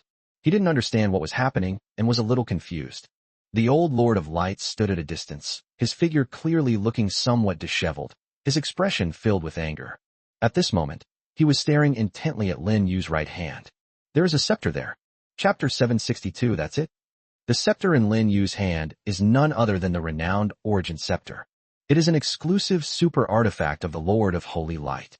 Most importantly, the Scepter of Origin was originally summoned by the old Lord of Light, who specially opened a sealing barrier for it. But now it has appeared in Lin Yu's hands. Upon witnessing this scene, Angelia, who had descended into Lin Yu's sea of consciousness along with the power of all living beings, and the intelligence of the Eternal Tower were also stunned, not understanding why the Scepter of Origin had fallen into Lin Yu's hands. What shocked them the most was, in the battle of consciousness, just now, it seems that the old Lord of Holy Light was at a disadvantage. Judging from the old Lord of Holy Light's weakened consciousness and disheveled appearance, it was clear that he had suffered a great loss at Lin Yu's hands. In other words, even if they didn't find a solution, he never allowed believers from all corners of the universe to provide Lin Yu with the power of consciousness. Lin Yu could also win, This left them in disbelief. After all, that was the old Lord of Holy Light who had traversed the universe for countless billions of years, yet he couldn't defeat Lin Yu, who had only cultivated for a little over 10,000 years. Moreover, if we don't count the 10,000 years he spent in seclusion in the Tower of Eternity, Lin Yu's actual cultivation time was only a little over 10 years. Even so, the old Lord of Holy Light was defeated. Incredible. The intelligence of the Eternal Tower inhaled and said, "Shouldn't the Scepter of Origin belong to the old Lord of Light? How could it betray the old Lord of Light and turn to my master?" Angelia, standing to the side, was also completely baffled. The betrayal by the Scepter of Origin was also unexpected. After all, how long has the Scepter of Origin been in the hands of its own Lord of Light? Compared to the years spent following the old Lord of Light, it's not even a fraction of that. Anyone would assume that the Scepter of Origin would help the old Lord of Light, but the reality is quite the opposite, which is truly baffling. How did you do that? The Scepter of Origin is a creation of chaos at the beginning of time. It has no complete intelligence, and its core origin is controlled by the power of chaos. No one can be its master. Even I only use the power of chaos to refine and control it. The old Lord of Holy Light was both shocked and furious at this moment. He stared intently at Lin Yu, his expression almost distorted. Originally, with his consciousness and the power of the Origin Scepter, he could have completely suppressed Lin Yu, which was the outcome he had simulated countless times. As a result, the Scepter of Origin abandoned the light and turned to darkness, aiding and abetting evil. He was no match for him immediately. If it weren't for his own powerful consciousness, he would have been destroyed by Lin Yu and the Origin Scepter in the previous battle. How could he possibly stand that? You're right. Indeed, no one can become its master, however. As Lin Yu felt the surging power within him, he said with a faint smile, "That doesn't mean it lacks basic intelligence. It also knows who treats it best." The old Lord of Light asked in a deep voice, "What exactly did you do?" Lin Yu said, "Actually, it's nothing. I just told it that after I achieve cosmic transcendence in the future, I will help it break free from the limitations of this universe and help it advance to become a true cosmic artifact. That's it." The old Lord of Light stared wide-eyed. Lin Yu nodded and said, "That's it." The old Lord of Light fell silent. After a long silence, he finally spoke, "If I transcend the universe, I can also help you become a true artifact of the universe. We've been partners for countless billions of years, and you don't believe me?" These words were clearly spoken to the Scepter of Origin, but the Scepter of Origin remained unmoved. There was absolutely no response to the old Lord of Light. Lin Yu said calmly, "Don't waste your energy. The Origin Scepter doesn't distrust you. It just trusts me more than you. It's no use for you to cram for me at the last minute. Besides, just like you said, you two have been partners for countless billions of years, but in the end you gave it nothing. On the contrary, I have only been with it for over 10,000 years, and it has the opportunity to become a true artifact of the universe. What do you think it will choose?" Hateful. The old Lord of Light was furious. He glared at Lin Yu with intense anger, as if trying to kill Lin Yu with his eyes. He considered all the possibilities, but he never expected that the Origin Scepter would betray him for Lin Yu's sake. Moreover, it seems that it wasn't just the Scepter of Origin that betrayed him, but also the angel race he created and the eternal tower built by the 12 Titans under his leadership. From Lin Yu's sudden surge in consciousness, he already knew what had happened in the outside world. The angels, the holy and light factions, and the pantheons of the battlefield of myriad realms all sided with Lin Yu. At this point, he was completely alone. This was truly unacceptable to him. Chapter 763: The Uncompromising Laws of the Universe. He was the first chaotic being at the beginning of the universe. Having mastered the origin of chaos and the power of creation, he traversed the universe for countless billions of years. He also personally created the angel race, the holy and the light faction, and even the ancient Titan race, led by the 12 Titans, worshipped him as their master and dared not disobey his divine decrees. He commands the entire universe. Even though he has been gone for tens of millions of years, his legend still circulates throughout the universe. But in the end, he became all alone. Most importantly, his plan to transcend the world, which he had been planning for tens of millions of years, ultimately benefited others, which infuriated him to the extreme. Of course, strictly speaking, it can't be considered as doing the work for someone else. After all, Lin Yu was his descendant. He is still a person at heart. The only difference is that a person has two different consciousnesses. Right now, it's a battle between two opposing ideologies. Only those who survive are qualified to embark on the path to transcend the universe. Damn it, what are you waiting for? Suddenly, the old Lord of Holy Light roared, saying to the void, if I die here, you will eventually be suppressed by him too. Think about how I helped you perfect your great Tao and how I helped you repel the invasion of the void demons. Now it's time for you to repay me. Upon hearing this, Angelia and the spirit of the Tower of Eternity, who were on the outskirts of the battlefield, immediately changed their expressions. They had no doubt that the old Lord of Holy Light was seeking help from the laws of the universe. It's important to understand that the great laws of the universe are the most powerful forces governing the entire universe, bar none. No being can defeat the great laws of the universe without achieving transcendence. Once the fundamental laws of the universe intervene, their Lord of Light is in big trouble. However, to their astonishment, long after the old Lord of Holy Light finished speaking, the will of the great law of the universe did not manifest in Lin Yu's sea of consciousness. Are you really that heartless? Just as the old Lord of Light said, he was of great help to the laws of the universe. When he roamed the chaotic universe, the laws of the universe were still incomplete, and he contributed greatly to them, assisting the laws of the universe. Now, however, the laws of the universe are ignoring his cries for help. So heartless. But thinking about it, it makes sense. The laws of the universe are inherently ruthless and heartless. In comparison, even the spirits of the world's laws know what human relationships and social customs are. For example, Lolita, the spirit of the laws of the underworld. Since abandoning darkness for light, she has worked very hard to serve the fallen angels, which is in effect serving her own Lord of Light. She also wants to reach a higher level. Even you're going to betray me? The old Lord of Light roared furiously. At this moment, Lin Yu finally spoke up, saying, stop obsessively hoping to obtain the help of the great laws of the universe.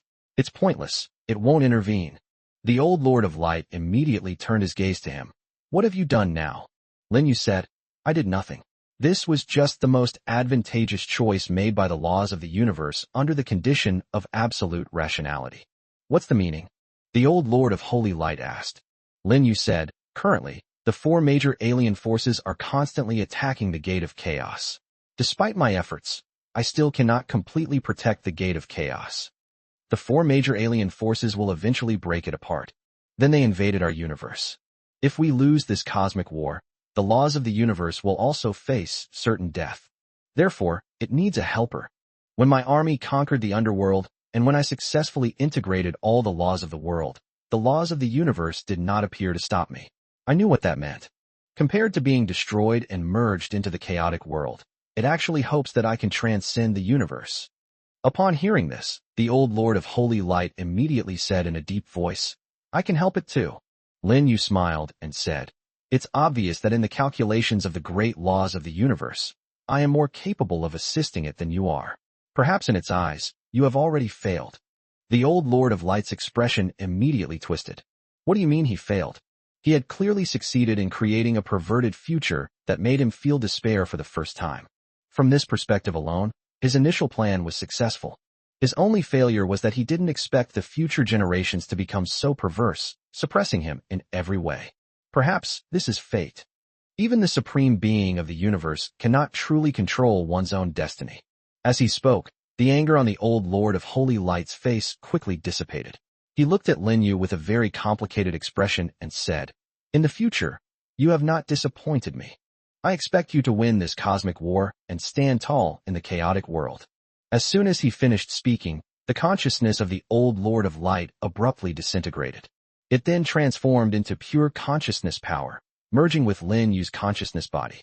He stopped struggling and chose to fulfill his posthumous wishes. Chapter 764, A Truly Perfect Life Form.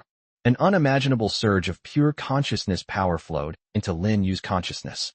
Lin Yu also did his best to devour it.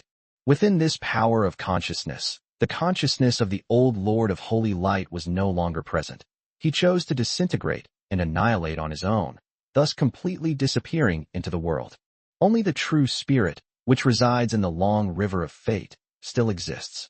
However, as Lin Yu devoured and merged with the consciousness of the old Holy Light Lord, the true spirit of the old Holy Light Lord began to tremble violently until it finally collapsed completely. From this point on, There was no longer an old Lord of Light in the universe. All that remains is Lin Yu, the new Lord of Holy Light. Time passed, I don't know how much. Lin Yu finally integrated all of the old Holy Light Lord's consciousness into himself.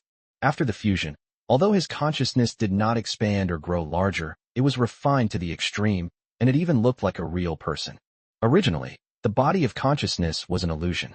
However, Lin Yu's current consciousness is just like a physical entity. At the same time, the old Lord of Holy Light's divine essence also completely merged with Lin Yu's divine essence, and achieved a transformation that was unimaginable to ordinary people. In this process, Lin Yu completely dissolved the 3,000 laws of the universe and successfully advanced to the origin of the chaotic laws. The laws of chaos are the origin of this universe. Rather, it belongs to a chaotic world outside the universe. With the chaos laws he currently possesses, Lin Yu can survive in the chaos world. A very strange feeling. It's like a person's soul has finally become whole. Lin Yu was aware of the changes within himself. Before the fusion, he did not feel any defects in his body. He was a complete person, perfect in both body and soul.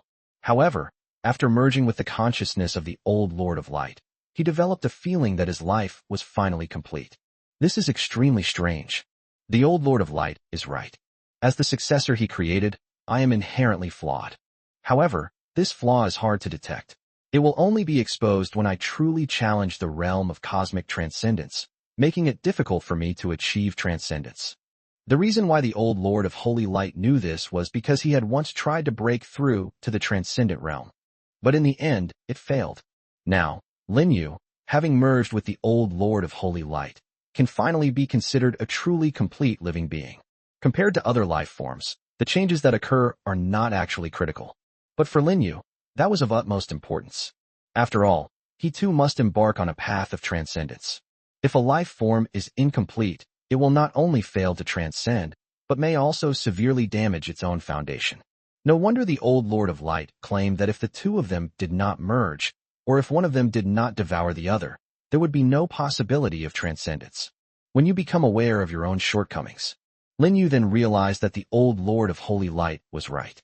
There are no memories within the merged consciousness. When the old Lord of Light extinguished his own consciousness, he also erased his memories. He also knows that I'm not interested in his memories. Looking at the spot where the old Lord of Light had vanished, Lin Yu sighed softly. He didn't actually harbor much hatred towards the old Lord of Light. On the contrary, I am very grateful. Just as the old Lord of Holy Light said, without his transcendence plan, which he had been preparing for tens of millions of years, there would be no Lin Yu in this world. He is the old Lord of Holy Light's life and the continuation of his obsession with transcendence. Thinking about this, Lin Yu also bowed towards the place where the old Lord of Holy Light had vanished. It's both a thank you and a farewell. From now on, he will have to walk the road ahead alone. Owner, the spirit of the Eternal Tower, and Angelia came before Lin Yu. The former looked at Lin Yu and called out to him with some uncertainty. Lin Yu smiled and said, "No doubt about it, it's me. The old Lord of Holy Light has completely vanished, and I am the only Lord of Holy Light in the universe." Upon hearing this, the intelligence of the Eternal Tower was overjoyed. Angelia also breathed a sigh of relief. "My lord," Angelia asked, "are you now preparing to transcend?" Lin Yu nodded slightly and said, "The threat from the forces of another universe is imminent. Only by transcending the universe can we win this cosmic war. After all, it was 1 against 4. If he doesn't transcend, it will be very difficult for him to defeat the forces from another universe.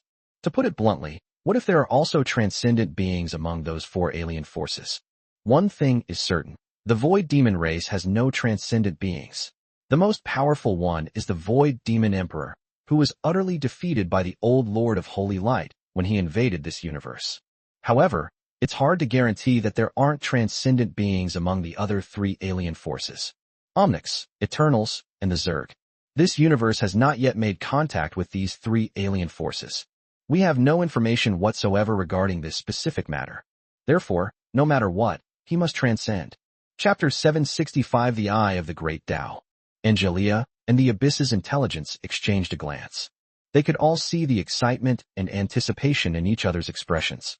Since the beginning of time, their universe has never produced a transcendent being.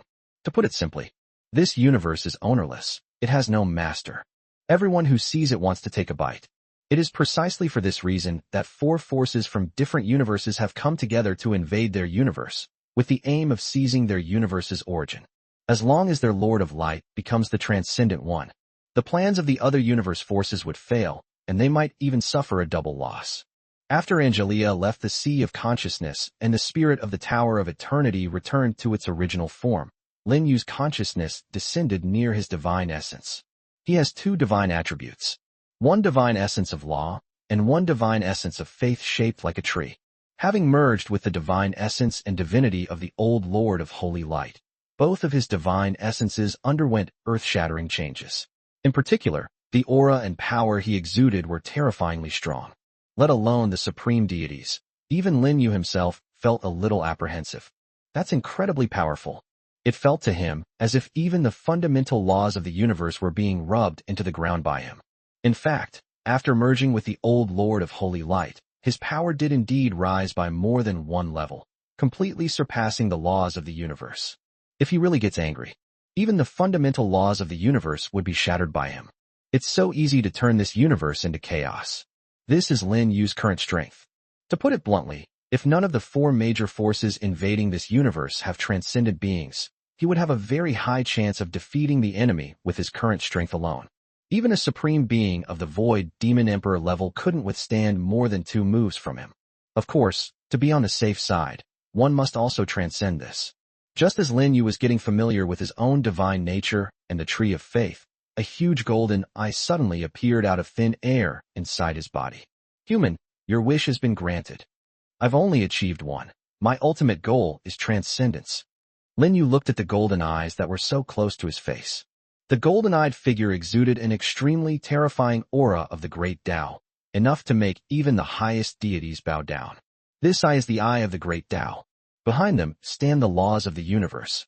However, the aura of the great Tao emanating from it had no effect on Lin Yu in the slightest, and was not intimidating at all. Upon seeing the appearance of the eye of the great Tao, his expression remained as calm as ever. It seemed as if they had expected it all along. The eye of the great Tao said, "With your current strength, barring any unforeseen circumstances, you still have a very high probability of defeating the invaders. You don't necessarily need to transcend." Lin Yu said, "I will not leave my fate to chance." Upon hearing this, the eye of the great Tao seemed somewhat enraged and said, "Human, do you know that if you transcend, you will cause extremely terrible damage to my origin? When the cosmic war begins, I will find it difficult to withstand the invasion of the primordial Tao of another universe." "Of course I know." Lin Yu smiled and said, "But don't worry, I'm still here, aren't I? As long as you help me transcend, I will give you more than enough compensation. It's not impossible for me to seize all the great Tao origins of those 4 universes and give them to you." Upon hearing this, the eye of the great Tao fell silent. Absolute reason told it that this deal seemed feasible. After all, if Lin Yu insists on transcending, it will be difficult for it to stop him. If handled poorly, it will result in a lose-lose situation. It's possible that Lin Yu might just choke it off. To maintain the stability of the universe's origin, Lin Yu could simply annihilate its spirituality without destroying its physical form. In that case, it would be the only one who suffers the greatest loss. Therefore, we should cooperate with Lin Yu and lend him a helping hand. That's the smoothest path at this stage. This is what you said, to seize the great Tao origin of those 4 universes for me. Certainly. Lin Yu nodded and said, "You can trust my promise to you. After all, this kind of thing only benefits me and has no disadvantages." "Okay, deal." The eye of the great Tao said, "I will use all my strength to help you transcend." As soon as he finished speaking, the eye of the great Tao disappeared. Lin Yu, on the other hand, had a bright smile and was so happy that she hummed a tune that most people couldn't understand. External temples. Lin Yu opened his eyes and saw Angelia, who had been guarding him all along.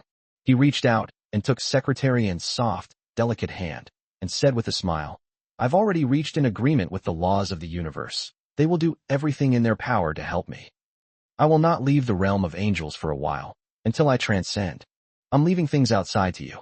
Especially regarding the gate of chaos, we must act according to the circumstances. If we cannot withstand the attack, order a retreat immediately, and wait for me to emerge from the pass." "Yes, my lord." Angelia nodded solemnly. After Angelia left, Lin Yu truly began his path of transcendence. Chapter 766 The Gate of Chaos is about to break. Retreat. Time flows by. Several years have passed in the blink of an eye. These past few years have been the time of the outside world. Lin Yu, on the other hand, had been in seclusion in the Tower of Eternity for thousands of years. For so long, he had been striving to transcend the cosmic realm, never stepping outside the Tower of Eternity, nor summoning the goddess to discuss the mysteries of the laws with him. It can be said that this long period of time was very lonely for Lin Yu. He sometimes even complained about how those gods who secluded themselves for tens of thousands or hundreds of thousands of years could endure it. If it were him, and he were asked to go into seclusion for 100,000 years, he would definitely go crazy. Humanity, if you want to transcend the universe, you must understand the essence of the universe. Nonsense, of course I know that. Aren't I about to understand it? Inside Ion. Lin Yu retorted, feigning anger. Before him stood the eye of the great Tao, radiating terrifying power. Over these thousands of years, the only being with whom we can communicate is the eye of the great Tao. As for the intelligence of the eternal tower, it was so frightened by the aura of the universal laws that it dared not even show its face. This was likely mainly because it was worried about disturbing its master's secluded cultivation. The eye of the great Tao has fewer concerns. It comes often. I would talk and discuss things with Lin Yu when he had free time. It was a proper exchange. It doesn't fully understand how to transcend the universe, but as a fundamental law of the universe, it can often offer very valuable advice. Lin Yu also gained a lot from communicating with the eye of the great Tao. Human, I found the Earth you asked me to find last time. Is that the home planet of your soul? A weak mortal world, not even a Type 1 civilization. Fortunately, there are no powerful civilizations within a radius of 100,000 light years. Otherwise your home planet would have been conquered long ago. It's good that we found it. Protect it well for me. Don't worry, I know. The eye of the great Tao responded coldly, then added, I've also brought the original body of the old Lord of Holy Light from Blue Star. Do you want it? Perhaps it will be of some help to your path to transcendence. You can give it a try. Lin Yu nodded. The next moment, an enormous corpse appeared out of thin air in front of Lin Yu. It has a human form, but does not belong to the human race. The old Lord of Light was a pure chaos being. At the time of his birth, the concept of humanity did not exist in this universe. All right, you can go now. I'm going to continue my seclusion. Upon hearing this, the eye of the great Tao did not leave immediately, but instead reminded me. The gate of chaos can no longer hold back, and the aura of the other universe has already invaded my body. This feeling is extremely uncomfortable. I see. Lin Yu's expression was also solemn as he said, I will speed things up, and I have already touched the barrier of the transcendent realm. When we meet again, I will be your master. The eye of the great Tao disappeared instantly. I don't know if it was because she was angry. After the eye of the great Tao departed, Lin Yu continued his journey of transcendence. In the blink of an eye, another 1,000 years have passed. Meanwhile, about a year has passed for the outside world. At this very moment, in the chaotic edge of the universe, countless powerful figures are retreating. These figures are all immortal gods. Among them are chief gods who possess great divine power, and supreme deities with supreme divine power. After retreating countless billions of kilometers, these gods from various civilizations and pantheons began to build defensive lines, gathering an astonishing number of interstellar warships, angel cities, and all sorts of weapons of war. The entire defensive line stretches almost across the entire edge of the universe. Moreover, this defensive line has more than one layer. It has 7 layers, one after another. To build these 7 layers of defense, the various pantheons and civilizations of this universe paid a huge price and consumed countless resources. The angel race even used the resources stored in the angel god realm. There are countless resource-rich planets in the universe that have been completely depleted. It can be said that they gave it their all. On the chaotic frontier of the universe, countless spiderweb-like cracks appeared on an enormous portal, from which mists of distinct colors, such as gray, blood, and black, flowed. This portal is the Gate of Chaos. Near the Gate of Chaos, hundreds of figures stood. Leading them were the Chaos Archangel Morty, Shaylin, and the 7 archangels of the angel race. In addition, there were 12 terrifyingly large creatures, the creators of the ancient Titan race that once swept across the entire universe, the 12 Titans. As for the other figures, they were all supreme deities. Everyone is pouring their own power into the Gate of Chaos, hoping to make it last longer. However, the enemy was ultimately 4 allied forces from another universe. It's already quite impressive that they've managed to hold on until now. I don't know when. The gate of chaos suddenly began to tremble violently. Upon seeing this, everyone's expression changed drastically. Angelia didn't hesitate to give the order. The gate of chaos is about to break. Retreat. Chapter 767, The Alien Army Descends. After Angelia finished speaking, the supreme beings and deities of the universe present did not hesitate to immediately sever the transmission of divine power to the gate of chaos and retreat towards the defensive line established on the edge of the universe. After everyone left, in just 2 breaths, the massive gate of chaos suddenly shattered. This gateway, which had guarded this universe since the beginning of time, has now completely vanished, leaving not even fragments, for it was originally formed from the very essence of the universe. The shattered fragments have returned to the universe itself. With the disappearance of the gate of chaos, a huge cave also appeared in the void of space and time. Behind the cave lies a state of chaos. Even the divine sense of the supreme deity could not penetrate it, and could not see what was behind the cave. Of course, that's not important. Soon, countless figures flew out of the cave. The first to appear was the Void Demon Army. Like a dense swarm of bees, it is composed of demons in various forms. There are winged demons with bat-like wings, soul demons covered in smoke, shadow demons that resemble black shadows, beautiful, sexy, and eerie succubi, and enormous rock demons, among others. Tens of millions of years ago, these void demons from the Abyss universe have caused unimaginable disasters to this universe. Countless civilizations have been destroyed. Even more life-bearing planets were directly swallowed up and consumed. To this day, the extraordinary beings of this universe have not forgotten that bloody war that involved almost the entire universe. And now, the void demons have returned once again. Soon, one after another, enormous thrones appeared in the cave. Each throne was dragged by thousands of enormous abyssal dragons, and each throne was occupied by a terrifyingly powerful demon god. More accurately, they are the Demon Lord and the Demon Ancestor. There are nearly 300 in total. The Demon Lord and Demon Ancestor of the Void Demon clan possess strength and realm comparable to the supreme deities of this universe. The Demon Ancestor's divine power is even stronger. They were chosen from among all the Demon Lords.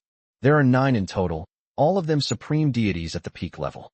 The Void Demon Emperor, who once ruled the Abyss universe, once led 9 demon ancestors and a large number of demon lords to invade this universe, but unfortunately, he was defeated and fled in the end.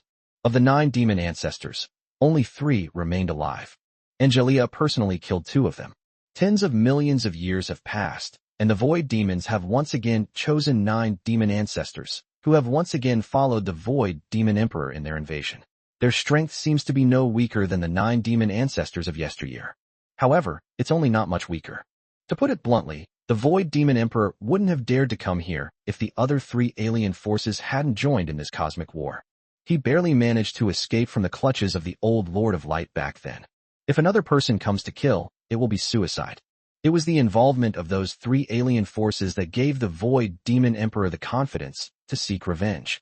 Following the entry of the Void Demon Army into this universe, the armies of the other 3 alien forces also crossed the cave and arrived. Moreover, the differences between them are very obvious. The Eternals are all clad in golden armor and wield various weapons that also appear to be made of gold. They look like ordinary humans. The difference is that each of them has a golden eye between their eyebrows. The golden warships of the Eternal race are also shaped like eyeballs. The Omnic race consists entirely of intelligent robots, all silver gray in color, but they come in various forms, including human, beast, and war weapon forms. For example, the Omnic race's warships are all mechanical life forms.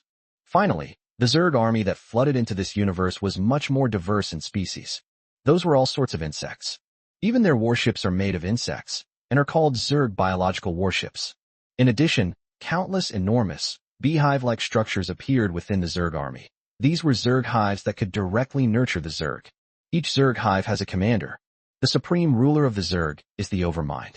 The Overmind is a void consciousness that controls the fate of the entire Zerg race. Below the Overlord is the Zerg Queen. There is not one Zerg Queen, but many. Each Zerg Queen governs a region of the Zerg universe. Below the Zerg Queen are the Zerg commanders who control the Zerg hives. Under each Zerg commander's command is a massive Zerg legion. The Zerg can be described as a very perfect pyramid system to rule and dominate everything. The Queen and the Zerg commander govern the entire Zerg race. Once the Overmind falls, the entire Zerg will be wiped out. Chapter 768 God Race Commander, Void Demon Emperor, Zerg Queen. Finally in. A figure radiating dazzling light flew out from the shattered cave of the Gate of Chaos. He was covered in heavy platinum armor. Its body is enormous. It is at least over 1,000,000 meters high. Its divine body is in no way inferior to that of the supreme deity. Most importantly, the aura emanating from him was so powerful that it surpassed the vast majority of the supreme deities in this universe, including the goddess of light, the goddess of darkness, and the king of the storm titans. His power has reached the level of a chaos angel. Judging from the style of clothing, this figure is clearly from the Eternal God clan. Behind him followed a terrifying army of eternal gods, each warrior of whom was incredibly powerful, far surpassing the quality of the gods' armies in this universe. From the perspective of living organisms, only godlike races such as angels and titans can rival the eternal gods. This figure is the commander-in-chief of the Eternal God clan's army. But he was not the only commander. Within the army of the eternal gods, there are several beings like him, all of whom are comparable to the Chaos Angels. This also demonstrates just how powerful the eternal gods are. They are at least incomparable to the Void Demons. The strongest of the Void Demons is the Demon Emperor.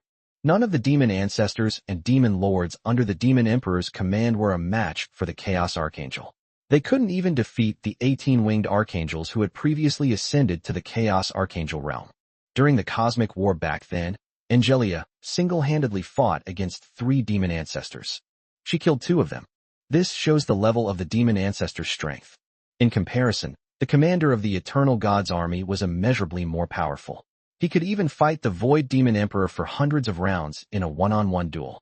This is a universe world with incredibly abundant resources. As long as we can conquer this universe, the strength of our Eternal God race will definitely increase significantly. This will improve our ranking in the Chaos universe. Upon hearing this, the other Eternal God commanders, whose heights also exceeded 1,000,000 meters, couldn't help but feel excited. The vast and boundless chaotic universe is not just home to a few cosmic forces, but contains countless universes and countless powerful races. They, the Eternals, the Omnics, and even the Zerg, are just one of many. The reason I came here was simply because I received an invitation from the Void Demon Clan universe, and their universe is not far from the world Lin Yu is in. That's why a coalition was formed to attack. In addition, they also discussed how to divide the spoils of war after the war ended. That means dividing the universe into 4 equal parts, with each faction receiving 1 part. Furthermore, the universe's fundamental power will also be distributed equally. All in all, these 4 forces are determined to possess this universe. Having expended so much manpower and resources to attack the Gate of Chaos, and now that it has finally been broken through, what reason do they have not to return with a full haul? At that very moment, a majestic divine throne tore through time and space to arrive. The person sitting on the throne is the ruler of the Void Demon Clan, the Void Demon Emperor. Tens of millions of years ago, his demonic body was shattered by the old Lord of Holy Light, and only his demonic soul managed to escape back to the Abyss universe. Now, he has returned, having regained his peak strength, and is even faintly more powerful than before. This is because he received help from the cosmic origin of the Abyss Demon Clan. It can be considered a rebirth.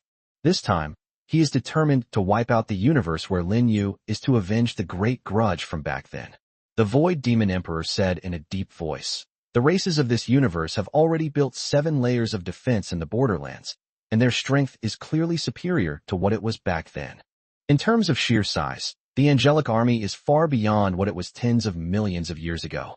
Furthermore, all 7 18-winged archangels of the angel race have now advanced to the level of Chaos Holy Angels, which even the Void Demon Emperor finds somewhat unbelievable. In just tens of millions of years, how did the power of the angel race grow to this level?" He couldn't help but feel a little relieved. "I'm glad I brought allies with me this time. If it were a one-on-one duel like back then, the Void Demons would be ravaged again. However, on the other hand, without the support of the Eternals, the Omnics, and the Zerg, he wouldn't have come here alone to die." He still vividly remembers the scene of being hunted down like a stray dog back then. "I did not sense the presence of the Lord of Holy Light. Be careful." He, accompanied by a cold laugh, several alluring and seductive figures appeared out of thin air. These figures are all female beings. They were exceptionally beautiful, yet possessed a terrifying aura. Arthas, are you out of your mind? What lord of holy light? If he dares to show his face, we'll tear him to shreds. These figures are the Zerg Queen, who also possesses terrifying combat power comparable to the Chaos Angels. Chapter 769 Zerg Overlord and Skynet's Mainbrain. Hearing the cold laughter of several Zerg Queens, the Void Demon Emperor, seated on his throne, couldn't help but twitch the corner of his mouth. He thought the same way when he invaded this universe, and he didn't take the Lord of Holy Light seriously. After all, he rules the entire Abyss universe. Although he has not achieved transcendence, he can still call himself the master of the universe. In contrast, the Lord of Holy Light has not achieved such a feat. He also believed that the Lord of Light was far weaker than him, and that he could easily lead the Void Demon army to conquer this universe. But in the end, he was beaten like a dog and fled back to the Abyss. If he hadn't run fast, he would have left behind even his own demonic soul. All I can say is that he was lucky to escape with his life. What the Void Demon Emperor didn't know was that he hadn't escaped by luck back then. Rather, the old Lord of Light had intentionally let him go. He had no intention of completely killing him. Otherwise, how could he have had the chance to be resurrected? He was met with the cold laughter and mockery of the Zerg Queens.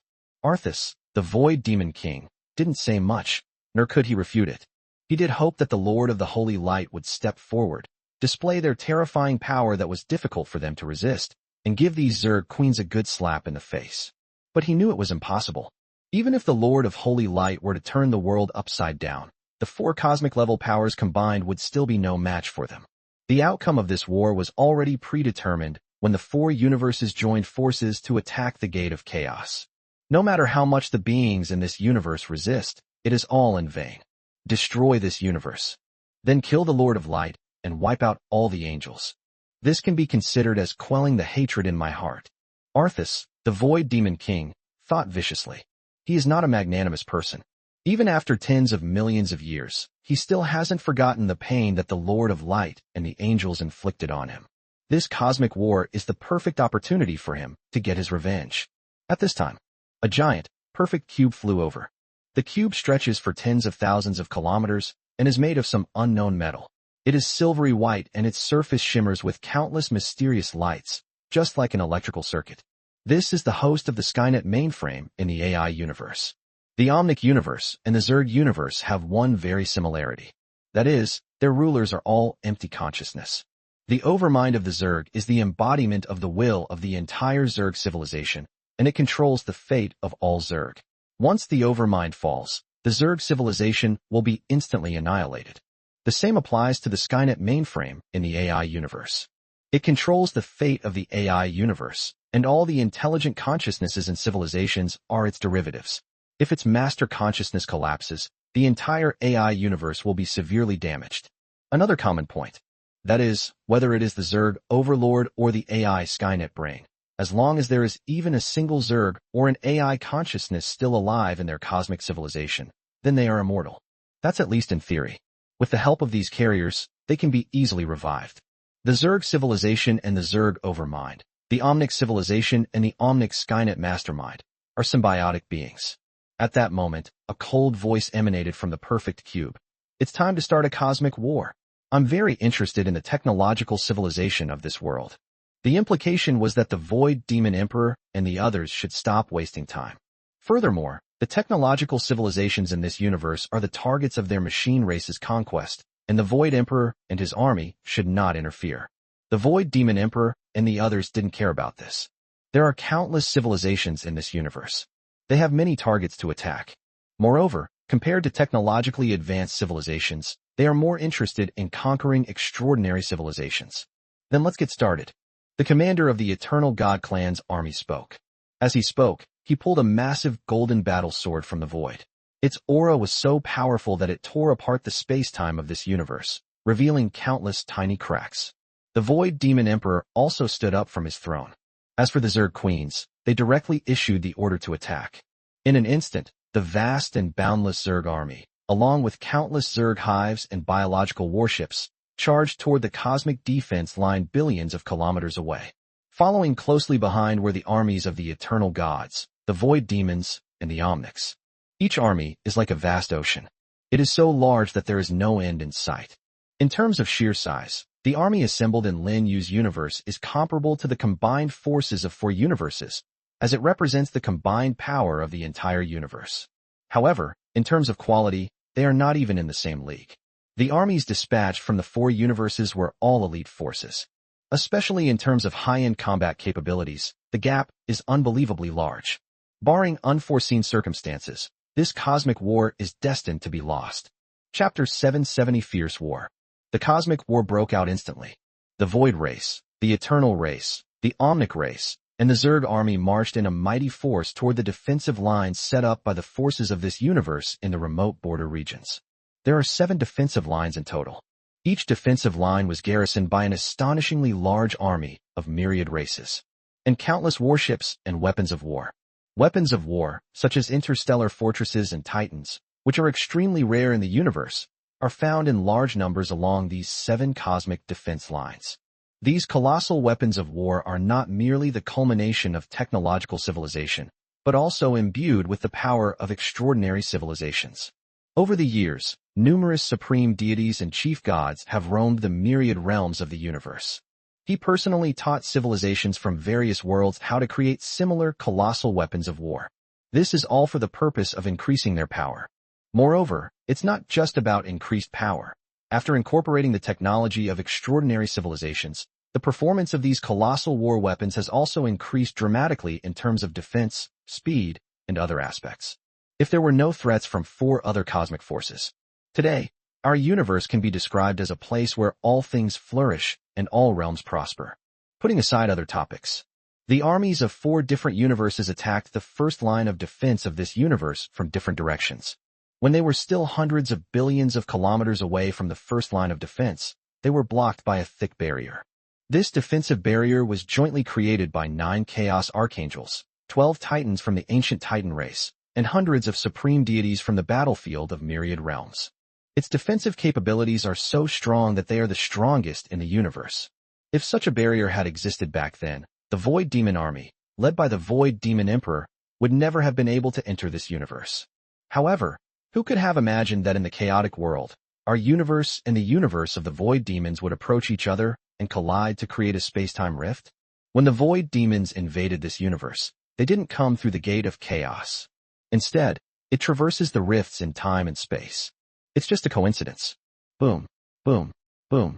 In an instant, countless dazzling beams of light appeared within the first line of defense.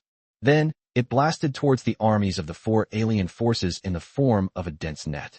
Ignoring the barrier, the beams of light landed in the enemy's camp, causing a violent explosion that was far more terrifying than the self-destruction of a red giant. In an instant, countless beings from other universes perished. Most of them turned directly into ashes. Omnic warships and even Zerg hives were directly destroyed. In just one round of attacks, a large number of enemy elites were killed or wounded, amounting to at least hundreds of billions. However, for the 4 major powers of the different universes, these casualties were nothing. Even if tens of millions or trillions were killed or injured, it wouldn't cripple them. In the Zerg universe alone, the total size of the army dispatched this time is at least trillions. Moreover, they are all elites. The Zerg also have a terrifying ability, rapid reproduction. Given enough life energy, even if the Zerg are left with only 1 hive and 1 queen, they can still generate an astonishingly large army in a short period of time. Furthermore, the same applies to the Omnic race. The AI race brought their entire arms factory with them when they attacked Lin Yu's universe. It brought about a massive production line for war machines in the form of a miniature universe. If they obtain metal mineral resources, the Omnics can also create a terrifying Omnic army in a very short time. Then there are the Void Demons, who also brought demon nests, which can quickly hatch large numbers of demons. Only the eternal gods lack this ability to rapidly produce troops. Therefore, upon seeing casualties among his army, the commander of the eternal gods immediately took action, personally attacking the barrier with terrifying power comparable to that of the Chaos Angels. Immediately afterwards, the army of the eternal gods also made their move. They ignored the dense beams of light flying towards them and attacked the barrier relentlessly. Next came the Void Walkers, the Omnics, and the Zerg. Once the barrier is destroyed, the defensive line behind it will be like fish in their mouths, ready to be devoured in one bite. While the barrier was under fierce attack, the armies of this universe were not idle either. In addition to continuously bombarding the enemy with weapons of war, the powerful figures within the army were also launching a counterattack. As long as the barrier remains intact, they are absolutely safe.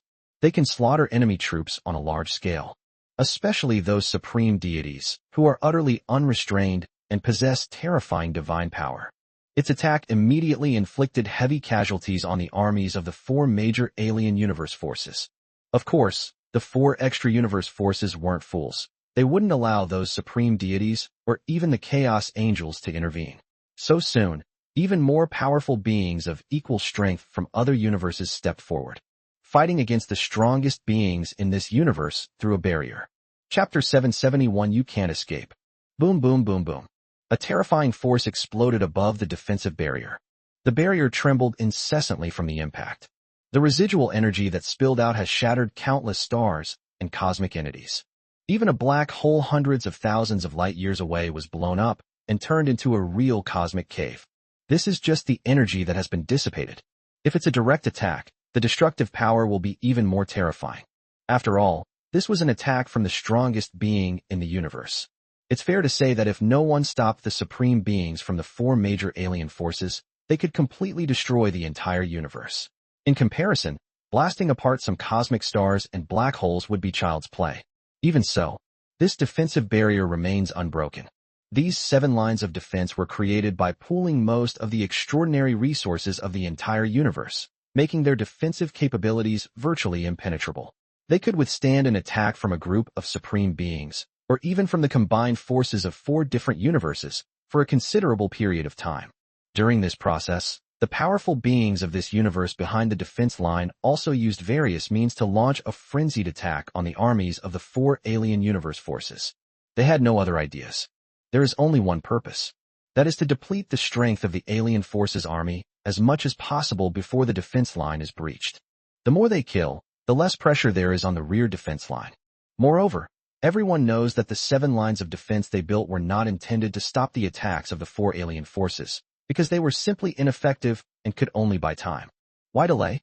Of course, they are waiting for the Lord of Light, whom they believe in, to achieve transcendence.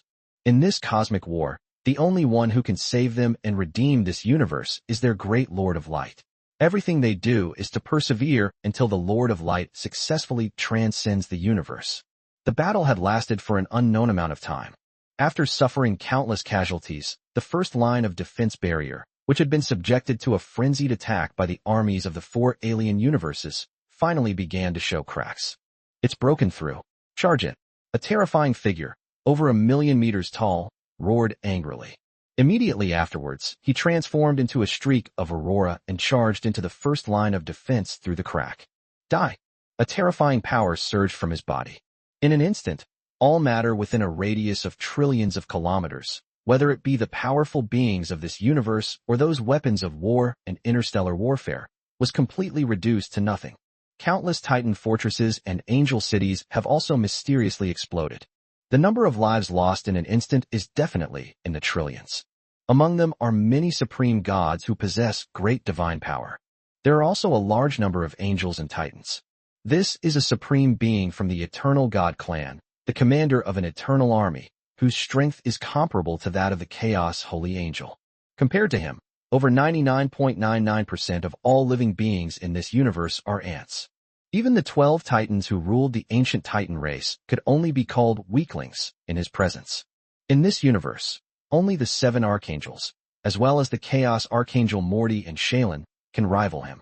Others, even the supreme deities, are not qualified. Morty, Sharon, you two repair the defensive barrier and do your best to prevent other enemies from entering the defensive line. The rest of you, retreat with the main force according to the established war plan. Angelia's cool voice echoed throughout the entire first line of defense. As soon as they finished speaking, the Chaos Archangel Morty and Shaylin immediately plugged the cracks in the defensive barrier. Behind them, even the phantoms of 2 colossal worlds appeared. Those are their respective original forms, the battlefield of Myriad Realms and the floating island of Myriad Realms. They are mobilizing the world's primordial power to repair the cracks in the barrier. Following Angelia's orders, the the supreme deities, including Annabelle, the goddess of light, Bradley, the king of the storm titans, Olivia, the goddess of fate, and Heloise, the goddess of nature and elves, who were stationed on the first line of defense, immediately led their army to retreat to the second line of defense. Using a pre-prepared time-space portal, the army quickly and successfully withdrew. From beginning to end, the army of this universe had no intention of fighting the enemy to the death. They will not engage in a fight to the death until all 7 lines of defense are destroyed. Their task was simply to stall for time. You can't escape. No matter how much you resist or struggle, it's all in vain. This universe will eventually be conquered by us. Your only way to survive is to lay down your weapons and surrender. The commander of the Eternal God army who had invaded the first line of defense spoke, his gaze falling on the 7 archangels, including Angelia. He fought against 7 opponents, all of whom were supreme beings of the same level in the universe. He showed no fear whatsoever, because he knew that the 2 mutated chaos angels wouldn't last long. His companions will break in soon. Chapter 772. You're dead. Surrender? No one can make our angel race bow their heads, not even if you are rulers from another universe. My angel race only obeys the divine decrees of the Lord of Holy Light. Believe in the Lord, and you will have eternal life. These cold words came from Victoria, who was once an 18-winged fallen archangel. Now, she has long since ascended to the level of a chaos saint angel, and her strength is far greater than before. Even when facing the strongest beings from other universes, Victoria showed no weakness. After Victoria finished speaking, a soft shout followed. That was Angelia's voice, issuing the order to surround and kill the commander of the Eternal God army. In an instant, the 7 chaos angels charged toward the commander of the eternal race. Each person unleashed an unimaginable and terrifying power. Even Astia, who was not skilled in combat, unleashed a terrifyingly powerful force at this moment. She was even stronger than the battle-hardened Victoria. The reason is simple. Astia is the only one among the 7 archangels who combines technological power. Back when she was still a fallen archangel, she used her supernatural and technological powers to transform her 18 fallen angel wings into wings that looked like metal. Her modified wings not only bear the divine power of her as an 18-winged fallen archangel, but also possess an astonishingly substantial defense. In addition, the attack power of its metal wings has been increased many times over. Even a mere streak of light can easily slice through a super celestial body in the universe. This was only her ability when she was an 18-winged fallen archangel. As she advanced to become a chaos holy angel, the metallic wings on her back received a comprehensive power boost. With Lin Yu's guidance and assistance, the power of the metallic wings became even more terrifying. It surpasses almost any supreme artifact, second only to super artifacts like Ion. Astia's greatest skill is researching and crafting weapons and equipment, but now her combat prowess has become so formidable that even Angelia has to take notice. It could be said that Astia alone was enough to fight this commander of the army from the eternal gods for hundreds of rounds. Now, the fact that 7 chaos angels are besieging the commander of the eternal gods army is practically giving him a lot of face. A terrifying storm of divine power swept everything away. The weapons and defensive devices on the first line of defense were completely destroyed in the battle between the strongest warriors, leaving not even a fragment behind, all turning into dust. Fortunately, the goddess of light, the goddess of fate, and others escaped quickly. Otherwise, all of them, these supreme deities, would have died here. The battles between supreme beings in the universe, such as the Chaos Angel and the commander of the Eternal God army, are so powerful that even the supreme gods have no power to intervene. If they get involved, they will be completely destroyed, and it will be difficult for them to be resurrected. Based on combat power, the strongest beings in the universe can be divided into 4 levels. The first level is the Lord of Holy Light. The second level is the Chaos Angel. The third level consists of primordial chaotic beings, such as the giant tortoise in the 7 seas, divine realm of the battlefield of myriad realms.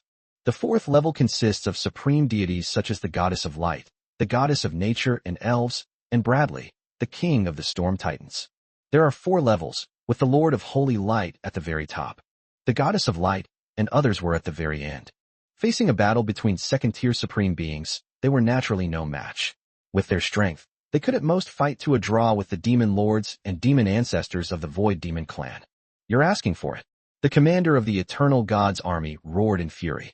The divine body instantly expanded to a size of tens of millions of meters. He was clad in golden armor and wielded a giant sword that shone with dazzling golden light, resembling a golden-armored war god from a movie, possessing an unparalleled and terrifying aura. He swung the great golden sword in his hand. In an instant, hundreds of millions of sword lights appeared in the void.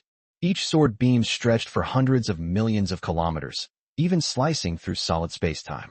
All these sword lights converged towards Astia, simply because a second earlier Astia had used the metal wings on her back to cut a huge gash in his body. If he hadn't dodged quickly, he would have been cut in half.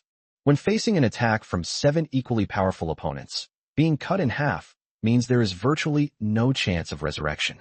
In other words, he had just been hovering near the gates of hell, hence his shock and anger. Bang, bang, bang, bang, bang. A holy glow swept across. All the sword light shattered. That was the power of chaos from Angelia.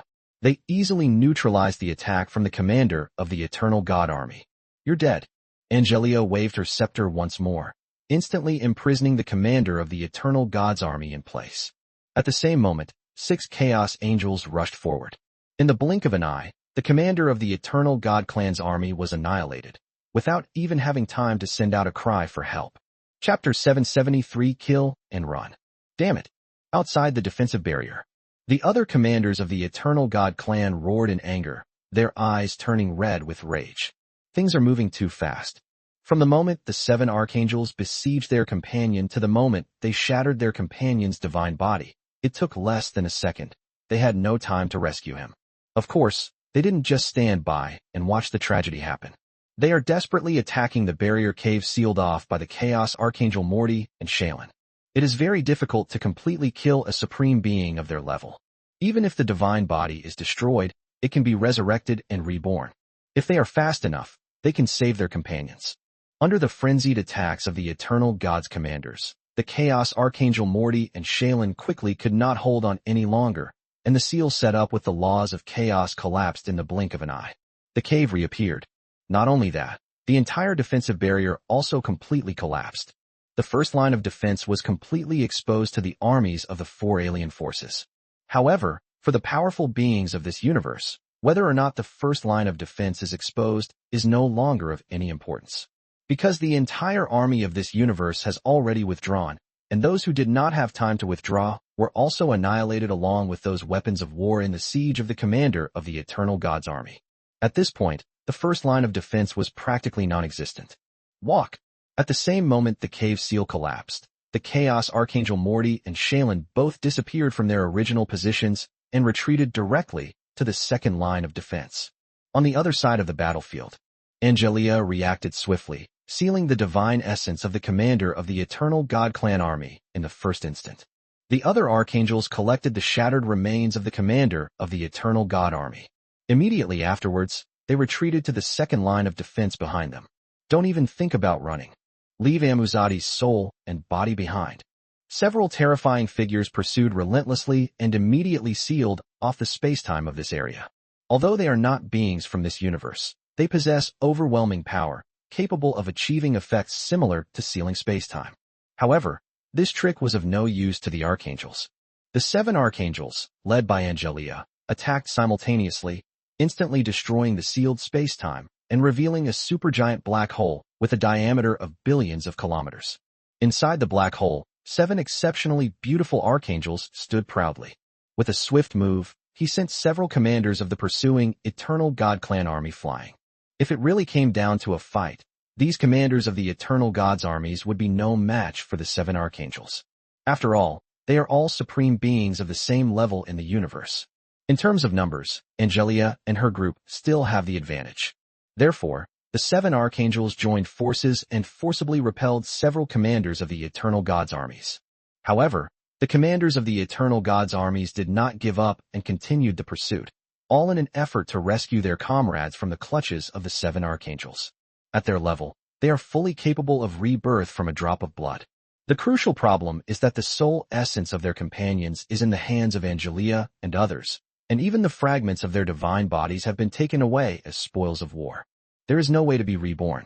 Even if one is reborn, it can only be considered a clone, not the original body, unless the soul of one's companion is annihilated. After defeating several commanders of the Eternal God's armies, Angelia and the others then continued their retreat to the second line of defense without engaging the enemy. The reason is simple. When the defensive barrier collapsed, the strongest beings from the other three cosmic forces also broke in. This includes Arthas, the Void Demon King, several queens of the Zerg, and several super combat robots from the Omnic civilization. Those super combat robots are incredibly powerful. Although products of technological civilization, they are no less powerful than the strongest beings in the universe in terms of both attack and defense. It is worth mentioning that they do not possess independent consciousness. They are all controlled by the AI Skynet mainframe. With so many supreme experts attacking together, even someone as strong as Angelia and the others would find it difficult to resist. They could only continue retreating to the rear defensive line. What they need to do now is twofold. First, to use these lines of defense to deplete the war power of the four alien forces, and second, to buy time for their own creator. Once the Lord of Holy Light emerges from seclusion, this cosmic war will be won. Whether it's Angelia or the others, they all have great confidence in whether Lin Yu can successfully transcend his limitations. Soon, Angelia and the others successfully retreated to the second line of defense. At the same time, the strongest beings from 4 different universes also arrived in pursuit. Soon after, his army arrived. But the next moment, they were once again bombarded by countless weapons of war on the defensive line. Upon witnessing this scene, the faces of all the supreme beings from other universes turned dark. Chapter 774. Honestly, I don't even have that kind of guts. It didn't take the 4 alien forces long to breach the first line of defense. The losses are not significant compared to the overall situation. The key issue is that this universe has established 7 lines of defense, and the power of the next line of defense will increase exponentially with each destruction of one line. Because the defenders of the previous line of defense will continue to retreat to the next line of defense. And so on, the 7th line of defense is the most terrifying. As they fight their way through, the losses of the 4 alien forces will only increase. This made them very upset. They thought that after the 4 major alien forces joined forces to invade this universe, they would sweep everything away with overwhelming force, but instead they encountered such resistance. The Eternal Gods, in particular, were both angry and furious. For cosmic supreme beings of their caliber, the loss of their legions is a minor issue. Even if half of their army is lost, it will not shake the foundation of their universe. In a few million or tens of millions of years, their cosmic power will be able to return to its peak. What they found hard to accept was the fall of a major military commander. It is important to understand that it is extremely difficult for a universe to cultivate a supreme being of this level. It may take hundreds of millions or even billions of years to produce just one. Their Eternal God race's universe has existed for countless years, yet only 5 supreme beings have emerged. One has already been lost at the very beginning of the war. How could they not be angry? Damn it! If you had caught up sooner, those Chaos Archangels wouldn't have been able to escape. Enraged, one of the Eternal God's army commanders turned his furious gaze directly to Arthas, the Void Demon King, the Zerg Queen, and the Omnic Skynet's mastermind. His eyes were filled with deep dissatisfaction. He even suspected that these guys were doing it on purpose, trying to trick them. The purpose was to weaken the power of the Eternal Gods, so that they could be suppressed when the universe was divided in the future. The AI Skynet's mainframe coldly stated, "It's normal that our 4 cosmic forces, each attacking in a different direction, couldn't arrive to provide immediate support." That is, one of the Zerg Queens glanced sideways at the Eternal God Commander and said, "Your companions are arrogant and conceited. They charged into the encirclement of those Chaos Archangels all by themselves, and now that they've been captured, they're blaming us. Honestly, I don't even have that kind of guts. Those were 9 Chaos Archangels, 9 beings as powerful as them. If someone were to charge in alone, wouldn't that be pure suicide?" The commander of the Eternal God's army was rendered speechless by the rebuke. Their companion was indeed a bit reckless. Otherwise, how could he have suffered such a fate? Meanwhile, the Zerg Queen turned her gaze to Arthas, the Void Demon Emperor, and said with great dissatisfaction, "Arthas, didn't you say that there are only 3 supreme beings in this universe? 1 Lord of Light, 2 Chaos Angels. Now, the Lord of Holy Light has not been seen, but a total of 9 Chaos Angels have appeared. How did you get the information?" The Void Demon Emperor Arthaston's face darkened immediately, and he said, The information I'm telling you comes from that cosmic field tens of millions of years ago. Who knows that tens of millions of years later, this universe will have so many chaos angels? To be honest, even he found it hard to believe. In just tens of millions of years, 7 chaos angels were born in this universe. It was so fast, it was like seeing a ghost. Beings from other universes are unreliable. The Zerg Queen said coldly. If I didn't know that your demonic soul and body were indeed destroyed by the Lord of Holy Light back then, and you were only a hair's breadth away from death, I would suspect that you are a traitor sent by this universe. The Void Demon Emperor Arthas immediately frowned. If he is an inside man, then the price he pays is far too high. Arthas promptly changed the subject, saying, with our strength, breaching the remaining 6 lines of defense isn't a problem, it's just too slow. Why don't we just ask the Supreme Being to intervene? With the terrifying power of the Supreme, comparable to that of a transcendent being, it would be enough to easily destroy the seemingly indestructible defensive lines before them. I've already contacted the Supreme One.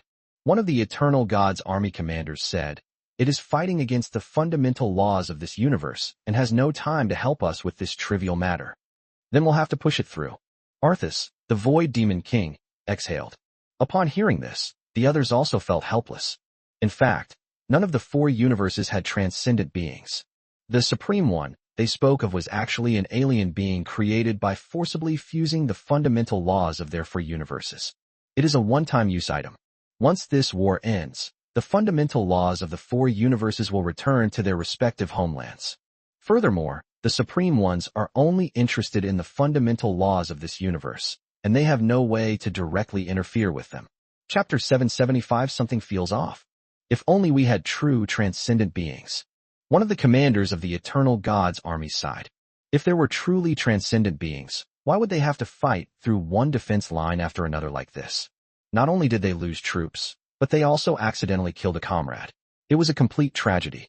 If there are those who transcend, with its transcendent power, it could shatter all 7 defenses in one go. Their armies from the 4 universes will march straight in. They can sweep through any star system they want. Just collect the loot. Why go through all that trouble? Upon hearing this, one of the Zerg Queens sneered and said, to put it bluntly, no matter which of our factions has a true transcendent being, no other faction will be allowed to interfere in this invasion war. What good is so-called win-win cooperation compared to enjoying the fruits of one's own labor? Upon hearing this, the commander of the Eternal God Clan's army was immediately silenced. Because what they said makes a lot of sense. It is precisely because none of the 4 universes have a true transcendent being that they are able to join forces. Otherwise, the other 3 factions would have been eliminated long ago. It's even possible that the other 3 factions will be the next to be invaded. In the chaotic world, if a universe wants to develop rapidly, it cannot rely solely on the laws of the universe to absorb the power of the chaotic world. It must rely more on the efforts of the living beings in the universe. Whether it was the invasion of the Void Demons tens of millions of years ago, or the joint invasion of 4 forces tens of millions of years later, this remains true. All of this was in an attempt to plunder the origin of Lin Yu's universe in order to enhance their own cosmic origin power. A universe without transcendent beings is forever a place to be slaughtered. The 4 cosmic forces present were also striving to become stronger. But the difference is, their approach is to join forces and invade other universes. The way Lin Yu's universe strives is to cultivate a true transcendent being. Alright, enough with the nonsense. Let's attack. The Void Demon King Arthas said in a low voice. I don't know why, but I have a bad feeling about this. One of the Zerg Queens glanced at him sideways, scoffed, and said, what? Are you worried about the Lord of Light who annihilated you back then? Arthas said non-committally. That old fellow is the oldest being in this universe, without exception. When he was born, the fundamental laws of this universe had not yet appeared. No one knows exactly how far he has progressed over tens of millions of years. Especially since he hasn't shown up yet. I feel like something's not quite right. The Zerg Queen laughed and said, you're too timid. Is this the same Void Demon Emperor I knew back then? He's all alone. How strong can he be? As for saying he has successfully transcended, that's even more impossible. In this chaotic world, with countless universes, how many have transcended it? Only one transcendent being might be born in one of 10,000 universes that possess the laws of the Great Tao. I suspect that the Lord of Holy Light is hiding somewhere right now, waiting for an opportunity to escape. Fortunately, We have shattered the gate of chaos, so he has every chance to run away. According to my calculations, the probability of that Lord of Holy Light successfully transcending is less than 1 in a trillion. This last sentence comes from the main brain of the AI Skynet. It must be admitted that its calculations are completely correct.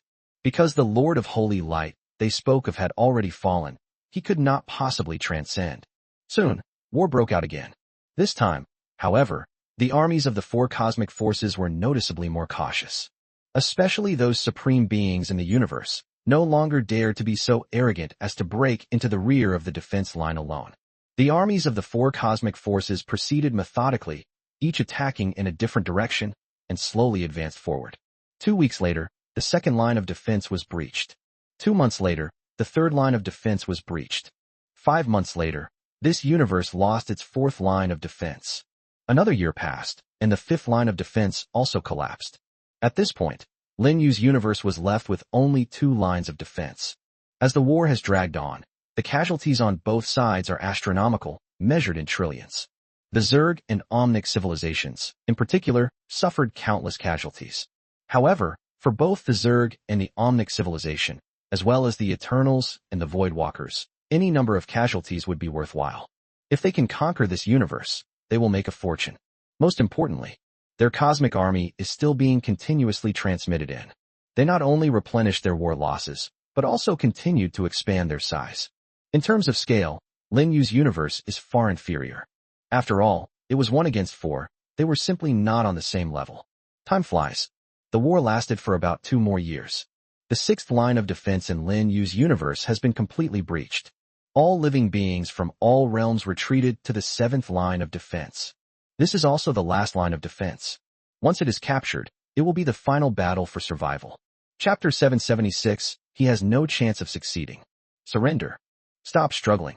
Your resistance, and all your current insistence, are meaningless. Being devoured and assimilated by us is your destined fate. In an unknown void, 2 colossal eyes appeared, facing each other. One eye is 9-colored. His other eye was blood red, exuding a strong aura of killing intent. These words came from that blood-red eye. It was formed by the convergence of the cosmic origin consciousnesses of the 4 major alien universe forces.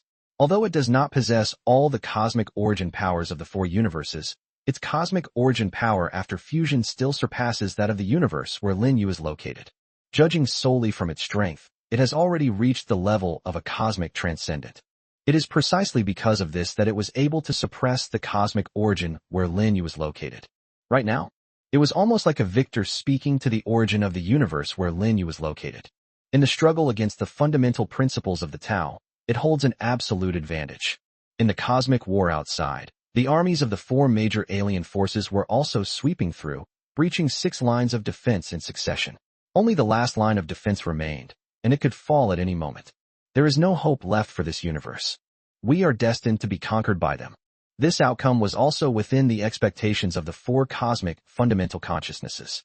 With 4 of them fighting one, and neither side of the war having a true cosmic transcendent being, how could the outcome possibly be rewritten?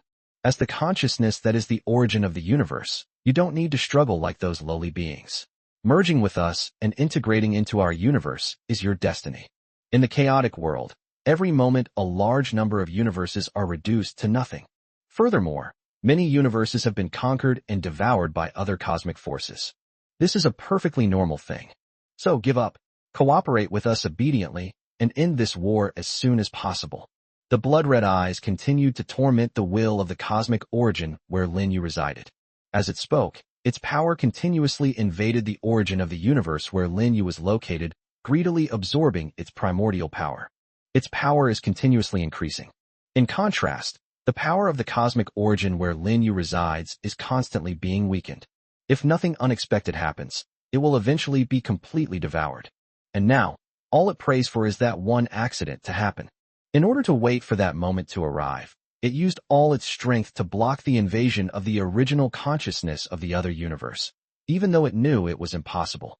I've already told you, your resistance is pointless. The person spoke in a cold voice with blood-red eyes. Immediately, it intensified its devouring of the cosmic origin of Lin Yu's universe. Within its body reside the consciousnesses of 4 different universes' great Tao origins. all frantically devouring the universe's great Tao origin where Lin Yu resides, as if sharing a gluttonous feast. I don't know how much time has passed. The blood-red eyes suddenly froze. While absorbing the origin of the universe's great Tao where Lin Yu resided, it seemed to have discovered something. Is this what you've always insisted on? Lord of Holy Light, a supreme being in the universe who is currently undertaking a transcendence plan. It saw the memories of Lin Yu within the original consciousness of the great Tao of the universe, and also saw Lin Yu's figure within those memories. Its voice immediately turned serious. In each of their universes, there exists a so-called supreme being. However, judging from the images in their memories, it seems that none of these supreme beings can compare to the Lord of Holy Light of this universe. That human has truly embarked on the path of a cosmic transcendent. It could even be said that they are only one step away from achieving transcendence. Lin Yu will succeed soon. Once he successfully transcends this, it will be your death day. You've devoured so much of my essence. He'll make you pay me back tenfold, 100-fold. The nine-colored eyes roared. It has now placed all its hopes on Lin Yu. If Lin Yu fails, it will have no way to survive. Conversely, if Lin Yu successfully transcends, then even if its original power is completely devoured, as long as it retains a trace of the great Tao consciousness, it can return to its peak, or even become stronger. Because Lin Yu had promised it earlier that he would let it devour the power of the great Tao origin from these 4 different universes. Wishful thinking, the blood-red eyes coldly said. Even in 10,000 perfect great Tao universes, there might not be a single transcendent being born. What are the odds of such a coincidence? It doesn't believe it could be such a coincidence. A universe invaded by 2 forces ended up giving birth to a transcendent being. The probability of this is many times lower than encountering cosmic annihilation in a chaotic world. That human has no chance of succeeding. We've seen way too many examples like this. As soon as he finished speaking, his blood-red eyes accelerated their devouring speed. Chapter 777 The Belief that Both Sides Will Persevere. The war in the universe has lasted for 4 years since it began. For 4 years, the army of all races, led by a group of chaos angels, the 12 titans, and the supreme gods, has been fighting against the armies of the 4 major alien universe forces. The war has almost never stopped. At most, when one defensive line is destroyed, the 2 sides will tacitly cease hostilities and rest for a period of time. The 4 alien forces are trying to regroup their armies. The vast army of myriad races in Lin Yu's universe was there to reinforce the next line of defense and buy time. For Lin Yu's universe, the longer the war drags on, the greater their chances of winning. After all, their Lord of Holy Light is currently in seclusion, transcending worldly concerns. Everything they do and everything they persist in is for the sake of waiting for the Lord of Light, whom they serve, to successfully transcend. In terms of cosmic warfare power, they are absolutely incapable of withstanding the attack of the 4 major alien cosmic forces. Their only hope of victory is that the Lord of Holy Light achieves transcendence. Only when Lin Yu successfully transcends can he use the power of a transcendent being to save the entire universe. After the brief truce ended, a new round of war has begun.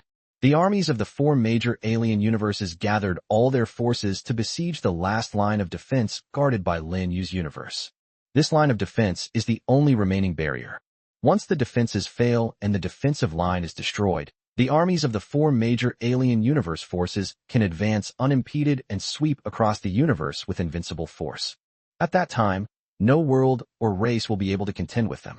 After all, the war forces of all the universes have been concentrated here. The breach of the defense line means that the entire universe has been defeated. At that time, not only will there be scenes of gods falling, but the armies of all races from all realms will also be completely annihilated. For the universe where Lin Yu resides, the battle to defend the 7th line of defense is the final cosmic battle, a battle that will determine their own fate. If we fail, everyone will die. It was precisely because they knew this that all the creatures of every race guarding this line of defense fought desperately. Even if it's not for their own people or to protect their homeland, but simply for their own lives, they must fight with all their might. The war quickly escalated into an extremely intense phase. Every moment, countless lives perish. Not only did the myriad races of Lin Yu's universe perish, but so did beings from the 4 major alien universes.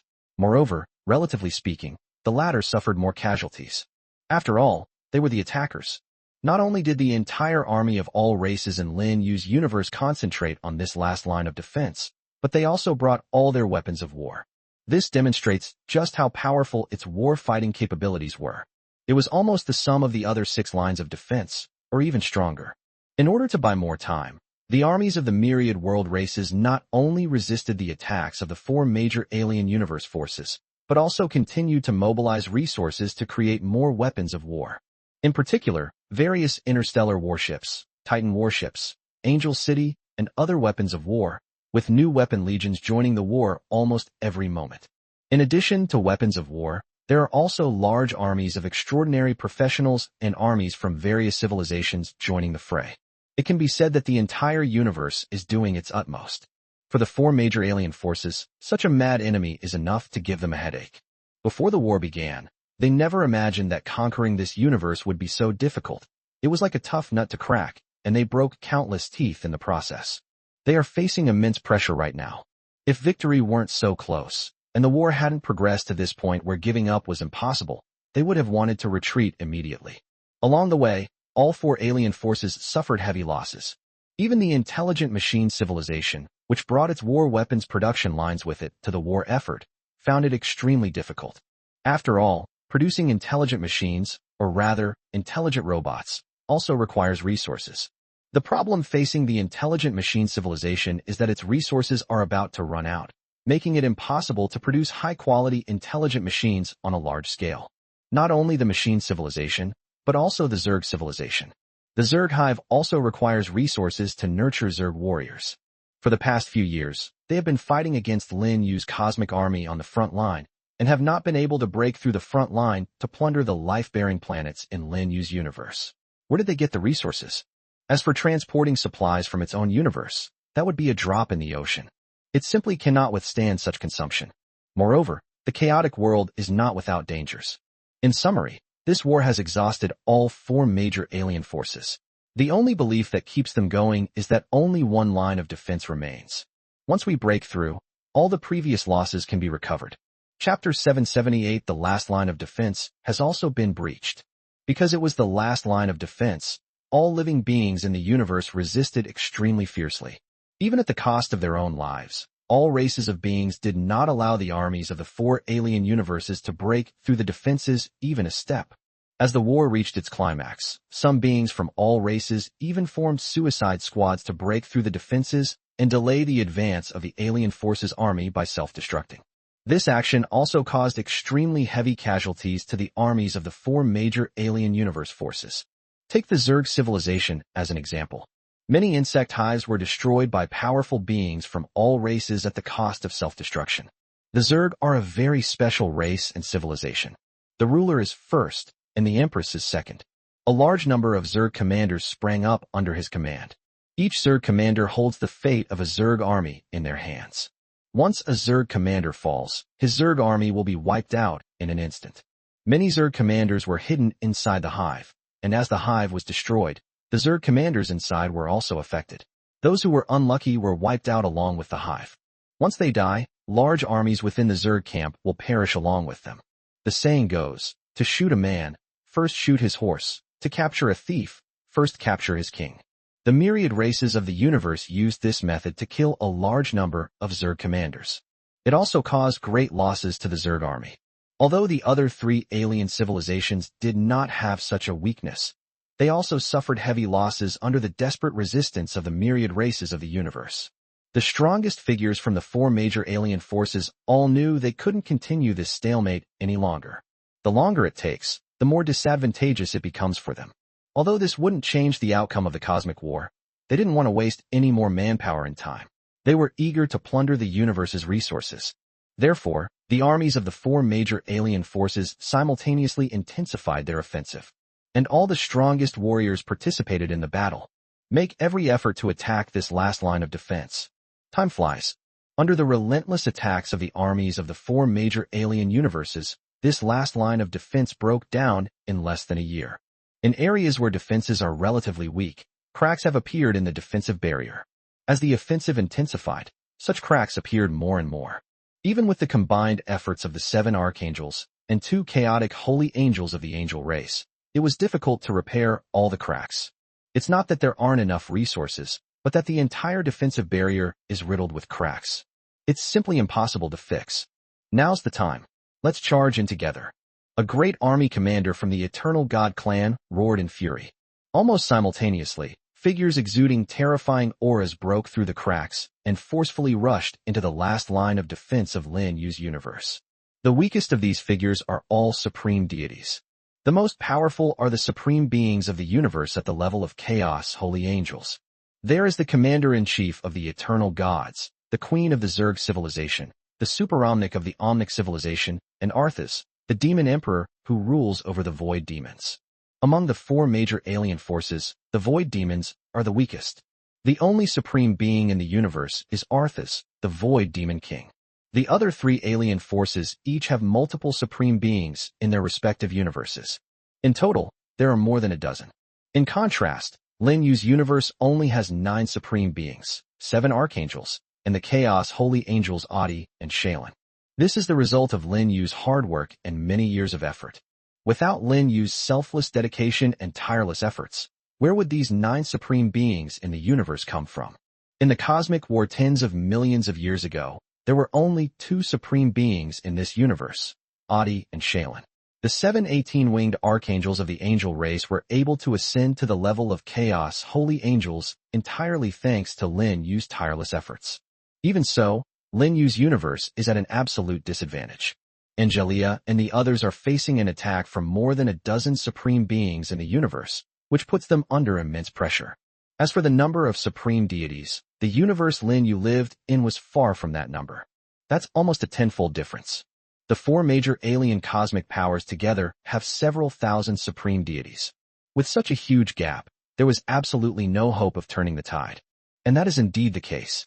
As the supreme beings of the 4 major alien universes led thousands of supreme deities into the defensive lines, the vast army of all races in Lin Yu's universe was instantly wiped out on a large scale. Yes, it means disappear. Under the sweeping force of supreme power, not even the corpses of all races could be preserved. It turned to ashes in an instant, along with the weapons of war on the defensive line. Fight the enemy. The Storm Titan King Bradley roared as he charged toward the enemy. Other supreme deities followed closely behind. In an instant, a massive, high-level melee broke out. Chapter 779 One after another, they fell in battle. A terrifying storm of divine power swept across the entire defensive line. In an instant, countless beings from all realms vanished into nothingness. As for the war machines on the defensive line, such as the City of Angels, interstellar warships, and space fortresses, they were also unable to withstand the sweeping power of the divine storm.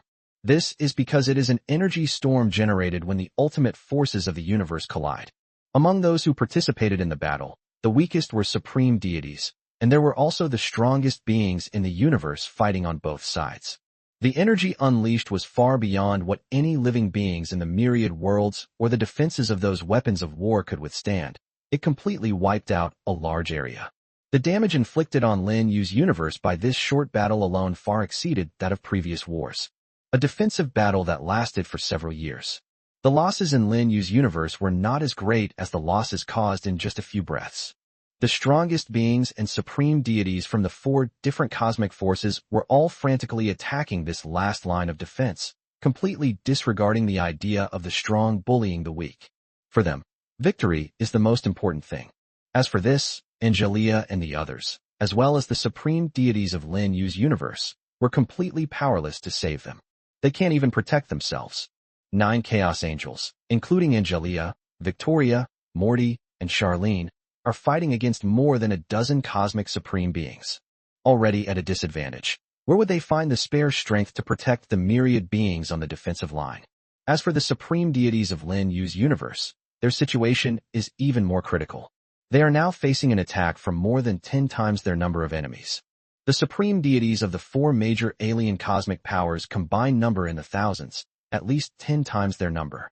It can be said that they are now struggling to protect themselves. Sure enough, not long after the battle began, one of the supreme deities of their own faction fell. That was Adonis, the lord of the undead from the evil god alliance, whose supreme divine body was destroyed by several supreme gods from the eternal god clan working together. Before the lord of the dead, Adonis, could be resurrected, the demon ancestor of the void demon clan attacked, and used the Void Demon clan's secret techniques to completely destroy his shattered divine body, and Adonis's divine soul was also completely annihilated. Immediately afterwards, another renowned supreme deity was surrounded and killed. It was none other than the goddess of darkness, Sylvia. She is one of Lin Yu's partners. Over the years, with Lin Yu's help, Sylvia's divine power has grown very rapidly, and her combat strength has reached the peak level of a supreme deity. However, she was still no match for the combined attack of a group of supreme deities. Sylvia! A scream of extreme pain rang out. The voice came from Annabelle, the goddess of light. Although she and Sylvia have fought for tens of millions of years, they are actually blood-related sisters in private, and their relationship is so good that they can discuss the mysteries of the laws with Lin Yu together. Now, he has witnessed Sylvia die right before his eyes. Annabelle, the goddess of light, was instantly devastated.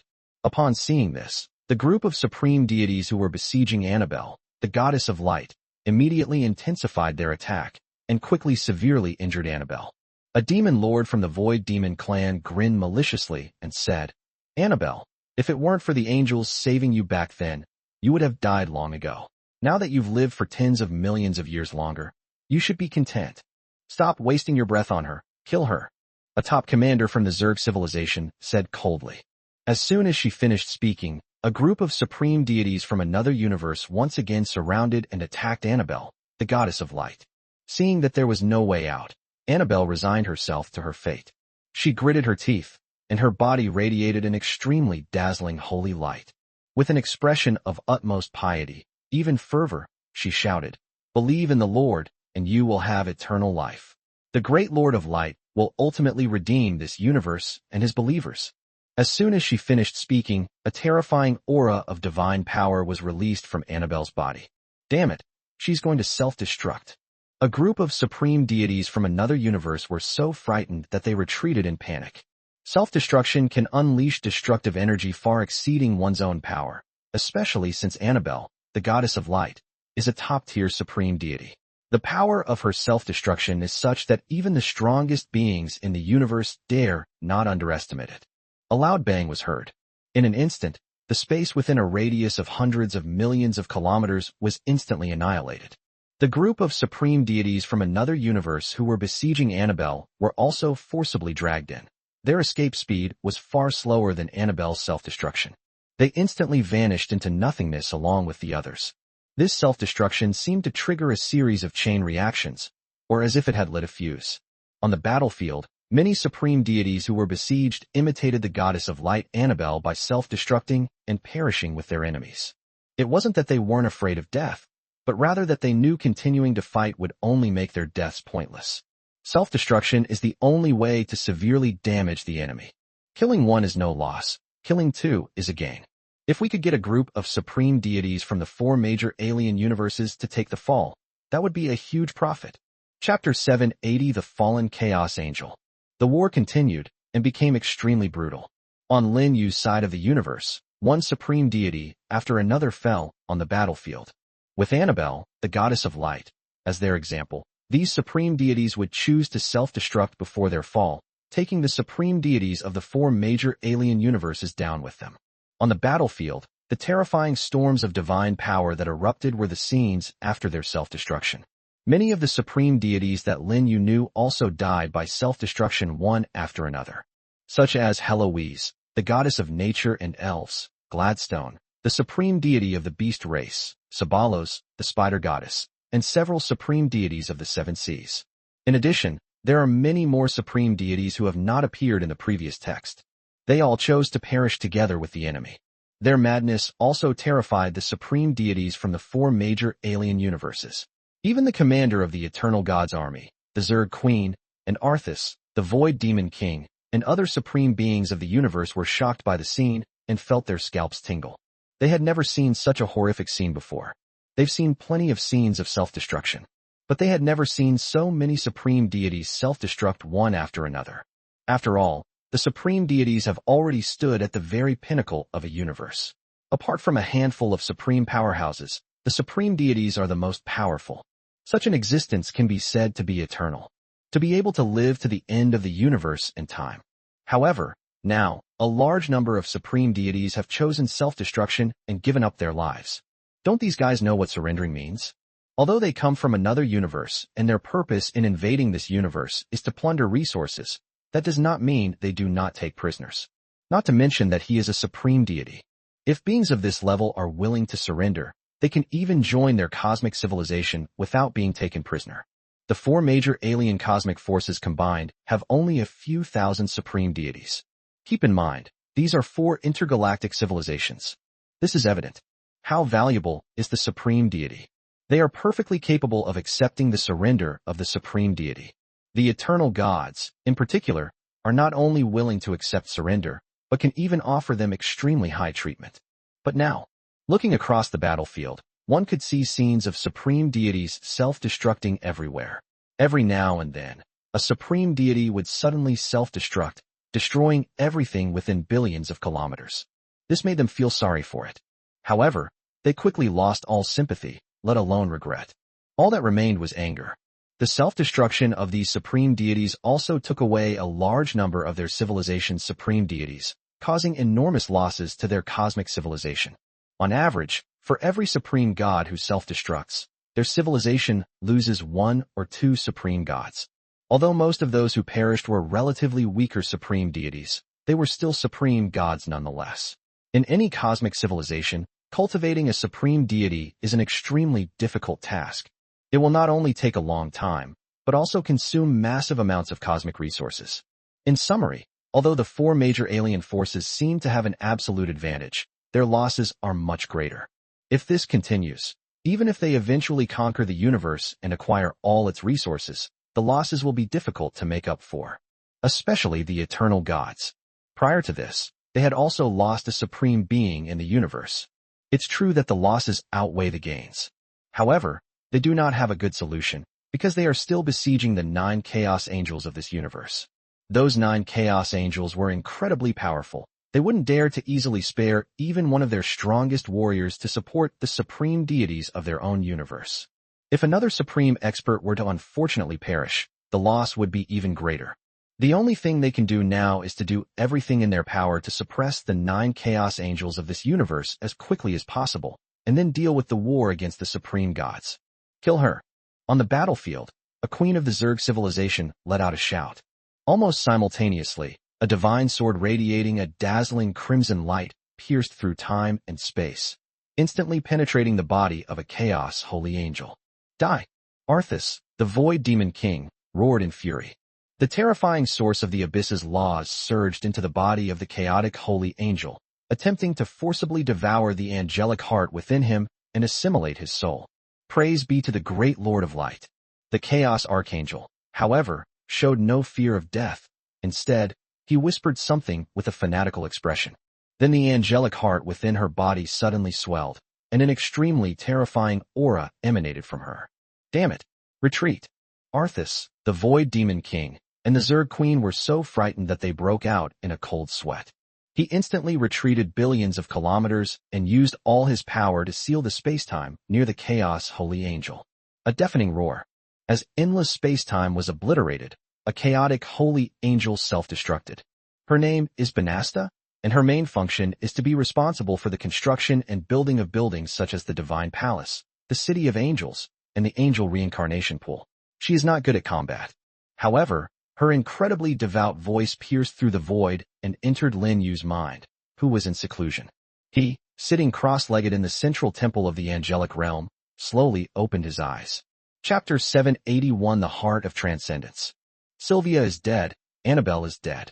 Now, Banasta, the holy angel of chaos, is also dead. Lin Yu murmured. These were his companions, the objects of his daily communication with the profound principles of the universe. Yet now, one by one, they have died on the battlefield at the edge of the cosmos. If he had emerged from seclusion any later, the others would have perished one after another. This even includes Secretarian and others. Although he made countless efforts to cultivate all 7 18-winged archangels into chaos holy angels, and also enhanced the divine power of many other goddesses, making them stronger in battle. However, it's still too much of a stretch to think that the power of just one universe can contend with 4 other universes. It's already quite impressive that they've managed to persevere this long. It's alright. Falling is only a temporary departure. Even beings at the level of chaos angels can be resurrected. That's why Lin Yu didn't show much sadness when he sensed the fall of the goddess of light, the goddess of darkness, the holy angel of chaos, Banasta, and other women. There's no other reason than that he can be resurrected. He immediately stood up. At the same time, a terrifying and suffocating aura emanated from him and instantly swept across the entire angelic realm. To protect the cosmic defenses and resist the attacks of the 4 alien cosmic forces, the angel race dispatched almost 99% of the angels in the angelic realm to the battlefield. Only a few little angels remained in the realm of angels. Sensing the aura emanating from their holy light lord, the little angels immediately knelt down in unison, their expressions fervent and extremely excited. After many years, their lord of holy light has finally emerged from seclusion. Lin Yu sighed. As time passed, his aura continued to rise. This also means that his power is constantly increasing. As things stand now, he has far surpassed the level of the old Lord of Holy Light, and can face the primordial power of the laws of the universe without any pressure. At the same time, earth-shattering changes were also taking place inside Lin Yu's body. Under Lin Yu's control, his law godhead is rapidly approaching the faith godhead, which has transformed into a golden giant tree. Soon, his 2 divine cores merged together. The whole process was incredibly smooth. Immediately afterwards, his divine soul also rushed out of the sea of consciousness, enveloping the 2 fused divine cores. A massive amount of divine soul power surged into it, including Lin Yu's original consciousness. After an unknown amount of time had passed, Lin Yu's soul, faith divinity, law divinity, and the divinity contained within the faith divinity all merged together, becoming a single entity. What finally came into Lin Yu's view was a flawless crystal. The overall color is light gold. It showed no trace of aura, yet contained incredibly terrifying energy fluctuations.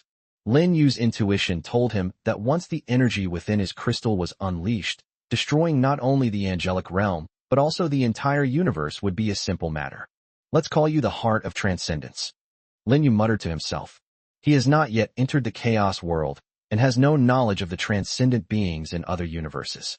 Even the old Lord of Holy Light was not entirely clear on the matter, so I just picked a name randomly. With the emergence of the heart of transcendence, Lin Yu's life form level also rose to another level, surpassing even the supreme deity. The supreme deity is a very broad realm. Although beings at the level of chaos angels are called the strongest beings in the universe, theoretically they are still at the level of supreme deities. The old Lord of Holy Light, who once suppressed all the universes, was also a supreme deity. Lin Yu is the same. No one has ever crossed the boundary of the supreme deity. Only now, with Lin Yu's divinity, divine nature, and divine soul fused into one, transforming into a transcendent heart, has Lin Yu truly broken through to the realm of the supreme deity. He has now embarked on the path of transcendence. Even his divine body was completely transformed into a transcendent body. The power it contains is no longer divine power, but rather the purest power of primordial chaos. Lin Yu can now completely survive in the chaos world. Moreover, not only will he not be rejected or suppressed, but he can also comprehend the mysteries of the chaos world as a chaos being. He is no longer considered a cosmic being, because he transcended the universe. However, that's not enough. My power has not yet truly reached the level of a transcendent being. Having just advanced to the transcendent realm, I need to absorb a large amount of energy. Lin Yu is currently in a state of evolving from a small water cup to a large water tank. The water that was previously in the water cup could not fill the large water tank now. Using the resources stored up by the angelic realm is definitely not an option. Even if you eat it all, it won't fill you up much. Only something akin to the fundamental laws of the universe could satisfy his appetite. You're the one. As if sensing something, Lin Yu stepped into the space-time rift and disappeared. Chapter 782. I'm here. In a vast void. The great Tao laws of Lin Yu's universe are still in conflict with the great Tao laws of the 4 other universes. But the situation is not good. The fundamental laws of the universe have essentially reached their limit. Its original source was also devoured by almost 90%. Once the origin is completely devoured, the laws of the universe will collapse, and its consciousness will be severely damaged, or it may be forcibly eaten by the laws of the 4 different universes. At that time, the universe in which Lin Yu resides will also be greatly affected. In particular, in those extraordinary worlds, the fundamental laws will collapse and extraordinary powers will dissipate. Perhaps only ordinary planets will remain unaffected. In summary, the collapse of the universal laws would directly bring annihilation to the extraordinary systems and cultivator civilizations of this universe. Moreover, all beings who have mastered the laws would suffer a significant reduction in power as a result. The stronger the power of the laws one masters, the greater the decrease in one's strength. In particular, the supreme gods will reach their weakest state in history. Looking across the entire universe, there may only be one extraordinary professional who is unaffected by the collapse of the great Tao, and that is Lin Yu, because he has successfully transcended it. It is not within the universe and is not subject to the laws of the universe. Of course, these are all hypotheticals. Currently, the fundamental laws of the universe have not truly collapsed. It is still using its strong will and the last bit of strength to resist being devoured by the laws of the 4 different universes. I already told you that. Your persistence, your stubborn resistance, are all meaningless. You will have at most 3 more months of space-time before I completely devour you. In the void, the blood-red giant eye, formed by the fusion of the consciousness of the great Tao laws of 4 different universes, looked down upon the great Tao eye of Lin Yu's universe with the posture of an absolute victor. It is very obvious that the great Tao eye of Lin Yu's universe has shrunk many times over. The aura and pressure emanating from it were also far less than before. At this moment, tentacles extending from the blood-red giant eye were connecting to the great Tao eye of Lin Yu's universe. Each tentacle was greedily absorbing the great Tao origin of Lin Yu's universe through the great Tao eye. Every so often, the blood-red giant eye grows a little larger. The most direct, simple, and brutal way for a universe's fundamental laws to grow rapidly is to devour the origins of other universes' fundamental laws. Moreover, this process of absorption has no side effects. That's why the consciousnesses of the great Tao laws from those 4 different universes attacked together. They all wanted to share this piece of fat meat. One origin of a universe, divided into 4 universes, certainly cannot allow them to ascend together to a higher level of universe. But at least, it can significantly shorten their path to ascension. The universe is actually divided into levels. Small universes, medium universes, large universes, and supergiant universes. In essence, regardless of their level, there is no difference between universes. Every perfect universe possesses the fundamental laws of the universe and countless brilliant civilizations. The level merely represents the size of the fundamental laws of the universe. The higher the level of the universe, the more vast the origin of the great Tao laws it contains. Such a universe is more likely to foster a greater number of powerful beings. In fact, whether it's the universe where Lin Yu is located, or the universes where the eternal gods, the Zerg civilization, the AI civilization, and the void demons are located, they are all only medium-sized universes. However, relatively speaking, the origin of the great Tao laws of the universe where Lin Yu resides is much larger. It's not far from being promoted to a large universe. If Lin Yu's universe can devour all the fundamental laws of these 4 different universes, it will inevitably be able to directly advance into a large universe. Generally speaking, large universes are governed by transcendent beings. As for the higher-level supergiant universes, they have an even greater number of transcendent beings. Faced with the incredibly arrogant voice of the blood-red giant eye, the great Tao eye of Lin Yu's universe simply responded calmly. Even if I am devoured by you, that is not my final fate. Oh, the giant, blood-red eye sneered and said, you're still clinging to that unrealistic fantasy? That human can't transcend. He's already lost his chance. After I devour your essence, I will personally confront him and suppress him. Completely extinguish all hope for your universe. Upon hearing this, the eye of the great Tao said nothing more. It can no longer sense Lin Yu's presence, perhaps because it is too weak. All it can do is pray. I pray that Lin Yu can successfully transcend this impermanence. Ideally, it should successfully transcend the situation before being completely devoured, then it can still be saved. Once it is completely devoured, it will be difficult to revive it even with the power of a transcendent being. While it was praying silently, a voice suddenly rang out in this void world. You didn't need to come looking for me in person. I'm already here. Chapter 783, I never expected that you could actually transcend. The sound wasn't loud. Rather, it was very calm. However, it shook the entire void world in an instant. It even caused this void world to show signs of imminent collapse. It should be understood that this place is the core of the origin of the great Tao laws of this universe, the old lair of the great Tao laws. and the solidity of its space can be said to be unique in the universe. Even the strongest being in the universe couldn't shake this void world even if they risked their lives. It's even possible that they won't be able to get in at all. However, this voice easily shook this void world, even causing spatial rifts to appear. This shows just how terrifying the person behind the voice is. Its owner is naturally Lin Yu, who has just been promoted to a transcendent being. Upon sensing that the laws of the universe were being devoured, Lin Yu rushed over immediately.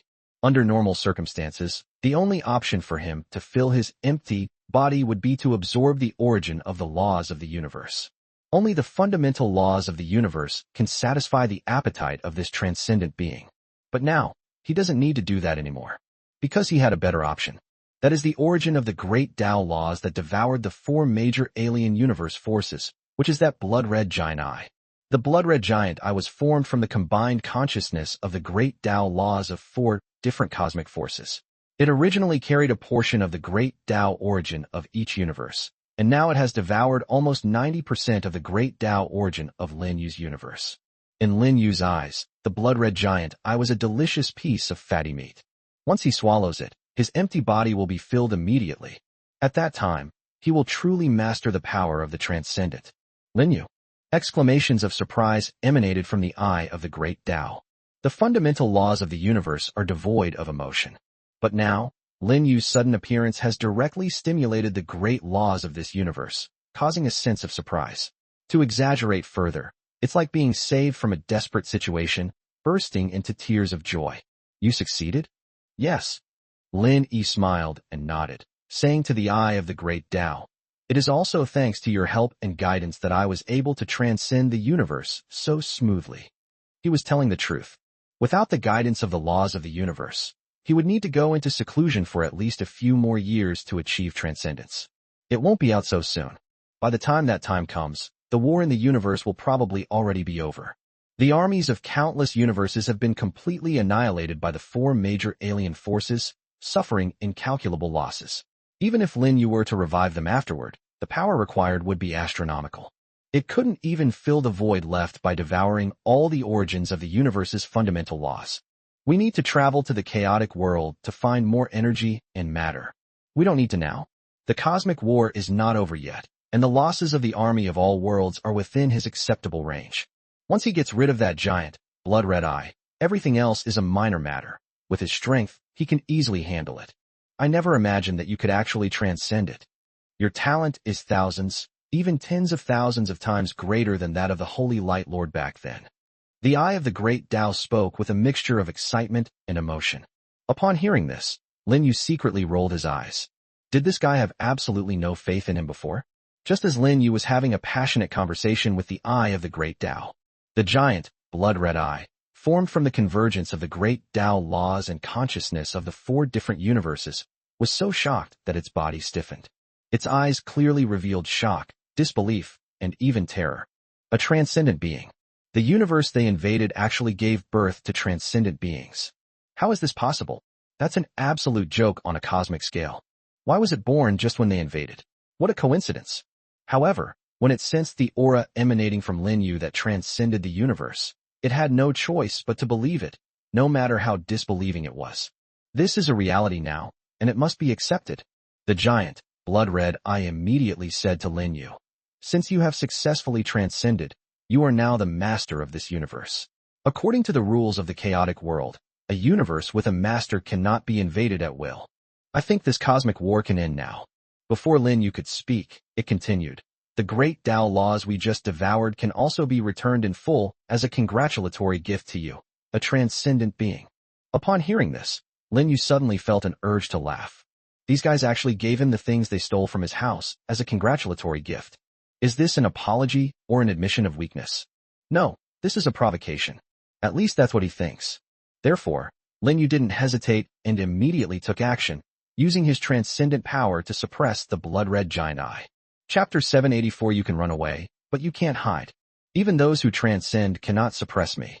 The giant, blood-red eye roared, unleashing terrifying cosmic primal power to resist Lin Yu's transcendent power. Its power is composed of the fundamental power of the five universes. The reason there are 5 universes is that it has already devoured most of the Tao origin power of Lin Yu's universe, and this power now belongs to it as well. In an instant, the 5 fundamental forces of the universe, which were essentially the same but had completely different auras, collided with Lin Yu's transcendent power. It was accompanied by a terrifying roar. The entire void was trembling and shaking. A terrifying energy storm swept across everything around it. Centered on Lin Yu and the blood-red giant eye, space-time within billions of kilometers collapsed and was annihilated. Even the entire void world was cracked with countless fissures. You must know that this is the headquarters of the great laws of the universe. The solidity of this void world is such that even a supreme being of the universe, such as a chaos saint angel, would not be able to budge it in the slightest. However, under the clash of power between Lin Yu and the blood-red giant eye, this void world cracked. The space-time within it was so fragile, like thin paper, that it was torn apart layer by layer, revealing the essence of the universe. Bang, bang, bang, bang. A series of loud explosions rang out. The transcendent power emanating from Lin Yu shattered the cosmic primordial power of the blood-red giant eye time and time again, as if it were an unstoppable force. This horrified the giant, blood-red eye. But it was unwilling to give up and attempted to reclaim the scattered primordial power of the universe to continue its fight against Lin Yu.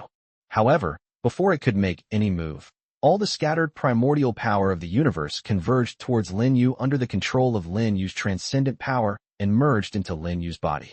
Lin Yu's body was like a withered tree that had been thirsty for countless years, greedily and frantically devouring the primordial power of the universe, which was like sweet spring water and clear rain. At the same time, the aura emanating from him was also constantly increasing. That's impossible. The giant, blood-red eye cried out in terror. Although I have never seen a true transcendent being, even if they transcend the universe, there's no reason why their power should be this great. I have gathered the essence of the great Tao from 5 universes. The most crucial point it hasn't mentioned is that Lin Yu isn't a seasoned transcendent being. He's only recently advanced, and doesn't even possess much transcendent power within him. How can we crush it? Lin Yu looked at it calmly and said, "You were right about the power of the transcendent ones. You just overestimated yourself. If you have truly gathered the essence of all the great Tao laws of the 5 universes, it would indeed be difficult for me to suppress you with my current power. But you didn't. You're only a half-finished product. Moreover, although your combined power is barely comparable to that of a transcendent, combined is not the same as fusion. You are now equivalent to 5 half-step transcendents fighting me. How could anyone be my opponent? 5 half-steps of transcendence are far from equivalent to 1 true transcendence. I don't believe it." The giant, blood-red eye roared in seemingly unwilling anger. He then unleashed all the primordial laws of the universe within his body, crashing towards Lin Yu with terrifying force. Lin Yu flipped his right hand, unleashing a power of transcendence that was about twice as strong as before. This time, he not only easily defeated the cosmic laws of the blood-red giant eye, but also suppressed the blood-red giant eye on the spot. "Humanity, you have won. All the fundamental laws of the great Tao belong to you." As it spoke, the blood-red giant eye shattered, then transformed into 4 illusory figures and vanished from this void. The cosmic laws and origins it left behind all belonged to Lin Yu. After absorbing all the origins of these great Tao laws, Lin Yu's transcendent power finally reached its true peak. "Lin Yu, they escaped. My current strength is too weak to contain them." The eye of the great Tao flew over and said to Lin Yu with a hint of regret. What escaped was a portion of the great Tao consciousness from those 4 different universes.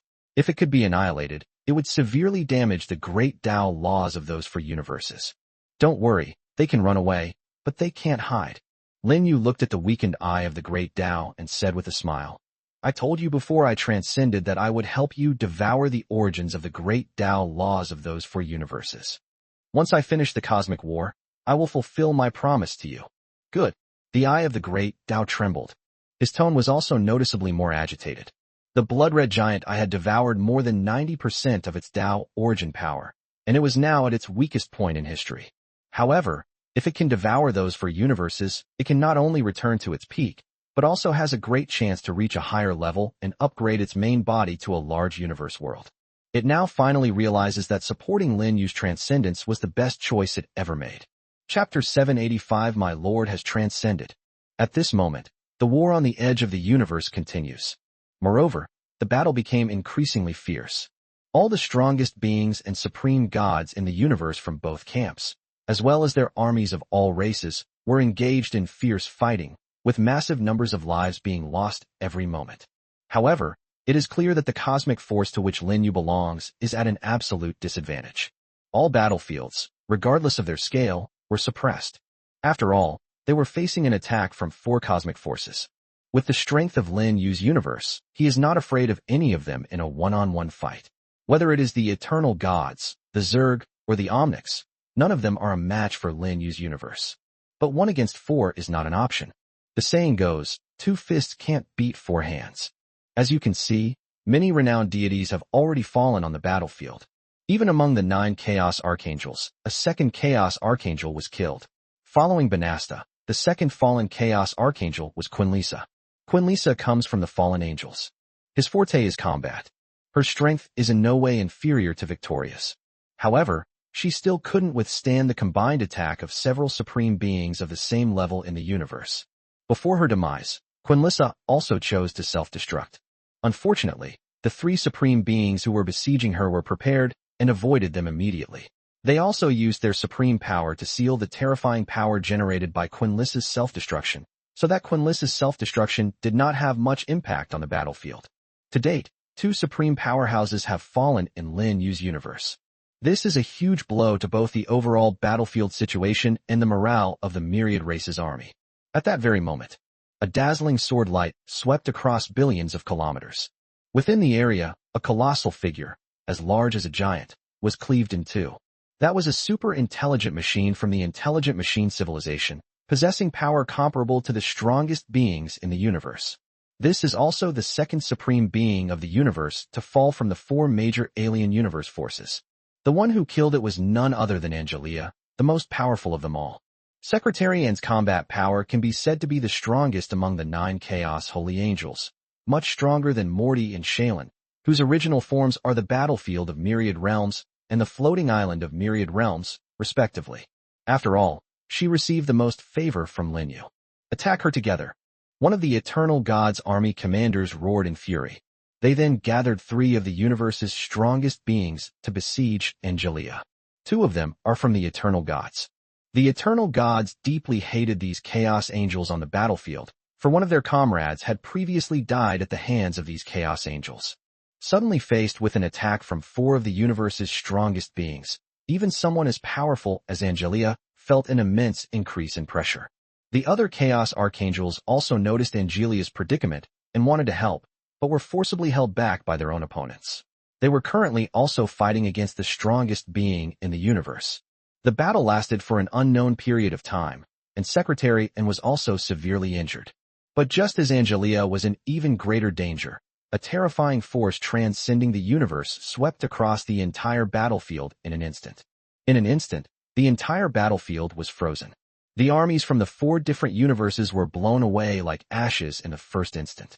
They died without any pain or ability to resist. Then came those ancient and powerful gods, who also turned to ashes.